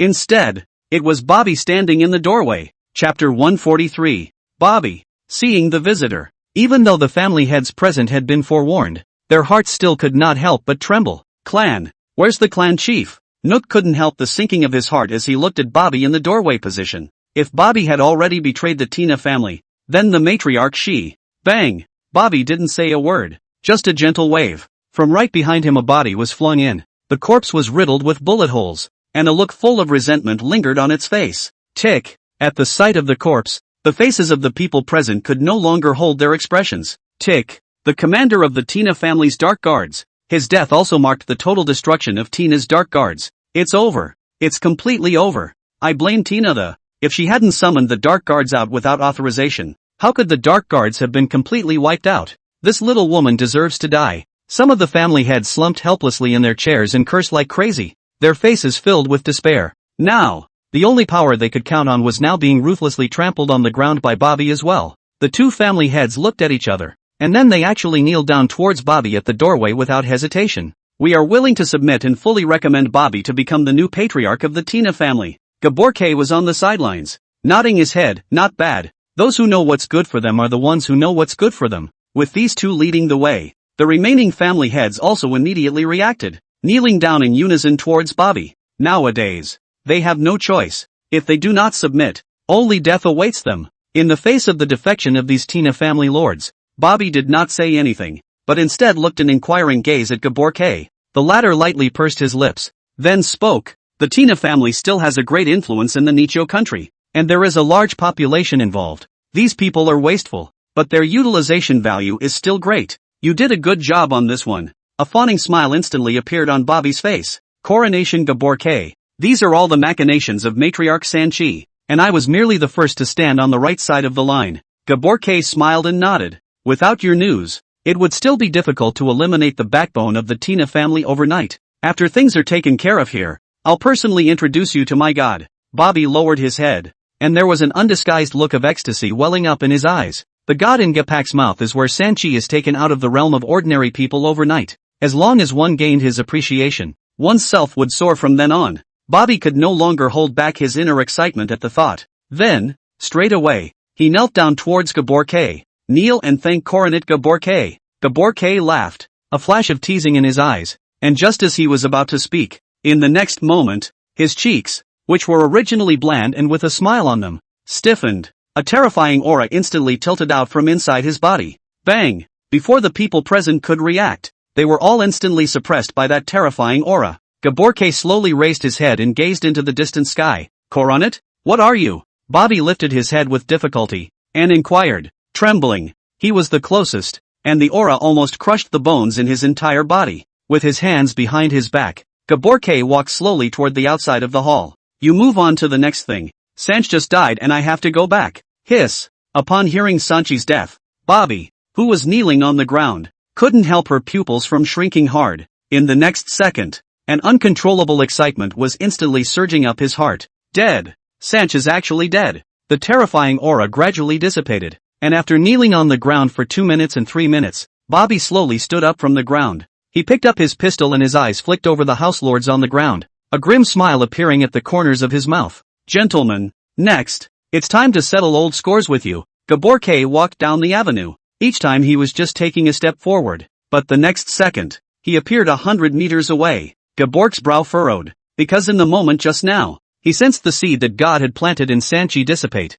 There is actually a way to break the seed given by God in this world. Although it's just a test subject, you actually dared to destroy the seed of my God. Gapak's body gradually had a rich killing intent flowing out, and a black scale was slowly erected from his body. 1 minute. Gaborke appeared in the midst of the Sanch family, smelling the smell of alcohol wafting in the air already lying on the ground across the floor. Huffing and puffing the black-clothed men, Gaborke couldn't help but show a touch of disgust on his forehead. Dirty human. Gaborke flexed his fingers. A puddle of foul-smelling goo then shot out from his fingers, then quickly dripped down onto the faces of those black-clothed men. Barely. In the next second, something beyond horrible happened, only to see a large amount of black chi immediately emerge from those black-clothed men, which then wrapped their entire body in a ball. After the black gas lingered, those black-clothed people turned into white bones without even screaming. It looked as if the flesh and blood had been hardened and corroded away. Those white bones didn't hold out for a moment, and were also corroded by the black gas as much as possible. Phew!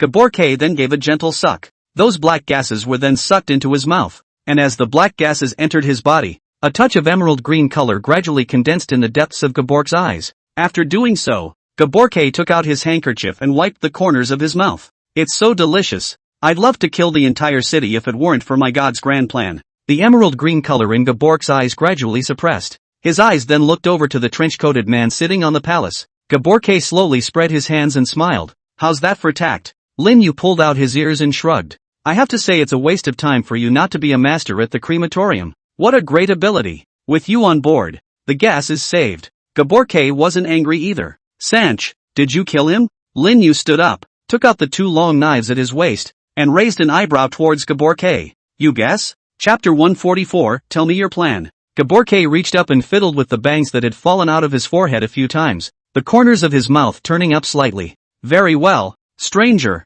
You have succeeded in enraging me. Lin Yu skimmed his lips. If the anger value is full, you should hurry up and transform. Gabriel, asshole. Gaborke reached out towards Rinyu and shook his hand. Instantly, a stream of fishy-smelling black gas gushed out from Gabork's body like a spring. Lin Yu subconsciously covered his nose. It stinks. Don't you even shower? Swish. The black chi coalesced in midair and then turned into a black torrent that swept straight towards Lin Yu's location. Lin Yu leapt, and with the help of gravity fell lightly to the ground. Swish. Between the flashes of golden aura on the twin swords, It caused Gaborke to frown. Just in this one gap, Lin Yu's entire person also swept out like a stringed arrow. The hands waved, and there seemed to be a cool ripping sound. Gabork's fingers curved up slightly, and a black gas coalesced right at his fingertips, eventually forming a thumb-sized black gas pellet. Phew! Flex your fingers. The black air pellet swept straight out. Lin Yu's gaze condensed slightly and his hands made a chop.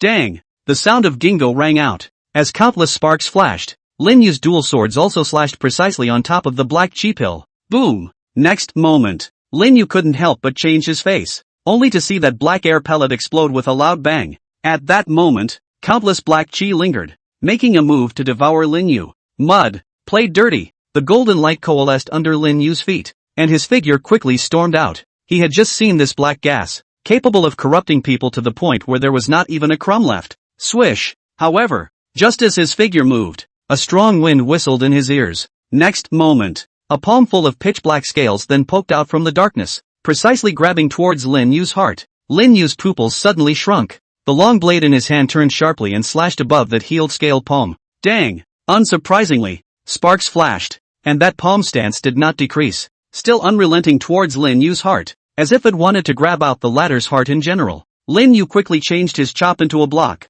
blocking the long sword in front of his chest. Bang! Next, the pitch-black palm slapped on top of the long blade, while Lin Yu's body smashed into the pavilion, collapsing several walls. The black aura dispersed, and Gaborke silently withdrew his palm without the slightest bit of excitement on his face. He stared intently at the wall that had become a ruin, and there was a slight surprise in his eyes. It actually blocked it. Boom! As if to confirm Gabork's words, a golden light flashed up from the ruins. Shoo shoo shoo! Immediately, countless debris came crashing down towards Capac. With a wave of Gabork's hand, countless black gases erupted, corroding the rubble cleanly. Just as Gaborke was seriously alert to the center of the ruins. Thump!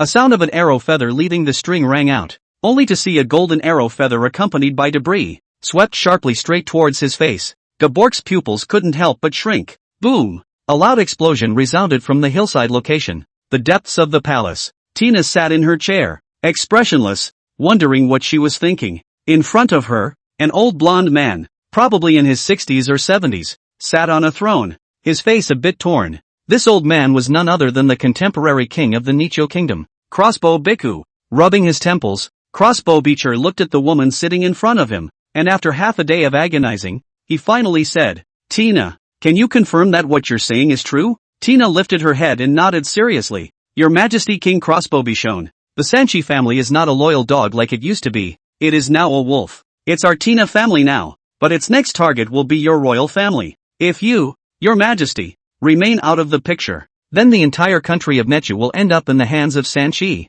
Crossbow Bichu sniffed and said with incomparable bitterness, Of course I know that what you say is the truth, but Tina, do you know? The strength behind Sanchi is not something we can fight against by joining forces. Do you know about your father, and the patriarchs of your clan? In one night, they were able to kill them silently. This power is so powerful that even I feel incomparable palpitations. Tina stood up and stared at Crossbow Bichu, who was sitting on the throne, and said, That's why now is the best opportunity. The last of our family's secret guards have been eliminated by Sanchi, and he must be very excited right now. So we're just going to use this opportunity to take him by surprise. Your Majesty, if you miss this opportunity, then Sanchi will definitely outlaw you eventually. Unbridled, the crossbow bishop sniffed in anger and slammed his scepter down hard on the ground. Swish! At once, a group of guards came out from all sides, lances in hand, and surrounded Tina. All it would take is a command from His Majesty, and Tina would be dead on the spot, facing the pitch-black gun muzzles aimed at her from all around.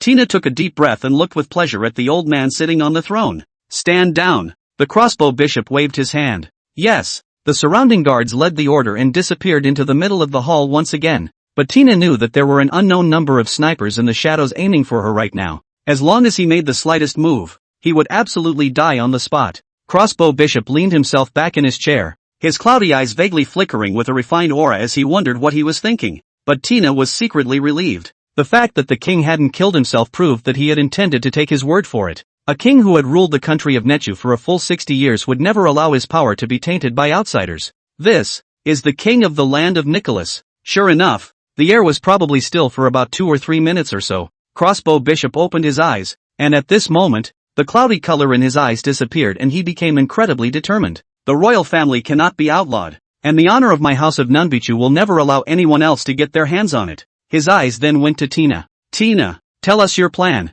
Chapter 145, Reclaiming the Honor of the Royal Family. Tina, detail your exact plan. A hint of essence flickered vaguely in Nubishu's otherwise cloudy eyes. He ran his hand over the scepter, and a flickering smile gradually appeared on his pale cheeks. Tina let out a thick breath in her heart even after she received an affirmative answer from Nubishu. Afterwards, she began to state the plan that she had been planning in her mind for a long time, and in the midst of this, she also silently omitted a series of things about Linyu. Nubishu listened to Tina's plan and did not move. Only the palm covering the scepter solidified silently for a few moments. When Tina had finished telling her plan, Nubishu nodded and spoke. Tina, go on down. This is something I need to think about for a concrete plan. Tina frowned, but stood up and gave a royal salute toward Nubishu. Yes, Your Majesty. But, Your Majesty, I need to be reminded that we are running out of time. Nubishu did not speak, and Tina could only retire in silence. When Tina had retired, the whole hall became instantly silent. Shadow, what do you think of Tina's suggestion? Nubishu said as if he were talking to himself. The air was still. No sound emitted. Oh, don't you think this is a good opportunity? Nubishu seemed to have gotten an answer and continued to ask. After a few seconds, a flush of color gradually welled up on Nubishu's pale cheeks. Do you not know what this opportunity means? Isn't this the best chance God has ever given us, the Nubishu family, to regain our royal honor? The Tina family has suffered a heavy blow, and they can only rely on our royal family now in order to get their revenge. And I, for one, am not trying to use them, the Tina family, to remove the last obstacle. The more Nubishu spoke, the more agitated he became, and even the palm of his hand that was gripping the scepter tightly had veins emerging from it. Vaguely, inside his veins hidden beneath his skin, there was a flash of black threads that were hard to detect with the naked eye. It exudes a sense of foreboding. Nuisance. Something akin to an electric current sound resounded in the hall. The agitated Nubishu was also gradually calming down, and both eyes returned to their cloudy state once again. Thank you, Shadow. Nubishu gazed into the distance. This is the best opportunity. After this night, we, the Nubishu family, will be back in charge of the Nichu kingdom. Become the only that deserves it. King. Bang, bang, bang. Then, after Nubishu's words fell, a dozen bodies were thrown into the center of the hall. They were all guards who had just appeared, and at this moment, fear lingered on their faces as if they had encountered an extremely terrifying existence in their lifetime. In response, Nubiko did not even blink. These assholes, what favors did the Sanchi family give them to presume to defy me? The air rippled. Nubishu slumped back into his throne, narrowing his eyes slightly. Speaking, go on, make the waters of the entire kingdom a little more muddy, and the skies of the kingdom a little more cloudy. Phew! As soon as Nubishu's words fell, a dark shadow swept out from the edge of the throne behind him. It was also just after the black shadow swept out that Nubishu's admonition rang in his ears in time. Give Tina the benefit of the doubt, and when it's all over, let her sink into the ground forever. Chapter 146. In the vast palace, with his hand on the scepter, which represented royal power, Nunbichu forcibly braced himself and rose from his throne. He trembled as he walked to the entrance of the palace, leaning his whole body against the doorframe, looking down at the royal capital below, which had long been lit up with 1,000 lights. He couldn't help but sigh out with emotion. The royal capital, under a seemingly peaceful atmosphere, there are undercurrents surging everywhere. No matter whether it's outside or inside these palace walls, there's no one who doesn't covet the throne at all times. This is my last chance. I'm going to use this opportunity to clear the last obstacle for the crossbow Bichuan family. The crossbow bishop leaned against the doorframe, his clouded gaze looking out into the distance. Boom! Suddenly, not far away, the sky seemed to shimmer with a hint of golden light. Immediately afterward, a loud explosion rang out. The level of its roar could be clearly heard even from the royal palace, which was located on the easternmost side of the royal capital. All of a sudden, the originally deposited royal palace became incredibly noisy in an instant. What's going on? Where was the explosion? What was that golden light just now? Go protect His Majesty. Quickly go and identify the source of the explosion. In the face of the surrounding noise and clamor, the crossbow bhikkhu was as if he had not heard it, his eyes still gazing into the distance. Over there, have they already exchanged blows? The Sanchez family seat. The originally magnificent and incomparable temple was now only left with some broken walls, surrounded by debris and thick smoke. Lin Yu stood on a cracked stone pillar, holding a large golden bow in one hand, while the other kept dropping his hand to dispel the dust around him. Blah, blah, blah, blah. It's so hard to be buried under a rock. You're almost full. Kaka. Not far away, There was a sound of breaking stones. Then a woefully out-of-shape Gaborke emerged from a crack in the stone. At this point there wasn't a single intact spot on Gabork's body. The original neat and unrivaled tuxedo now only had a few pieces of fabric left to cover his private parts, and his body was also covered with Hwada's wounds. And in the position of his right hand, which was completely vacant at the moment, dark and unsettling blood was constantly gushing out from his wounds. One of Gabork's arms had actually been blown off by Linyu in a hard blow, and at the wound, a wisp of golden flame was burning non-stop, and as soon as the golden flame came into contact with the pitch-black blood, a huge smoke erupted, and then the two dissolved as much as they could. The golden flames were hindering Gabork's ability to repair his injuries. Although the injury was so severe, it was easy to see that the wounds Gaborke received all over his body were only superficial. Linyu couldn't help but deflate his mouth when he saw this. These guys' skins are really hard. A super small De Yi's arrow actually couldn't penetrate his turtle skin. Gaborke hung his head low and looked at his empty right arm. For a while there was a prevailing anger and fear in his eyes that kept coming out. What was that arrow feather just now? At that time, he was able to truly feel that when that golden arrow feather appeared, his entire body's blood trembled. However, compared to the scorn and fear, the fact that he had been put into the sorry state by the man in front of him was what made his heart and soul furious. Worm, you've managed to piss me off. Gaborke slowly stood up straight. I don't know what secret method he used. Bang! Only an explosion could be heard, only to see Gabork's only remaining left hand also instantly burst apart. Bang! Bang! Bang! Not only that, but as explosion after explosion rang out, only to see both of Gapak's legs, as well as his entire body, burst apart at once as well. What the hell kind of airplane? Linyu frowned and raised the golden bow in his hand, making a gesture towards Gapak to shoot another arrow. This Great Yi's arrow was extremely consuming, and with one's current strength, one was barely able to force out 3 of them. After shooting 3 of them, one's entire body would be so depleted that one would probably not even have the strength to run away by then. So, if things don't go right later on, system, you should hurry up and take me on the run. The purpose of this time is just to test the waters. There's no need to really fight for my life. Buzz off. After all of the torsos exploded, the blood didn't clear out in all directions, but instead floated in mid-air. Roar! With a deep and low hissing sound, those blood floating in mid-air boiled up at once, then quickly fused together to form a huge and incomparable blood mass. The blood mass rapidly expanded, and it actually directly enveloped the entire mountain. It was a good thing that the Sanch family was nestled in the remote suburban peaks. This would have caused quite a mutiny in the middle of the city. Coo. The blood mass tossed and turned, and a piece of fishy and rotten flesh kept growing out of the top of the blood mass. Asterisk. The skill of pouring appetite. Linyu had a vicious chill. His fingers loosened, and a golden arrow feather was once again shot out by him. Phew! The golden arrow feathers reached the edge of the blood mass in the blink of an eye, following which, barely, golden arrow feathers swept by, leaving behind countless golden flames. At once, mournful roars resounded continuously. The blood clusters were continuously burned by the golden flames, and within moments, they had actually shrunk by 1/10. Linyu frowned. Good fellow, did the power of an arrow shot out by himself intelligently make this blood mass shrink by 1/10 of its size? Linyu knocked on his head. System, work. I capsule do now? Originally thought the trial was a pioneer, but the other side this is directly the main commander Top Da. Ding. System alert. The current enemy is awakening a certain will by sacrificing his body and soul. The system evaluates this will as extremely dangerous. Will? Rinyu froze? Means also invoking God? Oh? Ding. It can be interpreted like this. 3 choices are currently selected for the host. First, the host fights his way to his full strength to shoot another arrow, consuming another 1/10 of him,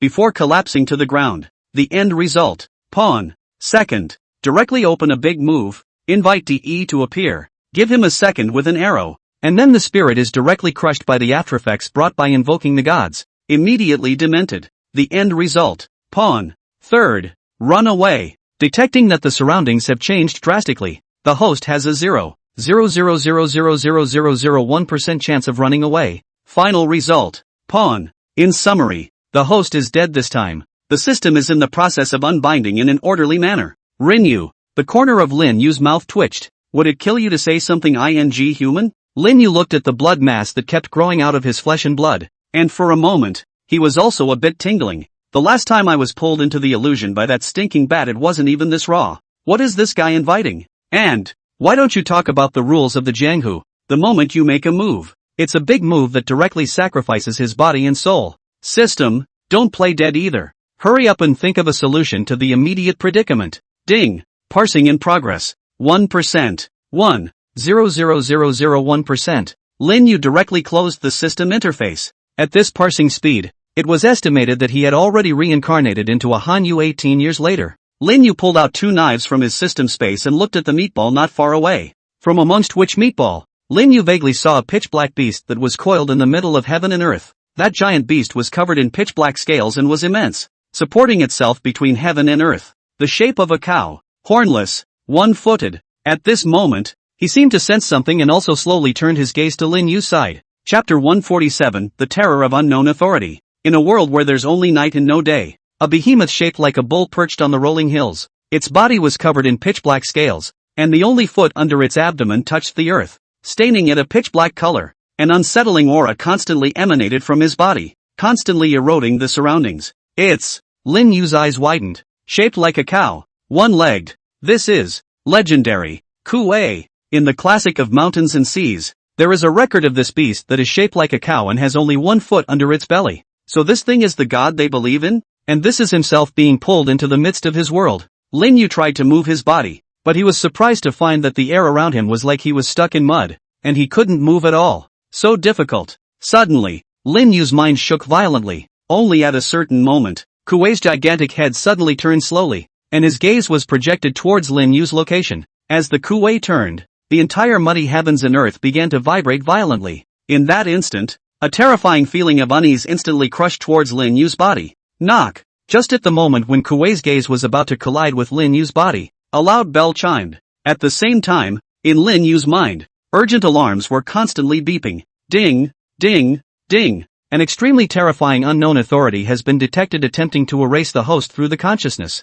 The system opens to protect the host. Ding, ding, ding, ding, ding, ding, ding, ding, ding, ding, ding, ding, ding. In the process of urgently removing the ominous authority, elimination failed. The system's current level is low. Trying to re-eliminate in. Failure, failure, successful elimination. The moment, the darkness seemed to fall into silence, and his gaze, too, fell into a momentary stagnation. Knock. As the system's urgent beep sounded, Lin Yu's consciousness gradually returned to itself. Asterisk asterisk asterisk asterisk. As soon as his consciousness returned to his physical body, Lin Yu couldn't help but exhale a sharp breath of cold air. He looked around urgently. Halfway up the mountain. Exactly. The Sanchez. That's right. 2. The meatball in midair. Still there. 2.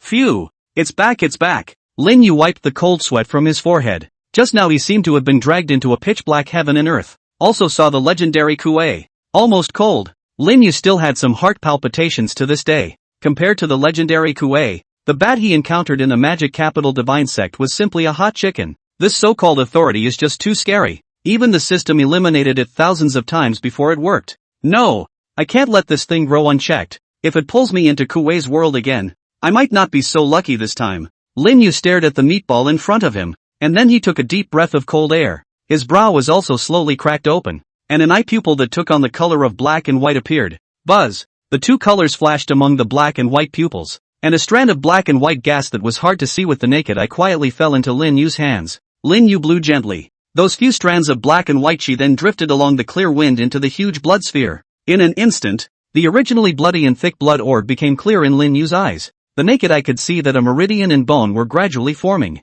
and in the deepest part of the blood sphere, a hazy and chaotic mass of consciousness was gradually forming. Invoke the gods. Lin Yu's mind moved with a slight thought. A huge consciousness instantly took over his body. Chop chop. Lin Yu threw the twin swords in his hands and then gently gripped them. A golden light then converged in his hand, eventually condensing into a large golden rod. Tai, I, Lao Sun, have come. Lin Yu let out a furious cry, then transformed into golden light and scurried straight into that huge blood ball. Chapter 148, Bobby's Conditions. The imagined obstacles did not appear, and Lin Yu stepped into the inner space of the blood sphere very easily. This blood sphere, there's actually some great space inside. With both feet stepping in the blood and water, a fishy odor constantly irritated Lin Yu's nostrils. Not only that, the blood water underneath his feet had formed a blood mist because it was too dense, shrouding his surroundings in a layer of blood mist. The blood mist was so thick that it seemed as if it was all about to re-solidify into blood water. That's a punchy flavor. Lin Yu's body flickered slightly with golden light. evaporating all the blood mist around him, revealing a large area of vacuum. That's a much clearer view. Rinyu looked to the bottom of his feet, only to see that in the endless churning blood water, a thick blood vessel was spread around like a spider's web. These veins were hideous and frightening, and in them, there was a vague and unsettling aura emanating from them. These veins were intricately intertwined and stretched out towards the distance. Obviously, the purpose of these veins should lead to the chaotic consciousness that he himself had seen through the eye of yin and yang when he was outside. Gabork's consciousness must have been mixed in there as well. He must have had something to do with the fact that I was able to come in so easily. Linyu didn't think that Gabork had deliberately let him enter the blood sphere to take his life. The only thing that would have made sense would have been that Gabork was expecting himself to get into the middle of this blood sphere. Although the spiritual power is much enhanced, the duration of the invocation doesn't last much longer, so we must fight as fast as we can. Linyu's two eyes burst out with a rich golden light, and within which golden light, there were two flames pulsating.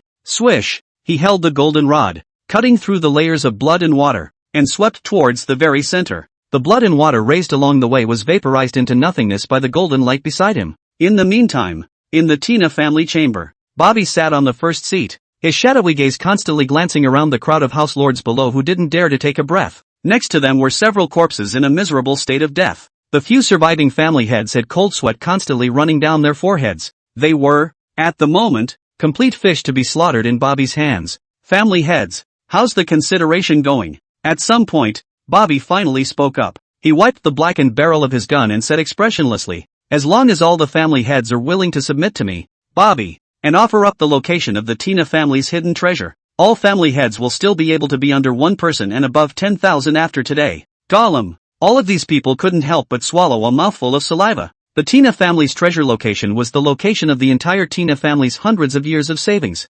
including external looting as well as internal collection. There are untold riches, and the seat of that wealth is in the hands of all the heads of the Tina family. This Bobby, to his surprise, was eyeing the entire Tina family fortune. Some of the family heads originally wanted to break out in curses, but once they calmed down a little, they realized that they were now in a position where they couldn't do anything about it. If he didn't hand over the treasure map today, I'm afraid that he would die even worse than them. Currently Bobby wasn't on a killing spree, simply because the deaths were only of a few house lords whose status wasn't central. Seeing the faces of the family lords, Bobby rubbed his brow and said, "Family lords, why be obsessed? There's an old saying in the Yellow Kingdom that says that those who know what's good for them are good at what they do. What's there to be loyal to in a Tina family that's already been destroyed? Gentlemen, you need to look long-term." With that, his gaze became fiery. Do you know what kind of character that lord was just now? He has already departed from the realm of ordinary people and is a true divine servant. Do you know why the former matriarch of Tina and others all died violently overnight?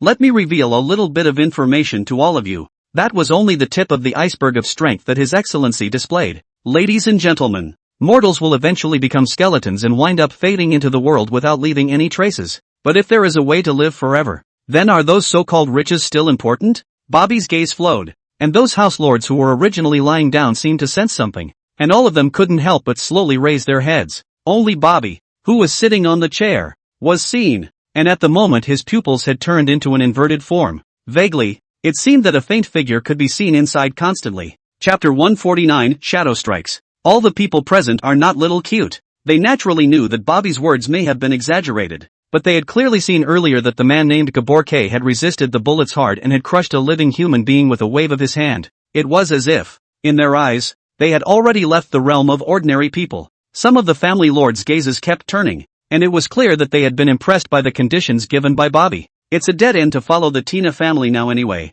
so why not hand over the location of the hidden treasure? I think so, even if Bobby and the others have extraordinary means, but at this stage of turmoil, they still need us to stabilize their hearts. If we don't hand over the location of the treasure, what awaits us is probably torture. Some of the family heads had already started talking as if no one else was around. As the conversations around them rang out, some of the other family lords who still wanted to continue to hold out couldn't avoid starting to waver inwardly. In the end, Nook, who was the most honorable, clenched his teeth, looked up at Bobby, and said, "Bobby, can you make sure that after we hand over the treasure map, we can still stay alive?" Bobby nodded. Of course, it's a dictate from that lord himself. In that case, Nook looked at the back of the householder and said, "Everyone, all serious situation." With Nook's leading behavior, the remaining housemasters finally had reason prevail, and they all stated that they were willing to hand over the treasure location. Seeing this, Bobby couldn't help but let a small smile appear at the corner of his mouth. Why don't you just kill all these idiots?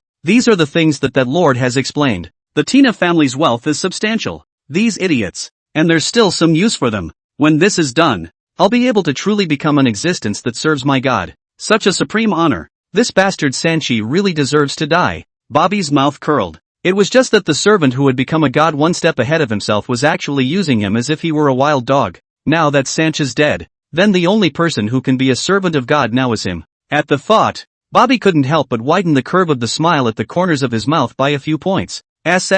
Sound of air sucked between the teeth, indicating hesitation or thinking over. Just then, the pupils in Bobby's eyes violently turned into inverted vertical shapes, and his entire body quickly tilted to the side. Bang! Just a moment after Bobby fell, the chair he was sitting in before was blown to smithereens by a bomb directly in front of him. The powerful impact directly blew Bobby's entire body out. What man? Although he barely dodged the vital parts, countless pieces of wood debris also stabbed hard into the top of Bobby's body, making his entire body look wretched. Now Bobby was shocked and angry. Now there was actually someone who dared to make a move on himself here. Where are the people outside? Where are they all? Bobby bellowed toward the door. Outside the door, he had clearly left hundreds of people to receive him. So how is it that now that he was attacked, there was no movement at all? And those family heads were also shocked by a sudden scene that caused them to live in a submarine bag. This scene, how it was so similar to just now. Phew! The reflected light of a sharp blade flickered. Bobby's heart immediately grew alert,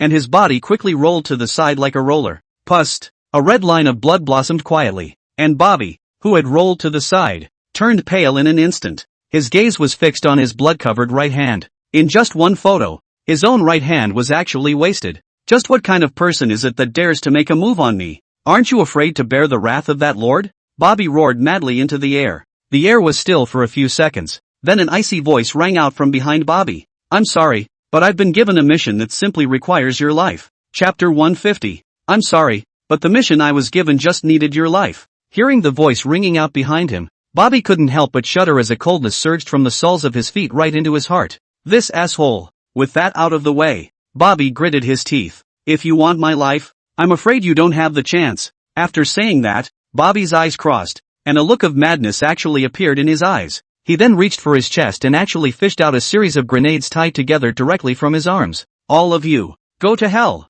With a scowl on his face, Bobby actually pulled the fuse straight out and then threw it toward the middle of the conference hall. No good. Tina saw this and rolled toward the door without hesitation. No. On the other side, seeing this scene, those family heads were immediately scared out of their wits. Without waiting for them to react, boom, boom, boom, a loud sound accompanied by terrifying sparks resounded. The entire courtyard was suddenly turned into a sea of fire. The terrifying wave of air bounced Tina's body straight away, sending her smashing hard into the wall. After a long time, Tina struggled out of the wall with great difficulty, her eyes filled with fear as she looked at the council chamber that had been reduced to rubble. Bobby the crazy. Pust. Beside Tina, a muffled grunt suddenly sounded, and then a figure quietly emerged. The moment that silhouette just surfaced, it couldn't help but spray out a mouthful of blood. There was also a scornful look in his eyes as he looked at the ruins of the rolling sea of fire. Unexpectedly, that guy was so crazy that he even went so far as to pull in the crowd to be buried with him. He, the Shadow Slayer of the royal family of Nubishu. It's been hidden in the darkness. Over the years, he had handled assassination missions for the king, a presence as an inhuman and one of the royal family's assassins. I just didn't expect that this originally easy mission would be met with a crazy character. But thankfully, it's all over. At that thought, Shadow's gaze slowly looked over to Tina, who was struggling to stand, a murderous intent flowing from her eyes. Now that the Tina family's top brass is basically all but wiped out, His Majesty Nubishu's occasion to drive out the tiger and swallow the wolf may be laid to rest. Then shouldn't he or she make a little choice, since both forces are already completely uneven? So, the shadow gripped the dagger in his own hand. The killing intent in his eyes gradually solidified. Let's look for another plan after we've finished with the Tina family once and for all. With that thought, the shadow's body gradually became illusory, and he, himself, quietly approached towards Tina. Boom! But just the next moment, a loud noise came from the sea of fire. The shadow's advancing pace froze, and his gaze couldn't help but look toward the sea of fire. In the next moment, both his and Tina's pupils shrunk at the same time. That is, only in a sea of fire and ruins, an arm full of pitch-black scales violently stretched out from it. Then, a terrifying demonic creature shrouded in black aura gradually stood up from the middle of the sea of fire. It was an incomparably ugly monster with pitch-black pus spreading all over its body. Snap! At a certain moment, a pustule ruptured and oozed out foul-smelling black water. The mere smell of it makes you sick to your stomach. What kind of monster is this? Shadow's gaze widened, sparing him a gulp. Through the place wrapped in countless hideous pitch-black veins, it was vaguely recognizable as a human face. Bobby. Tina couldn't help but feel a little numb at the sight of that face. Tina. Seemingly hearing Tina's alarmed cry, the humanoid monster violently opened its mouth wide, revealing fishy teeth. Oh ho ho ho. Tina, did you see that? I have infinite power. Tina. Oh ho ho ho ho. Ah, that's power. Chapter 151. Pustules that emitted a fishy odor continued to grow out of Bobby's body before suddenly bursting open, splashing black water in all directions. I feel it. This is power beyond human. At this point, Bobby was completely out of the realm of normalcy. On his hideous and already completely distorted face, just one eye remained swiveling. He raised his palm, which had fully transformed into a beast, and gently shook it. Immediately, a color of excitement that was hard to hide surged out from the remaining half of his cheeks all of a sudden, and Tina couldn't help but open her rosy lips wide at the sight. She saw something. Bobby actually turned into a monster. Gollum! It was at this time that Bobby's eyes rolled steeply and actually locked onto Tina, who had frozen down. Tina! Next moment, Bobby's body instantly exploded out, swept towards Tina at a speed that completely exceeded normal human perception. On Bobby's face, there was the color of madness welling up. Seeing that the monster's locked target wasn't himself, the shadow on the side didn't hesitate in the slightest and turned around and started running wildly towards the distance. He himself had to get this message to His Majesty. Right now Bobby and the others were beyond his knowledge. Gollum! As if sensing the shadow's escape, Bobby's body, which was skimming toward Tina, came to a halt. In the next second, he directly turned his body around, leaving Tina behind, and chased after the wildly running shadow. The current Bobby, whose senses were beyond normal, was able to practically feel the power that emanated from the shadow's body that was beyond ordinary. That power, inexplicably, made his body salivate, as if eating him would allow his body to evolve even further. Thus, he flatly gave up hunting Tina and instead chased towards the shadow. This monster, noticing that Bobby's attention had shifted to himself, the shadow couldn't help a tingle in his scalp. Just now Bobby's self-destruct had already caused his body to suffer a heavy blow.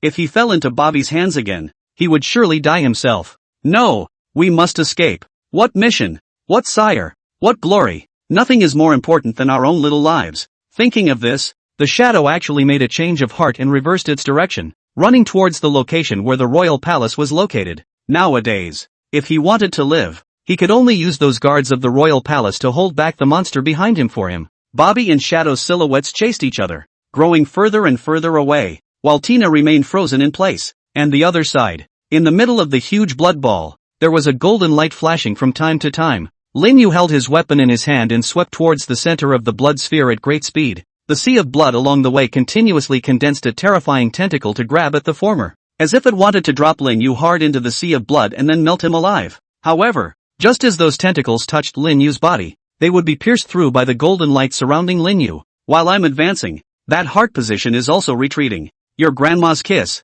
You're playing hide and seek with me. Sensing that the location of the heartland was constantly moving, Lin Yu couldn't help but frown. Invoking the gods was exceptionally powerful in terms of consuming spiritual energy. If one kept being pulled by the other party like this, it was estimated that one would collapse due to a lack of spiritual energy before too long. No, something has to be done. Lin Yu's gaze was slightly condensed, and the black and white pupils of his eyes on his brow were constantly flickering. Lives involved. Lin Yu pointed a finger at the center of his eyebrows. Phew! A black and white beam of light was pulled out of him. Lin Yu flicked a little, and the beam flew straight out. Fate omen. As the beam flew out, Lin Yu silently chanted out in his mind. It was at this moment that, in the black and white pupils of Lin Yu's eyes, as if time had been accelerated, it flowed rapidly, and in the next moment, it was actually fixed at a certain moment. Found it! Lin Yu's lips turned a little white, and a tingling sensation came from his brow. The consumption of mental power by the omen was just too great. With his mental power,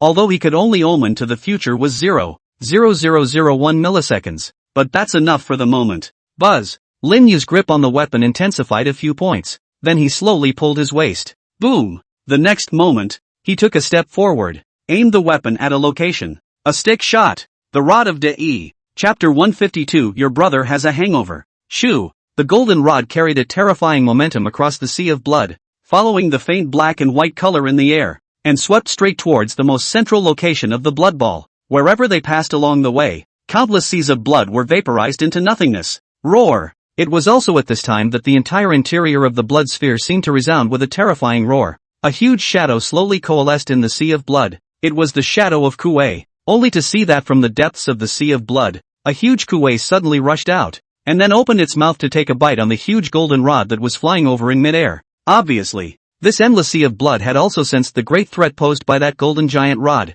and subconsciously condensed Kuwei's shadow to try to counterattack. Bang! Both in contact. In just a single glance, that Kuwei's body was instantly vaporized by golden light, and the remaining power of that golden giant rod did not diminish. Still rushing out in the direction guided by the line of black and white, the speed of the golden giant rod was very fast, and in just a few blinks of an eye it had already appeared on a large, blood-colored body, and then without hesitation, it stuck straight in. Pust! That huge body was instantly pierced through, and in the location of which shattered body, the remnants of Gabork's body was also displayed, only to see at this time Gapak, the entire body has almost disappeared. In his body at this time full of countless blood vessels, those blood vessels as much as possible in that huge body inside. He stared intently at the fading goldenmost rod with a spiteful gaze and hissed out in an extremely vicious voice. It's utterly too late to realize it by now, so you'll just wait for the coming of my lord and be completely reduced to the sustenance of my lord's descent. The words had just fallen, and what was left of Gabork's body had completely merged into that blood-colored body. Buzz! Just as Jia Baiki's body completely melted for a moment, the tightly closed pupils of that blood-colored body also instantly opened. Brush! Two huge blood-colored beams of light instantly emerged. Coo coo coo! The endless sea of blood beneath his feet let out a boiling scream, as if it was welcoming the descent of the blood-colored body. It was in such a moment that the distant Lin Yu had also sensed a terrifying force descending. Or let him finish the ritual. Lin Yu couldn't help but feel some toothache. This Gabork had been dodging his pursuit from the very beginning. I didn't realize that it still dragged on until he finished the ceremony. System, detecting current state of energy fluctuations. Ding! System detection in progress. Detection complete. Attention! The current environment is host to Kuwei's weak consciousness. A consciousness host body? That is, the blood-colored body just now? Since the system didn't issue an alarm, it meant that this current consciousness border was not part of Kuwei's true sense of descent. In other words, I still have a chance. Luckily, if that Kuwei had really descended, he would still be playing, so he should give up before it was too late. At the moment, too much mental energy is being used up, so if I were to with him later, I guess it's still a bit up in the air. Lin Yu stopped and hovered over the sea of blood. He then quickly opened the system mall. Luckily, your brother has extras. Browsing through the system mall, Lin Yu quickly found a potion that could briefly restore his mental energy. Redemption. Swish. A white light flashed and a milky white bottle appeared in Lin Yu's hand. Spirit liquid restores a certain amount of mental energy. Lin Yu opened the spirit liquid, then poured it down in one gulp. Chapter 153, Kuwei's Descent. Golem. As soon as the spiritual liquid was imported it flowed down the esophagus into Lin Yu's stomach, and at the same time, a fluorescent light rose from Lin Yu's body. As those granular fluorescent lights rose, Lin Yu's spiritual energy, which had just been almost depleted, gradually became abundant. Phew! Lin Yu exhaled a deep breath of turbid air. At that moment, the deep tingling sensation on his brow had disappeared. In its place is the unmistakable clarity of the brain. Unfortunately, this spiritual liquid can only be taken once in a short period of time, or else I would directly drink 10,008 bottles and shoot a few thousand arrows out. No matter what kind of Kuwei consciousness boarding body he has, it would have to turn into a hole. Ding! Please, host, don't blow awesome. Just as Lin Yu's words fell, the system's voice instantly sounded. System friendly reminder, although the current body is only Kuwei a trace of consciousness of the boarding body, but with the host's current power, if it is touched, it is also likely to be killed in seconds share. Rinyu. What? I can't defeat the main body. Can't I even defeat a hint of consciousness? Ding! Kuwei's status is extremely high and he possesses the power of authority. It's not something that can be compared to that big bat. If the host is up against the power of authority, he'll be 100% out of luck. The reason for the last system rescue being timely is that the host was only exposed to the power of authority. If the host wants to resist the power of authority, please endeavor to upgrade the system. To ignore the power of authority currently held by the Kuwei consciousness, the system must be upgraded at least one more time. The corners of Lin Yu's mouth twitched slightly before he turned around and ran without hesitation. That's bull asterisk asterisk asterisk asterisk. The point is solid. Get out of there. At the same time, as Lin Yu's spiritual power recovered at the same time. The huge figure still in the distance had also completely repaired the huge hole in its body, and Kuei's consciousness descended upon it completely. Ku. As the Kuei consciousness descended, the endless sea of blood that was originally churning calmed down instantly.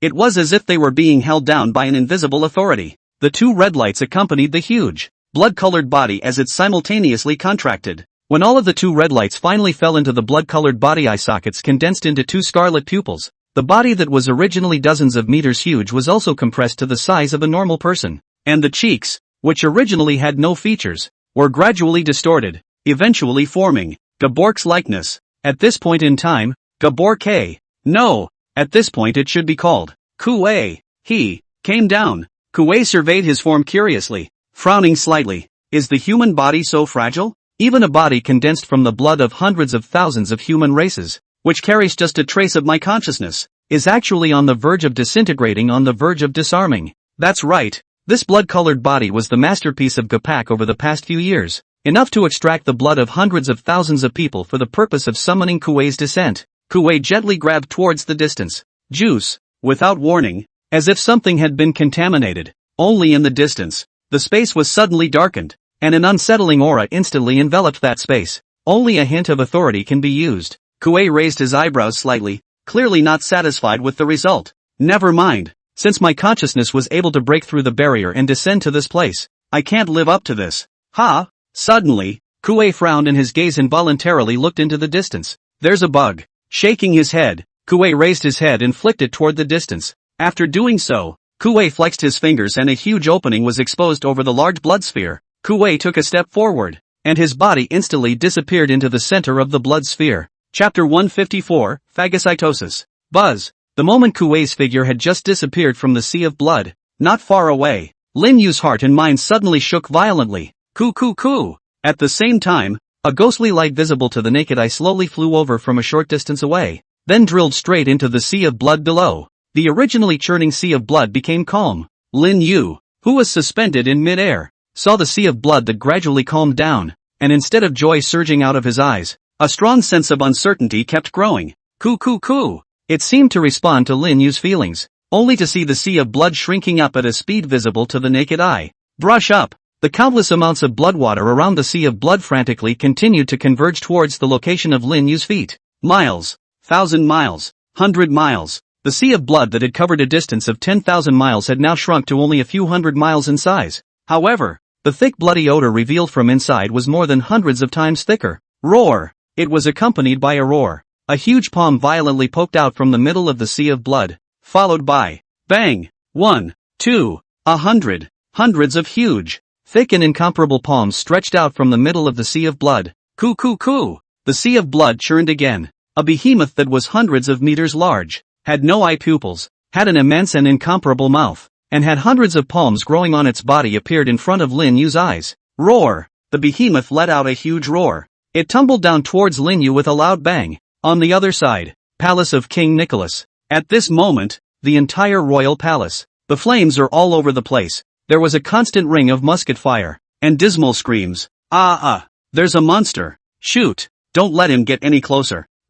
Get out of the way. Bang, bang, bang. The musket kept spraying fire towards a black-covered monster. It was just that those bullets hit the pitch-black monster as hard as they could, and they didn't even make its body pause for a moment. It was still rushing towards the interior of the palace, its eyes filled with red aura, with only a trace of clarity in the bottom of its eyes. In its inverted pupils, it mapped a certain pale figure standing in the crowd. Feeling the humanoid monster's sight fall on his body once again, Shadow couldn't help but change his face furiously. How come? Why is this monsterization of his getting stronger and stronger? With a clench of his teeth, the Shadow actually fled once again towards the deepest part of the royal palace. Roar! Seeing Shadow flee, Bobby let out a roar. His body shot out explosively, and with a single reach, he grabbed and exploded the head of one of the guards, and then the tail flicked. Bang! Another guard's head was slapped and exploded. In a short while, the guards in this area were dead or wounded. After settling the group of guards, Bobby did not immediately pursue the Shadow. Instead,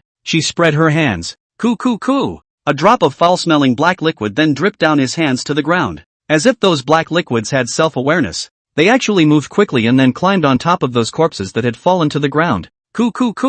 a shock of black light flashed, and those corpses corroded rapidly at a speed visible to the naked eye. In contrast, Bobby's face welled up with enjoyment. Ah ha ha ha ha, that's it, the power is getting stronger. The red aura in Bobby's eyes grew deeper and deeper, and at the same time, the aura in his body became more and more powerful. I'm so thankful that he led me here so I could have a full meal. I have more to kill. A red aura flashed in Bobby's eyes, while his entire body once again shot out explosively and swept towards the direction the shadow had fled from. Chapter 155, Night. In the silence of the bleak night, the entire country of Nichols was as calm as water without ripples. The black, dark clouds enveloped the royal capital like a huge curtain. The cool habitual wind blew away the fallen leaves that had fallen into clumps and blocked the wailing sounds from the depths of the royal palace. Somewhere outside the citadel of Nichols' foreign country, sound of nibbling, with a quiet sound rising abruptly. A figure covered in scarlet red then appeared on the protruding hill. He shrugged his nose slightly. Wow! At once,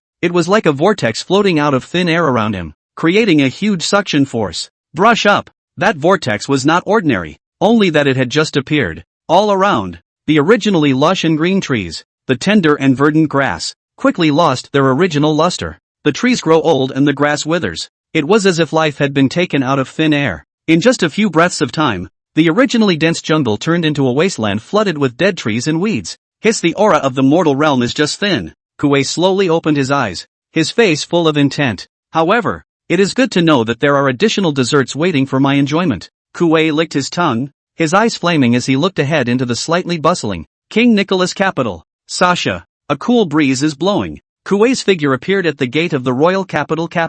The royal capital of the Nichu kingdom still retains traces of its ancient past, with massive walls, thick gates. On either side of the gates were soldiers standing by with guns. The entire royal capital had not been peaceful lately, and these soldiers of the Nichu kingdom had been ordered to stand fast at their posts. It was late at night at the moment, and an inexplicable black smoke suddenly rose from the wide avenue. Seeing this scene, the soldiers guarding the city gates all frowned. Black fog filled the air, gradually blocking out the bright moon in the sky. Sasha, a sound of sizzling footsteps rang out, and all of them were attracted by the sound emitted from the mists, and couldn't help but look over. In their line of sight, a distorted figure gradually solidified in the mist. What man? A soldier chief who was ordered to guard the area subconsciously questioned out towards the figure in the mist. Phew! What responded to him was a drop of pitch-black liquid that flew out lightly from the mist. The drop of liquid also flew out of it lightly at a speed visible to the naked eye, and then split into more than 10 parts. Pust! Without any sound, those small liquids were put into the center of each person's eyebrows. Then it easily pierced in without any obstruction. Everyone still had a wary expression on their faces, but the life in their eyes was completely gone. Zira! Right after those small liquids had easily taken away the vitality of all the soldiers, the liquid in the center of their eyebrows abruptly surged, and immediately wrapped the entire corpse. Naughty naughty. Then in a matter of seconds, their bodies were hardened and corroded. The cool wind blew. The entire city gate location became incredibly empty all of a sudden. There's a ghost. On top of the city wall. Seeing the sudden disappearance of a group of teammates, a soldier screamed out with a horrified face. The scene in front of him was too bizarre. A living group of people being corrupted right under his nose. What is this if not haunting? Karma. Suddenly, the soldier's screams came to an abrupt halt. He stared with wide eyes, his gaze horrified as he looked at the figure that gradually walked out slowly from amongst the mists. It was nearly 3 meters in size, with 6 huge arms growing from its body, especially his head. There was only one dark, ink-like eye on the large head. Monster! Monster! Even though he had experienced professional training, facing a monster that was completely beyond human imagination, it still made the soldier's liver and guts split. Kuei merely glanced bashfully at the soldier who had been completely stunned. Reach out and give it a gentle shake. Bang! The soldier exploded with a sound, and the countless mists of blood were gently sucked in by the pitch-black eyes on his head before sliding in completely. Hiss! Kuei let out a soothing moan. Although the human is incredibly weak, this crisp mist of blood is a rare and delicious shot. Just after the words fell, Kuei's figure instantly swept towards the middle of the royal capital. Wherever it passed along the way, all the creatures it came into contact with instantly exploded into blood mist, which was then absorbed cleanly. Chapter 156, The Shadow Runs Away. In the palace of the king of Nikyu, Nubisha leaned on his crutch, his eyes clouded as he looked from where the front of the palace was. During that time, there was a constant stream of mournful screams, and intermittent gunfire coming from there. A layer of incomprehension lingered on Nubishu's sophisticated demeanor, shaped like a withered tree. With the guards of the royal palace, It's amazing that they couldn't solve this group of bandits in a short period of time.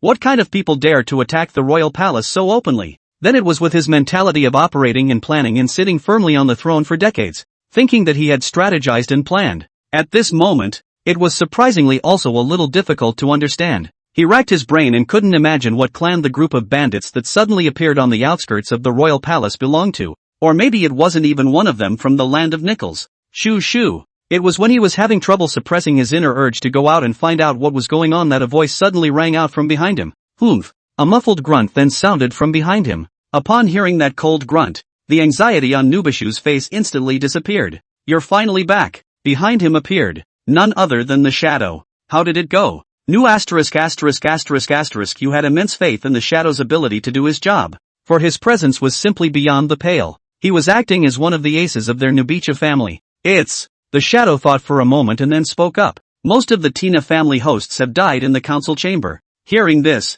Nubishu's eyes couldn't help but light up. That's good. So now that the living forces of the Tina family had been removed, now, his eyes would then begin to look towards the last of the Sanch family. It won't be long before the splendor of our Nubishu royal family will return once again. By the way, who was the one who went to negotiate with Tina's family? And where's Tina? Is it settled? Right now, King Nubiachu inquired about the most crucial point. The shadow fell into a state of silence. In response, Nubishu merely frowned. As the saying goes, if you don't get rid of the grass, it will grow again in the spring. But it's just a mere Tina. It can't make any waves. Right now, there are more important things for you to do. The shadow froze at his words, a slow sense of foreboding rising in his mind. Sure enough, Nubisha looked at the shouts not far away that had gradually approached the center of the royal palace, and said towards the shadow, right now, a bunch of bandits have inexplicably appeared inside the royal palace. I guess it should be some of the fish that have slipped through the cracks in my plan. So you go over there right now,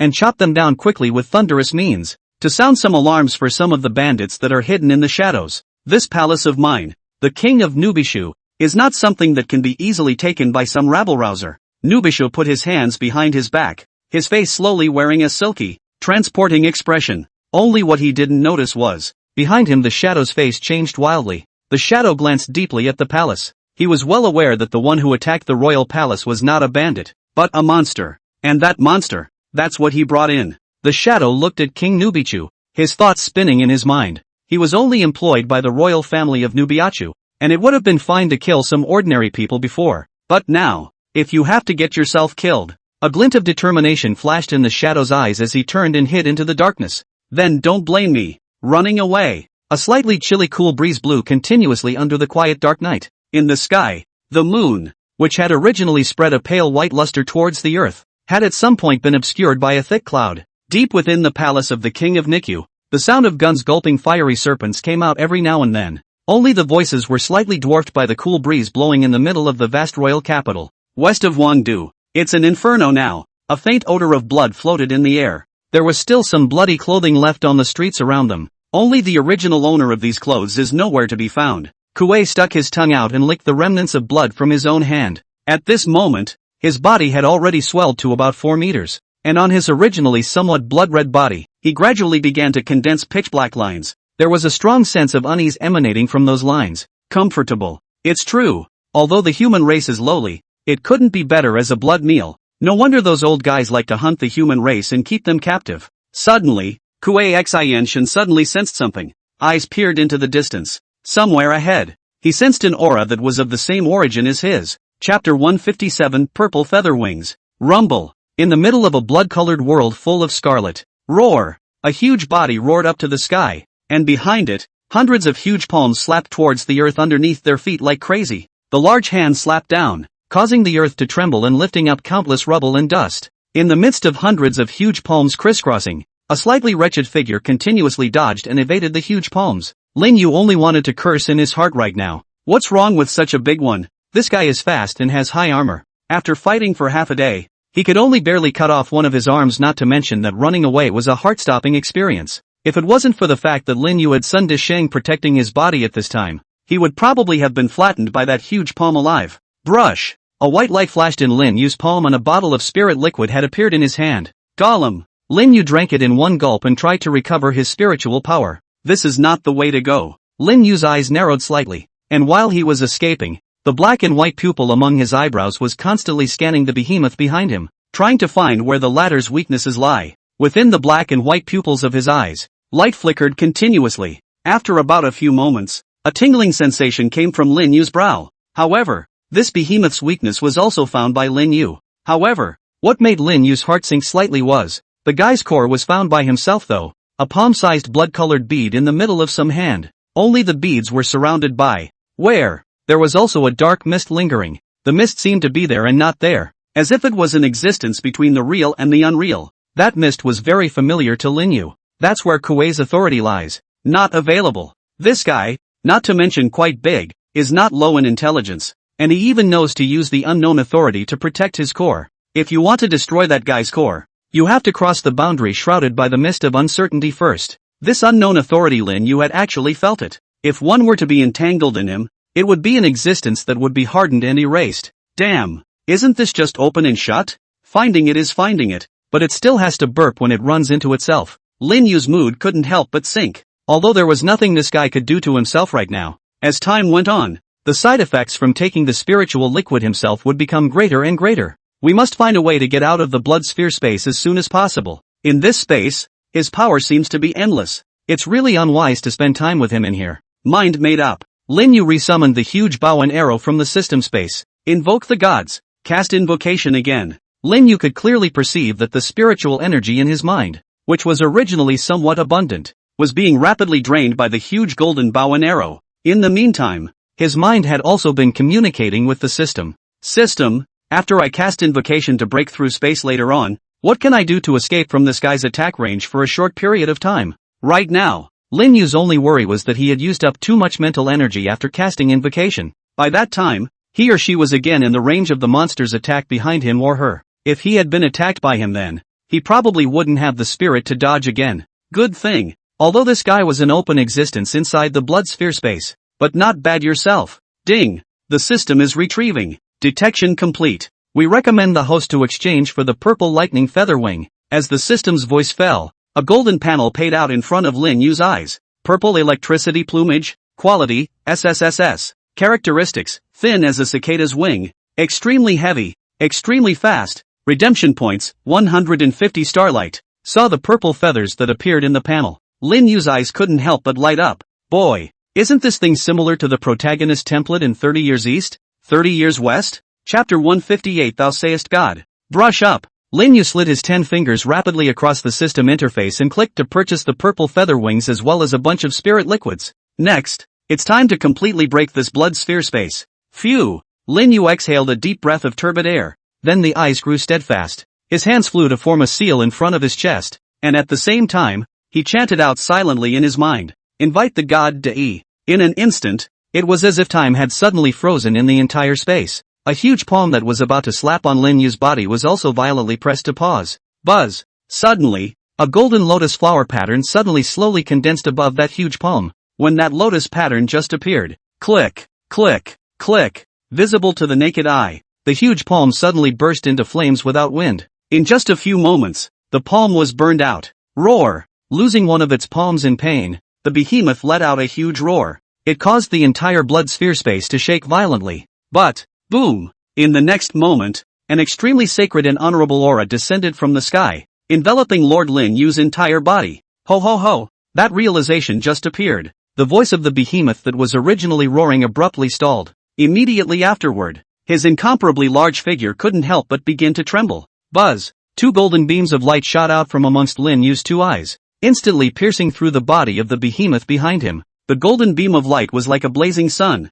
emitting an incomparably hot light. Lin Yu reached out. Bow! Golden beams of light coalesced in Lin Yu's hands, gradually condensing into an immense and incomparable golden bow. Behind it, a blurry huge figure was also bending its bow and arrow. Lin Yu put his hands on his bow and arrow. Edict! Lin Yu was like an oracle. Just a soft opening. Both time and space stood still at the same time. Immediately afterward, a golden arrow was like a joyful elf with a demonic trailing flame. It slammed into the top of the ledge. The Naturian kings are all on an iron bridge. The air was filled with a mist of blood that had nearly solidified. On the roads lay bodies of all shapes and sizes. They were both male and female, and their faces were all covered with an expression of incomparable fear. Drops of blood were extracted along their carcasses. hardened and then suspended in midair. Hiss! A wave of breath swept through, sucking up as much of that blood mist as it could and then incorporating it into his own mouth and stomach. Indeed, these lowly humanoids can only restore my strength faster if my body carries the blood of fear.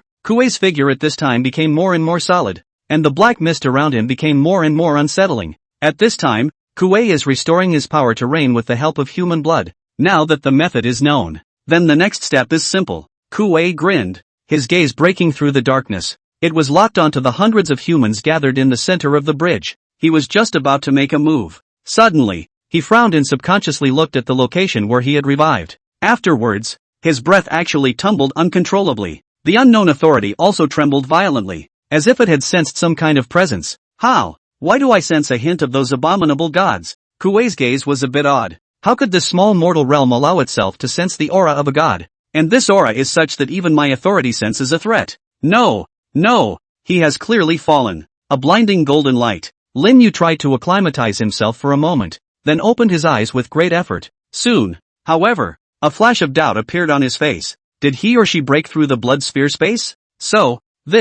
Where is this? All around them falling into the eyes was a golden color. Nothing but gold. Himself. How did it get here? System?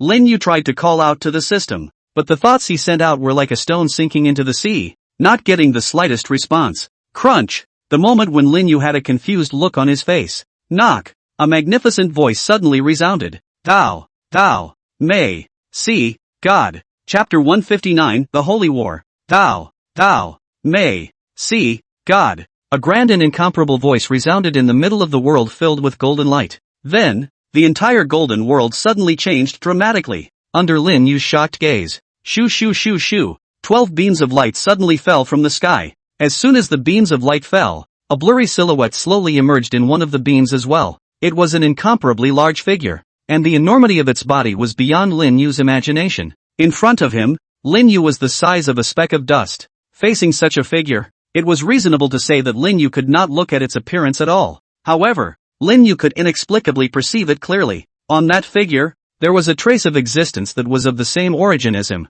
Lin Yu struggled to look upwards. Sure enough, behind him, a huge bow and arrow silhouette was suspended. Lin Yu swallowed a mouthful of saliva. In the midst of a golden world, the silhouette of De flickered and dimmed, and at the moment, it was as if he was still in a state of confusion. Finally, at some point, the De silhouette noticed Lin Yu in the middle of the golden world. I would have fallen in the midst of the holy war. Thou, why have you awakened me? Holy war, fallen. Lin Yu seemed to have received information that was not to be trifled with. But, how did one awaken him? It was clearly a skill that self-residents had acquired through the system. Wait, system. Lin Yu's gaze gradually widened, and vaguely, it was as if he had a hint of a guess in his heart. Seeing that Lin Yu didn't answer for a long time, De took the lead in breaking the silence. So be it. My thoughts will not last long, and you have a trace of my homologous aura. It must not be one of those evil saints. Since you have the chance to awaken me, it proves that you have a destiny with our clan. Suddenly, De's voice stopped abruptly. Then, his voice suddenly produced a flash of surprise. I can sense a hint of authority in you. This trace of authority is... Boom! Suddenly, the golden world trembled violently. De's shocked and angry voice set off huge waves. Kuei Shang! Lin Yu felt De's anger, as well as the world trembling violently. These auras could easily annihilate him into nothingness if they only slightly leaked out. Fortunately, it seemed that the golden light around them had a protective effect on them, and those wildly curling breaths around them couldn't come close to them in the slightest. Aha! De's angry roar resounded for several minutes before it gradually stopped. Calm was restored to De. His gaze. I don't know if he can see it though, but Lin Yu did feel his gaze on him. Thou truly amazes me, to be able to not fall from under the unseen authority of the Kuei Shang. So, this proves that you are indeed capable of receiving our prayers. Pray? Lin Yu's gaze stagnated. Do you know who I am? Lin Yu clasped his fists and said, De, thou speakest well. However, I am fully known as the great God. Rin Yu, I know you're a god. In that case, I will first answer the questions in your mind. I am the great God, one of the 12 great gods in the Zeus. Among the gods, who maintained the harmony of the universe with the remaining 11 great gods 200,000 years ago. In the Zeus, there is another Holy One race that is hostile to our race is peace-loving, but the Holy One race prefers to invade and destroy other races in the Zeus. 200,000 years ago, The sacred clan took the lead in waging a great war with our clan and the alliance of the great clans and Zeus. This battle is known as the Holy War. This battle, the 12 great gods of our clan also fell one after another. The god clan was nearly wiped out, and the saint clan lost 15 great saints. 3 great saints were seriously injured. The Sacred One clan is wounded and incapable of continuing to encroach on other clans. An alliance of the remaining great clans fought against the Holy One. Zeus falls into a short period of peace, and the trace of authority I perceive in you, it is the one that was seriously injured by me during the Holy War. One of the sacred clans. Kuei Shang. Chapter 160, The Land of the Divine Fall. Kuei Shang. Lin Yu could clearly perceive that when the great elder god spoke this name, the entire golden world suddenly trembled violently. The remaining 11 huge pillars of light located around the golden world also seemed to tremble violently, as if the god's consciousness remaining above the golden pillars of light had awakened for a moment. In an instant, Lin Yu's brain seemed to be filled with endless roars of rage. In the depths of his mind, a set of 12 gigantic figures were presented roaring up to the sky, wanting to tear the heavenly dome apart hard and fast in general. Pain. Pain. Incredible pain. Ah! Lin Yu clutched his head and let out a hiss of incomparable pain. The figure in his head that was going to rip, it was his brain. Just at the moment when Lin Yu felt as if his brain was going to be completely torn apart, a huge and warm palm gently covered his head. De Yi's palm covered Lin Yu's head. Gentlemen, it's already more than 200,000 years that have passed. His voice seemed to carry an inexplicable divine charm. Just a light sentence. Ugh. Immediately afterward, it was as if an ancient sigh from an unknown period of time rang out. Subsequently, the huge tearing sensation deep within Lin Yu's mind gradually disappeared. Lin Yu's lips turned white. Just in the moment just now, he practically felt that his brain had been completely kneaded into a lump of mush in general. The horror is unparalleled. If it wasn't for the system protecting his consciousness, I'm afraid that he would have died just now simply because those terrifying roars had just appeared. Damn it. It doesn't matter if it's Kuei Shang or these gods. They're all so unreasonable. Last time, because of unintentionally communicating out the Kuei Shang, he was tainted with ominous authority and almost hiccuped. And today, he almost experienced the same kind of thing again. What you just experienced was my fault. It's just that I hadn't expected that in this land of divine fall, the remnants of our grievances would still exist. After saying this, De Yishan fell into a moment of silence. God's fallen land? Lin Yu's eyes suddenly bulged. He glanced around in all directions. There was nothing but a golden haze around him, and he couldn't see anything at all.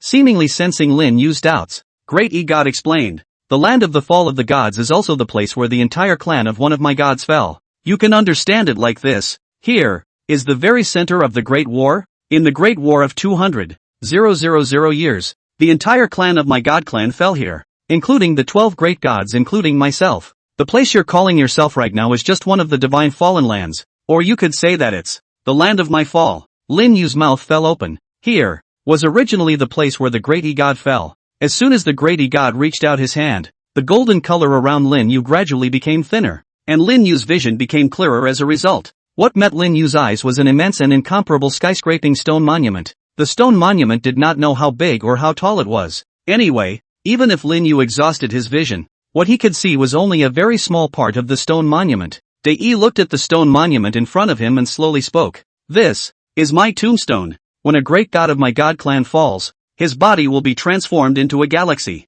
The stone monument you see before you can be considered a galaxy. Gulp. Lin Yu couldn't help but swallow a mouthful of saliva when he heard this. This monolith in front of me was actually a galaxy. Chapter 161 Decisions. Lin Yu was already shocked and didn't know what to say. The stone monument in front of me was actually the existence of a galaxy. Then its inner space. How big should it be? Even. Just how huge should the bodies of these great gods of the ancient god clan be? Their bodies after death were actually able to rival a galaxy. It's the equivalent of one person compared to an entire galaxy. Without paying excessive attention to the surprise in Lin Yu's heart, De Yishan looked at the stone monument in front of him, as if thoughts and nostalgia flowed from his eyes. However, he didn't miss it for too long. His gaze instead turned to Lin Yu's body. After pondering for half a day, he spiraled as if he had made up his mind. Speaking to Lin Yu, he said, "Now, you already know the secrets of my clan. Right now, I wish for you to make a choice." Choice? Lin Yu hadn't yet recovered from the shock brought about by the stone monument in front of him,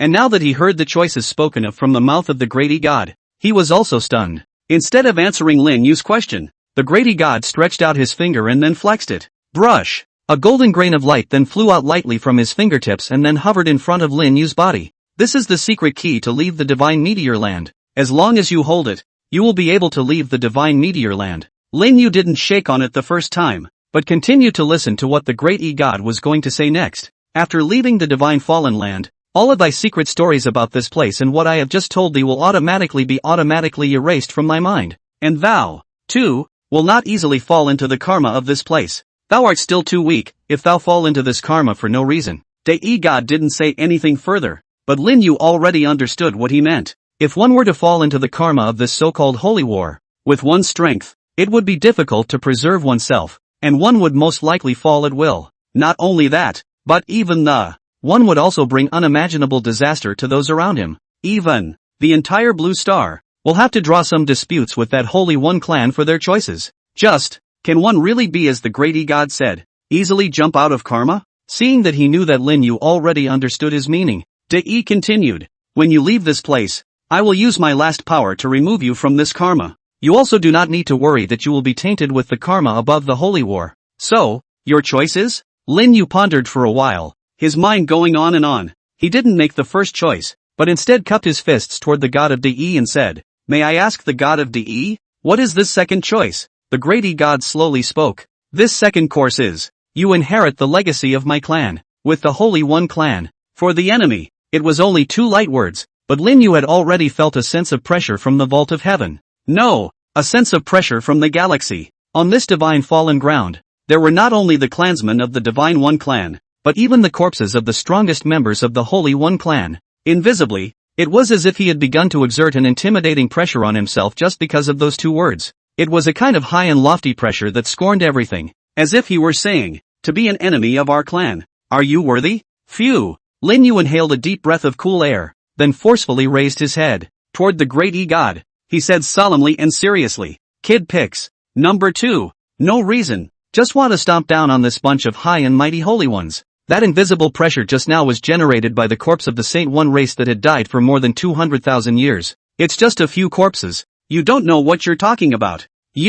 How dare you choose number 2? The great god's voice was tinged with surprise. He gazed at Lin Yu for a long time. After an indeterminate amount of silence, Daishan's slightly spiritual voice once again resounded in Lin Yu's ears. In that case, then it will be as you wish. Chapter 162 Dai Stone Tablet. In front of the huge monolith, Lin Yu sat on the golden ground and looked at the huge stone monument Can. There was no concept of time inside the golden world, and Lin Yu didn't know how long it had been since he had entered the golden world. Anyway, it had been about a month since the last time he had chosen the second path on his own. Inside this month, the great god seems to be in a state of contemplation. No matter how Lin Yu calls, the great god just silently passes out a sentence, do not be anxious. This way Lin Yu was a bit hangry. It's not like they're letting themselves out or instructing themselves to accept the so-called legacy of God. Waiting like this. In case 18,000 years have passed on the Blue Star. Who will you find to justify yourself to? So, about another month or so passed. Just when Lin Yu felt that he was on the verge of going into the ground due to the weight,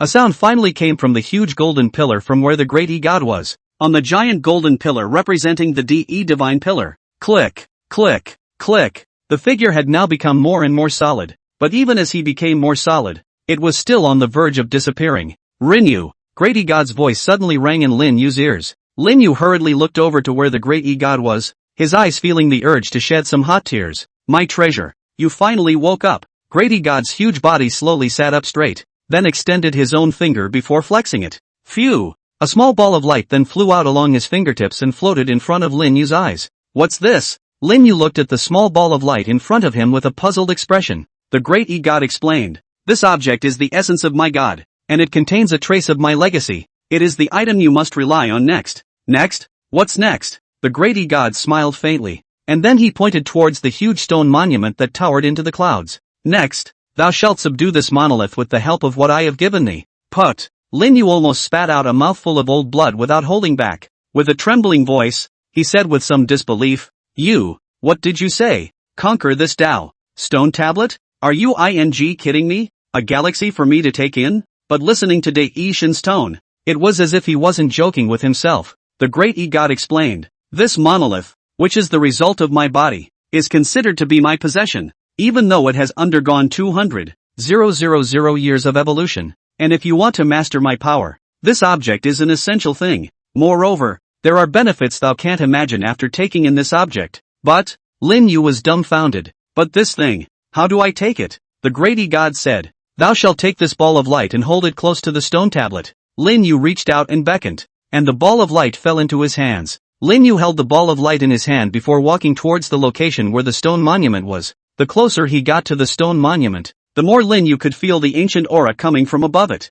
More and more, he could also feel the great oppressive force coming from above. Because this stone monument was created by the divine body of the great god, there would be a divine pressure around it, preventing any creature from approaching. But Lin Yu had the divine will of the great god, so all the way down, he didn't touch any discomfort other than feeling a little oppressed. Even, Lin Yu had a feeling of returning to his own home. The stone monument was far away. It took Lin Yu about a year to walk to the stone monument. It was a good thing that he had inquired about the time difference in the divine fallen land before he set out. It was discovered that this divine fallen land had been destroyed in space and time during the great battle. To put it in another way, there wasn't any concept of time and space here. Compared to the time outside, time here actually seems to stand still. But, Lin Yu could still feel the sensation of having traveled for a full year. At last, after traveling for about a year, Lin Yu finally arrived before the Dai Stone Monument. 163. The Inner World. Lin Yu stood in front of the gigantic stone monument, feeling the reckless aura coming from it, as if it was from the ancient times, and also took in a hard, deep breath. Slowly approaching the stone monument, Lin Yu raised the golden ball of light in his hand. Buzz! After the golden ball of light was lifted by Lin Yu, a stream of golden light suddenly emanated from above the ball of light. Buzz off! At the same time, a huge roar resounded from above the huge stone monument. Obviously, the two are starting to mirror each other. Click, click, click. A sound of something shattering rang out, and as far as the naked eye could see, only a crack was born on top of the stone monument, close to where Lin Yu was. Those cracks slowly ruptured and finally shattered open with a bang, exposing a white and smooth stone wall. Subsequently, the space above the smooth and white stone wall gradually distorted, finally forming an entrance. Seeing that entrance, Lin Yu took a deep breath and immediately stepped in. Brush! When Lin Yu's figure disappeared into the entrance, the originally distorted space above the stone wall gradually returned to normal. It was as if none of the sights had just happened. But, through the still white and smooth stone walls, it was clear that what had just happened was not an illusion. Step into the stone wall. First there was a blanket of white, which didn't last long. Soon, the scene before Lin Yu's eyes returned to normal. It is? Lin Yu looked around towards the surroundings. He found himself in the middle of a huge valley, surrounded by steep cliffs with no end in sight. All around the cliff, it was bare. This is the interior of the Great Divine Monument? Lin Yu didn't stay where he was, but instead took a step towards the outside of the valley. Since the great god had allowed himself to enter the inside of the stone monument with the golden ball of light in his hand, he definitely had his own plans. Perhaps, in order to subdue this monolith, one would have to start from the monolith's inner world. Holding this mood, Lin Yu's footsteps gradually accelerated. It wasn't long before he saw the outskirts of the valley. Suddenly, Lin Yu's eyes couldn't help but glaze over.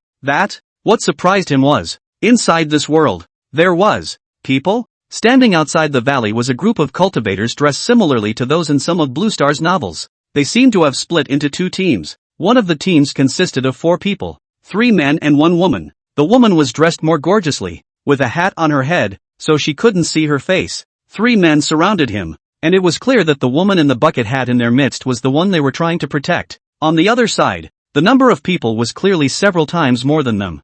They were all dressed in black robes, with masks on their faces, and the word kill was tattooed on their left chests in dark red lines. Both sides had their swords drawn, and it seemed as if a great battle would break out at some point. Lin Yu couldn't help but frown as he looked at the 2 sides with swords drawn. This is to put on a siege scene. Then one sees this scene. Is it the next black robe side intends to kill and exterminate oneself? Valley. When Lin Yu discovered both of them, the people on both sides also naturally discovered Lin Yu, who had come out of the valley. Seeing the outsider who came out from inside the valley, the characters from both sides were stunned. For a time, both sides' original intentions to make a move were quietly halted at this moment. He is the one who walked out unharmed from the killing Jade Valley. A certain silhouette on the black-robed side spoke with a somewhat astonished tone, revealing eyes full of shock from the bear inside of the mask. He slowly approached the leader of the entire group, lowered his voice, and said, "Captain, a situation has arisen." The black-robed man he called the captain rolled his eyes. "Can I not understand that a situation has arisen with my eyes laid out here?"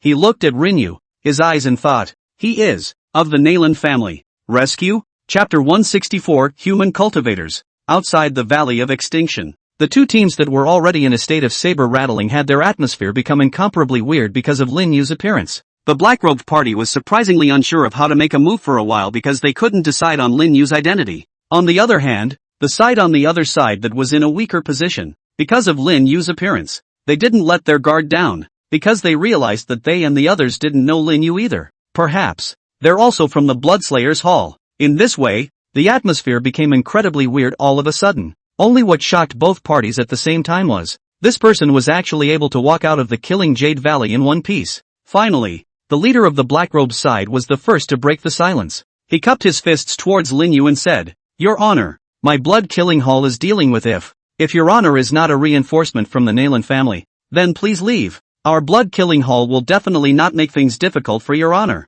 They were picking their words very clearly. This was to clearly tell Lin Yu that they were from the blood killing hall and didn't want to be enemies with Lin Yu. As long as Lin Yu left, they would act as if they had never seen him. Have to say, no one is a sand sculptor who would take offense to a character they couldn't decide on out of the blue. "Your Excellency, we are from the Nalan clan. If Your Excellency can help us out of our predicament, my Nalan clan will be grateful." It seemed to be because the people from the blood killing hall took the initiative to pick a relationship. At this time, a certain guard located in the middle of the three men then immediately spoke. Obviously, in the current situation, there was no way for them to escape the encirclement of the blood killing hall peacefully with the woman behind them. Now, he could only hope that this stranger who came out from inside the Valley of Killing Desperation would bring him hope. In response, Lin Yu simply chanted in his heart. Speechless, not to mention whether their own strength was clear to them, but such a tactic of pulling a random passerby as a savior was indeed silly enough. It's not like you're going to be pushed into a fit of sanctimoniousness and then put yourself in danger.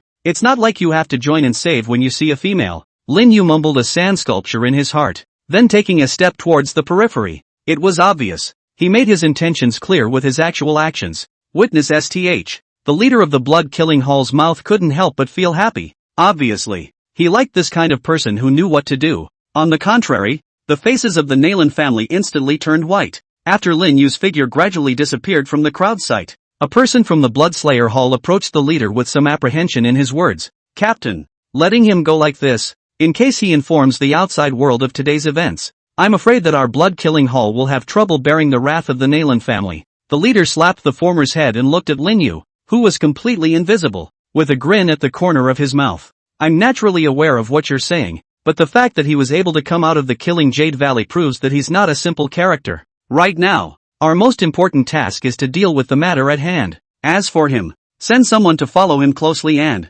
immediately report the information to the Hall Master, and let the Hall Master choose." Yes, the henchman immediately comprehended, and then fished out a seal from his bosom, and after shredding into it, he then directly crushed it. Phew! The shattered seal turned into a stream of light and swept off in a certain direction. After doing so, the leader revealed a skull towards the few people who looked incomparably helpless like four-stranded birds. Then next, MS. Nalan, I just hope you can cooperate. Chapter 165, Confidence. Lin Yu walked in the middle of the dense jungle with his hands behind his back. At this moment, his mind had been thinking about the method that could subdue the stone tablet at the moment. "I don't have a clue yet. Elder Grady God only let me enter this world with the ball of light, but he didn't give me any tips on how to subdue this monolith. Is it hard to let me find my own way?" Lin Yu instantly felt a bit of a headache. If that was the case, and what made Lin Yu feel bottomless in his heart was that since entering the Divine Meteor Land, not once had he gotten a reply when he called out to the system. There was no system to advise. The current self is like a headless fly. Headache. Lin Yu rubbed his brow. Suddenly, Lin Yu's eyebrows suddenly trembled. In the next moment, he only saw a thin slit slowly crack open in the center of his brow, and then the entire world suddenly stood still from his world for a bit. An aura immediately behind him was also becoming more and more obvious. "There are bugs?" Lin Yu frowned, even though he didn't turn around. The stereoscopic image coming from his brow formed the scene behind him in his mind. Black robe, kill sign. It's the group of people from the blood killing hall just now. That's what I'm saying. These guys didn't seem like villains at all, so they were planning to do it secretly. Lin Yu, who had familiarized himself with countless novels, naturally knew it well. If he didn't completely resolve this group of villains, they'll be like maggots on a bone. You can't get rid of them. Since you're planning to make a move on me, then, Little Master isn't bad at staging a heroic rescue scene. Thinking about it, Lin Yu suddenly stopped in his tracks. Brush. seeing Lin Yu suddenly stop. The blood-killing hall assassin following him was also violently startled, subconsciously concealing his figure. He was given the task of following the man in front of him, then figuring out his identity and waiting for the order from the hall master.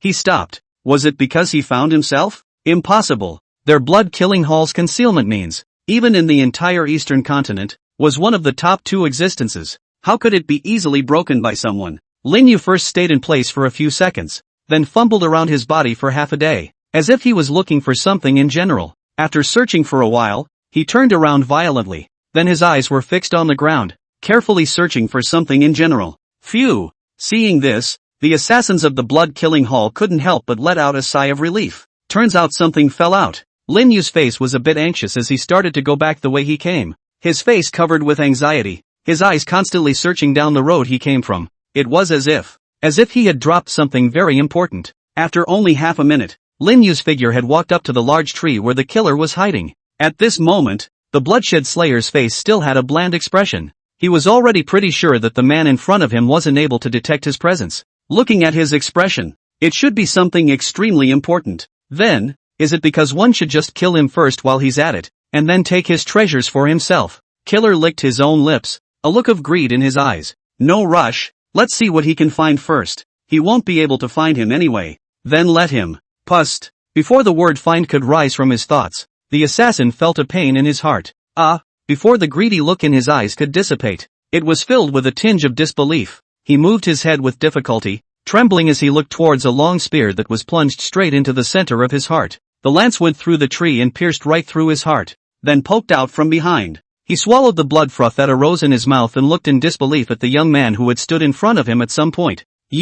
Pust. The lance was drawn. The life in the killer's eyes instantly dissipated. Chapter 166. Outside the Valley of Extinction. The colorful, brilliant luminescence was constantly flickering. At this moment, the only 4 people left on the Nalan family side had now turned into 2, and 2 of the Nalan family's guards had already collapsed to the ground, lifeless. The only remaining guard was covered in wounds. His breath shriveled and his body trembled. The woman behind him in the bucket hat is well protected. In addition to the dress has stained with some blood, the body is just a little bit of a mess. On the flip side, the group from the killer hall had lost several people at their expense. Seeing that the 2 from the Nalan clan were still planning to do a trapped beast fight, the leading captain of the blood-killing hall couldn't help but frown. Afterwards, he hummed lightly and said with a smirk, worthy of being the Nalan family. However, it just never occurred to me that Miss Nalan, who has always treated people with benevolence and generosity, would be able to watch her guards lose their lives in vain in order to protect her. Alas,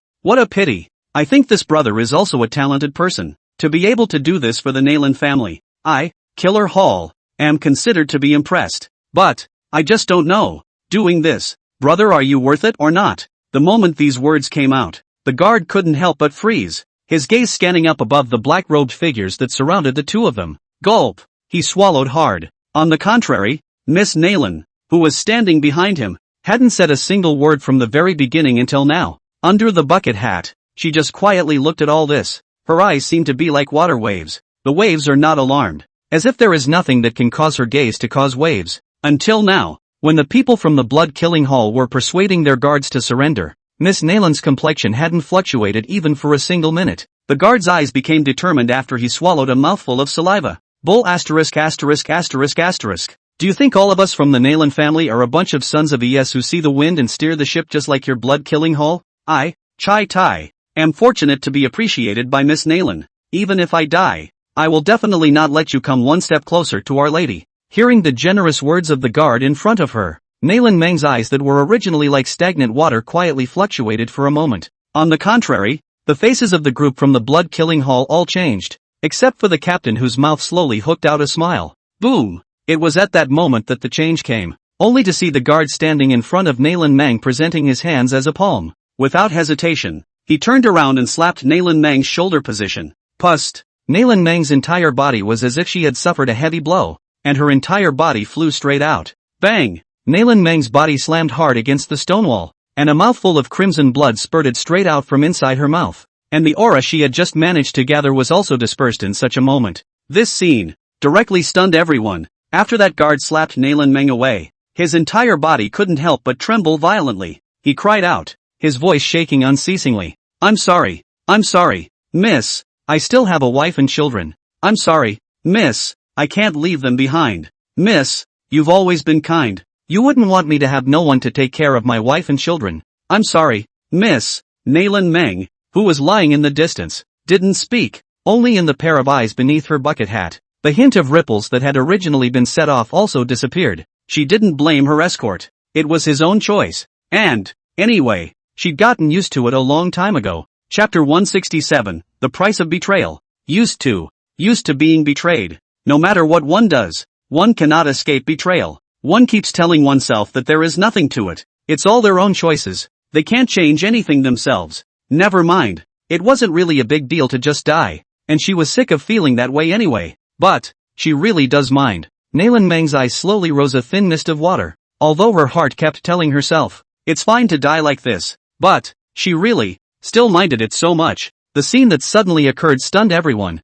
But this did not include that captain of the blood-killing hall. Ha ha ha ha ha. Seeing that the guard had seriously injured Nailin Meng with one palm, he couldn't help but laugh out loud. Ha ha ha, worthy of being the talent that I, Scar, have my eye on. Not bad, brother, you made the most correct choice. When that guard heard Scar's voice, his originally trembling body stopped. He stared blankly at his hands and muttered out of his mouth, I did it. Why did I do it? But soon, his originally pale face became a bit flushed. That was the manifestation of the aftermath of the robbery. I survived. Scar's mouth grinned. Without paying attention to the guard who was still muttering to himself, Scar carried his knife, then slowly walked to Nailin Meng's body and said with a smile, Look, Miss Nailin, wouldn't it be better to give up resistance earlier? How about that? The taste of being seriously injured by your own guards. How is it? Nailin Meng did not speak. At this moment, deadly intent was flooding her heart. Humph. Scar snorted coldly, and his originally smiling voice became morose. Miss Nailin,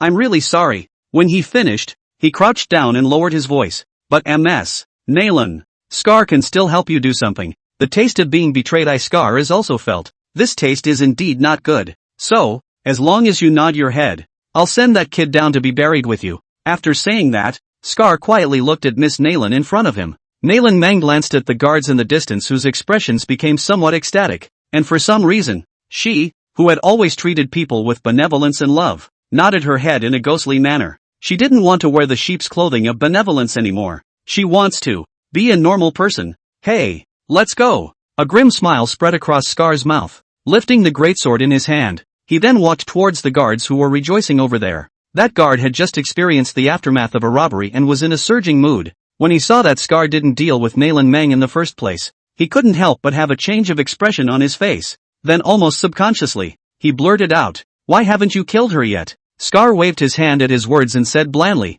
There's no rush. Just now Miss Nailin said she forgot something. Looking at Scar, who was gradually approaching him, the guard's face changed furiously. What is it? Scar didn't say anything, just gradually approached him with his knife. The guard's body subconsciously stepped back. You clearly promised me, won't kill me. Scar shrugged. What I said, I just appreciate you. Appreciating doesn't mean I won't kill you. Oh. The guard sniffed and couldn't resist any longer. Kneeling straight towards Scar. Big brother, I'm just a small guard. Please let go. I still have a wife and children at home. They are all still waiting for me to go back. Scar slowly crouched down and said in his ear, This is Miss Nailin's last dying wish. You as a guard of the Nailin family, can't even help fulfill your master's last dying wish for a bit, right? Think about it. Isn't that the price of your betrayal? The guard's eyes widened violently as he looked at Nailin Meng in the distance, his expression instantly becoming incomparably hideous. Immediately after that, it was followed by a voice with incomparable resentment that was close to roaring out. You, pust. Before the words left his mouth, Scar's great sword had already chopped down. A head rolled to the ground. After doing so, Scar looked at the headless corpse with blood constantly spraying outwards from the neck position. Add in your mind. You couldn't live from the very beginning to resent your Ms. Nailin with abandon. Chapter 168, Escaping from Surveillance. Pust. Watching a head roll down to the earth and wondering why. Nailin Meng's heart was suddenly as if it had been touched, and there was no imaginary feeling of guilt arising. Instead, it was a soothing feeling. So, it's this feeling. With that, she squeezed her eyes shut and waited for death to come. After dealing with the only remaining guard, Scar shook off the residual blood on top of his long knife before carrying it towards Nailin Meng. Next, it was time to take care of business. No, it's no good. Just at this time, from not far away, A sharp footstep suddenly rang out. A black-robed silhouette then hurried out. Seeing the visitor, Scar couldn't help but frown and asked suspiciously, "Kuba, didn't I tell you to follow that man? Why did you suddenly run back?" The visitor swallowed a mouthful of saliva and hurriedly said, "That kid realized that I was following him. He took advantage of my inattention and disappeared." What? Beneath the mask, Scar's bare eyes couldn't help but bulge. He grabbed the collar of the visitor and said angrily, "Which way did he run? How could he possibly be able to discover your trail? To be able to walk out alive from the killing Jade Valley, he might really have the ability to be able to discover your hidden figure." Scar frowned. "I can't believe I lost them. Shoo shoo." At this time, from the periphery, another black-robed silhouette ran back. He held a note in his hand. He respectfully handed it to Scar. "Captain." A reply from the hall master. Scar picked up the note, and the moment he saw the top, his face couldn't help but change, only to see that in that little note, it was written, "Only stay Naren. Quickly, digging up the ground must find that kid out. Remember, the first time you find him, don't clash with him, remember to stabilize him, and then issue a timely signal to the people around." Scar glanced at Naylan Meng, who was lying in place with no strength to move, and snorted coldly, "Miss Naylan, this time you are considered lucky. The hall master said that there are other uses for keeping your life now. Come on, take Miss Naylan with you and quickly bring her back to the blood-killing hall. The others go and search for the figure of that young man just now." "Yes," the crowd responded quickly. After that, Scarface pointed at Kahachi and said, "Now, take us to the location where you lost him." Yes. A few quickly took the severely injured Naylan Meng, then swept towards the outside of the dense forest at a rapid speed, while Scar led the remaining killers towards a certain route under the leadership of Kubachi. When a few assassins led Naylan Meng past Kubachi, who had been hanging his head low, Naylan Meng's pair of eyes that were originally like a puddle of stagnant water suddenly fluctuated for a moment, because she was the only one who saw it. The slayer in front of her suddenly rubbed her fingers lightly on her fingertips. The movement was small and seemingly random. Even someone as cautious as Scar didn't notice anything unusual. "Let's go." Scarface waved his hand. Kaba immediately turned around and led the crowd straight into the middle of the dense jungle. It was only when Kahachi turned around for a moment, in the depths of his pupils, a hint of golden light quietly flashed by. Chapter 169, The Stunned Crowd. The group darted through the dense forest. The dense forest was blocked from most of the sunlight by large trees with thick branches and leaves, making their group of figures in black robes not appear too obvious in the daytime. At this moment, Scar's heart was particularly regretful. Of course, what made him regret was not that he didn't leave that young behind in the first place when he killed the Valley of Extinction. Instead, what made him regret was that he didn't let a few more people follow him at that time. At that time, his own thoughts were that he was afraid of being outnumbered and causing the former to be alerted.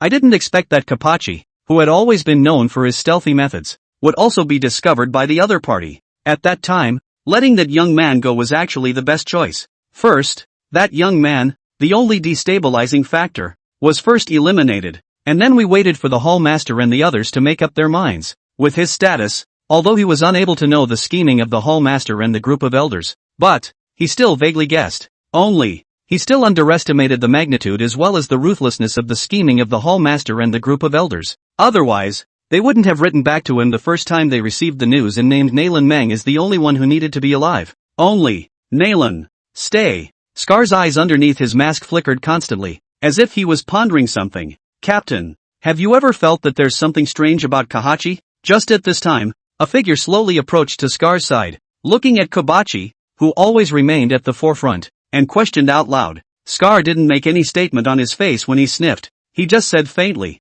"Just pay some attention to yourselves." Yes. When the man heard Scar's words, his eyes became steeply alert when he looked at Kahachi in front of him. "Captain, this is it." A group of people followed Kobachi to a cliff location. Scar stood on the edge of the cliff, looking down at the bottomless depths below. He couldn't help but frown and turned around, casting a questioning gaze towards Koba. "You said, you followed that kid here, and then got caught up with him here?" "Yes, Captain." Kahachi nodded. At those words, the pupils of Scar's exposed eyes couldn't help but fall into a state of slight contemplation.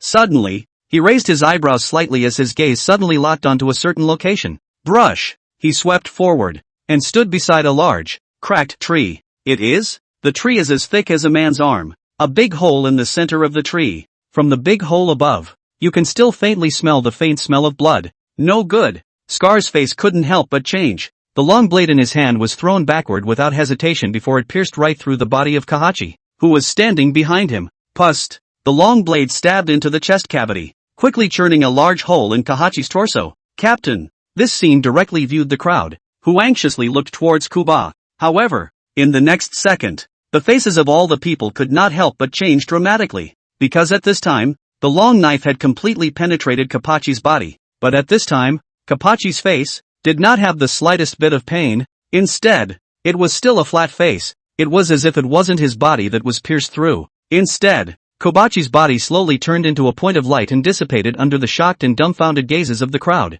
Scar was also dumbfounded and subconsciously shouted out in shock. Transformation means, Chapter 170, Scar's Fear. This is, God transformation means. The crowd looked at Kobachi, who gradually dissipated into points of light, with shock and stupefaction on their faces. A living, breathing human being, one who could even feel his heart beating, dissipated into a point of light just like that. Scar looked at the gradually dissipating Kobachi. His pupils exposed outside his mask were filled with gravity, and filled with fear. This kind of situation. I'm afraid that only a powerhouse at the level of God of Transformation can make this kind of imagery. Harden the body. Nascent. Spirit see. Open the veins. Divine court. Questioning. Transformation. This kind of world. Even asked the realm of the strong or like a phoenix like the existence of the general. Random one is this side of the world a big brother's existence. God level of power is a legendary existence. Only those ancient books and a few slip through a few strokes. Let him bump into a legendary being today? No. No. It can't be a God of Transformation level powerhouse. That kind of powerhouse only needs a single look to let us fly into ashes. How could it leave a false incarnation to coax us? And the strength of this body outside of the body is completely very weak. The legend says that the God of Transformation level powerhouse, just a body outside of the body, has a strength stronger than the realm of the questioning realm. Perhaps that brat utilized some special magic treasure. Scar tried to calm his mind. Only, to be able to transform into a lifelike person. How terrifying should this magic treasure be? Behind that young man, there must be extremely terrifying forces. Even, around him, there were strong guards of the questioning realm. If that was the case, if they alone, the blood-killing hall, wanted to take down this great Buddha, I'm afraid that there would be an overthrow of existence. You have to know. Even their most powerful Hall Master Lord is only a powerhouse at the first heavenly layer of the Divine Court realm. The Divine Court was to questioning, is nothing more than a slap on the wrist. Scar was in a cold sweat. If that's the case, then the scheming of the Hall Master and the elders. Scar glanced with a cold gaze towards the group of killers who were still in a state of stagnation. Nowadays, I'm afraid we can only let this secret remain forever. In the meantime, in the opposite direction of Scar's group, the four assassins of the blood-killing hall brought the bound Nalan Meng and silently entered the middle of a dark cave. Bang! An assassin carrying Nalan Meng threw Nalan Meng's petite body to the ground and complained. Damn! Carrying this little along the way really fires people up. Lust is all screwed up for me. The assassin standing beside him immediately proposed.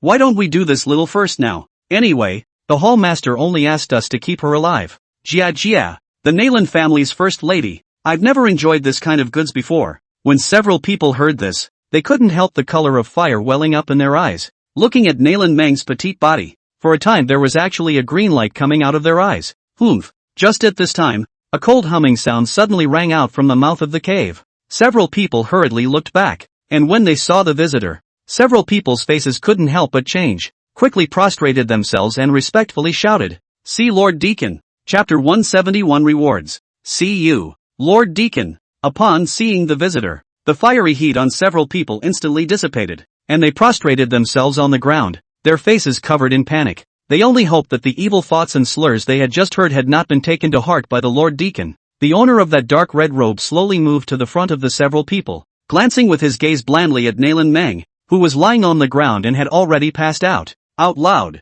"Where's Scar?" one person hurriedly replied, reporting back to Lord Deacon. The captain received orders from Lord Hall Master and has now gone after that young man. Young man? The red-robed deacon raised an eyebrow and did not take this matter to heart. You guys did a good job on this one. The few people kneeling on the ground couldn't help but have a look of ecstasy spread across their faces when they heard this. The deacon in front of him was the real authority of the blood-killing hall. Sub-captain, captain, deacon, elder, hall master. This red-robed deacon is among all the deacons, deeply respected by the hall master. If they can get in touch with this deacon, in the future, they will be able to mix well, and the blood-killing hall is not a dream.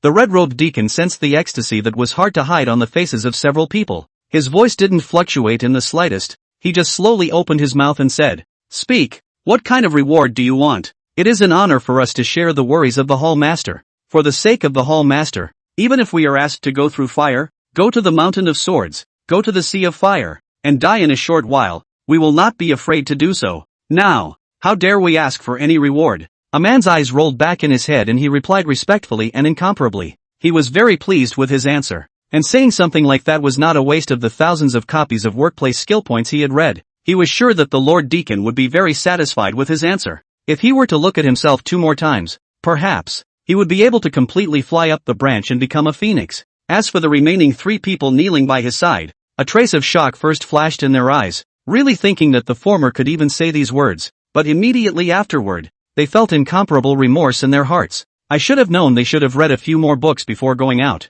and now I can't believe they let this kid take the lead first. Oh, you actually have this realization? The red-robed deacon's tone had a hint of surprise. However, soon after, a hint of inexplicable danger flashed in his eyes. Good thing too. Good. Since you have this realization, it also makes me feel less guilty.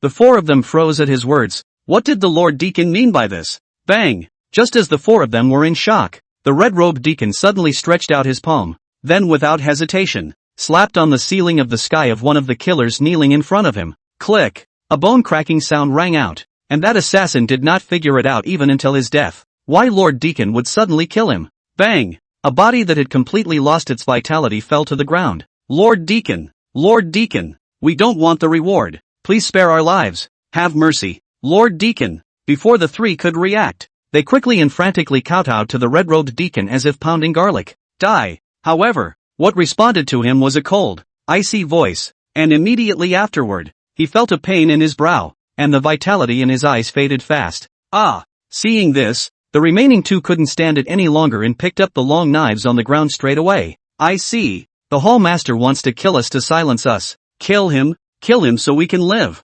Noisy! With a wave of the red-robed deacon's big hand, an incomparably strong spiritual force slapped straight onto that assassin's body. Bang! In just a single glance, that assassin was slapped to death in the cave in an extremely brutal manner. After doing so, the red-robed deacon looked at the slayer who was sitting paralyzed on the ground with a face full of despair, and the corner of his mouth grinned slightly and, finally, it's just you. Chapter 172, The Blood-Slaying Hall's Plans. Bang! After resolving the last assassin with a slap, the red-robed deacon wiped the blood from his hand. So, all that's left is Scar. I guess he also understood Lord Hallmaster's instructions and took care of the other little shrimps right away. The red-robed deacon glanced at Nayland Meng, who was lying on the ground, and said with a smirk, "Miss Nayland, since you've already awakened, why do you still want to continue pretending to be asleep?" Hearing the red-robed deacon's words, Nayland Meng slowly opened her eyes that looked like stagnant water staring wordlessly at the red-robed deacon in front of her. Miss Nayland doesn't seem to be surprised at all by the way our blood-killing hall handles things.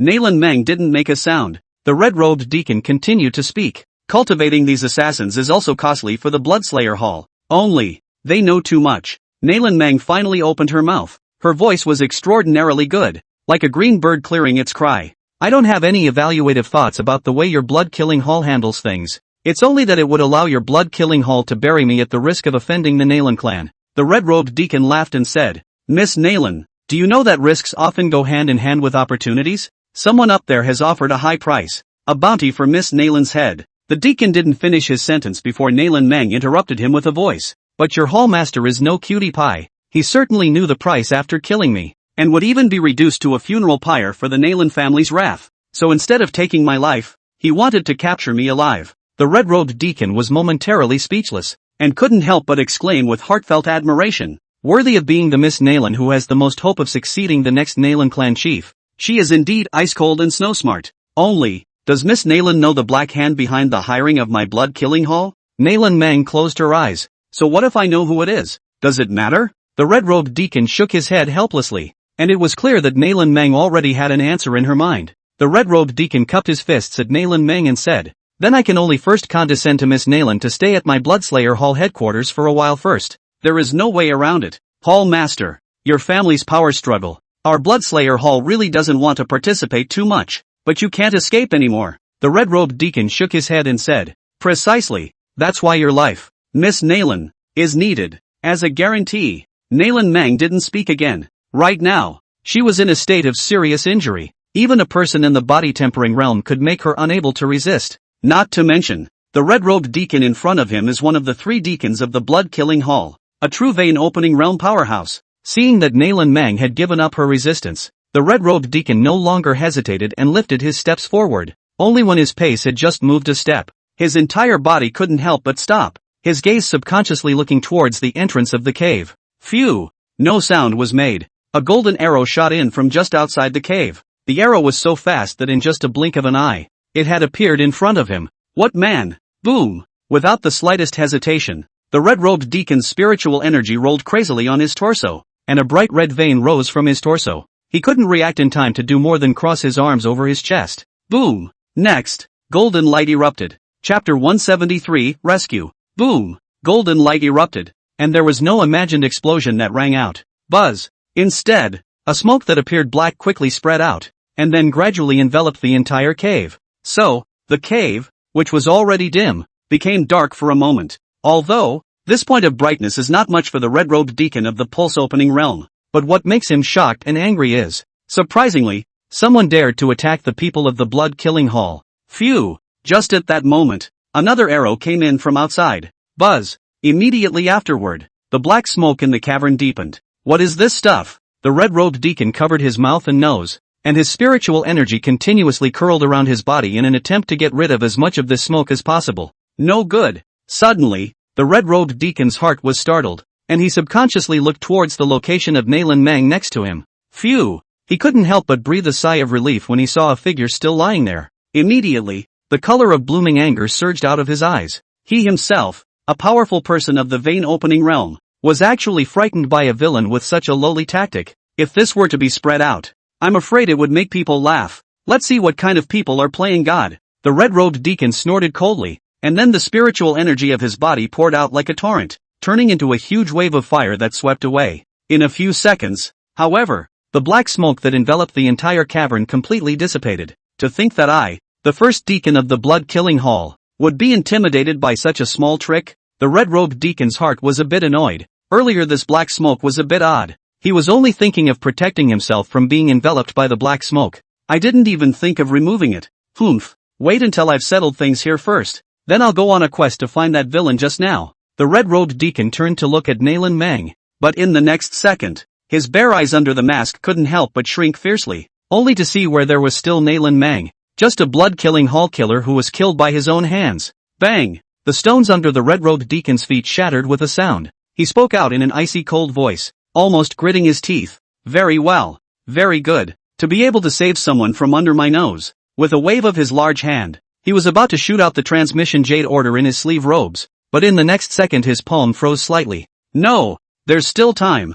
I can't let the hall master and the others know that I've lost Nalan Meng yet. I must get Nalan Meng back. And that brat, I will break you into pieces. Deep in the woods, under a big tree, Nalan Meng's originally ancient eyes were actually staring with interest at the black-robed man sitting beside her. The man in front of him was the second time he had seen him. The first time, himself and the other 4 guards were surrounded in front of Kill Jade Valley. At that time, he had absolutely no intention of rescuing himself and the others, and just blandly left. Now, is the second time he's seen him on his own. This time, however, he had saved himself. From his body, not a single fluctuation of spiritual energy could be felt at all, but it was such a person who had brought himself out from under the eyes of the deacon of the blood-killing hall, though it was true that those black fumes were not any kind of spells that one knew. And, just now, he ran here with a hard-on. But soon, Nalan Meng's eyes became calm once again. There wasn't the slightest hint of joy in her eyes at the aftermath of the robbery, as she said. She didn't really care about anything anymore,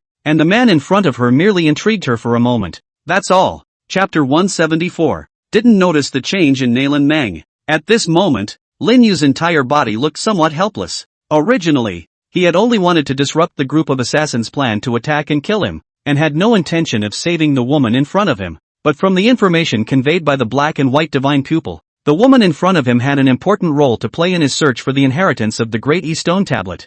I just verified myself that when I came to this world, the system could not be summoned, but the system space was still able to be used. A body's strength was suppressed and lost for some reason, which is a bit outrageous. Barely relying on the holographic projection that I exchanged in the system mall earlier as well as the smoke bombs that conceal my breath and figure, I was able to fool those killers. But what should we do next? I can't just keep running away with this woman, can I? Lin Yu was a bit bitter. The current him was just an ordinary person with a little more physical strength than an ordinary person. If this was really the so-called cultivation world, then one's current state could only be a rookie-like existence in this world. This situation is also not clear to Elder Dai. Forget it, it's useless to talk about it. The system has been dead since it entered the divine meteor land. I don't know when it will come to life. So, we can still only rely on ourselves now. But fortunately, at least the black and white divine pupil can still be used. Otherwise, if you accidentally walk into the enemy's encirclement, then it will be really cool. The urgent task at hand is to leave this dense forest first,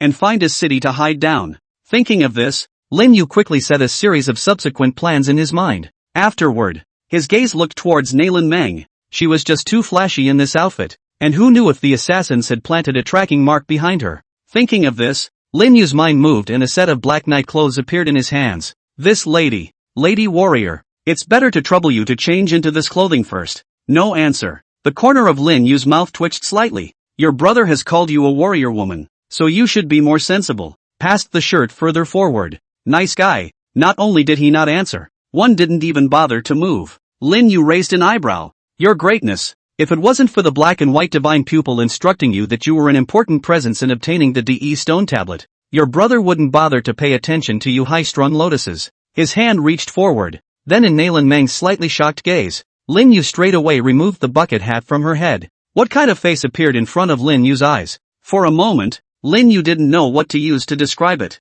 For a while, Lin Yu actually looked a bit dumbfounded. Seen enough? A cold voice rang out, and a trace of imperceptible shyness and anger flashed through Nailin Meng's eyes that looked like stagnant water. Ahem! Lin Yu hurriedly coughed dryly a few times, secretly marveling in his heart. Cultivation is different. Anyone who pulls them out is a national treasure. Quickly stabilizing his mind, Lin Yu spoke. Since the girl can talk, then why didn't you just? Suddenly, Lin Yu's words stopped. He suddenly realized that from the time he had put down the woman in front of him until now, she hadn't moved a step, and even blinking seemed a little slow. It was only at this time that Lin Yu noticed. The woman in front of him still had injuries on her body. At this time, Nailin Meng spoke up. I'm currently injured. Unable to move.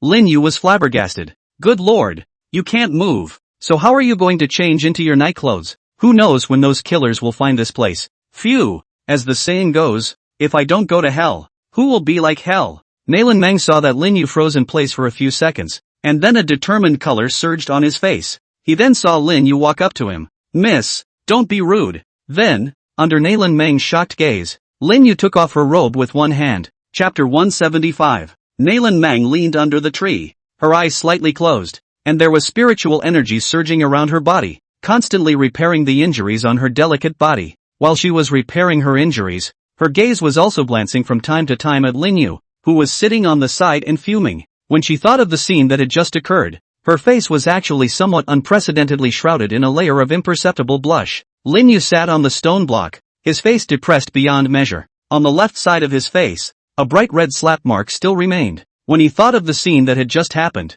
he couldn't help but feel some toothache. He was just about to take off her jacket when Nailin Meng suddenly stormed up and slapped himself on his handsome face. Didn't you say that you can't move with serious injuries? Isn't it said that women in the cultivation world are all gentle and watery? Do you know how horrible it is for one to deceive the young mind of an innocent big boy? Damn! That slap came down and he almost went straight to his head. Hurry to get the whereabouts of the DE stone tablet from her and then hurry to run away. Phew! After a few weeks, Nailin Meng already had the strength to stand up on her own. She looked at the night clothes she was wearing, then walked over to Lin Yu and said reverently, "Thank you for saving me, fellow Daoist. Nailin Meng is here to thank you." Oh! Lin Yu covered his swollen face and returned a voice without a good mood. Seeing this, Nailin Meng once again clasped her fists towards Lin Yu. Just now it was really an accident. I don't know where I drilled out the strength from. Making you, Taoist friend, injured. Nailin Meng deeply apologizes. Apologize? Apologizing works. And the police.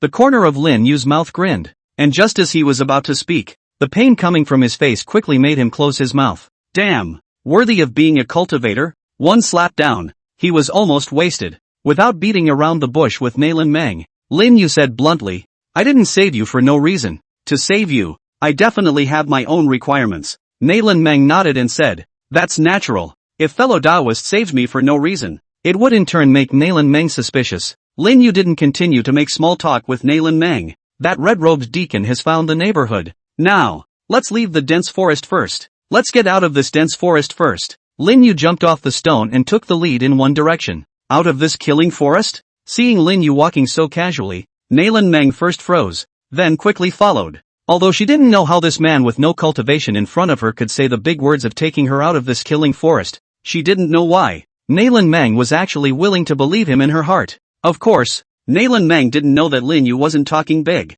At this moment, in the air that his naked eyes couldn't see, there was a trace of black and white chi lines floating around. They all arose from the black and white divine pupil in Lin Yu's brow. With them, Lin Yu was naturally able to clearly grasp the entire dense forest. This kind of means was something that even the so-called great men of the questioning realm would probably find it difficult to reach. Although the hang was blocked 99% of the time, Lin Yu felt that he should still be pretty good at dodging enemies. However, it was that casting a wide range of black and white divine pupils consumed a huge amount of spiritual energy, and one was unable to summon the system to purchase spiritual liquid to restore one's spiritual energy. That was why Lin Yu could only let the black and white aura linger around himself for a few miles. This was already the greatest means of preserving Lin Yu's life that he could manage. Chapter 177. Hiding. Hide. Without the slightest hesitation, Lin Yu hugged Nalan Meng's petite body, then quickly jumped into a dense bush. You! Nalan Meng's eyes flashed with a hint of panic, and a blush quickly swept across her face.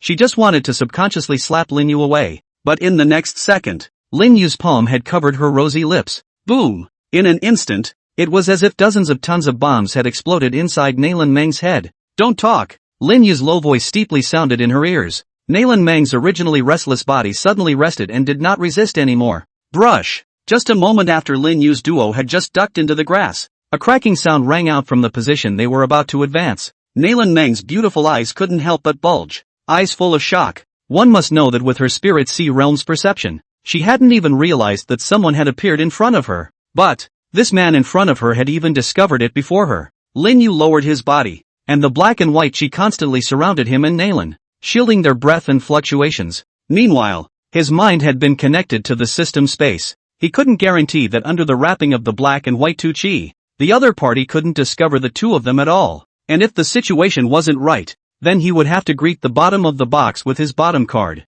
When the figure in the distance appeared in front of the Lin Yu duo's eyes, the two of them couldn't help but narrow their eyes slightly, especially the former. Lin Yu had a sentence in his heart that he didn't know whether to say it or not. The one who came was an old acquaintance of both of them. Scar. Scar swept up to where the duo had originally been before stopping. In the next second, Scar's gaze looked towards the location where Lin Yu's duo was hiding. The hearts of the duo hiding in the bushes couldn't help but lift up. Luckily, Scar withdrew his gaze after merely glancing at it. Phew! The duo let out a slight sigh of relief in their hearts. But in the next second, Lin Yu's face couldn't help but change as a stream of crimson aura suddenly rose up from not far away under the gaze of the black and white divine pupil in his brow. That red-robed deacon is here too. Lin Yu's heart was a little numb. It was fine if this was one. If these two stayed together, his hope of escaping with Nalan Meng would be greatly reduced. Phew! Sure enough, as a huge wave of crimson aura roared in, the red-robed deacon from the previous cave appeared. Scar? As soon as the red-robed deacon appeared, he saw Scar standing here, and the former couldn't help but raise his eyebrows slightly. Greetings, Deacon Red. Scar clasped his fist towards the red-robed deacon and addressed him respectfully. The red-robed deacon waved his hand, his bare eyes underneath the mask narrowing slightly as he inquired towards Scar. Scar, have you seen two suspicious people pass by on this journey? Scar froze at his words, unsure. Lord Deacon, the suspicious person you are talking about? The red-robed deacon clearly had no interest in continuing on this topic. The less people knew about this matter of himself letting Nalan Meng go, the better. Are you done with the other thing? A hint of danger swept across the bottom of Scar's eyes as he nodded and said, Lord Deacon, I have disposed of most of the group of assassins who participated in the interception this time. What do you mean? Metropolis? Aren't all of them? The red-robed deacon's eyes narrowed slightly, and a crimson aura seemed to fluctuate up on his body. Scar didn't have the slightest bit of panic, as if he didn't notice the fluctuation of spiritual energy on the deacon in front of him. He explained, while I was dealing with them, a couple of them escaped in a desperate attempt to escape, and I'm looking for them now. Chapter 176. Phew! When Lin Yu and Nalan Meng had just left about half a quarter of an hour later, a red-robed figure quietly descended. The red-robed deacon looked at the slightly cluttered grass, and the pupils of his eyes shrunk slightly. The tracking markers dissipated by this point. The red-robed deacon looked at the grass below, and for a moment, he didn't dare to approach. Along the way, the red-robed deacon followed the tracking mark left on Nalan Meng's body all the way down, falling into traps covered in bamboo thorns several times. He was hit by the horizontal wood tied to the book, attacked by terrifying demonic beasts. He couldn't believe how diabolical this person who had saved Nalan Meng was, that he had laid traps all along the way, and it looked as if perhaps a trap had been laid early on, and then lured himself to follow it all the way. There must be something going on if the surroundings are so calm. As an assassin, Red Robe trusted his instincts immensely. So, he decided, wait and see what happens. With a flick of his fingers, crimson spiritual energy knocked down the large tree in front of him, followed by the red-robed deacon's figure then quickly exploded out a dozen meters away. Looking around with a wary face, after waiting for a full dozen seconds, the surrounding area remained calm and quiet. Could it be that the trap is gone? The red-robed deacon clenched his teeth, then quickly flew towards the edge of the large tree. The tracking markers are lost here, and one must investigate first. Brush, standing with his feet firmly on the grass, seeing that there was still no change happening around him, the red-robed deacon was completely relieved. The mark has completely disappeared, and the other party is still an expert who is extremely good at hiding, and this means of destroying one's own scent alone is quite a bit beyond the reach of even my Bloodslayer Hall. The red-robed deacon's gaze was icy cold, but there was one truth he could be steadily certain of now. That is, the other party's strength was definitely not his own. Otherwise the other party wouldn't have gone to such great lengths to set up traps to consume his strength. What a tough bug. Berserk crimson spiritual energy swept out,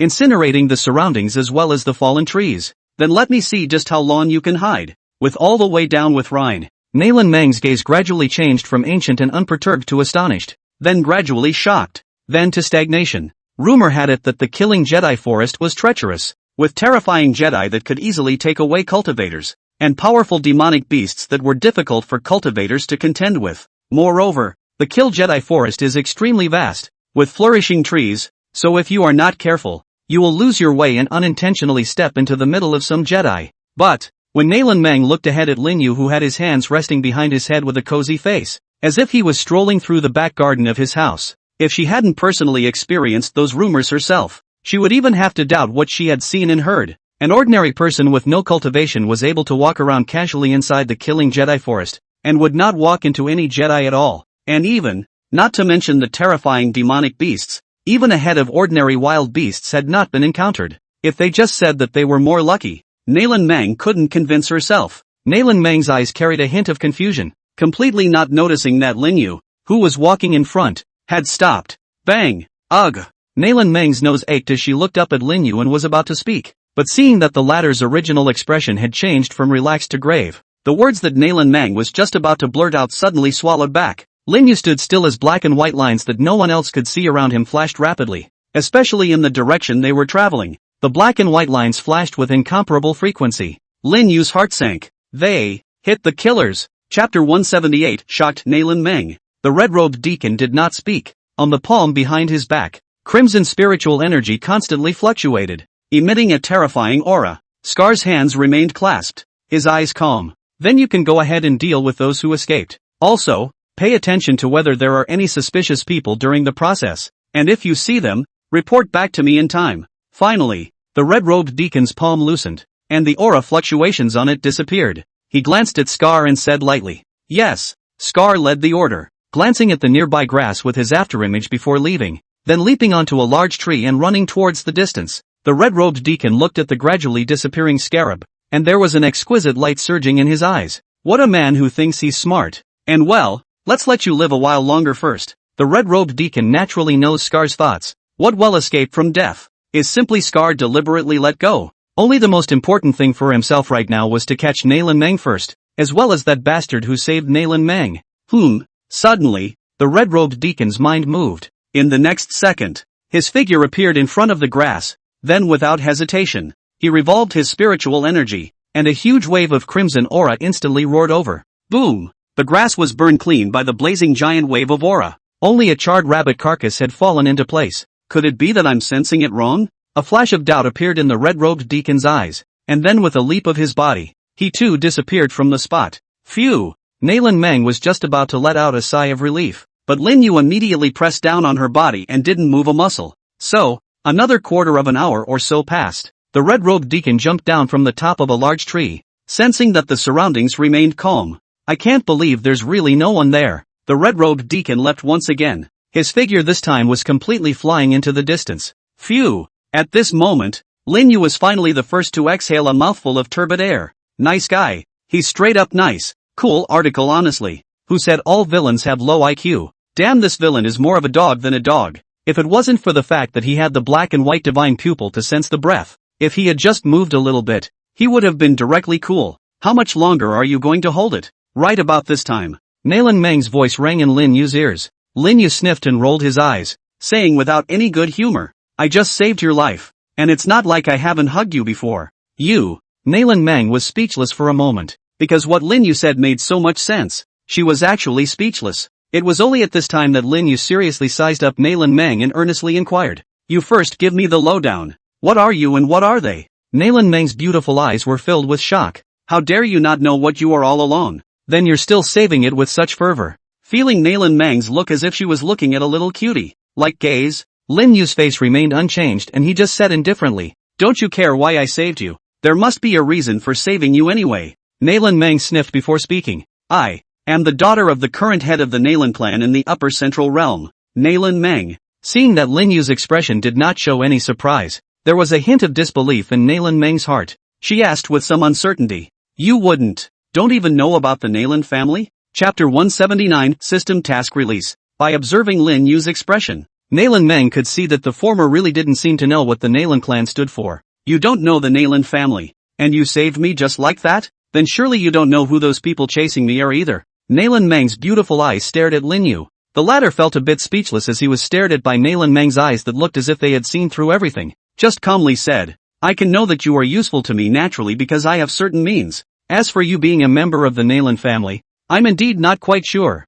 Oh, Nailan Meng nodded approvingly. Perhaps Lin Yu was one of those disciples who had been taught by a strong man from the deep mountains, and was now in the stage of going out to train. But, at this time, Lin Yu suddenly spoke out as he looked at Nailan Meng and said with a serious expression, you can explain the general distribution of forces for me. What Lin Yu lacked the most right now was intelligence, and the information held by the Nailan Meng in front of him must be abundant. Nailan Meng didn't have too many doubts. Within her heart she had already treated Lin Yu as an experienced disciple who had just come out of the deep forest, so she cleared her throat and spoke. Our world is called the world of De, and it is rumored to have been created from the divine body of the god De, but whether it is true or not we are not allowed to say. Lin Yu secretly nodded. Not bad. Your world is indeed the body of the great E god. The great E world is divided into 9 heavens, each of which has an incomparably vast geographical area. Among them, we here are the Sanyang heaven. The 9 heavens? Lin Yu's eyes fell into deep thought. Nailan Meng did not notice the change in Lin Yu's eyes and continued to explain.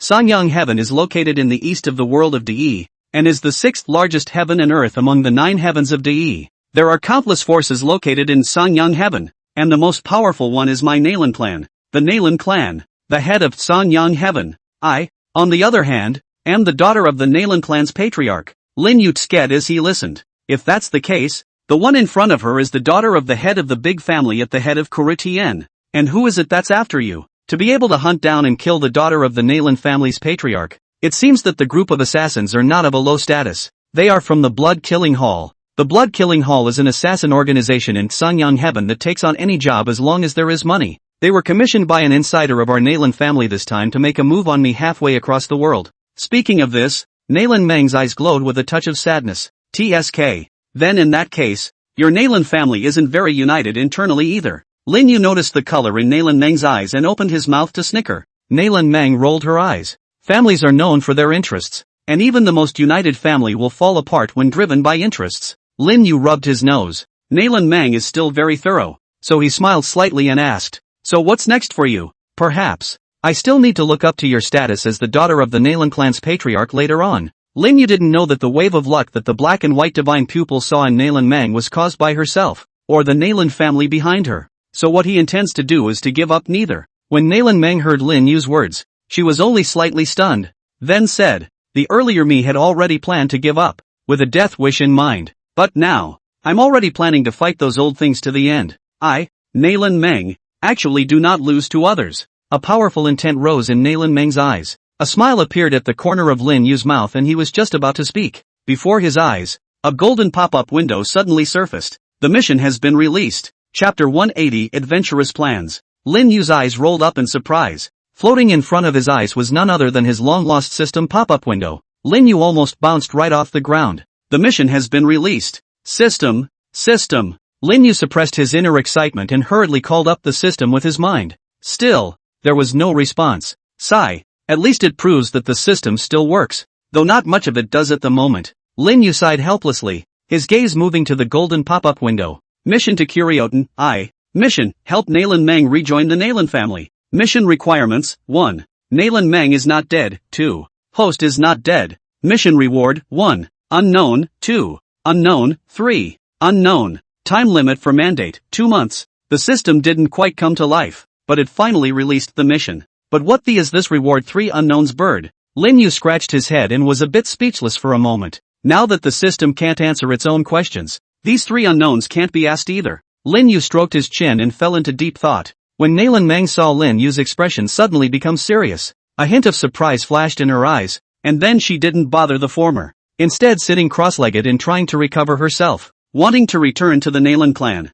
The road is not normally arduous. Simply by avoiding the red-robed deacon's search, it was difficult in her current state. Lin Yu sat on the ground, constantly thinking about the undercard he possessed at the moment. Currently, the only things one could use were the black and white divine pupil and some of the commodities stored in the system space. Listening to Nalan Meng's explanation just now, Lin Yu had already roughly understood the situation. The enemy was one or some of the big shots in power within the Nalan family. Otherwise they wouldn't have been so intent on getting rid of Nalan Meng. The second was the threat of the blood-killing hall. Being able to make a move against the Nalan family, the strength of this blood-killing hall must not be low. Thirdly, there are certain affiliated forces. They were perhaps even more terrifying than the Nalan clan and the blood-killing hall. As long as a certain number of these people were the recipients of the signals sent out by Nalan Meng's enemies, then the 2 of them must not be able to avoid their whereabouts. There was no hiding place for her. Nalan Meng, in the greatness of Sanyang Heaven, sending Nalan Meng back to the Nalan family really isn't simple. Lin Yu glanced at Nalan Meng and realized that the latter's eyes were tightly closed, and although she was repairing her cultivation, her brows were tightly locked. Obviously, she also knows that she is in a tough situation. Lapse. In a flash the sky was already dimming. Phew. As the fluctuating aura on Nalan Meng's body gradually calmed down, the former also opened his eyes. How's it going? Lin Yu jumped to her side and inquired seriously. Cultivation has recovered 7 or 8 points. What strength is 7 or 8? Nalan Meng stared at the words, a smile spreading at the corner of her mouth before she said, recovering 7 or 8 points means that she is still 3 or 2 points short of being fully recovered. Lin Yu rubbed his nose, not intending to continue discussing with Nalan Meng on this topic. By the way, I have a plan to tell you, but it's a risky one. At this time, Lin Yu also told Nalan Meng the final conclusion and plan he had come up with after thinking about it all afternoon.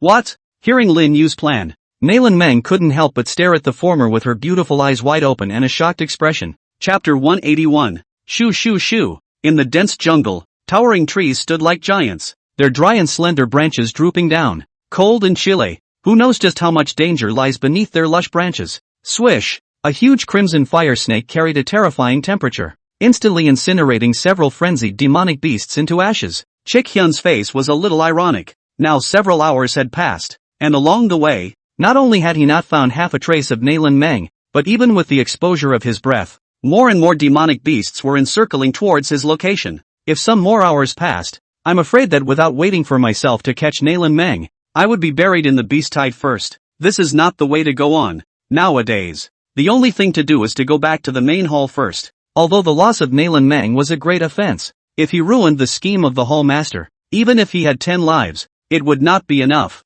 When he thought of this, Red Hyun no longer hesitated and instantly accelerated, quickly bursting towards a certain direction. Let's go. Right after sensing that Red Hyun's aura was gradually moving away. In the cave, Lin Yu stood up, his gaze peering out into the cave entrance. Nalan Meng's complexion at the moment was still slightly tinged with a hint of puzzlement and doubt. Her heart was still somewhat shocked by the plan that Lin Yu had just spoken out. However, it had to be said that Lin Yu's plan was bold and one of the most practical. Even, is the only one way? Only. How are we going to catch up with him? He's at the Divine Court realm, and even if he's mostly depleted, he's still no match for one of us at the Pulse Opening realm who's been seriously injured. Nalan Meng glanced at Lin Yu, who didn't have a trace of a cultivator's aura all over his body, no matter how he looked at it. Nalan Meng had just finished speaking, but Lin Yu hemmed and hawed and said, "Someone will help us, bring him to us." Naramon? Swish brush swish, the fiery red beams of light raced. After about half a quarter of an hour, the speed of the beam gradually slowed down,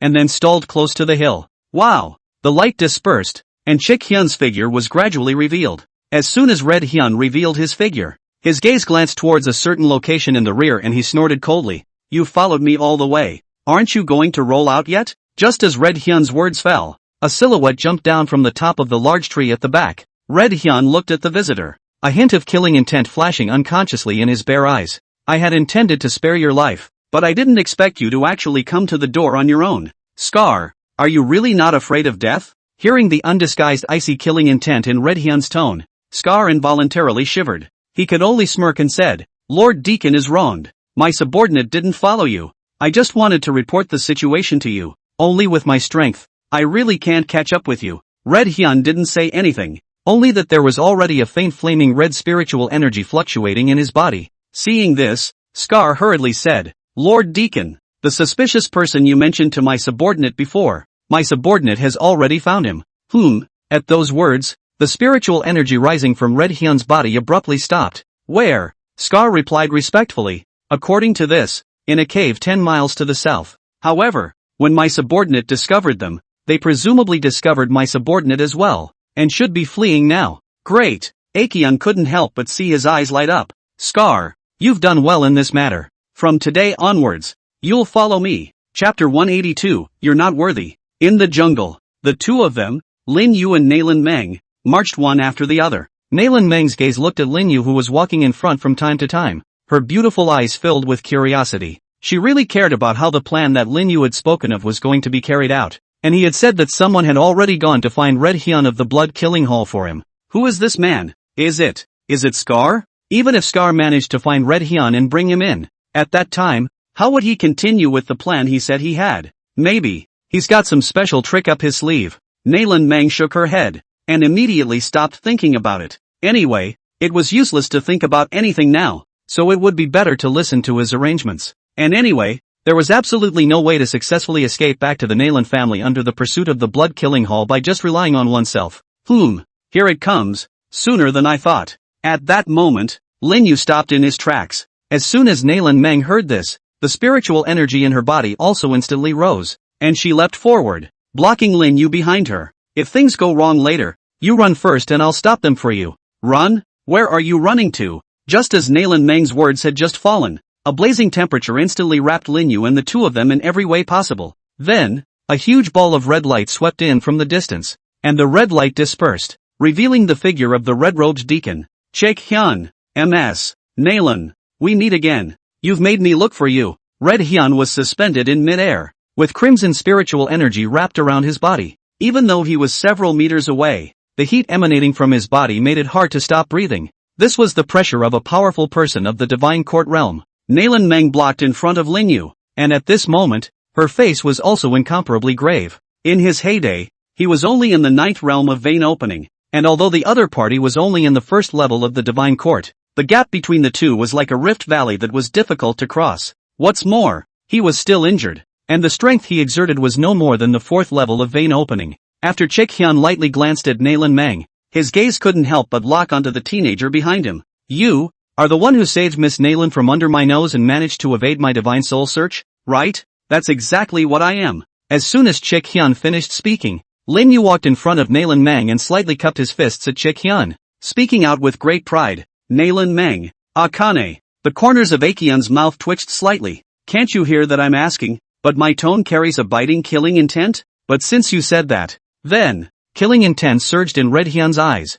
his palms slightly flexed, as if he would strike out brazenly in the next moment, killing Lin Yu immediately. Noticing the fluctuating aura on Red Hyun's body, Lin Yu smiled bashfully and said, "Big brother, I'm here to talk business with your Blood Killing Hall. Don't make the temperature so high." "Business?" Red Hyun stared at his words, but quickly shook his head. "I don't have time to talk business with you. As long as I kill you and take away MS Nailin, my mission will be complete. As for the hiding method on you, just wait until I kill you and then search your soul with the secret method." No. Instead, Lin Yu stretched out a finger and shook it from side to side in front of Red Hyun's eyes. "You're wrong. I'm here to talk business with your Blood Killing Hall, not with you." "You, don't deserve it yet. Chapter 183, The Vigilant Lin Yu. You don't deserve it yet. As Lin Yu's words fell, Red Hyun first froze, and then, his exposed eyes then quickly narrowed slightly. If he could remove his mask, he would probably be able to see his face gradually becoming ironed down. What did you say? The crimson aura on Red Hyun's body shook violently, causing the surrounding temperature to increase by a few degrees again. Kid, is I get you killed right now? Your so-called business will instantly go up in smoke, and you will just become a stiff-lipped corpse. Red Hyun's teeth clenched, as if the next moment he would instantly rise up and blast Lin Yu into pieces. In the face of Red Hyun's naked threat, Lin Yu did not have any expression showing on his face, and only said indifferently, "You can get me killed, and you can even get Nayland Meng killed. Only, your blood-killing haul is probably completely unprotectable. Kid, how dare you bluff?" Red Hyun laughed angrily and was about to retort, but the next second he froze. Immediately, he quickly turned around and gazed around himself. Today, Scar, who had just followed closely behind him. I don't know when, but it disappeared. Chikian was a little dazed for a moment. He had asked Scar to follow him with the purpose of keeping an eye on the ladder and wait until the matter was cleaned up before handing it over to the head of the hall to deal with. But right now, Scar had actually slipped away while he wasn't looking. At this time, Lin Yu's voice resounded once again. Lord Deacon, how about it? How about the duck that was on its way to your mouth suddenly flying? Red Hyun turned his head and looked at Lin Yu with a cold gaze. Scar betrayed the blood-killing haul. Lin Yu shook his head and said, Brother Scar didn't betray. It was just that his little life was in danger. So he made a deal with me. Chikian took a deep breath of cool air.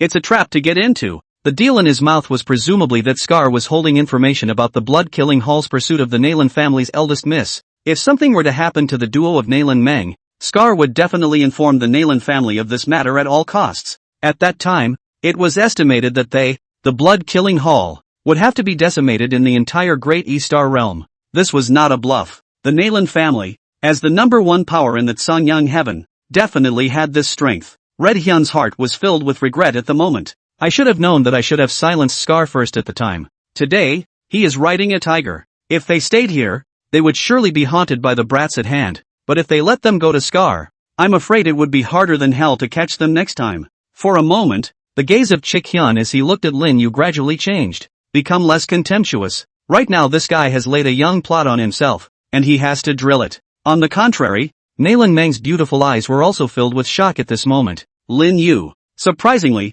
he made a hallmaster of the blood-killing hall suffer a dark loss. A person with absolutely no semblance of cultivation was actually able to restrain a divine court realm powerhouse. If this was spread out, it would probably cause an uproar. Wow! Red Hyun exhaled a mouthful of turbid air, and the crimson spiritual energy on his body dissipated. His gaze was fixed on Lin Yu as he said helplessly, Speak! What kind of business do you want to talk to our blood-killing hall? Lin Yu pulled Nayland Meng backwards a dozen meters away. Chihyun couldn't help but stare. Aren't we talking business? Why are you backing up? Lin Yu said with a wary face. Who knows if you'll suddenly make a sneak attack and cripple us all. That's not how business is done. Akane. Your grandmother. Chapter 184 Lin Yu's mouth. Red Hyun was so depressed that he almost wanted to vomit blood. You. Red Hyun looked at Lin Yu with a face like a dead pig, and for a moment he didn't know how to retort. Because standing in the latter's shoes, the likelihood of striking out on your own is very high indeed. Humph. Fiercely flinging his sleeve, Red Hyun knew that he would likely not be able to dabble in any benefits if he continued to entangle himself with Lin Yu, so he could only let out a cold snort, and then threw out a reddish-red rounded bead from his sleeve robe. This item is called the Red Flame Bead, and the power of the red flame within it is able to withstand the full force of a Divine Court Realm First Sky Powerhouse. How's that? My sincerity is already considered great enough, isn't it? Lin Yu looked at the crimson beads floating in front of his eyes, and the light in his eyes flickered slightly before he cast an inquiring gaze towards Nayland Meng behind him. The latter nodded under Lin Yu's gaze. Lin Yu smashed his mouth, then took the red flame bead. Before Chikyun could let out a sigh of relief, Lin Yu's voice sounded once again. But, there is only one of these beads and there are two of us. Ugh. What if you suddenly get violent and hurt someone and threaten me with her? Red Hyun's eyes widened with disbelief. But soon, his eyes were filled with the color of blooming anger. Kid, don't you dare bluff me. There was a terrifying crimson spiritual energy constantly trembling on Red Hyun's body, and the air around him became incomparably hot as a result. Seeing this, Nayland Meng's figure flashed and blocked in front of Lin Yu. Lin Yu hid behind Nayland Meng, his eyes narrowing slightly. It seems that Lord Deacon is not going to do this business with us. Lin Yu's mind had already silently communicated with the system space. and as long as Red Hyun made a slight movement, he planned to smash the previously exchanged props towards Red Hyun with a brain. Nalan Meng stood in front of Lin Yu, barely operating her spiritual energy to resist the infinite pressure emanating from Red Hyun, the aura of a divine court triple sky powerhouse. Even in her heyday, she wouldn't dare to mess with its edge. For a while, the two sides were caught in an atmosphere of saber rattling. This went on for about a few moments afterward. Phew! In the end, Chick Hyun sighed after looking at Lin Yu behind Nalan Meng and thinking about Scar, who had disappeared. Red Hyun looked at Lin Yu and spoke. This seat swears by the heavenly Tao that I won't make a move against you and Miss Nalan on this journey. Is that okay? Red Hyun stared straight at Lin Yu, the aura on his body unabated. It seems to be saying, if you still don't agree, then how about a fish death net? Lin Yu,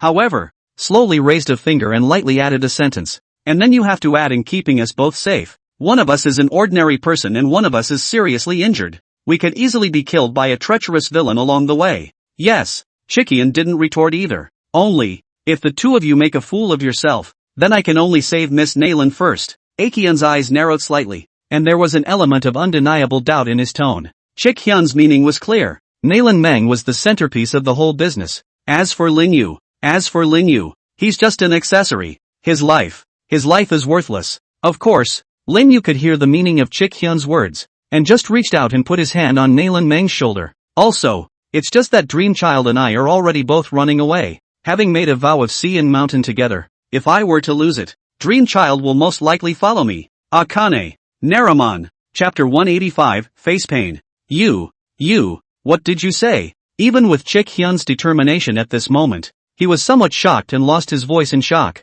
You and Nalan Meng made a vow of marriage? Holy, how long have you guys known each other? Nalan Meng was also slightly opening her red lips at this moment, and the pupils of her eyes, which were originally devoid of any color, actually had a flash of a different color at this moment. But soon, with her intelligence, she quickly reacted. This was Lin Yu's plan, in order to prevent Red Hyun from laying his hands on Lin Yu on the road. And although Red Hyun had made an oath of the heavenly Tao, this oath was only for himself. This way down, if Red Hyun had used a little bit of his brain, he would have been able to get rid of Lin Yu, an ordinary person, easily after borrowing others. But even if one could easily associate it all. But, Nalan Meng felt the warmth coming from the palm of Lin Yu's hand on her shoulder, and under the cover of the bucket hat, she was actually slightly lost in thought for a moment. Hoo. Chi Hyun calmed down his agitated heart. In fact, he had also long since seen that this guy Lin Yu's mouth was blindly bull ****** ting. But, he didn't dare to bet. The words coming out of this kid's mouth in front of me are 5 parts true and 5 parts false. If it was really as he said, Nalan Meng had already fallen for him, if he found a chance to kill him along the way, and if Nalan Meng really went with him, at that time, Red Hyun doesn't dare to bet. So what do you want? Red Hyun looked at Lin Yu, and there was actually fire surging out of his eyes vaguely. He was a powerful man of the divine court realm, but today he was actually taken by this little brat whose hair hadn't even grown. The point is, there's no way to do it yourself yet. Seeing that Red Hyun's patience had been almost worn down by himself, Lin Yu spoke. No other thoughts, just that I hope that during the rest of the journey Lord Deacon will ensure that I arrive at your blood-killing hall headquarters in one piece. Seeing that the request made by Lin Yu was not excessive, Chick Hyun nodded. Then let's be on our way as soon as possible. After saying that, Red Hyun waved his big hand, only to see a green leaf fly out from his sleeve robe. The green leaves rapidly skyrocketed, and in the blink of an eye, they rose to the size of several zhang. Lin Yu's eyes couldn't help but bulge at the sight, but Chi Hyun was smiling slightly. This object is called a leaf boat. Don't tell me you haven't heard of it? Lin Yu shook his head and said, I really haven't seen it before. Nalan Meng rubbed her brow. She was now convinced in her mind to treat Lin Yu as an old antique who had stayed in the mountains for hundreds of years. Then he hurriedly opened his mouth to explain. This one-leaf boat is the most convenient means of transportation for our Sanyang heaven, and the consumption of spiritual energy needed to activate it is relatively sparse. So many cultivators like to use the one-leaf boat to catch up. Red Hyun laughed, his gaze sneeringly looking at Lin Yu. Kid, you don't even know this. It seems that your insights are indeed too little. How many years have you spent in the mountains here? Lin Yu wasn't annoyed. He just looked at Nalan Meng and asked, then what is the price of this leaf boat? The corner of Nalan Meng's mouth picked up and said, that I don't know too much about. I only know that our Nalan family's travels are usually in a one-leaf boat of 100 feet in size. Akion's laughter suddenly came to an abrupt end. He looked at Nalan Meng and Lin Yu, and then at his one-leaf boat that could just barely accommodate the three of them, and his face instantly turned dark. Damn it, forgetting that a leaf boat is all made by the Nayland Chamber of Commerce, and the Nayland Meng in front of him was part-time the young president of the Nayland Chamber of Commerce. Chapter 186, The Heavenly Compass. Phew! In mid-air, a one-leaf boat with some fluorescent light swept by like a stream of light. Chi Hyun stood at the forefront of the one-leaf boat, urging some spiritual energy to be injected into the one-leaf boat from time to maintain its operation. A strong person of the divine court realm. At this point, his own spiritual energy was already more pure and strong than a normal spirit stone. Nayland Meng sat in the middle of a leafy boat, her legs coiled together, her eyes tightly closed as she kept urging the family secret method to repair her injuries. Even with Red Hyun's escort, Nayland Meng still didn't dare to be the slightest bit careless. She knew better than anyone the power of those within her clan who wanted to kill her. One divine court realm was really not enough. Lin Yu held his head in his hands. To say that among the three, he was currently the most bored. It was only because his strength had been restricted since he had entered this world, and currently, he only had some physical strength. Of course, Lin Yu didn't do nothing, but was frantically thinking in his mind about how to deal with the unexpected situation that might happen next. Currently, he only had a few props inside the system space that he could use, so he had to be careful. Now he, as an ordinary man in the eyes of others, might be able to have a surprising effect at a critical moment. 30 miles further south, you'll reach the nearest human city. At this time, Akane's voice came from the front. His voice held a hint of exhaustion. Along the way, in order to lower his target, he had taken the duo of Lin Yu and Nayland Meng on many detours. Even if one was as strong as a divine court realm powerhouse like Red Hyun, as long as he hadn't cultivated to the transformation god realm, his spiritual power was still limited. After a rush that lasted for several days in a row, Chick Hyun also felt tired. Then go to the nearest city and rest. At this moment, Nayland Meng also opened her eyes and glanced at Red Hyun in front of her. Only when she reached out, a palm-sized compass appeared in her hand. That compass took on a golden-yellow color, and it was engraved with tedious patterns. And in the center of the compass, a thumb-sized palace loomed. Nayland Meng had just taken out her compass when Chi Hyun in front of her violently turned her head. Sky compass. Seeing the compass that appeared in Nayland Meng's hands, Chi Hyun's eyes couldn't help but light up, his tone carrying a hint of shock and undisguised admiration. Even his breath stagnated for a moment. Nayland Meng nodded. Precisely the heavenly compass. Glancing at Lin Yu next to her, Nayland Meng explained. This object is called the heavenly compass. It encompasses everything, nearly encompassing all places in the entire Sanyang realm, and as long as one slightly urges their spiritual energy, the heavenly compass will be able to display the location they are in. Lin Yu froze after hearing this. Isn't this thing the legendary map navigation? These days, even the cultivation world has such a thing as navigating shilly-shallying? Kid, what's that look on your face? Do you know? Where is the most magical effect of this heavenly compass? Chi Hyun snorted coldly and said, this heavenly compass encompasses nearly all of the ruins and cavernous places in the Sanyang realm. Do you know that these places are all things that can be encountered but not sought? Not to mention me. Even if those old monsters of the questioning realm knew that if you had a heavenly compass in your hands, I'm afraid that your Nayland clan would have to be put in a passive position. Speaking of this, Red Hyun's eyes couldn't help but narrow slightly, and the aura in his body quickly surged continuously. At the side, Lin Yu raised his head slightly, and his thoughts were quickly linked to the system space. If there was any movement in Red Hyun, Lin Yu was going to brainlessly smash over anything that could be used in the system space.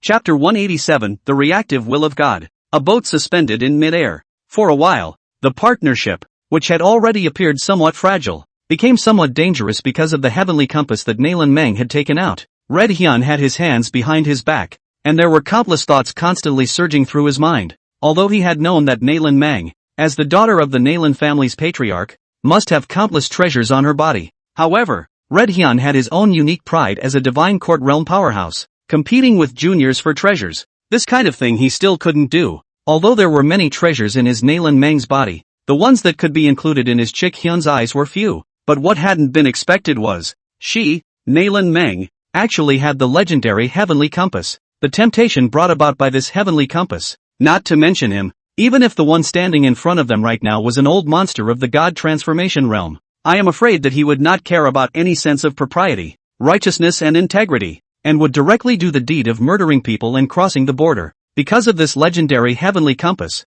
there existed the hope of entering the Holy Spirit. Saints, that kind of existence. It's a place that even Chick Hyun can't look up to. Under the saints, all beings are ants. Throughout the entire Great E realm, those who had achieved the position of saint, there are only a few. Humph. Just then, a soft hum from Nayland Meng sounded in Chick Hyun's ears. Red Hyun's eyes instantly became clear. At this time, Chick Hyun violently remembered the identity of the young girl in front of him. Nalan Mang looked at Chi Hyun and spoke. Deacon Chi. Although this is indeed the heavenly compass, it is not as omnipotent as you think. Chi Hyun froze and asked suspiciously. Could it be that this object is the result of imitation by a great power within Miss Nalan's clan? Nalan Mang shook her head and said. It's not that Nalan Mang wants to swindle Deacon Red. This item is indeed a heavenly compass. But it's a crippled heavenly compass. Red Hyun frowned slightly at his words. If someone else had said this, I'm afraid I would have scoffed. But if it came from Miss Nalan's mouth. However, why didn't Miss Nalan just say that this item is an imitation, but instead said to me that it's crippled? Nalan Mang smiled slightly and said. If I say it is an imitation, although Deacon Red said on his lips that he trusts it, but in his heart, I am afraid that along the way, Deacon Red is thinking of this compass in my hand, and will even take the initiative to test it out. In order to spare Deacon Red's thoughts, I might as well just tell the whole story. When these words came out, Chick Hyun couldn't help but blush slightly on his old face, and then he fell silent. He looked at Nalan Mang, who was sitting on a leafy boat, worthy of being Nalan Mang. Such a heart. What Nalan Mang said was actually different from what he had in mind. Chi Hyun sighed slightly in his heart, and then the spiritual energy surging throughout his body gradually calmed down. It was just a matter of not needing to offend Nalan Mang over a crippled heavenly compass and thus. But, right at this moment, Nalan Mang's voice sounded once again. If Deacon Red needs the heavenly compass in Nalan Mang's hands one day, Nalan Mang will naturally help out in any way she can. At those words, Chick Hyun's eyes snapped open, and it was hard to hide the joy on his face. Then Chick Hyun will thank Ms. Nalan here in advance. Lin Yu, who was on the side, looked at Nalan Mang, who had subdued Red Hyun with just a few words, and was secretly surprised in his heart. Worthy of being a genius trained by a big family. This hand is a big pie. It's quite a rounded drawing. Nalan Mang also immediately sank her mind into the heavenly compass in her hand after convincing Red Hyun. Even though the heavenly compass in her hand was crippled, it still retained some of the lines of the Karama heaven. The role of the sky compass was indispensable in order to get to the location of the blood-killing hall's headquarters as quickly as possible. Buzz! As Nalan Mang slowly injected spiritual energy into the heavenly compass in her hands, a yellowish halo rose up on the latter's originally modeled surface. Sound of. Just the moment that pale yellow halo rose up, Lin Yu's brow suddenly had a stabbing pain arising from it. Then, a black and white pupil imperceptible to the naked eye broke through the epidermis and appeared in the air. Among the black and white pupils, the golden-colored ball of light from the one left behind by the great e-god also flickered. Lin Yu's gaze narrowed as he looked fiercely at the heavenly compass in Nalan Mang's hand. The will of God. Reacting. Chapter 188, Pursuit. Buzz. As the heavenly compass in Nalan Mang's hand had a yellowish halo rising above it. At the same time, in the depths of Lin Yu's brow, the divine will that the great e-god had left to the former was also constantly flickering. As if, the heavenly compass is echoing the will of God. Lin Yu stared wide-eyed. The great e-god had said that the will of God left in his brow was the important thing that would lead him to the heart of the stone tablet. Therefore, the attraction to rescue Nalan Mang before was also because of the heavenly compass. Lin Yu endeavored to control the black and white divine pupil to block out the golden light in the center of his brow. Right now, it's not the moment to pick a fight. Out of. At the same time that Nalan Mang was urging the heavenly compass to find his bearings, Lin Yu's black and white divine thoughts that were scattered in all directions were also constantly feeding back messages from the surroundings. In the feedback from Black and White's divine thoughts, there were several figures running furiously at an extremely fast speed. The direction in which those figures were traveling. It was the location of several people. The good news was that one's black-white divine pupil was able to clearly obtain the exact location of these figures. The bad news was that the distance fed back by the black-white divine pupil was only a few dozen miles. According to the speed of those figures, in less than a quarter of an hour at most they would be able to catch up with Lin Yu's few people. As the brains in the room, Lin Yu was also the first to report the situation. Both of you. We might be in trouble. There's a group of people coming in our direction. Red Hyun's eyes narrowed slightly at the words, and he spoke suspiciously. Direction? Distance? Number of people? Southeast. About 30 miles to go. 8 men. Could it be someone rushing to a nearby city? Nalan Mang spoke. Lin Yu shook his head. It's not like that, because I had already vaguely sensed their hidden aura half an hour ago. All this way, they were following us. Earlier they were still trying their best to hide their figure, but I don't know how they suddenly exposed their figure and started chasing us with all their might. Red Hyun looked at Lin Yu with an expression of surprise and feeling curious. The number of people on the other side as well as the speed at which they were moving was clearly known from 30 miles away. This kind of ability was something that even ordinary divine court realm powerhouses didn't have the ability to do. This guy was clearly an ordinary person from the breath perception above. but his divine soul was delegated to be powerful. If he hadn't comprehended the other party's tactics in the middle of the deadly Jedi forest before,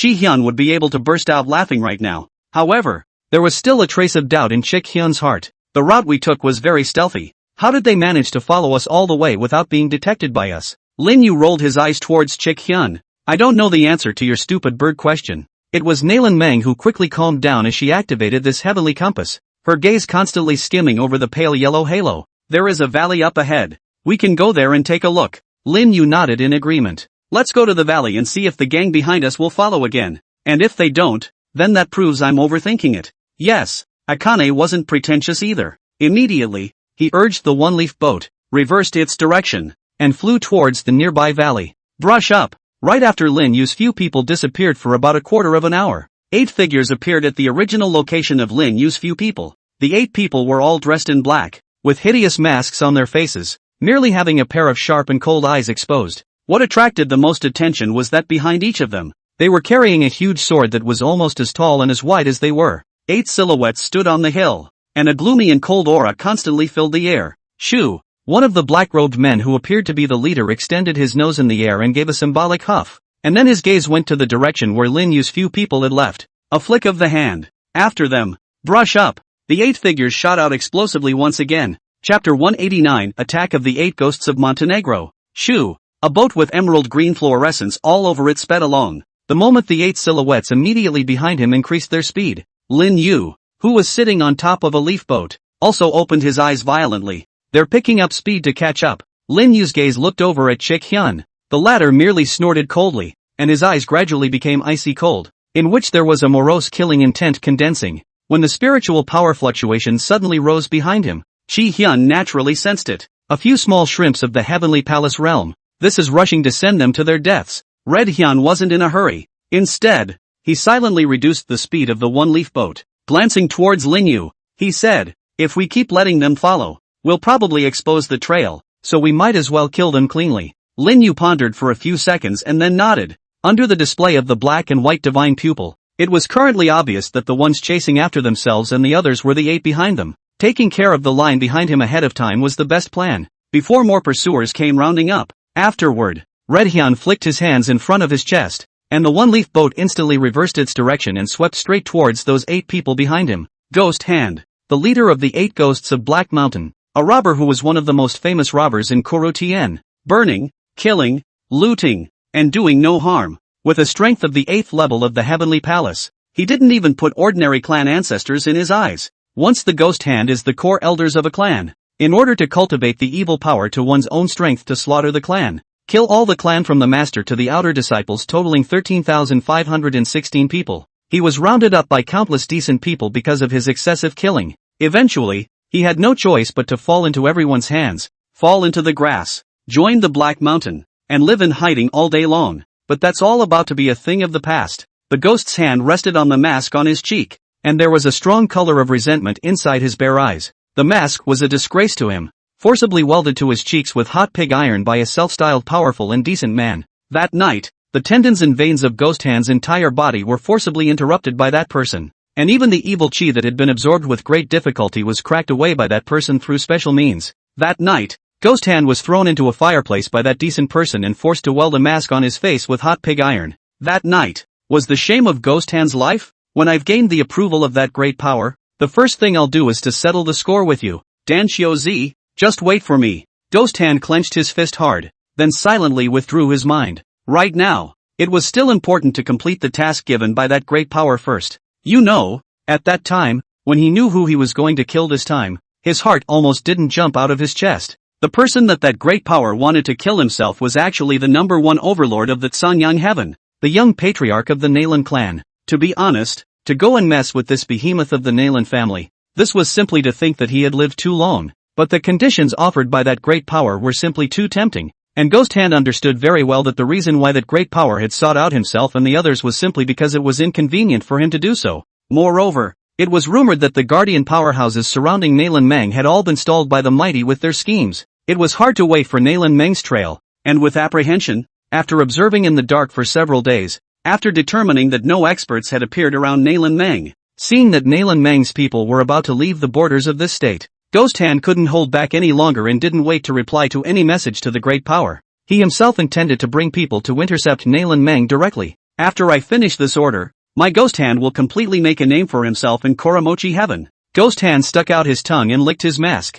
and was just about to instruct his men to speed up and chase after him. But the next moment, his nose sniffed the air and his face couldn't help but change. What a fire! No! It's them who are back! Ghost Hand was first startled, and then a strong joy surged out on his face. It's so hard to find the right place to get it. If the other party sensed their own and other people's traces and let go of their speed to run in a big way, Ghost Hand could probably only drop a flare helplessly. But what I didn't expect was that the other party would take the initiative to charge up on their own without any life. Since you guys are in a hurry to find death, then I'll fulfill you. Chapter 190, Running Away on the Spot. Although he was excited in his heart, Ghost Hand was, after all, a veteran who had been hanging out in Sanyang heaven for a long time. With a wave of Ghost Hand's big hand, the 7 silhouettes behind him instantly shot out. Watching the 7 silhouettes shoot out, while Ghost Hand was following behind them by a distance of several feet. At this distance, it's just in time to escape if things get bad. Brush up. A distance of 30 miles was no more than a few breaths for a cultivator to reach.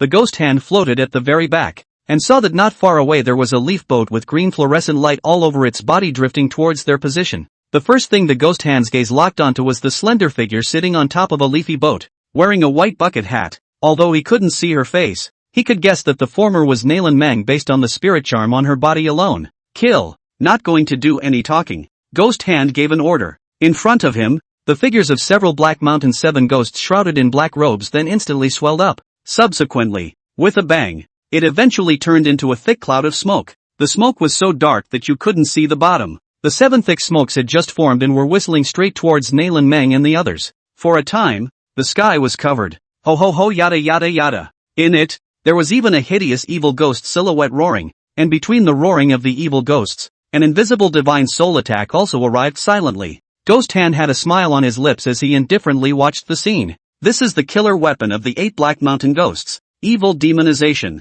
After turning into black smoke, the 8 Black Mountain ghosts not only had a strong corrosive ability that could easily corrode the flesh of a cultivator. Moreover, the evil ghost silhouettes that coalesced in them were also able to inflict divine soul attacks on the cultivators in them. A little carelessness, the cultivator will be the soul of the evil spirit hissing to injury, followed by the smoke of the horror of the erosion of the ability to corrode clean. She, Nalan Meng, was only a cultivator of the 8th level of the spirit sea, but they, the 8 ghosts of Black Mountain, were all genuine heavenly palace realm powerhouses. One move of evil ghost transformation was enough to make these 3 people drink northwest on the spot. Humph. However, just as those several invisible divine soul attacks were about to impact on the bodies of Nalan Meng's several people, Lin Yu, who was sitting on top of a leafy boat like an ordinary person, suddenly snorted coldly. This cold snort came out from Lin Yu, who was clearly an ordinary person in the eyes of others. I wonder if it's a hallucination. The skin at the location of Lin Yu's brow suddenly split apart, exposing a radiant and deep black and white pupil. Above the pupils, black and white chi lingered continuously. The moment the black and white pupils appeared, the evil ghost silhouettes that had been hissing continuously in the thick smoke suddenly looked as if they had been strangled by the throat. The hissing from the evil spirit came to an abrupt end. What's the situation? Ghost Hand's face changed dramatically. Without seeing the man's hand, how did the evil ghost hissing and evil demonization fail to work? Perish! But before Ghost Hand could react again, a cold exterminate sound rang out again. Boom! Next moment, the temperature in the originally empty half-air rose steeply and violently. Ah! The other 7 ghosts that had long ago turned into black smoke let out wails of pain, only to see that on their bodies, a fire snake completely condensed by spiritual energy had already climbed onto their originally invisible bodies at an unknown time, emitting a terrifying temperature that continuously burned the black smoke, hardening their bodies that had been turned into black smoke and completely burned clean. Run! Seeing this scene, how could Ghost Hand not know that he and the others had hit a steel wall that was even harder than a steel plate? In one move, he broke the evil ghost divine soul attack, and in another move, he subdued the other 7 ghosts that were no longer considered to be in human form long ago. This is still not run. Stay here and wait for death? A mere thought drifted through his mind. Pang! In the next moment, his body instantly swelled up just like the other 7 ghosts before exploding into black smoke. Once the black smoke came out, it quickly spread out in all directions. This is also the famous skill of the 8 ghostly hands of Black Mountain. Evil demonization. Bugger off. Black smoke filled the air, and the Ghost Hand was mixed in amongst all that black smoke, not knowing where to go. Run away? seeing the ghost hand who had cast a stunt to escape without hesitation. Even Red Hyun couldn't help but be stunned, and immediately exerted his divine sense and swept towards the pile of black smoke that was scattering in all directions. However, as strong as he wasn't majoring in divine soul. So with the speed at which his divine sense swept through, it was far less than the speed at which the black smoke spread. We can't let him run out. If he exposes his whereabouts, it'll be a problem. As Red Hyun spoke, a terrifying aura continued to coalesce around him as well. As Red Hyun's body gradually condensed its breath, the temperature around him also soared at a terrifying speed. Obviously, Red Hyun intended to exert his full strength to burn all of this black smoke that was spreading in all directions. Take it easy, Deacon Red. Just then, Lin Yu's voice suddenly rang out. Chick Hyun froze at his words, then quickly reacted. Yeah, although I can't do divine soul cultivation, I have a divine soul enlightened existence next to me. Chapter 191, Caught Alive. Black smoke filled the air. Somewhere in the subtleties of the black smoke, ghostly hands clung to it. At this moment, the ghost hand, both physically and mentally, was filled with trepidation and horror. Divine Court Realm. Surprisingly, it's the Divine Court Realm. Nalan Meng actually has a powerful person of the Divine Court Realm by her side. No, we must report this message to the great powers. Just now, he had witnessed the terrifying aura emanating from that man in the red robe. That must be the Divine Court Realm. Can't blame Ghost Hand for being scared out of his wits. On the path of cultivation, one needs to go through the body quenching, Chi Realm, Transformation Realm, and Spirit Realm before one can form the Spirit Sea and cast the Heavenly Palace. After the casting of the Heavenly Palace, only then will the Divine Court be built. After stepping into the Divine Court, it could be said that it was only after the cultivation path had truly reached the level. As for the realm of the later questioning and transfiguration realms, that was already considered to be a giant in the heavens and earth, able to start a sect and establish a nation. The Heavenly Palace and the Divine Court were like a rift in the sky. There were far too many Heavenly Palace realm cultivators stuck at the barrier of the Heavenly Palace's promotion to the Divine Court. The rift is so high that the two are not even on the same measure of strength. To give an example, a strong person of the Divine Court realm was not even afraid of thousands of strong people at the peak of the Heavenly Palace realm surrounding him. It was because a strong person of the Divine Court realm was already able to mobilize some of the power of heaven and earth. If the Heavenly Palace realm and the entire Great E realm was as plentiful as the hair of the ox, then the strongest of the Divine Court realm was about as phoenix-like as in existence. Even in the Tsangyang heaven, the Divine Court realm was a mainstay-like existence in some of the great clans. In some small families, that is even more belongs to the Supreme Elders. The bottom of the clan, a powerhouse of the Divine Court realm, was as terrifying as it was. To say that Ghost Hand, a strong person of the 8th Heavenly Palace realm, would be so afraid of Red Hyun, it's because the so-called Heavenly Palace realm is not divided into 9 realms like the Spirit Sea realm. Rather, the number of heavens in the Heavenly Palace you have condensed represents how much depth you have in the Spirit Sea realm and how much talent you have in the future. After the 9th level of the Spirit Sea, it was the condensation of the Heavenly Palace. Ordinary Spirit Sea realm cultivators could condense a 4th or 5th Heavenly Palace, and those with better talent could condense a 7th or 8th Heavenly Palace. The more Heavenly Palaces that were condensed, the more it meant the greater the chance of stepping into the Divine Court realm in the future. However, even a Heavenly Palace first sky could step into the Divine Court realm. It's just that the probability of that, it's simply lower than the Great E Divine Recovery. Otherwise, by virtue of the Ghost Hand bunch had long ago been condensed out of the eightfold Heavenly Palace, how could they be trapped in the Heavenly Palace realm, not having stepped out of the last step for decades? And even, to the point of death, the Ghost Hand bunch were unable to touch the threshold, and the entire Tsangyang heaven. It is said that the cohesion out of the heaviest number of Heaven Palace weights is enough to have 14 weights, and that person, now is also the Tsangyang Heaven Overlord, Nalan family's current head of the family, the veritable Tsangyang Heaven of the Lord of the Nalan Chingtson. Changed the subject. While the Ghost Hand was fleeing, thoughts were rushing through his head. Who was the Divine Court realm that appeared beside Nalan Meng? Was he someone from the Nalan clan? Wasn't it said that Nalan Meng didn't have any strong protectors around her anymore? Countless thoughts continued to linger in Ghost Hand's mind, although he didn't know why Nalan Meng still had this kind of strong protector by her side.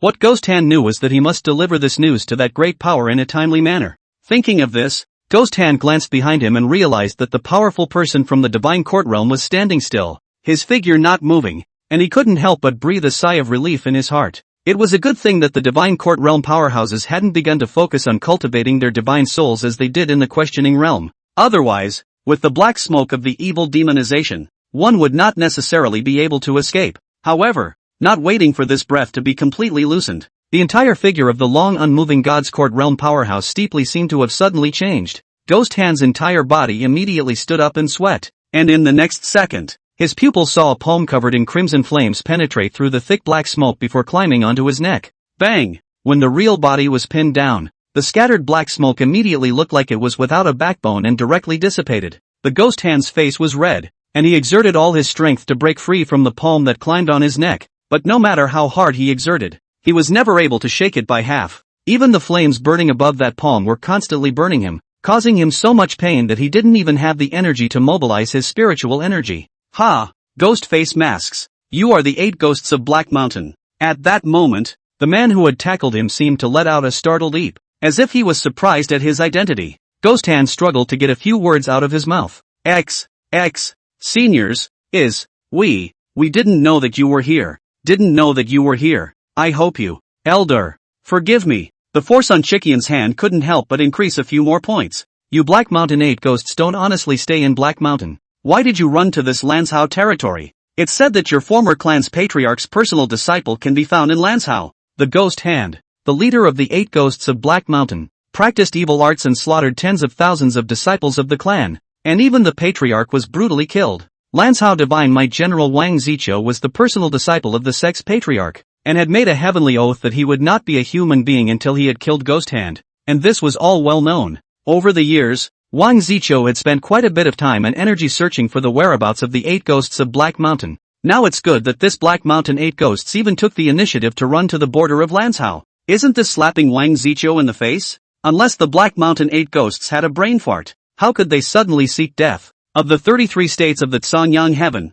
Naylan had 20 alone, and Great Yen encompassed the remaining 13 states. Divine Might General Wang Ziqiu, the king of the Great Yen dynasty, personally enthroned the Divine Might General. The god of war is unrivaled, and sits on the 3 continents of Great Yen, Qing, Yu, and Lan. It was heard that Wang Ziqiu had already stepped into the Divine Court realm some years ago, and now I'm afraid that he has already touched the true path of questioning. Smashing his mouth, Chick Hyun stated that it was better to put his mind away, and his gaze looked towards the duo of Lin Yu and Naylan Meng at the back, and for a while, he actually felt a little heartbroken. The same as the Divine Court realm. How come the gap is so damn big? But fortunately, the laborer is at least protecting the daughter of Naylan Qingtsong, who is not many times more powerful than Wang Ziqiu. With this conversion, Chick Hyun felt refreshed and the jealousy in his heart dissipated. Sure enough, one still needs to know how to PUA oneself. With a flash of his body, Red Hyun brought the Ghost Hand in front of Naylan Meng and Lin Yu as if he was lifting a chicken. At this time, Lin Yu and Naylan Meng had both landed on the ground, and without Red Hyun to continue injecting spiritual energy, the one-leaf boat had gone on strike. After casually placing a ban on the Ghost Hand, Chick Hyun thrust his hands in front of his chest. Caught a live one. Ask yourselves. I can't ask anything anyway. Lin Yu froze. Aren't you from an assassin organization? Get the killer certificates and diplomas out and put them to the test. Chickian stepped aside and sat down on his butt, beginning to rest his eyes. It looks like it's really going to be a no-show. Chapter 192, Do you really want to kill me? Seeing that Chick Hyun decisively began to swing for the fences, Lin Yu couldn't help but twitch the corners of his mouth. Are you really from an assassin's organization? Shouldn't prying for information be your specialty? Shaking his head, Lin Yu looked towards the Ghost Hand lying on the ground, and seeing the hideous mask on his face, he couldn't help but mutter. These days, do villains like to wear masks? Red Hyun turned his head at the sound of the voice, and underneath his crimson mask was a somewhat confused gaze. Ha! Suddenly, Lin Yu let out a startled gasp as he realized that the Ghost Hand's mask was actually welded hard onto his face. How much does this not want to be seen? To be so mean to your own face. Is this villain's aesthetic so unique? Naraman. Akion. Ghostbusters. Ghost Hand suddenly wanted to vomit blood. Originally, after Ghost Hand was subdued by Red Hyun, although his heart was mostly cooled, as a veteran of the Jianghu, he naturally knew that the other party had left his life behind in order to pry information out of his mouth. He had already planned it out long ago. As long as the other party asked him for information, he would first tell some information that wasn't that important. As long as he still had a certain amount of value to use in their eyes, then his own life was guaranteed, and the follow-up would only need to look for an opportunity to sneakily pass on this side of the message to the great power behind him. Then everything would be fine. Ghost Hand was so well prepared, but what he didn't anticipate was, the other man was not saying a word, just looking at his mask and making tooting noises. This time Ghost Hand really wanted to curse. Can you take the plot seriously? Is this the time to appreciate your brother's mask? You're not a professional at first sight. Lin Yu was not in a hurry to find out information, but looked at his unique means to create a mask with interest. Nailin Meng, on the other hand, was sitting on the side, still recovering from her own injuries. After surveying the area for a moment, Lin Yu raised an eyebrow towards Chick Hyun. What do you know about this guy? Looks like you guys know each other pretty well. Both wearing masks. Red Hyun originally didn't want to speak, but once he heard what Lin Yu said later, he couldn't help but widen his eyes and open his mouth to retort. What do you mean we're quite familiar with each other? I'm from a full-fledged assassin organization. What does he count for? The things he did are abhorred by countless righteous sects, killing his brother and father, practicing evil techniques, and not hesitating to sacrifice tens of thousands of people from a clan. Lin Yu's pupils couldn't help but shrink when he heard this, and he asked with some curiosity, so it's someone like that? You guys don't kill them and keep them for the new year? Chi Hyun, however, shook his head and said, his whereabouts have been secretive for the past 10 years, so it's not easy to find him. As for the mask on his face, it was welded onto him by Dan Xiaozi, the current patriarch of the Void Origin sect, 10 years ago, which is unlike us. This is purely voluntary on our part, and to think that back then, I was also. Got it. Straight up. I'll ask him something first. Lin Yu waved his hand, no longer going to listen to Red Hyun's story. He stood in front of the ghost hand and was going to just crouch down, but thought better of it, in case the other party still has any means that he didn't use. If he gets too close, I guess even Chick Hyun won't be able to save himself. After walking to a place that felt relatively safe, Lin Yu crouched down and looked at Ghost Hand. Straight to the point, he said, the ones who made you strike were from the Nailin clan, right? Ghost Hand's pupils shrunk slightly, but they quickly returned to normal as he snorted coldly. What Nailin family? I don't know what you're talking about. Lin Yu nodded at his words and waved his hand towards Chick Hyun. He's already said it's okay to kill. Ghost Hand? No? What the hell? What did I say? Before Ghost Hand could react, not far away, Chick Hyun stood up and raised his palm, spiritual energy converging on it. Ghost Hand couldn't help but change his face. This is really going to kill him. Chapter 193, Who is the visitor? Ghost Hand's face changed rapidly. He didn't dare to bet on whether the other party really intended to make a move to kill himself. Why did he cultivate the evil power to slaughter more than 10,000 people of the clan? It wasn't to become stronger. What is the purpose of getting stronger? It's not because of fear of death. Ever since being hardened by Dan Xiaozi to put on this portion of the mask that represented shame, Ghost Hand had become more and more afraid of death. He will live to seek revenge on Denchuko. Thus, seeing the fluctuation of spiritual energy emerging from Chick Hyun's hands, and then looking at the other party's exposed eyes, there was only a cold and scornful eye color that flowed out. Without the slightest hesitation, Ghost Hand shouted, Don't kill me. I'm willing to say anything.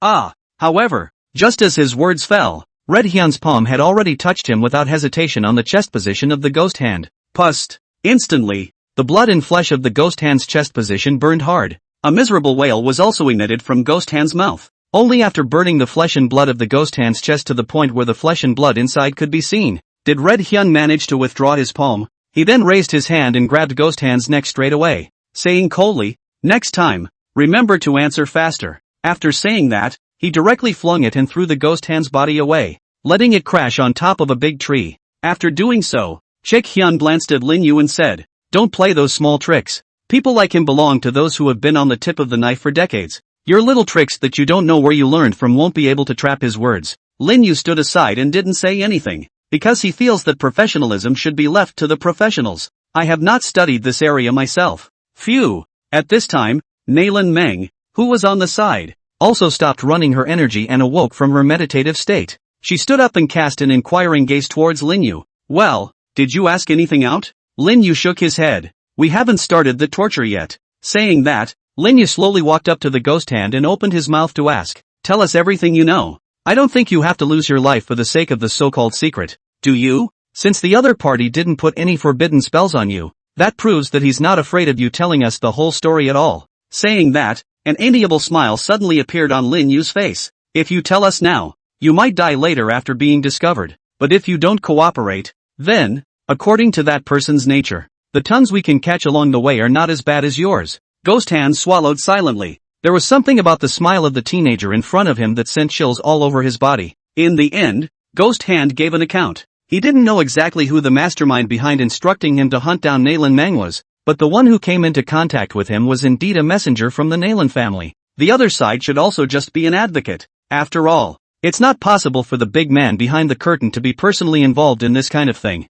And was there anything about the messenger who came into contact with you that characterized him? Did he carry any decorations or anything like that? Nayland Meng interjected. Ghost Hand carefully pondered in his mind for a moment, then shook his head and said, that incoming envoy's entire body was shrouded inside a black robe, and when he came to meet us, he only took a token that represented the Nayland family's identity. Lin Yu frowned. Only the token? Can that token be a fake? Nayland Meng, however, shook her head and said, the Nayland clan's token can only be activated by someone from the Nayland clan to activate the spiritual rhythms in it. If it's fake, he should be able to detect it. Chi Hyun, who was on the side, also nodded. This person, Ghost Hand, is very meticulous. If he wasn't really a member of the Nayland family, and he was allowed to block the Nayland family's patriarchal candidate, it is estimated that he wouldn't dare to give him 10 guts. For a while, things became confusing once again. Lin Yu and the others had long had 80% guesses that the mastermind behind the scenes was from the Nayland family, but the current intelligence provided by the Ghost Hand did not allow them to obtain any more valid information. In that case, the enemy remains in the dark. Suddenly, Lin Yu raised his eyebrows as he suddenly thought of the most crucial question. He looked at Ghost Hand and asked, how did you guys discover our trail? After Lin Yu finished speaking, the eyes of Nayland Meng and Chi Hyun, who were originally confused, couldn't help but light up. Right. The trio's whereabouts had been secretive. How could they happen to be discovered by the Ghost Hand? What's more, they had been secretly following them for days. That just doesn't make sense. Ghost Hand was silent for a moment and said, it was that Lord Lai envoy who told us. Mr. Ambassador? What exactly is the identity of that envoy? How could he know their whereabouts like the back of his hand, when he and the others clearly? Suddenly, Lin Yu's pupils contracted violently. Wait. The whereabouts of himself and the others were known to all but Nayland Meng and Chi Hyun as well as him. There was one more person. Pust. A poof sound so subtle that it was barely audible sounded, and Lin Yu's face suddenly changed wildly. Move. Just as Lin Yu's voice had just sounded, the red Hyun on the side also acted. Boom. There were suddenly countless crimson flames coming out of red Hyun's body, and he reached out and grabbed Lin Yu and Nayland Meng as he shot straight up. Shoo shoo shoo. In an instant, countless tiny little black needles shot out from all directions. The small black needles were densely packed with millions of them, and each one of them gulped ghostly light on top, emitting an aura of death. No! Ghost Hand could only watch those small black needles stick into his body because of his serious injuries. Ah! The Ghost Hand let out a mournful scream, and then dark pus quickly sprouted from the spot where he had been pierced by the small black needle. In the blink of an eye, Ghost Hand's entire body was filled with black pus. Pang! In the next second, the pus-covered Ghost Hand suddenly exploded. There are no bones left. Hiss. Seeing this scene, Lin Yu couldn't help but suck in a mouthful of cool air, and Nayland Meng on the side also covered her lips, forcing herself not to spit it out. The moment the Ghost Hand exploded, a black gas that emitted a foul odor instantly spread out in all directions, quickly surrounding the three of them. Hold your breath. Lin Yu and Nayland Meng's ears rang with Red Hyun's reminder. The latter's face was full of gravity at this moment, and the crimson flames on his body were also constantly pulsing, frantically burning the malodorous odor that approached them. Lin Yu quickly calmed down and spoke. Don't get attached to the battle. Ghost Hand and the others were deliberately cast out as bait. Can they leave? Lin Yu looked at Chi Hyun, who shook his head. The other party came prepared. I just detected that there's a confinement formation nearby. With you guys, there's no way to leave. At the location of Lin Yu's brow, the black and white pupil reappeared. His line of sight also quickly penetrated the black gas and extended towards the front. I'll try to find the location of this formation later. I'll report the spot for you guys, and you'll be in charge of breaking the formation. Chi Hyun pursed his lips and said, May. Lin Yu folded his hands in front of his chest. He had to infuse all of his mind into the black and white pupil above, so that he could find the location of the formation more quickly. Before completely sinking into his mind, Lin Yu added a sentence. If the situation is bad, you'll just leave us behind and break out on your own. After saying that, Lin Yu's eyes completely closed tightly, because just now, what Chi Hyun meant was, he's alone and can break out. Chapter 194. As Lin Yu's mind slowly sank into his brow, the world in his eyes changed rapidly. Swish swish swish. As if time had gone back in time, the surrounding scenery first stood still and then flew backward. And within moments, the scenery around Lin Yu had turned into a blank slate. That blankness was as if the wheel of the world had not yet stepped into this place, appearing at once somewhat empty and clean, yet also permeated with an endless pallor. Go! Lin Yu slowly spat out a word from his mouth. Immediately after that, silk threads showing black and white colors extended out from all parts of the blank world like a rainbow, gradually intersecting in the blank world to form a huge black and white net. As Lin Yu's mind fluttered slightly, the large black and white net around him stretched out its body in all directions like a rotating taijutsu, eventually filling the entire blank world. Southeast. Swish. Just as Lin Yu's words had fallen, Red Hyun's figure moved swiftly, and with a wave of his sleeve robes, he blew away the black smoke that had filled the air, while he himself swiftly swept towards the southeast with the duo of Lin Yu and Nalan Mang in tow. At this point in time, Red Hyun could only place all of his hopes on Lin Yu, although he didn't have half of the spiritual power fluctuation on his body. But to be able to trick a powerful person of the divine court realm in his own hall, it proved that there were still some strange encounters on his body. Since the other party dared to make a big deal about themselves, it proved that this formation was by no means ordinary. He didn't have absolute certainty, so he could only let Lin Yu try it out first, and if the situation was really wrong, then he would definitely dump these two immediately. I'm afraid that's what Lin Yu said to himself just now. Red Hyun couldn't help but sneer inwardly. The reason why this guy said those words wasn't because he really wanted to let himself escape, but rather to put his own worries to rest. After all, who knows if, at the end of the day, the canoe driving the trio will completely capsize and sink as a result of their own backwash. It seems that this kid has the old man's mind right now.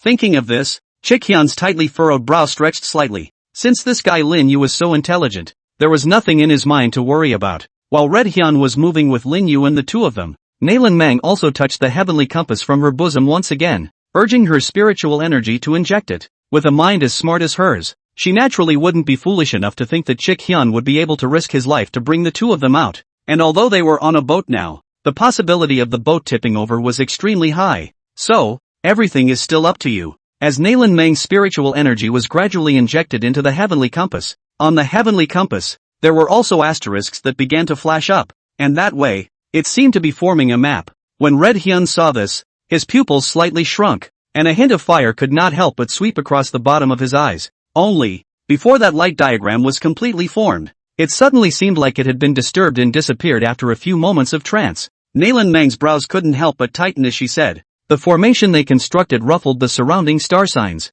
Dialing up the stars? Red Hyun's eyes bulged at the words, and he subconsciously exclaimed in shock. To be able to disrupt the stars of this kind of formation, not to mention that he is a small divine court realm, even if it is to ask the realm of the ancestors to come, I'm afraid that they will have to drink hate fall. The person who was able to set up that kind of formation. No, it should be said how the other party could possibly use this kind of formation just to exterminate a few of them. Sure enough, soon after, Nalan Mang shook her head. No, it should be that there is a huge magnetic field around, disrupting the astrological chart of the heavenly compass. Red Hyun was slightly relieved, but he also sighed in his heart. It seemed that this heavenly compass was very badly damaged, and the magnetic field alone was able to disrupt its astrological chart. Although Lin Yu's eyes were tightly closed, his sense of perceiving the outside world still existed, forcibly suppressing the divine source in the center of his brow from calling out to the heavenly compass. Although he knew that the heavenly compass was most likely what he needed, Lin Yu he knew that now was not the time to think about that.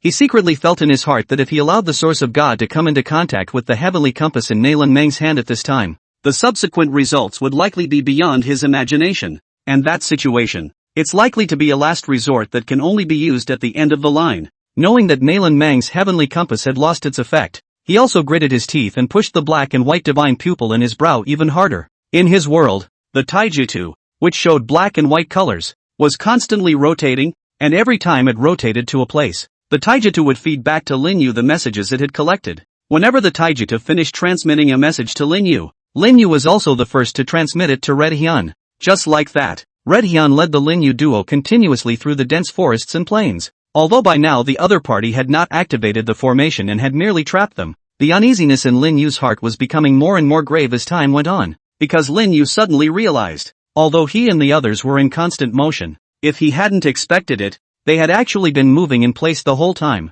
The reason why the other party hadn't completely activated the formation. One possibility was that the formation was extremely cumbersome and needed a certain amount of time. The second was that the other party wanted to wait for themselves and the others to be exhausted before striking. Regardless of that situation, it was a bad message for Lin Yu. On his entire body, the only thing that he was able to perform was the black and white divine pupil, which was considered to be an aptitude for concealing his figure. But it could not be ruled out that the other party also had the existence of treasures that were able to detect their location. Nalan Mang was injured. Her own strength was limited not to mention, and the experts that the other party must have sent were steadily suppressing Nalan Mang. And Red Hyun, One now just has the luxury of hoping that the former won't turn against him at this very moment. Lin Yu's eyebrows were slightly swollen and painful. This was the aftermath of the high intensity and high duration of activating the black-white divine pupil. Go north. As the black and white divine pupil fed back information, Lin Yu didn't have any hesitation and directly conveyed it to Red Hyun. Granted, their current alliance seemed very fragile, but until the final step, they still have to continue to piggyback on the same canoe. Chapter 195, Scar. The vegetation had been cleared early on the empty territory, and the ground was scratched with crooked lines across it. Not far away, a huge black light cover was like a big bowl inverted, on which there was a constant flicker of light, and then it dissipated into nothingness. Hundreds of people collapsed on the ground. A black iron chain penetrated through their bodies, and blood flowed along the chain into the twisted patterns on the ground, making them glitter with an evil light. Around them, hundreds of black-robed silhouettes watched this scene with cold gazes as they vaguely formed a formation, their mouths chanting raw and tedious incantations. At their feet, has been lying full of no less than hundreds of corpses. Each corpse face is covered with fear and indignation. A big hole grows all over their body. Look carefully inward, but found that the blood has long since flowed dry. On the other side, 3 men and 1 woman stood in 4 figures dressed differently from the rest. Old man, is this formation of yours going to work? Hundreds of people have died here, and there's not a single movement inside. Among the 4, a demonic-looking man with thick eye makeup puffed on his face, exuding a strong feminine aura between his hands and feet, looked at the large, inverted black bowl in the distance, and asked in a rather bored manner. The subject of his inquiry was an old man, bloodied and scorched all over, with one thigh broken off at the root, and 2 near-twisted hands on crutches, struggling to support himself. He narrowed his eyes slightly towards the large bowl not far away with only one eye remaining, and said furiously, "That's not that fast. The other party is at least a powerful person of the divine court realm. If it only takes a few hundred lives to pile up the dead, I, Hebe, would have already been famous throughout the great E realm." After saying that, Hebe couldn't help but open his mouth to remind again, "Ugly slave, don't be in a hurry. I know you're salivating over that little white boy, but don't delay the big event. Oh yeah, and you, Spider." The one who was called Spider by Hebe was the only female among the 4, and the latter was dressed in a hot outfit, with her entire body in near unobtrusive springtime glory. In response to Hebe's exhortation, Spider merely licked his rosy lips and said with blissful indifference, "It's not like I'm as hungry as that dead siren. Besides, I only like to ask for that woman's cheek." Knowing the nature of poisonous spiders, Hebe shook his head, and the man who was called Ugly Slave once again glanced at the large black bowl not far away, like a deep palace complaining woman who generally wailed and complained, and his eyes were full of love. A man like that, I wonder what it's like. Saying that, Ugly Slave's gaze looked towards the figure standing at the very front again, although there was still a strong spring light lingering in his eyes, but it was quickly replaced by fear and scorn. The latter was dressed in an ordinary long shirt. His figure was not tall, and his appearance was not handsome, and the only thing that could attract people's attention was that on his face, there was a scar that almost split his entire cheek in 2. If a few of Lin Yu's people were here, they would definitely be able to recognize this person in the first place. Scar. Scar clasped his hands in front of his chest. At this time, his face had long since lost its mask, and there was no more scorn or panic in his eyes. Instead it was replaced by a coldness. Scar looked at the large dark bowl not far away. His expression remained unchanged. He just spoke faintly, "Hebo, let the people below speed up. Lanzhou is missing thousands of people all of a sudden. Wang Ziqiu is not a cutie pie. Soon he will be able to notice." When these words came out, the faces of the 3 people changed slightly. The extent of Wang Ziqiu's terror, that in the entire Songyang heaven, even outside of Songyang heaven, it was like a thunderclap. If they ran into him, with just a few of them, they probably wouldn't even be able to walk through his hands for a single round. Hebe said respectfully, "Lord Scar, in half a quarter of an hour, this Spirit and Blood Abyss Grand Formation will be fully activated. Move fast. The Lord God Emperor doesn't give us much time we can buy." Scar nodded indifferently. In the meantime, in the center of the formation, "Stop." As Lin Yu's reminder rang out, Red Hyun also stopped at the first opportunity. "What's wrong?" Chikian frowned. With the passage of time, the surrounding scene was almost completely covered by black mist, and when one looked around, one could only barely see clearly within 10 feet. Lin Yu opened his eyes. The drastic operation of the black and white divine pupil caused his face to turn slightly white at this moment. The orientation is correct, but the other side's formation is presumably completely finished, and we've been going in circles. Red Hyun frowned. Then what next? Lin Yu licked his somewhat dry and cracked lips and said, "For today's solution, we can only make the other party enter the formation on their own accord. At those words, Chick Hyun's eyes lit up, but he quickly shook his head. It's hard. The formation that can trap me. I guess they won't risk coming in. For the other party to catalyze such a large formation, it would definitely cause great fluctuations. This neighborhood is the border of Lanzhou, and the Great Yan Dynasty's divine might General Wang Ziqiu is guarding Lanzhou. I think the opposite side also wants to finish us off as quickly as possible. At this time, Nailin Meng interjected. Aekion nodded. However, even though it's a bit rushed, they won't necessarily rush in on their own initiative. And the fact that they dared to make such a big deal out of it proves that they have a way to stop Wang Ziqiu for a period of time. So, we need a decoy worth getting them to take the initiative. Nailin Meng picked the hair on her forehead and said, I'm the bait, but that's not enough. We need to make a bigger commotion. Not only that, we also have to separate. Lin Yu spoke. We have to separate the other side's living forces as much as possible. The two of them, Red Hyun and Nailin Meng, nodded in agreement as they heard this. With a wave of his palm, several crimson beads appeared in his hand. He looked at Lin Yu and Nailin Meng and said, these 4 red flame beads are the last of the old man's collection. Later on, I will make a noise on the other side to attract their main force. While the two of you are escaping, you should also pay attention to looking for the eye of the formation. If there is any news, alert me immediately through the red flame bead. As for you guys, if you can make a big noise, make it as big as you can.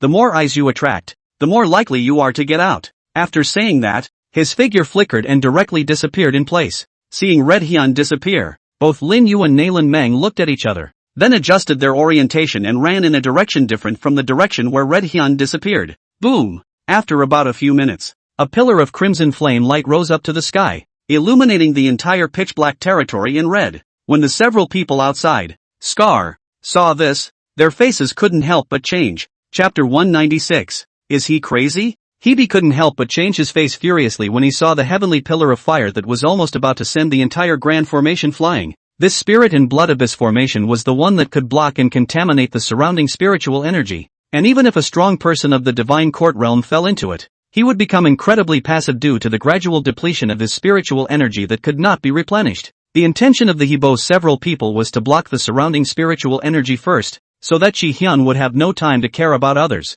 and then finally use the power of the grand formation to strangle Nailin Meng in it. But at this moment, Akane's sudden outburst makes Hebe's original plan become a bit disorganized. It seems that the other party saw through the fact that we couldn't wait too long, so they wanted to attract Wang Ziqiu's attention by making a big commotion. Scar's brows were also furrowed. Now, if they allowed Chick Hyun to rampage through the formation unchecked, perhaps it wouldn't take long for his spiritual energy to dry up. But none of them had any way of guaranteeing when Divine Might General Wang Ziqiu would notice that something was wrong here. By then, when Wang Ziqiu arrived, everything they had done earlier would all be lost. Lord Scar, what do we do now? Hebe looked at Scar, who shook his head and said, an existence of the divine court realm is too out of the ordinary. It's better to wait for the grand formation to wear him down a bit. Hebe sniffed, lowered his head, thought for a moment, and felt that for today's time, this choice was the most prudent. Although the commotion that Red Hyun, a powerhouse of the divine court realm, had made inside the spirit blood abyss formation was great,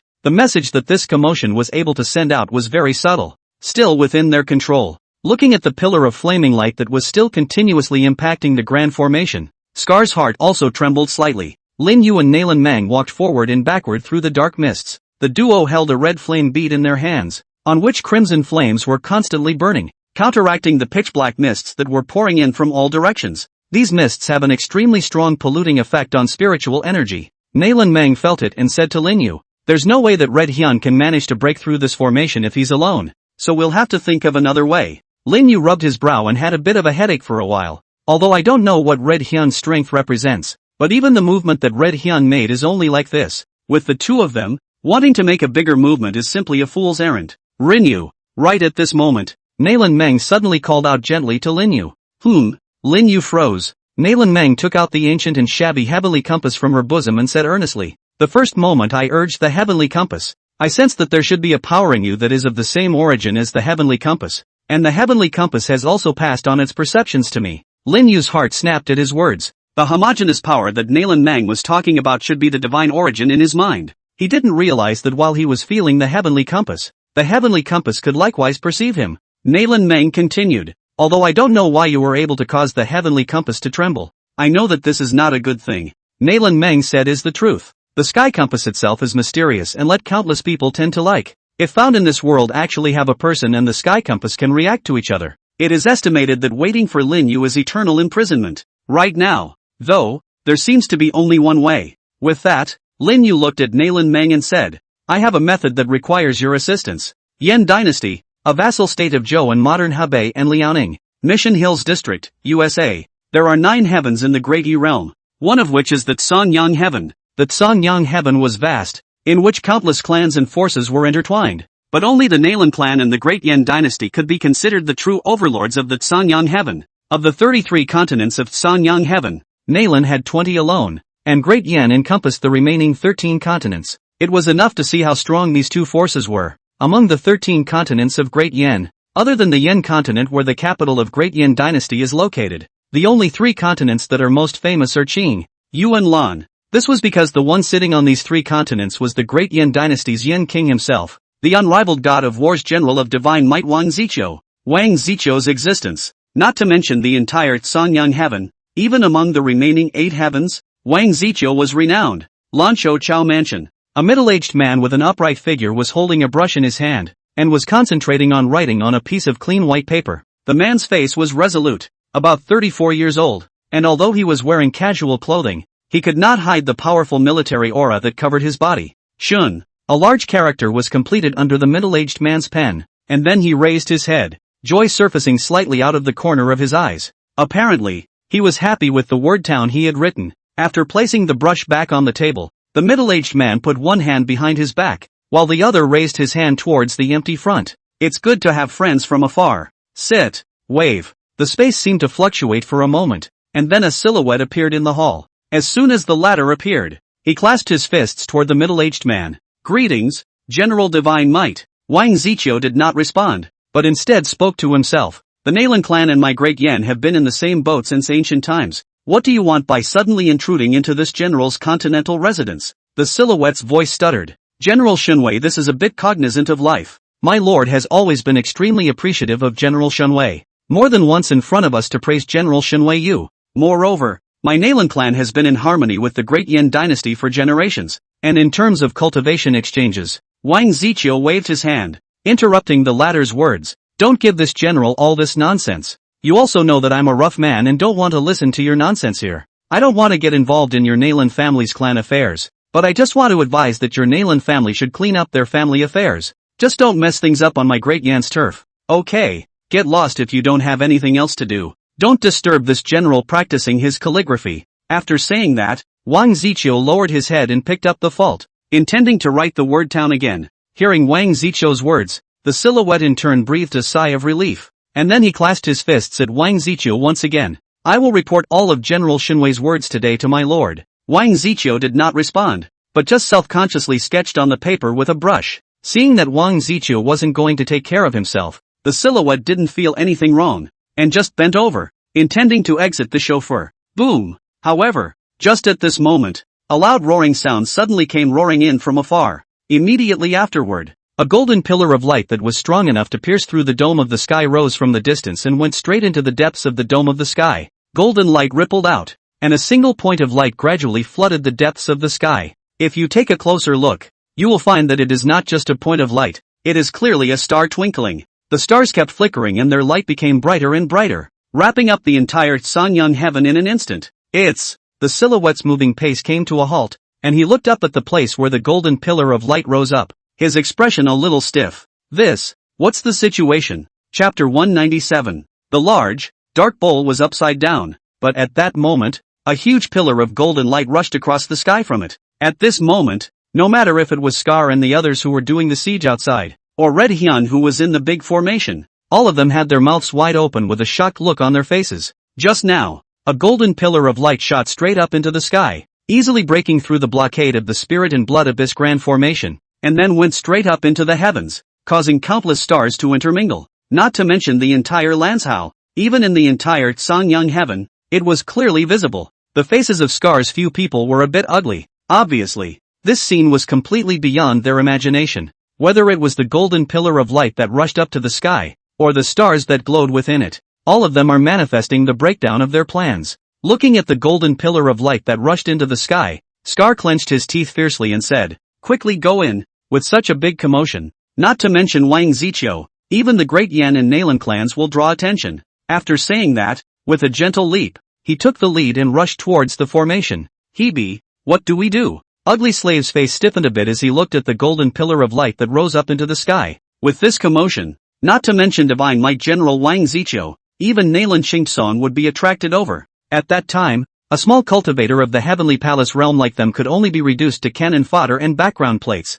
What's more, the person they want to kill today is Nalan Xingtsong's daughter. Hebo's only remaining eye rolled, then changed to a determined color. We're already on one path. If we don't complete our mission, I'm afraid there's no place for us in these 9 heavens. After hearing Hebe's words, the Ugly Slave and the poisonous spider duo also had a resolute look on their faces. Ugly Slave, you and I will join Scar in fending off that Divine Court Realm powerhouse. Spider, you'll be responsible for taking care of Nalan Meng. Remember, don't get attached to the battle, and notify us as soon as you've gained the upper hand. Yes, Hebe, do. Spider promised, then quickly swept towards the formation. Somewhere in the middle of the formation, Red Hyun looked at the golden pillar of light that rose up into the sky, and even with his heart nature, his face was covered in shock at this moment. Let them make a little noise out. I did not expect to make such a big noise. Suddenly, Red Hyun sensed 3 spiritual power fluctuations gradually approaching his side and couldn't help but let out a cold snort. Swish swish swish. Soon, 3 air-breaking sounds were heard around Chick Hyun, and then 3 silhouettes surrounded Chick Hyun in the center of the trio in a pincer movement. I didn't expect that my blood-killing hull would be able to produce a character like you. Seeing Scar, Chick Hyun didn't feel anything strange, but only made a slight emotional outburst. Scar, on the other hand, smiled and said, Lord Chick Hyun, I, Scar, am merely a small pawn arranged by the above in the blood-killing hall. Lord Chick Hyun is flattering Scar.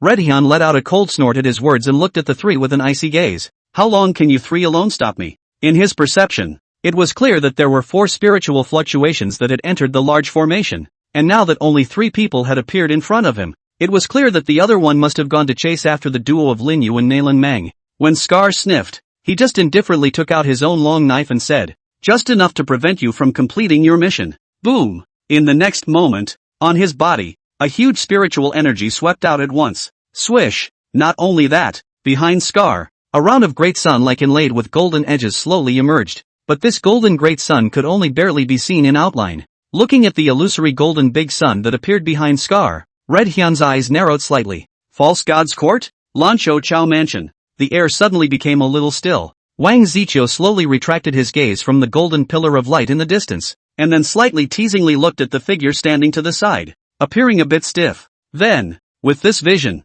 it seems that this general must take a step. After saying that, he put down his quill and stepped out of the hall, and the figure beside him clenched his hands in his sleeve robes for a moment, then loosened them helplessly. In the end, he could only stiffly follow Wang Ziqiu's pace. The current him only hoped that the place where this golden pillar of light appeared was not where Scar was located. Somewhere in the big formation, the golden light lasted for several seconds before slowly dissipating. Hoo. Lin Yu breathed in the air in large gulps, the gusts of tingling pain coming from the depths of his brow making him feel like his entire head was about to split open. In his hands, the heavenly compass was bathed in golden light, and in front of it, there seemed to be a ray of golden light connecting its body to Lin Yu's brow. Those golden lights continuously followed the golden threads to transfer from Lin Yu's brow towards the middle of the heavenly compass. With the nourishment of those golden lights, the cracks on top of the heavenly compass gradually healed up at a speed visible to the naked eye. To the side, Nalan Meng held her long sword in her hand and gazed around vigilantly. Her gaze, too,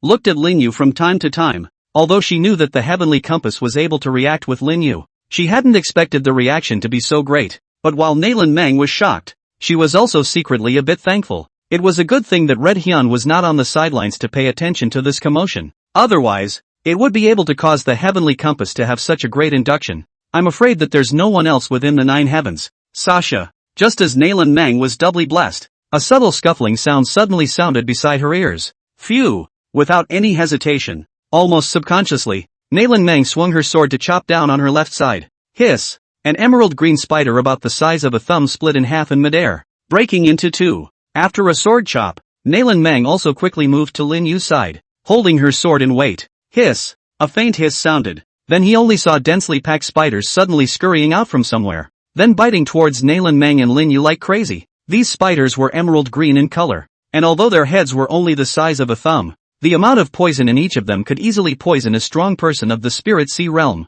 Aqua Sword Technique. Nailin Meng's beautiful eyes glared as she held her sword in one hand and rotated it in mid-air at a fast speed. A blue-green halo constantly flowing out from the top of the long sword, just like a layer of water waves.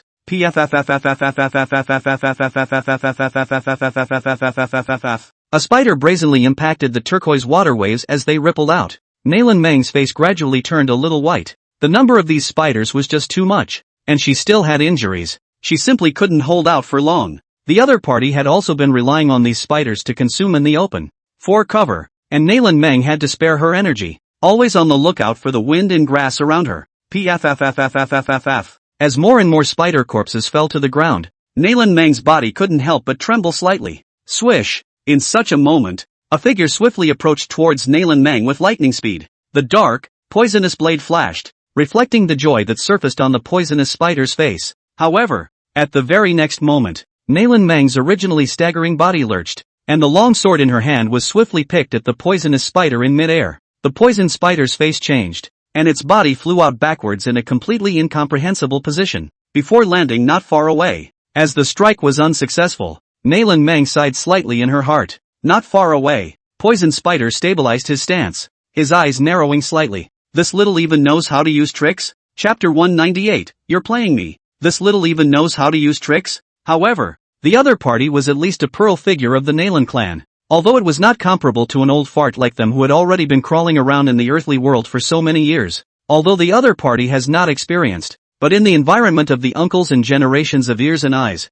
it is normal to be able to know some tricks. But well, that's about it. Today, no one can save this Nailin Meng. Thus, this thought only flashed through Poison Spider's mind for a split second before her figure once again shot explosively towards Nailin Meng. The poisoned blade of his hand flipped, stabbing at the latter's neck at an extremely tricky angle. This poisonous blade was made by the poisonous spider every day by soaking its own blood with the venom of the spider's web, only needing to slightly open an opening on the other party's body. In less than a moment, the other party would fester all over their body and die of poisonous death and die. Seeing the poisonous spiders stabbing at them, Nailin Meng's long sword in her hand shook and she also quickly met them. Ding! The long sword precisely blocked the poison blade, and the poison spider then immediately felt a strong force coming from his hand. Ding! With another ring, Nailin Meng retreated the poisonous spider. The remaining momentum was then unabated, and his right foot was violently lifted with force, kicking towards the poison spider's body. The poisonous spider immediately drew its knife and chopped at Nailin Meng's long white and straight legs.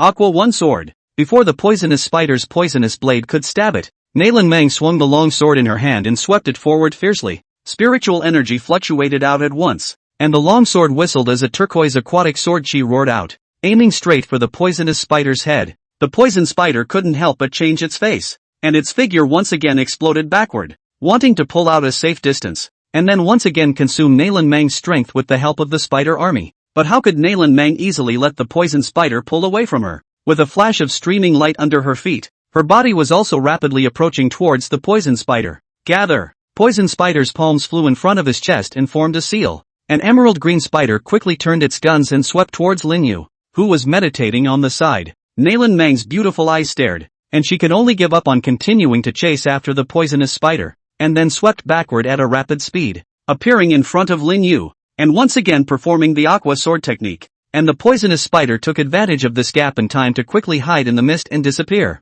Nailin Meng was holding a long sword, and her stunningly beautiful face was filled with coldness. The strength of this poisonous spider was around the 5th level of the Spirit Sea, but the former had given Nailin Meng a headache with the help of the mists as well as the poisons. This short period of time drastically activating spiritual energy. The injuries on Nailin Meng's body were not only somewhat aggravated, if one was not careful and got contaminated with poison, I'm afraid that both she and Lin Yu would have to be accounted for here today. Phew! Sure enough, before Nailin Meng's thoughts had just fallen, a poisonous blade broke through the mist and stabbed straight towards Lin Yu. When the poisonous spider saw that she couldn't take down Nailin Meng in a short period of time, she also quickly adjusted her strategy, and her target changed to strike at Lin Yu, who was sitting on the sidelines, without any semblance of spiritual energy fluctuation in his entire body. Nailin Meng was startled in his heart. The long sword in his hand quickly bent, and then the long sword was directly abolished from his hand in an attempt to pick off the poisonous blade that was stabbing towards Lin Yu. You've been tricked.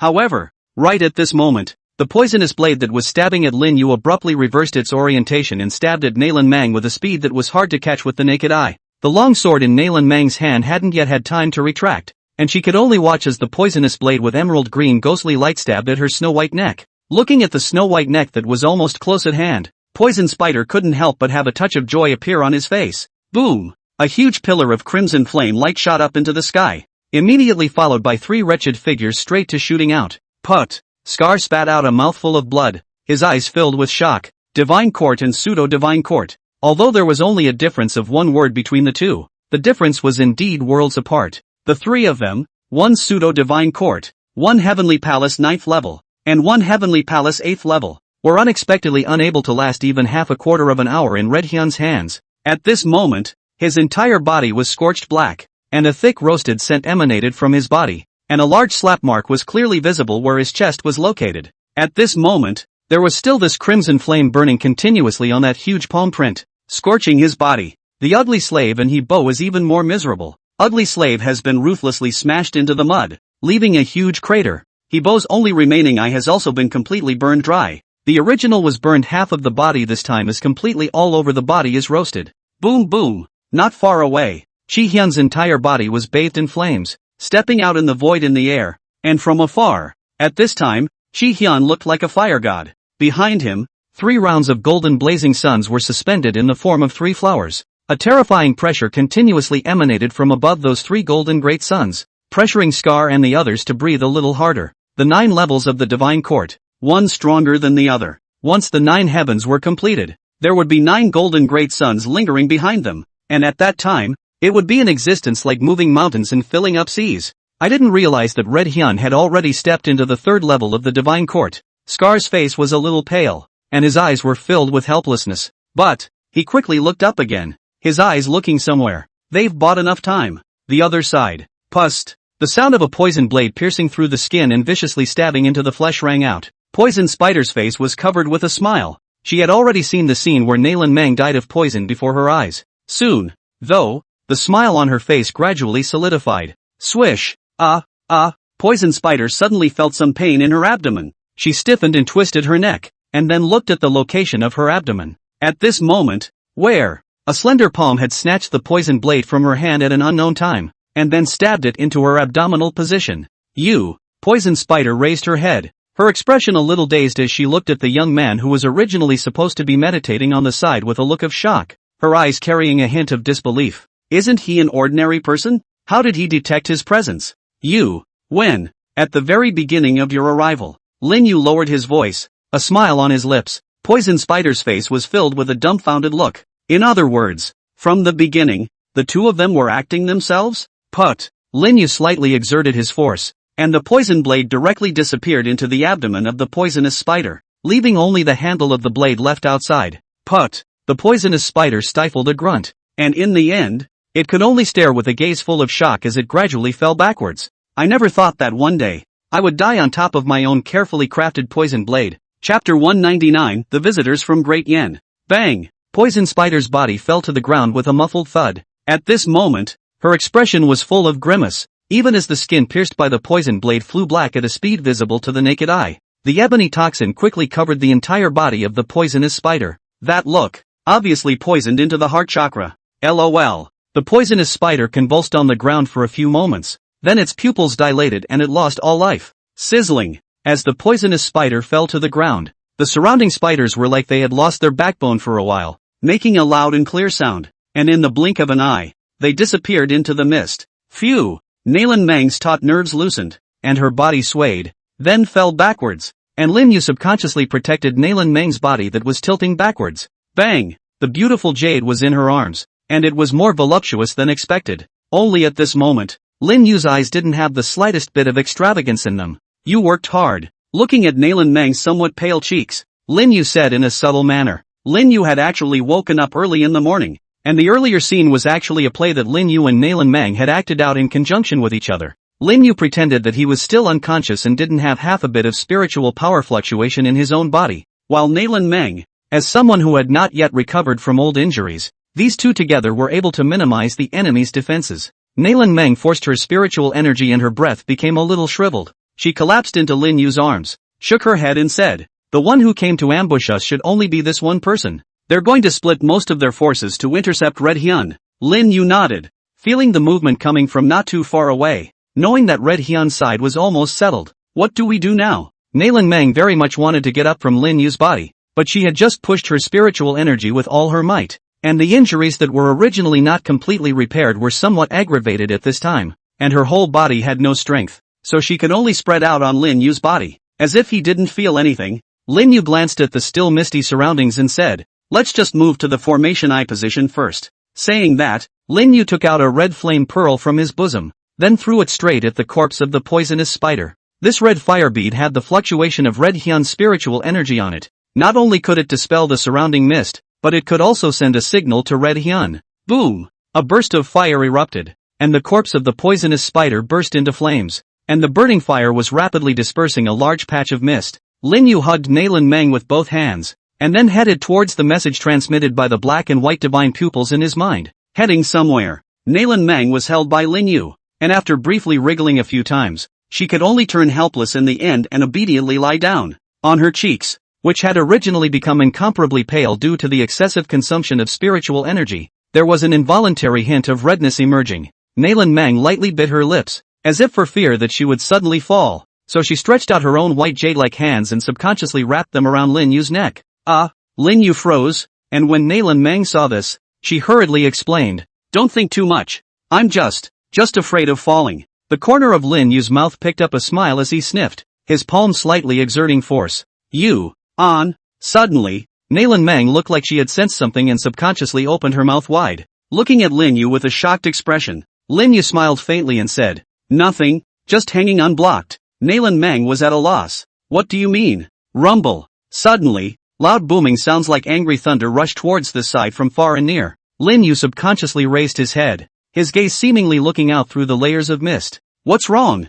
Nalan Meng's perception was not as good as Lin Yu's, and when she saw Lin Yu suddenly look up into the sky, she not only froze. "Nothing." Lin Yu shook his head, his mood somewhat complicated. "It seems there's a lot of commotion going on here." Rumble, rumble. The dark clouds converged layer by layer, blocking half of the sky, and a loud boom continuously resounded from the clouds, causing countless beasts on the ground to tremble, as if they were afraid of touching the might of the sky. Nimbostratus. A banner inscribed with the huge word Yen fluttered in the wind. A huge carriage was slowly traveling in the gleam, and in front of the carriage were 10 thunder beasts with huge bodies. Hooray! The thunder beasts roared up to the sky from time to time, transforming into a roar that resounded through the heavens and earth. In the carriage, a man dressed in purple robes rested his head with his hand, his mouth with a smile if any. The man was about 24 or 25 years old, with a rather handsome face, looking very humble and elegant, giving off a feeling of being easily approachable. The most special thing was that in his pair of eyes, there were flashes of thunder and lightning from time to time, exuding a complete pressure. Next to the carriage was a group of guards riding thunder beasts and clad in armor. Hiya! A guard commander swept in from the distance in a thunder beast, and after seeing the man, the guard commander rolled over and dismounted, kneeled on one knee in front of the carriage, and said respectfully, "Your Highness, the place where the phenomenon occurred is up ahead, at the junction of Lanzhou and Sangzhou continents." The purple-robed man was none other than the Great Yin Dynasty's current Grand Hall Master, Mo Kuja. Lanzhou? Mo Kuja sniffed and frowned slightly. Lone remembers that Lanzhou seems to be a place under the jurisdiction of General Shinwei. The commander of the guards at the side nodded, reporting back to the Great Hall. "It is precisely the land under the jurisdiction of Divine Might General Wang Ziqiu." Mo Kuja tapped his finger on his brow and said, "The original intention of Lone's trip was to go to Lanzhou to visit General Divine Might. This time it's in a hurry. Let's go to the place where the visions took place first. With such a big thing happening here, General Divine Might is expected to arrive very soon to preside over the big situation as well." Yes. Rumble. The thunderclouds keep pressing in. As the distance advanced, Makozu's group also noticed the pitch-black curtain of light that was not far away like a large bowl upside down on the ground. "Your Highness, there seems to be a formation ahead. Should we send soldiers up to detect it?" Mo Kuja waved his hand and said, "Visions are usually accompanied by the appearance of extraordinary treasures. Not to mention that the vision just now even the entire Sanyang heaven is estimated to be aware of it. I don't know how many old monsters have already been hidden in the vicinity. You guys should first be on guard on the spot." The commander of the guards immediately commanded at his words. Subsequently, Mo Kuja changed his lethargic appearance. Instead, he took the initiative to walk out of the carriage. stood at the very top of the thunderclouds, slightly cupped his fists towards the surroundings, and said aloud, "Gentlemen, Imokoju of the Great Yin Dynasty is here to meet you, and since you have come here, why don't you come out to see each other?" It seemed to validate what Makozu had said. When Imokoju's words had just fallen, the originally calm void was also rapidly rippling, followed by a silhouette that also quietly surfaced. Pair after pair appeared. At first glance, there were actually hundreds of people. Chapter 200. The number of people who appeared in mid-air was in the hundreds, and these were only the cultivators who were in the neighborhood at a relatively close distance. Although this vision only lasted for about a few seconds, the impact was no less than a miracle. Anyone who felt that they had some cultivation was rushing towards this place, although they might not necessarily be able to obtain that legendary supreme treasure. But with such a vision, even if they were to obtain some soup, it would surely be a great benefit. With such a mindset, the crowd was self-conscious. After the nearby cultivators appeared here, they naturally noticed the formation located in the center at first, but no one took the initiative to go up and detect it, although he knew that the most precious treasure might be in the middle of that formation. Who knew how many people were hiding nearby and looking on with bated breath? Everyone was waiting for a daredevil to take the initiative and charge. Thus, this created an extremely awkward scene. Although it was clear that this formation was run by the small group of ants below, no one dared to take the initiative to exterminate this small group of ants to open up the full picture. This was because if the supreme treasure really suddenly appeared, the scene where everyone was silent and motionless would probably suddenly collapse and turn into a scene of killing. Cultivation is not about fighting and killing, nor is it about taking risks. All of us are somewhat pushed by our own strength, and we are also extremely precious about our own little lives. If you're absolutely good at what you do, you'll probably end up being able to be the final winner, or even fish in troubled waters. But the main thing is that no one has the guts to bet on it. This vision looks like there is a supreme treasure out of the world. Don't have the life to take, but no life to use. So there was silence again. Everyone concealed their breath and figure and just waiting for someone to come out and break the deadlock. Luckily, after they hid for about a few moments, the Great Yin Dynasty from the Sanyang Heavenly Overlord finally arrived. "Greetings, Great Hall." After the line of cultivators revealed their forms, they all cupped their fists at Makozu from a distance. This Great Yin Dynasty's Grand Hallkeeper Imokoju was also a man of the hour in Sanyang Heaven,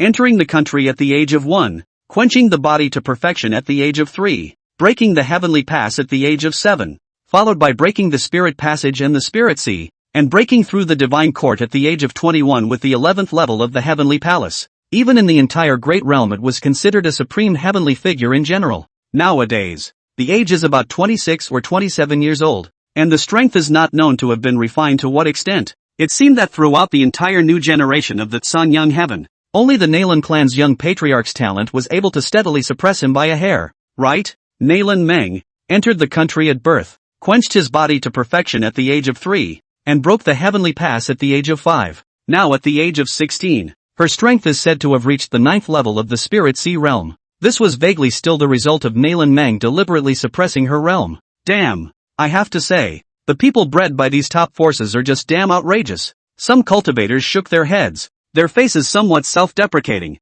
compared to the other party, a 21-year-old heaven-breaking palace and a 16-year-old Spirit Sea perfection. One's own life was considered to be cultivated to a dog. Makozu didn't put on any grand hallowed airs, and also clasped his fists to indicate that he had met all of you. Afterwards, his gaze couldn't help but look at the large pitch-black bowl not far away, and only when he got a little closer did he realize that it didn't seem to be some kind of ancient great formation. Maketsu couldn't help but ask, "This formation, there seems to be some?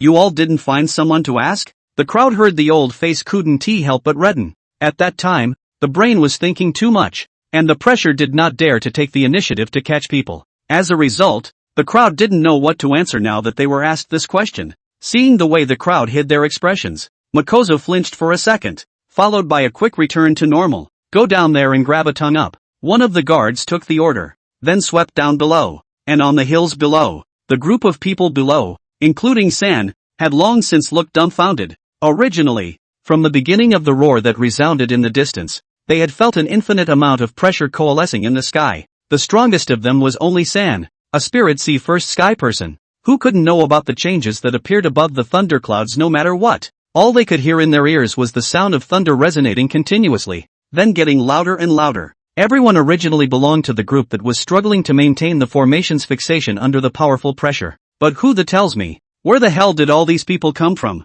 Swish, a lightning flashed, and before San could react, With a swish, his consciousness just went black. When he opened his eyes again, he had appeared above the thunderclouds. Gulp! Looking at the crowd that floated in the air like they had invisible wings, San couldn't help but swallow a mouthful of saliva. Damn! Hell! No! Grandma manifested. All ing bigots. And I ask you, and you answer truthfully. A voice rang in San's ears, and San subconsciously looked over, only to see a man in a purple robe staring at him. Behind the purple-robed man, the large yen flags encrusted with the word yen fluttered in the wind. Combined with the robe he was wearing, it seemed to have a huge python head on it. Bang! San was directly paralyzed with fear. Duh! Your Highness, Great Yen, Mother ********. Not only grandma manifestation, this is the ancestral tomb are manifesting. Great Yen dynasty is what kind of existence? Song Yang Tian, including everyone will not know. Not to mention him, it is estimated that today is Scar here. All have to directly kneel. Unfortunately, San didn't realize that they were forming a formation to kill today. It was the other overlord of Sanyang Heaven, the young patriarch of the Nalan clan. Otherwise, I guess San would have gone to see his grandma by now. Without much hesitation, San's head instantly kowtowed as if he were pounding garlic. Your Highness, please ask. I know everything. The corners of Makozu's mouth turned up, seemingly appreciating San's reaction time. Tell me all about this place. Yes. Along with San's statement, the crowd is also gradually the causes and consequences of this place. Just a simple roundup of vendettas? Some couldn't help but cupping their chins, their eyes in deep thought. If everything was really as San described, then it should just be a group of Spirit Sea Realm little guys having a small fight and inadvertently triggering a vision. If so, where are the 4 pawns you speak of? A white-haired old man landed on the thundercloud and asked in a scolding voice. The old man's voice like a bell, although it looks like it has been over 70 years old,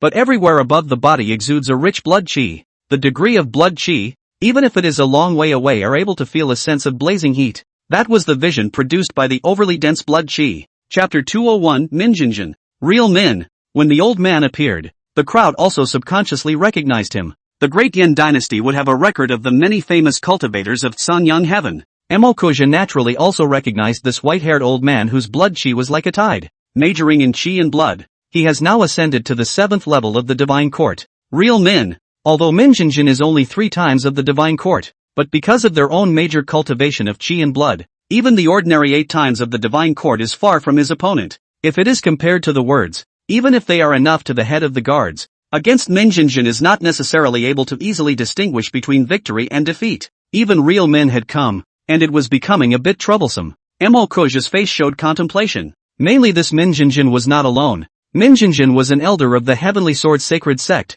Minjinjin had arrived here, which meant that the Heavenly Sword Sacred Sect had already arrived. Heavenly Sword Sacred Clan. The first clan in Sanyang Heaven. In Sanyang Heaven there is a clan and a dynasty and a sword clan. This Heavenly Sword Sacred Clan is the last one. Only this Heavenly Sword Sacred Sect has never asked about the world. So the entire Sanyang Heaven was only dominated by the Nalan family and the Great Yen dynasty. The Heavenly Sword Sacred Sect resides in the northern continent, where the Nalan family governs, but although it is explicitly the Nalan family's jurisdiction, the Nalan family never interferes with the northern continent, so it can actually be considered that the Heavenly Sword Sacred Sect is in charge. Although this Heavenly Sword Sacred Sect has never asked about the world, its heritage is not terrified compared to the Great Yen dynasty. Today, this vision, even far away in the northern continent of the Heavenly Sword Sacred Sect, are coveted. On the one hand, enough to see that this vision is indeed representative of a supreme treasure present. Even the Heavenly Sword Sacred Sect are unable to resist the temptation. On the other hand,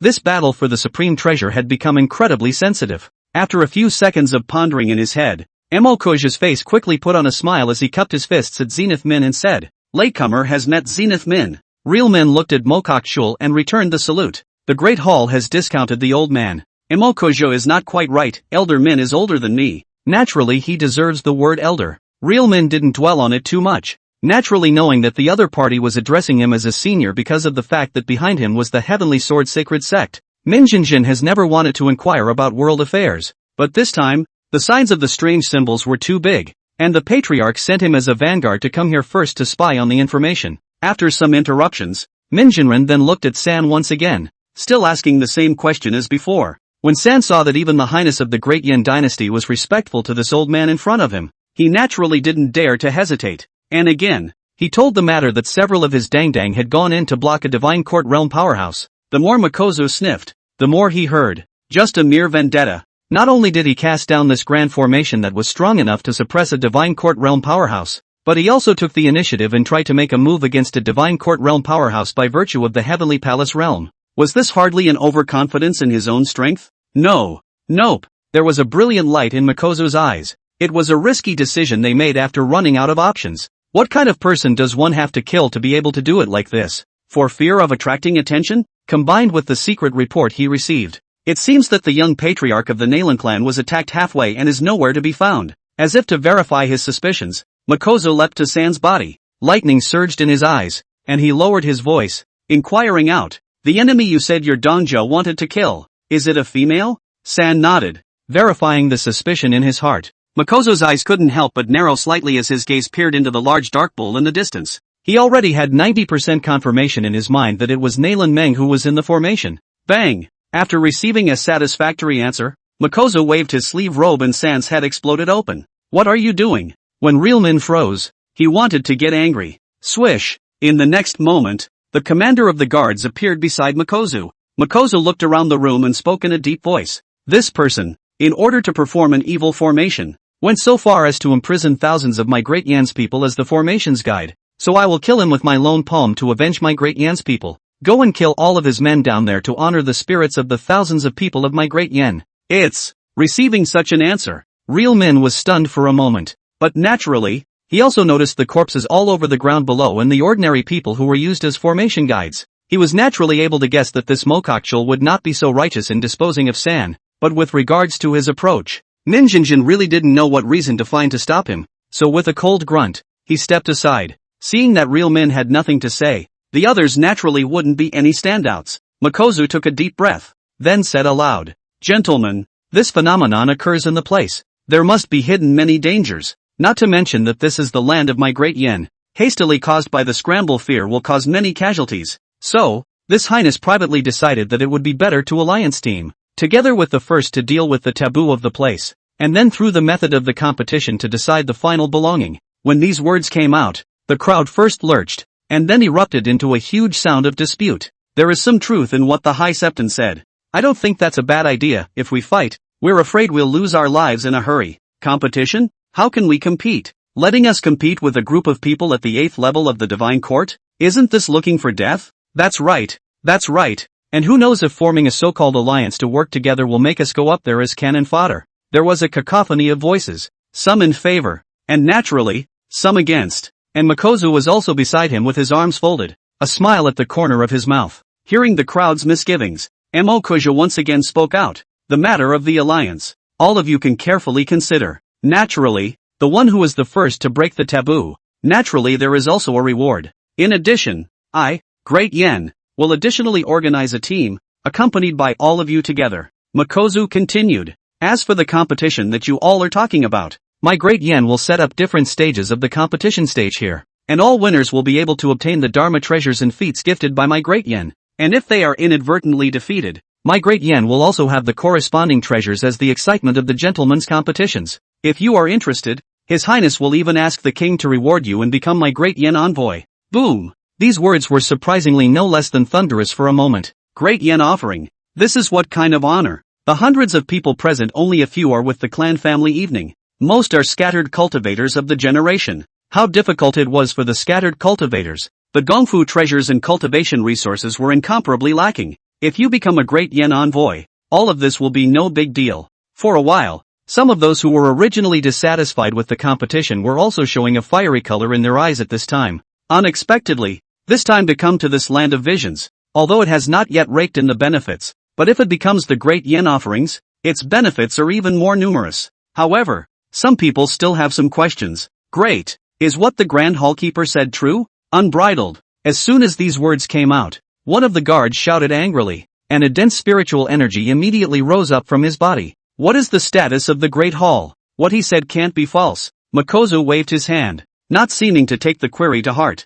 Seeing the murderous guards and combining it with Makozu's identity, the crowd also suppressed the doubts in their hearts. After all, the crowd was a bit oblivious when Makozu suddenly threw out this olive branch. In response, Realman didn't say anything and just quietly watched the scene. His Heavenly Sword Sacred Sect had always been unquestioning, and he didn't have too much of a problem with this hand of solicitation from Mokoja. All he could think about right now was delivering the message of this place to the patriarch. Chapter 202 Blood Demon Ancestor. Kuja stood on top of the thunderclouds, hands behind his back, his eyes always looking towards the big black bowl, with purple thunder light flashing in his eyes from time to time. Nearly half an hour had passed since the crowd had landed, and during this half hour, everyone had been watching him with bated breath, wondering when the other party would make their move. But Mokok Chul simply said, although the previous visions came out, they were merely precursors. We have to wait for the real supreme treasure to come out. The crowd thought about this, so they all waited quietly for the supreme treasure to come out. It's been half an hour,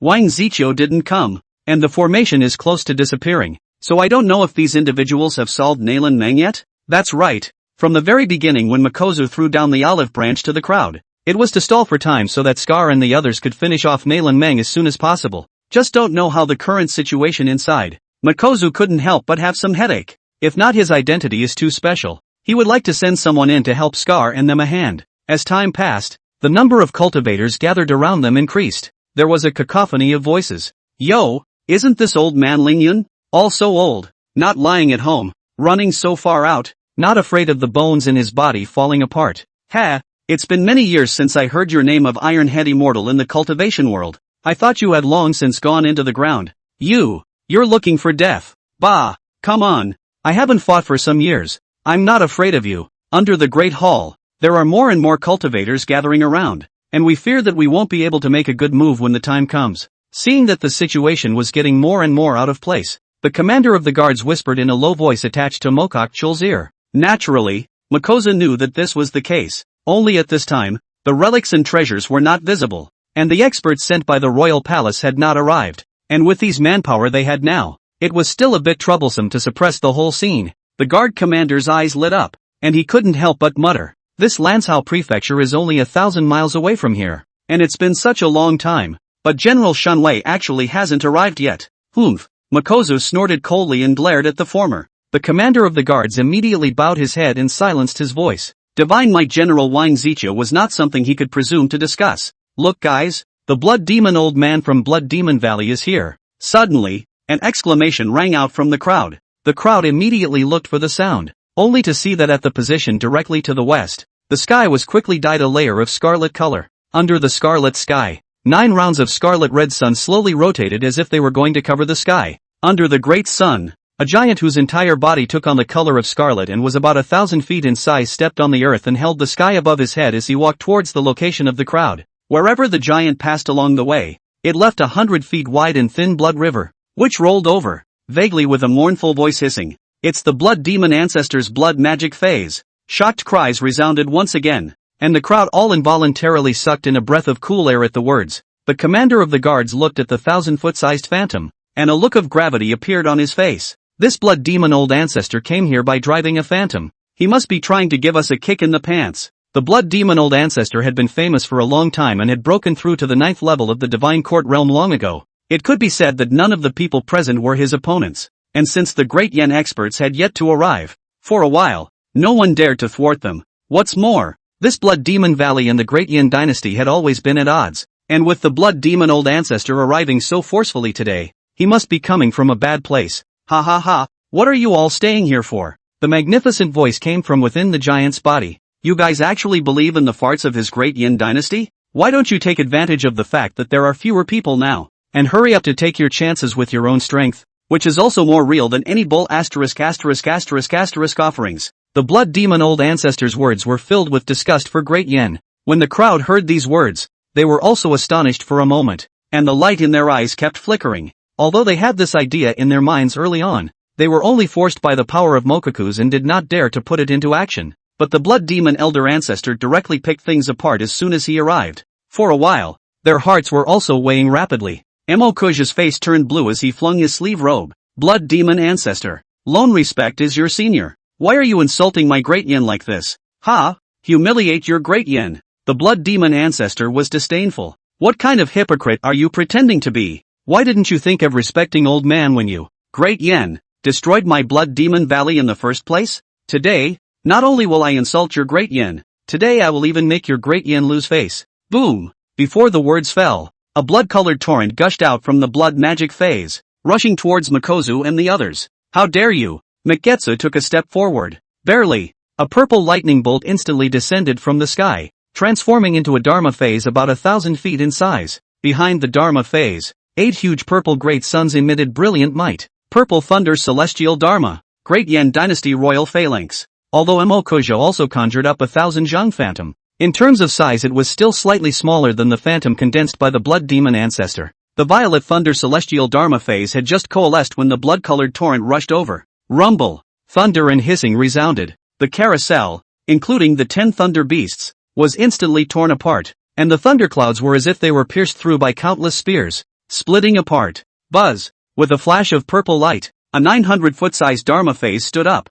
using its body to fend off the aftermath. The commander of the guard stood on the shoulder of the Dharma phase with an ugly face. This blood demon old ancestor intended to sweep away all of their great Yan's face as soon as he struck. On the side, countless cultivators were also hastily utilizing their spiritual energy to construct spiritual power shields to counteract the huge shockwaves generated by the collision of the two. However, their gazes were dead set on the center of the battlefield. The blood demon old ancestor had been famous for a long time, and his blood magic phases were even more famous phases on the phallic phase list. And Imokuja was even more, needless to say. The violet thunder supreme Dharma phase. A supreme Dharma phase that could be ranked in the top 20 in the Great Realm. It's a collision of the two, but it's a rare thing. Knock knock. The phantom formed by Mokokchul stepped out dozens of deep pits on the ground continuously before stabilizing itself. The crowd also saw the winner at a glance. Worthy of being in the top 20 of the Dharma phase list, but to be able to receive a strike to this extent was also terrifying. Drink! The blood demon old ancestor let out an explosive cry,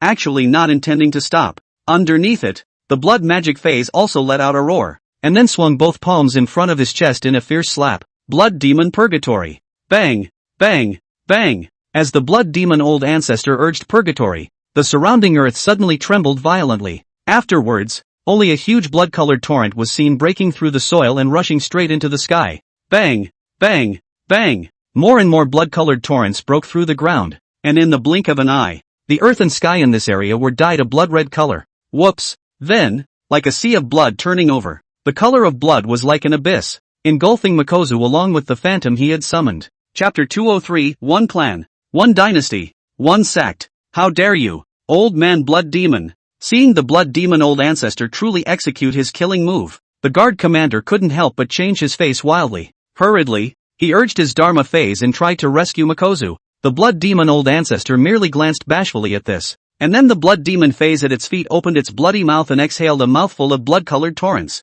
Boom! The blood-colored torrents of water ran straight over the Dharma phase of the guard commander. The latter instantly flew straight backwards as if he had been hit hard. Knock! The Dharma phase of the guard's commander smashed down on a mountain peak, which was instantly split into pieces, raising countless pieces of debris. I still have to expend some energy to deal with your master. And you, a tiny 7th level of the divine court, dare to rush up and send yourself to your death. After saying that, the blood demon old ancestor activated his Dharma phase and operated the blood demon purgatory. Through the thin blood-red film, the crowd can vaguely see the situation in the sea of blood. The purple thunder heavenly father Dharma phase under Imokuja's feet constantly had purple thunderbolts coming out of its body, canceling out the sea of blood that raged and swatted at it. But as the sea of blood washed over it more and more often, the light on the Dharma phase under Imokuja's feet was also getting dimmer and dimmer. Mikozu wanted to curse in his mind right now. This blood demon old ancestor really didn't care about Great Yan's face and came up to suppress himself with ruthless means. As for the blood demon old ancestor also can't really kill Imokuja.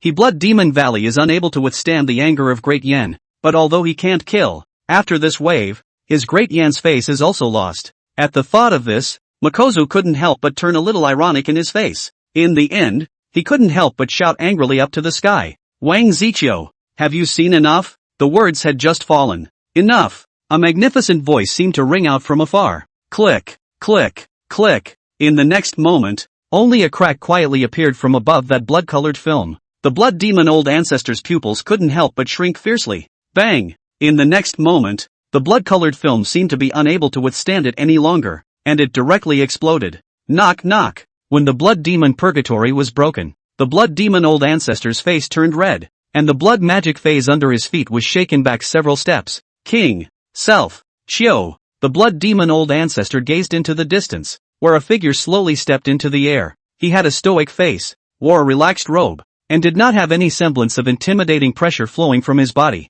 But as soon as he appeared, Everyone present involuntarily took a step back. General Shunwei. Wang Ziqiu. A true legend of Great Yen. Wang Ziqiu lightly landed on a hill, his gaze flatly gazing at the three Dharma phases that stood. Everyone, each of you collect your divine abilities. With a wave of his hand, the blood demon old ancestor's blood magic phase at his feet went up in smoke, and a scowl was exposed on Makozu's face. He had been bullied by the blood demon old ancestor for such a long time, and this Wang Ziqiu since, surprisingly, was only a bland sentence of all of you. Each of you put away your divine abilities. This is clearly an attempt to simply set the matter aside, without the need for Mo Kuja's signal. The guard's commander, who had a hard time getting up, took the lead in shouting. He, the blood demon old ancestor, bullied my dynasty's prince and insulted my great Yen. Does General Shunwei intend to let him go just like that? As soon as these words came out, everyone's eyes were also fixed on Wang Ziqiu. Even the Heavenly Sword Sacred Sect's realist Min,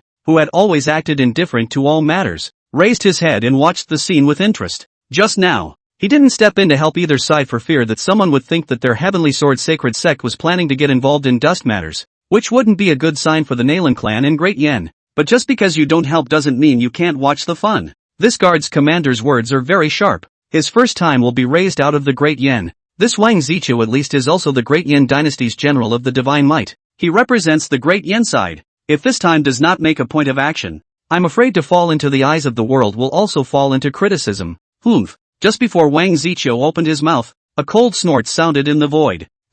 Hearing that cold snort, everyone only felt their hearts and minds jolt. Immediately after that, an old man dressed in a purple robe quietly appeared in midair, and as soon as he appeared, he waved his hand and threw a slap in the air at the guard commander. Bang! Before that guard commander could react, his entire body flew straight out, ruthlessly smashing into the earth below, forming a huge deep pit. And at that moment, the purple-robed old man's voice sounded once again. When has Great Yen ever been held up by you to pressure your own General Shunwei? Not to mention, as he said that, his gaze went back to Makozu, his cloudy eyes filled with a cold color. How can you, Mo Kuja, represent my Great Yen? The purple-robed old man's sudden appearance, as well as his sudden strike, was only in a flash of lightning. It was only when the loud roar sounded that the crowd reacted. It's the Great Yen dynasty's grand provider, Venerable Violet Thunder. Venerable Violet Thunder has actually come in person. What did he just say? Mok Xia, as the Great Yen dynasty's grand hallkeeper,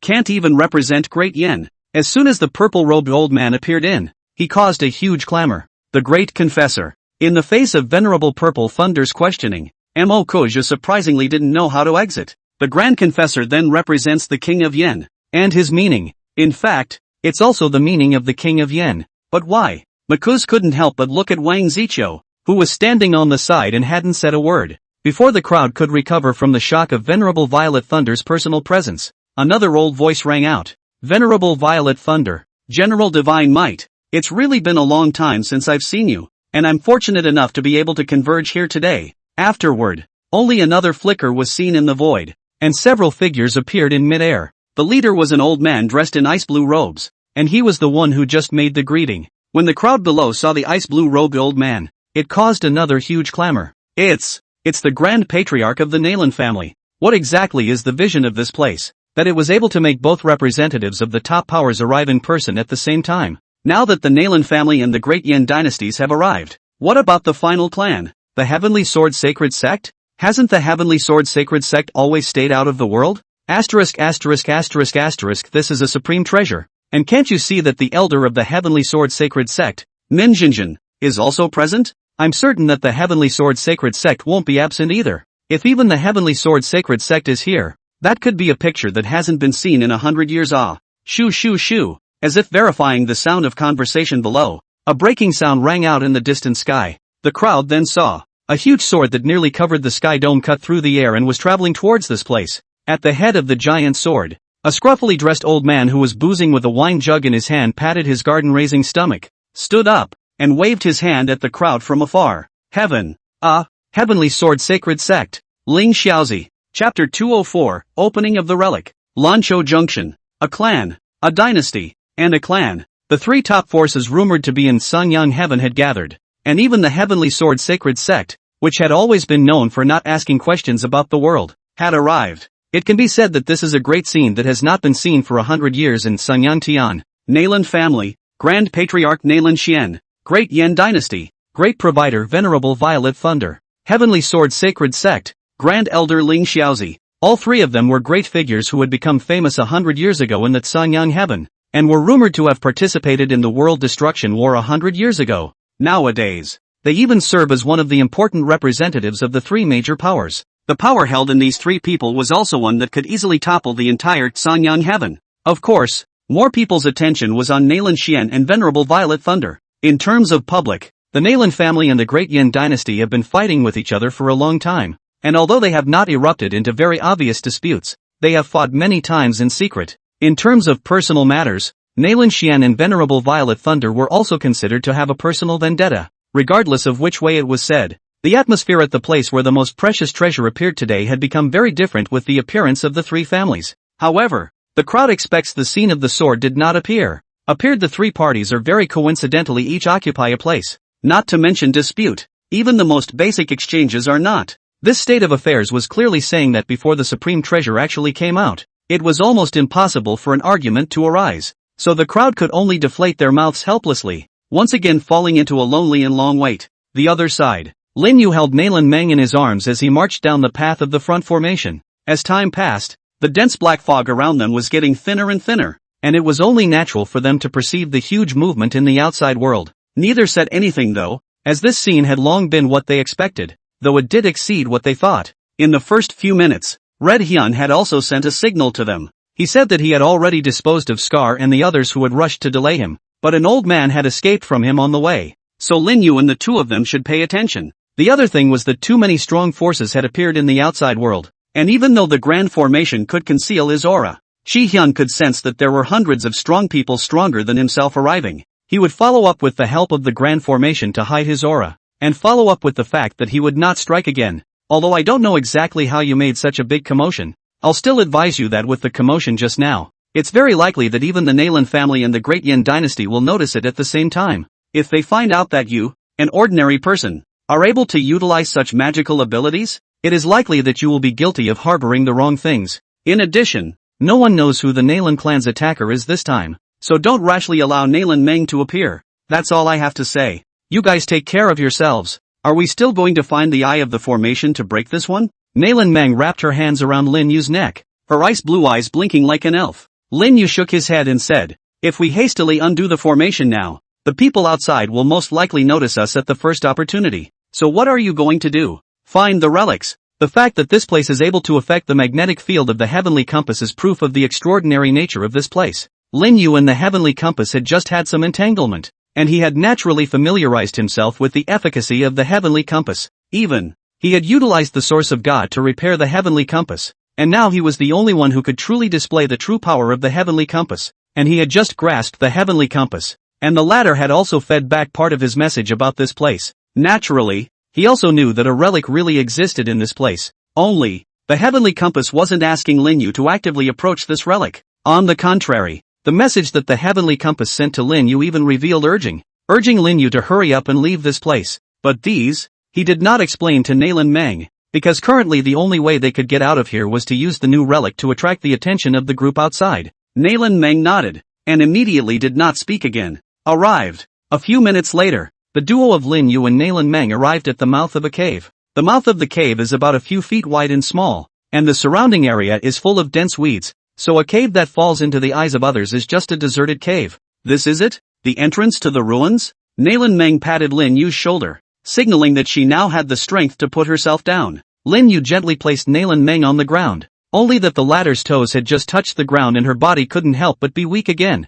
Bang! Lin Yu once again got on his hands, looked at Nailan Meng's ice blue eyes, and solemnly said, "You haven't recovered yet. I have the strength now. I'll just hold you." Nailan Meng was being looked at directly by Lin Yu, and her earlobes could not help but be shrouded in a light pink color. But she didn't reject Lin Yu either. Nailan Meng skillfully wrapped her arms around Lin Yu's neck and silently shifted her gaze to the cave not far away, saying, "How are we going to get in? Is there anything we need to do?" The so-called relics. Different from the general secret realm, the secret realm can be opened through a certain method, but the relics are not a kind of agreed method, so the relics can only turn out to be opened by its own initiative, or triggered by the law of its opening. Nailan Meng knew that the heavenly compass was able to resonate with Lin Yu, so naturally Lin Yu was also able to use the heavenly compass. The heavenly compass had attracted countless powerful people, not only because it contained the locations of secret realms, relics, and miracles in the entire Great E realm, but even more critically, from the heavenly compass, one could find out the exact method to open the secret realms, relics, and so on. Lin Yu's eyes narrowed slightly as he felt the heavenly compass in his mind constantly transmitting the intention for him to quickly leave this place, and there was a fluorescent light flickering above the source of God in the very center of his mind. Phew! Lin Yu exhaled a mouthful of cloudy air, then lifted his feet and walked forward, plucking away the weeds in front of the cave. We don't need to do anything because it will automatically let us in. Bang! Lin Yu hugged Nalan Meng and stomped solidly on the floor of the cave. Jia! It was also at this moment that a demonic snorting laughter seemed to faintly ring in Lin Yu's ears, only that the voice was very illusory and ethereal, as if it was in his ears, and as if it was outside the sky. And when Lin Yu and Nalan Meng entered the cave, buzz! An azure-colored halo of light suddenly rose up from the mountain peak where the cave was located, directly and brutally breaking open the large formation. Outside the large formation, a gaze with delight and excitement was also locked straight onto the golden halo that rose up into the sky, because they know. Relics! It's on! Chapter 205 System Reboot completed.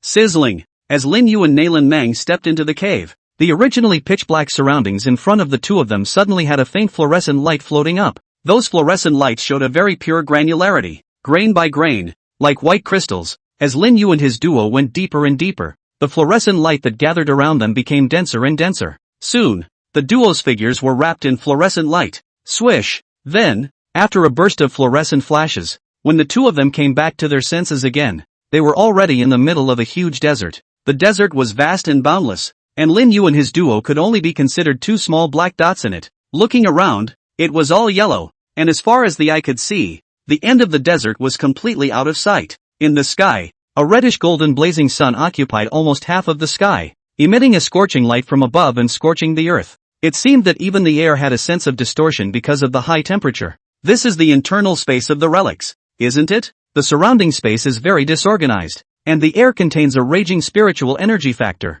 so if it's sucked up for a long time, it's likely that it'll lead to the collapse of the divine soul. Nalan Meng felt it slightly and frowned. The scary thing about relics compared to secret worlds is the unknown risks all over the place. The secret realms served as a place for the major powers to train the young generation, and although it was filled with a certain amount of crises, the people in the family would at least give a certain amount of protection mechanisms. But the relics were different, and it was completely beyond the control of the higher-ups of those forces. Unknown rules is what's scary. Lin Yu didn't know what was going on in Nalan Meng's mind. He just nodded. His attention was now attracted by the cryptic voice just now. After they stepped into this relic, the illusory voice in their ears became more and more profound. It keeps urging itself to go somewhere. That voice gave Lin Yu a very uncomfortable feeling, but there was no way for him to say exactly where the discomfort was. Where are we going? Nalan Meng looked towards Lin Yu, who licked his somewhat dry lips and then pointed towards a certain place. Where to? It's best to stay as far away from the center of the ruins as possible. The current relics had already been opened,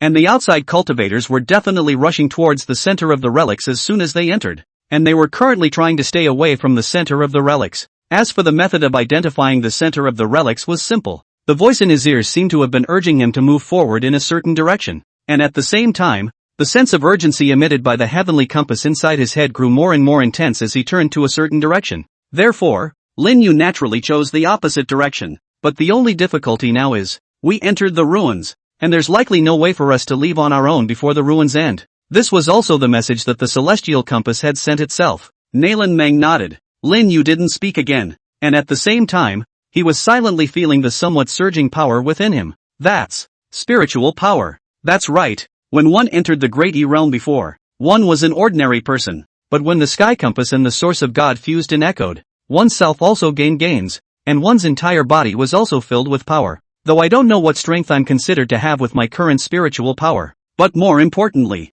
system, Lin Yu murmured in his heart, and an illusory golden panel appeared before his eyes. Host, Lin Yu, age, 18, props, broken knife *12, smoke bomb *10, small reducing elixir *n, Taoism, calling the wind and rain, shrinking the earth into an inch, LUE, spiritual empowerment, qualification, LUE, reputation value, LUE, other, please click for details. That's right, the system, which had been dead for who knows how long, had also finally rebooted successfully. Right now, with the strength and the system, Lin Yu's heart finally had some confidence. Meanwhile, the outside world. The rushing golden beam of light didn't last long. Soon, the golden light gradually faded away, while a huge arch that appeared golden slowly emerged in midair. As soon as the door to the relic appeared, a terrifying micropressure immediately filled the air. Some of the slightly weaker divine court powerhouses couldn't help but sway in their figures when they felt that pressure. Even when Nalan Xian and the others felt that terrifying pressure,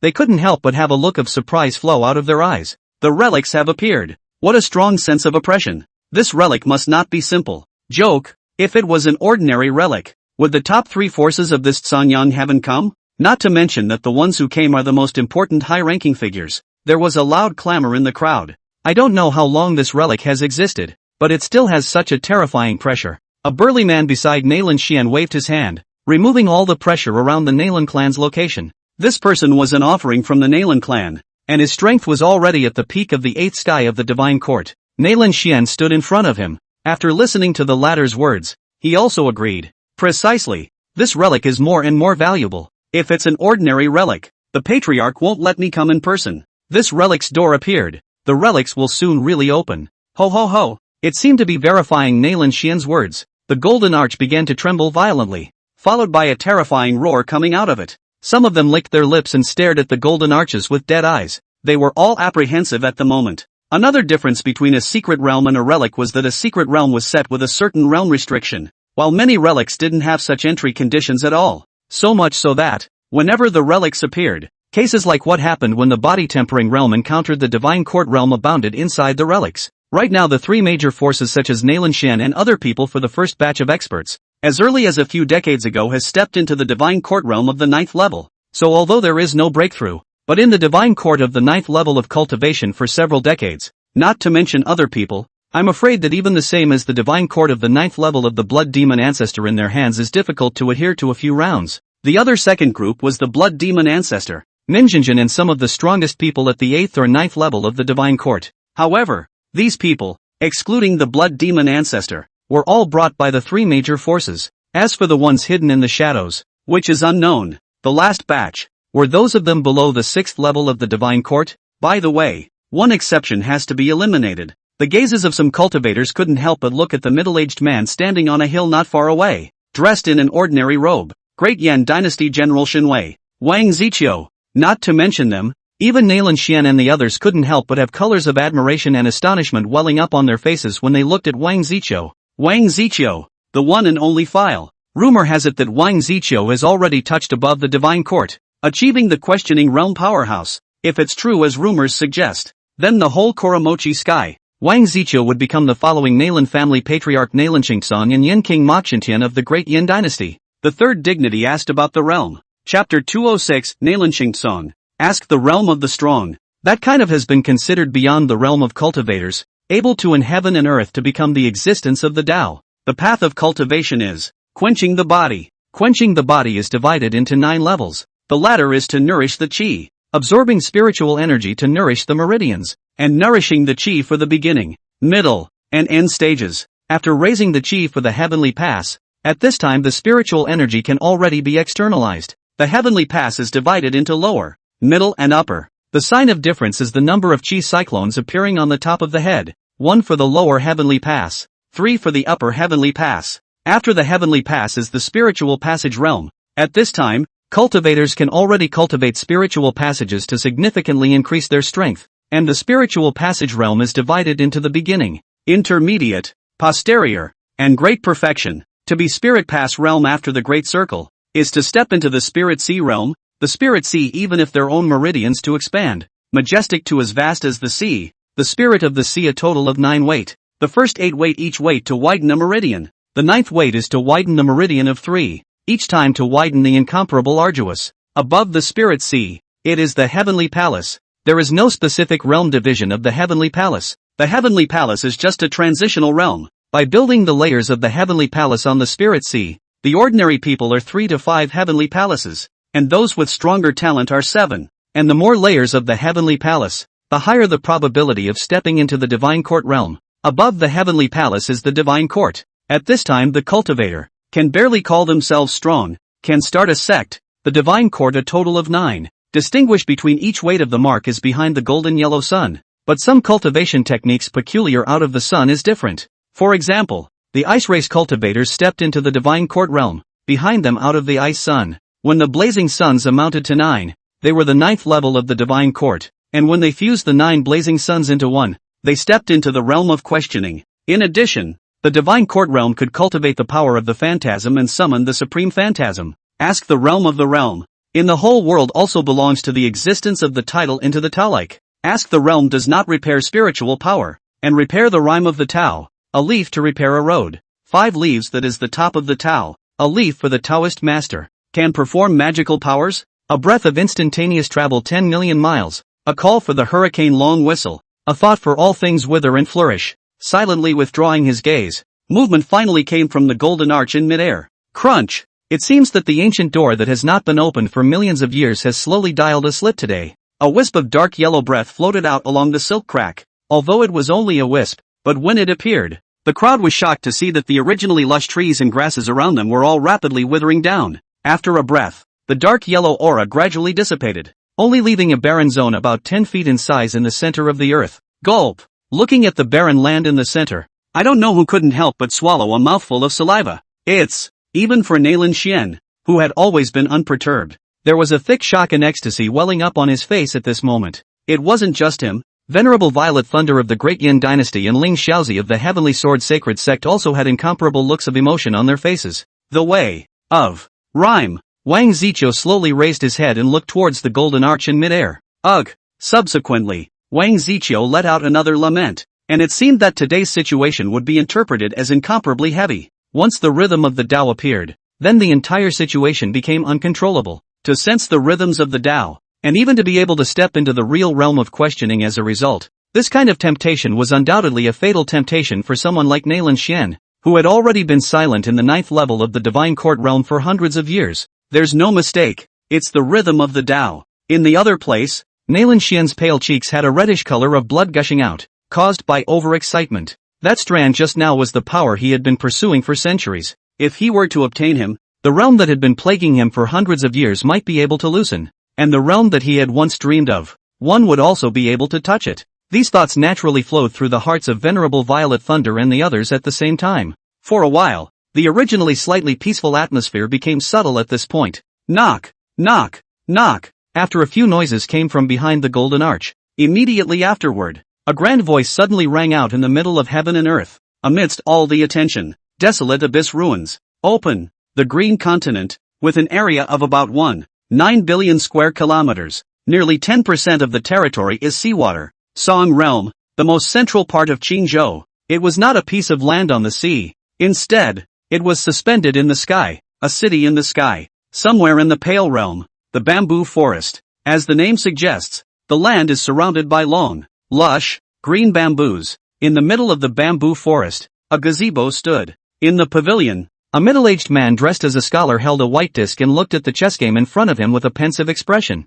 The man's face was handsome, and there was a strong flow of English energy between his eyebrows. In front of him was an old man in a black robe. The old man's face was withered and yellow. His eyes seemed to be closed, and he looked at the middle-aged man in front of him without any hurry to think. Perhaps having waited too long, the old man couldn't help but remind him, "Patriarch, why don't we go down here today?" The middle-aged man shook his head at the words and said, "Second elder, this time I am possessed by the chess god, and I am at the height of my excitement, so don't be in a hurry. I feel that I can win this time." The corners of the mouth of the old man known as the second elder twitched madly. "You win my ass." Nailan Qingtsong, with a strength that surpassed the ancient and modern worlds, the first person in Sanyang heaven, even in the entire Great E realm, he was considered one of the greatest masters of the world. Only this hand of chess is really bad. The second elder looked at Nailan Qingtsong, who was frowning and in deep thought. He couldn't help but let out a sigh. He knew that if he didn't take the initiative to admit defeat today, he was afraid that this chess game would go on for a year.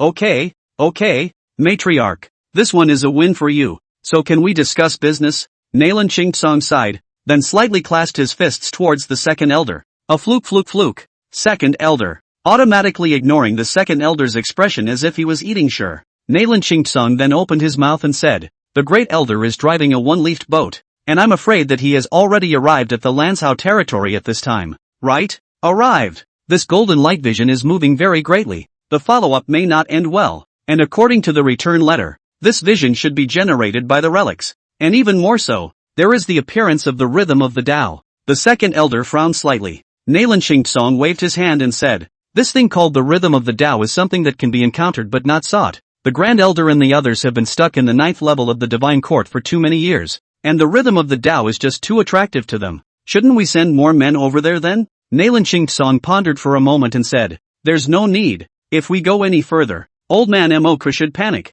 Chapter 207, The Second Elder. The Old Man Moku in Nalan Xian's mouth was naturally the Yen King Mokujintian of the Great Yen Dynasty. Together with Nalan Shingsong, he was Sanyang Heaven's second questioning realm powerhouse. After hearing Nalan Shingsong's words, the second elder pondered for a moment, then said, "The matriarch is considerate, so shall we put the matter of the relic aside for now?" The vicinity of Lanshao's location was the territory of the Great Yen Dynasty, and this time, their Nalan clan had not notified the Great Yen Royal Court of their direct entry into the other side's territory had already been considered a blatant hit on Mokujintian's old face. To be honest, it was also strange. Nalan Shingsong's intention was to send the 7th elder to go over to the relics to investigate, but as a result, the eldest elder vetoed it without saying a word, and had to make a trip himself, not so much sneaking around as making a big deal out of it. Thus, Great Yan's side was also the first to send out their grand provider, Venerable Violet Thunder. Nalan Shingsong shook his head. "There should be no way to put this on hold. Even if I agree,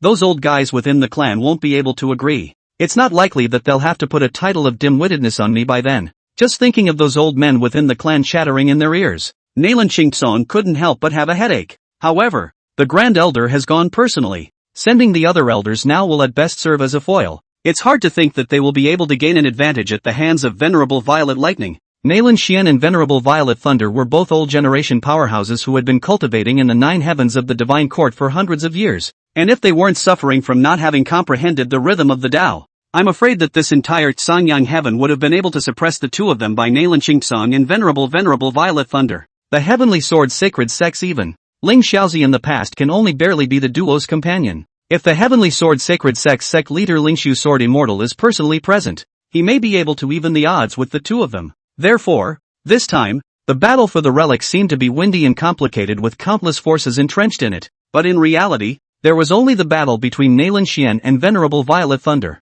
There was no way around it. For one, the fault line in Sanyang Heaven's battle power was simply too severe, and secondly, Nalan Shingsong and Mokujintian were both behind the two of them. There's nothing to say about the ones you can't beat. Yo, young man, you're provoking the top 2 forces of Sanyang Heaven. You're very brave, aren't you? Mokujintian and I actually coincide in our thoughts. Neither will send anyone else. This is considered to be barely maintaining a balance. And if anyone takes the lead in breaking this balance, Nalan Shingsong didn't say anything. The second elder was also silent when he heard this. The Nalan family had a lot of friction with the Great Yen Dynasty, and had long been harboring grudges for a long time. And a lot of small things could become the final fuse. The Great Yen Dynasty wanted to fight, but was afraid of fighting. And the Nalan family didn't want to fight, but wasn't afraid of fighting. When one thought of the time if war truly broke out between Great Yen and the Nalan family, at that time, I'm afraid that the entire 33 continent of the Sanyang Heaven would have no more days of peace. Nearly 100 billion people have been displaced and cities have been destroyed.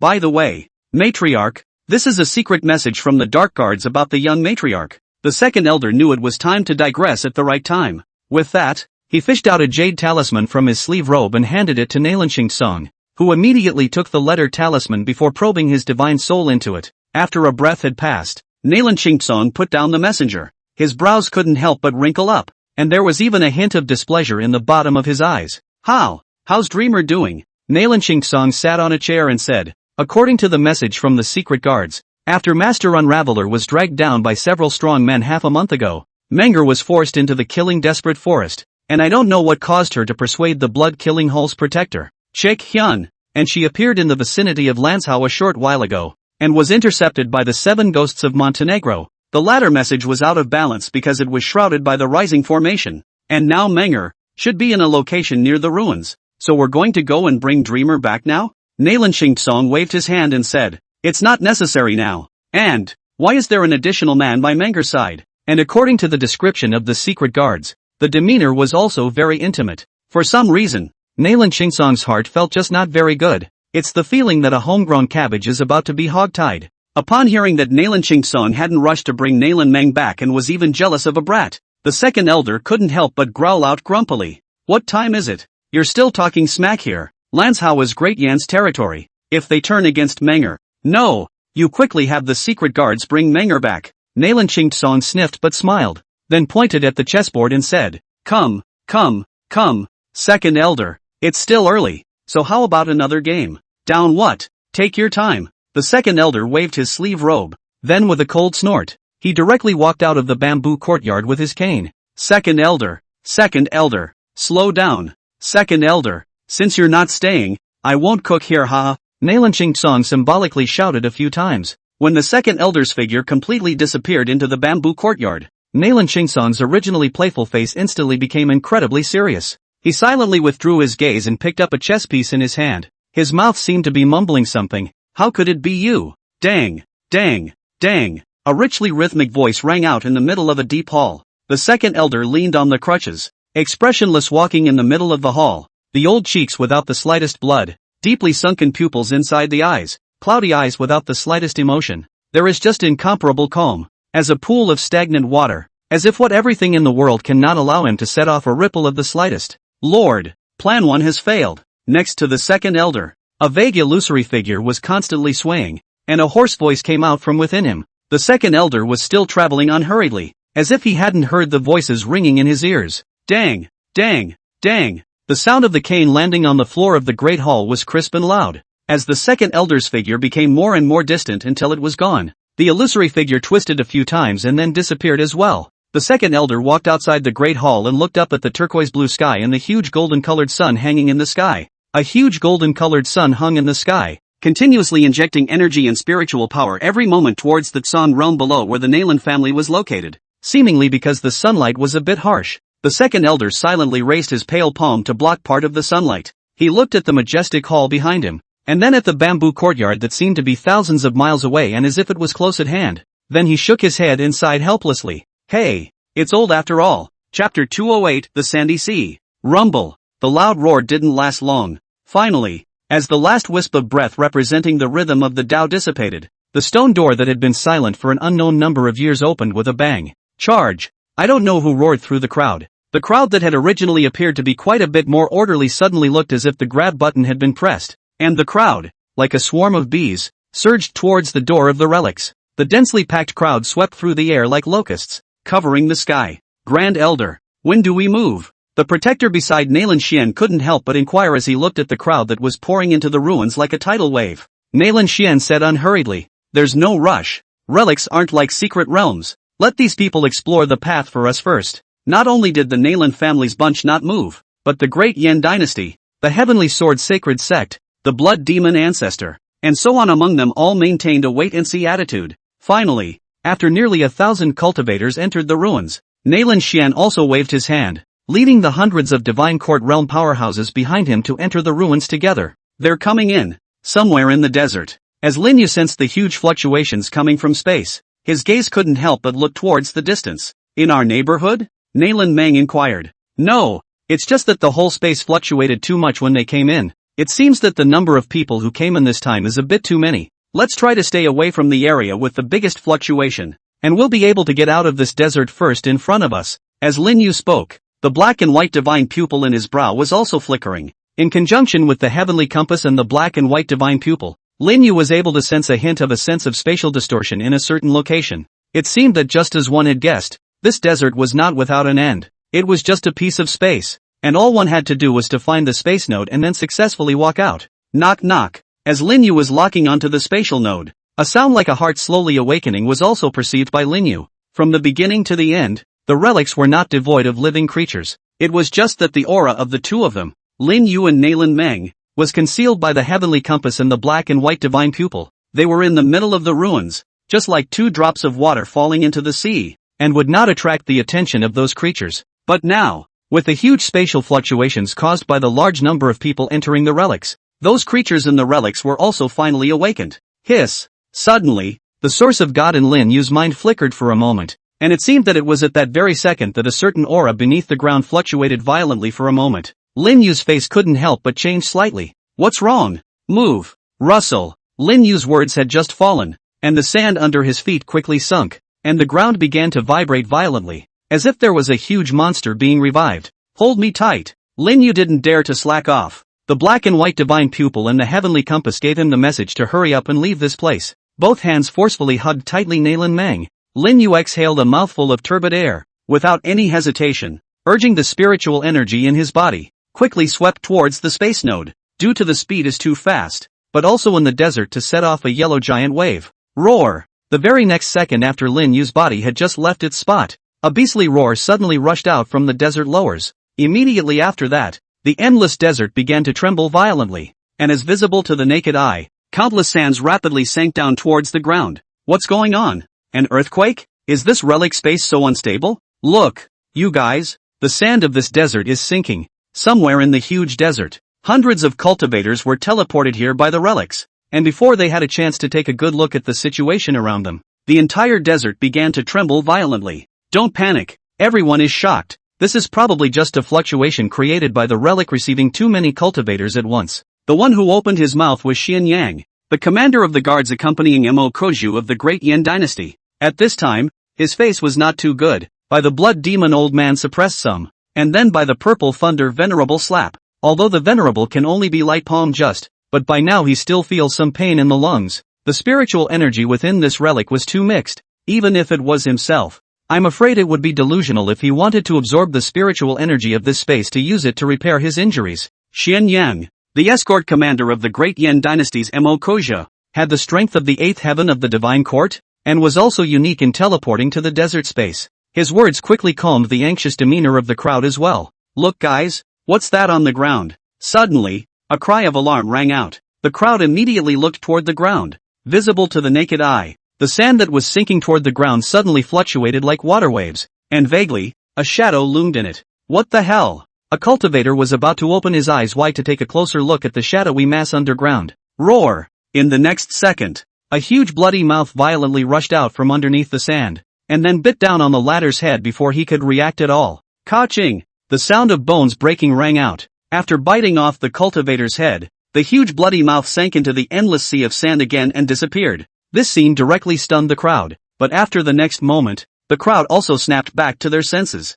Roar! Roar! Ah! It's a relic paleontology. Watch your step. Quick! Cast your spirit power to ascend. No! There's no way to lift off here. They're at it again. Shadow after shadow converged below the sea of sand, and countless clamors resounded from the crowd. The so-called ancient creatures, that is, the creatures that survived in the secret realm, relics, or the legendary miracles of the gods that were native to the land. Some of them were placed by the owner of the relics to guard the relics, while others were generated because the relics were generated by the relics themselves. However, every ancient creature had one thing in common, and that was that their intelligence was not high, and because of their long-term survival in the relics or miracles, they themselves were very attuned to the environment of the relics, and they exerted more than a few times more strength in the same class than the cultivators who entered the relics. Roar! The sand under Xian Yang's feet was also quickly dented, and then also a bloody mouth violently sprang out. Sinner! Xian Yang clenched his right hand into a fist and threw a punch straight towards that big mouth.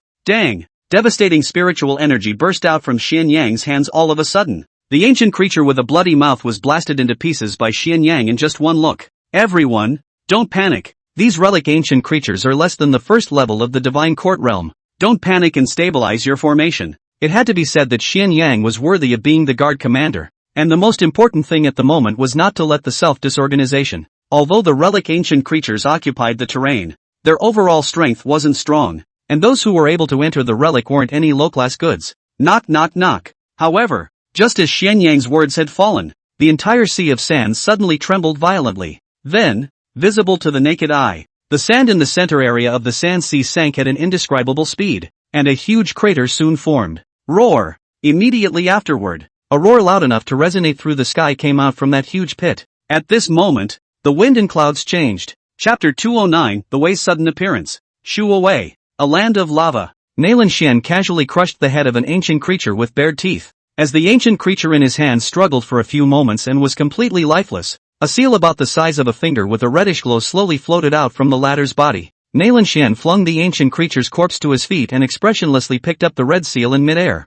At Nalan Xian's feet, the corpses of ancient creatures had piled up almost a small mountain. 136. As the red seal fell into Nalan Xian's hand, In the field of vision visible only to Nailan Xian, a red halo so faint that it was almost invisible emanated from the seal in his hand before pointing remotely in a certain direction. It was only that the red halo was so faint that orientation was always blurred. Swish! A strong wind rang out. The Nailan family's protector swept into the lava land, kneeling on one knee and holding a handful of red seals in his hand. Great Elder, the ancient creatures around us have all been dealt with. These are the red marks that fell off of them. Nailan Xian looked at about a dozen red marks on the latter's hand, and finally couldn't help a trace of impatience surfacing on his pale cheeks. This speed is just too slow. Summon the other Nailan family clan disciples to spread out and quickly search for powerful ancient creatures. Yes, the protector took the order and quickly retreated. Once they entered the ruins, another message came into their minds. They could hunt ancient creatures and obtain the relevant imprints. And after reaching a certain number of imprints,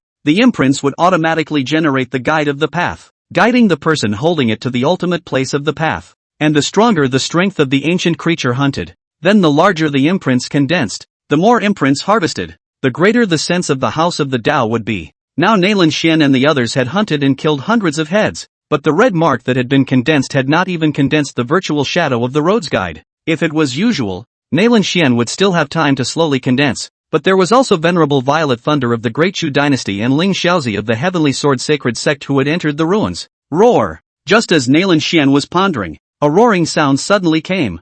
Nailan Xian's gaze quickly narrowed slightly before looking somewhere. The red seal in his hand also quickly erupted with a very terrifying light, followed by a red halo that quickly condensed out, pointing remotely towards the area of the endless sand sea. Without the slightest hesitation, Nailan Xian swept straight towards where the red halo was guiding him. Unexpectedly, in the end, before the road leader was actually condensed, this hissing sound actually directly caused the road leader to suddenly come out. So, the final place of the word is in that same direction. Although Nailan Xian didn't know why this change of events had suddenly occurred, there was no longer any time for him to think about it. Phew! As Nailan Xian moved, another sword aura rose up from the lava land, closely following Nailan Xian as he swept towards the location of the endless sand sea. Heavenly Sword Sacred Sect Ling Xiaozi. The other side, in the middle of an endless sea, Venerable Violet Thunder sat cross-legged on an island, and beside him, a small mountain of ancient creature corpses were similarly piled up. In Venerable Violet Thunder's hands, hundreds of blue seals emitted a glittering light.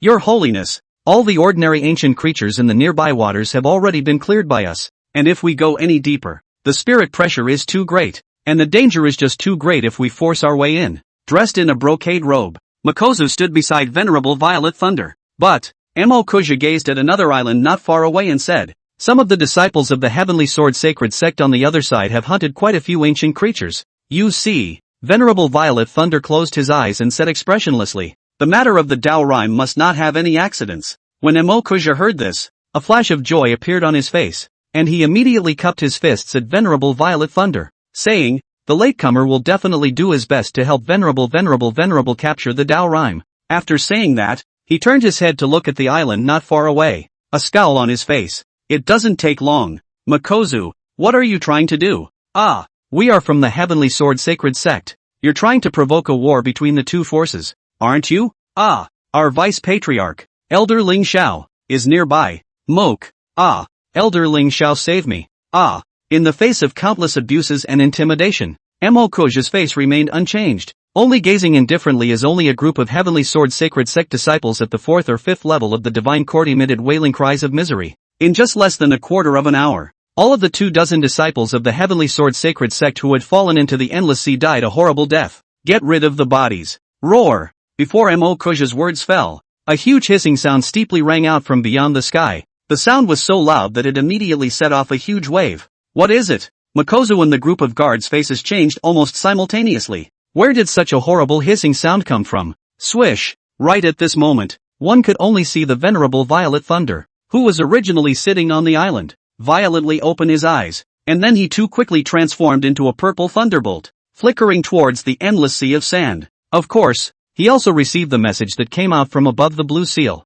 The House of the Way has opened. Let's quickly follow. The blue seal in Makozu's hand was also plundered from the disciples of the Heavenly Sword Sacred Sect, so naturally, he was also able to sense the appearance of the place of the Tao. Without any hesitation, he quickly adjusted his figure and followed Venerable Violet Thunder. We'll follow. The remaining Great Yen guards were also ready to activate their spiritual energy and quickly follow. Rumble. However, before they could activate their spiritual energy, They only saw the originally calm endless sea suddenly boil up like boiling water. Roar! Roar! Roar! Immediately afterward, an angry roar came out from beneath the ocean floor. A head of ancient creatures emitting terrifying pressure slowly poked out their heads from the sea. Their pupils were glowing with endless red aura, as if they wanted to kill all the people on the island. It's paleontology. It's the ancient creatures at the bottom of the sea. They were so irritated by the roar they just made that they came out from the bottom of the sea. My mother, each head has a strength close to the 7th level of the divine court.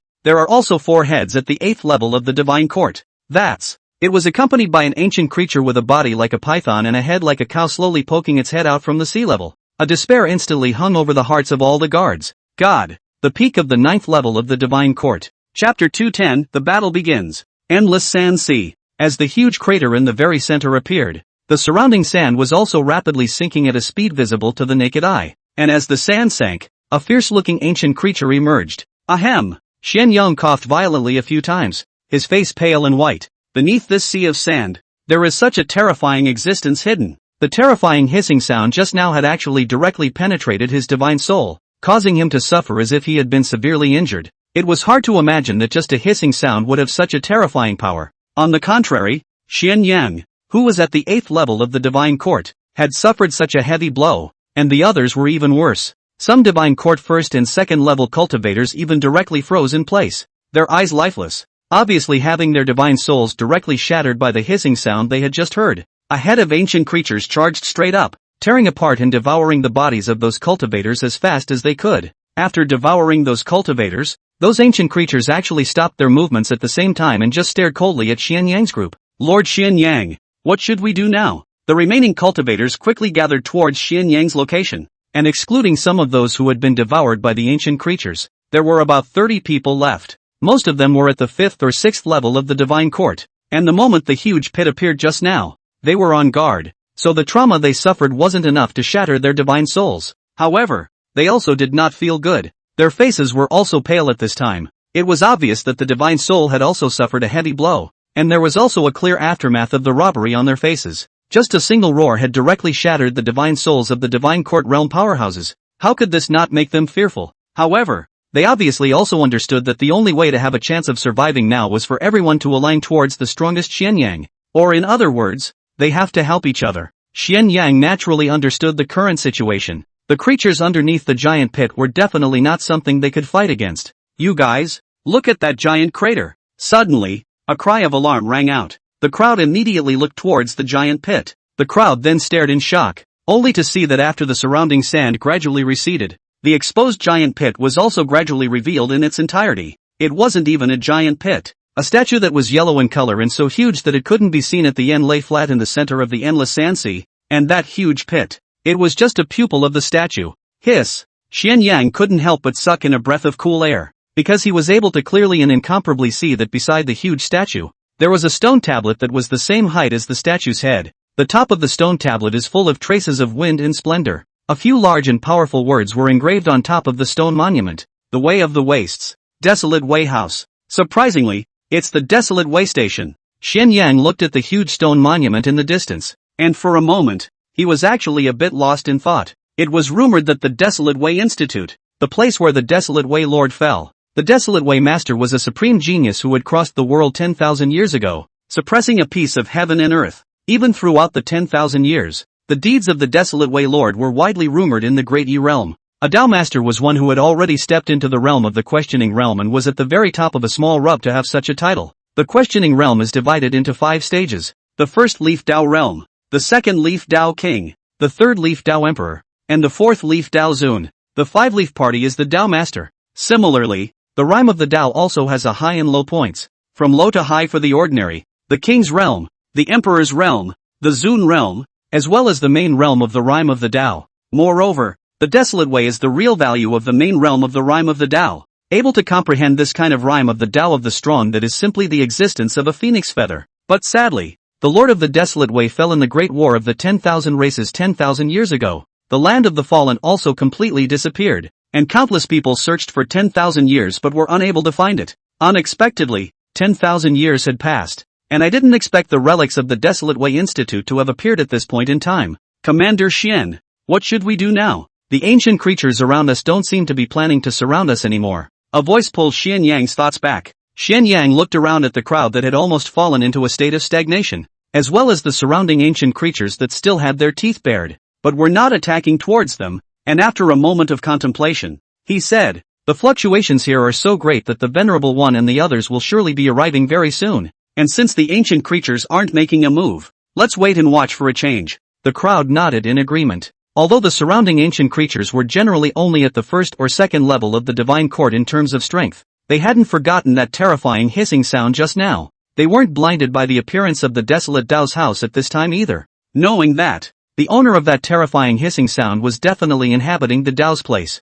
With their strength, if they rushed in rashly, they would definitely be looking for death this way. They hadn't waited too long before a deafening whistling sound came from the distance of the endless sand sea. Roar! In an instant, the originally calm ancient creatures around them suddenly became incomparably violent, and then rushed towards the direction from which the whistling sound came as if they were crazy. Rumble! At the same time, on the other side, terrifying thunderous sounds resounded continuously. Chapter 211, The Arrival of the Three. Rumble! In the middle of an endless sea of sand, countless ancient creatures scrambled towards the place where the thunder resounded and surged towards it, with that kind of momentum, seemingly wanting to crush the creatures that existed there into powder. The earth trembled, and the yellow sand in the sky completely covered the already dim sky. The crowd looked at the roiling ancient creatures that surged towards the sound of thunder, and everyone's breath couldn't help but be suppressed. It turned out that there were such a large number of ancient creatures around here. Rumble! Before they could let out a sigh of relief, a terrifying and incomparable spiritual pressure suddenly rose up not far away.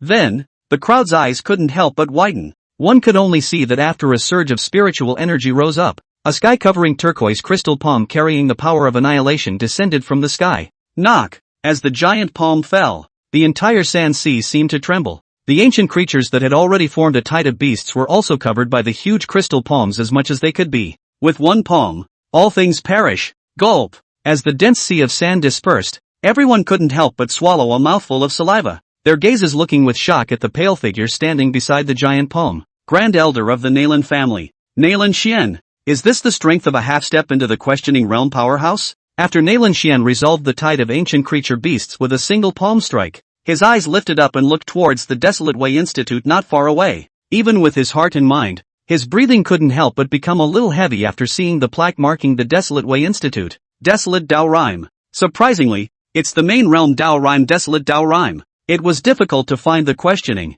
and the main realm Dao Rhyme that was even more difficult than reaching the sky. In the entire Great E realm, there were only a few people who had learned the 36 Dao rhythms of the Lord Realm, and every one of them was a renowned top powerhouse. Hoo. Exhaling deeply a few mouthfuls of turbid air, Nalan Xian pressed down his inner excitement and gazed out into the distance. Under his gaze, a purple thundercloud was also approaching from afar, and within a few breaths it also reached the front of the Desolate Way House. The thunderclouds dispersed, and the figures of Violet Thunder Venerable and Mo Koja were revealed. After Violet Thunder Exalt arrived, his gaze indifferently glanced at Nalan Xian before his attention was also focused on the Desolate Way. Phew! And when Venerable Violet Thunder arrived, a sword light also pierced through the clouds and appeared in a location not far from Nalan Xian and Venerable Violet Thunder. As soon as the sword light converged, the heavenly sword Sacred Sex Ling Xiao Sword Immortal also stood upright. Brother Nalan, Brother Zilei. As soon as Ling Xiaozi arrived on the scene, he smiled and clasped his fists remotely towards both Nalan Xian and Venerable Violet Thunder. The two of them, Nalan Xian and Violet Thunder Venerable One, nodded in response. The ones who appeared here were all here for the Desolate Way. They wouldn't put up any appearance like the Heavenly Sword Sacred Sect. Ling Xiaozi wasn't angry when he saw that the two didn't really want to talk to him. After he took a distant look at the stone monument standing on the sea of sand, he couldn't help but speak.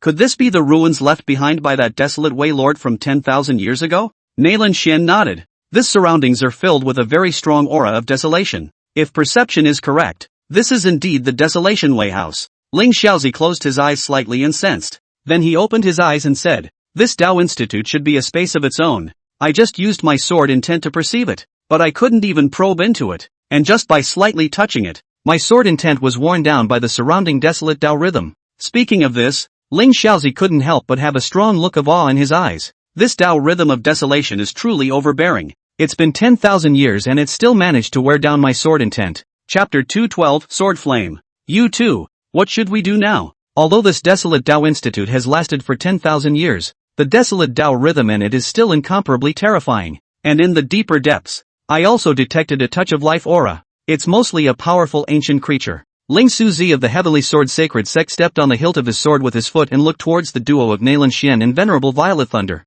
his face a bit gloomy. This desolate Tao rhyme is really overbearing. Even with their strength, if they accidentally messed with it, I am afraid that it will be troublesome. That ancient creature has been occupying the desolate way for an unknown number of years, and its strength should also have some specialties. I wonder if the two of you have any plans to cooperate? Moreover, in the middle of the Desolate Way Institute, there was an ancient creature that had survived for an unknown amount of time. If it was on a single fight, it was likely that all three would throw in the towel and bring the battle to a stalemate. On the contrary, if the three of them joined forces to get rid of that ancient creature first, the rest would be up to each of them. As soon as Ling Suzi's words fell, the two of them, Nalan Xian and Venerable Violet Thunder, also flickered up with essence in their eyes, obviously also pondering Ling Suzi's proposal. Venerable Violet Thunder was the first to reply. Nalan Xian on the other side also nodded slightly. The three of them had made a simultaneous effort to get rid of the ancient creatures, and had some reservations about their respective strengths. The rest of those ancient creatures will be left to the cultivators below to solve. The three of them nodded, and then their gazes were all directed above the not-too-distant Desolate Way. First, lure that ancient creature out. It's always in the middle of the Desolate Way house, and it's not in our favor to wrestle in there. As soon as Ling Shuzi finished speaking, Nalan Xian sensed it and said, there is a spatial barrier outside the Desolate Tao Institute, and if it were to be forcibly broken, it would most likely cause the Tao Institute taboos within it to open. There's no way to break through the barrier. Then there's no way to draw out the ancient creature. Not to mention that this barrier contains a trace of the Desolate Tao rhythm, and ordinary methods will be annihilated by the slightest contact with it. Nalan Xian frowned. Obviously, if one wanted to easily break through the spatial barrier, simply relying on brute force would not work. Although he himself practiced the water system technique, but breaking the barrier is still slightly lower. There was even less need to mention that Violet Thunder Venerable One cultivated the even more brutal Violet Thunder force. At this time, Ling Shuzi suddenly stepped forward and laughed. I do have a method to try. After Ling Shuzi finished speaking, his right hand pinched a legal seal in the void. Pust. In the next second, a wisp of flame that took on a greenish color appeared silently on his fingertips. The fireworks are only as thick as a small thumb, and they are also illusory, swaying left and right in the breeze, as if they will easily be blown out. However, when the green-colored flames had just appeared, Nalan Xian and Venerable Violet Thunder's pupils couldn't help but shrink slightly. Sword flame? At the bottom, when the cultivators saw the green-colored flames in Ling Shuzi's hands, they all couldn't help but stare at each other with wide eyes and cry out in horror. In mid-air, Nalan Xian stared at the sword flame in Ling Shuzi's hand for a moment as well, and then he still couldn't help but open his mouth. I didn't expect that Ling Shu Sword Immortal's perception of the Tao of the sword has already reached this realm. Ling Shuzi smiled faintly and said, this is all just the full support of the sect master and the sect elders for me. Having the support of the entire sect to be able to take this delicate little step. Nalan Xian, on the other hand, was unimpressed by what he heard. The influence brought about by this sword flame was far greater than he had imagined. On the other hand, Venerable Violet Thunder stealthily glanced at Mikozu, who was behind him, with his afterglow, not knowing what he was thinking. It's just a pity that General Divine Might doesn't know where he is. Otherwise, with the combined strength of the four of us, I'm afraid it would be a bit easier to take down this ancient creature. Ling Shuzi held the sword flame in his hand, and remotely aimed a stroke in the air at the Desolate Way. Pust, as if it was like a chain reaction, only to see that a piece of the space barrier that was originally wrapped around the outer layer of the Desolate Way was as if it had been cut open by scissors, suddenly tearing apart. At the location of the wound, a wisp of green-colored flame slowly pulsed, and as the green-colored flames pulsed, it was visible to the naked eye that the spatial barrier began to rapidly disintegrate away. Sword Flame, Chapter 213. The so-called Sword Flame was the rumored heartfire that was produced when sword intent was cultivated to a realm. Sword inflammation is also real and illusory. Between the real and the imaginary, can be invisible and tangible. According to the cultivator's heart method is different. The sword inflammation condensed also has many different effects, but it is undeniable that each kind of sword inflammation is incomparably overbearing. To put it simply, this sword flame can even be compared to some Tao rhythms, so it can be seen that it is not ordinary. It was no wonder that Nalan Xian and Venerable Violet Thunder reacted so dramatically when Ling Suzi offered the sword flames, and after seeing that the boundary on the periphery of the Desolate Way was easily burned away by the sword flames,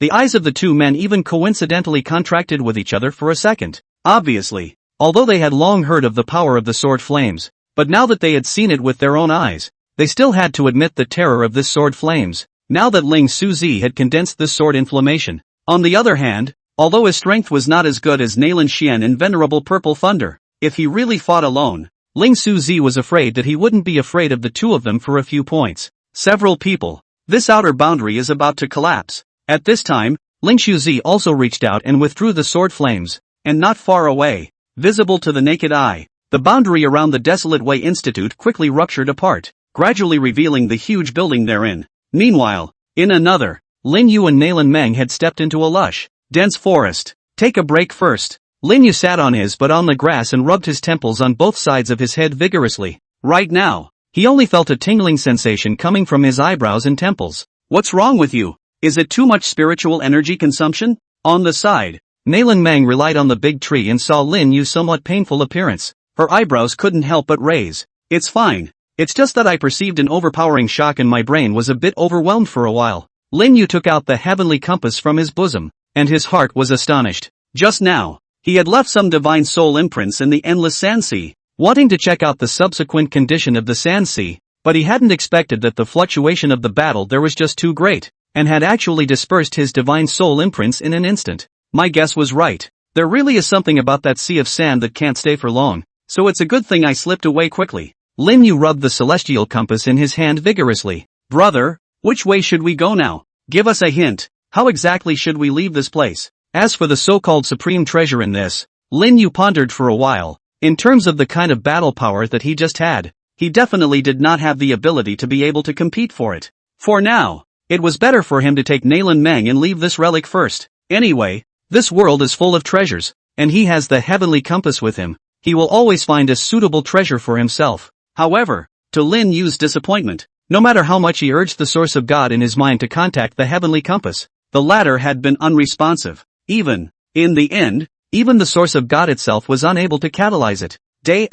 Mud's got bad contacts? Or did you get a fake? After several consecutive tests ended in failure, Lin Yu could finally only helplessly put the heavenly compass away. How's that? Did you find your way out? Nailan Meng leaned over at this time, her eyes looking at Lin Yu somewhat hopefully. The latter shook his head helplessly and said, "There is no response from the heavenly compass. It seems that we currently only have to find a safe place to wait for the exit of this relic to open first." Saying that, Lin Yu stood up, stretched his arms and said, "Since we can't get out at the moment, even though we can't go to the place over the sand sea, but it's hard to make a trip, so we can't go back without any success." Chapter 214 Three Families Strike. Puffing, in the endless sea of sand, with the dissipation of the outer boundary, the original appearance of the Desolate Way Institute was gradually revealed in front of everyone's eyes. Only a huge building stood on the statue's body as if it was blessed with heaven. Bright gold-colored rubble. Open-work gold-colored windows. One by one, they're all clearly visible. Vaguely, the crowd even saw an illusory divine beast silhouette jumping on the golden-colored rubble, swinging its body. In the end, the divine beast raised its head to look at the crowd, and eventually slowly dissipated again. The Way of the Wastes. Four large, powerful characters were engraved above the mountain peaks in a glittering manner. The boundary has been dispersed. Two of you, how about we make a move to lure out the sinful beasts inside first? With a move of Ling Suzi's right hand, a small sword that took on a greenish color appeared in his hand. The small green sword was about only 7 inches. The hilt position was made up of green vines, and the body of the sword was almost transparent, with only a few strands of green veins covering it. The two of them, Nailan Xian and Violet Thunder Venerable One, also nodded in succession. Both of them then both reached out almost simultaneously. A stone seal glowing with turquoise was held in Nailan Xian's hand. Above the stone seal, it seemed to be engraved with turquoise sea waves, submerging all the mountains, rivers and sea mountains, attracting people's fear. On the contrary, Venerable Purple Thunder, in his hand, he was already holding a warhammer that was glowing with purple thunder. In the purple warhammer, as if there were thousands of thunder roaring continuously, just listening to it for a moment, one could only feel his ears ringing and his body's flesh and blood shaking. When the three people in the hands of the magic weapon a sacrifice, visible to the naked eye, around the originally appears to be turbid spiritual energy is like being three invisible big hand crazy stir some, more and more chaotic up, and the spiritual energy in the three people's bodies swelled up more and more. Even the crowd below felt their breathing become a little unsmooth. It's the green vine sacred sword, the Bibbo stone seal and the purple thunder divine hammer. I didn't realize that the three of you had even sacrificed your own life magic weapons. Could it be that there is still some terrifying existence hidden in this desolate way? 3 genuine top-tier heavenly ranked magic weapons. Between heaven and earth, there are 4 orders of magic weapons: heaven, earth, Xian, and yellow, and each order is distinguished by 4 grades: lower, middle, upper, and top. Each and every magic weapon contains infinite power, and each and every one of the magic weapons that have reached the heavenly order is the treasure of the major powers, and as soon as they appear, they will be fought over by the major powers. This time to enter the Desolate Way Institute. As the 3 most top-notch great figures of the Tsangyang heaven, they are even directly sacrificing such a terrifying magic weapon. What kind of terrifying existence was there in this Tao Institute? Up, without waiting for more speculation from the crowd, only to see that Naylan Xian had already taken the lead. He only saw him urging his spiritual energy to sink into the stone seal in his hand, and as soon as the stone seal received the spiritual energy, the wave streaks on it began to surge rapidly, and behind Naylan Xian, one could only see a torrent of turquoise water that was entirely made of spiritual energy gradually forming. Naylan Xian lightly raised the stone seal, and the torrent behind him immediately carried a monstrous might towards a certain location in the middle of the Tao Institute and fiercely slapped it. What are they doing? Not far away, when the blood demon old ancestor and the others saw Naylan Xian making a direct move against the Desolate Way, their eyes couldn't help but widen. Could it be that Naylan Xian was trying to destroy the Desolate Way station? Roar! Before the crowd could react, a roar that was enough to tear the eardrums of the crowd abruptly roared out from the Desolate Way Institute. Immediately afterward, one could only see a tail that was 100 feet thick and thin pulling out from within the Tao Institute, then slapping directly on top of that blue wave torrent. Knock! The two collided. Roar! With a slightly painful hissing sound, only the scaled armor on that tail was seen to break in inches and directly crumble apart, and that turquoise water torrent was not in a hurry to suppress the tail underneath, the turquoise waves constantly sinking in, resulting in that ancient creature, no matter how much it struggled, to no avail. Obviously, in this collision, Naylan Xian was more skillful. However, on the contrary, Naylan Xian's face did not have any joy surging out of it. Instead, his brow position was slightly wrinkled. Apparently, the strike that he himself had catalyzed his magic weapon to deliver had only caused the sinister beast inside to suffer some light injuries. Look, you guys! Suddenly, the crowd's pupils shrunk hard. Chapter 215. Look, you guys! Suddenly, the pupils of all the people could not help but shrink hard. Only a puddle of dark green blood flowed out from the location where the ancient creature's scale armor had crumbled open, and immediately after a foul odor began to spread out to the surroundings. Barely. As soon as the dark green blood touched the turquoise torrent, there was a huge black smoke rising from the 2 contact locations. As visible to the naked eye, the turquoise torrent was rapidly melting away even as the black smoke rose. However, in just a few breaths, the original torrent that was 100 feet in size was actually directly ablated by nearly 1/3. Hiss! Seeing this scene, the pupils of all the people could not help but contract hard. Rumor has it that each drop of the torrent summoned by the aqua stone seal in Naylan Xian's hand was tens of thousands of pounds in weight. And this aqua wave torrent, which was almost going to cover the entire Desolate Way, surprisingly didn't have a single blow to crush that giant tail, not to mention that, but instead was corroded by the blood that the giant tail was spewing out. This sinful beast must have spent too much time in the Desolate Way, causing its body to be infiltrated by the Desolate Way rhyme as well. The blood contains the Desolate Way rhyme. The eyes of Naylan Xian's few people stared slightly. Their cultivation has touched a trace of the sense of the Tao. Each strike actually has a trace of the Tao mixed in. If it was ordinary blood with corrosive ability, it would be impossible to block and corrode his blue wave torrent. Obviously, because this ancient creature had stayed in the Tao Institute for a long time, its blood had also contained the desolate Tao rhythm. Seeing the blue wave torrent gradually being corroded away, Ling Shuzi and Venerable Purple Thunder no longer stood by and watched, and successively also urged their spiritual energy to sink into the magic weapon in their hands. Go! With a flick of Ling Shuzi's fingers, the green short sword in his hand turned into streams of light and swept towards the center of the battlefield, only to see a flash of vein-like lines on the top of the green short sword. It directly appeared at the position of the ancient creature's tail, followed by a distant chop of the green short sword. Swish! Next, a skyrocketing bloodlight spurted out. Roar! Accompanied by a mournful hissing sound, only a huge tail was seen directly rising up into the sky, and countless dark green blood gushed out as if it were a fountain. Congeal! Thunder! Before that blood could be sprayed out, only a turquoise flood instantly wrapped up and drowned all that blood. Not only that, a mass of thunderclouds converged from the dome of the sky and then landed a purple thunderbolt that struck the location where the ancient creature's tail was injured.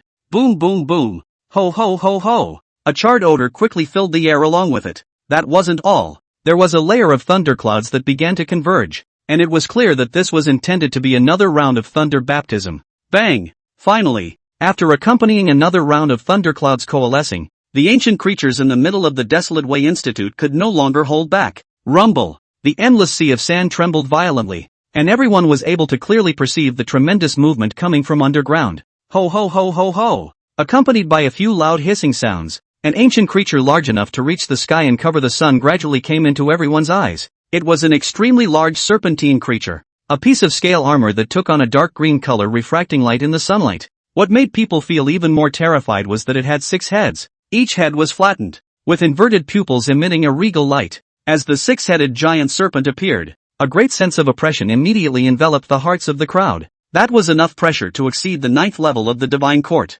At this moment, in the 12 inverted pupils of the giant snake, there was a clearly visible rage. His pupils looked straight at the several people of Nailan Xian floating in mid-air, and the snake's letters continued to gulp. At the location of the giant snake's tail, it was visible to the naked eye that it had been cut off hard, and strands of green veins continued to form vines, destroying the muscle tissue at the location of the giant snake's tail. Those vines seemed to have tremendous vitality, and whenever the giant snake's dark green blood covered them, the former, though quickly withering, managed to grow again each time. This stretch of pulling caused the giant snake's expression to be somewhat agonized as well. Obviously, the joint efforts of the 3 Nailan Xian people just now had inflicted a heavy blow on the giant snake. This sinful beast has been experiencing the nourishment of the Tao Rhyme for a long time, and although it is now at the peak of the 9th level of the divine court, the strength of its physical body is already far more than that, not to mention that there is also the desolate Tao Rhyme in its blood. And earlier, if it wasn't for the 3 of us striking out at the same time, it might have taken a bit of effort to seriously injure it.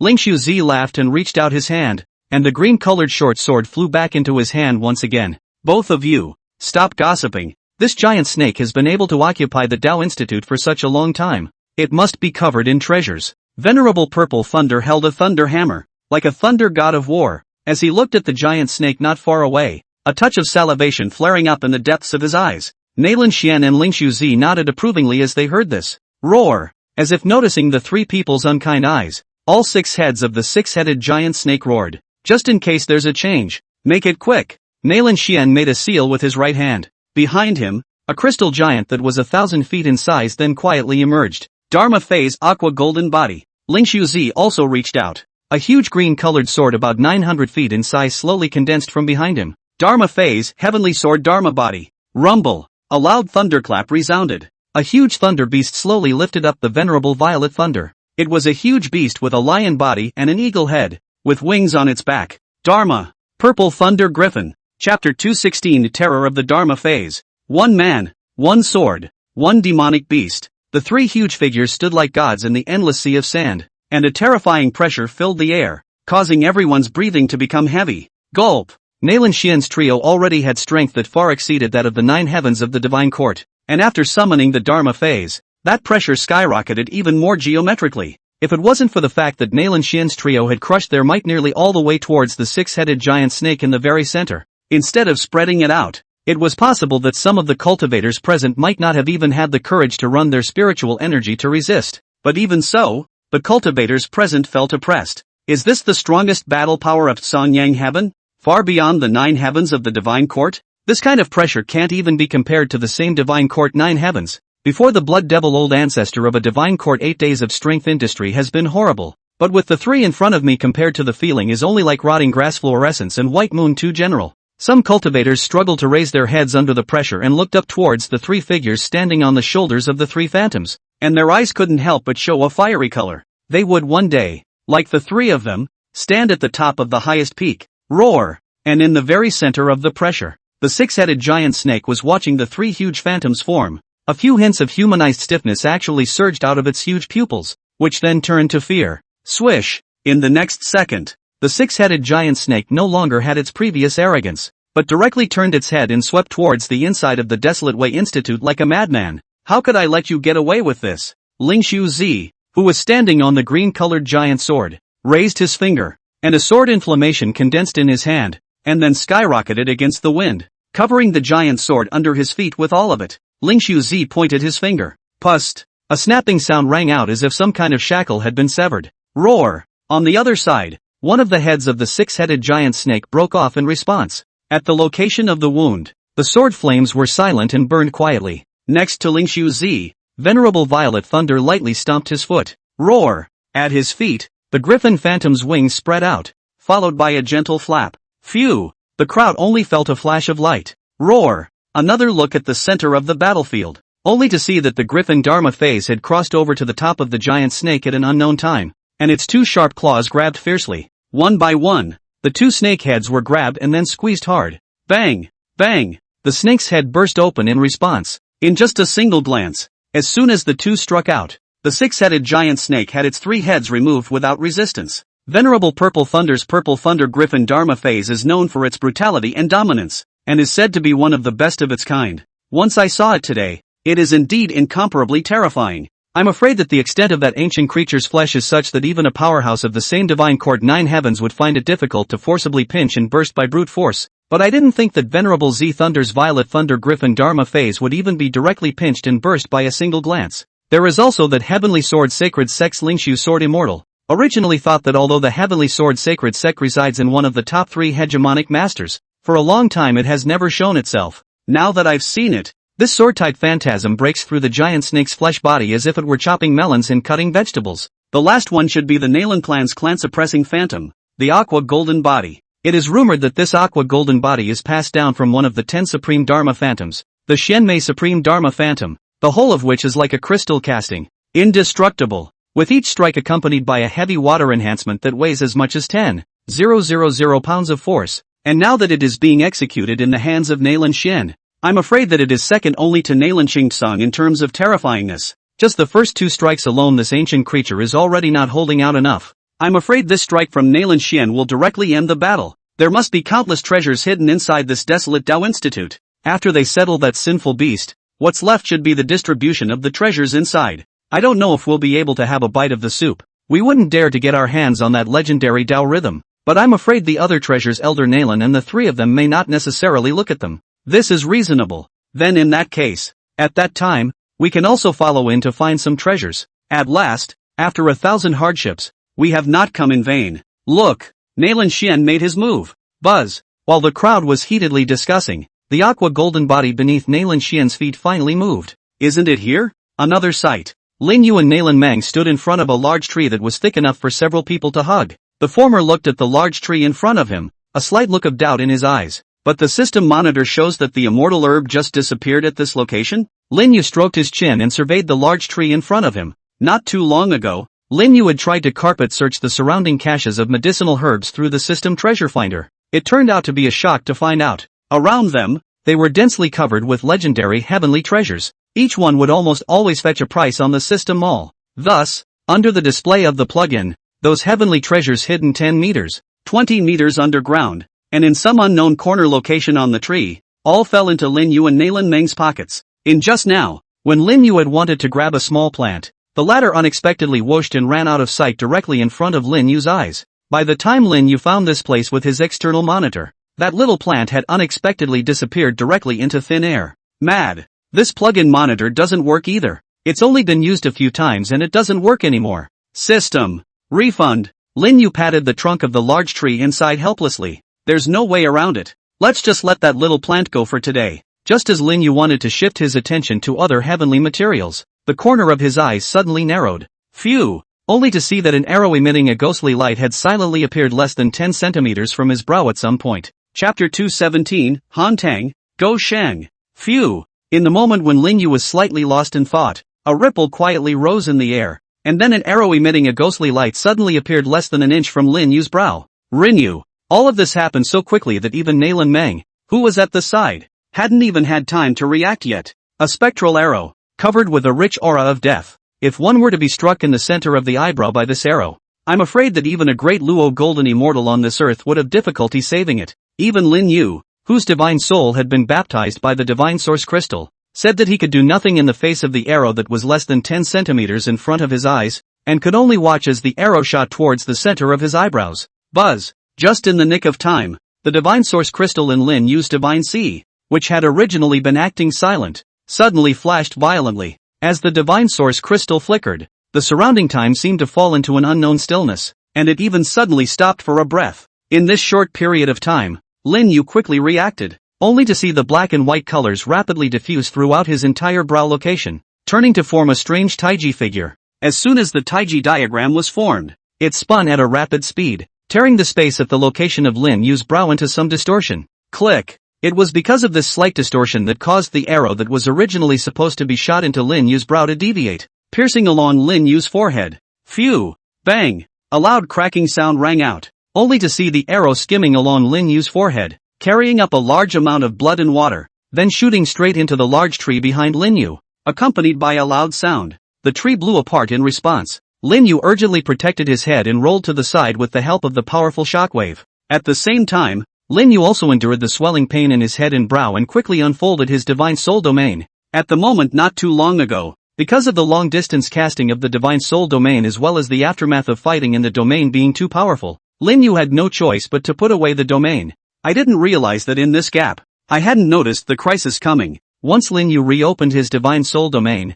all the surrounding scenery once again appeared in his mind. In a certain rocky location about 300 meters away from Lin Yu, a silhouette shrouded in black robes squatted on it, looking at the smoke rising not far away, the color of complacency surging out of his merely exposed eyes, as he stretched out one of his hands to cover a piece of jade pendant in his collar position. The target has already been dealt with. Just go over and pick up those elixirs directly. Don't worry, my arrows are very accurate and won't harm the elixirs. Note that there is a female cultivator next to him.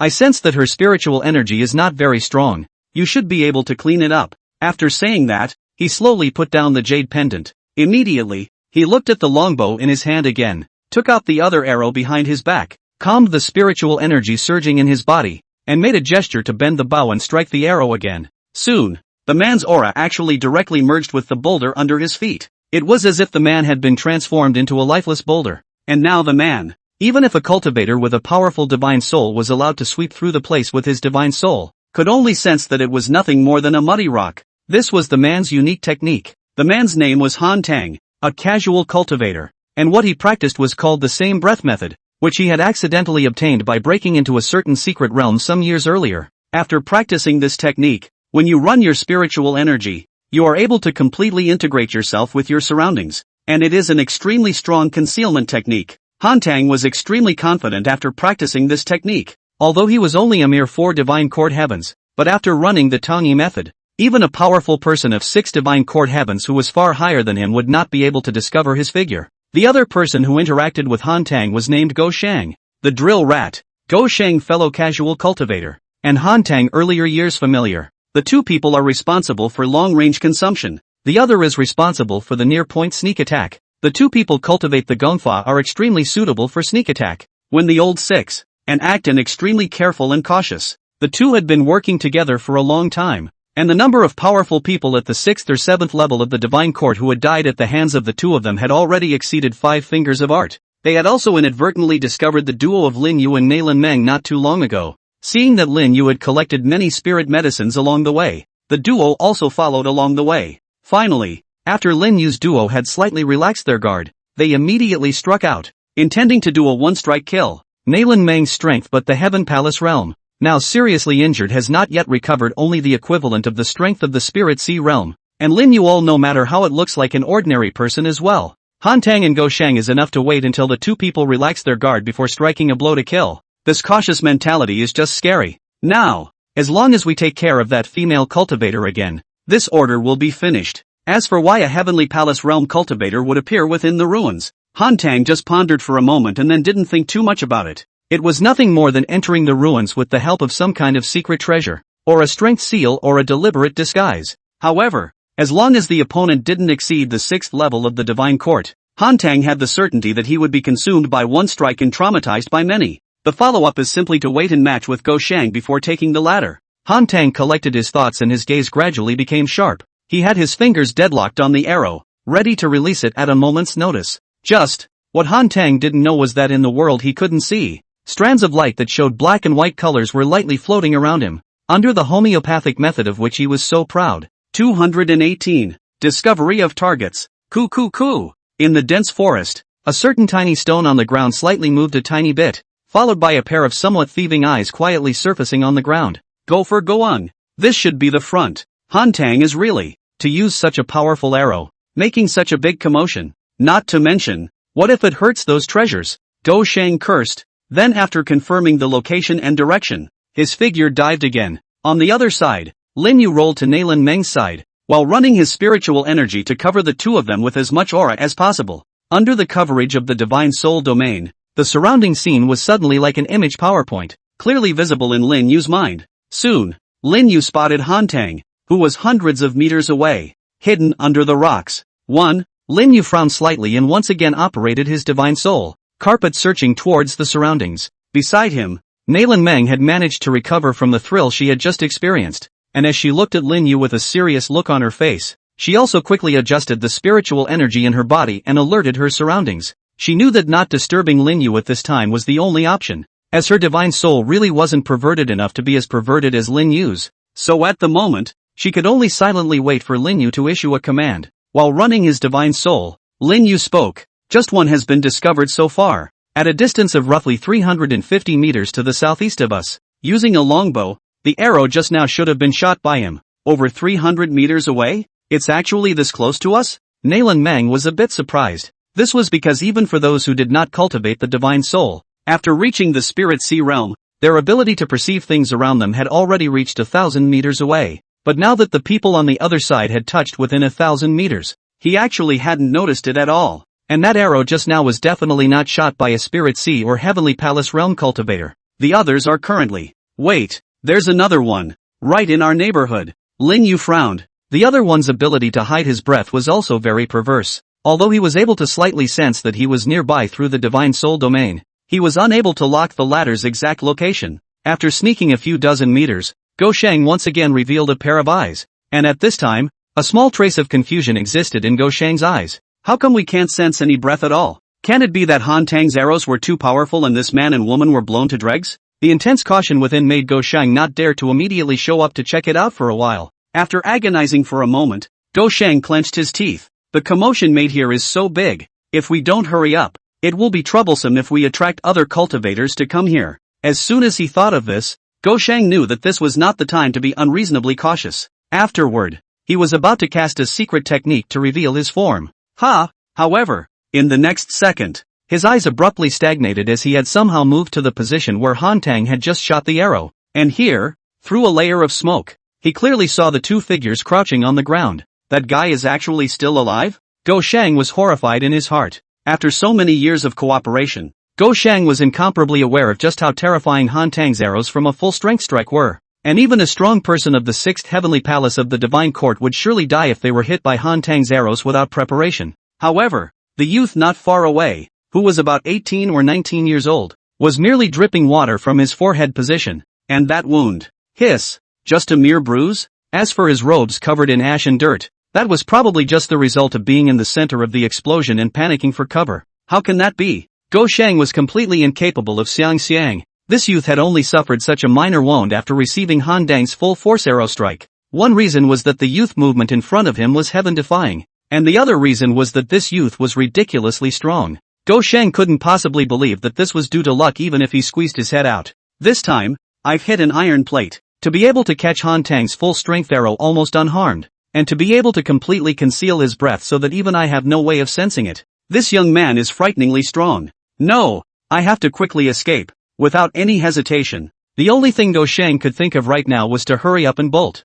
The youth in front of them was definitely not something they could handle. Go Sheng held a piece of the same jade pendant and carefully urged a trace of spiritual energy to sink into it. And just as Go Sheng was planning to leave, Lin Yu's divine soul domain also detected a hint of spiritual energy fluctuation coming from underground. Found him. Lin Yu's gaze lit up. Just now his divine soul domain had captured where another person's spiritual energy fluctuated. Although it was so faint that not even a strong person of the 8th Heavenly Hall of Divine Court could perceive it, Lin Yu did indeed perceive it. However, he didn't make a direct move, but instead transmitted his voice towards Nailin Meng. Found his location. Later the two of us will do it together. One of us will be responsible for attracting the attention of then archers in the distance. The other will take the opportunity to do it to take care of one first. In order to keep these two from cooperating, it was the safest way to settle one in advance. While Lin Yu was transmitting with Nailin Meng, he was also starting to look for props that he could use at the moment in the system mall. It was highly likely that these two right now were both as strong as Red Hyun in the Divine Court realm, although he himself had successfully awakened his spiritual power, and although his strength might have broken through to the Divine Court realm, it was still not too stable, and Nalan Meng had not reached the divine court realm. If they were to do it rashly, it was likely that they would react instead of succeeding in their sneak attack. So, make sure that everything is in order. At this time, ordinary magic treasures could no longer play much of a role, and now the only hope was to rely on the system. System, open the mall and search for props. Chapter 219, Magic Scroll. Take these. After searching through the system space for about a few seconds, Lin Yu had already determined the props he needed to use. Pretending to feel around in his arms, Lin Yu took out a stack of already folded parchment and stuffed it into Nalan Meng's hands. This thing needs multiple people to work together at the same time to exert better power. But there are only 2 of us, but we're barely able to catalyze it. Later we find the opportunity. After I throw a piece of parchment, you follow closely where I throw a piece of parchment in turn. Remember, don't mess up the order. Nalan Meng held the parchment in her hands. Listening to Lin Yu's explanation, a cloud of confusion. She couldn't help but touch the parchment in her hand curiously. You can't tell. The texture is pretty good. What's this? A spirit talisman? Although it was somewhat inappropriate, Nalan Meng still couldn't help but inquire out loud. It was only the first time she had ever seen a spirit talisman drawn on parchment, and it wasn't quite like a normal spirit talisman. A spirit talisman was a complex talisman, and some powerful spirit talisman masters were able to cause great power with a very small amount of spirit power by inscribing some formations on the talisman. Generally, spirit talismans were inscribed on various talismans, and almost all of them were inscribed with spirit pens, and very few of them used parchment, because the parchment is difficult to withstand the power of the charms on it and crumbles very easily. Not to mention that Nalan Meng didn't perceive a single fluctuation of spiritual energy on this parchment at all. This feels like it was painted on with a regular liquid of some kind. Spirit talisman? Hearing Nalan Meng's inquiry, Lin Yu couldn't help but stare. Spinning around, he explained, this is not the so-called spiritual talisman you speak of. This is a magic scroll. A magic scroll? Nalan Meng was also hearing this new term for the first time and expressed some bewilderment. Lin Yu knew that he wouldn't be able to explain it for a while and spoke. Just understand it as another kind of spirit talisman. When I tell you to do it later, you just throw it straight out. Don't hesitate. Just throw it out? Nalan Meng was a bit surprised. Even the most ordinary spirit talisman needed to be infused with spiritual energy to activate it. And surprisingly, the parchment in her hand didn't need to be infused with spiritual energy. Wouldn't that mean that Lin Yu might possess the ability to be able to draw spirit talismans without the need for spiritual energy in his hands? Although the power of this spirit talisman might be extremely weak. However, once this kind of thing was released, it was not hard to imagine that it would definitely cause shock throughout the Dai realm. Even those topmost spirit rune masters wouldn't be able to resist grabbing the secret method in Lin Yu's hands. However, Nalan Meng also knew that other people's secrets couldn't be easily spoken, and she only silently pressed the matter to the bottom of her heart, thinking that after resolving the matter in front of her, she would definitely advise Lin Yu to try to take out as little of this kind of spirit talisman as possible in the future. What? Withdrawal? Go mouse. Are you crazy? Do you realize what you're saying? With so many spirit medicines on him, don't you know how beneficial this is to us? In the distance, Han Tang sensed the message from Go Shang and the jade pendant and was also stunned, instantly thinking that Go Shang had gone crazy. That youth wasn't killed by one of your arrows, and was even only slightly bruised. This is an iron plate. What's the point of not withdrawing? Waiting for death? Go Shang almost laughed at Han Tang's anger. He then didn't hesitate to pass on the scene he had witnessed to Han Tang. Unharmed? Han Tang sniffed and immediately calmed down. He was also a person who could afford to take it easy, and it was impossible for him to intentionally go to his death when he knew that he was not an enemy. Then we withdraw. When he finished speaking, Han Tang's fingers that were tightly tensed around the Bao Hyun loosened slightly. Since that youth was so dangerous, it was indeed the best choice to evacuate now while he hadn't discovered the 2 of them. And in the distance, Lin Yu also happened to catch such a moment when Han Tang let his guard down. It's now. As soon as the words fell, Lin Yu himself quickly pinched a piece of parchment and threw it directly at the location where Go Shang was. Seeing this, Nalan Meng also subconsciously threw out a piece of parchment. Pust! At once, the 2 pieces of parchment flew out and spontaneously combusted in the air without wind. Go Shang, who was under the ground, also heard the movement behind him and subconsciously turned his head. Then he saw a scene that he would never forget, only to see the 2 pieces of parchment burning quickly into 2 balls of ash as they flew. But the remaining ashes didn't just fly around randomly like ordinary talismans after they were burned. Instead they floated in mid-air in a peculiar arrangement. Vaguely, in those ashes, a pattern emitting strange colors was converging. What's this? A spirit symbol? Go Shang was slightly stunned. In the next second, he couldn't help but change his face. This was because the location blocked by this spirit talisman was exactly where he was currently. No good. I've been discovered. Chapter 220 to Jez. No good. I've been discovered. Go Shang's anxious voice came from the jade pendant. Han Tang, who had just relaxed his guard, didn't hesitate and bent his bow again, making a gesture to give Go Shang some cover. However, his fingers had just rested on the longbow when the two spirit talismans not far away had already begun to operate. Pust, only to see that between the two spirit talismans burning, there was actually a circular pattern that Han Tang and Go Shang couldn't understand at all that surfaced, and those patterns kept flickering, gradually forming a huge formation. Holy, a spiritual talisman contains a formation? Seeing this scene, Go Shang's eyes almost glazed over. The so-called spirit talisman master is to use special means in the spirit talisman above the inscription if some can strengthen the power of the spirit power lines, but can be a large array of hard placed in a paper-sized spirit talisman. Such attainments, even if it is a legend of the heavenly spirit talisman masters, cannot do. Without waiting for Go Shang to continue to think more,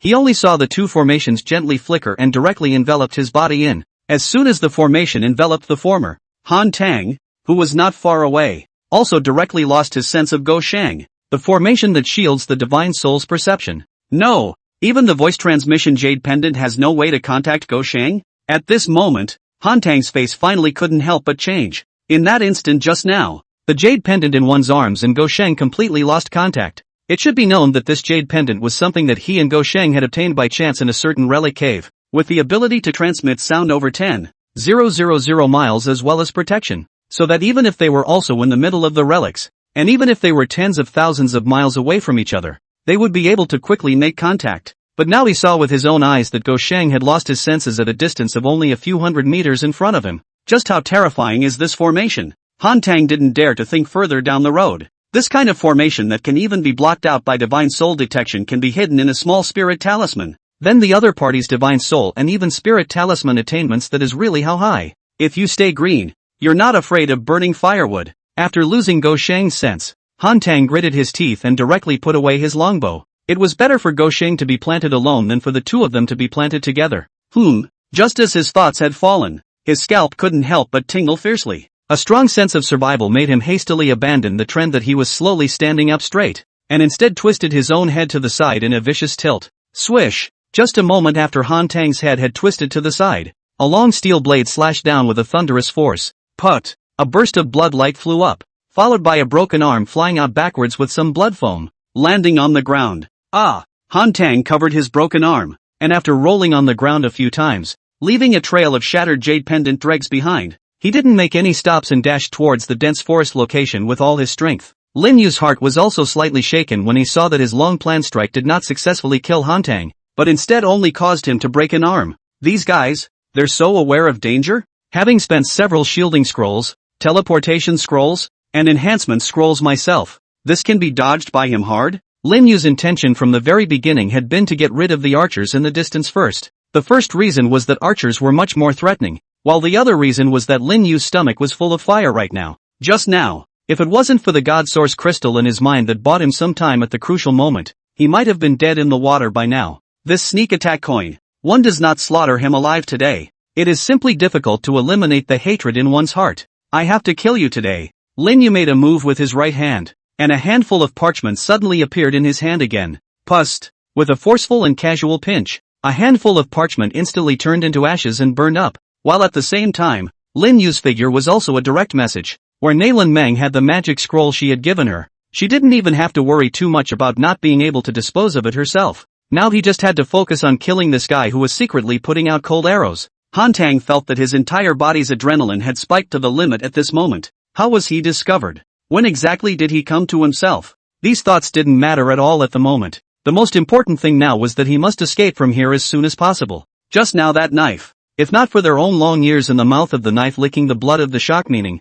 may now have the head moved, and just now the power of the knife. It definitely far exceeded the strength of the divine quartz eighth heaven. In just a single glance, the sound transmission jade pendant on his own body completely shattered into crumbs. It's horrible, horrible, horrible. Han Tang now has only one thought, that is to hurry to escape. As for the follow-up revenge and so on, he simply did not dare to think in that direction. That youth was definitely not something he could deal with. He's not catching up anymore? It seems that my close breath technique worked. Just now, it should have been a moment of inattentional laxity that led to his discovery of his figure. It seemed that he hadn't sensed the spiritual power fluctuations coming from behind him, and Han Tang couldn't help but let out a sigh of relief in his heart. This one was a real mess, but the good news is that a life was saved. Wipe your ass, die for me. But without waiting for Han Tang's breath to completely loosen up, a long knife had appeared right in front of him at an unknown time, and then without hesitation slashed down along its head. Chapter 221, Departure. Phew! A loud whistling sound resounded in Han Tang's ears.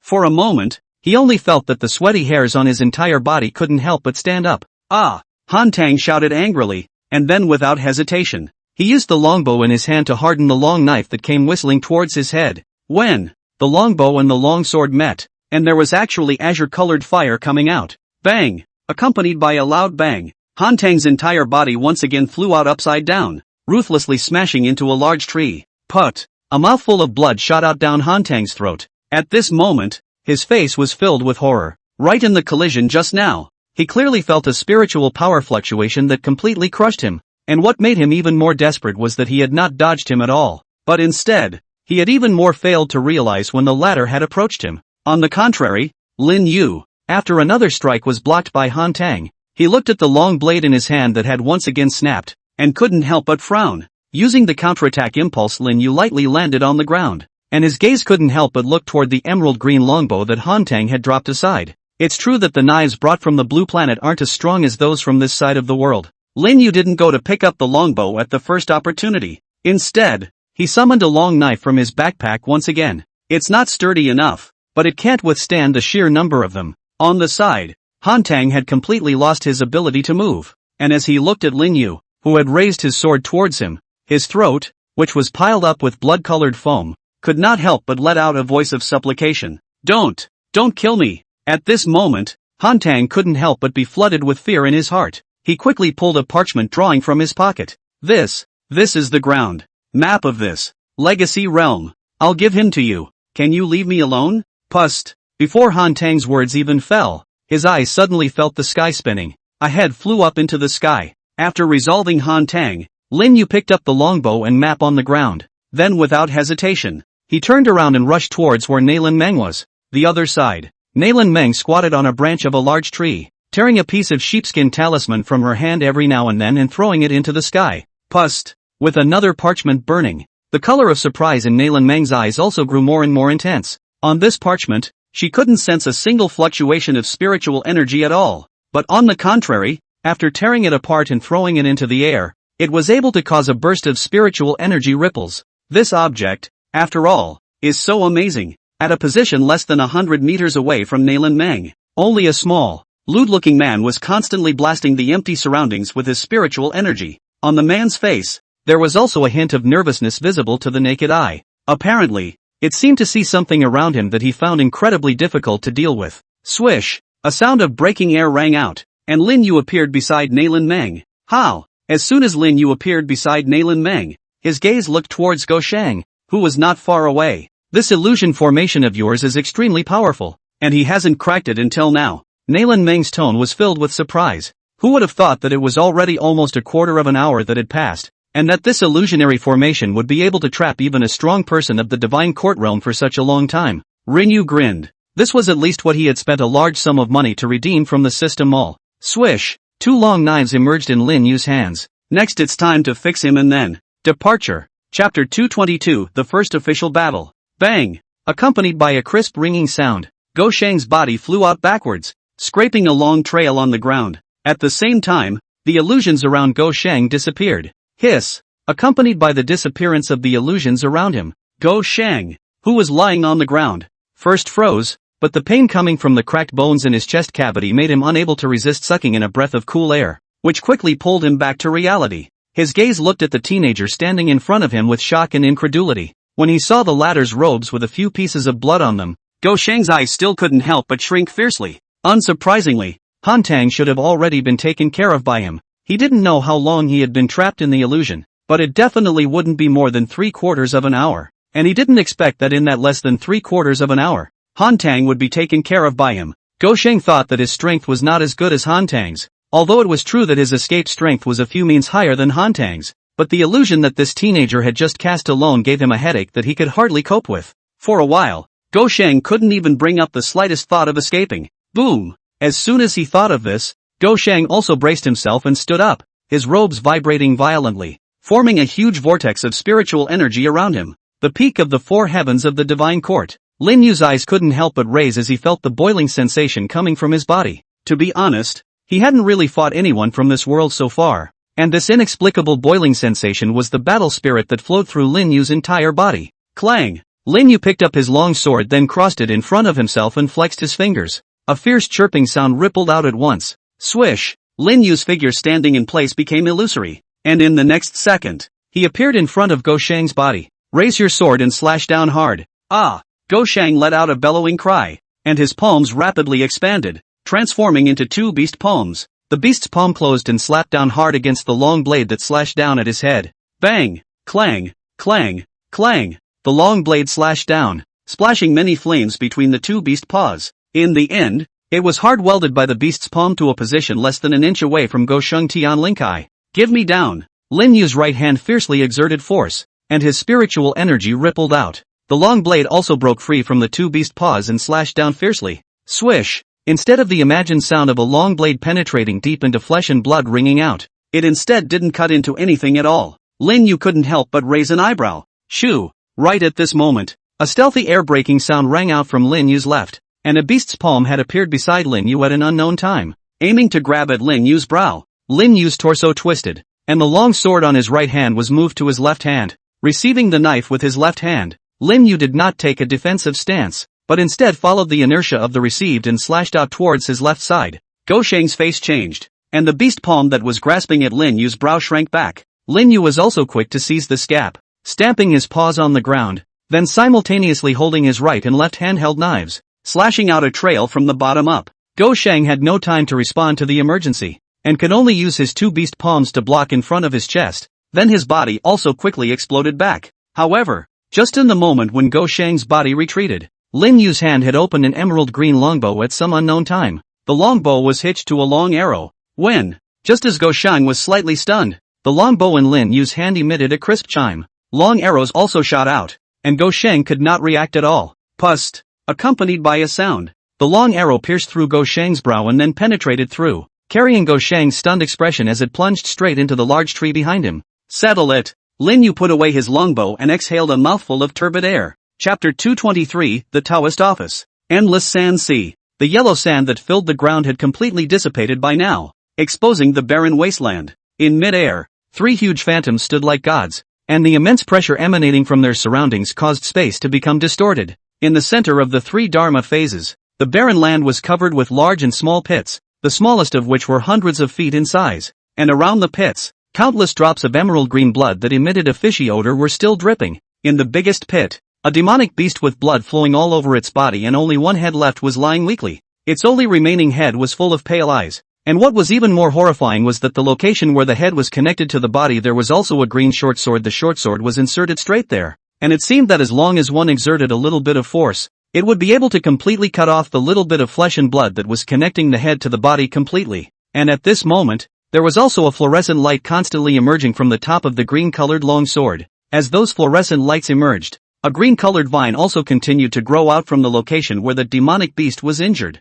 The life force of this sinful animal is really tenacious. Ling Suzi maneuvered his green short sword and looked at the still struggling demonic beasts below. A few drops of fine sweat actually surfaced on his pale forehead. Unexpectedly, the three of them joined forces together, but they actually made this demonic beast last for so long. This sinful beast is already at the end of its strength. Settle it as soon as possible. Then we will enter this desolate Dao to seize the inheritance on our own. With a wave of Nalin Xian's hand, the huge phantom suspended in midair also raised the huge jade seal in his hand, which had already expanded countless times, and fiercely pressed downward. Pust! As the final blow fell, the ancient creature that had survived for an unknown amount of time in the desolate way was suddenly like a cracked walnut, completely disintegrating. Shoo! Nalin Xian reached out his hand and the huge jade seal gradually shrunk and was finally reincorporated into his bag, while the Dharma phase behind him also gradually dissipated. After doing so, without any hesitation, Nalin Xian's figure instantly turned into a stream of light and rushed into the Desolate Way Institute. Let's go too! Seeing this, Venerable Purple Thunder grabbed Mo Komeng beside him and also swept out as a purple thunderbolt. Only after Venerable Purple Thunder had left did Ling Xiuzi silently retrieve his cyan shortsword as he looked at the purple thunder that had gradually moved away and gazed at Imo Komeng through it. Afterward, he thoughtfully flicked off a token that had been hidden between his sleeves, glanced at the demonic beast corpse lying on the ground, and then also turned into a stream of light and rushed into the middle of the Desolate Way Institute. They've already gone in. Let's hurry up and get a grip too. After just observing a battle for the ages, the remaining group of divine court powerhouses looked at the Desolate Way Institute not far away, and their gazes were also fiery. The Desolate Way Lord. That was a powerful existence that had broken across the ages tens of thousands of years ago, and even now, his mighty name still circulated throughout the entire Great E realm. This Tao of Desolation had been opened for the first time so far, and the opportunities contained therein, even thinking about it, was enough to make anyone's heart pound. Go! With this in mind, these people no longer lingered and waited. All of them operated their spiritual energy, then surged towards the Desolate Way like locusts. With thousands of people, in just a few breaths, the endless sea of sand was completely empty, leaving only a huge headless demonic beast corpse in its place. About half a quarter of an hour later, a figure whose entire body was shrouded in black robes suddenly and silently appeared in the endless sea of sand. He slowly walked towards the headless demonic beast's corpse. Although he walked slowly, yet every step seemed to cross space, and in just a few steps, he appeared beside the demonic beast's corpse. It's really tyrannical. This kind of demonic beast carcass doesn't even have a single person looking at it. What came from underneath the black robe was a piercing voice, resembling a man or a woman, which seemed incomparably ghostly, only to see him slowly extend his palm from his sleeve robe before touching on top of the demonic beast's corpse. Shoo! Visible to the naked eye, one could only see that the palm of that hand slowly cracked from the center, and a drop of blood containing an inexplicable aura was also quietly integrated into the demonic beast's corpse. Jia jia jia. This is going to be a good show. The black-robed figure then let out a teasing laugh, and with a clear wind, disappeared into thin air. Silence fell around them again, as if nothing had happened. Not long after the black-robed figure disappeared, a robust figure also suddenly flashed into the endless sea of sand from afar. General of Divine Might, Wang Ziqiu. There's that odor again. Wang Ziqiu's nose twitched a few times, and he couldn't help but frown tightly. He glanced at the deserted way station not far away, then changed direction and chased after the scent in the direction it had disappeared. Chapter 224 Untitled. After Wang Ziqiu's figure also dissipated, the endless sand sea also became completely silent. The large demonic beast's corpse was lying in the middle of a deep pit, and at some point, at the position located at the demonic beast's heart, it shook a little bit that was visible to the naked eye. In the middle of the dense forest, in the middle of a tree hole formed by a certain large tree, Lin Yu deeply exhaled a mouthful of turbid air and exchanged a glance with Nailin Meng beside him, and then both of them couldn't help but reveal a smile. Well, Lin Yu shook his arm and inquired towards Nailin Meng. Half an hour ago, after settling Go Shang, he and Nailin Meng rolled over with a bunch of elixirs and found this tree cave. After setting up some illusionary formations at the entrance of the cave, the two of them each rested with the help of spirit medicines. With the addition of a few elixirs, the injuries on my body have finished recovering, and I even feel that my cultivation has refined a few points more. Nailin Meng had a sweet smile on her cheeks. She herself is the cultivation of the Heavenly Palace realm. After the injury, a strength fell below the Heavenly Palace realm, and now after the break, some elders in the clan even predicted a long time ago. With her talent, before the age of 20, there is a chance to impact that the realm of the Divine Court. I just didn't expect it to be so soon. This kind of talent was almost on the verge of catching up with the demon of the Great Chu dynasty that the elders of the clan used to talk about back then. The crown prince of the Great Chu dynasty, Makoksha. Even Nailin Meng was a bit depressed when she thought of Makozu. At birth, he was blessed with great fortune, entering the Heavenly Palace at the age of 10, immersing himself for 10 years, breaking through the 9th level of the Divine Court in one fell swoop, and stepping into the half-step questioning realm. This kind of demonic talent, even if it was placed in the entire 9 heavens of the Great E realm, it was a phoenix-like existence. It was almost comparable to the Saint Sun-level characters of those great holy lands in the central hub heaven. However, very soon, the hint of depressed pride in Nailin Meng's heart suddenly dissipated, and she looked at Lin Yu, who was standing in front of him with a leathery smile on his face, and for a while, her heart was a little depressed again. What are you depressed about? If we are talking about talent, the person in front of us is not too terrified compared to Makoksha. How old was this? To be able to kill a Divine Court realm powerhouse head-on. If Nailin Meng hadn't been with Lin Yu all this time, she would have suspected that the two of them being held hostage by Red Dazzle of the Blood Killing Hall at the very beginning was all an act by Lin Yu. Body feels good. Lin Yu stretched his body, and nowadays, he had thoroughly adapted to the spiritual energy of this world. If we were to talk about overall strength, one should currently be around the 6th heavenly layer of the divine court. Now let me try to see how running my spiritual energy into the divine source crystal will react. Previously, no matter how one tried to awaken the God source crystal by linking their divine souls, the latter did not respond in any way. Now that he now had completely possessed spiritual power himself, he now wanted to try to see if he could make the divine source crystal move by means of the spiritual power that he was urging. Thinking of this, Lin Yu took a deep breath, then sat on the ground with his knees crossed. Naylan Meng, who was on the side, saw this and his eyes were filled with curiosity, but he didn't ask Lin Yu about it. Instead, he touched the few parchment scrolls that were still left from just now from his sleeve and then tore one of them. Buzz! The phantom formation was formed. I don't know if this method of catalyzing spiritual energy works. Lin Yu pressed down his mind, and then ran the spiritual energy in his body to converge towards his brain little by little. This method actually has a great risk, because the spiritual power is very violent,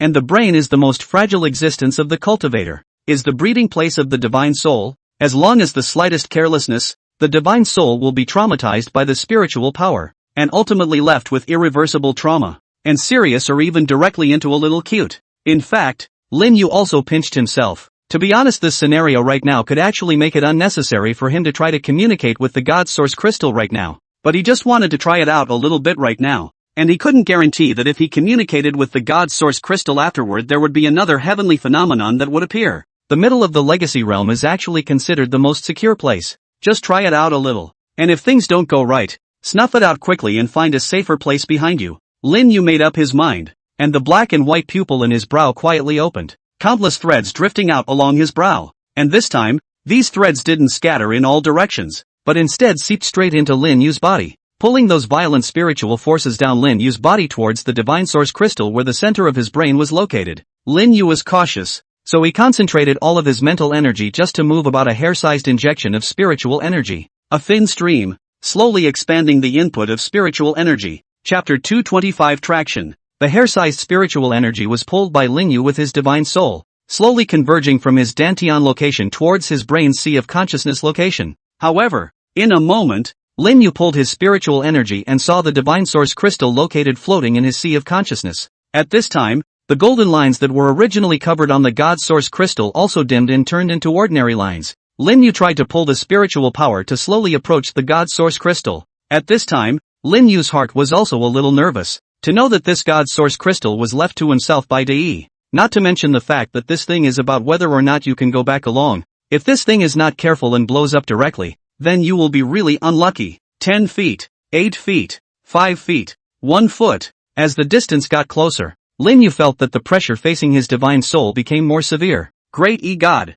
bless me. Finally, Lin Yu clenched his teeth and directly loosened the trace of spiritual energy in his hand, allowing it to float above the divine source crystal. Pust! Without any obstruction, the silk of spiritual energy just approached the divine source crystal and ran straight into the interior of the divine source crystal. After waiting for half a day, Lin Yu realized that the divine source crystal didn't react half-heartedly. Sure enough, it didn't blow up. Since it can be absorbed, it proves itself correct. After verifying his suspicions, Lin Yu intended to let go. The mind shook and pulled a thumb-sized amount of spiritual energy towards the sea of consciousness. Little by little, he had to try the maximum threshold of spiritual energy he could pull, and continuously charge the rechargeable treasure while ensuring absolute safety. So, the spiritual energy that Lin Yu pulled gradually increased from the size of a hairline to the thickness of a thumb, the thickness of a water pipe. Eventually, it formed an arm-sized torrent of spiritual energy rushing into the interior of the divine source crystal. Get some reaction, big brother.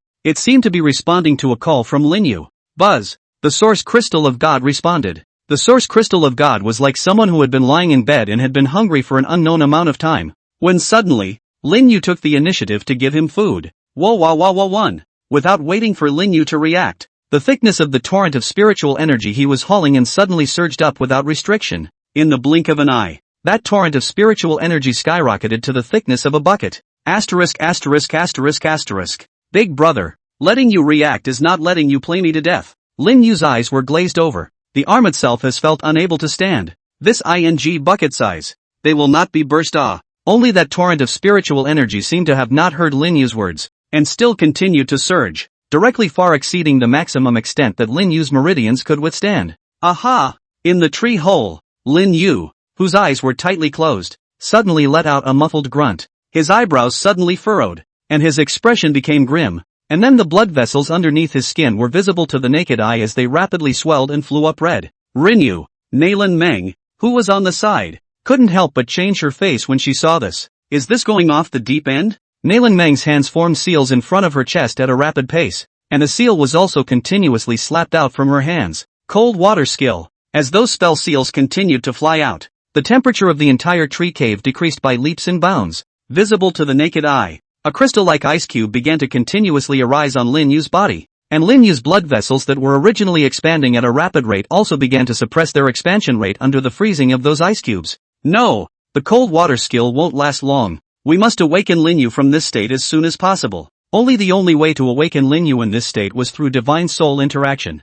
Nalan Meng clenched her teeth, and then she also sat down on her knees, her beautiful eyes tightly closed. Swish! A blue crystal light flickered, and an illusory villain whose entire body took on the shape of a blue crystal, close to transparent, sprang out from Nalan Meng's brow. The divine soul condensed by the heavenly palace realm was fragile and could not even support the divine soul leaving the body. After stepping into the divine court realm, the divine soul would gain a certain amount of enhancement, but it would not be able to detach the divine soul from the physical body for a long period of time. Not to mention someone like Nalan Meng who had stepped into the divine court realm and could only be considered a first-time entrant, who hadn't even forged a divine platform. Sure enough, Nalan Meng's divine soul appeared to be very illusory, even close to transparent, and there was only a general outline, and the details of the face could only barely be seen as having a Nalan Meng outline. Nalan Meng's divine soul villain twisted and turned a few times in mid-air, then swept straight towards Lin Yu's brow location. While one, seemingly sensing that there were other divine souls trying to squeeze into his domain, the Taiji pupil located at the center of Lin Yu's eyebrow rotated, blocking Nalan Meng's divine soul out hard. Rinyu. When Nalan Meng saw this, her face couldn't help but change dramatically. She had seen the power of Lin Yu's divine soul, and her own weak divine soul would not necessarily be able to attack this powerful divine soul's defenses even if she fought until her soul fell apart. After a lot of trouble, Nalan Meng could only let the divine soul return inside her body. Cold water skill. Unable to help Lin Yu from the inside, Nalan Meng could only push her spiritual power with all her might to suppress the restless spiritual power in Lin Yu's body. Chapter 226 System Update. ********. How long is this going to take to charge? Lin Yu's divine soul was a bit dull. In order to better pull the torrent of spiritual energy, his own divine soul was overly consumed. This torrent of spiritual energy was just too huge. This had just passed through less than 10 minutes. His own meridians were already full of destruction. If he hadn't sensed that Nalan Meng had been suppressing the expansion of spiritual energy in his body outside, it was possible that the meridians of his entire body had been squeezed and exploded with spiritual energy by now. The majestic flood of spiritual energy had been being absorbed by the divine source crystal, and Lin Yu felt like the spiritual energy in his body was about to dry up. One must know that the spiritual energy within the divine court realm was sufficient to fill a lake. Lin Yu noticed that all of his spiritual energy, which was comparable to a lake, had been poured into the divine source crystal, but it hadn't even lit up a single pattern on it. One must know that this divine source crystal was covered with dense patterns. To light up all of these lines, just how huge a spiritual energy was needed. Brother, any more sucking and I'll be a real. The inside of his body was already starting to alarm Lin Yu. If this trend continued, he would definitely be completely sucked dry by this divine source crystal. Although Lin Yu was unable to control his body at the time, his divine soul was still able to see the outside world. Nalan Meng was also in a shaky situation now. She had just stepped into the divine court realm and her realm was not yet fully stabilized. If she consumed too much of her spiritual energy like this,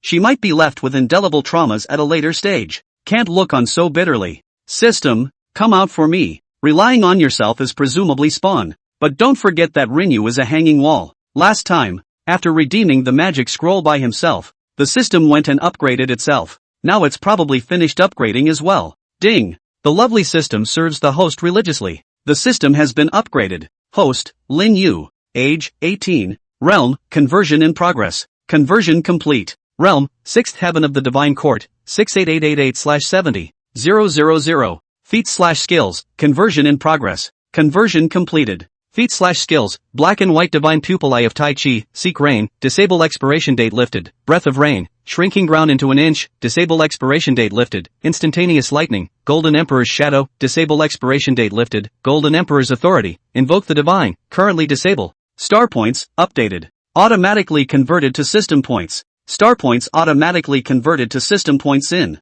System points, 6888888/10, 000.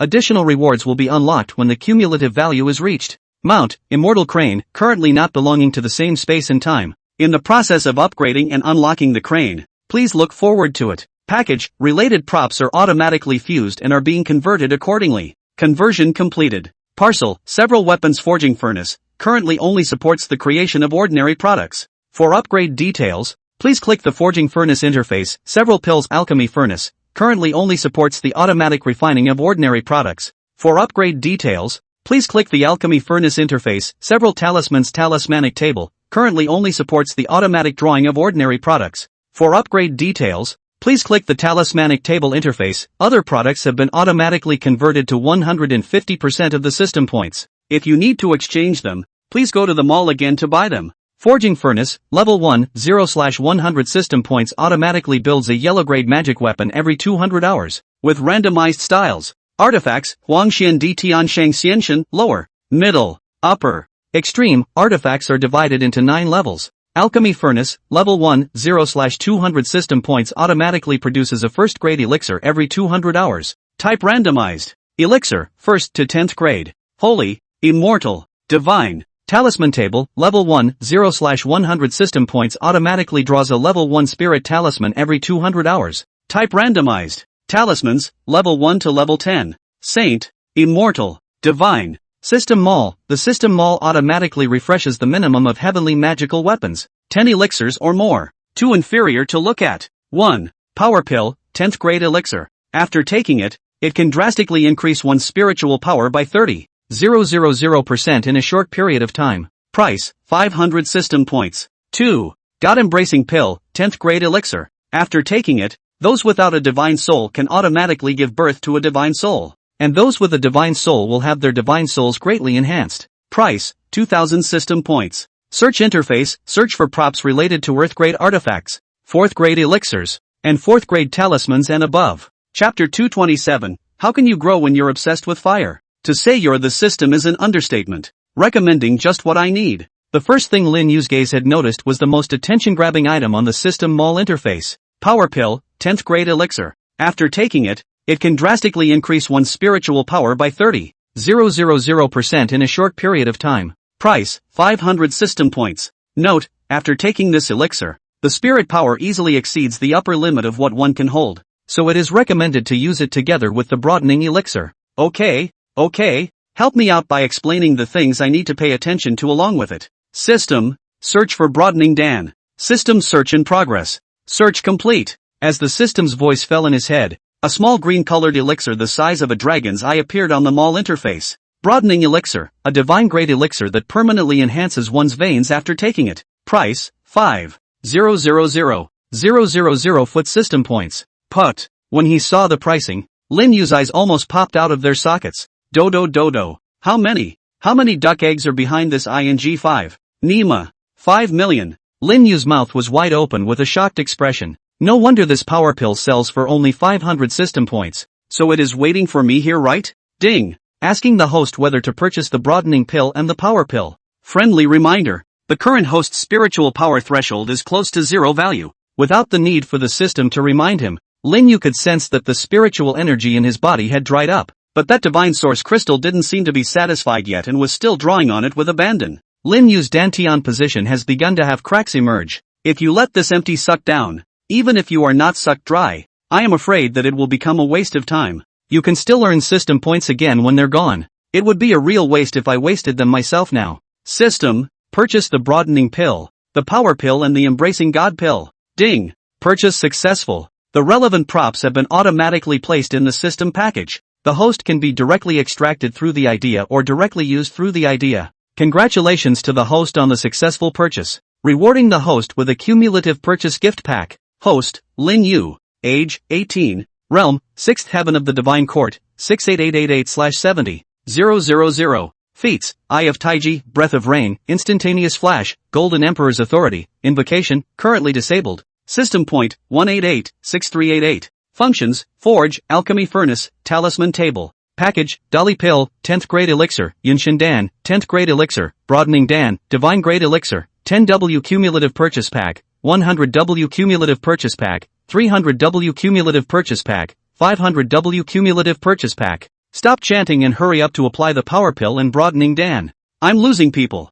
Ding. Successful use. As the system's words fell, Lin Yu immediately felt a stream of medicinal liquid like a clear spring flowing down his throat and into his dantian. Next moment, the location of the dantian, which had been completely dried up and even cracked, was like a spring had been born out of thin air, bubbling outwards with spiritual energy. At the same time, Lin Yu could sense that there was an invisible force surging along his meridians towards his entire body, and as that invisible force passed through, his meridians, which had originally felt extremely swollen and painful, instantly became several points thicker. That's not all. Those meridians were expanded by an invisible force, then compressed again, remodeled, compressed again, remodeled. That's right, Lin Yu's meridians were experiencing a new birth at this very moment. Lin Yu was like a spectator at this moment, admiring the earth-shattering changes taking place within his body, and along with the countless spiritual energy spewing desperately towards Lin Yu's dantian location, the divine source crystal seemed to have sensed it at the same time.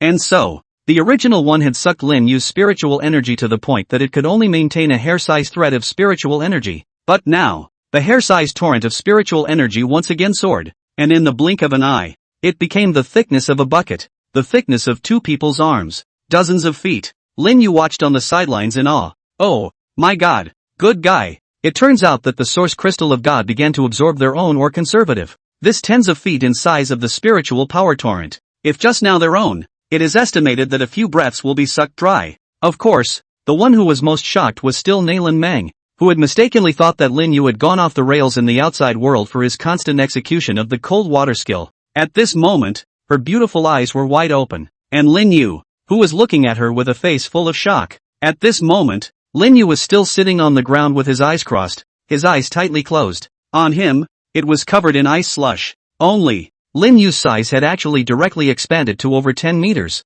Nalan Mengrun looked dumbfounded.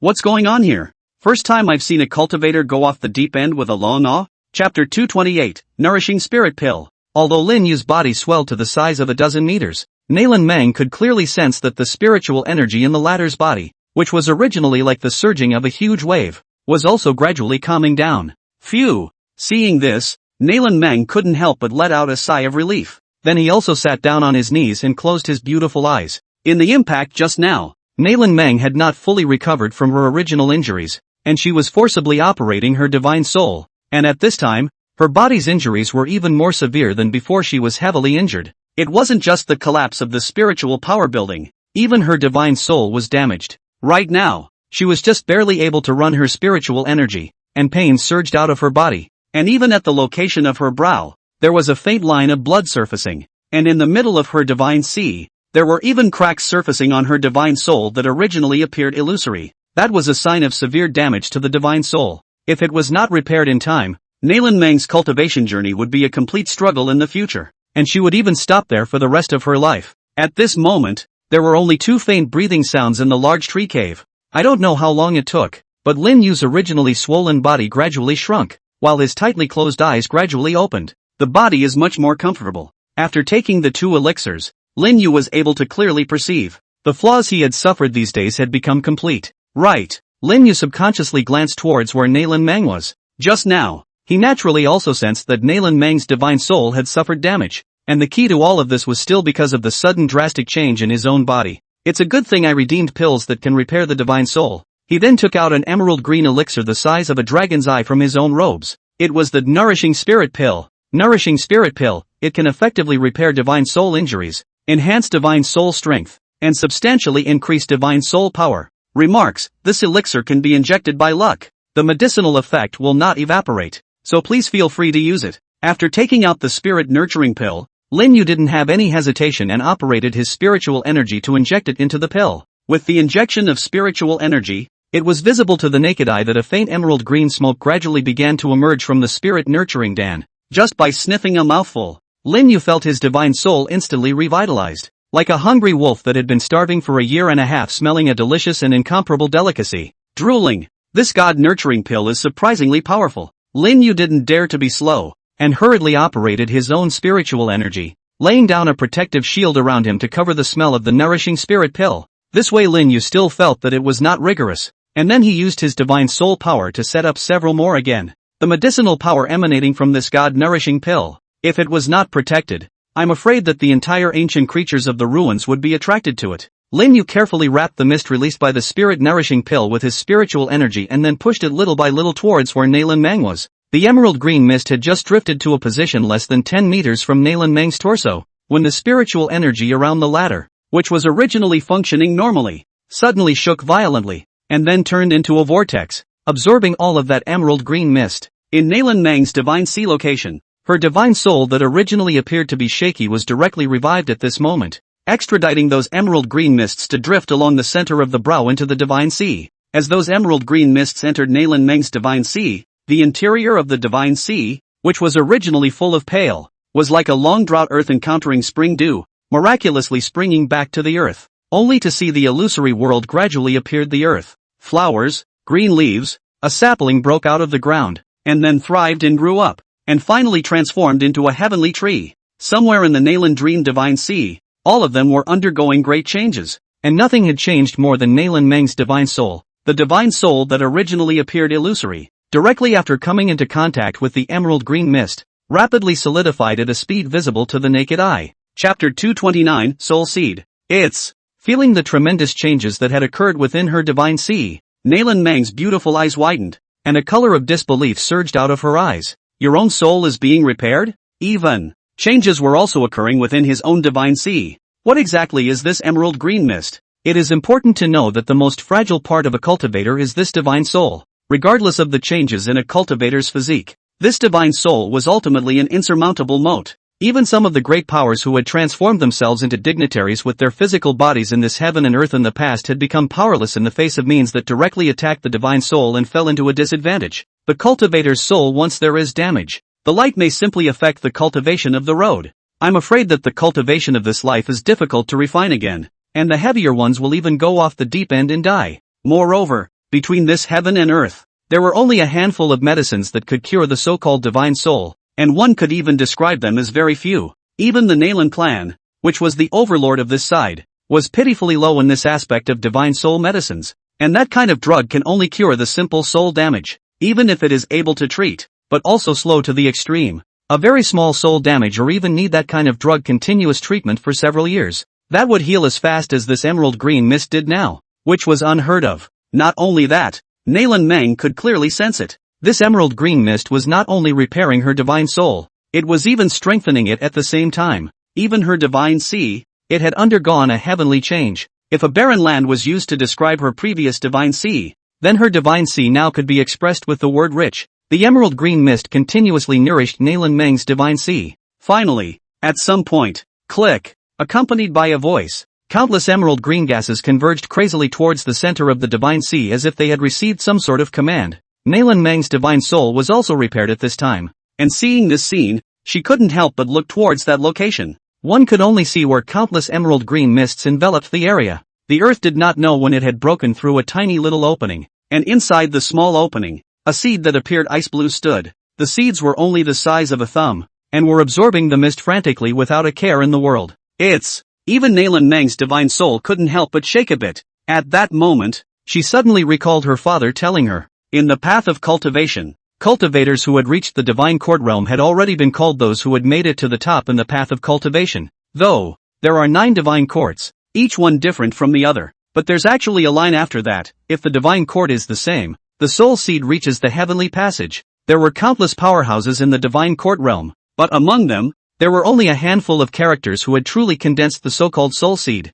Even a king as strong as the so-called Great Yin dynasty had never condensed the so-called soul seed in his entire life. The so-called he was also slightly inferior in front of Nalan Shingsong, who was facing the same cultivation level. This is where the power of the soul seed lies. What's more, after condensing the soul seed, it almost signified that there was a great certainty of stepping into the so-called questioning realm in the future, and even touching the legendary threshold of transformation of God in the questioning. Ask, Transformation. Chapter 230 Untitled 2. Within Nalan Mang's divine sea, the barren earth gave birth to great trees. In the center of the earth, an ice blue seed stood in the middle of the earth. After an unknown period of time, as the emerald green mist gradually dissipated, Nalan Mang also knew that the power contained in this mist had been completely absorbed. In just a quarter of an hour, The soul seed is already on the verge of congealing its fledgling form. This kind of treasure is a true heavenly treasure. Immediately, Nalan Mang also stopped sensing the changes occurring within the divine sea and withdrew her mind from it. In the midst of ancient trees,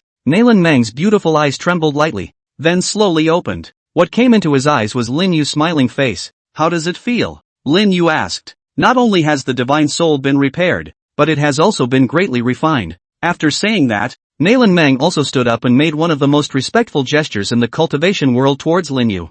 Thanks a lot. Nalan Mang was not a cutie. She naturally knew clearly that the chance just now was probably given by Lin Yu. As for how Lin Yu would have such a treasure, Nalan Mang didn't ask too much. On the path of cultivation, everyone has their own secrets. Prying into other people's secrets is not Nalan Mang's persona. This chance, Nalan Mang would naturally keep it in her heart. Lin Yu didn't deny it either. He just waved his hand and said, "This will be taken as a thank you gift for giving me the heavenly compass. Only, there may be no way to return the heavenly compass to you again." The source of God within him had already devoured the origin of the heavenly compass and turned it into a part of his body. Nalan Mang heard, but said, "The heavenly compass has been sent to you. Naturally cannot talk about returning again. One size fits all. The heavenly compass may not be as good to me as the chance you have just given. 1 point. This kindness, Nalan Mang remembered in my heart." Hearing Nalan Mang's words, Lin Yu did not continue to discuss on this matter. What do we do next? Nalan Mang looked at Lin Yu and inquired. Go find the true chance of this world. Lin Yu's gaze looked into the distance. The position. It is the place of the way of desolation. Place on the road to nowhere. Boom! Accompanied by a loud explosion. Countless purple thunderbolts also poured out in all directions like a tide of snakes, and then collided with the endless sea of blood. Blood demon old ancestor. Don't go too far. Do you really think that I, Great Yen, won't dare to bloodbath your blood demon valley again? Makozu stood in the midst of the thunder. His face blew. In front of him, the blood demon old ancestor towered over him, and there was a nearly unconcealable killing intent surging on his rippled face. Hearing Imokuja's words, the blood demon old ancestor smiled disdainfully. Excessive? Kid, why didn't you feel excessive when you bloodwashed my blood demon valley previously? Makozu's eyes rolled and he said without hesitation. Previously, the bloodwashing of your blood demon valley was done by my third brother, so why do you have to stare at me? The blood demon old ancestor's face became even more gloomy when he heard this. I don't care what third or fourth brother you are. As long as you're the son of that old thief Imokujan Tian, I won't let you go. Kid, my blood demon valley had previously been bloodwashed by your bull ***** king, and the previous disciples of the valley were even more dead and wounded. Not 1 in 10. This blood revenge. Do you think I will easily set off the past? Today, I'm going to take your life and sacrifice my valley's 366,753 dead souls. The words fell. Endless blood-colored torrents surged out from behind the blood demon ancestor, rushing towards Makozu's figure. Asshole. Mokhtar's eyes widened and his face was filled with anger. Only he didn't dare to be arrogant. Countless purple thunder flashed, condensing a piece of thunder shield in front of him. Boom boom boom. Two collide. Makozu's figure shot out backwards and smashed straight into the wall, smashing out a huge pit. Give me death. With a flash, the blood demon old ancestor appeared straight in front of the giant pit, and without any hesitation, waved his big blood-red hand and fiercely slapped it towards the giant pit. Chapter 231. Boom! The blood-red giant hand slapped down, and the ancient wall quickly collapsed in a large area. Phew! As the wall collapsed, a purple thunder wrapped around Makozu sped out. The purple thunder was so fast that even the blood demon ancestor could only watch as it swept into the distance and disappeared. Humph! This little has a lot of means to save his life. The blood demon old man's gaze was like a torch. After looking deeply at the direction where Makozu disappeared, he then withdrew his gaze. He wasn't surprised that Makozu was able to escape. How can it be said that the Great Hall of the Great Yin Dynasty doesn't have some means to save his life? But, after being hit by his blood demon hand, even if he escaped to the ends of the earth, the blood demon poison would be like a maggot attached to his bones,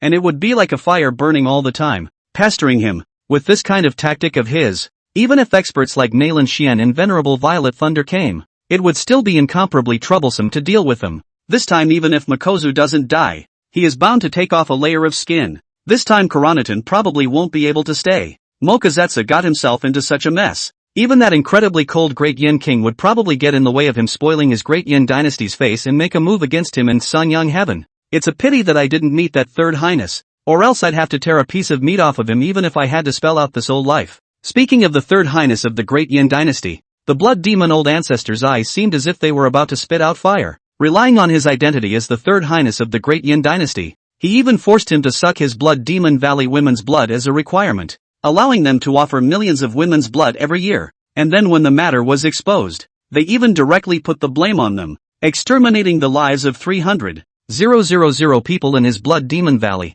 Even the blood demon old ancestor, who spent his entire day with flesh and blood, saw that third highness slaughter 300,000 people without hesitation. His heart and soul couldn't help but tremble when he saw the blood of 300,000 people condensing into a river of blood, engulfing the entire blood demon valley. Insidious, vicious, it was the blood demon old ancestor's impression of that third highness of Great Yin, thinking about his blood demon valley's 300,000 lives, as well as the blood demon valley's 100-year-old foundation, merely having this third highness grounded for half a month as a warning. The blood demon old ancestor's hatred for Great Yin then exploded. You've taken all the good things, and all the bad things are on old man's back.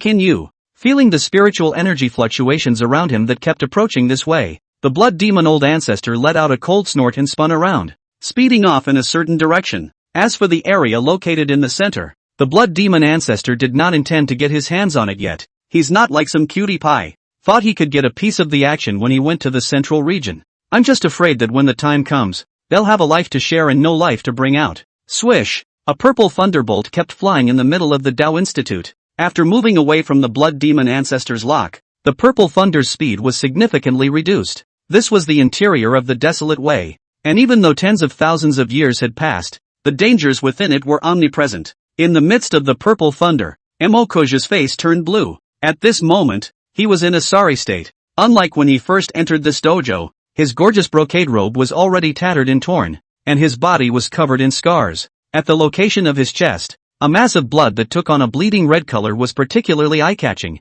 Asshole, asshole, asshole, asshole. Feeling the burning sensation coming from his chest, the killing intent in Makozo's eyes was practically about to condense into substance. There was a forbidden suppression inside this desolate Tao, and the divine court phantasm could not be exerted at all. Venerable Violet Thunder was again bent on going to the central region to compete with Nalan Xian for the opportunity, and there was simply no one around himself to protect him. That's a score I'll keep. Makuz swept to an area far away from the blood demon ancestor and then slowly stopped. The prolonged running of his spiritual energy had caused the blood mass on his chest to grow deeper and deeper, and he had to find a way to eradicate it. Mokots came to the door of a temple, town hall. Without paying too much attention to the name of the temple, Makozo checked the surrounding taboos a little. After making sure there were none, Moktor pushed open the door, but what he didn't notice was that after he stepped into the temple, a shadowy mist followed him lightly into it. In the meantime, inside an ancient tree, after confirming that he had completely absorbed the message from within the heavenly compass, Lin Yu also walked to a certain location in the ancient tree.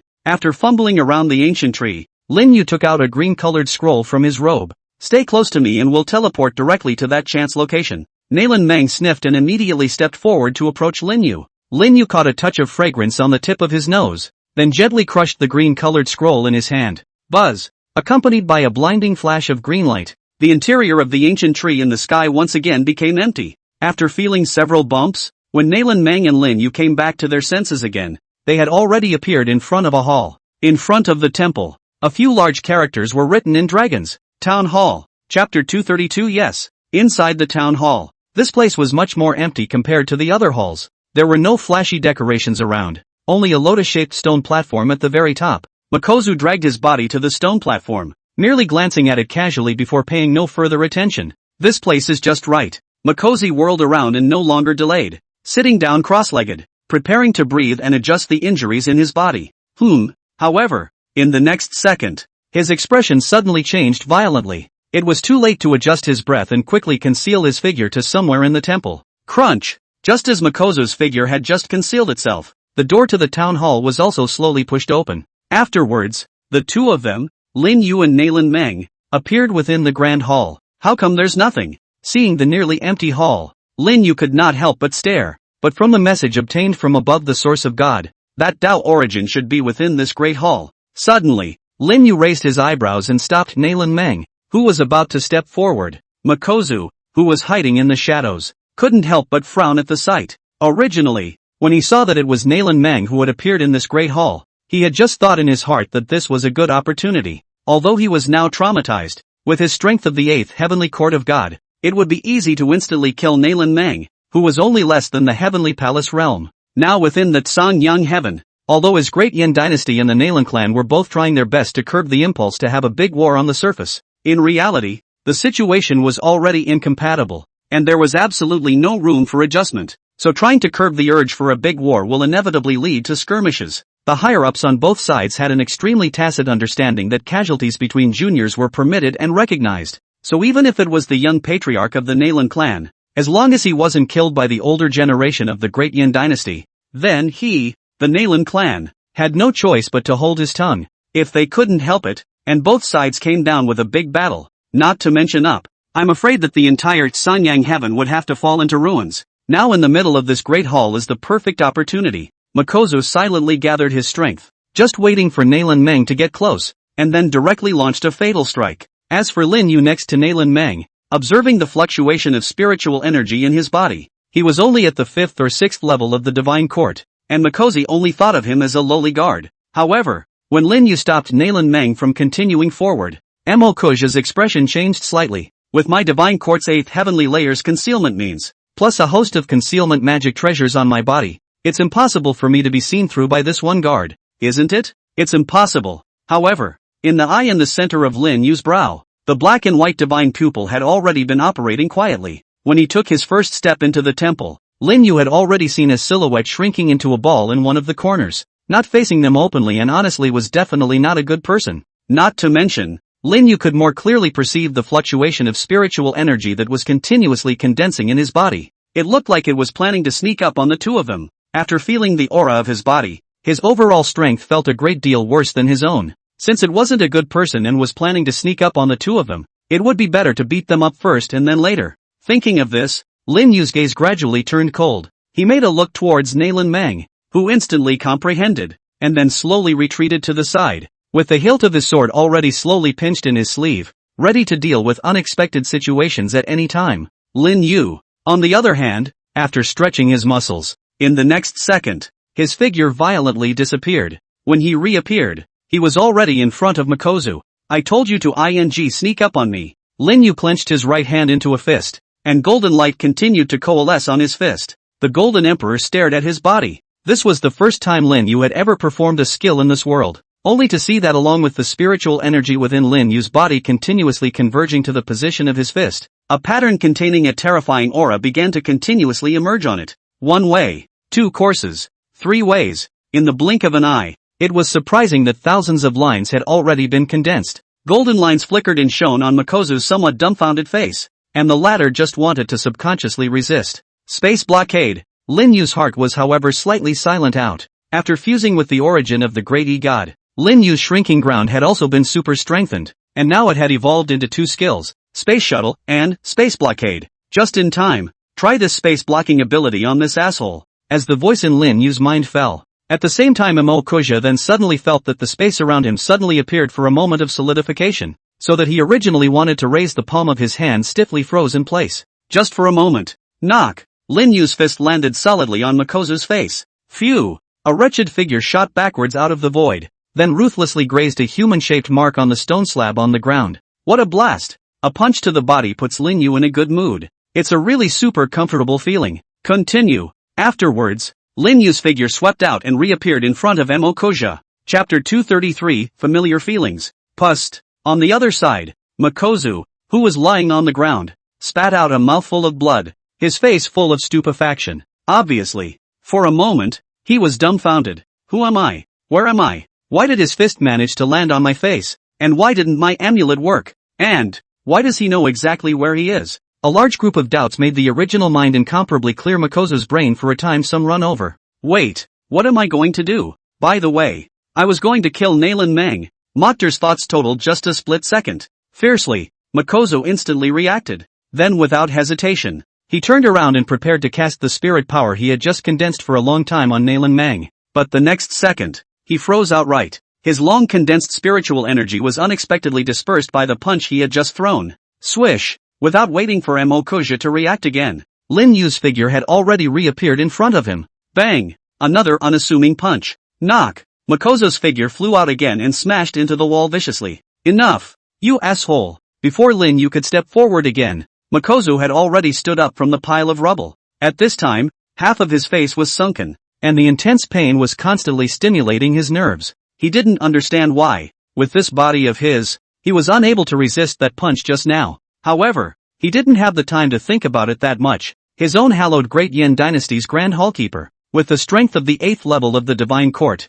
was actually being beaten up like this by a lowly subordinate of the 6th level of the Divine Court. He had to kill this lowly underling. Swish! Bang! But the response was another solid punch from Mokazetsu, blasting Mikozu away with another punch. Lin Yu shrugged. Enough? I haven't even started yet. And you're saying it's enough? The moment he was secretly preparing to make a move on himself, he had already predetermined the end of the day. Boom! This time, after Mikozu was blown away again, he stopped after directly rubbing a huge trace on the ground hard. Good, good, good, very good, very good. You slave! You successfully angered His Highness. This time, His Highness will not only kill your master Nalan Meng, but will also take your divine soul back and scorch it with a blazing fire day in and day out, so that you will live a life worse than death. Mikozu's body shook, and a huge amount of power instantly surged out from inside his body. Behind him, 8 great purple suns slowly appeared. Although the 8 great wheels of the sun behind Emokuja at this time were a bit weak,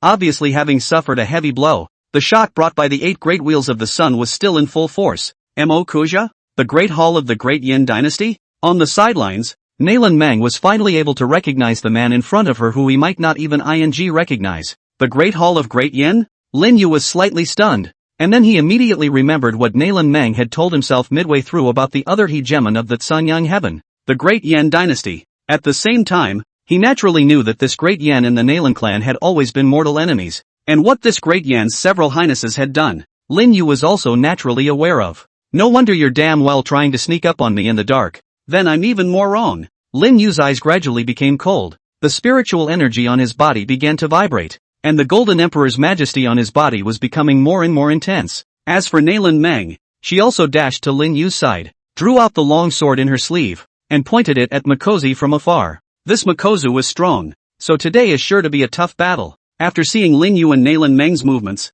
Mikozu was smiling disdainfully. He admitted that he had looked away today, but against the duo of Nalan Meng and Lin Yu, his strength of the 8th level of the Divine Court was more than enough. Although he was now seriously injured, he had originally planned to force a sneak attack in the shadows by thunderous means. Although the plan didn't work out, he was confident that he would be able to end this battle within half a quarter of an hour, even though he was now forcibly suppressing the injuries in his body, and the consequence was nothing more than his own injuries becoming heavier again. But if he took Nalan Meng's life today, I'm afraid that even the king of Great Yin, that man, his own father, would take a serious look at himself squarely. Thinking of this, Emokuja's killing intent also condensed into substance. He looked at Lin Yu, a cold, morose smile emerging from the corner of his mouth. Today, none of you will be able to leave this place. Boom! The words fell. On the 8 great wheels of the sun, purple thunder flashed up all of a sudden, and a terrifying aura swept towards the duo of Lin Yu and Nalan Meng. All die for me.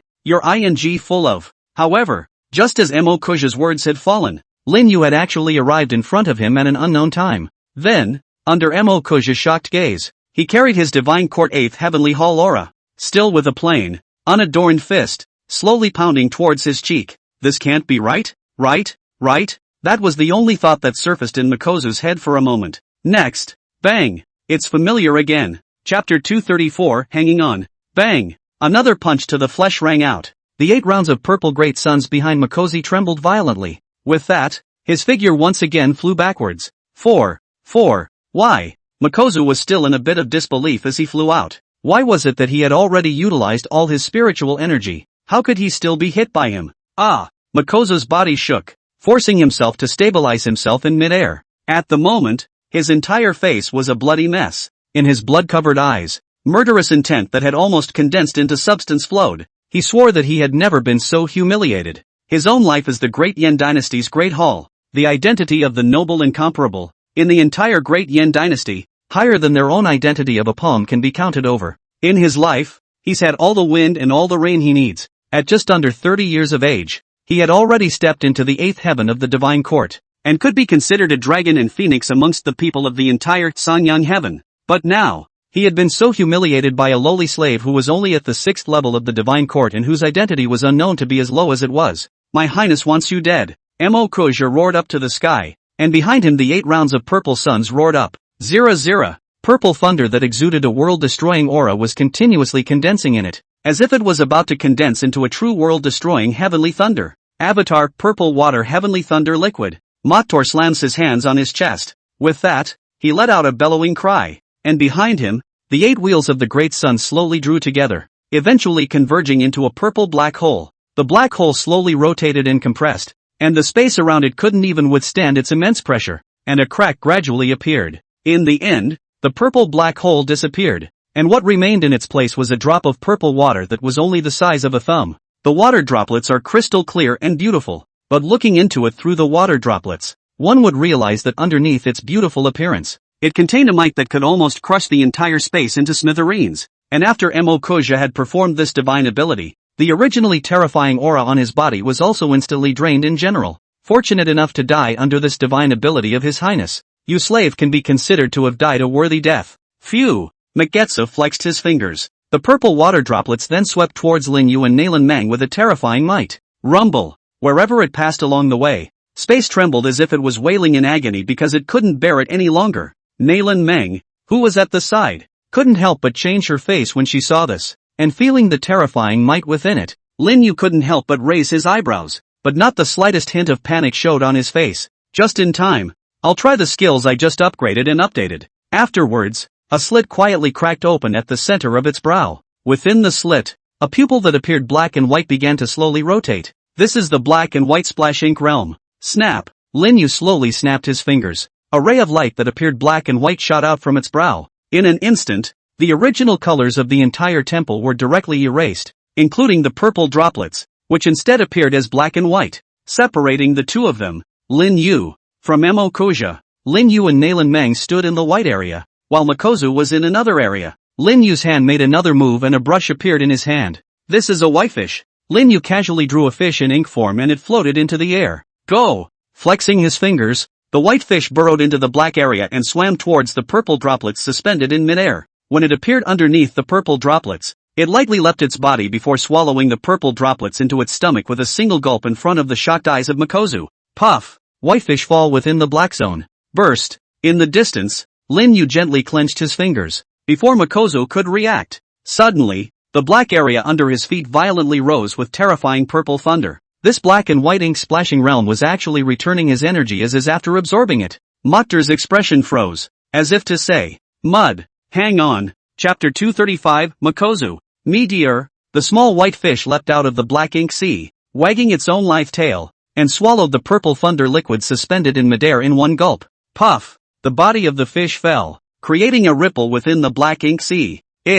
How is that possible? Mottor's eyes froze. One's own near full strength strike had just been easily cracked by him? 0.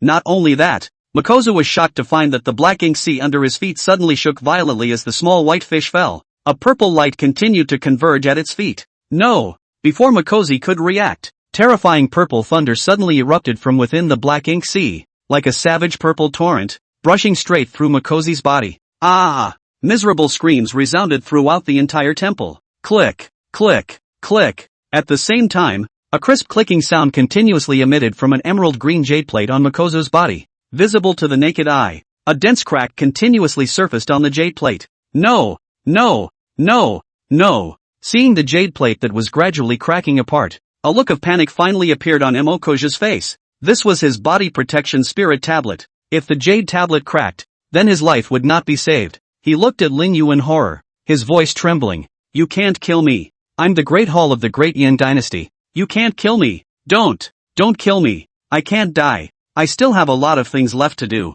Seeing that Lin Yu was unmoved, Emokoja's expression grew more and more alarmed. He begged for mercy towards Lin Yu in an almost pleading voice. Please don't kill me. Spare me. As long as you spare me, I'll give you any magic treasures and techniques. I can even report to my father and make you a one-word side-by-side king, so that you can enjoy being under one person and above 10,000 people. In response, Lin Yu couldn't help but feel amused. No, dude, weren't you the one who had to kill me? But Lin Yu had understood one thing since he was a child. If you cut the grass from its roots, it will grow again in the spring. Since he was all done being offended, he of course laughed at Makozu's bull *********.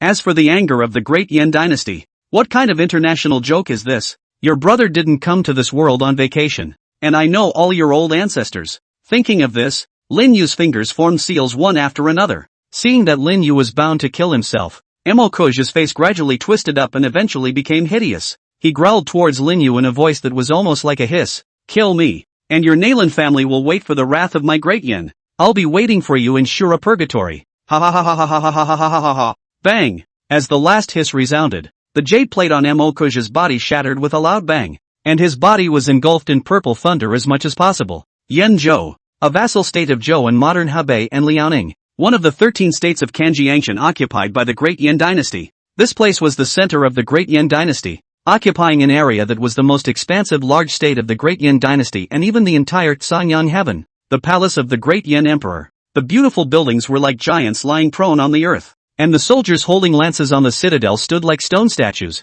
with terrifying auras emanating from their bodies, intertwining together and causing space to tremble. The Great Yin elite, each one of them was a genuine divine court 6th heaven or above, and they were responsible for guarding the protection of the entire Great Yin royal palace, the centerpiece of the palace. Inside the Huanyu palace, a middle-aged man in his 40s, with an ordinary face and wearing a purple dragon robe sat on the throne. His body, no half of the spiritual power fluctuations, even if he is put into the crowd. If there is no this purple dragon robe, I am afraid that anyone will not recognize this person as the controller of the Great Yin Dynasty. The current king of the Great Yin Dynasty, Mako Jintian. In front of Moksha Jintian, there were rows and rows of sonnets on display, all labeled with various matters in purple ink. He, too, was holding a sungha and carefully reviewing it. Suddenly, Mako Jintian, who was in the middle of reviewing the medals, raised his eyebrows slightly. The king? Beside him, an old man in the costume of a eunuch tentatively inquired out. Mako Jintian just picked up the brush on the table and gently sketched a few times on it. Seeing this, the old man immediately understood, and then walked out of the great hall with his head hung low. After bouncing around the palace for a while, the old man arrived outside a large hall. The Hall of Spirit Cards. Chapter 236, Mako Jintian. Memorial Hall. At this time, inside and outside of the Spirit License Hall, there were already rows and rows of Great Yin guards holding lances. Hundreds of eunuchs in palace-made dresses knelt in the center, looking terrified, their entire bodies trembling uncontrollably. Greetings to Wei Zuizu. Waiting for the old man to arrive at the scene, a middle-aged man in the attire of a chief of guards clasped his fists and bowed respectfully towards the old man. Aha! The old man nodded, looked at the head guard, and asked, "Are all the people here?" The head guard replied, "Back to Wei holding pillar. Everyone from the Spirit License Hall is here, and as soon as you have just transmitted a secret order, I will act immediately." That's good. After saying that, the old man casually swept a circle of the group of palace maids and eunuchs kneeling on the ground before waving his hand. "Get rid of it all." "Yes." With a look from the head guard, the guards around him who were originally like stone statues suddenly moved. For a while, countless miserable screams resounded continuously. The old man ignored the crowd that was being slaughtered and instead pushed open the door of the Spirit License Hall on his own. After Elder Wei entered, the guards on both sides consciously closed the gate again. After the old man walked into the Spirit License Hall, what was visible to his eyes was an incomparably huge stone pillar. On the stone pillars, densely packed emerald green spirit tiles were piled up. Although the spirit cards were numerous, there was a clear hierarchical division, decreasing from the bottom to the top.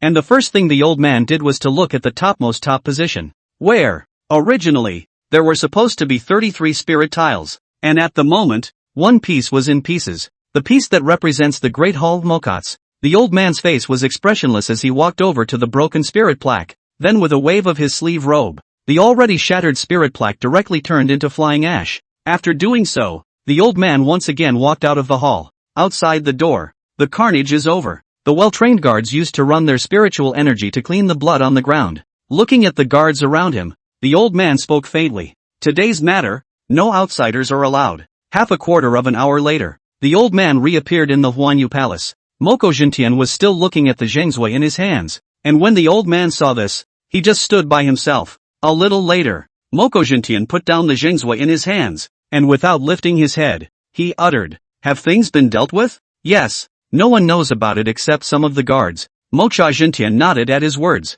"Although Kor doesn't know any better, but dying outside is really detrimental to my great Yan's face. So, you go to the Rubber Room Palace and explain this matter to Concubine Ku, and by the way, bring her some calming medicine so she doesn't grieve too much." After saying that, Moko Jintian stood up and raised his feet towards the outside of the hall. When he was halfway there, he suddenly stopped and glanced at the zhangzhua on the table, saying, "This Minister of Household seems to be Kor's protege. Right. This zhangzhua Kor should like it very much." When Mo Kujintian walked out of the palace, the old man raised his lowered head, his eyes looking at the zhangzi on the table. Shi Quan, Minister of the Ministry of Revenue. After 2 days, Princess Ku hanged herself in the Hall of Gelding. Only, this news surprisingly did not spread out within the Great Yin Palace, not even the Gum Room Hall. Another 3 days later, Shi Quan, the Minister of the Ministry of Revenue, was found to be a corrupt and arbitrary, killing people, and his family of 46 people was executed, which attracted many people of the Great Yin dynasty to applaud. There are a number of people in the shadows who are bizarre about the way this case is being handled, but for some reason they just can't be bothered to explore it, as if covered by a giant hand. For a time, the entire Great Yin was surging with dark currents. Of course, that's all an afterthought. And at this time in the town hall, as the spirit tags shattered, Makozu's body was also engulfed by the purple thunder. When the purple thunder dissipated, only a charred corpse remained at the scene. The hidden problem is solved. Lin Yu's face was a little excited after he tapped. He still recognized the ability of this black and white splash realm. Makozu just died? Nailin Meng dashed forward, her beautiful eyes filled with shock. Makozu, who had been noted for his genius, had fallen like this? And looking at Lin Yu, it was surprising that he had won so easily. Don't focus on him, give me a hand. Lin Yu trotted over to that lotus stone platform, and Nailin Meng followed with some confusion when she saw this. What is it? Lin Yu raised his hand and touched the lotus stone seal, and after feeling the green lotus technique rippling within his body, his face couldn't help but look happy. Sure enough, this is where the opportunity lies. What are we going to do? Nailin Meng was a bit puzzled. Lin Yu clapped his hands, pointed at the lotus stone platform in front of him, and said, "Carry it away." Ha! Nailin Meng was dumbfounded. The first time I've seen a treasure hunt remove all the stones from the temple. Don't hurry up and help. Remove the base first. Under the combined efforts of the duo of Lin Yu and Nailin Meng, the lotus stone platform was also demolished. Can I put it in my Qiankuan bag? Lin Yu inquired. He had to go to the next place later, so he couldn't carry this lotus stone platform around. He had just tried with system space, and he couldn't suck in anything from this world. I'll try. Nailin Meng's fingers made a move, and the Qiankuan bag at her waist emitted a flash of light and took in the lotus stone platform. Very good. Good. Come on, let's go to the next place. After saying that, Lin Yu took Nailin Meng with him and left the town hall. Crunch! The doors to the town hall were once again closed. After a long time, a wisp of dark smoke wafted out from somewhere before burrowing into the already charred Makozu on the ground. Chapter 237, Corpse. As the pitch-black smoke poured into Makozu's body, as far as the naked eye could see, a dark streak climbed up his entire body along the already charred torso. Those pitch-black lines were as if they were alive, exuding an indescribable sense of repulsion. And where those lines passed, the originally charred flesh and blood was also like residual snow meeting the scorching sun, rapidly corroded away, as if it had been sucked up, in just a few breaths. However, there was only a corpse covered in pitch-black lines existing within the temple. Click, click, click. At a certain moment, the body of the corpse that had fallen to the ground trembled gently, and the location of that originally empty eye socket was occupied by 2 clouds of pitch-black smoke, and a black mist mixed with a rich deathly aura instantly filled the air. Crackle! As the black dead gas smoke spread out, the surrounding air suddenly rang a burst of ears only difficult to detect the sound of piercing, as if the 2 originally incompatible forces intertwined with each other that way.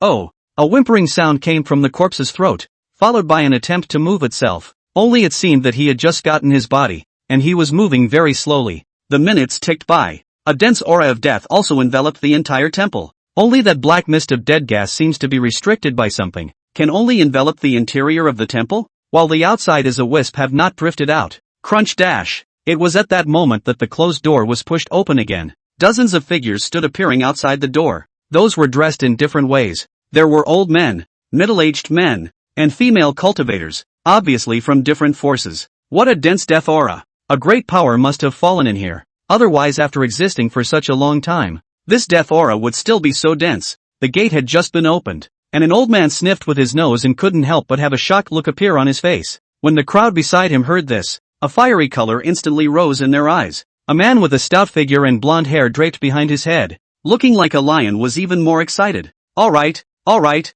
this temple is what we, the Golden Lion Clan, have our eyes on. All of you, go look elsewhere again. The moment the man's words fell, the faces of the rest of the people couldn't help but change. He just wanted to swear angrily at him, But once he heard the former's identity, he held back. No other reason. Because it's the Golden Lion Clan. Golden Lion Clan, the overlord of the demon race, located in the Golden State under the jurisdiction of the Great Yin Dynasty, in the entire Sanyang Heaven is also considered a well-known existence, although are not compared to such as the Great Yin Dynasty, the Nalan family, such as the top forces, but it is also considered a top force, and there are countless strong people within its clan, with as many as dozens of strong people at the 8th level of the Divine Court realm, and look at the thickness of its hair, and the clothing on its body. It wasn't hard to guess that he was bound to belong to the royal lineage within the Golden Lion Clan as well. However, if this was really as that old man had said, that this was the place where a great power had fallen, then it was bound to contain great opportunities.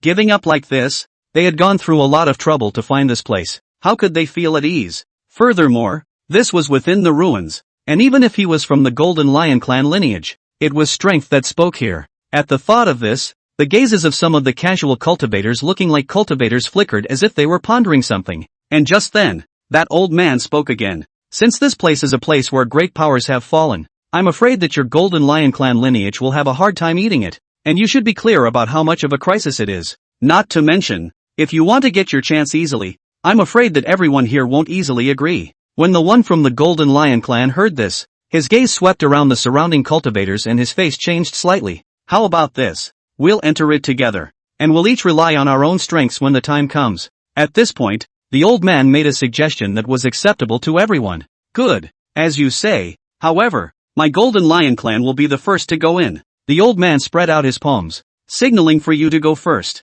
Humph. The Golden Lion Clan powerhouse snorted coldly, then exerted his spiritual power and took the lead in rushing inside the temple. Behind him, the old man's gaze seemed playful, truly a sinful animal with all 4 limbs and a simple mind. Just in time for you to try and see if there are any traps in this temple. Chapter 238 Terrifying Corpses. After the Golden Lion Clan powerhouse entered, the black mist instantly enveloped his body. After the dozen or so people outside waited for a few moments, there was no movement coming from within the black mist. This guy, he won't really get any chance, right? A cultivator's words fell. The faces of the people present couldn't help but change, and then they all worked their spiritual energy before rushing into the black mist. What an impatient bunch. The old man looked at the scene indifferently. After all the cultivators rushed in, the old man counted the time and then took out a jade bottle from his sleeve robe. With this kind of deathly aura, without the shelter of such treasures, even if you can obtain the opportunity, you will definitely not be able to leave this temple. The old man estimated the extent of the death chi in here. Even if a strong person from the 6th heavenly palace of the divine court came, he would last for at most 4 hours before being infested by the death chi. As for that group of cultivators, excluding the strongest Golden Lion Clan powerhouse who had the 5th heaven of the divine court, the others were merely the 2nd or 3rd heaven of the divine court. Let them go inside the dead air first to be infested and weaken some. And with his own strength of the 5th heavenly hall of divine court and the treasures on his body, it was simply easy to seize the Tao of opportunity. Gotta pick up the pace or we'll be in trouble if the others find this place later. Thinking of this, the old man opened the cork of the bottle and poured out a drop of verdant-colored dew from the bottle. The dewdrops are verdant and exuding life. This item is called the water of breath, and it is rumored to have the ability to live and whiten people's bones. But I'm afraid that the amount of breath water needed for that can only be described as horrific. However, he didn't need living white bones today. He only needed to use this to counteract some of the negative effects of those dead chi. The old man held up the water of breath of life and then lifted his foot and stepped within the dense dead air. As soon as he stepped into the dead air, he couldn't reach out and see anything. The water of breath in his hand emitted a light green glow, enveloping it and isolating the death aura from the outside. This dead gas is even 1 point denser than before. Could it be that more than just great powers have fallen here? The old man frowned slightly. Perhaps it's because this hall has been sealed for too long and the death aura can't spread out that it's become so dense. With this thought in mind, the old man quickened his pace and walked towards the center of the temple. On the other hand, the Golden Lion Clan's powerhouse had already been wandering blindly through the black mist of dead air for almost 2/4 of an hour. He desperately worked his spiritual energy to turn it into a protective shield, isolating his deathly aura from the outside. The look of impatience on his face deepened as time went on. This Thai place, you can't reach out and even spiritual detection doesn't have a way to penetrate too far.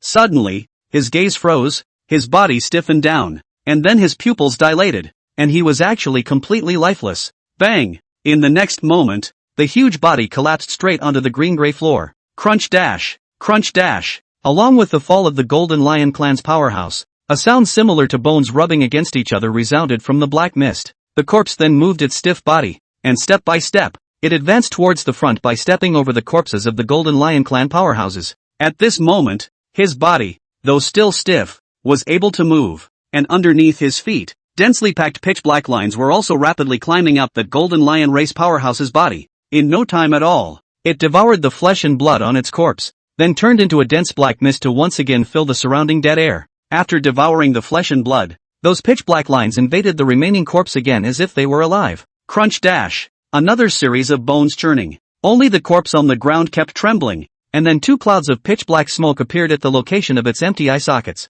What's that noise? Not far away. A few cultivators who had entered the dead air were a bit puzzled when they heard the loud crunching sound. They gazed at it, but they could only get a general view of it. It was only when the corpse appeared less than 10 meters in front of them that they then realized the former. What the hell? Seeing the corpses that appeared in front of the crowd, they couldn't help but change their faces. This guy was probably made by that Golden Lion clan just now. Mud, trying to stop us from going in. A cultivator's body shook. With that, the longsword swung in his hand and stabbed out towards the corpse. Dang, it was like the sound of clashing jingo. The cultivator's longsword stabbed at the corpse, but it actually only left a faint mark. Seeing this, the faces of the few people present couldn't help but change, and after that delay, the corpse had come up to them. Chapter 239, Next Stop. The Roadhouse. Woohoo! The horrifying corpse stood in front of several people, and a deathly aura so thick that it almost suffocated them alive continuously emanated from his body. Gollum. Several people swallowed with some difficulty. Crunch dash. Only to see the corpse slowly lifting up its own palm. In its joints like due to the long disrepair and constantly resounded a burst of ear-piercing friction sound. Run. Without any hesitation. The thought of escape also instantly surged in the minds of several people. Pust. But not before a few people physically acted. Several bone spikes had then sprung out of nowhere and then pierced their bodies alive. No. Don't. Feeling that a strand of death aura was continuously corroding their vitality, several people couldn't help but have a look of horror appear on their faces. Instead, the corpse was minding and not caring about a few people. Instead, he continued to move his stiff body towards the main door of the temple, and the one who was coming right at him was the old man who was holding up the water of birth in his hand. Few days later, inside a temple nearly hundreds of kilometers away from the town hall. Knock. Along with a loud sound, the stone statue that was close to 10 feet tall also shattered under Lin Yu's fist. That's a damn thick bloodstain. It took almost 10 minutes to whack you. Rubbing his somewhat sore fist, Lin Yu's gaze looked towards a short distance inside the temple. There, Nalan Meng was fighting alone against 3 stone statues that were about a foot tall. The strength of those 3 stone statues was probably close to half-step divine court strength, and Nalan Meng waved the aqua long sword in her hand, breaking the opponent's attack without haste, appearing to be at ease. Along the way, Nalan Meng had also managed to break through to the Heavenly Palace realm, and even more so, she had directly broken through to the 19th Heavenly Palace layer with a single burst of energy. According to Nalan Meng, the Heavenly Palace realm didn't have an obvious division of tiers, and was probably only equivalent to a transitional realm between the Spirit Sea and the Divine Court. The average Spirit Sea realm powerhouse would probably break through 5 or 6 layers of Heavenly Palace at a time to officially step into the Divine Court, while there were some geniuses who usually broke through to around 10 layers, which was greatly correlated with their own heritage and talent. Even though it was merely a transitional realm, this actually had a certain relationship with how long one could cultivate after stepping into the Divine Court in the future. The more Heavenly Palace tiers one breaks through, the more one proves that in the future, the more solid and majestic the condensed Divine Court Great Day will be. To give an example, for the same Divine Court of the first heaven, the more Heavenly Palace levels there were, the purer their condensation would be. Throughout the history of Sanyang Heaven, there were only a handful of people who had broken through the Heavenly Palace tiers to reach the 15th tier, and those who could reach the 19th tier were even more rare. As strong as the Great Yan Dynasty's Mo Koja, the Heavenly Palace tier that he eventually broke through was only 12 layers. The current Nalan Meng was just short of the final proverbial kick to officially step into the Divine Court realm, and it was only a few short days. One must know that even the duo of Mo Kojantian of the Great Yan Dynasty as well as Nalan Shingsung of the Nalan clan had only formally touched the Divine Court realm within 10 days after breaking the Heavenly Palace. Bang! Bang! Bang! As 3 crisp cracking sounds rang out, Nalan Meng also found the right opportunity to shatter the stone statues in front of her as much as possible. It feels like I'm closer to touching the Divine Court. Feeling the changes in her body, Nalan Meng's beautiful eyes were filled with smiles. The fact that he was progressing so smoothly had a great deal to do with that soul seed in the Divine Sea. Otherwise, if he were to set foot in the Divine Court with his own talent, he wouldn't have been able to do so quickly. Is it packed? On the other side, Lin Yu waved his hand towards Nalan Meng, signaling the other party to come over. Another job? Nalan Meng looked at the fallen stone statue in front of her and thought in her heart that he wouldn't let himself take this one as well. Lin Yu rubbed his hands together and looked at the fallen as well as broken stone statue and said, "Use the Qiankuan bag again and collect this stone statue." Nalan Meng shook her head helplessly and casually cast a spell seal, intending to retrieve the stone statue. Along the way, they had already dug up a lotus platform, unearthed a peach tree, mounted a demonic beast, a huge broken practice furnace, a sarcophagus. It was also that her Qiankuan bag had plenty of space, otherwise all these things could only be carried by their hands. The Qiankuan bag is really good. As he watched the stone statue being sucked into the Qiankuan bag, Lin Yu could not help but have a touch of envy emerge in his eyes. This thing is much better than system space. This Qiankuan bag has my father's seal attached to it. There's no way to give it to you. When we get out, I'll go to the treasure bank and get you one. Seeing the envy in Lin Yu's eyes, Nalan Meng smiled sweetly and said, "Thanks in advance then." This thing was really useful for himself, and Lin Yu didn't plan to push back. Battlefield processed clean. Anywhere else to go? Lin Yu nodded at his words, then pointed to a certain direction and said, "Next stop, the heart of the dojo." Chapter 240 Secrets of the Heavenly Sword Sacred Sect. Inside the Way of the Wastes, rumble, loud roaring sounds were constantly resounding, and the many cultivators within the Tao Institute were all looking at a certain area with white faces. There, at this moment, there were two horrifying auras entwined, forming two chi clouds facing each other from afar. One side of the roar constantly, a 10,000 feet of purple thunder snake coiled in the thunderclouds, constantly gulping snake letters, like the size of the human head of the vertical pupil staring straight ahead, so that people cannot help but be chilled all over the body. On the other hand, the other side was particularly serene, with green crystal-like clouds suspended in mid-air, dropping some crystal raindrops every now and then. But it was clear to anyone that every drop of that crystal raindrop that fell on them would be able to crush them hard into mincemeat in a matter of moments. On each of the two chi clouds stood a silhouette. It was none other than Nalan Xian as well as Venerable Violet Thunder. Not far in front of the two men stood a small pool of water. The spring water in the pool had long since dried up, but the crowd's eyes were dead set on the platform located on the small pool. A small tree that was no more than the size of a palm stood on top of it, fluttering slightly with the breeze, seemingly completely unaffected by the two massive auras from the outside world. The Tree of the Deserted Way. It was rumored that the inheritance art left behind by the Desolate Way Master would have a thumb-sized Desolate Way fruit condensed on it, and as long as one took the fruit, they would be able to obtain the Desolate Way Master's Tao Rhythm inheritance, the inheritance of a powerful person of the questioning realm. Not to mention the long-famous Desolate Way Lord who had long ago become famous 10,000 years ago. It was rumored that the Lord of the Desolate Way had already achieved the realm of the 5 leaves of questioning, which if placed in the Sanyang heaven, or even within the entire Great Yi realm, was a top powerhouse, just one step short of touching the legendary realm of Transformation of God, the realm of the Transformation God. It seems that within the entire Great Yi realm, only the Divine Origin Heaven at the head of the 9 heavens has so many of them. Few days ago, Nalan Xian and Venerable Violet Thunder found this desolate Tao tree at the same time, and then the two of them coincidentally occupied one side at the same time, resting on their knees and meditating until the Tao fruit matured.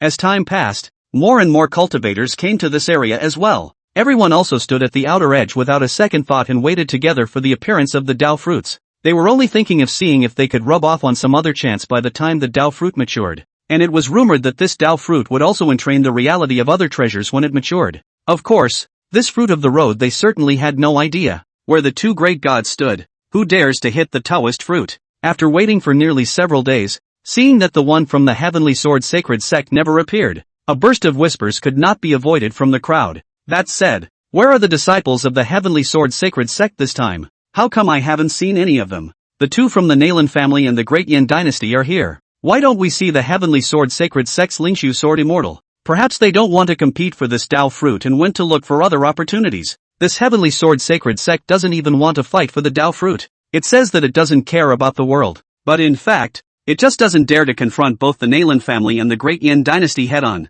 That's just it. It is said that this Heavenly Sword Sacred Sect has been going downhill ever since the previous sect master of the Heavenly Sword Sacred Sect fell for no reason. What unexplained fall? It's just that the skill is not as good as the others, and they still try to sneak attack, and as a result, they were severely injured by a slap on the face, and they died after going back. Ha? Is that so? How do you know such things? What do you mean how would I know? This matter was spread throughout the entire Sanyang heaven in the first place. Heavenly Sword Sacred Sect's previous patriarch, Ling Yunzi, competed with Nalan Xingtsong of the Nalan clan. At that time, Nalan Song hadn't yet inherited the position of the family head, and no matter if it's from his age or seniority, Ling Yunzi belongs to Nalan Song's uncle's generation. Originally, it was a simple match between the two, but as a result, I didn't expect Nalan Song to fight Ling Yunzi to a hard draw, and even win slightly. You know, at that time, Nalan Song was only 16 years old, and his strength had already broken through to the fifth sky of the divine court.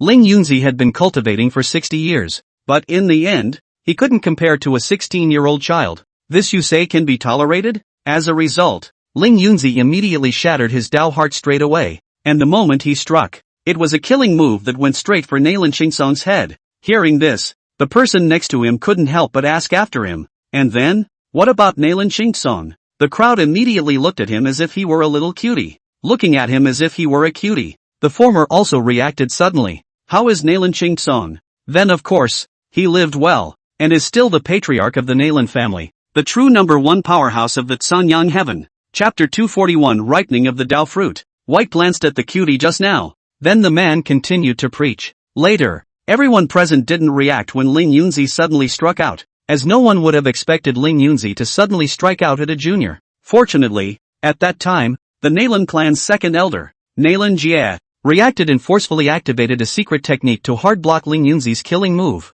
Hearing this explanation, the crowd then remembered the Nalan clan's second elder, Nalan Jie. Again, in the Nalan family, the status was second only to Nalan Song and Nalan Xian. This was because, as a matter of fact, the elder-level figure of the Nalan clan had to be filled by a strong person of the 8th Heavenly Hall of Divine Court at the worst, not only to motivate the younger generation, but also because since ancient times, the great clans had been a system that was honored by their strength. And he, a Nalanjak, with a strength of no more than the 5th sky of the Divine Court, was sitting steadily in the position of the Nalan family's second elder. So that's why, after Ling Yunzi's killing move was blocked by Nalan Jie, the entire Nalan clan also reacted swiftly, and the Nalan clan's patriarch immediately became furious, and hardened Ling Yunzi into a serious injury. Later, Ling Yunzi returned to the Heavenly Sword Sacred Sect. Knowing that he was in the wrong, he directly ordered the entire sect to hunker down in the northern state, declaring that the Heavenly Sword Sacred Sect had begun not to ask the world, and not to compete with other sects for the opportunity,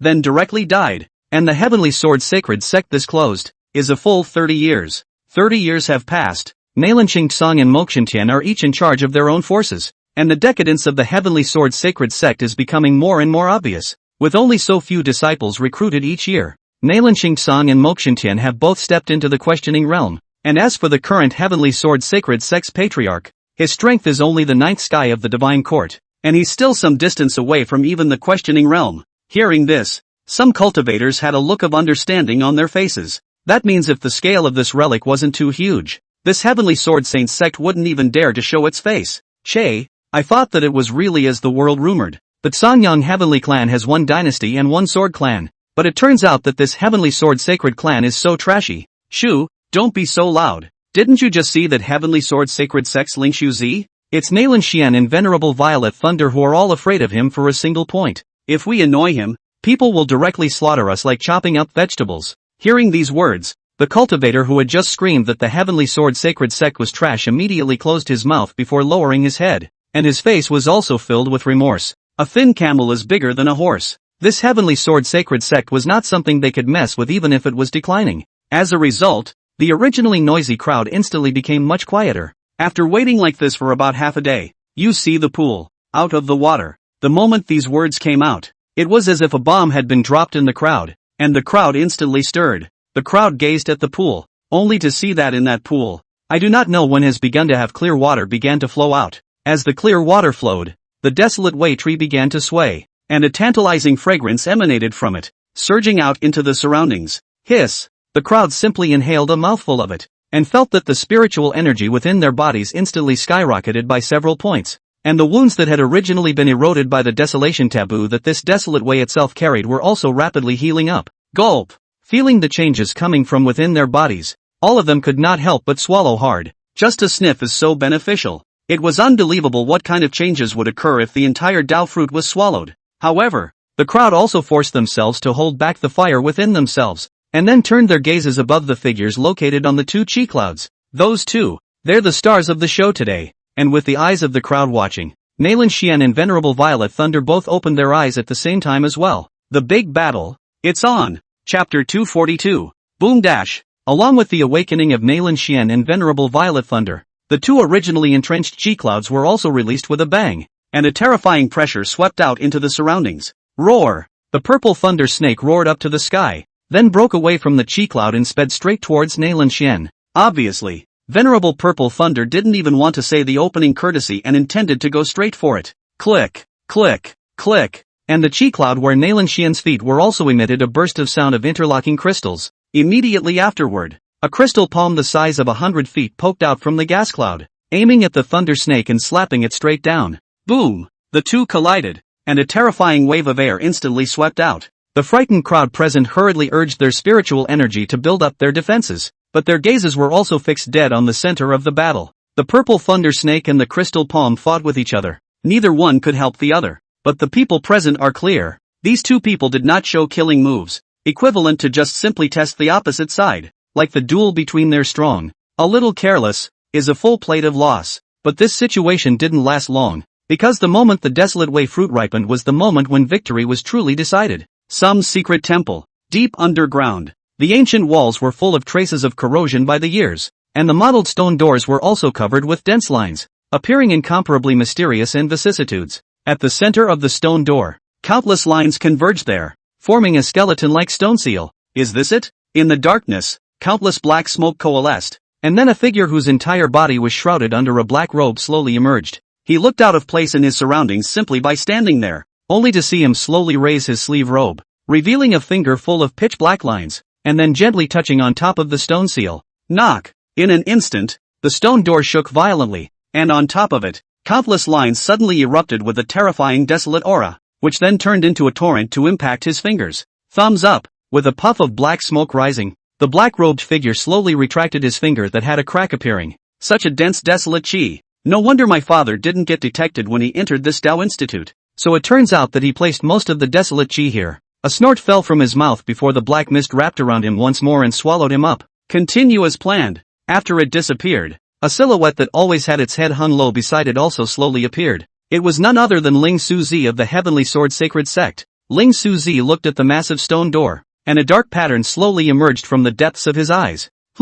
Suddenly, he seemed to have sensed something, and the lines under his eyes lurked once again before turning into a greenish aura that flickered away and disappeared into the depths of the secret hall. Shortly after Ling Suzi disappeared, a burly figure appeared in the great hall above. General Wang Ziqiu, general of divine might of the great Yin dynasty, disappeared again. Feeling that the aura he had been pursuing so hard disappeared once again, Wang Ziqiu couldn't help but frown. Along the way, he had always been tracking the aura that made him feel bad, yet was always hidden. That aura, which had suddenly flickered in Lanzhou right after the Desolate Way Institute appeared, was locked onto by Wang Ziqiu even though it was only for a moment. Although the aura was faint, Wang Ziqiu could still sense at first that it was the Tao rhythm that uniquely belonged to a powerful person of the questioning realm. Only, that Tao rhythm made it hard for Wang Ziqiu to evaluate it. It was just very messy. It wasn't pure at all. It was like a lot of Tao rhythms forcibly fused together, making people feel dirty and evil. What was irritating was that the aura only revealed itself from time to time,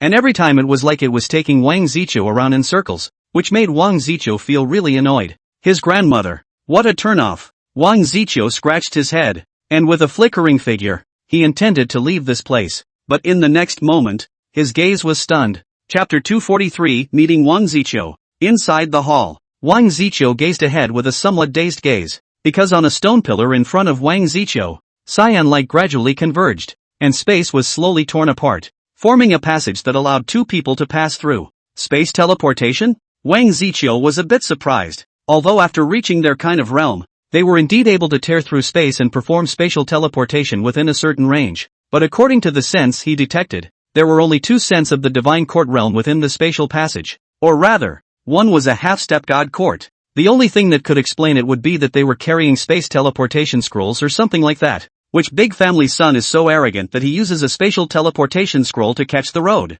Wang Ziqiu smashed his mouth and expressed his envy. Unlike him, he had to tear through space on his own to catch the road. But a sudden turn of mind. No, this is the Desolate Way. A spatial teleportation scroll can't be used at all. Within the Desolate Way, Even the spiritual energy in the air contained a hint of the desolate way, not to mention performing spatial teleportation. Even if one merely tore open a small opening in space, if one was not a strong person at the questioning level, one would be hardened and obliterated by the irregular desolate Tao rhythms in it. It's not being unafraid of death, it's simply sending them to their deaths. Under Wang Ziqiu's gaze, two silhouettes also walked out from within the spatial channel. A man, quite handsome. A woman. Holy, isn't this the young patriarch of the Nalan family, Nalan Meng? No. Why are you hugging so tightly? Does your dad know? Lin Yu also slowly opened his eyes after experiencing a period of heavenly rotation, and as soon as he opened his eyes, what came into his eyes was a large face. Asterisk asterisk asterisk asterisk. Lin Yu subconsciously blasted over with a punch. Hey, why do you hit people when you meet them? Do I know you well? With a flash of his body, Wang Ziqiu instantly flashed to 10 meters away. Who are you? Lin Yu clenched his hands into fists. His consciousness had already pinched the teleportation scroll, and as long as something was slightly wrong, he would hurry up and run away. The man in front of him, the first thing that struck him was unpredictable, completely different from the feeling Makosi gave him just now. If Makosi was compared to a small river, then the man in front of him gave him the feeling of an ocean. Uncle Wang? On the side, Nalan Meng opened her beautiful eyes, and at the first moment, she also saw Wang Ziqiu, and then her face revealed a joyful color. And then she quickly walked over to Wang Ziqiu, and introduced herself to Lin Yu. This is Great Yan Dynasty's Divine Might General Wang Ziqiu, my father's closest friend, Uncle Wang, and this is Lin Yu, my savior. Wang Ziqiu? Lin Yu's mind pondered for a moment before instantly recalling it. Nalan Meng had told him that although the Nalan clan and the Great Yan Dynasty were on the same page, General Wang Ziqiu of Divine Might and Nalan Xingtsong had been close friends for decades in private, just where the position is different. So on the surface Wang Ziqiu and Nalan Xingtsong two people did not have too much intersection, but secretly from time to time both sides will find each other drink and play chess. It is said that Nalan Xingtsong and Wang Ziqiu got acquainted because of a game of chess, but don't think that these two people are so good at chess. It seems to be because they both play so badly that they stink. As for Lanzhou, where Wang Ziqiu was sitting, it was also a place bordering the Nalan family, and neither side had erupted into any friction, and the populations of the two places were very harmonious. Previously, the two of them, himself and Nalan Meng, were held hostage by Red Hyun, and Nalan Meng took them towards Lanzhou, but actually wanted Wang Ziqiu to notice. Aside STH, Wang Ziqiu glanced at Nalan Meng in a slightly doting manner, and then the eyes that looked at Lin Yu gradually became irritated. My family's cabbage. Feeling Wang Ziqiu's displeased look, the corner of Lin Yu's mouth twitched. Uncle Wang, why are you here? Wang Ziqiu naturally explained, and after looking at Lin Yu, he inquired towards Nalan Meng. You said, he is your savior? What's going on here? Nalan Meng then mentioned to Wang Ziqiu what had happened here after leaving the clan. Hearing that Nalan Meng's guards had actually mutinied and even nearly put the former to death, Wang Ziqiu's eyes gradually turned cold. Can you guess who did it? Wang Ziqiu inquired. Nalan Meng shook her head and said, it can only be a rough guess, and not completely confirmed. Wang Ziqiu also let out a tirade without a care in the world, causing a certain person to sneeze several times in a row. Your father is also a bastard. He doesn't even know to put a ban on you. He doesn't care about his precious daughter. I still care about my precious goddaughter. Daughter, don't be afraid. There's your Uncle Wang. After things are dealt with here, I'll personally escort you back to the Nalan family. I'll see who dares to make a move. As the divine mighty general of the Great Yan Dynasty, personally going inside the Nalan family, if this were to be spread out, I'm afraid it would cause a huge earthquake in the entire Songyang heaven. If you mess up, it's the beginning of the war between the two hegemonic powers. Afterwards, Wang Ziqiu cupped his fists towards Lin Yu and said, I'm really thankful to little friend. I, Wang Ziqiu, don't have any children, and I've always treated little Dream as if she were my own daughter. If little friend hadn't rescued me at that time, I really don't know what I would have done. After we go out, Wang Ziqiu will definitely receive you and treat you to some hospitality. In response, Lin Yu waved his hand and laughed. Seeing injustice on the road and pulling out a sword to help is our ancient traditional virtue. General Wang is polite. By the way, General Wang said that you vaguely detected an extremely dirty and twisted aura. Can you tell us more about it? Chapter 244, The Sacred Bone Clan. That aura that makes you feel dirty and twisted. Please tell me more about it. General Wang. Perhaps I can offer you some help. Lin Yu looked at Wang Ziqiu and spoke. Hearing Lin Yu's words, Wang Ziqiu did not underestimate the former because of his age. To be able to carry a teleportation scroll on one's body, and to be able to save Nalan Meng from the many killers without any danger, already belonged to being a demon. Subsequently, Wang Ziqiu opened his mouth and said, "That was also just an instant. In fact, as early as a few years ago, this breath had once arose once, and that time it was hidden extremely well, and I also merely perceived it in a trance, and to later that breath had not appeared until the last few days. That aura is truly foul and evil, very similar to the legendary." After arriving at Wang Ziqiu's realm, he would become exceptionally sensitive to the fluctuations in the world, and since it could make him feel a distorted aura, Lin Yu couldn't help but think of a name in his mind, Sacred One Clan. According to what De Yishan said, this Holy One Clan and their God One Clan were arch-enemies. When the 12 great gods of the God One Clan and the 15 great saints of the Holy One Clan fell in the sacred battlefield, De Yi was the one who fought 2 great saints alone in the beginning, and eventually, at the cost of his body falling, he beat the 2 great saints of the Sacred One Clan to death and injured one of them, and then De Yi God's body was also transformed into this world. What was the name of the one who fell with the great Yi God in the beginning? It seems to be called Skeleton Beast Saint, although that great saint had already fallen. A piece of his thumb-sized broken bone had also fallen into this great Yi realm together, and from the broken bone were born the remnants of many saintly clans. He was not really one of the saint clans, or perhaps it was said to be out of the same origin, merely derived from the shattered bones of the Skeleton Beast Saint. They are very different from the true saint clan. Perhaps it would be more appropriate to call it the second generation, the Sacred Bones. Those remnant species, with the resurrection of the Skeleton Beast Saint as their lifelong quest, went on a rampage to kill the living beings of the Great Yi realm and seize their skeletons. And then there was the battle of extermination that everyone in the entire Great Yi realm knew about. In that battle, countless people at the God realm and the questioning realm fell, and the God's family, which was created by the divine mind of the Great Yi God, was also shattered in the battle. After that battle, the spiritual power level of the entire De Yi world regressed for thousands of years, so that there are only a handful of powerhouses who have even broken through the God realm now, and as one of the Great Yi realm, Wei Yangtai became the main battlefield, and it even collapsed directly. Nowadays, the uncharted sky has become a barren land with a poor ecology on it, and is treated as a place of exile from the 9 heavens. Perhaps, what Wang Ziqiu sensed was the remnant seed born from one of the saint clans, the Skeleton Beast Saint Broken Bones. Inside the mission given by the great elder god was the instruction to get rid of these tumors. Thinking of this, Lin Yu picked up on what Wang Ziqiu wanted to say. "You said, it's very much like the legendary Sacred Bone Clan?" Hearing Lin Yu blurt out the name, Wang Ziqiu's face, who had never looked shocked, finally couldn't help but change. The Sacred Bones? At their realm, the many secrets of the world were also already qualified to know. Perhaps the Sacred Bone Clan is only a name when it falls into the ears of others, and everyone only glimpses the name roughly in the ancient books. But only Wang Ziqiu understood that this name to the entire Great Yi realm, it was like a sign of doom. The last time the Sacred Bone Clan had appeared in the sight of the crowd had been 10,000 years ago, and on that occasion,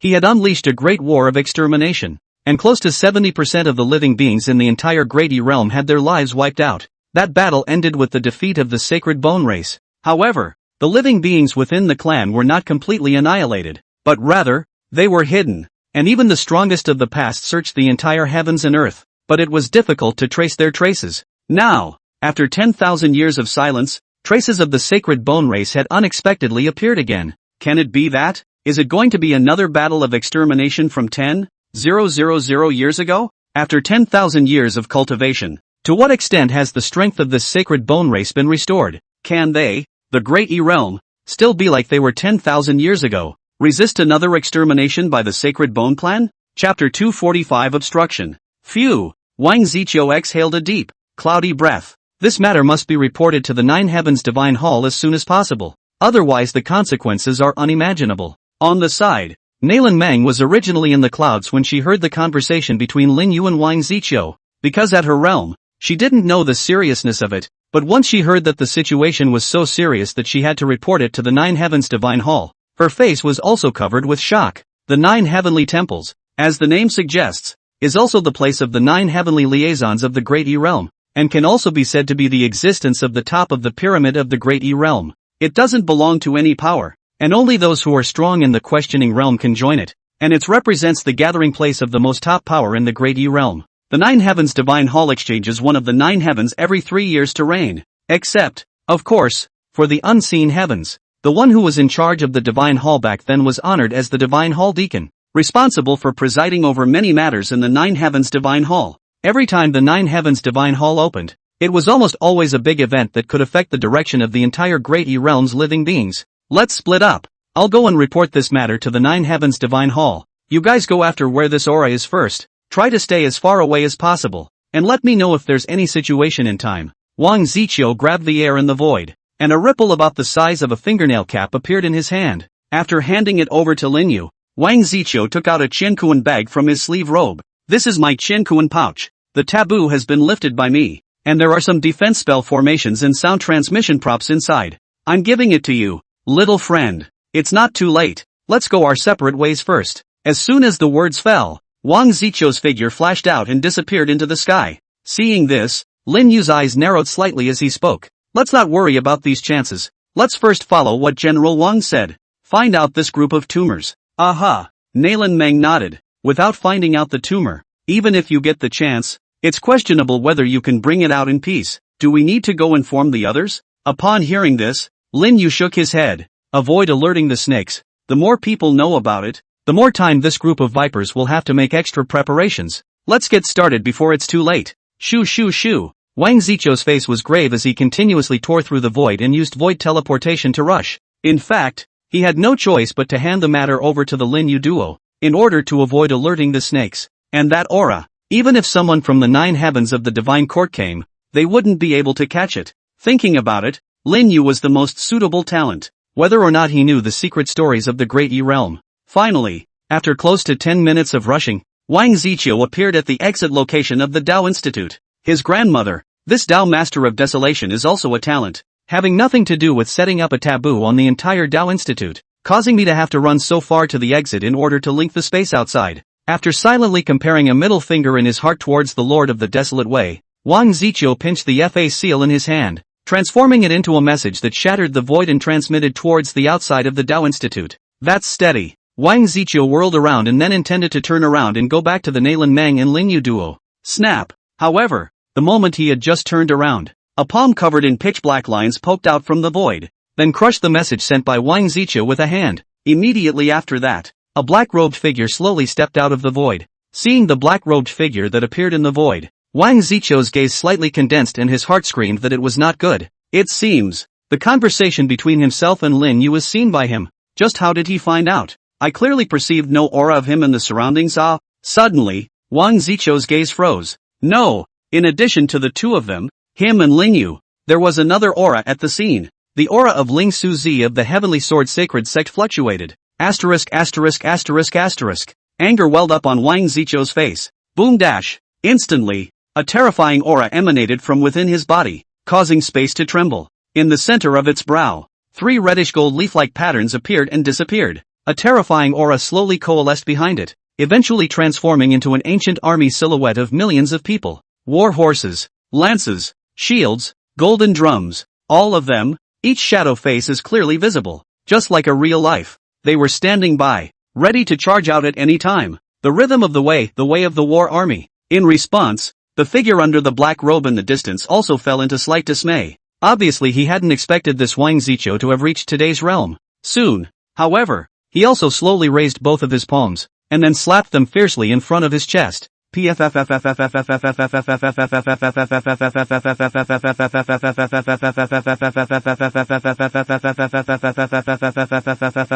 Instantly, a huge bone spur emerged from the space around him. On top of the bone spikes, they were covered with dense, pitch-black patterns, emitting an evil and dirty aura. Chapter 246, The Power of the Booming Heavenly Thunderbolt. Inside the hall, Lin Yu held the tattoo given by Wang Ziqiu in his hand, and his gaze gazed up slightly, and then he planned to cast his black and white divine pupil to survey it. Swish! Suddenly, Lin Yu's face changed, and he yanked on Nailan Meng's palm before his body instantly flew backwards. Boom! Just a moment after the two of them flew out, the space there actually broke open directly, as if it had been cut open hard by a sharp blade. Lin Yu looked at a clearly visible bloodstain that appeared at his chest position. His heart was shocked and angry. Just a little bit more, and he himself would have been cut in half with a single slash. Holy! Sneak attack again. The world is full of old sixes. Ha! In the void, a surprised sound rang out, obviously somewhat surprised that Lin Yu had dodged his strike. Damn you! You're doing the sneak attack again. Your whole family is S.B. Sneak attack your ass. Hearing Lin Yu's almost cursing words, Ling Suzi, who was hiding in the dark, remained unchanged, his hands activating his magic seals. obviously wanting to continue to make a sneak attack on Lin Yu in the dark. Nima. Seeing that the other party's face was really too thick, Lin Yu's mouth couldn't help but be averted. At the location of its brow, the black and white divine pupil was also operating at a rapid pace. Well, you're not coming out, are you? Then I'll find you out. Found it. In a certain location, a silhouette continuously pinched its spells, and in its hand, a verdant-colored short sword was suspended. I'll let you like sneak attacks. System, redeem the booming thunder for me. I'll blow up his turtle even if I can't. Ding! Booming thunder redemption successful. Booming thunder automatically gain reinforcement in other worlds. With a flash of white light, a round sphere appeared in Lin Yu's hand. I'll you up. Lin Yu picked up the booming heavenly thunder and threw it straight towards where Ling Suzi was. What is it? What is it again? Ling Suzi and Nalan Meng couldn't help but stare when they saw the props that Lin Yu threw out. A magic weapon? Artifacts? None of them. There isn't any spiritual power fluctuation on it. Ha! Ling Suzi's face first showed a touch of mockery. Even if it was a normal explosive type of magic treasure, it would be delusional to want to hurt him in the slightest. Nope. How did he throw it straight at me? In Ling Shuzi's astonished gaze, booming thunder drifted and arrived. Boom dash! A terrifying storm of spiritual energy swept out, directly shaking out hundreds of cracks in the surrounding walls hard. Ling Shuzi was the first to bear the brunt of this, as he witnessed the sphere explode in front of him before his entire body was then blasted onto himself as if he was being hard bombarded by a powerhouse from the 9 heavens of the divine court. Pust! Ling Shuzi flew straight out of the void backwards, spewing out a large amount of blood and falling into the ruins. I'll let you sneak up on me. With a touch of his hands, Lin Yu once again felt out a dozen or so booming thunderbolts before throwing them straight into the ruins.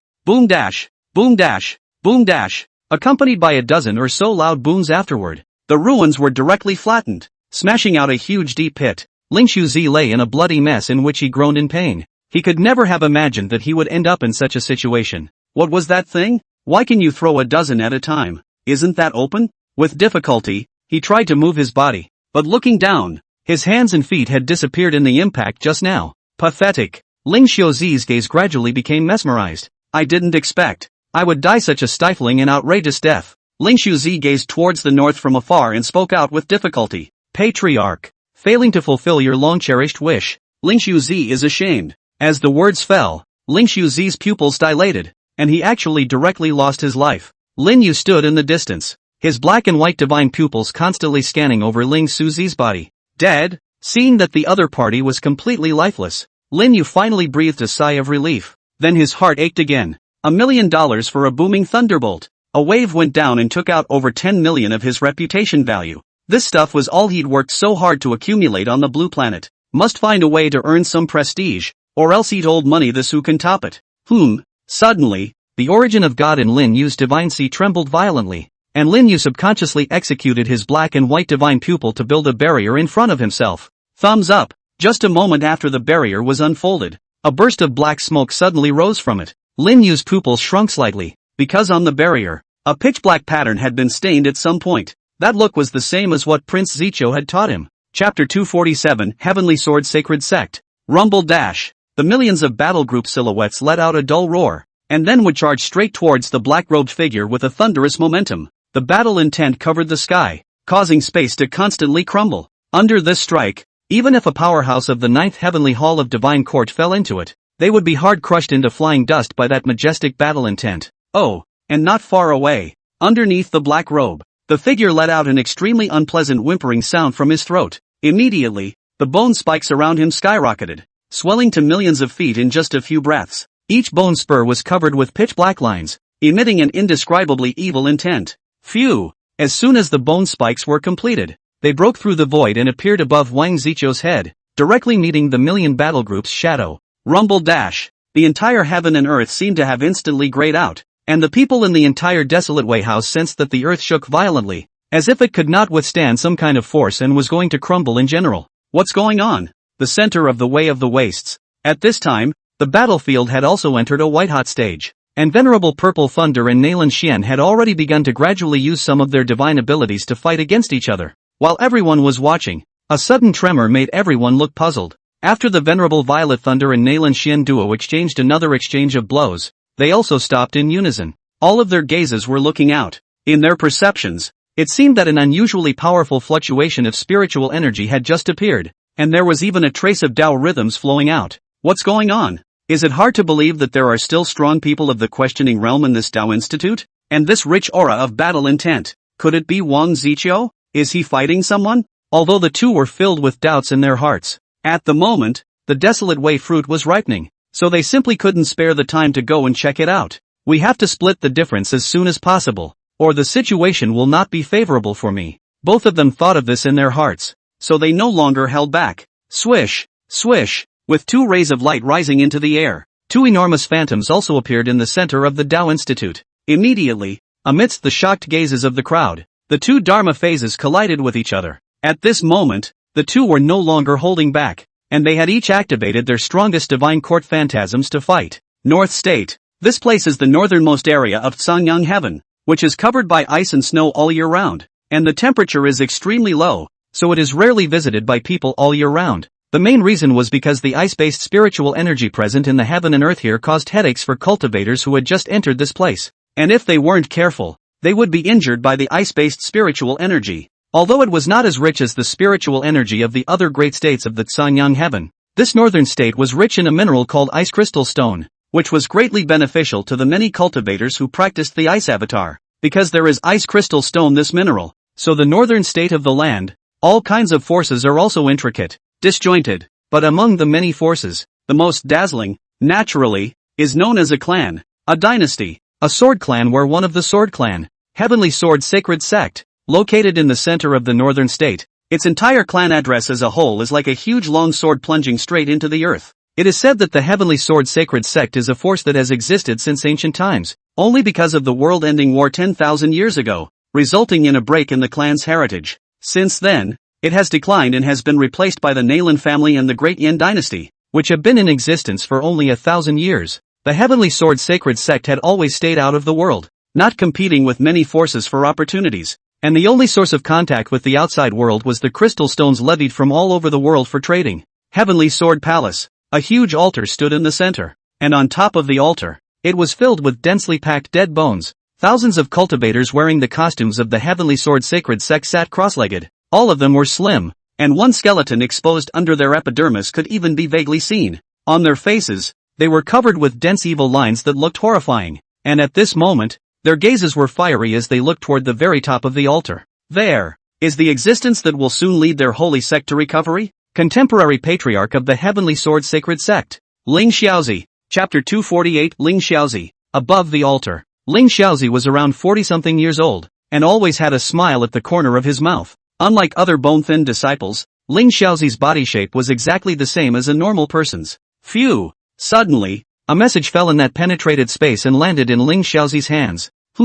After sensing the information contained therein, the smile at the corner of Ling Xiaozi's mouth instantly solidified, and his black and white pupils were instantly shrouded in pitch-black smoke. What's wrong? In the darkness, an old, weak voice resounded in Ling Xiaozi's ears. The black mist in Ling Xiaozi's eyes only lasted for a split second, and immediately returned to clarity. Ling Suzi is dead. Ling Xiaozi's tone was flat, as if he didn't have many fluctuations within his heart regarding Ling Xiaozi's death. It's only one elder who died. Ling Xiaozi's eyes narrowed slightly as he said, "It seems to be more than that." He finally said on the spirit sword that it seems like we're going to be exposed. The plan will have to be advanced. In the shadows, the old voice resounded once again. "You set it up. The Zun clan will give you the greatest support." At those words, Ling Xiaozi looked towards the altar covered in corpses, and the black smoke in the depths of his eyes grew thicker and thicker. Deep within the altar, a thumb-sized piece of broken bone floated silently. "Who?" The purple griffin roared up to the sky and collided with the crystal giant with a loud bang.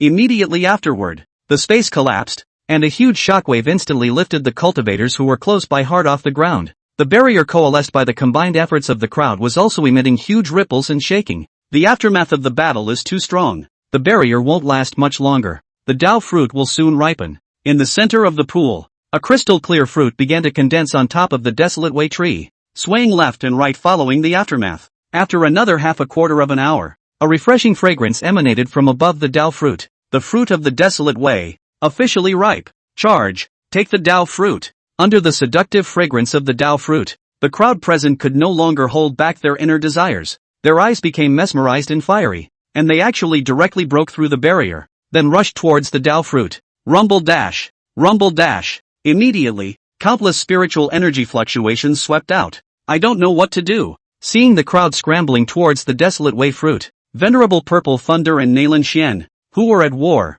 both snorted coldly when they saw this. A big wave of the hand followed. Countless thunder as well as crystal palms broke through the void and smashed straight onto the bodies of the several people in front. Bang! Bang! Bang! In just a single glance, those people were directly slapped into pieces. Don't try to stop me from grabbing the Dao fruit. However, the deaths of a few people didn't make the crowd wake up, and in the face of Nailan Xian and Venerable Violet Thunder, these cultivators who had already lost their minds to the fruits of the Dao had no fear. Seek death. As soon as Venerable Violet Thunder slapped his hands in front of his chest, the rolling spiritual energy within his body instantly rose up, transforming into a thunder snake of 10,000 feet in size behind him. The twisting body of the thunder snake swallowed one of the practitioners who bore the brunt of the attack in one bite. Just as the thunder snake was about to swallow another person into its stomach again, the temple above suddenly collapsed violently before a serpentine head violently bit down on the thunder snake. Venerable Violet Thunder couldn't help but change his face. Who? It was accompanied by a deafening roar. The crowd then saw that a snake-like skeleton with 6 heads appeared right above the temple. 6 heads and 16 pupils were all haunted by a cloud of dark smoke. Along with the serpentine skeleton as soon as it appeared, an incomparably evil aura that made the crowd feel incomparably evil instantly filled the air. What is it? The sudden appearance of the serpentine monster instantly sobered the originally frenzied crowd. Boom! With another loud sound, Nailan Xian's body suddenly flew backwards. At this time, his face had a grave look towards a short distance away, where a human skeleton stood. In its body, covered with dense black lines, in its pupil position, there are still 2 groups of dark smoke lingering. A dense deathly aura continuously emanated from his body, causing the spiritual energy around him to become muddled. What's this again? The crowd also saw that behind the humanoid skeletons, hundreds of skeletons were slowly moving towards them. A rich aura of death flowed from each skeleton. For a while, the crowd couldn't help but feel a little numb in their scalps. As for the blood demon old ancestor who was in the middle of the crowd, he couldn't help but be horrified when he saw the humanoid skeleton that had appeared, as well as the blood venom imprints that were hard to detect with the naked eye on its bones. That blood poison mark. It was obvious that it was the one that had planted itself, and the time interval was not long. In an instant, the blood demon old ancestor reunited this skeleton in front of him with a silhouette in his mind. That's Mako's. Chapter 249 Vishnu. That's Mako's. The blood demon old man's voice immediately caused a huge uproar in the crowd. Makozu? How did he come to look like this? That's the Great Hall? Some of the Great Yen Dynasty's guards all turned pale when they saw their own highness turn into this appearance. No, this can't be the Great Hall. Xianyang's face also turned a little white. How did the Great Hall of Makozu become this monster-like? Who dash? Above the temple, the huge serpentine skeleton's 6 heads bit straight on top of the thunder snake, tearing it apart hard in the latter's mournful cries. As the thunder snake was torn apart, Venerable Purple Thunder couldn't help but let out a muffled grunt, and the spiritual energy in his body shook violently. Clearly the thunder snake being torn apart had caused a backlash on him. It's that sinful beast from earlier. This path is all weird. At the same time, he was the first to recognize the 6-headed monster in front of him. Nailan Xian, how about we combine our efforts to defeat these 2 monsters first, and then we'll decide where this desolate Dao fruit belongs? Venerable Violet Thunder was the first to make a suggestion. Nowadays, the aura emanating from these 2 monsters were both steadily exceeding the 9th level of the Divine Court. Even if they were to face one head, it would be a tricky matter for them. Now, the 2 of them only had to combine their efforts to solve the trouble in front of them first. Exactly. Nailan Xian nodded in agreement. Just now, that humanoid skeleton's sudden sneak attack shattered his shield in just a single glance. Although it was unclear why these 2 monsters had suddenly appeared, it was obvious. They were rushing towards themselves and the others. Yes. Venerable Violet Thunder's eyes flashed with thunder, and a huge war hammer reappeared in his hand. Spinning around, he stomped his foot gently. Ho ho! At its feet, the purple thunder griffin let out a deafening roar, then waved its fleshy wings and swept straight towards the 6-headed snake skeleton. Rumble dash! As soon as the 2 sides came into contact, a terrifying shockwave instantly swept in all directions. Woo! The humanoid skeleton let out a piercing chirp in his throat, and in the next moment, his form disappeared into thin air. Immediately after reappearing, he had arrived in front of Nailan Xian's body. Instantly, a fist covered in pitch-black lines gradually enlarged in Nailan Xian's eyes. Humph! Nailan Xian snorted coldly as terrifying spiritual energy gushed out from his body, transforming into countless crystal palms before slapping straight at the humanoid skeleton. Dang dash! And below, along with the humanoid skeleton's initiative, the hundreds of skeletons behind it also drove instantly. zipping straight into the crowd. Ah! Quick counterattack! Ah ha ha ha! At that moment, miserable screams accompanied by countless spiritual energy fluctuations instantly rose up. Boom dash! Accompanied by a loud sound. The countless huge bone spikes suddenly fell apart. Wang Ziqiu held a long spear, his body bathed in battle intent, and behind him, millions of battle group silhouettes stood distantly. At this moment, Wang Ziqiu's face was cold as he looked at the black-robed figure in front of him. The latter's black robe that covered himself at this time had been completely broken, exposing a large area of dark bones, and in its chest position, a long spear shadow solidly penetrated its entire body. King Ziqiu, it's really strong. A mere few hundred rounds can injure my father. The black-robed figure raised his palm and slowly drew out the lance he was carrying. He slowly raised his head, revealing two eyes shrouded in pitch-black smoke. Even though his entire body was only skeletons, his anger and astonishment was clearly perceived. Wang Ziqiu raised the lance in his hand and aimed it at the latter from afar. You broken bones. Instead of staying honestly in the earth, you even think of popping up. Do you not want to go through another baptism of extermination? In response, a snort seemed to come out of the black-robed figure's mouth. My clan has been planning for 10,000 years to revive the great being. 10,000 years ago it was only a chess move that missed the mark. Now that our clan has finished recuperating, and 70% of your living beings were killed or injured 10,000 years ago, this time, we will surely slaughter all of your living beings in the entire Great E realm.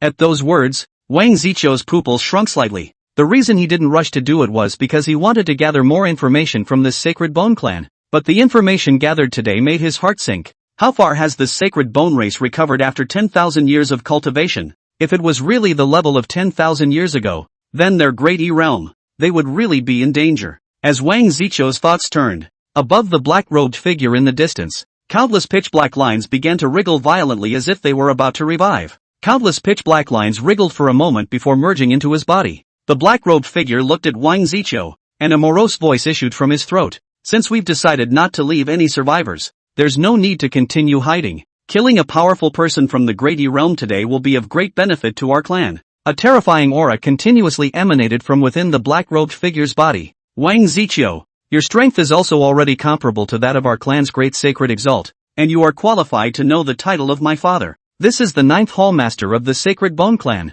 Great Sage Vishnu. Chapter 250, Tragedy. I am the 9th Hall Master of the Sacred Bone Clan. Great Sage Vishnu, Pai, Rao. As Vishnu's voice fell, a strong look of gravity appeared on Wang Ziqiu's face. The 9th Hall Master of the Sacred Bone Clan? 10,000 years ago. At its peak, the sacred bone race had been divided into 9 emperors and 13 halls, with each of the sacred emperors having a strength comparable to that of the 3 Lotus Transformation God realm. The God of Transformation is divided into 3 Lotus realms. Condensing the first out-of-body incarnation is the first Lotus realm. Condensing 3 out-of-body incarnations is the second Lotus realm. And condensing 9 out-of-body incarnations is the third Lotus realm. 3 Lotus realm powerhouses is already the top existence of the entire DE world. Even 10,000 years ago, DE world's most prosperous period, the 3 Lotus realm powerhouses are only a mere 6. Each of them belong to the existence that can create an epic. Or even to put it another way, in fact, 10,000 years ago, it was the 54 3 Lotus transformation deities of their Great E realm that were battling the 81 3 Lotus Sane emperors of the other side. And that was why the situation had taken on a lopsided appearance. Apart from that terrifying 9 emperors, and the remaining 13 halls, which were actually 13 hall masters, the weakest of them had strength comparable to the questioning realm. Among them, 1 leaf to 3 leaves asked for a small Saint Zun, 4 leaves asked for a great Saint Zun, and 5 leaves asked for a heavenly Saint Zun. In other words, this Vishnu has strength comparable to that of the 4 leaves realm. It's a bit of a pain in the ass, facing the Virakana great sage Zun, who was comparable to the strength of the 4 leaves questioning realm. Even Wang Ziqiu felt incomparably tricky. What's more, the most important thing in front of us was to deliver the news that the Sacred Bone Clan had reappeared in the world. Also, the Heavenly Sword Sacred Sect, even a figure of Lingshu Zi's stature had defected. So would it be possible that the entire Heavenly Sword Sacred Sect? Wang Ziqiu didn't dare to go down below. Once this Heavenly Sword Sacred Sect mutinied in its entirety, it would be a disaster for the entire Sanyang heaven. What's more, there's a good chance that there's also the existence of the Sacred Bone Clan behind it. Once the Heavenly Sword Sacred Sect joined forces with the Sacred Bone Clan, the entire Sanyang heaven might be reduced to a perishing, strangling battlefield in an instant. As soon as he thought of this, the 3 leaf-like patterns at the location of Wang Ziqiu's brow erupted with a violent golden light. No matter what, Must find a chance to deliver the message. Boom dash. Just as Wang Ziqiu's thoughts had just begun, a huge boom suddenly sounded at a distance of 100 miles apart, followed by a burst of thick smoke rising up. Vishnu gazed blandly at the rising smoke and spoke, "The rest of you who came in from the Great E realm will be dealt with cleanly. Today, no living soul will be able to walk out of this place." Wang Ziqiu's expression remained unchanged. "What? You don't believe it?" Seeing Wang Ziqiu's expression, Vero continued, "You should know that this Tao of Desolation also had our clan's holy fathers fall here in the beginning. Although his strength is not as strong as before after his recovery, it is still more than enough to get rid of you people from the Great E realm." When Wang Ziqiu heard this, the long spear in his hand shook, and he directly flew forward and swept towards Vishnu. "Jia Jia, then let me try out the level of your Great E realm cultivators." Vishnu waved his sleeve robe, and instantly, rolling demonic chi was released from within his body. Dasho center. Ho ho! The purple thunder griffin let out a mournful wail, and the two fleshy wings on its back had also broken at this moment. Its body was gnawed to death by two huge snake-like heads, and no matter how much it struggled, it could not move. Venerable Purple Thunder held up the Purple Thunder God Hammer in his right hand, his face a little white, and at the location of his left arm, it was empty at the moment. As for the serpentine corpse opposite him, only 3 heads were still intact at the moment. The other side, Nalan Xian relied on a stone pillar, his surroundings scattered with crystal residue. His chest, moreover, was deeply sunken, a large fist mark clearly visible. On the contrary, the humanoid skeleton had originally been broken into pieces, but with the flickering of the pitch-black lines, it was actually gradually reunited again. They've gotten stronger again. Nalan Xian looked around. Originally there were hundreds of cultivators, but at this moment there were only less than 100 left still struggling to hold on, and the team that was originally just a mere 100 skeletons had now surpassed the number of 300, and that number was still increasing. For every person killed on your side, there is one more skeleton on the opposite side. Although these skeletons were unable to perform divine abilities, their actual bodies were of the divine court realm, and no matter how many times they fought, each time they were able to reassemble and drain their spiritual energy before decapitating them. Those on the side of the Great E realm had to fend off the deathly aura that permeated the air, as well as pay attention to the depletion of their own spiritual energy, as well as fight against those skeletons. Multitasking, so after only holding out for less than an hour, their side of the Great E realm was almost on the verge of dying or being wounded. The serpentine skeleton and the humanoid skeleton were even more domineering, and after each resurrection, their strength would be refined a few points more. At this time, he was afraid that his strength had completely broken through the 9th level of the divine court and was only half a step away from entering the realm of the questioning. And that time is when all of them. Deadline. Chapter 251, The Battle of Questioning the Way. Stabbing dash. Accompanied by a crisp tearing sound, Xian Yang's body flew straight out backwards, and after spewing a large amount of blood in the air, it smashed heavily into the only remaining crowd. Commander! On the side, a guard of the Great Yan dynasty hurriedly came forward to try to help Xian Yang up, but after seeing the latter's condition, the entire person could not help but suck in a breath of cool air. Only Xian Yang was seen collapsing on the gray stone slab, his breath weak, half of his body had disappeared somewhere, and a large amount of blood continuously gushed out from his body, soaking the ground red. If it wasn't for the fact that he had the strength of the 7th heaven of the divine court, I'm afraid that a normal person would have died a long time ago. Even though he was seriously injured, Xian Yang still did not change his majesty as the head of the guards, only to see him using his weak breath to scold the frozen guards. What are you waiting for? Hurry up and defend the enemy. The guard sniffed his nose. Commander, everyone else is dead. There are only a few of us left on the field now. Xian Yang lifted his head with difficulty and looked around, only to see that under the dense death aura, the only practitioners left plus less than 40 of him formed a circle, struggling to fend off the corpses that surrounded them from all sides. And not far away, the Violet Thunder Griffin Dharma phase had been completely torn apart by that 6-headed serpent skeleton, while the venerable Violet Thunder could only barely wave his only remaining right hand to bitterly support himself, but it was obvious that it was not far from defeat. On the other side, the humanoid corpse had already reassembled itself. He once again moved his body towards Nalan Xian,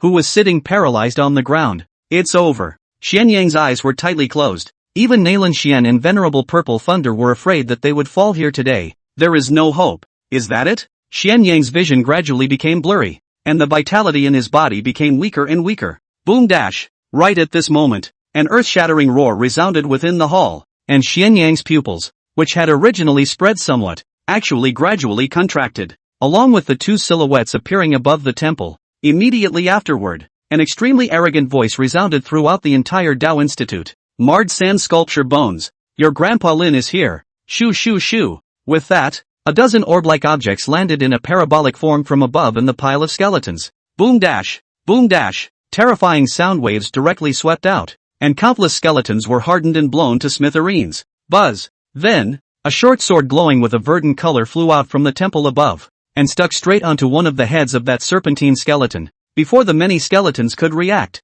a golden light with an inexplicable aura suddenly rose from the location of his wounds. Zip, zip, zip dash. As if the blood meets the sun, those originally as if the maggots of the black lines in the encounter with the golden light. It is actually indescribable speed dissipation, as if it was hard purified in general. Ho ho! Even the six-headed serpent speed, after letting out an unwilling roar, the lines on it were rapidly purified away. Venerable Purple Thunder aimed for the right moment and blasted his hammer at the serpentine skeleton. Knock! Without the support of the black lines, after the snake skeleton suffered this blow, it didn't shatter again like before and then recovered, but directly turned into ashes and dissipated. On the other side, after completely resolving one of the skeletons, the remaining cultivators were first slightly stunned, and then they erupted in exhilarated voices. Can kill them now. Can kill these monsters for good now. Charge. After being verified, the remaining cultivators were immediately as if they had been pumped with chicken blood, and their entire body became exuberant. The reason why the fight was so tough was undoubtedly because these monsters simply couldn't be killed, and most of the cultivators were killed alive due to the exhaustion of their spiritual energy. Kill all these monsters and avenge the dead. Kill. Rumble dash. The endless battle intent and the pitch-black bone spikes ruthlessly charged together in the most brutal manner. On top of the bone spikes, countless pitch-black patterns flashed, recklessly releasing thick pitch-black smoke, pouring into the army of battle intent, as if to pollute it. The army of battle intent was also filled with countless warhorses neighing and lances swinging out, destroying all those smokes that were leaning in. It was a contest between two strands of Tao rhythm. Suddenly, the demonic aura on Viro's body fluctuated violently and suddenly seemed to be out of control. Wang Ziqiu in the distance stared.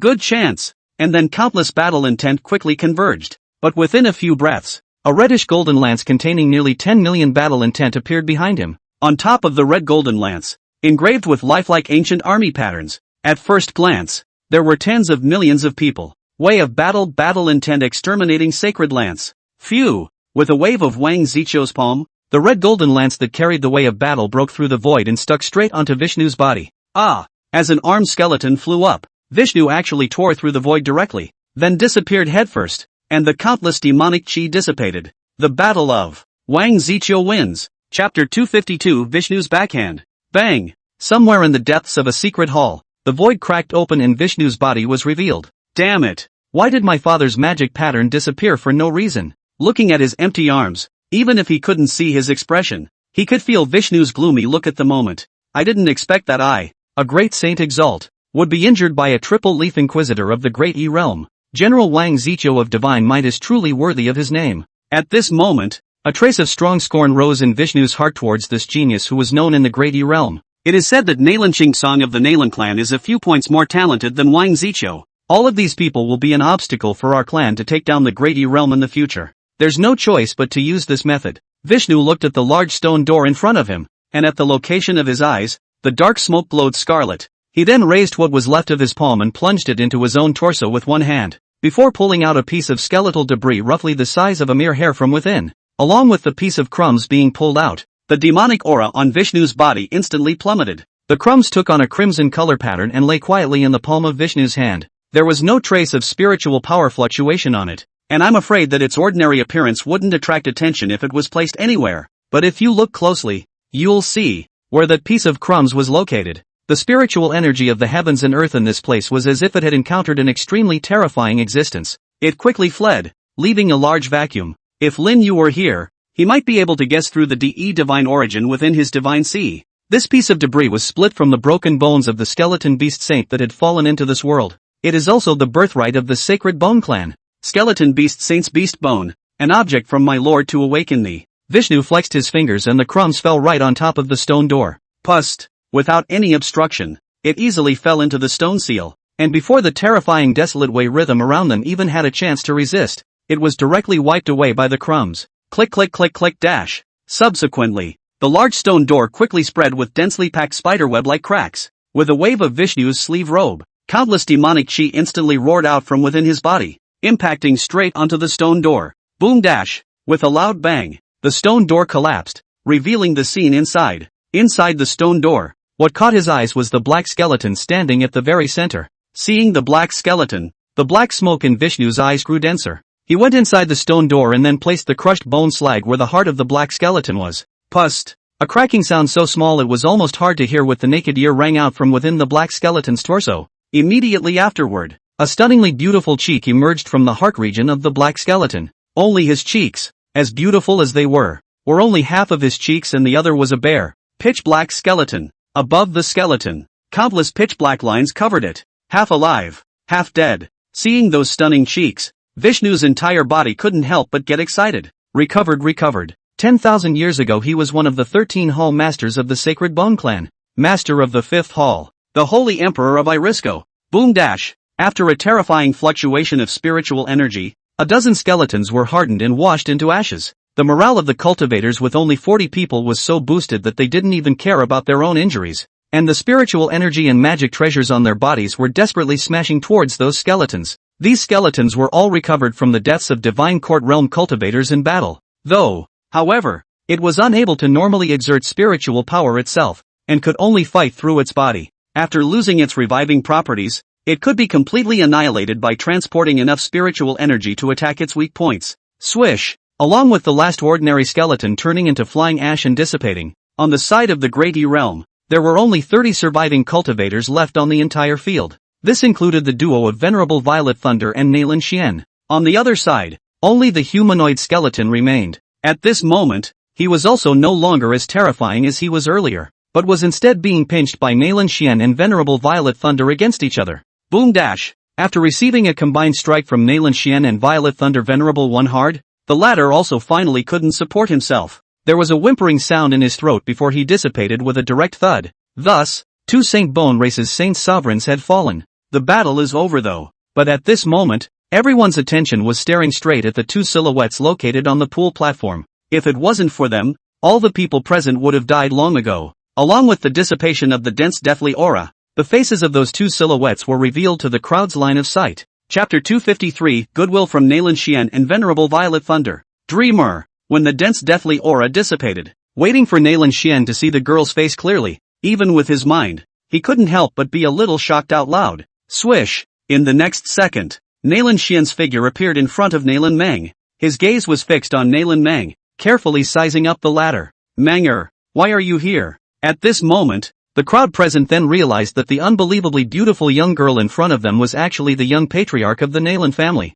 Nalin Qingsan's daughter, Nalin Meng. Nalin Meng scanned the crowd before saying, Grandpa Xian, I also happened to enter this place. This is a Taoist friend I made on my way. Lin Yu. Hearing Nalin Meng's words, the light in Nalin Xian's eyes flickered for a moment before he instantly understood the meaning of Nalin Meng's words. Seeing this, Lin Yu also stepped forward and cupped his fists towards Nalin Xian, saying, Kid Lin Yu, I have met Elder Nalin Xian. Nalin Xian also clasped his fist back towards Lin Yu, without the slightest hint of contempt in front of his eyes at all. Thanks, little friend. Just now, he had seen with his own eyes that the dozen or so orb things flung out by this teenager in front of him had easily disposed of the skeletons that they couldn't cope with at all. If it wasn't for this youngster, I'm afraid they would all have fallen here today. So, this return gift, he suffered. On the other side, Venerable Violet Thunder, after regulating the spiritual energy in his body, also walked up to the Lin Yu duo and clasped his fists towards them. Thank you both for saving my life today. I will definitely repay you with my utmost efforts in the future. Seeing that both Nalin Xian and Venerable Violet Thunder had taken the lead in setting an example, the remaining dozens of people present also raised their fists towards the Lin Yu duo from afar. Many thanks for saving my little friend's life. Lin Yu waved his hand at this and didn't say anything more. Nalin Xian and Violet Thunder Venerable One glanced at each other. Then the former stepped forward and spoke. Little friend Lin, the two of us have just discussed this and thought that today we might as well lend a flower to the Buddha. This desolate way fruit has ripened, so I'll gift it to little friend Lin as a thank you gift from Venerable Violet Thunder and I for being here. And when we get out, he and I will definitely prepare a heavy gift. Beside him, Venerable Violet Thunder nodded in agreement. At their stage, the words they uttered almost always had the constraints of the meditative heavenly Tao, and could not tolerate any falsehood. Hiss! Seeing Nalin Xian and Venerable Violet Thunder's stance, the crowd present couldn't help but suck in another breath of cool air. One must know that the importance of this desolate way fruit to the two of them was an important treasure that would allow them to step into the questioning realm.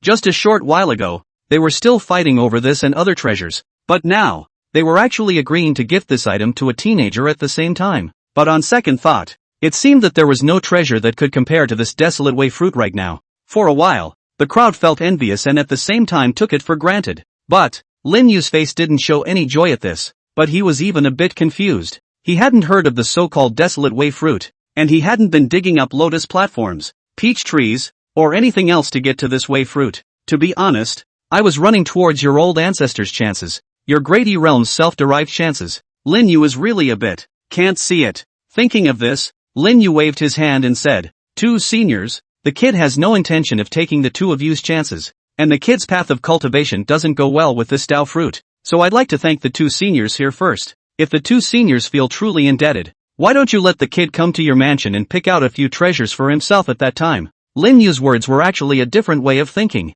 You know, these two are at least the top tier of two great powers, so they should be able to enter a treasure trove or something, right? The treasuries under the jurisdiction of the two great powers might be able to have props that carried divine origins like the heavenly compass. This kind was what Lin Yu needed. Wow! And when Lin Yu's words fell, they instantly stirred up an uproar in the crowd. Perhaps Lin Yu thought nothing of it, but in the ears of the crowd, it meant something different. He doesn't even want a treasure like the desolate way fruit. When Venerable Violet Thunder and Nayland Xian heard this, a rich smile even appeared on their faces, and they felt even more intimate with Lin Yu.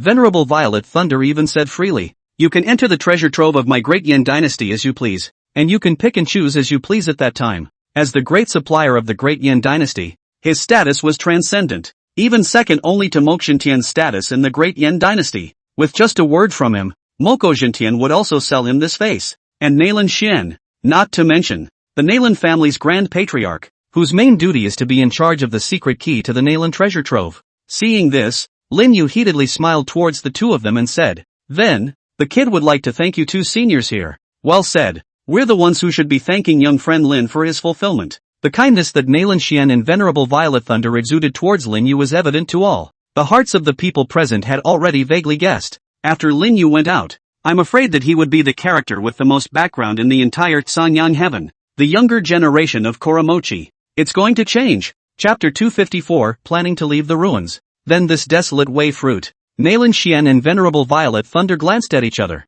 again unsure of how to distribute them. Having just gone through that much, it was unlikely that they would engage in another fight to grab the right to the Dao fruit. Nayland Meng at this time was the one who stepped forward and spoke. "I have checked the ancient books, and rumor has it that the desolate way tree in the world is the firstborn of heaven and earth, nurturing the desolate way rhyme. And the desolate way fruit born on it can be split into two, and the effect of the Dao rhyme therein will not be scaled down. And the original desolate way lord also sensed the desolate way rhyme therein separately with several cultivator greats." As Nayland Meng's words fell, a rich color of joy immediately surfaced in the eyes of Nayland Xian and Venerable Violet Thunder. This desolate way fruit, surprisingly, had such a secret they didn't know. Ha ha ha, worthy of being known as the 100 Things One of Sanyang Heaven. This learning is indeed superior to many of my great Yan's princes and highnesses. Venerable Violet Thunder did not hide his praise for Nayland Meng. What surprised him even more was that Nayland Meng's body was actually radiating the aura fluctuations of the Divine Court First Realm. 17 years old at the Divine Court Realm. This kind of talent is simply comparable to her father, Nayland Qingtsong. After observing Lin Yu, Venerable Violet Thunder's heart was even more surprised. Just now, he hadn't even noticed that the aura fluctuation in Lin Yu's body actually had a divine court around the 5th or 6th heavenly layer, and observing his age, he probably couldn't have been more than 20. Nayland Xian and Venerable Violet Thunder couldn't help but secretly speculate. This Lin Yu couldn't be a practicing child of a great power that came from another heaven, a teenager in the 6th heaven of the divine court. This kind of talent, it was estimated that it could only be born within the divine origin heaven, the first of the 9 heavens of the great Yi realm. Hearing Venerable Violet Thunder's words of praise, Nayland Meng respectfully cupped her fist towards the former and said, "Junior is only slightly involved. Besides, furthermore, the situation in Sanyang Heaven today is treacherous, and as the two of you are the mainstays of Sanyang Heaven, you can't afford to suffer because of this matter, so splitting the Dao fruits equally is the most prudent way." Nayland Xian and Venerable Violet Thunder were such characters that they naturally heard Nayland Meng's strings. Could it be that there was a big change in Kuro Heaven in the past few days of their absence? Seeing this, Lin Yu stared at the duo of Nayland Xian and Venerable Violet Thunder. Then he slowly spoke. The initiator of the world destruction war 10,000 years ago, sacred bone race, has reappeared. Knock. Lin Yu's words were like two huge hammers hammering on the hearts of the Nalan Xian duo. The expressions of the two instantly became grave. Can there be any evidence? Nalan Xian and Venerable Violet Thunder were at least people who had seen the world. Just that this kind of news was really too earth-shattering. Lin Yu, however, continued. Didn't you two just formally meet the Sacred Bone Clan? As soon as these words fell, Nalan Xian and Venerable Violet Thunder's faces suddenly changed. The latter even spoke out directly and subconsciously. You mean, that group of skeletons just now is the Sacred Bone Race? Lin Yu nodded and said, that's right, if I'm not mistaken. That snake-shaped skeleton and human-shaped skeleton are the remnants of the Sacred Bone Clan that fell here. Nalan Xian and Venerable Violet Thunder were a bit dumbfounded. Just the remnants of their thoughts had forced them to such an extent. So if it was the real Sacred Bone Clan, just how terrifying would it have to be? No wonder I didn't see General Divine Might after entering this dojo. Hardly? Nalan Xian's mind turned extremely fast, and soon he associated it with Divine Might General Wang Ziqiu. That's right. General Wang has already gone to report this matter to the Nine Heavens Divine Hall. Phew! Nalan Xian exhaled a heavy breath of turbid air. This holy bone race gave them a stereotypical impression that only stayed in the books of the ancient times, but after seeing it today, they felt that it was indeed horrible to the extreme. In that case, this dojo can't stay long. Nalan Xian made a decision right away. Let's get out of here and then we'll think long and hard about it. Lin Yu pondered slightly for a moment and also nodded. With the divine source in his mind, it wasn't really difficult to want to enter this dowsing place again, but I wonder if it would be better to go out first, gather the team and then explore this dowsing place again. Alright, gentlemen, let's leave this place first. The crowd in the distance didn't hear the conversation that Lin Yu's few people had earlier. It was just that Nalan Xian's voice was so loud in the last sentence that everyone could hear it clearly. Leave this place? The people first pondered for a moment in their hearts, and then they immediately decided on it. This place was really too bizarre. Just now if it wasn't for Nalan Meng and that little friend called Lin Yu rescuing them, it was estimated that they would have fallen here long ago. So now that Nalan Xian proposed to leave this place first, they did not feel any reluctance. Even, there was a wave of celebration in his heart after the robbery. This place, they were not going to stay for another second. Thus, after everyone had tempered their spiritual energy, they got up straight away and headed towards the exit of the ruins. But, when the crowd moved to the exterior of the Tao Institute, everyone's faces couldn't help but change wildly. At this moment, outside the Tao Institute, the original slightly dim desert environment was now filled with endless pitch-black smoke. An indescribable sense of evil permeated the smoke. Relic exit location. After repelling Vishnu, Wang Ziqiu did not delay any longer. With a flash of reddish golden light, an envelope representing Karama heaven appeared in his hand. Wang Ziqiu lightly pinched a magic seal in his hand, and then the envelope turned into a stream of light that penetrated the barrier and fell into the outside world. After doing so, Wang Ziqiu took out an emerald green jade tablet and urged his spiritual power to engrave the message into it. I hope the king and brother Chingsong will receive the information in time. As soon as the words fell, Wang Ziqiu's body flickered and once again headed towards the interior of the Tao Institute. Chapter 255, Proceedings at the Temple. The source of the universe. The Great Realm is truly the head of the nine heavens. There were countless strong people in its midst, and the divine court realm, which was already considered strong in other heavens, was as numerous here as it was here. Even asking realm powerhouses were not uncommon within the divine origin heaven. The only one who could start a sect within the divine origin heaven and achieve the level of a dominating force. Only the realm of the transfigured god. Step into the god of transformation and achieve the supremacy of a party. Nowadays, within the entire Great realm, almost 80% of the realm of transfigured god are within this divine origin heaven. The Nine Heavens Divine Hall is the center of the nine heavens, located within the divine origin heaven, and only those who have stepped into the realm of the questioning can enter this divine hall. The Nine Heavens Divine Hall exchanges hall deacons every 3 years, and this year's hall deacons are the Fire Central Heaven, one of the nine heavens, inside the Temple of the Nine Heavens. As the current executive representative of the Fire Central Heavenly Hall was an old man whose entire body was covered in red. Its body was strong and healthy, and from time to time there were flames burning on its exposed skin, causing the space to have a charred odor emanating from it. Fire Central Heavenly Fire Clan's previous patriarch, Heavenly Fire Supreme, a genuine One Lotus Transformation God Realm powerhouse. Supreme Flame of Heaven was seated on top of the main seat, his eyes slightly closed, and around him were the busy temple personnel. Generally as the temple executives, they would only be startled when other heavens sent messages from the nine heavens, and normally the nine heavens divine temple still relied on this group of temple personnel to function. Swish swish swish, Just as Supreme Flame of Heaven closed his eyes to recuperate, a sharp footstep sounded from the exterior of the Great Hall. Afterward, a shrine officer appeared in the main hall holding an envelope representing a message from Karama Heaven. Greetings Supreme Heavenly Flame. A message from the 9 heavens sent urgently by Xanyang Heaven. Buzz. The Heavenly Flame Supreme Being's eyes instantly opened, and then with a gesture of his hand, the Tao envelope appeared in his hand. Swish. After Supreme Flame of Heaven opened the envelope to check the message in it, he actually stood up directly from his seat. The people in the room couldn't help but stare in disbelief. It was because no one had yet seen the Heavenly Flame Supreme react so greatly. Go! The Heavenly Flame Supreme flicked his finger, and a small purple golden flame swept out from his fingertip. Afterward, the Heavenly Flame Supreme Being's face was serious as he spoke. Go and invite a few other hall pillars to come. The temple pillars in the mouth of the Heavenly Flame Supreme Being were actually the people that the major heavens had arranged in the 9 heavens divine hall,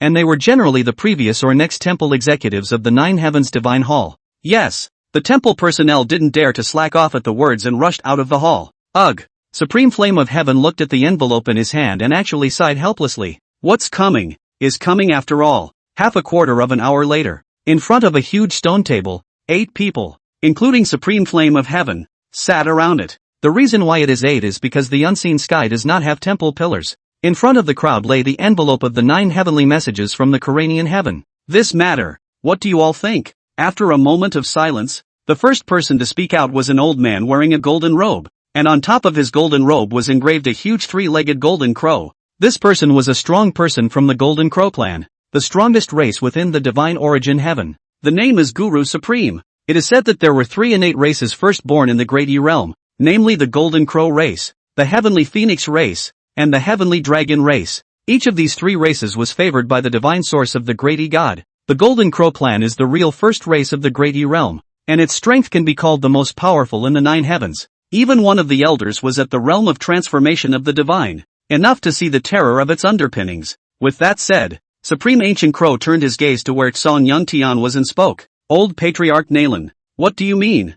Following Supreme Crow's gaze, located at the spot where Xanyang Tian was sitting was an old man with somewhat graying hair. That old man was the previous patriarch of the Nalan clan, the current Nalan Longyuan of the Xanyang Heavenly Hall Pillar. When the crowd looked at Nalan Longyuan, admiration also showed in their eyes. It was because it was the only strong person from the human race in the 9 Heavenly Hall Pillars of the Great E realm. But if we are talking about strength, I'm afraid that among the few people present, they can also rank in the front position. Nalan Longyuan heard the words of the Ancient Crow Supreme Being. After pondering for a moment, he then opened his mouth and said, I'm still very familiar with this kid Wang Ziqiu.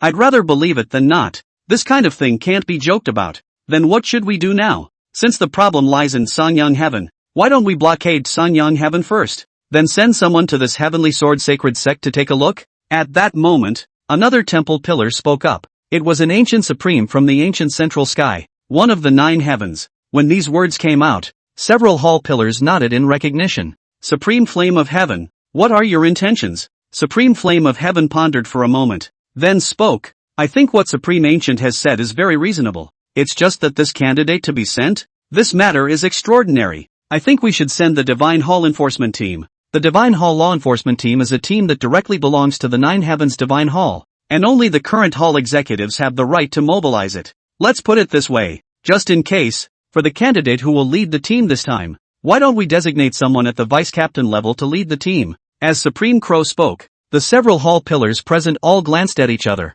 and then they all nodded in recognition. The Temple of God had a clear rule that the assigned candidate to lead the law enforcement team could not be assigned from the temple pillar in which that day was located. As for the Transformation God Realm powerhouses, the teleportation array was simply unable to teleport their bodies there. If even a trace of the power of a Transformation God Realm powerhouse were to leak out, it would cause the entire teleportation array to crumble. It's just right to send someone of the rank of vice captain. Then quickly go prepare the teleportation array. There's no time to lose. We'll leave after tomorrow. Chapter 256, The Current Situation in the Northern State. North State, the land under the jurisdiction of the Heavenly Sword Sect. At this time, the Northern State was no longer as prosperous as it had been in the past, and there were no traders or cultivators selling ice crystal stones around. In place of some prosperity, there is an empty, dead field. The entire territory of the Northern State was covered with white bones. Stabbing dash. The void shook, and Nalan Shingsong's figure appeared in the void. Seeing the tragic situation that was reflected in his eyes, even with Nalan Shingsong's mentality, His heart and soul couldn't help but be slightly shaken. The outside world is peaceful, but the territory of the northern state is already like a hell on earth. Brother Zichou's message was indeed not wrong. During these years, Nalan Shingsong had been secretly investigating the message of the Heavenly Sword Sacred Sect. It was just that the latter was too secretive, so the information gathered was extremely scarce. Nalan Shingsong fell into the ground. Then with a wave, the earth trembled, burying all the exposed white bones. Immediately afterward, his gaze looked toward the huge inverted sword in the distance. However, he didn't act immediately, but continued to search for evidence he could utilize from where he was. Or, perhaps, waiting for someone to appear in general. In this way, after waiting for about an hour, the void shook once again, and a silhouette dressed in a purple dragon robe appeared. The king of the great Yan dynasty, Mako Jintian. Seeing Moksha Jintian come, Nalan Shingsong did not feel surprised. Even the person he was waiting for, that was him. When Mokshintian saw Nalan Shingsong, his face didn't have any fluctuations and remained unperturbed. Phew! Nalan Shingsong raised his hand and threw a skeleton towards Mo Kujintian. The latter reached out to catch it, and after seeing the pitch-black lines on it, his face, which looked like a face paralyzed, finally changed. The living beings within this northern state have all been sacrificed by the Heavenly Sword Sacred Sect. Mo Kujintian's gaze narrowed slightly as he heard this. In the entire northern state, I'm afraid there are hundreds of millions of living beings. A visit to the Heavenly Sword Sacred Sect? Purple dragon swam in the eyes of Moksha Jintian as he looked at the distant Heavenly Sword Sacred Sect, not knowing what he was thinking. Nalan Shingsong shook his head and said, "The fact that Ling Xiaozi actually dared to sacrifice the living beings of a state in such a grand manner proves that he is not afraid of me and you appearing at the same time. At this time, if we go to the Heavenly Sword Sacred Sect, I'm afraid it's just as he wants." Moksha Jintian turned his head at his words and stepped into the void once again. Demobilize the people around the northern state before it's too late. The Nine Heavens Divine Hall has already received the news, and there will be people from the Divine Hall's law enforcement team coming in a few days. The northern state is located in the northernmost part of Sangyang Heaven, and is also the northernmost part of the Nalan family's jurisdiction. Speaking of this, Mo Kujintian suddenly stopped and glanced at Nalan Shingsong with interest. He said, "Wang Zichou's message mentioned that your Nalan clan's young patriarch is also in the Tao Institute. You're not going there yourself?" Nalan Shingsong sniffed and laughed. Wang Zichou may have also said, "There is a young boy who protects my daughter. His identity makes Wang Zichou unable to see through it." Humph. Moksha Jintian sniffed and let out a cold snort, then completely stepped into the void. When the former left, Nalan Shingsong couldn't help but shake his head. Really, even if you can't go to the Heavenly Sword Sacred Sect, but you can still take a look around him. Nothing to do but run so fast. Nalan Shingsong waved his sleeves and did not linger any longer, heading straight towards the northern state territory. As the patriarch of the Nalan clan, Nalan Shingsong's first and foremost task was to ensure the safety of his clan members, and this Heavenly Sword Sacred Sect was located in the hinterland of the Nalan clan. If he left and the Heavenly Sword Sacred Sect suddenly struck, I'm afraid that no one in the entire Nalan clan would be able to easily withstand it. Heavenly Sword Palace. Ling Xiaozi gazed expressionlessly at a large mirror in front of him. Within the mirror, it showed exactly the scene of Moksha Jintian's departure. Nalan Shingsong is coming in. Are we going to leave him behind? In the shadows, a pale voice rang out. Ling Xiaozi, however, shook his head and said, "Now it's not time for a face-to-face encounter. Let's wait a few more days. At that time, the entire Songyang Heaven, and even the Great E Realm will not be able to escape. The Divine Hall enforcement teams are coming. Tell the Zun clan to let them in. There's no need to block them." Good. In addition, Great Sage Vishnu has successfully awakened Saint Emperor Irisco, and is now dealing with a group of molehills in the Tao Institute. Saint Emperor Irisco? Dark smoke lingered in Ling Xiaozi's eyes. Place on the road to nowhere. The dark smoke covered the entire desert like an apocalyptic world, and as time passed, the thickness of that smoke became deeper and deeper. Ponder sth. In the smoke, there was also the sound of bursts of bones rubbing against each other ringing out from time to time. Obviously, the ancient creatures that had fallen to the ground had already been infected by the dark smoke and had become an army of skeletons. Some cultivators couldn't help but have a look of despair on their faces when they saw this. Jia jia jia. There are actually so many fish that missed the net. A piercing sound came from among the smoke. Immediately afterward, hundreds of silhouettes slowly appeared in the smoke. Seeing those hundreds of revealed silhouettes, the crowd present couldn't help but feel their scalps tingle. Those hundreds of silhouettes were all skeleton-like. Only half of the cheeks in the face position took on the appearance of a twisted human face. What they just said came from that half of the cheek. Kill them all. The Holy Emperor will surely reward us when he knows about it. Yes, yes, yes. Let their flesh and blood become fertilizer for the Holy Emperor. Wow dash. As soon as their words fell, they charged towards the crowd carrying countless amounts of smoke. It's over. When the crowd saw this, they were suddenly ashen. When Lin Yu, Nalan Meng, Nalan Xian, and Venerable Violet Thunder saw this, they also looked grave, especially Lin Yu, after he had cast a wide range of De Divine Origins earlier. Nowadays, the De Divine Origin could be said to be in a cooling off period, and if one wanted to cast it on a wide scale again, I'm afraid that it would be a difficult thing to do. Ho ho ho ho ho! The skeleton army pressed down, causing the space to show huge fluctuations. Chapter 257. Boom dash. Just as the skeleton army came pouring in, a majestic sea-like wariness suddenly rose up from the fog. Phew! Immediately afterward, a long spear containing millions of battle intent stirred up the smoke and shot forward. Wow! Wherever the battle intent lance passed along the way, those skeletons were actually hardened and crushed into powder. It's General Shunwei. Feeling that majestic fluctuation of battle intent, a strong look of excitement appeared on the faces of the crowd. Swish! Along with the arrival of the red gold battle spirit lance, Wang Zichou's figure also appeared in front of the crowd. General Shunwei. Both Nalan Xian and Venerable Violet Thunder both clasped their fists in greeting. The latter nodded and then spoke. The entire dojo has been infested with demonic energy. It's becoming very difficult to get out now. And the demonic aura around us is getting denser and denser. There must be the remnants of countless sacred bone race maggots reviving in this Tao Institute. Wang Zichou's expression was a bit grave. This was because along with that dense demonic aura raging away, he could vaguely sense a terrifying wave of demonic aura brewing. Perhaps this is Vishnu's backhandedness. It seemed to be answering Wang Zichou's words,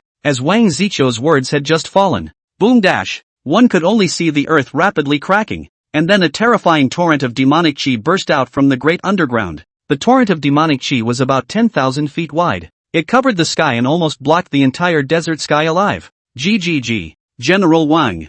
I haven't seen you for a moment. How are you? In the midst of the torrent of demonic energy, Vishnu's figure gradually appeared. Not only that, beside Vishnu, there was also a huge pitch-black sarcophagus. Above the sarcophagus, a face showing half human face and half skeleton hovered, even if the eyes on those cheeks were tightly closed. But the moment he came out, everyone felt an inexplicable sense of panic instantly cover their entire body. Even Wang Zichou felt his body's battle spirit begin to tighten up. That was a threat far beyond the saint level. Could it be the Holy Emperor of the Sacred Bone Clan? Wang Zichou's brain rapidly turned. One of the 9 emperors of the Sacred Bone Clan? This can't be. The remnants of the 9 emperors of the Sacred Bone Clan were all sealed within the unseen sky, and it was impossible for them to appear here. Even if one was as strong as the Desolate Way Lord 10,000 years ago, it was impossible for them to have any resistance in the face of the Sacred Bone 9 emperors. Moreover, seeing that this Saint Emperor's residual thoughts had also just been revived not long ago and had not yet fully awakened,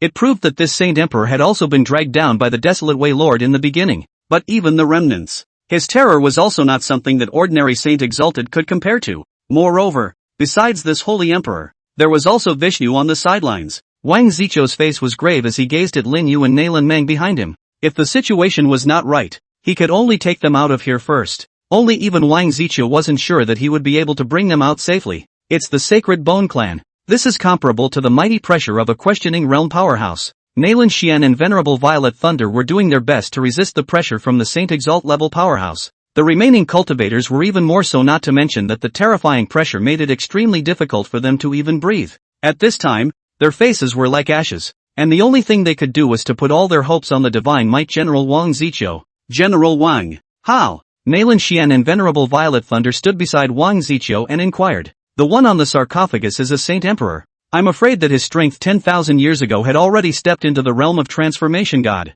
The other is a Saint Sovereign. And even though he was just heavily injured by me, his strength is no weaker than the realm of the 2 leaves of aspiration. When Nalan Xian and Venerable Violet Thunder heard this, their faces became solemn. All around, many practitioners were suddenly as if they were deflated, and some were even directly paralyzed on the ground. Wang Zichou's words were a complete announcement of death to them. Nalan Xian looked at Wang Zichou sincerely and spoke. General Wang might take Menger and little friend Lin Yu out of the trap? We're old bones. Honestly, it wouldn't hurt to fold here. On its side, Venerable Violet Thunder also nodded. At this point, the 2 people who had a grudge against each other put aside their personal grudges and were united. A Holy Emperor plus a Holy Father. Even Wang Zichou did not dare to guarantee that he would be able to safely retreat in one piece. After saying that, Nalan Xian fished out a jade token from his sleeve robe and handed it to Wang Zichou. This is the secret key to the treasure trove that I promised young friend Lin, and when the time comes, I still hope that General Wang Ziqiu will be a witness. On the other hand, Venerable Purple Thunder also took out a small purple hammer from his body and handed it over to Wang Ziqiu along with it. I likewise promised little friend Lin.